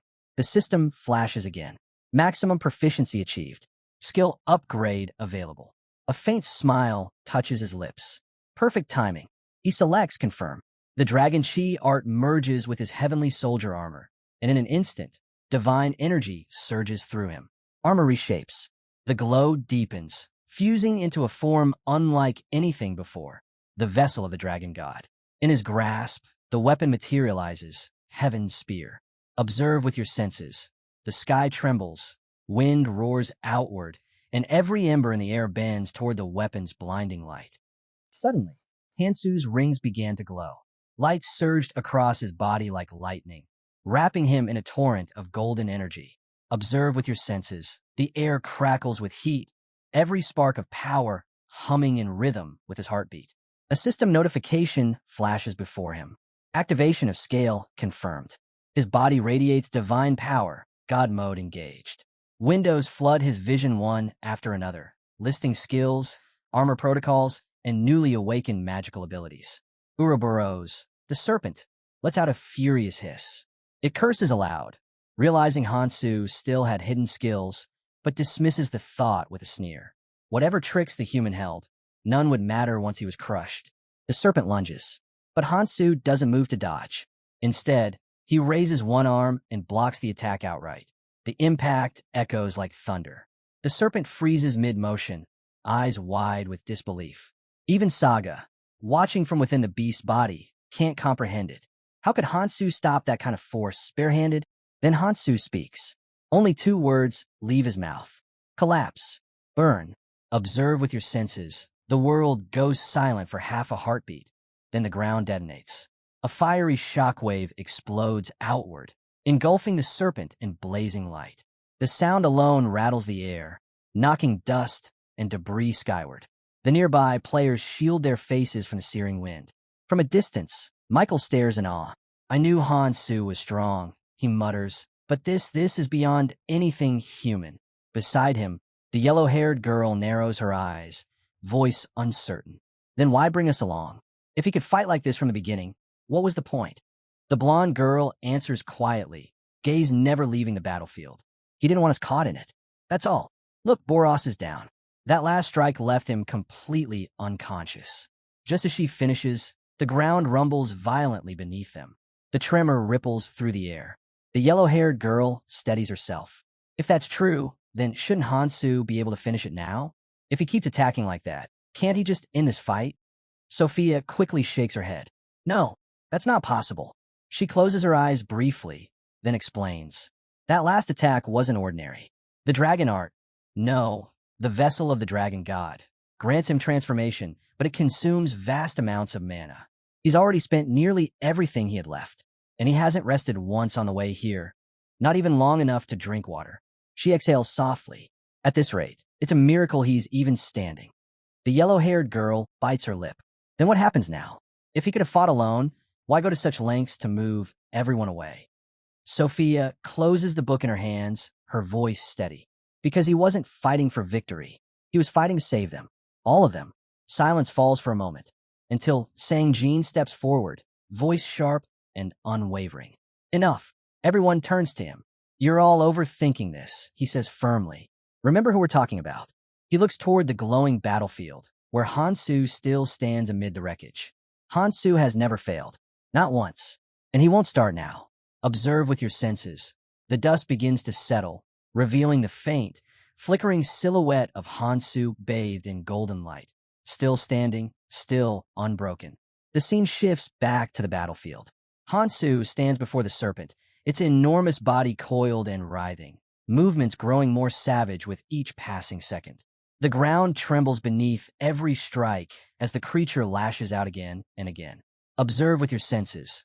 The clash of steel and scales reverberates like thunder, the air dense with heat and smoke, the scent of scorched earth heavy on the wind. A system alert flashes before his eyes. Warning, excessive magic power consumption detected. Valkyrie's magic reserves at 17%. He grits his teeth, keeping one eye open, the other half blinded by blood and light. He's managed to buy some time, but there's no room left for error. Another notification flashes. Magic reserves at 5%. That's it. This next strike has to end everything. He can only hope the world tree holds out long enough for him to finish it. Summoning his remaining strength, Hansu shoots upward, wings slicing through the smoky air. The world blurs beneath him as he accelerates toward the sky, until shapes begin to move in his path. A swarm. Countless king bees hover in formation ahead, their heavy presence confirming what he already suspected. The king's path must be close. Only decrepit worker bees should exist this deep within the tree. He recalls Kang Ti's words. There should be at least 10 billion of them. But the withering world tree had taken its toll. Their numbers had thinned. Suddenly, something slams into his back. Hansu spins midair, wings flaring wide as he dodges the blow. A single bee hovers behind him, aged, scarred, yet emanating fierce energy. He smirks faintly. Didn't like the meal I served you last time? The bee's voice rumbles like gravel. Human, I've devoured countless lives. But the last one, that feast overflowed with mana. The finest I've ever tasted. It gave this old soldier strength again, strength enough to fly once more. It pauses, then adds gravely. But the world tree's magic is nearly gone. Once it fades completely, the red zone will collapse into ruin. Tell me, do you mean to destroy it? Hansu's answer is firm, unwavering. No, I intend to save it. He lifts his gaze toward the luminous path above. I need to reach the king's path. If a fight's the only way, then let's not waste time. The bee chuckles softly. You're bold, administrator, even in your state. But tell me, does a dying soldier like me truly deserve to stand as your opponent? Hansu nods slightly. You still got power. That strike earlier, you proved it. The bee bows its head. Forgive me, I was carried away. But before I fade, I wish to witness the strength of the one who stands against my ancient foe. Then it turns away, voice low. We've spoken long enough. My time's nearly gone. Allow me to guide you instead to the king of Elvenheim, Tekeron. Observe with your senses. The hum of wings fills the air, 1,000 faint notes echoing in unison as the swarm gathers behind them. Together, they ascend through the hollow heart of the world tree. Roots twist around them like vast living veins, glowing faintly with dying light. Finally, they reach a great chamber, its walls pulsing with the last flickers of mana. The bee stops before a towering entrance, shaped from woven wood and light. This, it says solemnly, is the king's abode. Tekeron has not shown himself for 500 years. Whether he answers or not, I cannot say. Hansu steps forward without hesitation. His expression hardens, determination unshaken. Don't worry, he says. I have a plan. He takes one final step toward the door, the fading glow of the tree reflecting in his eyes. I came here to fulfill my. Observe with your senses. The air thickens with anticipation, the faint hum of the tree's heartbeat slowing, as if the world itself is waiting for what comes next. Hansu's voice cut through the fading hum of the tree. He whispered his promise to Tekeron. He urged the bee beside him. Use mind's eye. Quickly, the bee hesitated. That skill belonged only to the king, an ability to peer into another's inner world, but only with permission. It looked at the human before it, uncertain. Who exactly was this man? His presence felt unlike any mortal's, yet trust did not come easily. Hansu glanced at his system, weighing his options. It can't be helped, he thought. A small hint, then. He stepped forward and struck the great flower at the center of the chamber, his voice ringing out. Tekeron, your son, Shane, he's waiting for you. If you wish to bring him back, answer me. Now, observe with your senses. The air stirs, the petals of the colossal flower tremble, and light seeps through the veins of its leaves like liquid sky. Suddenly, every bloom around them glows a deep blue. The system flashes. Entity Tekeron has activated the skill, Mind's Eye. A rush of energy floods the chamber. Tekeron's memories surge upward like a rising tide, waves of light spilling into every corner of the space. The bee falters, its body trembling as it's pulled downward, falling toward Sangjin. Before Hansu, the light gathers into a form. Tekeron stands suspended in midair, his ancient figure rising to meet the intruder in silence. Hansu speaks first. His voice is steady, deliberate. Even a fairy cannot enter another's inner world. So I'll be direct. He looks Tekeron squarely in the eye. A variable has appeared in the red zone. In 15 years, the abyss will open. To face it, an army must rise. a coalition of every race, humans, fairies, and beyond. For that, I need your strength. Observe with your senses. The chamber seems to hold its breath. The blue glow softens into a pulse that beats once, twice, like the heart of the tree itself. Tekaran listens quietly, his expression unreadable. After a long silence, he finally nods. I see. Your words carry no deceit. He folds his arms. If Ouroboros is to be destroyed, you'll require a weapon worthy of that burden. One that will evolve beside you, even through the higher zones. Hansu's eyes narrow. Then you understand what I've come for. I need the lightning splitter. Hand it over. But Tekaran's gaze darkens. The light around them twists. In an instant, the world turns white. His voice echoes through the empty void. I cannot entrust my people's legacy so easily. Tell me, human, are you not bound by another's will? Hansu stiffens, irritation flashing in his eyes. What are you implying? Tekaran's tone remains calm, but resolute. From what I've seen within your memories, you once stood as Valkyrie's vanguard, and as one of the heroes who fought against the abyss. If the future of all life is to be entrusted, it must go to a true hero, not a puppet. Observe with your senses. The white void ripples like a disturbed reflection. The pressure in the air tightens around Hansu, heavy and suffocating. Every sound fades except the echo of Tekaran's judgment. Hansu's fists clench at his sides. The accusation cuts deeper than any blade. He lifts his head slowly, eyes burning. Whatever came next, he'd prove beyond question that his will was his own. Our hero finally asked what Tekaran meant by calling him a puppet. Tekaran didn't flinch. My comrades sent me here with the hopes of 6 billion humans resting on my shoulders. Do you think I'd rely on something as cheap as a curse? Take back those words. Don't belittle the people who believed in me. Tekaran raised his palms defensively. I meant no insult. I'm only curious. He studied our hero with that probing gaze of his. Keldian is supposed to be the great sage. A man like that wouldn't use a curse. So sloppy, even I could spot it. Doesn't that seem strange to you? Our hero paused. So you're saying he wanted you to notice it? The old man nodded without hesitation. Exactly.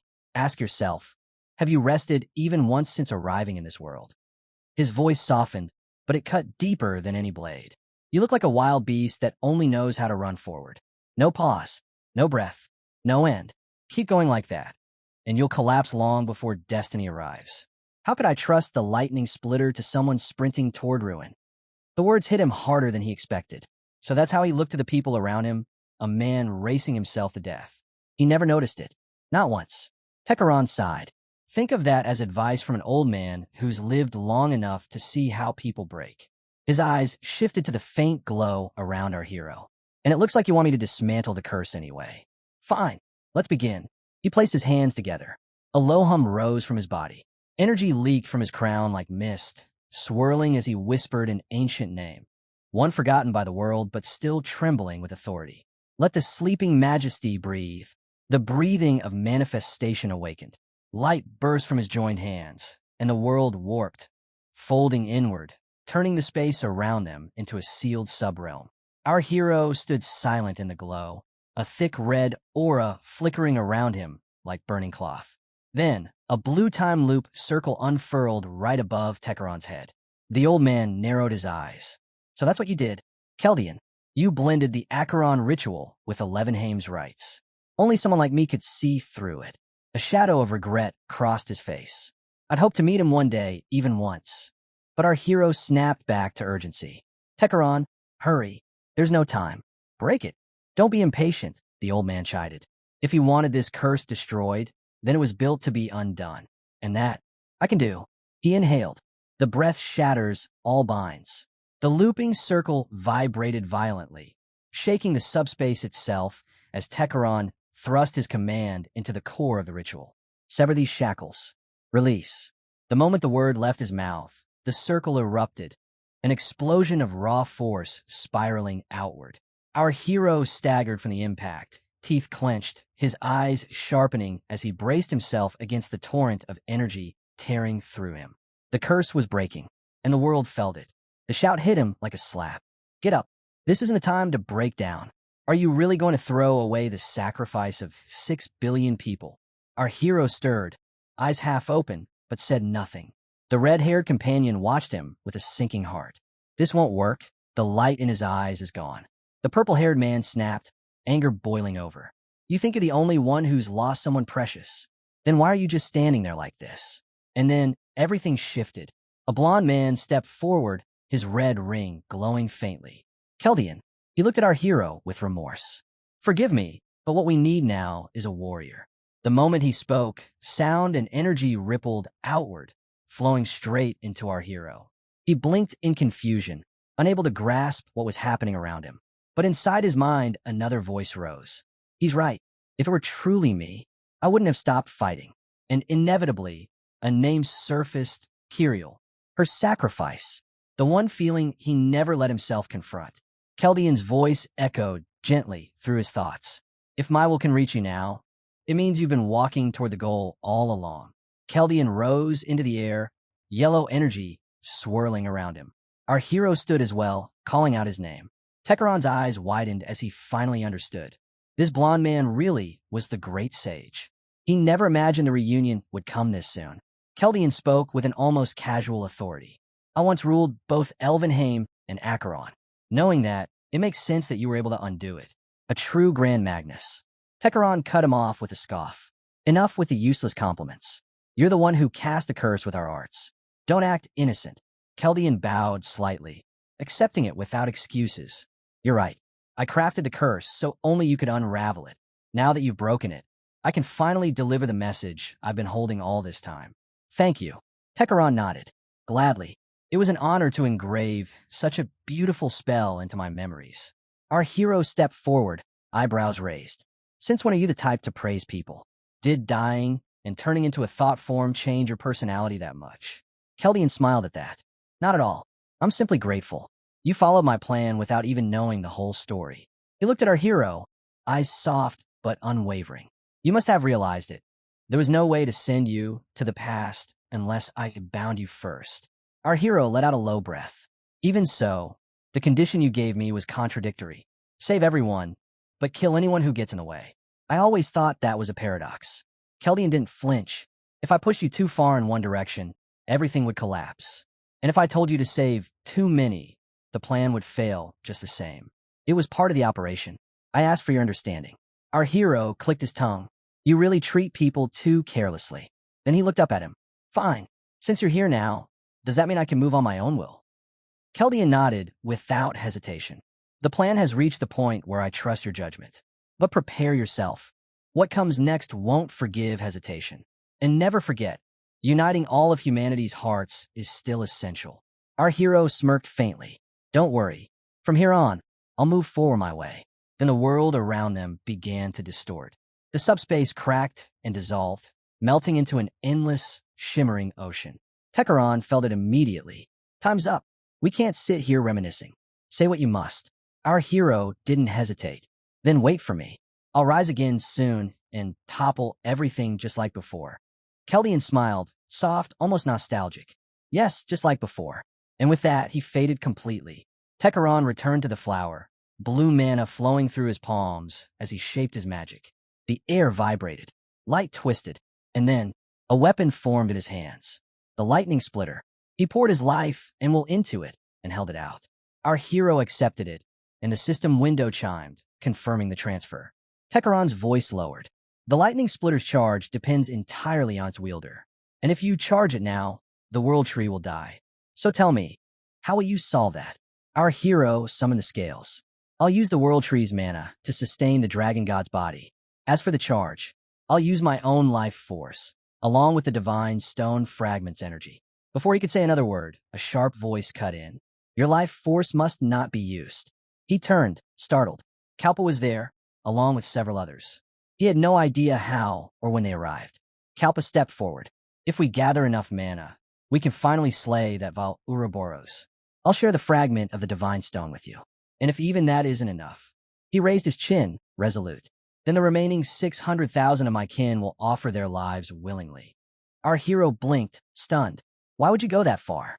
Are you really planning to sacrifice your entire race just to kill Ouroboros? Kalpa shook his head. No, it's the opposite. Our hero frowned, unable to make sense of it. One of Kalpa's guards stepped forward, voice steady. What he means is hope. because we finally saw hope inside that void. He explained everything with a painful calm. The world tree was dying, its sap nearly gone. And without that sap, there was no nourishment, no future. Their queen couldn't lay eggs anymore. Their assaults on humanity weren't born from hatred, but from desperation, an attempt to gather enough mana to survive. But during that struggle, the guard continued. We discovered the truth. The one draining the sap, the one stealing the world tree's life, was Ouroboros. They had waged a colossal war against the beast, trying to protect the sap. Their queen fought at the front, sacrificing everything so her people could go on. In the end, all they managed was to force the creature into slumber. Our hero stood there frozen, the weight of that revelation settling heavily on him. The warrior bowed his head. Before our queen fell, she left behind one last hope. She entrusted Kalpa with the divine stone fragment, the symbol of calamity. But now that the world tree is fading, the sap can't sustain rebirth. A new queen cannot be born. Our hero exhaled slowly, finally understanding. So if we kill Ouroboros and restore the world tree, a new queen can be born. Kalpa dropped to his knees immediately, bowing so deeply his forehead touched the ground. 500 years ago, he said, voice trembling, we failed. We couldn't protect our queen, and she died because of us. Please allow us redemption. Use us. Use our entire race as the foundation for the birth of the new queen. Help us fulfill the mission we abandoned in shame. His plea hung in the air, raw and desperate. And for a moment, our hero could only stand there, silent, unable to answer. Kalpa's forehead pressed to the ground, his voice breaking. We failed in the one duty our race was born for, to give our lives for our queen. Please use us. Let us finally fulfill what we could not. Our hero lowered his head, letting the weight of those words settle. I understand, he said quietly.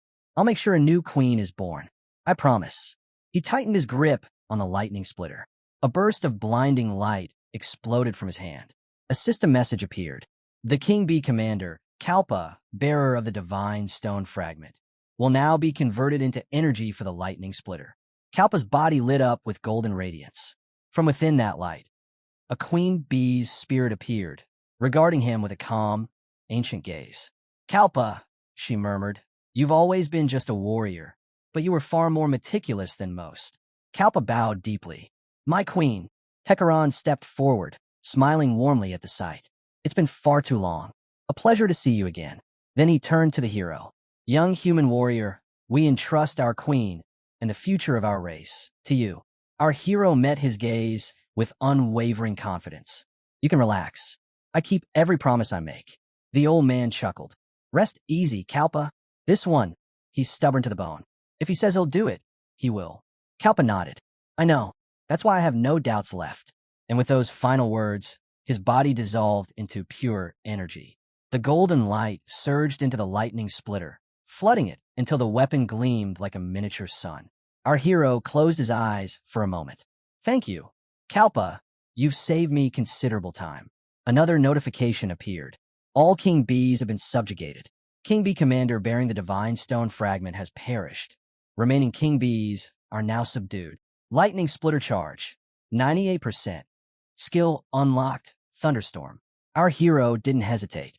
Old man, leave the queen's eggs with me for a while. Tekaran nodded. Do as you wish. The hero spun the lightning splitter once, the air cracking around it. An alert flashed before him. Objective, slay Ouroboros. Mana from the King Bees surged through his armor, sharpening every sense. He braced himself as the weapon roared with power. Then he felt it, Kalpa's hatred. A raw, burning grudge, so overwhelming it tore the breath from his lungs. For a brief moment, the hero could only stand there, stunned by the sheer weight of that fury. He knew that pain too well. Losing something irreplaceable, watching a future slip away. So he bowed his head for a heartbeat, then raised it with a resolve that felt carved into his bones. Future Queen, watch carefully. This strike carries the strength, the will, and the final wish of every one of your fallen kin. With that vow, he swung.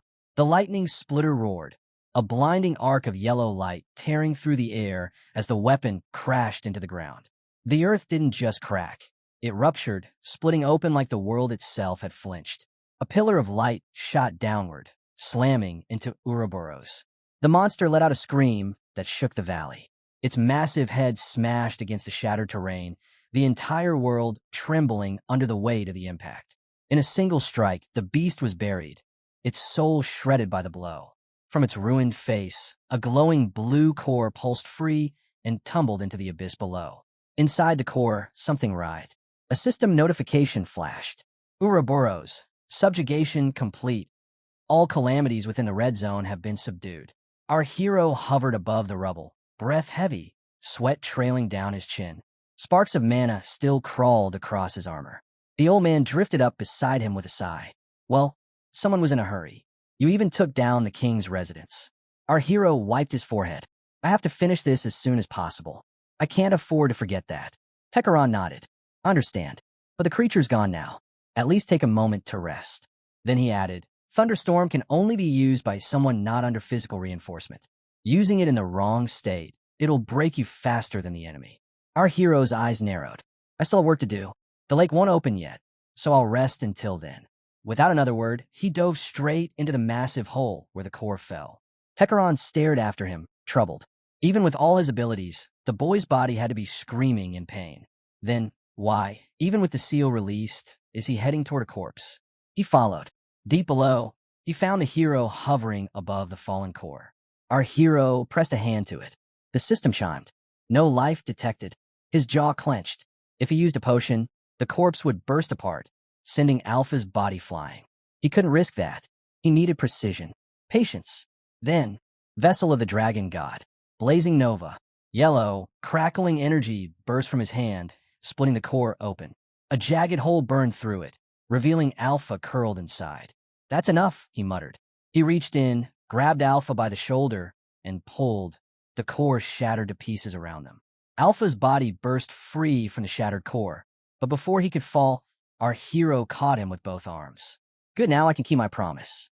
He pressed his hand against the glowing fragment embedded in Alpha's chest. The shard pulsed, twice, before lighting up completely. A system message appeared. Fragment of memory is reacting to Alpha's body. Our hero exhaled in relief. Shane's soul, it's settled. Now all that's left is the promise I made to the King Bee. Alpha's eyes slowly opened. He stared at him, dazed, then whispered, Monster, you really kept it. Our hero managed a faint smile. You're confused, but your soul is safe. I'll take you to your father. You'll be able to rest. But before he could say anything more, his heart slammed violently against his ribs. A sharp metallic taste filled his mouth as blood spilled from his lips. Alpha's eyes widened. Master, you're bleeding. A system alert cut through the moment. Voltry magic power recovery initiated. Magic link with the entity has been forcibly severed. Remaining link duration reset, 24 hours. His scales evaporated into thin wisps of smoke. The pain struck all at once. Raw, crushing, merciless. Another notification. Insufficient magic power. Vessel of the Dragon God will be lifted. Our hero gasped as blood dripped from his chin.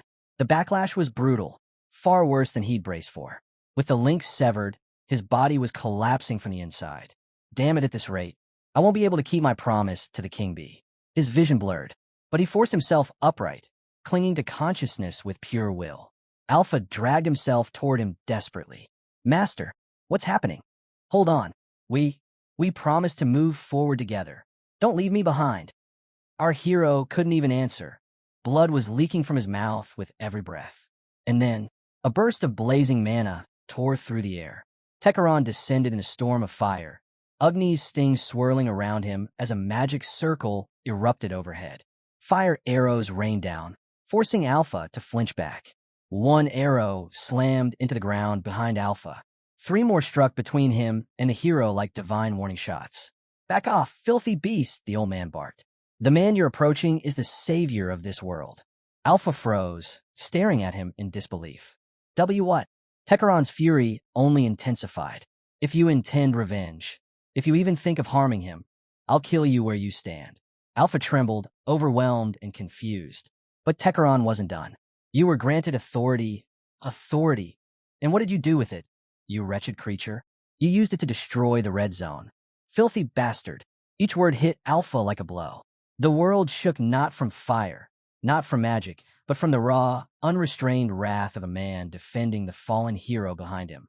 and Alpha could only kneel there, stunned, caught between guilt, terror, and the sight of the one person who had saved him, now drowning in agony. The old man didn't stop. His voice thundered through the chamber as he spat curses, calling the boy disgusting, filthy, beyond forgiveness. Flames circled him above, wrapping around the glowing magic circle where he stood, looking down like a judge ready to deliver a final sentence. But Alpha didn't react. He didn't defend himself. He didn't scream back. Instead, he broke. His shoulders shook. His lips quivered. And then the words poured out, weak, trembling, soaked in despair. I waited there all that time in the darkness alone. Tears streamed down his cheeks. I kept believing that someday Father would come for me, that he'd save me. His voice cracked, fragile, painful. But now, he's killing me again. The same Father who gave me hope. He's trying to kill me again. He sobbed harder, gripping Hansu's limp body like a lifeline. If Father had seen me, I thought he'd call me Shane and hold me warmly, but I was wrong. I was so wrong. The name Shane hit Tekaron harder than any spell ever could. His entire body froze. His heart dropped. Did he just say he's Shane? The old man whispered, voice trembling with disbelief and terror. My Shane. Alpha clung to Hansu with everything he had. I don't care what happens to me. Just, please, save Hansu. Save him. The old man's face twisted in agony. He collapsed to his knees inside the glowing circle. I'm sorry, he whispered. I'm so sorry. I failed to recognize my own son. I failed you as a father. Golden light began to pour from the magic circle, patterns forming in the air. Elegant, ancient runes weaving around them like a guardian's embrace. Elysian circle of life activated. Alpha flinched, terrified. Father, what are you doing? Tekaron descended, tears streaming freely now. No parent would call their own child disgusting. He reached out with trembling fingers and wiped the boy's tears. I'm sorry, Shane. I'm so sorry. His voice was breaking apart, raw and sincere. He pulled his son into a tight embrace, one filled with years of regret, love, and grief. Your mother and I, we loved you so much. More than words can hold. I've missed you, my beloved son. That was all it took. Alpha collapsed into him, sobbing like a child, burying his face into the warmth he had longed for in the darkness. And Tekaron held him as if afraid he might disappear again. Noon, inside a quiet tent. Hansu, our hero, rested on a cot, breath steady. When his eyes opened, fatigue still lingered like a dull ache through every limb. He sat up slowly, clenching his fist. A pulse answered, his magic link restored. He exhaled. Good. I can move without issue now. He slipped his shoes on, glanced around the tent, and spoke calmly toward the empty air. I already know you're here, he said. Come out, fairy. From the shadows, a presence unfurled, smooth, silent, and venomous. A large-horned fairy stepped forward, her silhouette bending unnaturally as her snake-like aura slithered across the tent walls. Her smile was wicked, sharp enough to cut. My, I was worried, she purred. You were bedridden for quite some time, but it seems you've recovered far better than expected. Our boy narrowed his eyes. Don't pretend that concerns you. Your lord only wants to see me suffer. He stepped closer, voice firm. I've subjugated every calamity. Now give me what I was promised. The skill, dive 0. The fairy's smirk curled even further, amused by his directness. How bold, she said. You already know exactly what you want. She reached into the folds of her robe and produced a strange, faintly glowing crystal, like a pearl coated in shifting darkness. Since you worked so hard for our entertainment, she said sweetly, we'll give you this as a treat. It causes unattributed damage over a wide area and severely lowers the magic resistance of every creature caught in its wake. Her grin turned feral. Tell me, Hansu, by choosing a skill that once destroyed the world, are you planning to entertain us with more chaos? Starting from the orange zone, perhaps. Our boy didn't flinch. How I use the skill is none of your concern. It's mine now. You don't have the right to interfere. Oh, then I suppose your next move is mass genocide? She taunted. He stared back, unamused. She sighed dramatically. You're too kind, Mr. Hansu. Far too kind. Some of the higher-ups are complaining, you know. If you acted more explosively, I could push you forward much faster. He moved in, closing the distance with a single step. I don't intend to commit mass genocide, and demanding anything from a traveler. Isn't that against your rulebook? Her playful smile twitched. I only said that because I wanted to help you, she huffed. How upsetting. And to think I even gave you a reward, but fine. Do as you like. She vanished, slipping back into the shadows like a serpent retreating into its den. Our boy let out a slow breath. Dive 0 Pearl. It's perfect for mass genocide. But used precisely, it becomes a weapon specialized purely for killing enemies. Clean, efficient, devastating. In the Orange Zone, I can't use tree magic power, and using the vessel of the Dragon God recklessly will knock me unconscious. But Dive 0 changes everything. He clenched the pearl in his hand. A finisher with high efficiency. Good. From the Orange Zone onward, I'll need to rush through everything. A gentle chime echoed in the air. System message. Incoming communication request from Tekeron. He wishes to speak. Topic, his race. Our boy exhaled, rubbing the back of his neck. His race, of course. After everything that happened, he'd want answers. He sent a brief reply. I'll come. Soon after, he stood before the old man. The atmosphere was calmer now.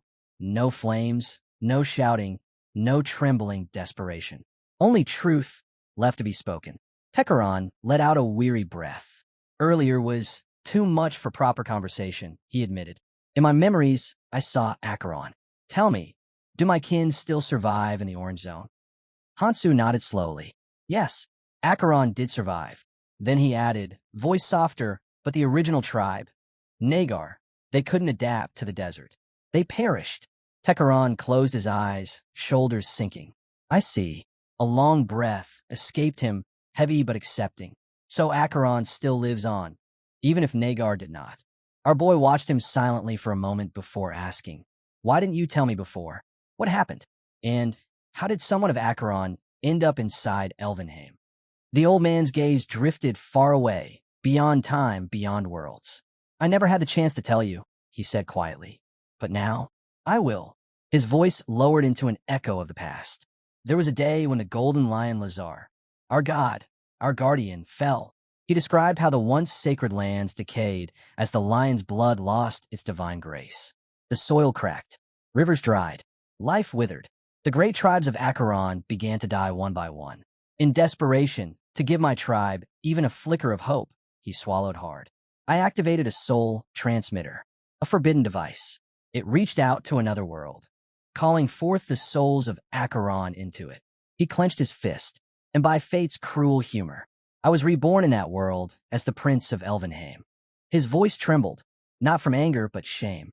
My body was that of an elf, but my mind remained Acheron. My greatest wish was to awaken Acheron within Elvenheim, to reignite our spirit inside new vessels. A bitter smile twisted his lips, but that desire gave birth to Alpha, a twisted outcome of my twisted wish. He paused, as though gathering the courage to continue. And then, I learned Acheron had gone extinct, that our people were gone. He lowered his head, shoulders trembling. So I lived as an elf, as one of them. But calamities came, and Elvenheim, too, fell into ruin. I lost my son twice. I failed my people twice. My life was nothing but failure. His voice cracked, raw, unmasked. But then you came. He looked at our boy with eyes filled with gratitude and pain. You restored hope to a hopeless life. You saved my son. And today, you tell me Acheron still survives. He bowed his head. No matter how many lives I live, I could never express my gratitude to you. Not with words. Not with anything I am. For the first time, the ancient prince, the failed guardian, the grieving father, all of him bowed before the young warrior who had rewritten the course of his fate. Our hero didn't flinch beneath the old man's gratitude. He simply folded his arms and said, calm as ever, you can thank me after I save all of Acheron. Tekeron's eyes widened. What? What do you mean, save all of Acheron? Hansu looked straight at him. There's still a way to save them, but I need your knowledge to do it. Tell me where the ancient ruins are, and where you kept the soul transmitter. The old man stiffened. I do know where the transmitter lies, but Lazar, our golden lion, has already fallen to his sickness. His voice trembled. Are you planning to heal him? Our boy nodded once, firmly. Yes, I'll cure him. Tekeron stared at him, as though he were hearing an impossible prophecy. Hansu continued, time is short. In 2 years, the rope of Karashur will rise. That calamity will erase the entire Orange Zone, your tribesmen included. Tekeron's face paled. What about the Pope? His role is to protect the Orange Zone. Why would he summon the calamity himself? Hansu's reply was cold and pragmatic. The ones responsible are dead. Their motives died with them. What matters is that we stop what's coming. A moment later, they teleported into the nest. Amber light glowed between honeycombed walls, and Alpha, still shaky, looked between his father and Hansu. Is everything going to be all right? He asked, voice trembling. Hansu placed a hand on his shoulder. I'm fine, and you've already done the hard work by infusing magic into her. Thanks to that, everything's going smoothly. Then his eyes sharpened. Buff activation. A wave of power rippled outward. System message. World Tree Administrator has imbued World Tree magic into the King Bee Queen. The air vibrated. Mana world in spirals. The giant egg in the center of the nest cracked, split, and then burst open. A flood of golden energy enveloped the chamber. From within the remnants of the egg, a stunning woman emerged, radiant, elegant, divine. Her eyes shimmered like honey and gold as she bowed lightly. Administrator, she said softly, her voice echoing like a hymn. Thank you for granting me the chance to return to life. She placed a hand over her heart, her presence filling the nest with regal authority. By the name of Culpa, I vow this. Your enemies shall become our enemies. From this moment on, the king bees will follow your will, and we will eradicate every foe that stands against you. Our boy replied calmly that if they truly shared the same goal, then everything from here on would move far smoother. His eyes drifted to the queen bee's new form. Too human, almost eerily so. It hit him, then. Some of his magic must have fused with her during the revival. He turned to Shane. There's something I want to entrust to you. Shane blinked. Entrust, what exactly? Our boy lifted his hand. A system window bloomed into existence. He was granting Shane administrative privileges. And it didn't end there. One notification after another streamed past. Transfers of massive power. The Sword of Gladrian, the Ring of Fabian, and several more artifacts. The final message hit like a drumbeat. All 5 Red Zone artifacts acquired. True World Tree Administrator Authority unlocked. Our boy smiled faintly. Congratulations.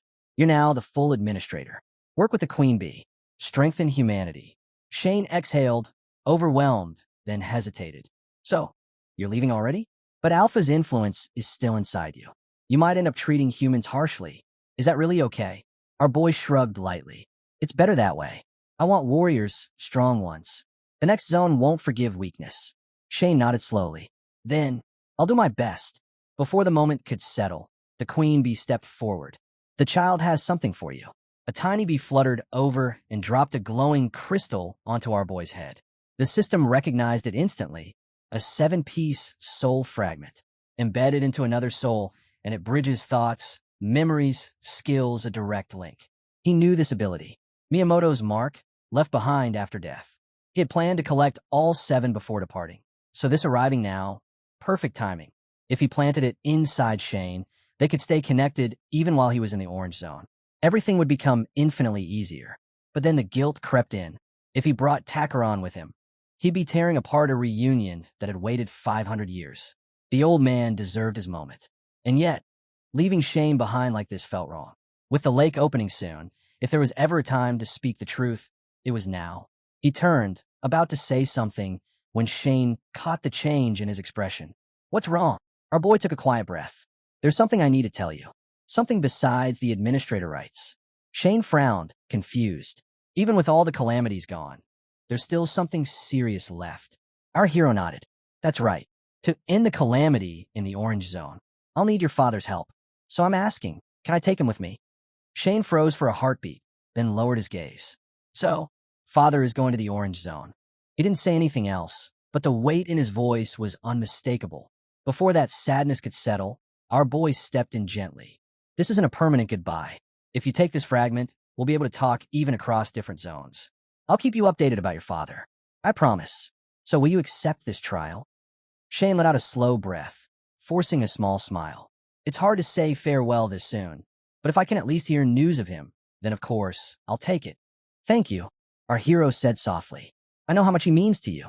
I'll take him with me, but it won't be long before you see him again. He released his energy. The soul fragment lit up and sank into Shane's chest, pulsing gently. Shane's voice was quiet but steady. It's fine. I've already waited 500 years. Our hero nodded. Then everything is ready. Send me to the lake. And don't worry, I won't come between you and your father. The old man stepped forward grateful. Thank you for your consideration. I'll send you to the humans. That would be best for you as well. Our hero began to fade. That's fine by me. A blink later, he was back inside his tent. He summoned a carrier pigeon, tied a message to its leg, and released it. Everyone, companions and all nearby players, should gather in front of the camp by 6. There was something he needed to tell them. The pigeon vanished into the sky. Soon after, knights, travelers, and his closest allies assembled outside the tent. Our hero stepped forward, thanking them sincerely. Then he turned to Michael. You've mediated between me and the clans better than anyone. If it weren't for you, far more travelers would have died in the red zone. Keep supporting humanity. Keep supporting the red zone. You're needed. Michael bowed deeply, humbled. Our boy's gaze shifted to Mihi. I've known you since the tutorial. Your growth rate, it's twice that of any traveler here. He paused, letting the words sink in. If you keep moving the way you are, you'll become strong enough that you'll never lose anyone again. His voice softened. It's just my personal hope, but I'd like to see you become a monarch among monarchs someday. He turned next to Unchai. Without your clan, I wouldn't have destroyed those cores, he said. Your people played a crucial role in bringing down Ouroboros. Unchai blinked, stunned. He had never spoken to her like this before. Never this openly, never with this much weight behind his words. But he wasn't finished. I'm already a monarch, he reminded her quietly. So lead your clan toward prosperity. And I want to help Mihi keep moving forward. That's my small wish. Before Unchai could even respond, he shifted his gaze. Sophia, Sangjin, Wang Zheng, all three straightened immediately. I know you intend to follow me, he said. But the Orange Zone isn't a playground. It's a place where you can die at any moment. If you follow me, you obey without resistance. No hesitation, no questioning. Are you still willing to come? Sangjin didn't even blink. If it's your command, I obey. Always. Sophia crossed her arms with a faint smile. I've basically been doing that already. And now that the calamities are gone, I want to clear the way so my little sister won't have to struggle as much. Wonk bowed his head. I feel the same. I want to prepare the path so my daughter can pass through safely. And I must search for my lost son. If you count me among your forces, I will follow gladly. Our hero accepted their resolve with a firm nod. Then it's settled. We leave for the Orange Zone tomorrow. Rest up. You'll need it. The reactions were mixed. Relief, dread, determination. A few sighed under the pressure of new responsibilities. Others accepted their fate because refusing him simply wasn't an option. And some were just afraid of what tomorrow held. Morning arrived. The entire troop gathered at the lake's edge. Fighters, companions, everyone who had chosen to walk this path. The old man stood waiting, smiling warmly. Ah, Hansu's companions. I'll be counting on all of you. Wonk stiffened at the name Tekaron echoing in his mind. He eyed the old man carefully. Who is he? He's our guide to the Orange Zone, our hero replied. He'll be traveling with us. No need to worry. Wonk nodded slowly, still unsettled. The old man caught the tension in the air and gave a small, apologetic bow. I can sense some hostility toward my clone. I'm sorry. I don't know what happened before. A ripple cut through the air, and an energy circle formed right in front of him. Our hero didn't flinch. Leave the dog behind, he ordered. Everyone else, get ready. The gates opening. The lake trembled as the portal above it began to hum. Thick, dark energy swirling like a storm ready to swallow them whole. This is it, he said. We're entering the Orange Zone. He stepped into the lake, following the dark path stretching out before him. One step, then another, and then light warped. On the other side, a wasteland greeted them. Smoke rolling across the horizon. Jagged, sun-scorched mountains. Monsters wandering the terrain like kings without challengers. From the yellow portal, he emerged into the Orange Zone. Sophia jumped out right behind him. A shadow moved. A massive serpent lunged straight for his throat. Cover us, he shouted. Path of descent now. We're not making our grand entrance as someone's meal. Sophia didn't hesitate.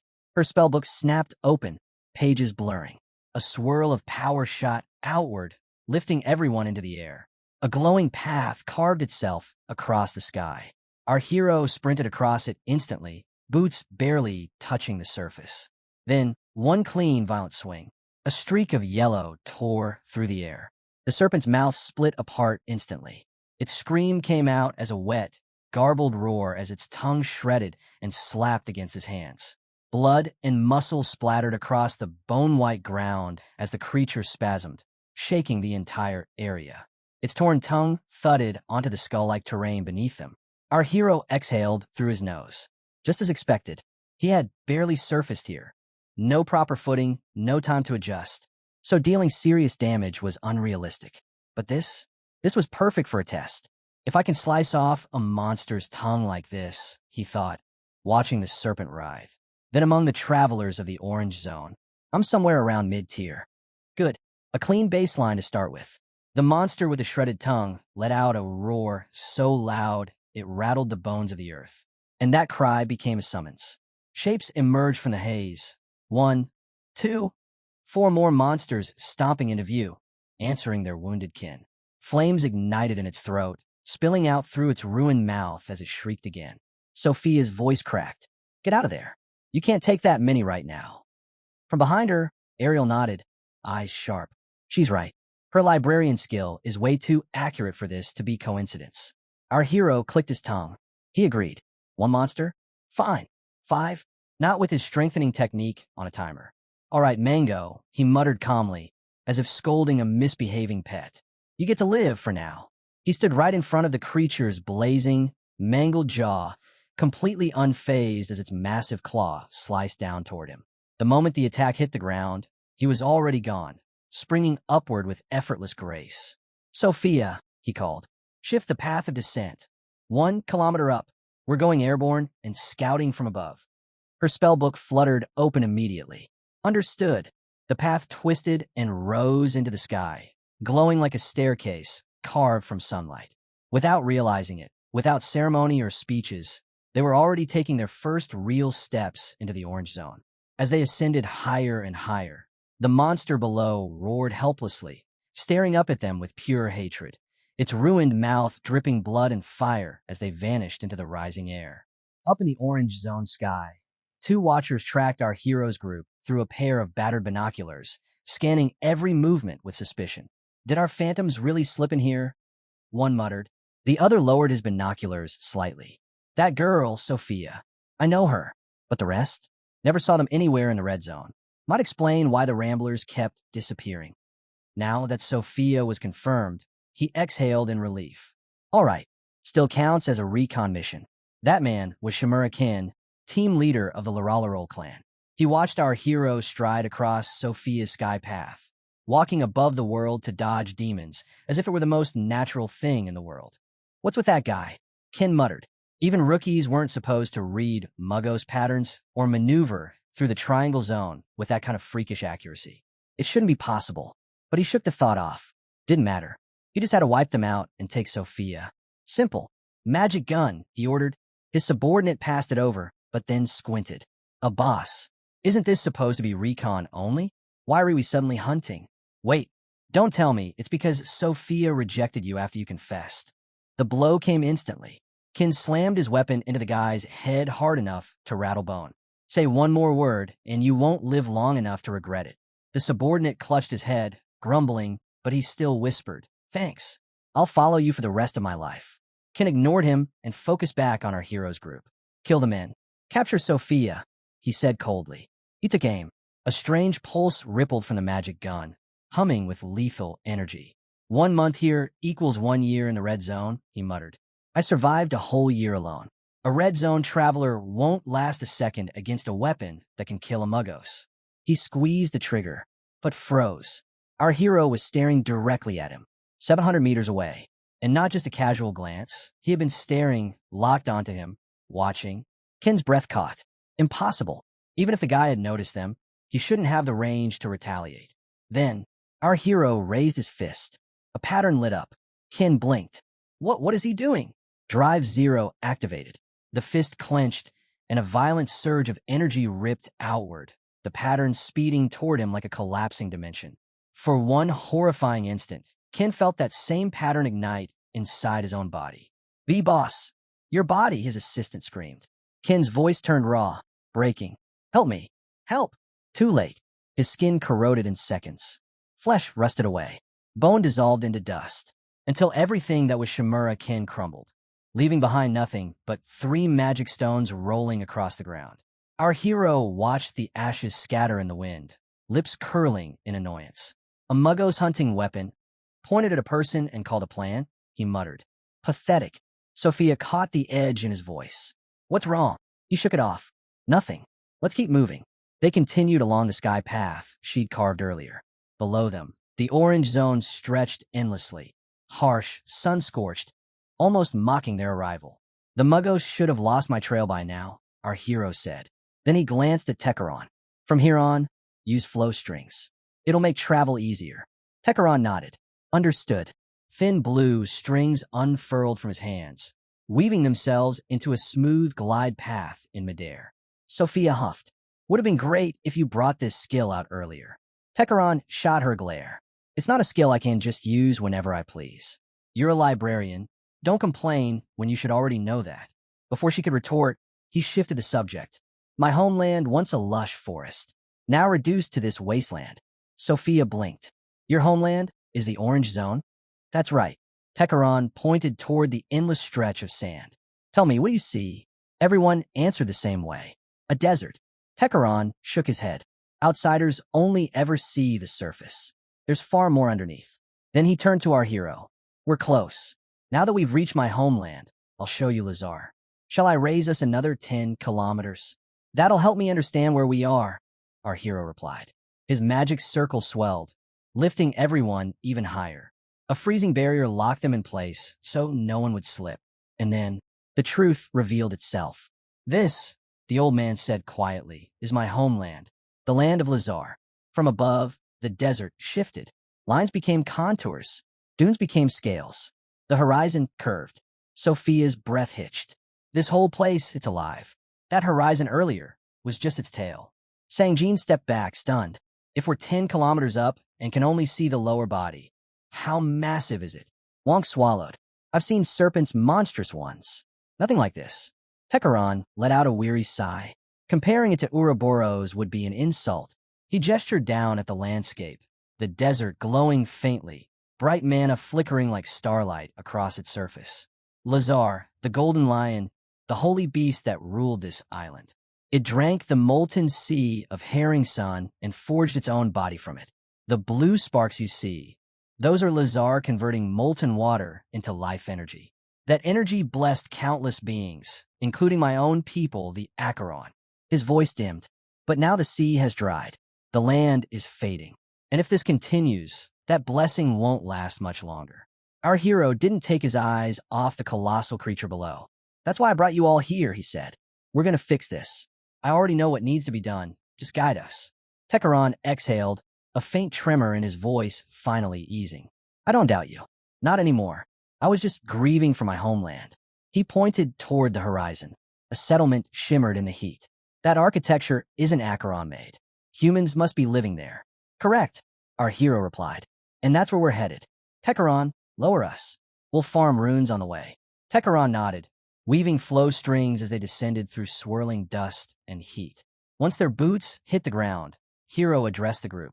For the next 6 hours, we're farming runes. I'll pick the targets. He didn't wait. A spear whistled through the air, impaling a monster instantly. Scorpions first, he said. Then he blurred forward, carving through several beasts with the same weapon, clean, effortless kills. A heartbeat later, he shifted the plan again. Switching targets. Hunt basilisks. The battlefield exploded. Steel rang. Shields slammed. Spells detonated. Summons crashed into monsters while dust and blood filled the air. A basilisk lunged at Sangjin, only for its head to be obliterated by a brutal overhead strike from Wok. Our hero gave him a nod. Good work. By the time 6 hours passed, they were drenched in sweat, dust, and rune fragments. That's enough, Hero announced. We've got plenty to buy full gear once we reach the city. We rest today. We leave tomorrow. The team collapsed instantly. Some face down, some sprawled like corpses. And when he felt all their eyes on him, he frowned. Why are you staring? If you got something to say it. Tekaron raised a shaky hand. It's just, when you said rest, I thought you'd keep pushing until we all dropped dead. Hero shrugged. Good fighting comes from eating and sleeping properly. I'm not stupid enough to push the group past its limits, unless something unexpected happens. The old man burst into laughter. Exactly. Slow and steady wins. Besides, basilisk meat has its own charm. My people pass down a special recipe. If no one objects, I'll handle dinner. Perfect, Hero said. I can always count on you. Meanwhile, the rest of the team lay sprawled across the ground like exhausted factory workers at the end of a 12-hour shift. The narration shifted to the base of Onvain's clan of the Cross, a fortress-like stronghold sealed behind towering walls, radiating tension from every stone. This place, Tranus. Our hero and Sophia stop at the entrance, and without wasting a breath, Sophia steps forward and raises her voice. Her tone cuts through the air like a blade. They should already know who I am. The Phantom of the Red Zone, Sophia, has arrived. Open the gate. The guards up top exchange looks, confused and unsure. One whispers if she's really that Sophia. Another scoffs, wondering why a Phantom from the Red Zone would bother showing up here at all. Then the guard leans over the railing and calls down. Wait a moment. We, can't open the gate right now. We'll report to the clan leader and let you know his decision. So just stay where you are. Sophia freezes, speechless that they're treating her like some random passerby. Our hero narrows his eyes. Something doesn't line up. The ones meant to help travelers are instead guarding their own turf. Normally, these helpers would rush out to stop Mago traveler hunts. Yet, the welcoming party here consists of clan members who enjoyed hunting travelers. And in his past life, this clan wasn't even supposed to exist yet. But here they are, formed early, active, corrupted. His reincarnation must have shifted the timeline forward. He expected rot, but he needs to see how deep it goes. Without warning, he leaps up the wall, scaling it in seconds. But before he reaches the top, a heavy thud shakes the stone. Someone else has landed there first. A girl with bright pink hair. She smirks lightly. Well, look who it is. Isn't that Sophia? Envy Aaron. Sophia's breath catches. She remembers that face. One of the Punishers of Eries, a warrior who fought beside her for 50 years. But now, Aaron stands as the leader of the Klaus clan of Rangers and the ruler of the Helper City, Tarnus. Aaron's expression softens, almost nostalgic.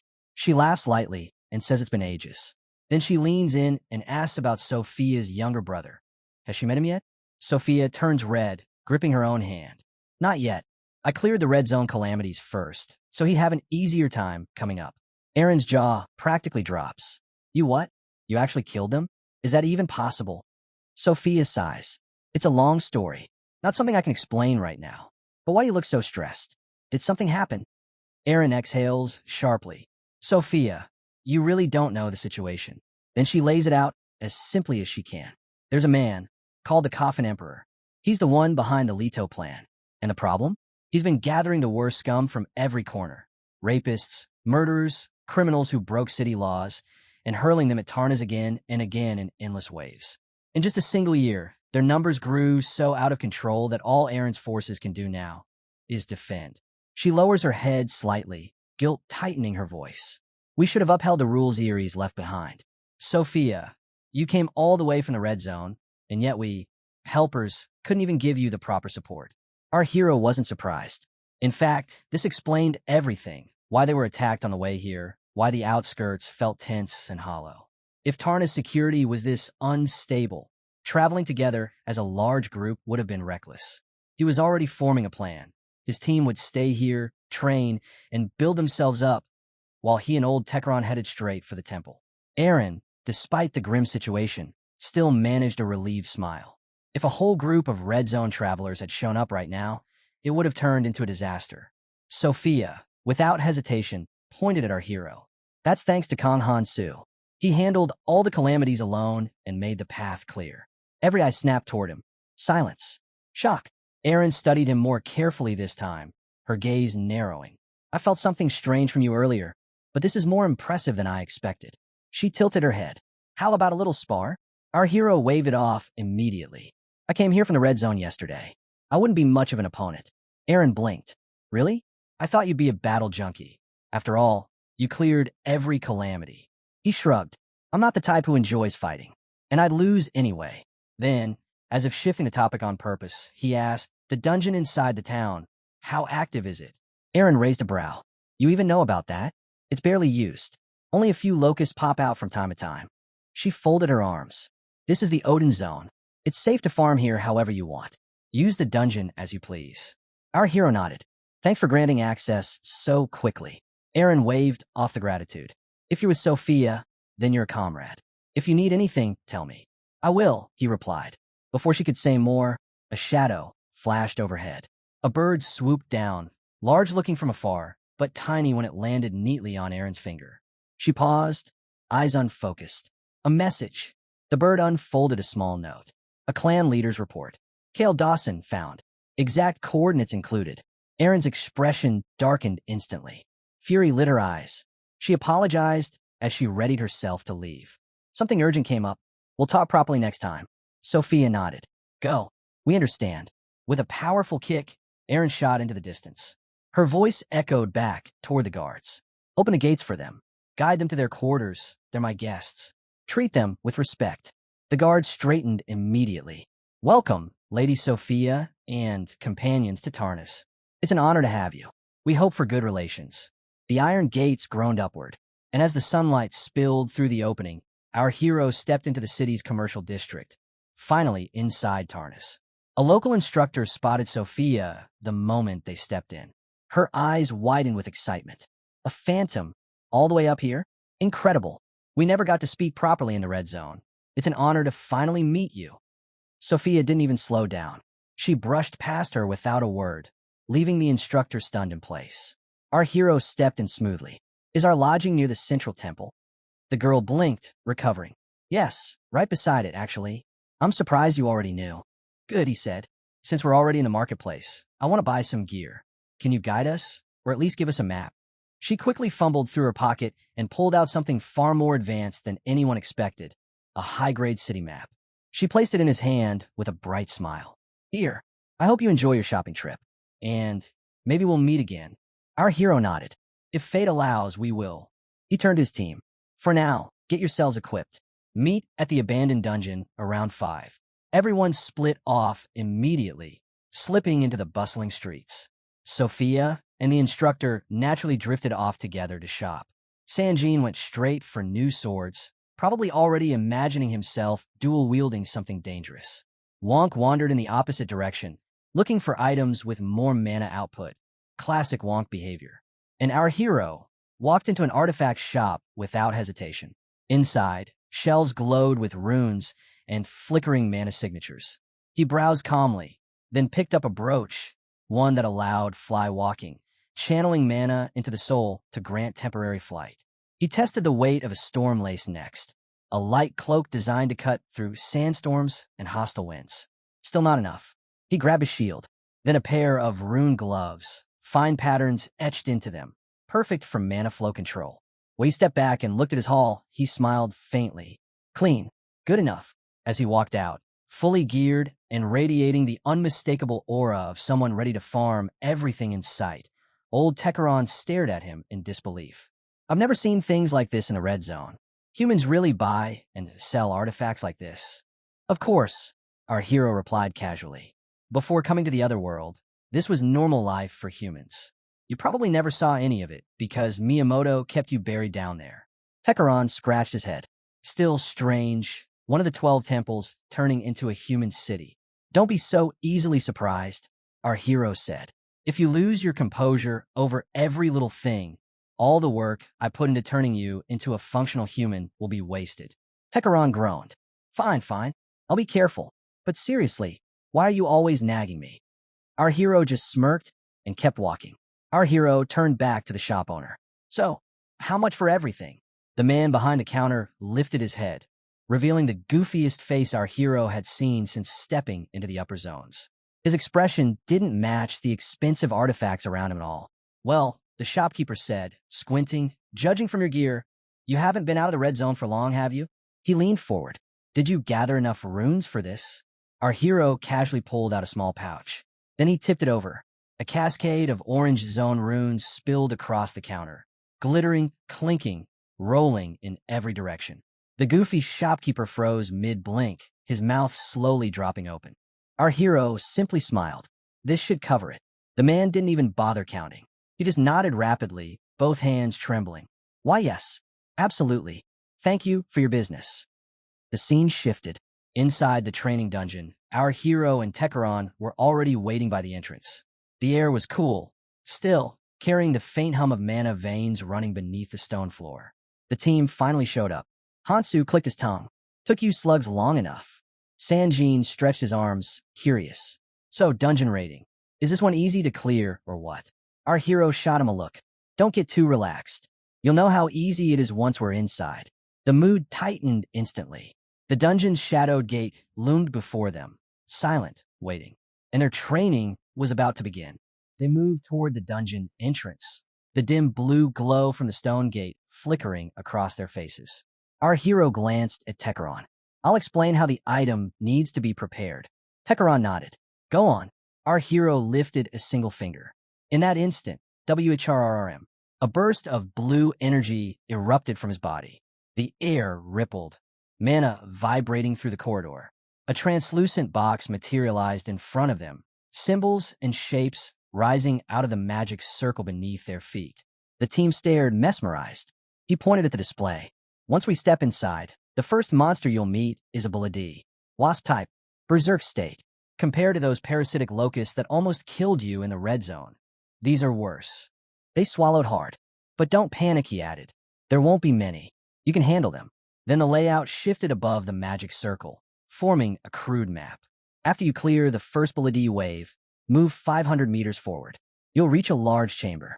Count the bricks from the center. On the 21st brick, there's a hidden entrance. That leads into the real dungeon. The shapes rearranged again, another pack of monsters forming. Inside, more Buladi will come. Sanjin straightened. This part is yours. With Lord of the Dead, you can control the Buladi you've already killed. That alone will let us secure about 30% of the runes we need within 3 days. Sanjin smirked. 30%, huh? Easy.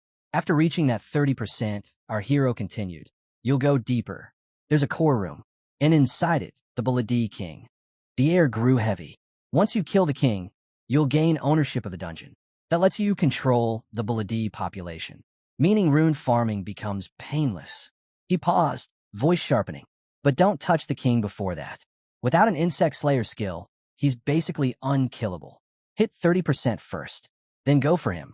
Everyone nodded, absorbing every detail. When the time is right, I'll send the next phase through a carrier pigeon. Until then, just farm runes. Mihi glanced at him. Wait, you're not coming with us? Sanjin answered before he could. It's Hanzo. Of course something urgent came up. Our hero shrugged. He's right. There's something I need to deal with. You guys head in. He reached into his cloak and tossed them a heavy bag. If you take the strong rations, it'll be easier. And this bag will cover your work. Sanjin peeked inside.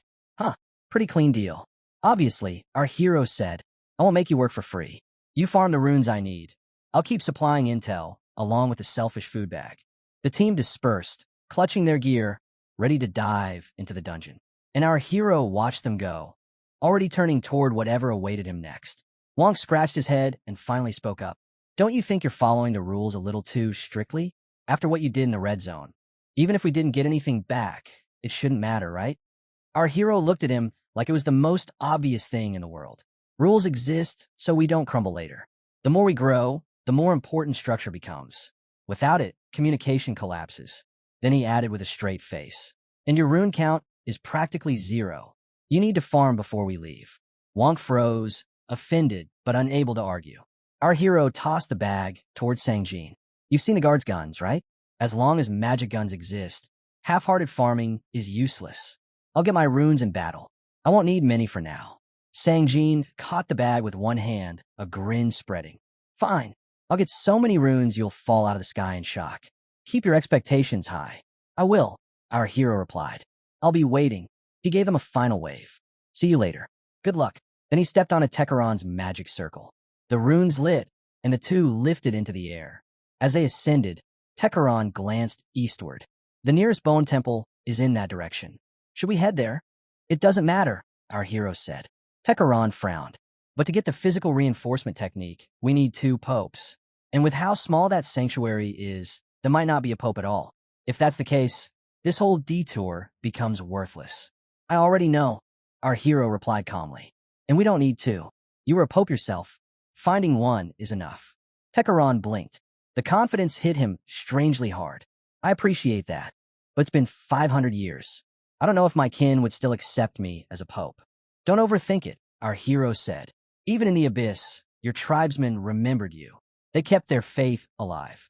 The words sank deep, deep enough that Tekeron's expression softened. Age had buried him in worries he didn't even know he carried. Our hero continued, I get it. I spent 60 years in another world. Overthinking turns into poison. Keep your eyes on the goal in front of you. Acheron lowered his gaze. That hits harder than I expected. You're right. Brooding won't fix anything. I'll help however I can. I'll be counting on you, our hero replied. The wind roared past them as they glided through the sky, and his thoughts drifted. The closest sanctuary tied to the closed clan of dangers should be the Luro clan's base. Their leader climbed the hierarchy terrifyingly fast thanks to the physical reinforcement technique. But what never made sense, what never sat right with him, was why a Pope of Acheron approached that man in the first place. No one ever knew the reason. Even a small clue would be enough. Right then, our hero glanced down and froze. A young girl was sprinting through the wilderness like death itself was clawing at her heels. A man, no, something worse, charged after her. She clutched a necklace to her chest, running with that desperate, uneven breath people only make when life is slipping from their fingers. Her foot caught on a rock. She crashed hard into the dirt. The pendant in her hand pulsed with a faint green glow. Mom! Dad! She cried, her voice breaking. In seconds, the truth unraveled. Her parents had been ambushed right before her eyes. Her father cut down instantly. Her mother shoved the glowing jewel into her hands, whispering for her to run. Now she lay on the ground sobbing, still clinging to the pendant, completely unaware that both her parents were already lying dead behind her. The killer finally caught up. His face didn't even look human, more like a beast wearing a man's skin, twisted and wrong. He taunted her in a low growl, asking if she wanted to see her parents again. Her whole body shook, but the moment she heard his voice, something inside her snapped. She whipped her head around and saw what he was holding, one of her family's severed heads dangling in his grip like a trophy. This wolf-like assassin, he was the one who slaughtered them. With a sickening laugh, he hurled both heads at her feet. She stared at them, frozen in pure horror. Her mind fractured as she crawled forward, sobbing, trembling, her entire world collapsing at once. Why did this happen? What did we ever do? The monster just laughed harder. He said nobles always tasted best when drowning in despair. And the expression on her face, he loved it. He wondered aloud how much deeper he could push her into misery. That's when she broke completely. She threw her head back and screamed a prayer. Tekeron, Akalusai, protector of our bloodline, please protect your descendant. She prayed again, and again, and again, her voice ragged with desperation. Then, the heavens cracked open. A blinding yellow, celestial sword appeared above the clouds and shot downward like lightning. It stopped just inches above the assassin's skull, then carved straight through him with brutal finality. The wolf creature gagged, coughing blood, staring upward in disbelief. A divine weapon, a real celestial blade. Before he even had time to understand, another magic circle bloomed in the sky. Massive, radiant blue, and dozens of celestial spears materialized inside it. They rained down without mercy. The monster was shredded from every angle, torn apart so thoroughly not a single inch of him remained untouched. Silence followed. The girl slowly lifted her head, eyes wide, tears trembling on her lashes. Up above, sitting calmly on a glowing magic circle, were two figures. Her prayer had been answered, and the beings who answered it were looking directly at her. Our hero and old Tekeron descended slowly, the glowing circle beneath them fading as their feet touched the ground. The girl just stared, wide-eyed, trembling, unable to believe someone actually answered her desperate prayer. The wolf monster's corpse lay shredded behind her, still steaming from celestial impact. Our hero glanced at it, once before shifting his attention to the small, shaking figure in front of them. Tekeron crouched slightly, studying her. She was clutching the green pendant so tightly her knuckles were white, and the jewel pulsed with a frightened heartbeat of its own. He moved toward her parents' severed heads, eyes dimming with sorrow at the sight. Then he looked at the child again, at the bruises on her tiny hands, and gently placed a spell on her. A soft blue light washed over her, soothing her trembling body. I'm sorry, Tekeron whispered, voice shaking. A child of Acheron should never have been left alone for this long. She kept crying, shoulders collapsing under the weight of everything she'd just lost. But suddenly she forced out words between her sobs.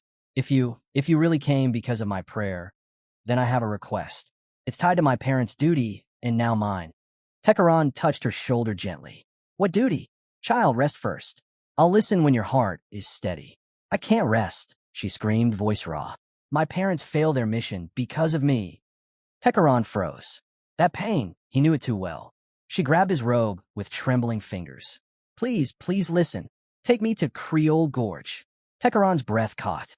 Creole Gorge, a destination only entrusted to popes. This child, this tiny descendant, was carrying out the duty of a pope herself. Before her panic could spiral further, Tekaran lifted his hand. A soft blue circle appeared. Moon Cradle. The spell lulled her instantly. Her body slackened, but her tears kept rolling even in unconsciousness. Rest peacefully, Tekaran whispered, catching her gently in his arms. Your wish, no. Acheron's prayer. Call me across 500 years to reach you. Our hero watched quietly, thoughts moving fast. Creole Gorge, the duty of a pope. And the fact someone was hunting a child tied to that duty said everything about the temple's current state. Helping her was now unavoidable. But first, the pursuers. He sensed them closing in, 6 signatures. Perfect. A good number to test the vessel of the dragon god in close combat. We got company, he said. Tekaran gently laid the girl on a soft patch of grass and rose beside him. I see them too. His voice deepened, rage boiling up. These Grachi tribesmen, they've crossed a line Acheron's followers must never cross. Mana surged violently from him. Their depravity is beyond words. Several Agni's blades materialized behind him, hovering like burning wings made of steel. Our hero counted the shapes approaching through the trees. 3 Acherons. 3 humans. You take the 2 in front. I'll deal with the ones in the back.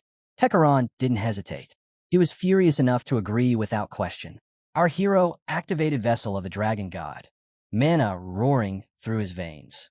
He summoned Heaven's Spear and exploded forward, blades sweeping out to defend while rushing straight into their formation. The enemies panicked at his sudden approach. A wolf-type beast led them, snarling nervously. That power earlier, it looked like Ugni's don't tell me a pope is actually here. Then the monster shook its head violently. No, impossible. A pope would never leave the sanctuary. If that many popes had fallen, Creole Gorge would have collapsed entirely. Even as he ranted, doubt spread across his face. He desperately wanted to believe they were safe. He was about to find out how wrong he was. Before the wolf monster could think another thought, flash. A blinding light burst open across the field. Everyone flinched, squinting uselessly into the glow. And then, SRRRKT, our hero shot out of the light like a divine cannonball, slicing straight through the wolf monster and the man behind him in a single, perfectly clean pass. Blood sprayed in a thin arc behind him as he kicked off the ground, twisted, and appeared behind the last man in the back. Clack! His blade kissed the man's neck. Slice! The head almost came off. At the same moment, Tekaran summoned spears rained down, impaling the remaining wolf creature and another Grachi tribesman behind it. The battlefield erupted into a storm of metallic shrieks as the bodies collapsed. Our hero didn't stop. Momentum carried him forward. He cut through the next man like he was slicing paper. The final survivor barely managed to block with crossed blades, skidding backward through the dirt. Cold sweat poured down his face. The attack had been so powerful, he could feel the ghost of a severed head where his neck still was. Definitely mid-rank. He trembled violently, trying to gather his courage. But his will shattered the moment our hero slammed his weapon downward. The shockwave nearly cracked the earth. The man collapsed to his knees. What kind of monster is this human? Our hero, overflowing with energy, didn't even look winded. Leave, he said casually. Go handle whatever you need to. The white-haired man stared, dumbfounded. You're sparing me? Don't make me repeat myself. The man bolted into the air instantly, vanished into the horizon like a terrified comet. Our hero exhaled slowly.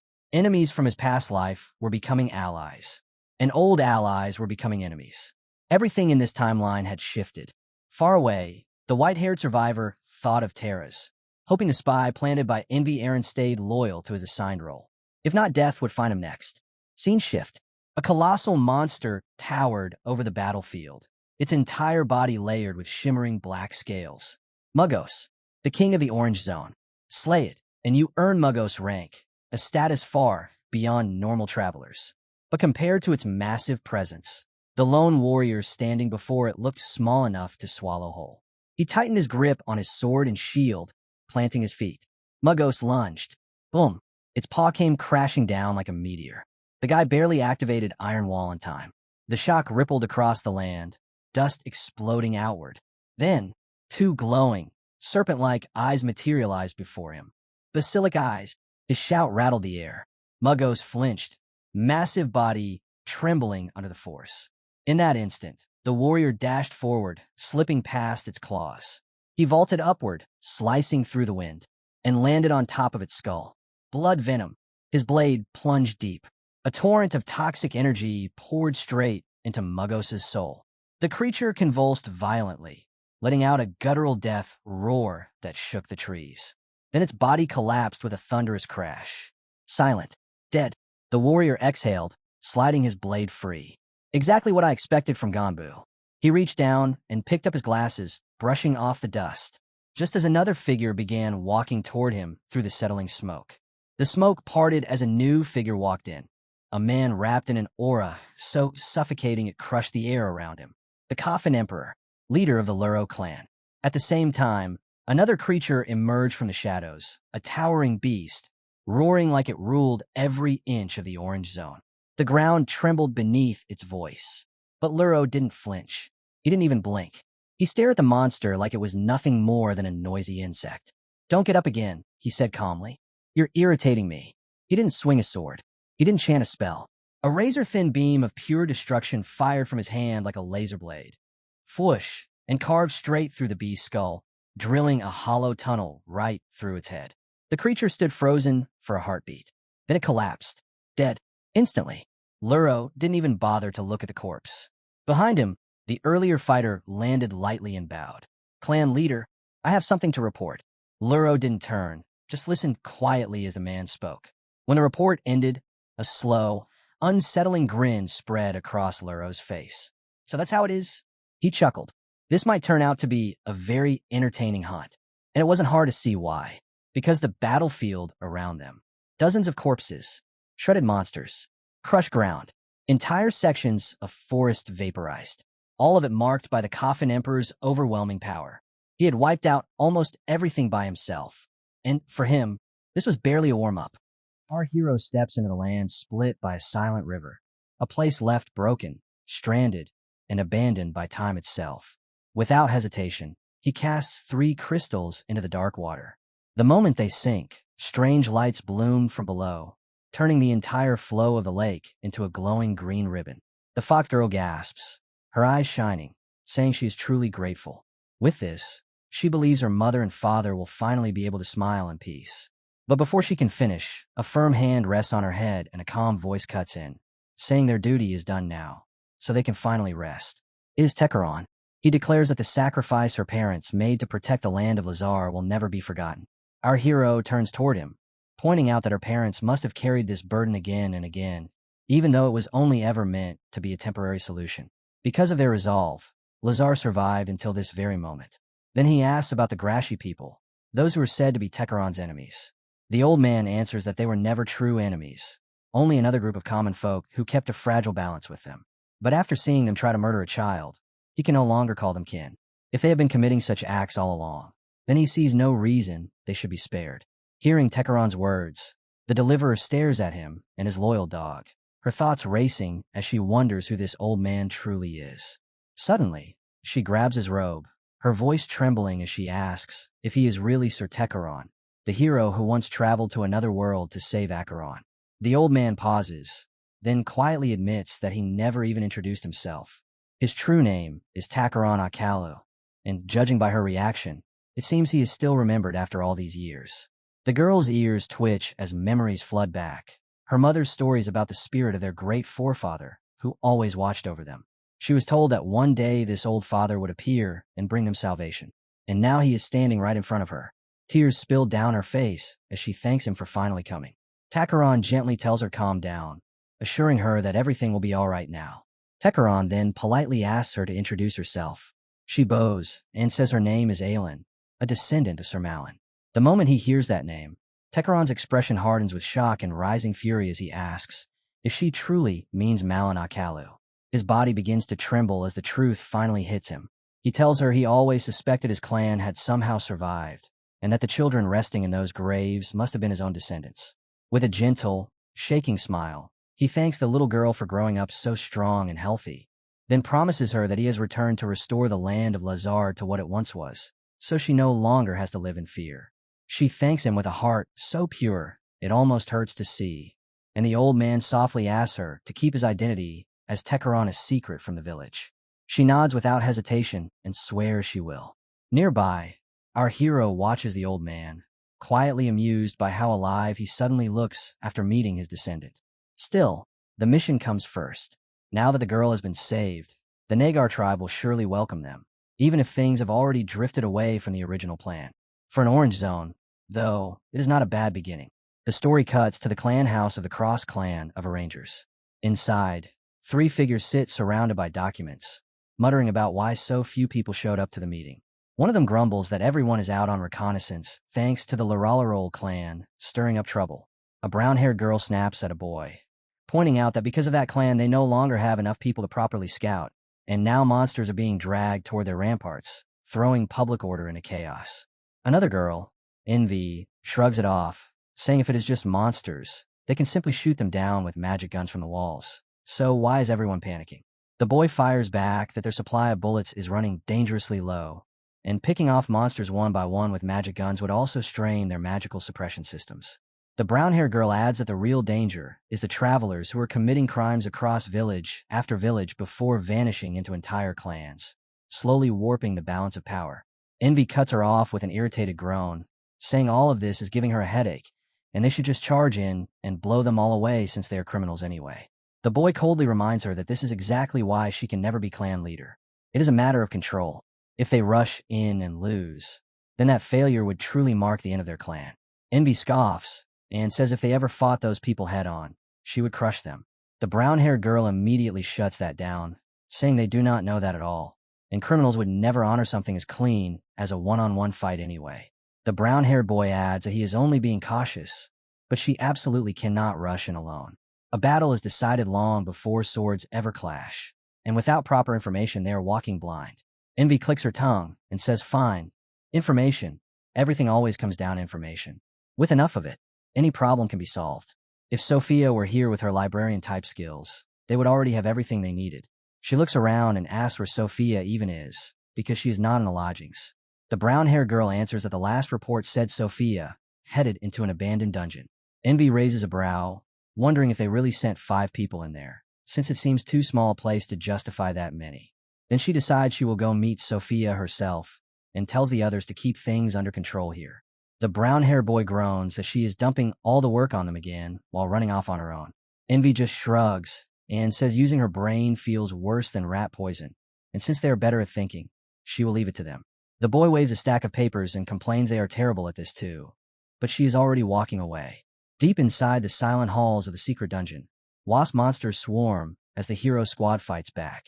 Sophia fires spell after spell at the glowing crystal, erasing the wasps where they stand, but her frustration grows as more and more keep pouring in. Our hero, locked in combat with one of the creatures, snaps that if she has time to complain, she has time to cast more magic. He kicks off the wasp, creates distance, then lunges back in, slicing down the crafty beast in a single brutal strike. One Kyung keeps carving through the buzzing horde and asks if our hero can finally use his skill. Our hero answers that it is still not ready, and they need at least another hour. Wonk, already breathing hard, mutters that surviving an hour like this might be easier if they step outside for a bit. Sophia agrees, saying they should pull back for now and return once that hour has passed. In that instant, even more wasp monsters pour in from above in every direction, boxing them in completely. Before anyone can react, the ground beneath their feet gives way, and the whole squad plunges straight into a hidden trap. Sophia instantly realizes the insects have triggered some kind of mechanism, and a system message confirms it, calling it a shortcut trap that throws its victims directly into the boss room. A chill runs through her as she thinks this is the worst possible timing. Going to the boss room, in their current condition, is nothing short of a nightmare. She activates Path of Descent at once, creating a falling pathway in a desperate attempt to escape. They slam onto solid ground, and Sophia looks up to see the swarm staring down at them with hungry, unblinking eyes. Then the trap above snaps shut, sealing them inside, and the weight of the situation crashes over her. She shouts for everyone to stay sharp, reminding them this is the boss chamber, and they have no idea where Wei Jun could strike from. But before she can finish, her breath catches, her eyes going wide as cold sweat runs down her face. Rising before them is a monstrous bee, twisted into a nightmarish shape and covered in countless staring eyes. A system notification flashes, identifying the creature as King Buladi. It explains that this grotesque ruler was born through the cannibalism of the Buladi, that it has no magic resistance, and that the neurotoxin produced by its appendix is lethal, capable of dealing fatal damage. The hero squad hangs in the air above the horrifying boss, but the creature shows no hesitation as it launches multiple phase-like extensions straight toward our hero, stretching like serpents with gaping maws. Sophia throws up a spell to block the first wave while our hero twists aside with razor-sharp movements. Wonk, already drained, rushes in and lifts his sword to take the hit head-on, but the impact is so brutal that his blade explodes the instant it meets the attack. His eyes go wide as the weapon disintegrates in his hands. The monster immediately snaps toward him, and in that moment Wonk is sure this is the end. Our hero and Sophia both turn in shock as the beast slams its massive body into him, smashing him into the ground with terrifying force. He manages to clutch the creature's mouth just in time, barely avoiding being impaled, but his arms quake as he hangs there. His teeth grind as his whole body trembles, and he finally understands why Kong Hansu warned them never to face this thing before reaching 30%. At the same time, our hero is being hunted by one of the creature's relentless extensions, stalking him like a predator locked onto prey. He grits his teeth, realizing that running will not solve anything, and that the only chance lies in destroying the main body. Yet that core remains eerily still, sitting at the center, as if it does not even care. With a flash, our hero draws his Deckers and unleashes a razor-sharp shadow strike, slicing clean through the necks of the writhing extensions. Without slowing, he dives straight for the main body and begins stabbing it over and over. It is a fatal miscalculation. The beast's scales are far harder than he imagined, and his Deckers crack and shatter on impact. In the next instant, a strange tentacle spears through his body, flooding him with searing pain as the monster strikes him again, leaving him wondering if this was supposed to be a killing blow, even as the creature itself barely reacts. Sophia cries out in panic, telling him they cannot win against something with such an overwhelming stat difference, and that they must focus on escaping. But before they can move, the beast opens its many mouths, releasing another wave of tentacular tongues. One by one, every grotesque face fires the same lethal attack, sending a storm of sharp, writhing tendrils racing toward the rest of the squad. Wonk keeps fighting against the monster's gaping mouth, his thoughts spiraling as he wonders how, after swearing to carve a path for someone's daughter, he has ended up this helpless. He forces himself to move, to prove he is not useless. In that moment, a strange structure forms above his head, and a system message appears, declaring that through Monarch Awakening, his innate trait is being revealed. Another notice follows, explaining that his emotional overflow stats rise with the intensity of his feelings, and right now, they are surging by 25%. Power explodes through Wonk's body as red energy crackles around him. He lets out a savage roar and goes berserk, smashing one of the monster's faces apart with raw strength. Then he hurls himself at the main body, slamming into it again and again, pounding it like a living punching bag. He shouts that he will hold it back no matter what, telling Sophia to use her librarian skills to find a way out. Sophia immediately flips through spells at frantic speed, searching for anything that might save them. Our hero still hangs impaled as Wonk keeps battling the boss, the two of them barely holding on while Sophia races against time. Just as a sliver of hope appears, the beast itself erupts into a frenzy, stabbing our hero over and over with merciless precision. Wonk is also skewered by the writhing tentacles, and both of them are hurled away like broken dolls. The boss rises over our hero, looming in triumph, as it prepares to finish him. Sophia freezes in horror, then screams that she cannot let it end like this.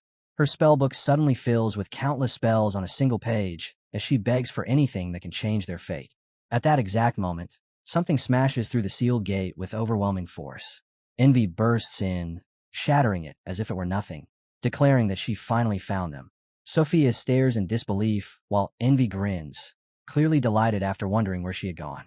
Sophia tries to ask how she got there, but there is no time.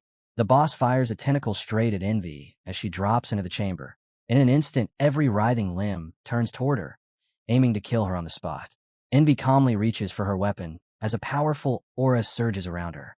With a confident smirk, she activates Death March Dance, then flows into the first movement of Shadow Waltz. In a blur, she cuts again and again, slicing through the monster's many heads as if they were soft flesh. Without breaking rhythm, she shifts into the second movement, Bloody Band, her glowing blades carving through the beast with ruthless, almost playful precision.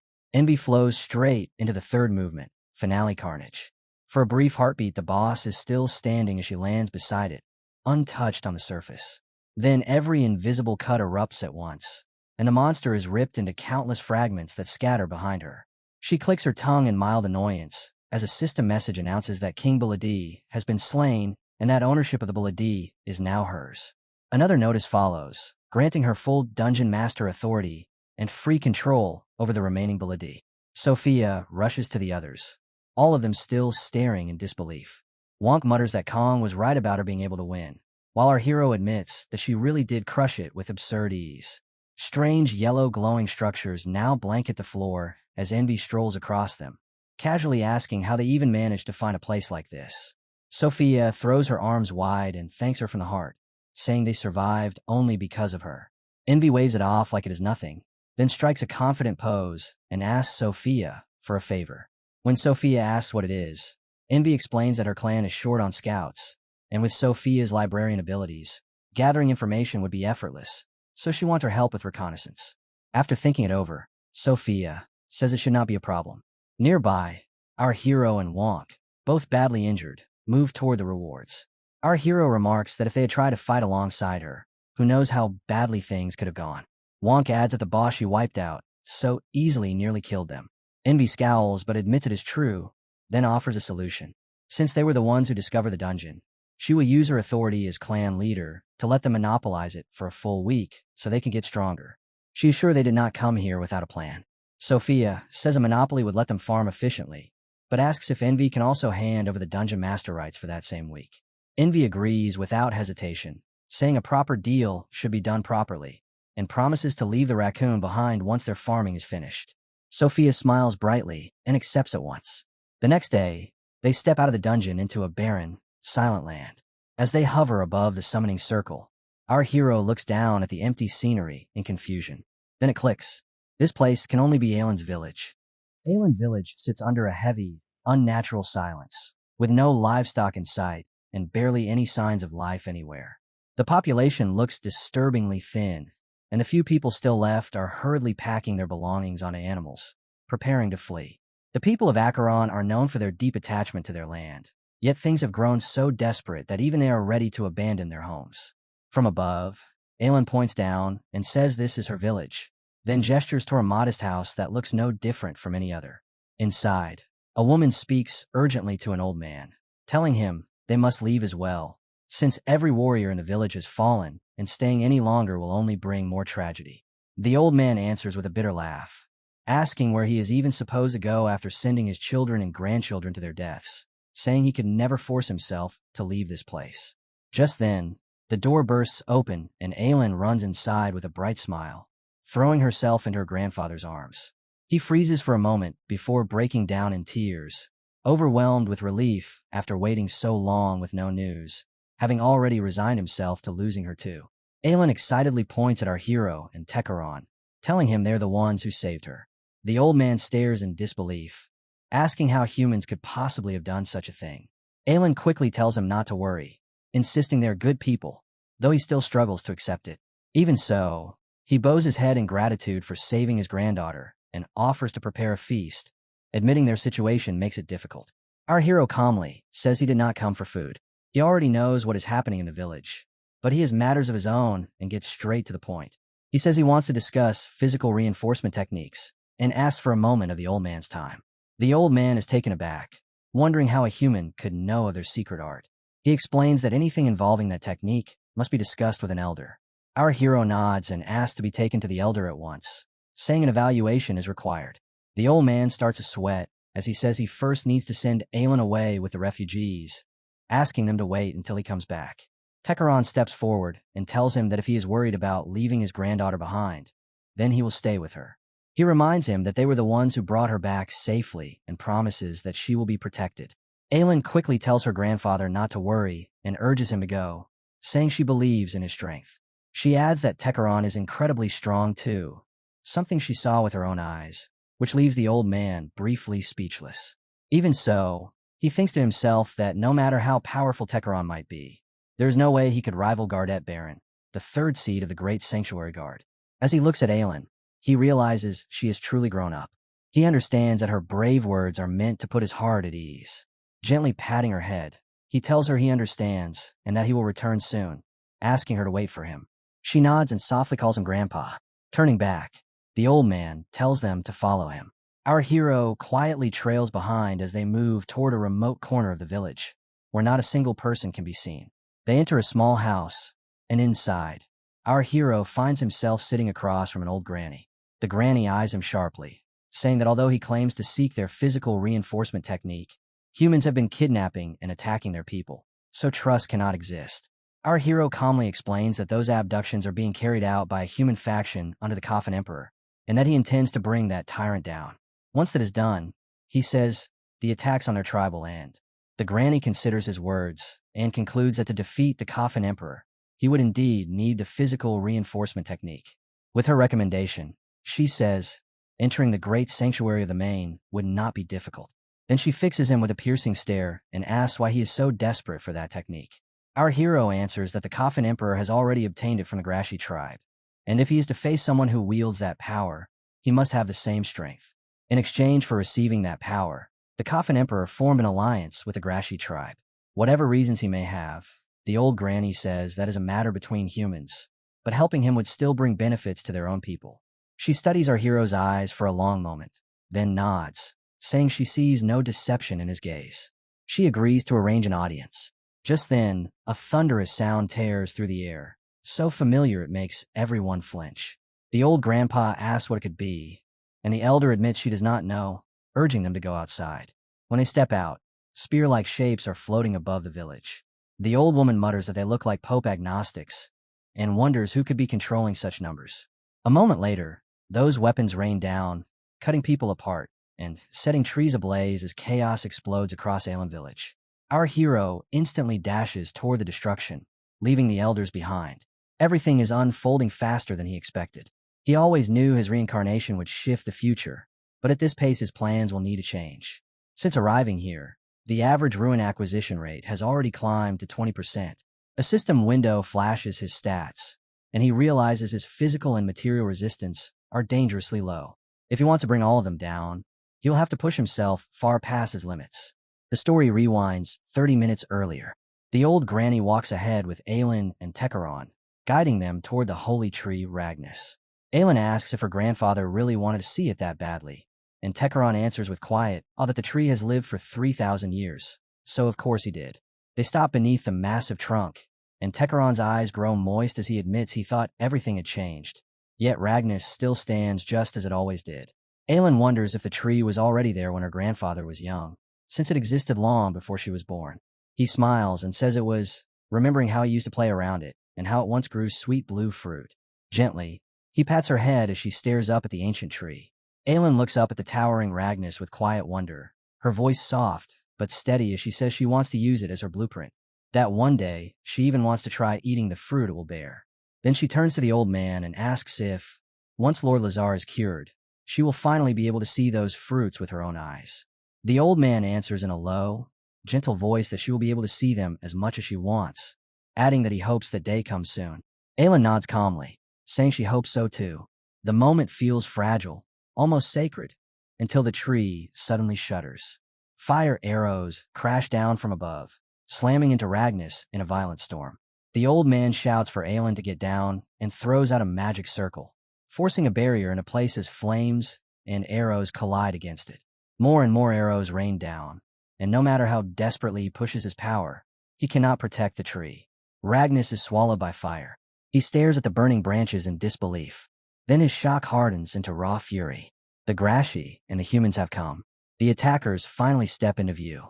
One of them, a man with cruel blades embedded into his own hands, bursts into manic laughter. He orders his men to grab anyone they see, kill anyone who resists, and focus on the refugees first. His name is Wei Jun. Around him, the others cheer and boast about their Mugos rank, egging him on to slaughter everyone without mercy. The village turns into a hellscape. Most of the residents had already fled, but the ones who stayed behind are beaten down and butchered. Some are dragged away screaming, others cut down where they stand. By the time the chaos settles, only Tekaron, the old granny, and Aelin are left, trapped in the middle of these monsters. One of the attackers steps forward, a dagger glinting in his hand, and points it at Tekaron. He orders him a hand over the two civilians and warns him not to get clever if he wants to avoid being hurt. A shield shimmers around them, and Tekaron's rage burns through it. He curses them, demanding how they dare act this way, how they can be so blind to where they are standing. He lifts his staff, and Agni's stings burst forth, streaking through the air and punching straight through the attackers' bodies as if they were made of paper. The men stagger back in horror, staring at the wounds and shouting in disbelief. What kind of power is that?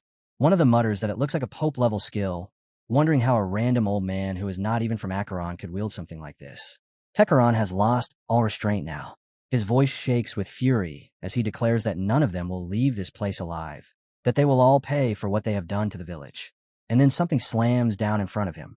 A figure drops from above, landing with crushing force. It is Wei Jun. He sneers at the old man and tells him to shut up, declaring coldly that he will kill him right here.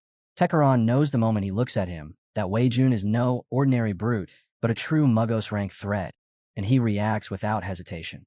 His staff snaps forward as he unleashes every last Agni sting in a single, desperate barrage.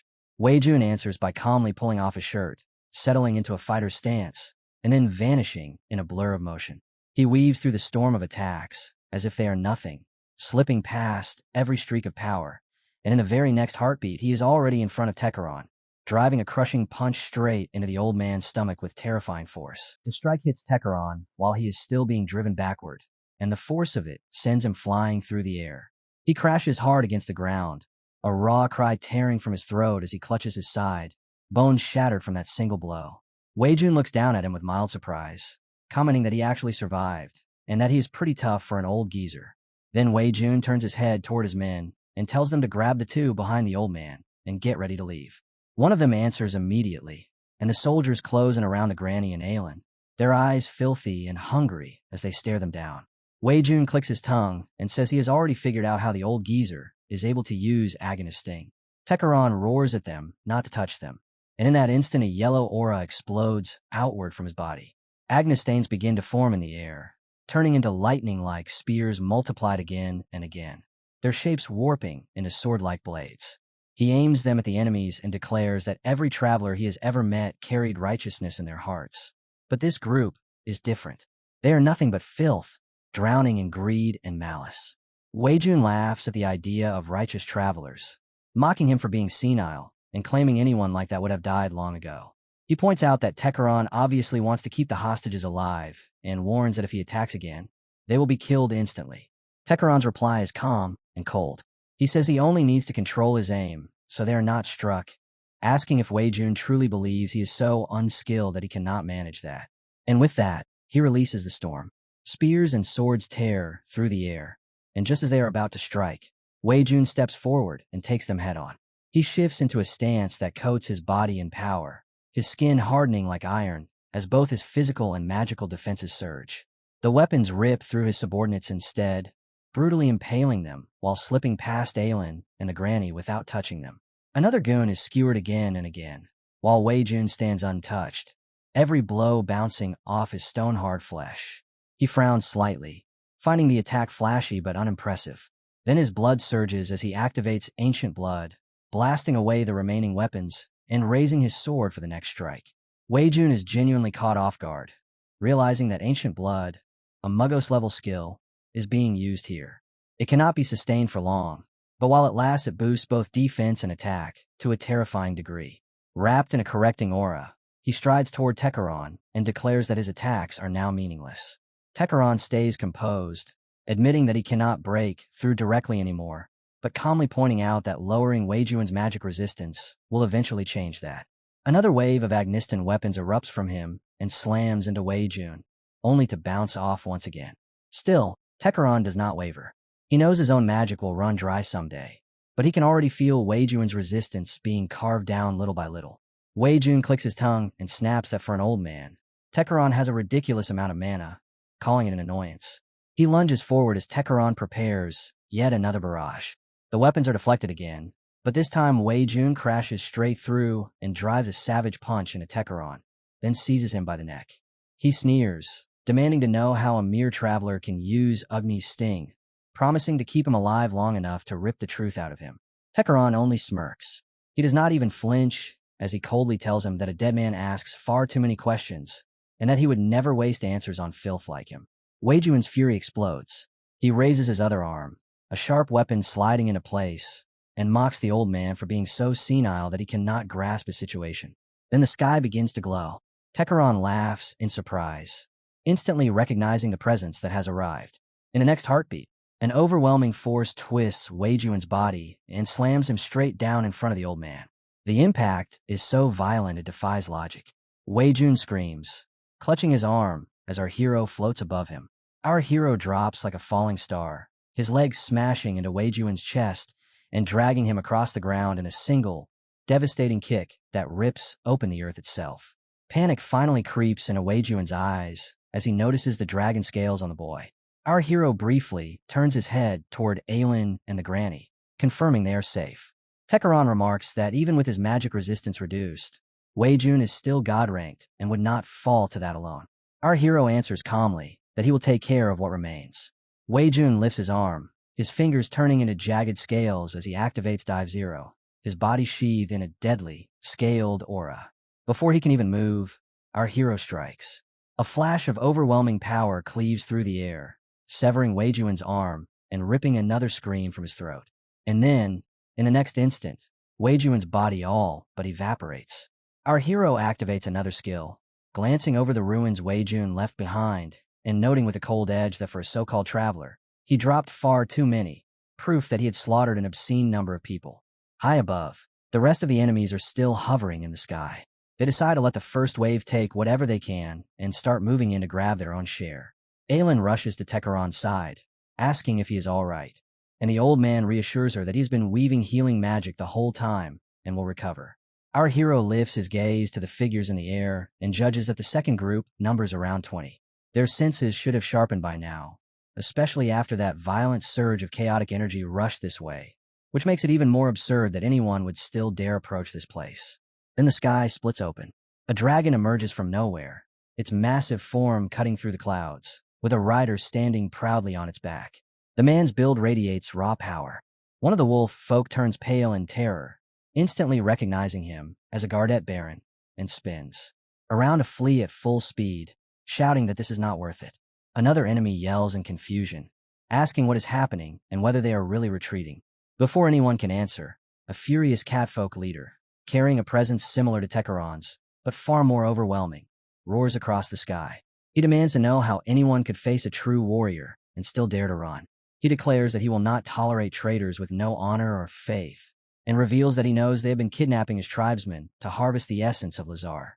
His grip tightens on his weapon with killing intent as he declares that filth willing to hurt, even children to extract essence, deserves no mercy, that their kind is not even worthy of being remembered by name. Then he releases his sword art, White Tiger, Tiger's Rampage. A colossal blue and red tiger-shaped beam erupts from his blade and tears through the sky.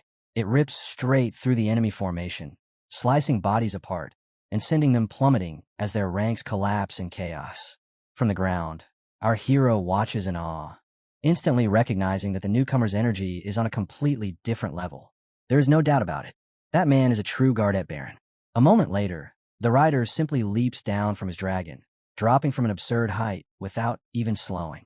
When he lands, the impact nearly shakes the ground itself. Aelin gasps. Then her eyes light up as she recognizes him. She calls out to her brother and hurriedly tries to explain that our boy is a human who stands on their side. He cuts her off the moment she finishes, relief flashing across his face when he sees she's unharmed. With a gentle motion, he He places a hand on her head and tells her to wait, saying there is something he needs to confirm first. Then his gaze shifts, sharp and unforgiving, locking onto the horned human. In a low, commanding voice, he asks why someone born as a human would dare stand on their side. Our hero doesn't hesitate. He states his purpose clearly. He needs the physical strengthening technique. He needs it to save Lazar. And to make that happen, he requires the cooperation of their tribe. There is no pleading in his tone, only certainty. Baron studies him in silence, weighing every word, until he finally decides the human does not carry hostile intent. Even so, Baron makes his position clear. He says he acknowledges the Pope's decision, but he will never blindly trust anyone who simply claims to bring salvation. Words mean nothing here. Proof is everything. If this human truly calls himself a hero, then he must show it. Baron lifts his weapon, the air tightening with pressure, and commands him to throw away his sword. If his resolve is real, he will stand there unarmed and face what comes next. He grips his weapon as well, knowing that facing this monster with even a trace of hesitation would mean death. There is no way out. If he wants to be acknowledged, he has to go all in. Scales ripple across his body as his power surges. He slams his foot into the ground, shattering the earth beneath him, then launches forward, aura and raw energy spilling out like a raging storm as he throws the first strike.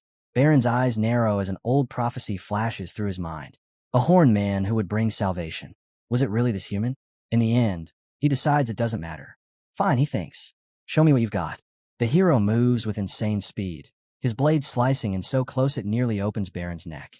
But Baron deflects it at the last instant with a perfect counter. He immediately notices something important. The attack came from the opposite side of where the human was holding his weapon, so he understands the fundamentals. Still, that alone won't be enough. Steel crashes against steel again and again as the fight turns into a blur of offense and defense. Then one heavy strike from Baron sends the hero flying backward. Baron finally speaks, asking for the human's name. The hero answers calmly, Kong Hansu. Baron nods and gives his own, Tarhal Tanakam. His tone shifts slightly as he admits that he had planned to hold back and finish this quickly, but now he wants to see how far this human can really go. Before either of them can move again, Gwenny suddenly shouts for them to stop. The battlefield freezes. She calls out to Baron, insisting that the human has already proven himself. Baron replies that whether he personally believes in the human is irrelevant. The prophecy said a horned man would be their savior, and he was only testing him from the beginning. He never intended to kill him. The word savior echoes in the hero's mind. In his past life, the world was full of disasters, but there were no saviors. He wonders if someone is guiding him now. His thoughts drift to Keldian and the prophecy book. Did Keldian already know this would happen? He pushes the thought aside. Whatever the truth is, this situation only benefits him. The old granny speaks up next, saying that this must mean Baron plans to take the human back with him. Baron confirms it and then points at Tekaron as well. Since this human used Agni's sting, he will be taking both Kong Hansu and Tekaron. Rennie tilts her head, curious how someone not from Acheron could use Agni's sting. Tekaron only shrugs and replies that even if he told the truth, no one would believe him. Aelin reminds Tekaron that his treatment isn't finished yet, but Tekaron calmly waves it off, saying all answers will be given once they reach the Great Sanctuary. Until then, everyone should hold their questions. Rennie nods in understanding, admitting her curiosity was just old memories surfacing, and agrees to drop it. Baron cuts in, warning that they have no idea when the next attack might strike. They need to move immediately, since they will be traveling along the holy path. He offers to personally escort them. The old man accepts without hesitation, placing everything in Baron's hands. Baron then turns his attention to Kong Hansu. Since he plans to receive the physical strengthening technique, he will come with them. The hero agrees, and without any further delay, the group begins to move. As they walk, a strange blue bird suddenly flutters down and lands on the hero's palm. He quietly asks it for a routine report. The information flows in. Won Kyung has awakened as a monarch. Sophia is supporting Raycon. Sang Jin is still farming. Their average rune efficiency has already passed 50%, far beyond expectations. Tekaron clicks his tongue in approval. That's exactly what he would expect from the hero's companions. A while later, he pulls the hero aside. His voice turns heavy as he admits that while the others are growing smoothly, he himself has become a burden.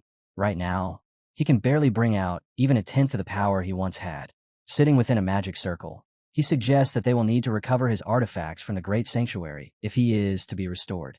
The hero tells him there will be plenty of time for that while he is receiving the technique, and that they can bring Tekeron back to full strength then. Tekeron agrees, but adds that his most important possession, his cane, is hidden deep within the main forest.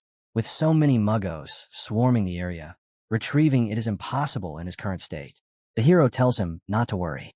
He has already summoned Sangjin to the Great Sanctuary. As long as Tekeron travels with him, everything will work out. Tekeron accepts that, noting that since they are moving alongside refugees, they have more than enough time. He then asks if he may speak with Shane to explain everything that has happened so far. The hero answers that Shane already understands and that he will try to connect with him. The journey continues as the scene shifts to the Providence clan house crossroads, back at the hero companion yard. Envy stares in disbelief at the results, saying that reaching this level in just a week is insane. Normally, it would take at least a full year just to hit 30%. Sophia gives a small smile and explains that once she crossed 50%, her wounds stopped getting worse, which finally allowed her to properly manage the dungeon again. Envy lets out a low whistle and says growth becomes brutally slow after 50%. It took him ages just to crawl his way to 95. He adds that anyone who breaks past 50 is already strong enough to fight muggos, then casually jokes that they should start hunting them. Sangjin immediately turns it down, saying he already has plans with Hansu. Wonkyung shakes his head as well. He owes Kong Hansu too much and would rather stay focused on rune farming. Sophia reminds Envy that he said he had something important to discuss with her, and that she wants to handle that before worrying about muggos. Envy agrees and decides only Sophia and the intelligence team will go with him. Sophia calmly promises she will take care of her assignment. Just then, blue message birds glide in and land before their owners. Wonkyung's face drains of color the instant he reads his. Envy notices and says it is the first time he has ever seen Wonkyung look that shaken, asking what happened. Beads of sweat form on Wonkyung's face as he tells everyone to listen carefully. Kingan has given him an order. He is to infiltrate the Laralarol clan and steal their people.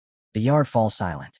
Then Envy suddenly bursts into laughter, saying that ordering someone to poach members instead of doing it yourself is basically declaring war between monarchs, calling the whole thing ridiculous. Wonkyung snaps back that this is no joke. The order even specifically requests Envy's help, meaning he is dragged into it whether he wants to be or not. Envy immediately stops laughing and apologizes, asking what he is supposed to do. Wonkyung admits he doesn't even fully understand the command. He was told to become a kind of criminal and naturally work his way into the Luro clan. He wonders if putting up wanted posters would be enough, but doubts anyone would fall for something that stupid. With a bitter look, he adds that their city is already crawling with Luro spies. Then Wonk lowers his voice and tells Envy Aaron the real problem. He was ordered to commit an actual crime. Specifically, he is supposed to destroy part of ramparts. Envy's eyes widen as he asks if that would make him a genuine, wanted criminal, and whether something like that is even allowed. Wonk's irritation finally boils over. He says he doesn't care about the logic behind it. He already agreed to follow the order. He snaps, wondering why he is always the one stuck doing things like this, his frustration spilling out as he grows more and more fed up. Sangjin casually adds that it is probably because Wonk looks the most evil out of all of them, which only makes Wonk grind his teeth even harder. Envy cuts back in and says that no matter what, he will help. The moment Wonk reaches the Luro clan, he is to find Terrace. Terrace is their planted spy inside the clan, and he will provide support from within. Envy admits he has no idea if this reckless plan will actually succeed, but he is putting his trust in Wonk. That night, Wonk stands on top of a towering wall beside another man. Cold sweat runs down his face as doubt eats at him. Is this really the right path? But it is already too late to retreat. He has crossed the line, and now the only thing left is to act. From a nearby tower, Envy suddenly shouts in alarm, declaring that a thief has broken into the clan's rune storage. Hearing it, Wonk knows it has begun. He looks at the structure beneath him and senses that its durability is already at the breaking point. Clutching one of the warped rune cores he stole, he realizes this will probably be his final strike. He activates Triple Strike and drives his sword into the wall. A violent explosion erupts, ripping through the fortress as the massive structure is torn apart and the wall shatters into nothing. They hear a frantic cry that the southern wall has been breached. Orders explode through the air as soldiers are told to seize the intruder and never let him escape. Fingers snap forward, locking onto Wonkyung the instant he bursts through the shattered stone, the pursuers moving with unnerving precision as if they had drilled for this exact moment. Wonkyung clicks his tongue and throws a sharp glance over his shoulder. These people are far too well trained. He never expected them to close in this fast. He kicks off the broken wall and sprints, pushing his body to the limit as haze of solitude spreads around him, swallowing his presence. His mind flashes back to Envy Aaron calmly handing him that ring. She had told him it could erase the wearer from sight, turning them invisible for exactly 1 hour. Use it once, she warned, and you would have to wait a full day before calling on it again. Choose the timing carefully, or die regretting it. Now he makes that choice. The moment Wonkyung activates the ring, his body melts into pure mana, fading out of reality itself. The soldier chasing him skids to a halt, eyes darting in every direction, unable to understand how a man could vanish mid-stride. Even unseen, Wonkyung keeps running, jaw clenched, knowing that every second matters before the effect ends. Far away, the report reaches Taekarangrashi. Wonkyung has successfully entered the target area. Sang Jin lets out a low breath, remarking that if this were an ordinary monarch's command, there would always be those who hesitated or outright refused. But Wonkyung is different. His authority is absolute, so powerful that it forces even suicidal orders to be carried out without question. Taekarangrashi knows that trait all too well. In his previous life, it was this very power that caused countless clans to collapse from within. Now that Wonkyung stands at his side, that same merciless loyalty can be turned into a weapon. If used correctly, the Luro clan will not fall to an outside attack, but be eaten alive from the inside. Right then, Baron steps in with urgent news. Permission has been granted to enter the Great Sanctuary. Taekarangrashi raises a brow, noting that it came far sooner than expected. Baron explains that because Taekarangrashi is a guest bound to the Pope's prophecy, the approval was rushed through. He adds that Aelin and the Elder both told him how Taekarangrashi saved his sister not once, but twice. Baron straightens, his voice firm with conviction. To protect the weak is the duty of a true warrior. In the name and honor of Gardat Baron, he swears to repay that debt. Taekarangrashi accepts the sentiment without false modesty, acknowledging the respect. Baron answers with a faint smile, thinking that even in their brief clash, he had already come to admire the man Taekarangrashi truly is. Baron adds one final remark, saying that once Kong Hansu receives the physical strengthening technique, he will stand among warriors like them, and he offers his sincere wish that fortune follows him. The path ahead leads toward a breathtaking palace, rising in quiet authority. Baron speaks again, this time with a hint of tension, admitting that the warning may be unnecessary, yet he cannot stay silent. One of the seed of the 13 resides within those walls. They have ruled for 500 years, and because of that, he urges Hansu to mind his conduct. He does not wish to see his sister, the savior, meet a tragic end. Hansu acknowledges the caution and promises restraint. But the moment the seed of the 13 is mentioned, the old Tekaran stirs inside him, a flicker of surprise crossing his thoughts. Tarhal reaches the massive doors and turns back, telling Hansu to do his best, that his duty ends here. The doors begin to part, and a blinding light pours through the widening gap. As the glow fades, a man sitting upon a grand throne comes into focus, heavy guards lining the chamber like silent statues of war. This is the one who summoned him, the supreme authority of this place. He formally welcomes the human and expresses gratitude that his call was answered. His name is Odion, the head priest of the great sanctuary of the main. Hansu studies him closely. Odion looks exactly the same as he did in his past life. Back then, they once stood as equals in the abyss. That is no longer true. Yet Hansu knows that a difference in position does not automatically mean his request will be refused. As Hansu steps forward, one of the attendants explodes in anger, accusing him of disrespect and demanding that he kneel before the head priest. Odion raises a single hand, silencing him, calmly stating that they have no intention of forcing their customs onto a human. The attendant tries to argue, but Odion cuts him off, recalling the prophecy. A horned human, he says, was meant to save the world. He adds that something about this feels contradictory, since Tarhal would never misinterpret such a revelation. Hansu answers without hesitation. His form shifts, horns emerging as he asks if this is what Odion meant. Shock ripples through the guards at the sight of it. Odion's lips curl into a satisfied smile. He says he likes that spirit, but also declares that if Hansu truly is the chosen one, then the physical strengthening technique will only be the beginning. With a measured gaze, he asks what Hansu intends to do once that power is his. Hansu states that he will use the technique to heal Lazar. The words ripple through the chamber, stirring uneasy murmurs as the gathered figures whisper about the diseased land and how a mere human could ever hope to restore it. One irritated voice cuts through the noise, accusing the boy of mockery and demanding to know who he thinks he is, daring to ridicule them in their own sanctuary. Before it can spiral further, the old Tekeron steps forward. His voice is calm, but absolute, declaring that every word Hansu spoke is the truth. The enraged man snaps, drawing his sword and leveling it at them, invoking the authority of the Inquisition. He shouts that any who dare to lie within the great sanctuary will be executed on the spot, human or not. Tekeron lets out a faint, amused smirk. If that is so, he says, then it seems they still believe he is only human. The man yells back, demanding what else he could possibly be. The answer comes without another word. Tekeron activates Ignis' sword. In an instant, the air twists and the space around them fills with countless blazing blades, looming in every direction, ready to fall. Sweat breaks across the man's face as his eyes widen in pure terror. Even Odeon stiffens, feeling the overwhelming magic wavelength flood the chamber, far beyond anything that should exist. This cannot be real, he thinks. Tekeron turns his gaze to Odeon and quietly asks if he finally understands who stands before him. Odeon immediately drops into a deep bow, his voice trembling as he begs forgiveness for his disrespect. A hero of the past has returned, he admits, and the prophecy was true in every detail.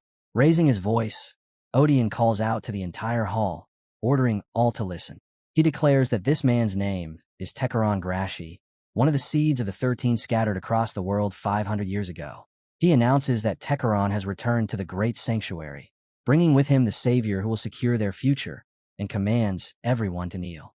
The chamber moves as one, every figure dropping to their knees, except for the same arrogant youth who remains frozen in disbelief. Tekeron points toward the boy and tells them to show him complete respect, to fear nothing, and to follow him. Then Tekeron turns back to Odeon and calmly asks if the lock on the procedure chamber has changed. Odeon answers that even after all the heroes, Tekeron included, vanish from this world, the traditions of Acheron were never broken. Everything remains exactly as it was the last time he stood here, and with deep reverence he addresses him as Sir Takabon. Takabon gives a slow nod. That will do, he says. Then he raises his voice and calls upon the temple doors of the Golden Deer, invoking the ancient oath of those who once granted them light. A sacred current gathers above his head as he prays to the forefathers, asking them to reveal the path that lies ahead. At his command, the massive doors respond. They begin to open, flooding the chamber with blinding radiance as the entire sanctuary shudders, metal and stone groaning under the force of ancient mechanisms awakening.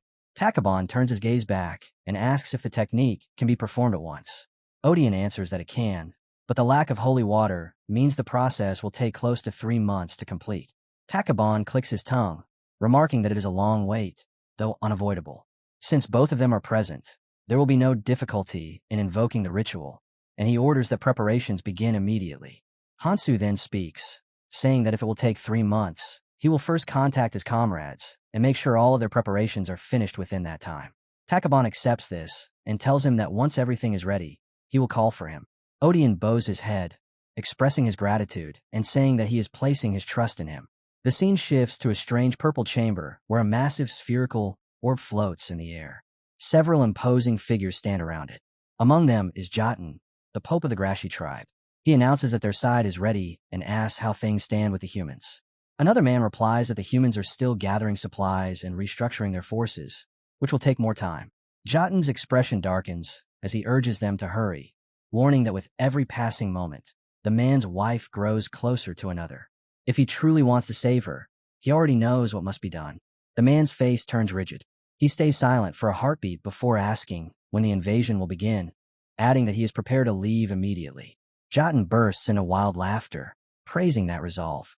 He says it will take about half a month to reach the temple from their position and orders him to complete all preparations within 3 days.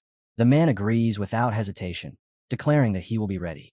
The future is shrouded in uncertainty, but one truth has already been sealed. The war has begun. The final vision is an army of vicious hounds, their eyes burning with malice as they march toward destruction. Later, beyond the castle chamber, the furious man storms through the corridors with a single purpose burning in his eyes. His jaw is locked tight as he spits curses about Tekeron, while at the same time trembling at the presence of Hansu. Without slowing, he races off to report everything to Jotun. He ducks behind a pillar, bending over as he struggles to draw breath, keeping himself hidden so no one can witness what he is about to do. Once his heartbeat steadies, He activates several prompts and begins forming his message. He tells Sir Jotun that the impossible has happened. Tekeron has returned, and the prophesied human stands beside him. He urges that assassins be dispatched at once to erase both Odian and the chosen human. With the message sealed, the summoned messenger birds take to the air, vanishing into the distance. A voice cuts through the silence behind him. Odian had already marked the loudest protester as the traitor. The man whirls around, eyes wide, but before he can even speak, a spear tears through the air and slams him back against the wall. He manages to block part of it with his energy, but the impact still rips through him, forcing a scream from his throat. Hansu steps into view. He does not hesitate. The spear drives straight into the man's head, smashing him down to the floor. Crippled and barely able to move, the traitor shrieks in disbelief, sneering that someone like Hansu will never escape the consequences of this. Hansu answers with his fist. A brutal punch crashes into the man's face, blood spraying as he cries out. The Inquisitor tries to cling to his authority, gasping that he holds a sacred position, that there will be consequences. Hansu hits him again, harder. The threat dies in his mouth. Shattered and shaking, the man finally breaks, begging for mercy and promising to confess everything if the beating stops. Hansu pauses, his voice cold and steady as he asks when the invasion will begin. The Inquisitor, barely conscious, whispers that the enemy will move in at least 2 days. Hansu acknowledges the answer.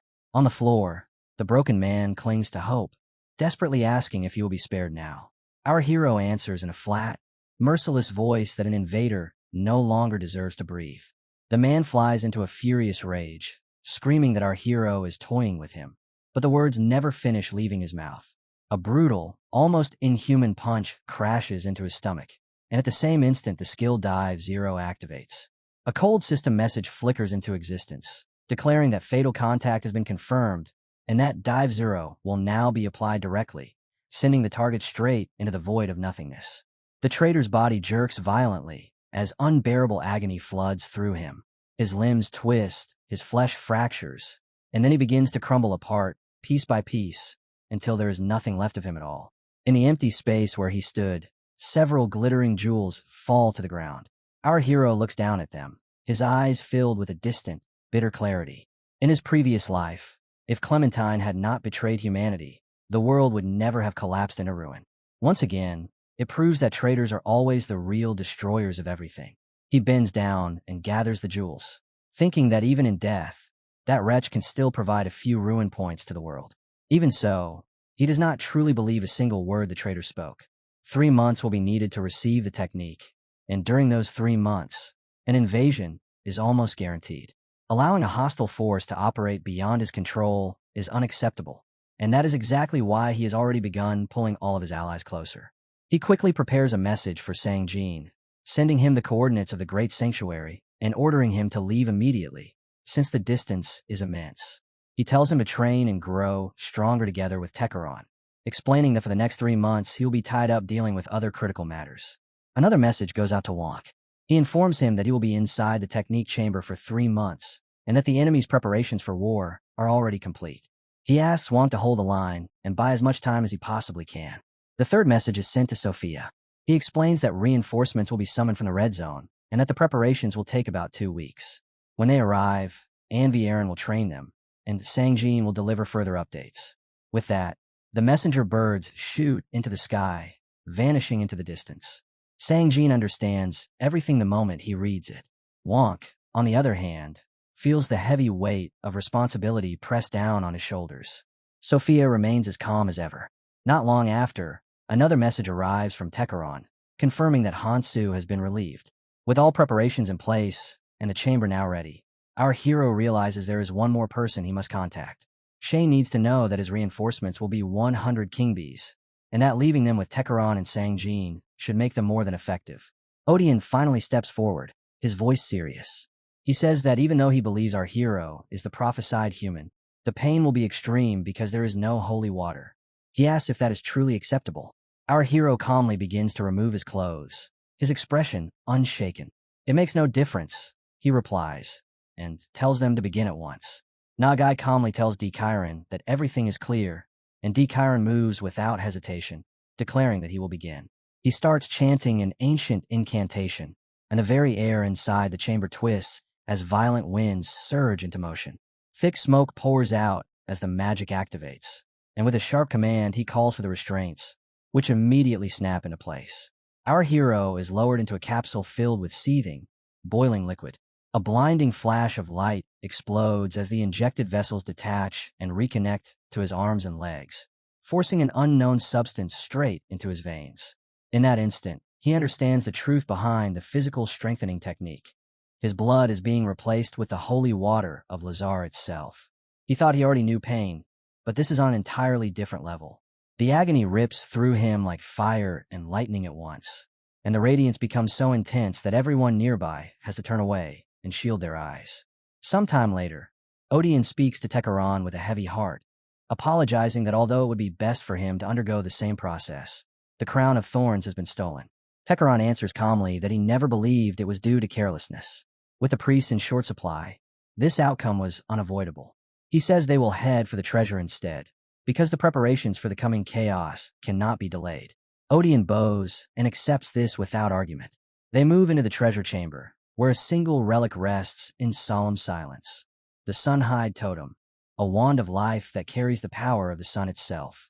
It once belonged to one of the 13 heroes, Gallian Akalu. Tekaran looks at it with quiet nostalgia, remembering his old friend, and he acknowledges the sacred rule that a pope may only wield a weapon that has been granted to them. Still, with war looming, he asks for forgiveness as he borrows it for the time being. Odeon agrees at once, saying that Sir Gallian's weapon is more than worthy to stand in until Tekaran regains his own. Tekaran nods, certain it will be a powerful ally. Odeon then asks if Tekaran buried the soul transfer device during his last journey between worlds, warning that retrieving it in his current condition would be difficult. Tekaran confirms it and explains that during those travels he became a traveler, like humans, gaining the ability to grow stronger by using ruins. He asks if there are any good hunting grounds nearby. Odeon offers to assign guards and recommends the main forest as the best place. Tekaran refuses, explaining that another human guest will be arriving soon, and that he plans to travel with him instead. Odeon accepts the decision without protest. The scene shifts to Caldera, the base of the Liro clan. The air is eerily still. In front of one guarded house, 2 sentries stand alert, when without warning a tremendous explosion tears through the building, shattering the silence in an instant. Chaos tears through the area as people begin screaming for water, while the entire building is swallowed by raging flames. At the same time, something far more unsettling appears.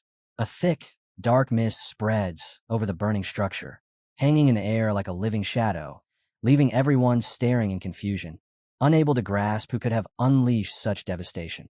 For hours later, the scene shifts elsewhere.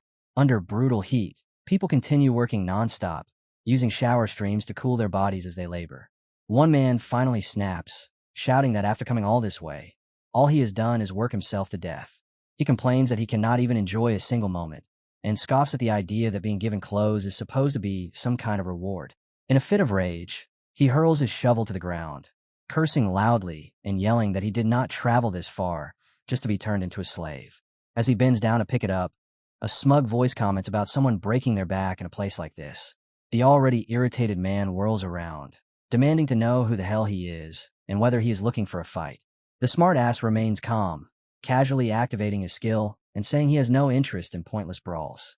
He explains that he has recently sworn himself to a monarch who arrived in Caldera, and because of that, his abilities increased by 20 to 30%.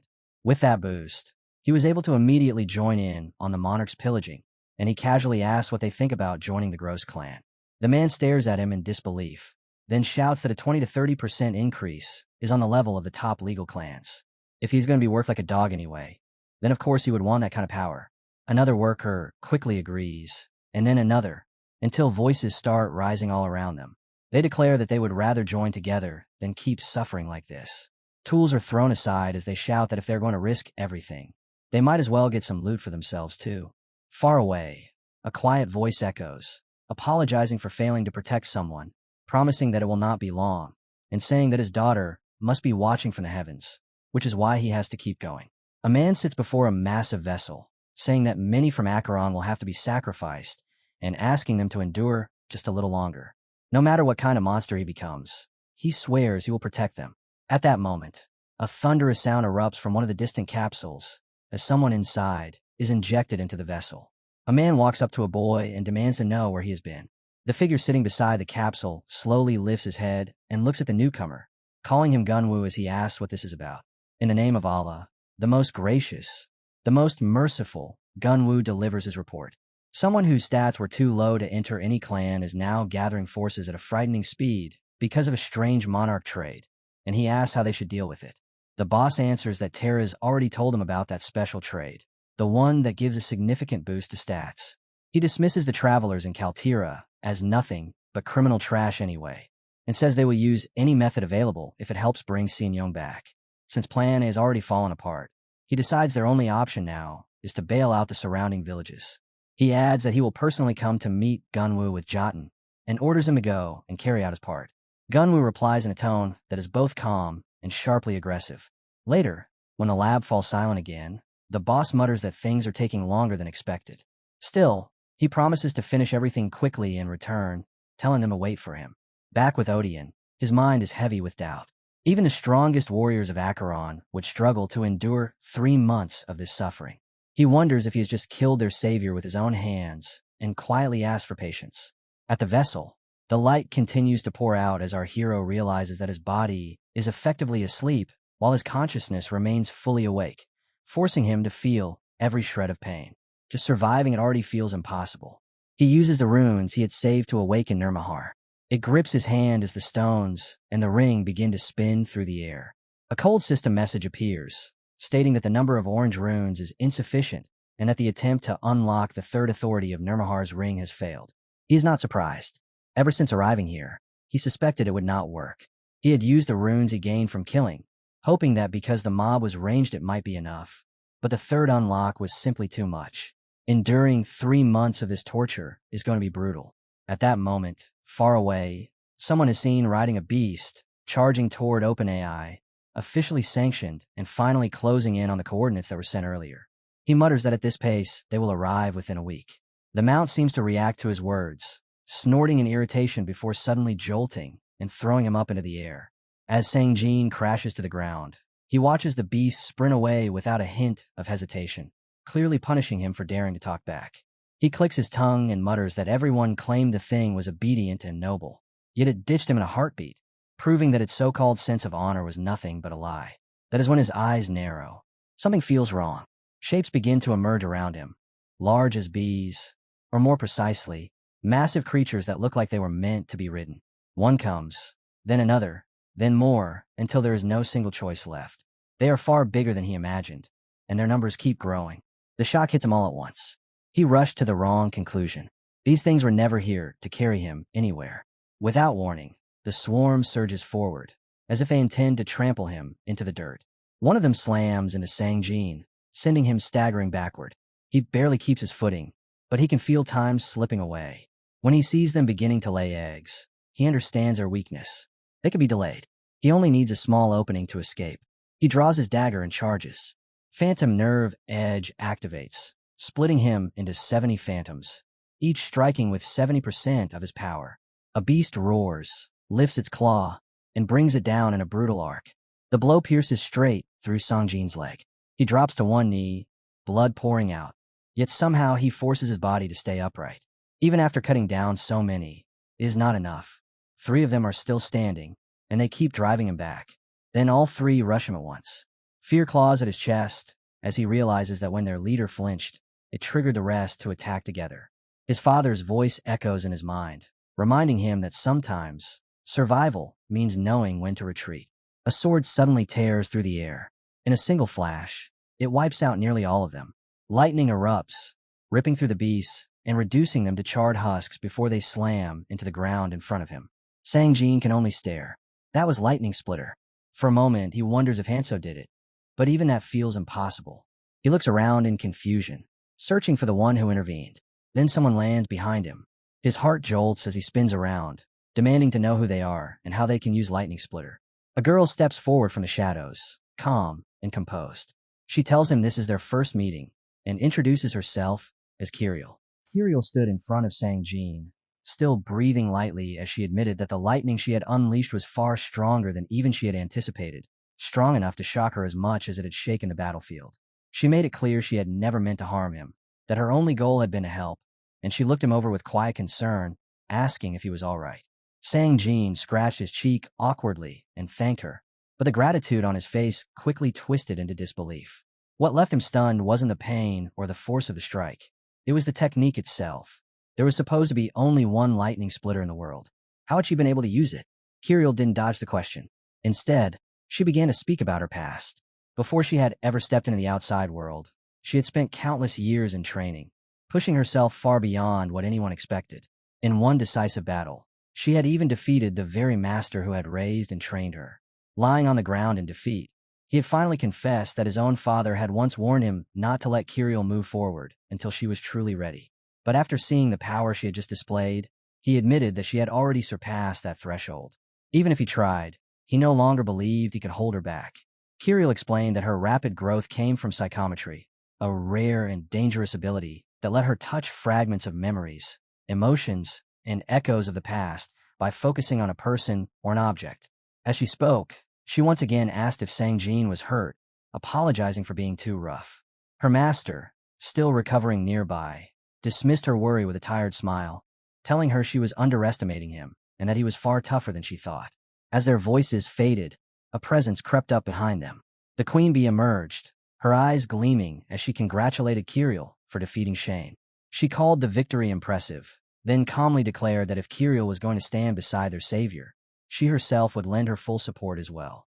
When Kirill asked what she meant, the queen bee replied without hesitation that she would send 3 of her elite creations along with hundreds of other troops to follow Lady Kirill into battle. That was when Shane finally stepped forward.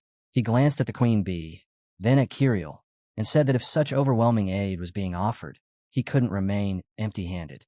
From his coat, he produced a weapon that crackled faintly with restrained power, a lightning splitter, version alpha. It wasn't the true blade, only a prototype, but he explained that it had been infused with energy drawn from the world tree itself. With that, he placed it into Kirill's hands, sealing his own contribution to the coming war. Even though it wasn't anywhere near the scale of a true thunderstorm, the power sealed inside the weapon was still enough to release one devastating strike. That alone was enough to make Kirill beam with joy. She rushed forward and hugged Shane without hesitation, thanking him over and over for giving her something so precious. She then turned and expressed her gratitude to the queen bee as well, acknowledging the weight of her support. After hearing everything, Sang-jin finally pieced it together. The lightning splitter Kirill had used wasn't a real one at all. It was only a copy. Kirill admitted that she had probably already burned through its thunderstorm function, meaning the weapon was now little more than a glorified spear. A faint, bitter jealousy stirred inside Sang-jin. She held the same type of weapon Kang Hansu once wielded, something he himself had never possessed.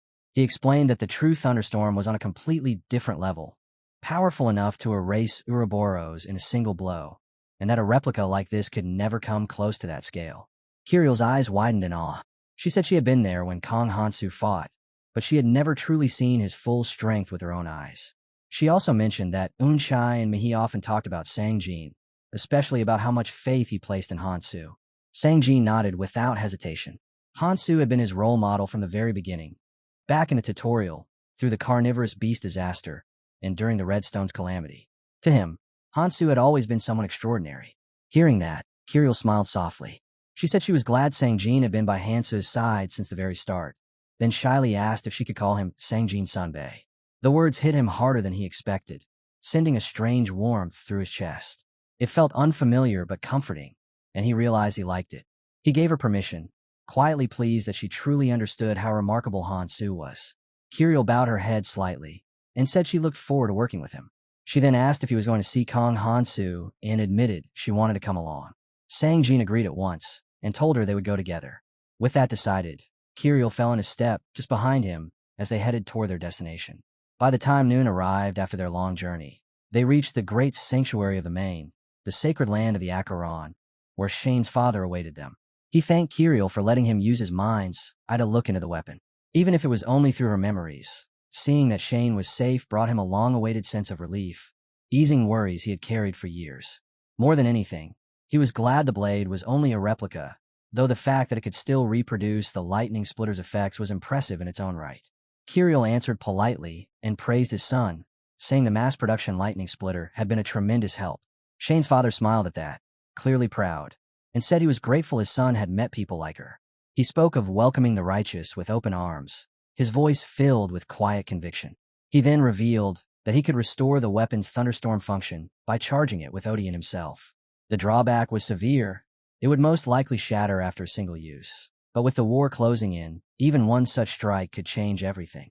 Kirill was deeply moved by his willingness to go that far and wondered how she could ever repay him.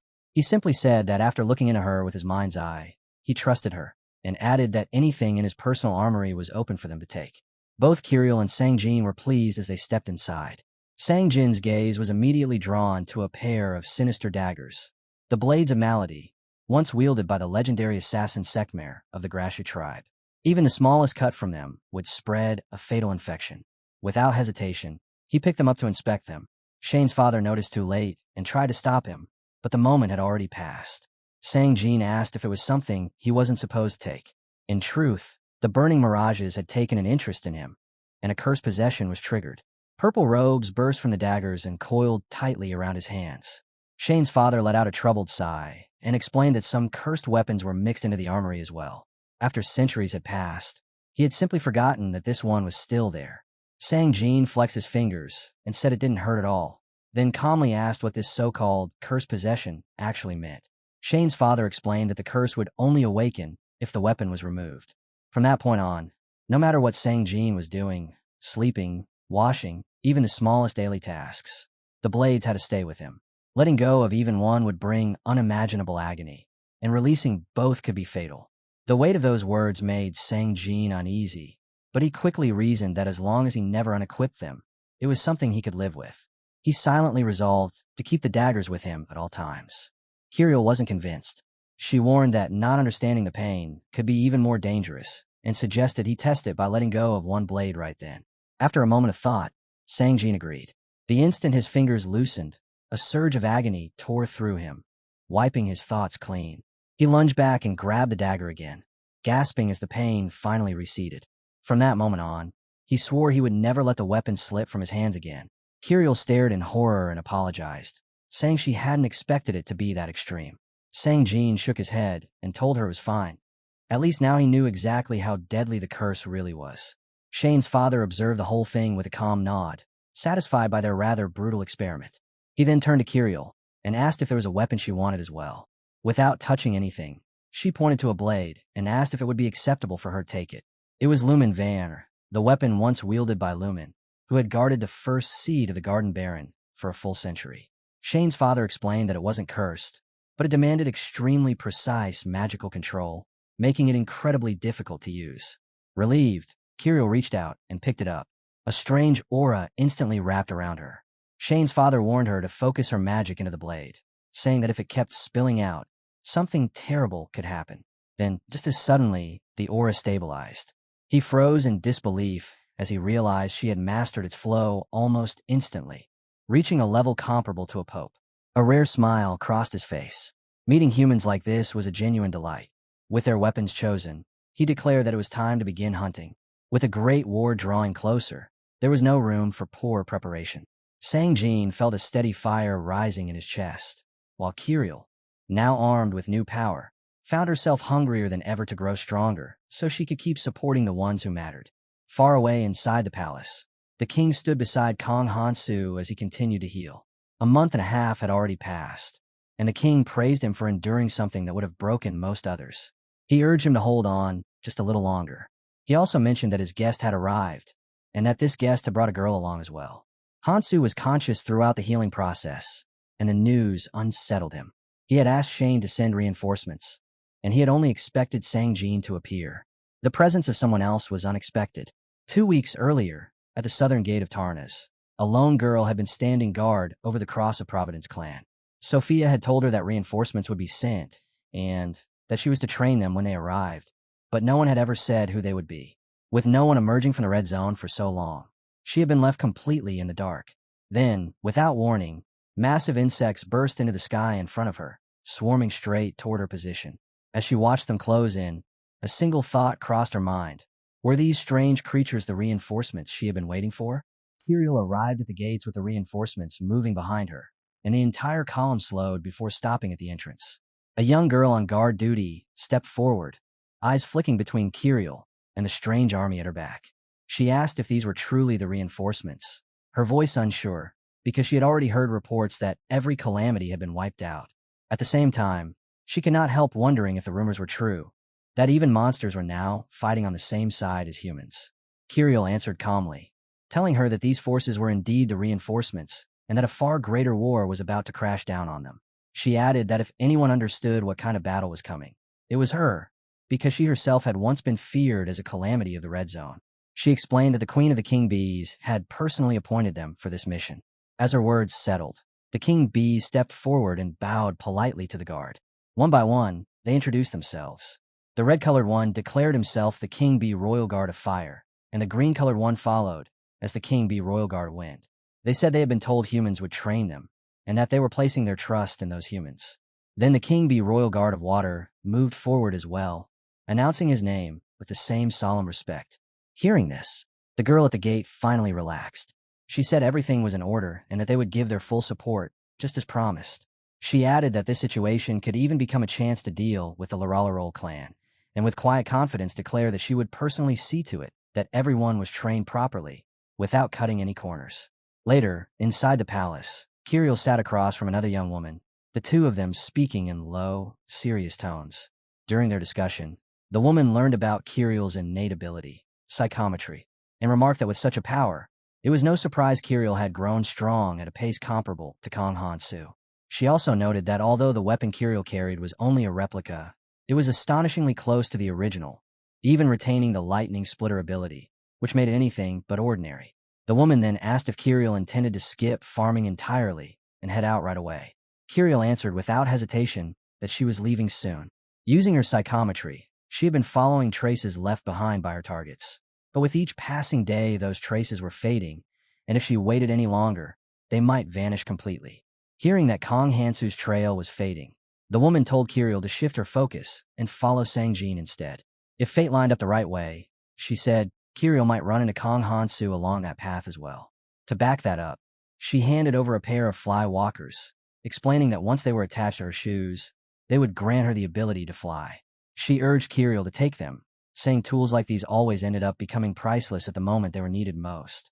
Kirill was sincerely moved. She thanked her with genuine gratitude, feeling humbled by the kindness she had been shown. Not long after, she left the palace. Before she departed, the woman reminded her to send a carrier pigeon once she reached her destination safely. Far away, inside the Larallarol clan's Kaltira Sector 21, a very different scene was unfolding. Soldiers were laughing and shouting as they slaughtered captured slaves in the middle of a twisted game. One of them announced the rules with a grin, saying that if any captive managed to escape, that person would be allowed to live, and the soldiers themselves would have to run as though their own lives were on the line. Terror spread across the prisoners' faces as those words sank in. Soon after, the soldiers called for their team leader, telling him everything was ready and that it was time to begin. That leader was Kyle Dawson, the man in charge of Sector 21. One of his subordinates walked up and bragged that he had already earned 9 points. He even made a crude bet, saying that if Kyle lost, he would take all the women captured this time. Kyle burst out laughing, mocking the man as he declared that he would not lose so easily. With arrogant confidence, he said he would wipe them all out with a single shot. The moment the game started, the prisoners ran in blind desperation. Kyle raised his needle weapon and fired once. In that instant, bodies dropped to the ground. The surrounding soldiers roared with excitement as 10 prisoners were taken down by that single attack. Kyle smirked, satisfied with himself, convinced that he was unrivaled at this cruel sport. But then one soldier pointed out that one prisoner was still breathing, meaning the score was only 9. That remark set Kyle off. He stormed over and smashed the remaining captive to death with his bare hands. The cheers returned, but this time they were mixed with ridicule. The soldiers laughed at Kyle, calling him a cheater, arguing that crushing the body into pieces made it impossible to count the points properly. Kyle answered with total indifference, saying he did not care, that they should just count however many corpses were lying there. If anyone had a problem with how he did things, he told them to step up and try it themselves. Among the soldiers watching this bloodbath, one man silently branded Kyle Dawson as a serious threat. In his eyes, Kyle was not only the one who had violated and murdered Envy Aaron's younger sister, but also a creature who carried out endless atrocities without the slightest hint of remorse. Kyle then called out to Lee Won-kyung, ordering him to join the game as well, since he was the vice team leader. He even said it was fun. Kyung flatly refused, saying he had no interest in such nonsense. He explained that he was only there to deliver orders for everyone to assemble at Sector 28 within 2 hours, and that after passing along the message, he would leave first with his own clan members. Kyle waved him off and called him boring. In his mind, he recalled the rumors that Kyung had escaped with a huge stockpile of runes from the Envy clan. He had expected someone like that to be entertaining, but instead he found him dull and disappointing. Later, at the gathering in Kaltira Sector 28, everyone had assembled, and their leader stood before them, delivering his speech. He addressed them as brothers and sisters and spoke of the land of Lazar, a world that was slowly decaying. He said the heavens had already fallen, and that Lazar could no longer support them. Even so, he declared there was still hope and no reason to be afraid. He revealed that the great hero of Acheron, Ilkadian, had received a divine revelation. In his hands was a crystal ball, and from it a voice echoed out. The voice commanded them to offer the holy water of Nagar, explaining that with it they could awaken the soul transfer device. Once the device was activated, all of them would be able to escape this dying world and move to a new one. He proclaimed that they were the chosen ones, that their destiny would be written in blood, and that the death of Lazar would become their true beginning. He then turned his words toward the humans, saying that just as Nagar had drawn out holy water and injected it into Lazar, this withered land could be kept alive. For the sake of the humans who would stay behind, they would leave all the research, technology, and resources they had plundered, offering them as the final legacy of this doomed world. He went on to declare that soon they would take the very place of Acheron itself. After that, the beast turned to the Coffin Emperor and asked how he had done. The Coffin Emperor answered without emotion, saying that none of it mattered to him as long as the promise made to him was kept. Together they faced the humans again, announcing that their leader had granted his approval and that they were eager to watch them rip and tear until everything was finished. The entire force was already in formation. The first Vanguard guerrilla unit was placed under Commander Kyle Dawson, with Lee Kyung as his vice commander, made up of 100 Laralrol clan members, 300 from the Crown clan, and 500 Grashuan travelers. The 2nd Engineer Corps was led by Olsen with Malcolm beside him, consisting of 300 Laralrol clan members and 3,700 Grashuan travelers. The 3rd Magic Attack Unit was commanded by Jaren, supported by 300 Jotun personal guards and 200 travelers. The 4th Recon Unit fell under Koellen, with Young Mi Hyung as vice commander, and included only 35 specialists from Grashi and the Alweo methods. At the center of it all stood the main unit, commanded by the Coffin Emperor with Park Gunwoo as his vice commander, a massive host numbering close to 100,000. Soon after, the order went out for the Laralrol clan and their Grashi allies to advance. At the same time, it was revealed that only 36 days remained before Kong Hansu's physical reinforcement technique would expire. 3 days slipped by as the allied armies continued their march. In the grand sanctuary of the main audience chamber, Jekyll spoke in the name of the great hero Ilkadian, declaring that the warriors of the worst of the main would lend their strength. Jekyll was an elder of the Chilkin tribe. After him, Karanil, the deputy elder of the Kalpari tribe, stepped forward as well. Speaking in Sir Ilkadian's name, he said that for the sake of Lord Lazar, who sustained their world, they would gladly give their aid. The king nodded with satisfaction and said he would not forget such support, especially on such short notice. He then turned to all the gathered warriors and proclaimed that within the temple itself, the savior destined to revive Lazar was even now receiving the necessary technique. Only 1 month remained, he said, until that savior awakened. That single month will be both their greatest chance and their greatest ordeal. He swore that they would punish the wicked who dare to spread chaos and destruction, not only against the Grashi tribe, but against all of Lazar. In the end, he vowed that Lazar would be restored to its former glory, becoming once more a vast, lush sea of green.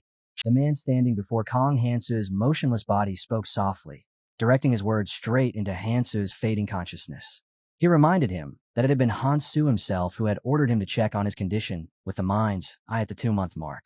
This man was Shane's father, and even though something about what he was doing felt deeply wrong, he still obeyed the instructions Hansu had left behind. With hesitation in his heart, but resolve in his mind, he opened his mind's eye and stepped inside. The moment he entered, he understood how dire things truly were. Kong Hansu's inner world had already decayed to a horrifying degree. Chains wrapped around Hansu, binding him in place inside that broken mental realm. Hansu immediately told him there was no time to waste, that what little time remained was slipping away, so he would explain everything as quickly as he could. The old man nodded and focused, knowing this might be their last chance to change anything. Hansu said that even though countless things had shifted from his previous life, some events were still unfolding along the same path. In that past, the Nagar tribe had opened the gates to let a group of captives pass toward the eastern gate. Those captives had been branded with a technique, and when it activated, it caused a massive explosion that completely destroyed the eastern gate. Hansu said that this single fact should be enough to make him grasp just how dangerous the current situation was. The old man was shaken to his core. He could barely believe that the enemy would go so far as to butcher their own tribesmen in such a cruel way. Hansu told him that this was exactly how their enemy fought, doing anything necessary to secure victory. But he also said that history did not have to repeat itself. He instructed that Sang Jin should be sent to strike the vanguard, because Sang Jin's monarch authority, when combined with Wang Qiang's emotion-sharing ability, would allow them to rescue a large number of captives. Hansu also said that Kyle Hansu needed to be stationed to the eastern gate, so that when Enviaran arrived, the three of them together could wipe out the enemy's vanguard unit. The old man answered that he understood everything. He told Hansu that Enviaran was already on her way as reinforcement, and that he would immediately send a carrier pigeon to the eastern gate to deliver these orders.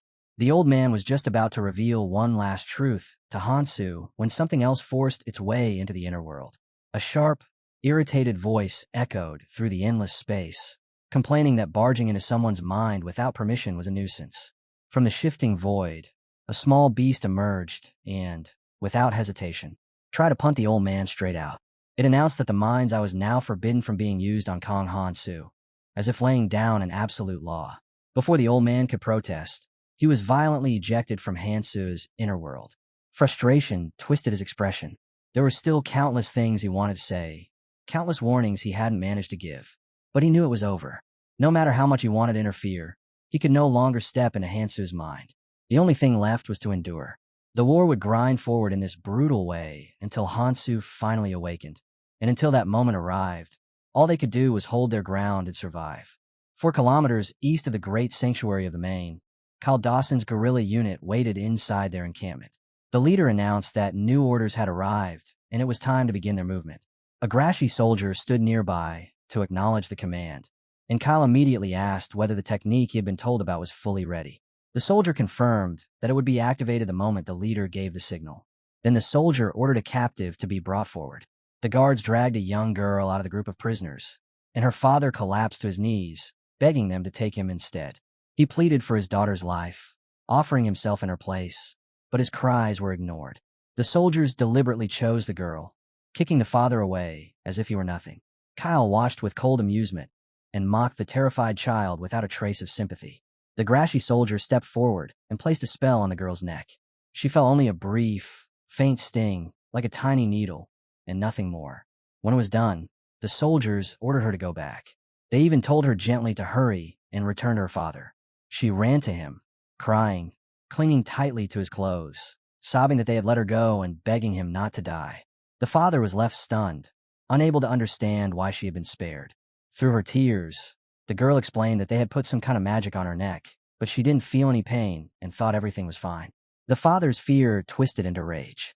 His voice rose as he demanded to know what they had done to his daughter, his hands gripping her shoulders, as if he could somehow protect her by force alone.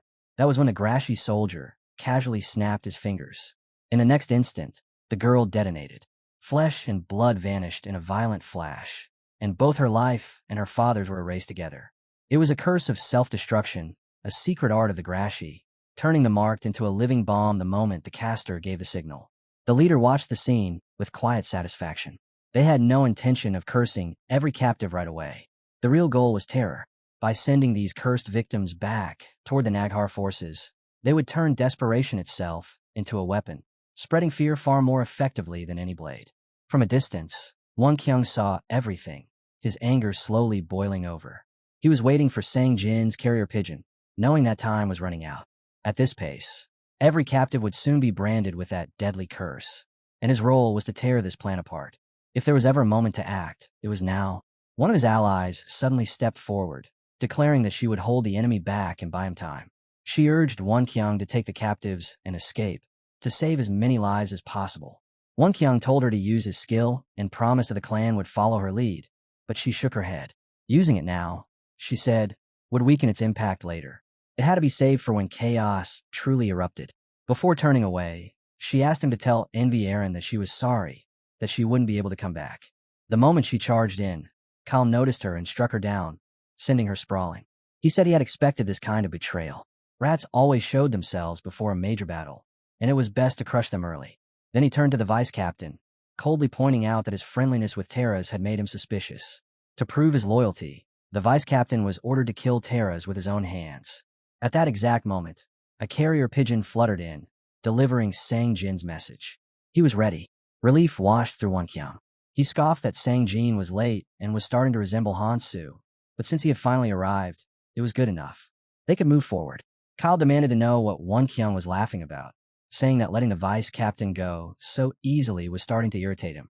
Wonkyung replied that those words were meant for Kyle instead. As he spoke, he placed a curse on him. The moment the curse took hold, Wonkyung moved. He unleashed his emotion-sharing ability, flooding every member of the Crown clan with his will, his fury, and his resolve. In a single breath, their hearts synchronized with his, and his command spread through them like wildfire. Every blade turned outward as he ordered them to slaughter every last member of Laralarol and the Grashi, leaving no one alive. The instant Wonkyung unleashed his power, his emotional rage surged, spiking by 38% as the target of Li Wonkyung's Rahi was locked in. Absolute hostility toward the Laralarol clan and the Grashi tribe was triggered without hesitation. Every soldier caught, and its influence became possessed, their minds drowned in a single command. Kill. That word spilled from their mouths again and again, stripping away all reason. Those who had been slaughtering moments earlier were now being butchered by the very comrades who had fought beside them. Inside the tents, order collapsed into madness as allies turned on each other in a blood-soaked frenzy. The ground was quickly painted red, screams tore through the air, and the entire encampment descended into total chaos. Watching it all unfold, Kyle threw his head back and laughed, letting out a long, echoing scream, clearly savoring the destruction around him. In his mind, Kyle wondered why the vice captain had exposed himself so soon when they had already caught one traitor. Wonkyung answered that question with his actions. This had always been his plan. From the moment he joined the vanguard, he had intended to create this exact nightmare. His goal was never to survive among them, but to tear them apart from the inside. Every step he took declared the same truth. Kyle and the filth around him would die for the sake of his daughter, and Kyle would pay for every sin he had committed. Kyle's smile faded. He believed Wonkyung's rune count had already climbed to around 50%, meaning a massive amount of power had been spent. What he failed to realize was that the vice captain had been hiding even more strength. He had planned to play with Wonkyung before killing him, but now that arrogance was gone, a chill crept into his thoughts as he realized that if Wonkyung crossed 60%, he would step into the realm of a Muggos, and then everything would change.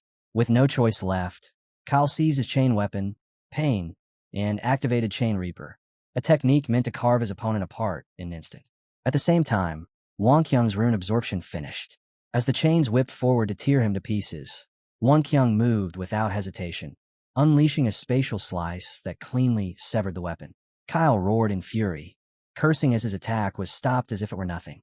While the battlefield burned in every direction, Sang Jin stood alone on a distant hill, quietly watching the chaos unfold. Even he hadn't expected Wonkyung to erupt with that kind of overwhelming force. Something had clearly pushed him past his limits this time. Seeing it with his own eyes, Sang Jin felt a rare sense of relief wash over him. He had made it in time, and with that came a cold resolve. There was no reason to keep hiding his true power any longer. The corpses scattered across the field began to twitch. One by one, the dead answered his will. Soldiers who had fallen moments earlier were dragged back to their feet, their lifeless bodies turned into weapons. They charged the enemy ranks without fear or hesitation, and panic ripped through the opposing army. No one could understand how the slain had suddenly become more terrifying than the living. Some tried to flee, but the commanders screamed at them to hold the line, convinced their numbers would eventually crush this nightmare. They were wrong. Every new death only fed Sang Jin's army. Each fallen enemy was added to his control, and with every corpse that rose, the balance of the battlefield tilted further in his favor. Watching it all, Sang Jin felt a grim satisfaction settle in. As long as bodies kept dropping, his forces would never run dry. Elsewhere, Kyle was barely standing. Blood soaked his armor as he tried to process how everything had fallen apart so quickly. In his mind, it all traced back to a single girl, and that mistake had ignited everything. His fury turned toward Wonkyung. burning so hot that he swore he would grind him into dust. With nothing left to lose, Kyle reached for the last thing he had sworn never to use in a fight like this. A thin needle slid into his arm, and he injected the shimmering liquid without hesitation. It was a forbidden stimulant, one that unlocked the tribal skill Berserker of Acheron. For 10 minutes, it would grant overwhelming power, but at the cost of reason itself. Without an antidote, it could even kill him. Kyle didn't care. His body began to swell, muscles bulging as raw strength flooded through him. In an instant, he became a blur. He slammed into Wonkyung with a single punch, the impact crushing ribs and sending him flying across the ground. The power coursing through Kyle was absolute. He moved like an unstoppable monster, drunk on the violence roaring through his veins. Wonkyung collapsed, unable to rise. Lying there in the dirt, he felt only bitterness. If his strength hadn't faded, if the damage to his body had been healed sooner, he could have kept fighting. The war wasn't supposed to end like this. With what little strength he had left, he tried to move. And in the depths of his mind, he could only pray that Sang-jin would reach him before it was too late. Kyle loomed over Wonkyung, laughter spilling from his mouth as he mocked him without restraint. He sneered at him for crawling for help after being beaten into the dirt, and declared that it didn't matter who came. Wonkyung would never leave this battlefield alive. He promised to take his head, take Terrace as well, and raise them both on a flag so the world would remember what happened to those who stood against him. Then the sky split. A woman dropped straight down from above, blade already in motion. Kyle barely had time to feel confusion as his vision tilted upward. Only then did he recognize Envieran. The realization came a heartbeat too late. His curse never left his mind before his head was cut clean from his body, and those unspoken words became Kyle Dawson's final thought. Envieran felt no triumph in it. After 7 years of pursuit, ending him so easily brought her no satisfaction, only a quiet sorrow. Still, she had no time to linger. What mattered was that her comrades were alive. She moved to Wonkyung and quickly checked his condition. He could still stand, though his ribs were shattered. He forced a breath and told her he would recover and reunite with Terra soon. What he needed now was for her to go help Sang-jin. Envieran nodded. She had already seen the flow of the battle on her way in and knew it was close to being decided. She would secure Terra's and the prisoners while Wonkyung focused on staying alive. He accepted that without argument. The next day, inside the palace, a small girl walked up to Hansu's body, preserved inside a clear capsule. She gently placed flowers on top and whispered her thanks. Because of the information he had left behind, the enemy had been captured and the prisoners saved. She said it was all thanks to him and Lord Techeron. Techeron, Shane's father, stood beside her. He told the girl that he believed Hansu could still hear her. With a hopeful smile, she said she wished he would wake up soon, because he had saved everyone. She was sure that one day everyone would be grateful to him. Her words warmed Techeron's chest. He asked her, Aelin, to step outside so he could speak to Hansu alone. When the room was quiet, Techeron leaned closer to the capsule. He told Hansu that the enemy vanguard had been wiped out and that the main force was now waiting. The scouts had confirmed it. The next battle would begin tomorrow. Envieran, the travelers, and the king bees had arrived just in time. He went on in a low, steady voice, saying that they could hold back the enemy for now. But if the rumors proved true, the Coffin Emperor would become an overwhelming threat. Until Hansu finally awakened, they would continue resisting with everything they had. All that mattered now was for him to finish his physical strengthening technique. The time left for Kong Hansu to complete that technique was 16 days, 11 hours, and 39 minutes. That's where we'll leave it for now. If you want to catch the next part, make sure to like the video and subscribe so you don't miss it.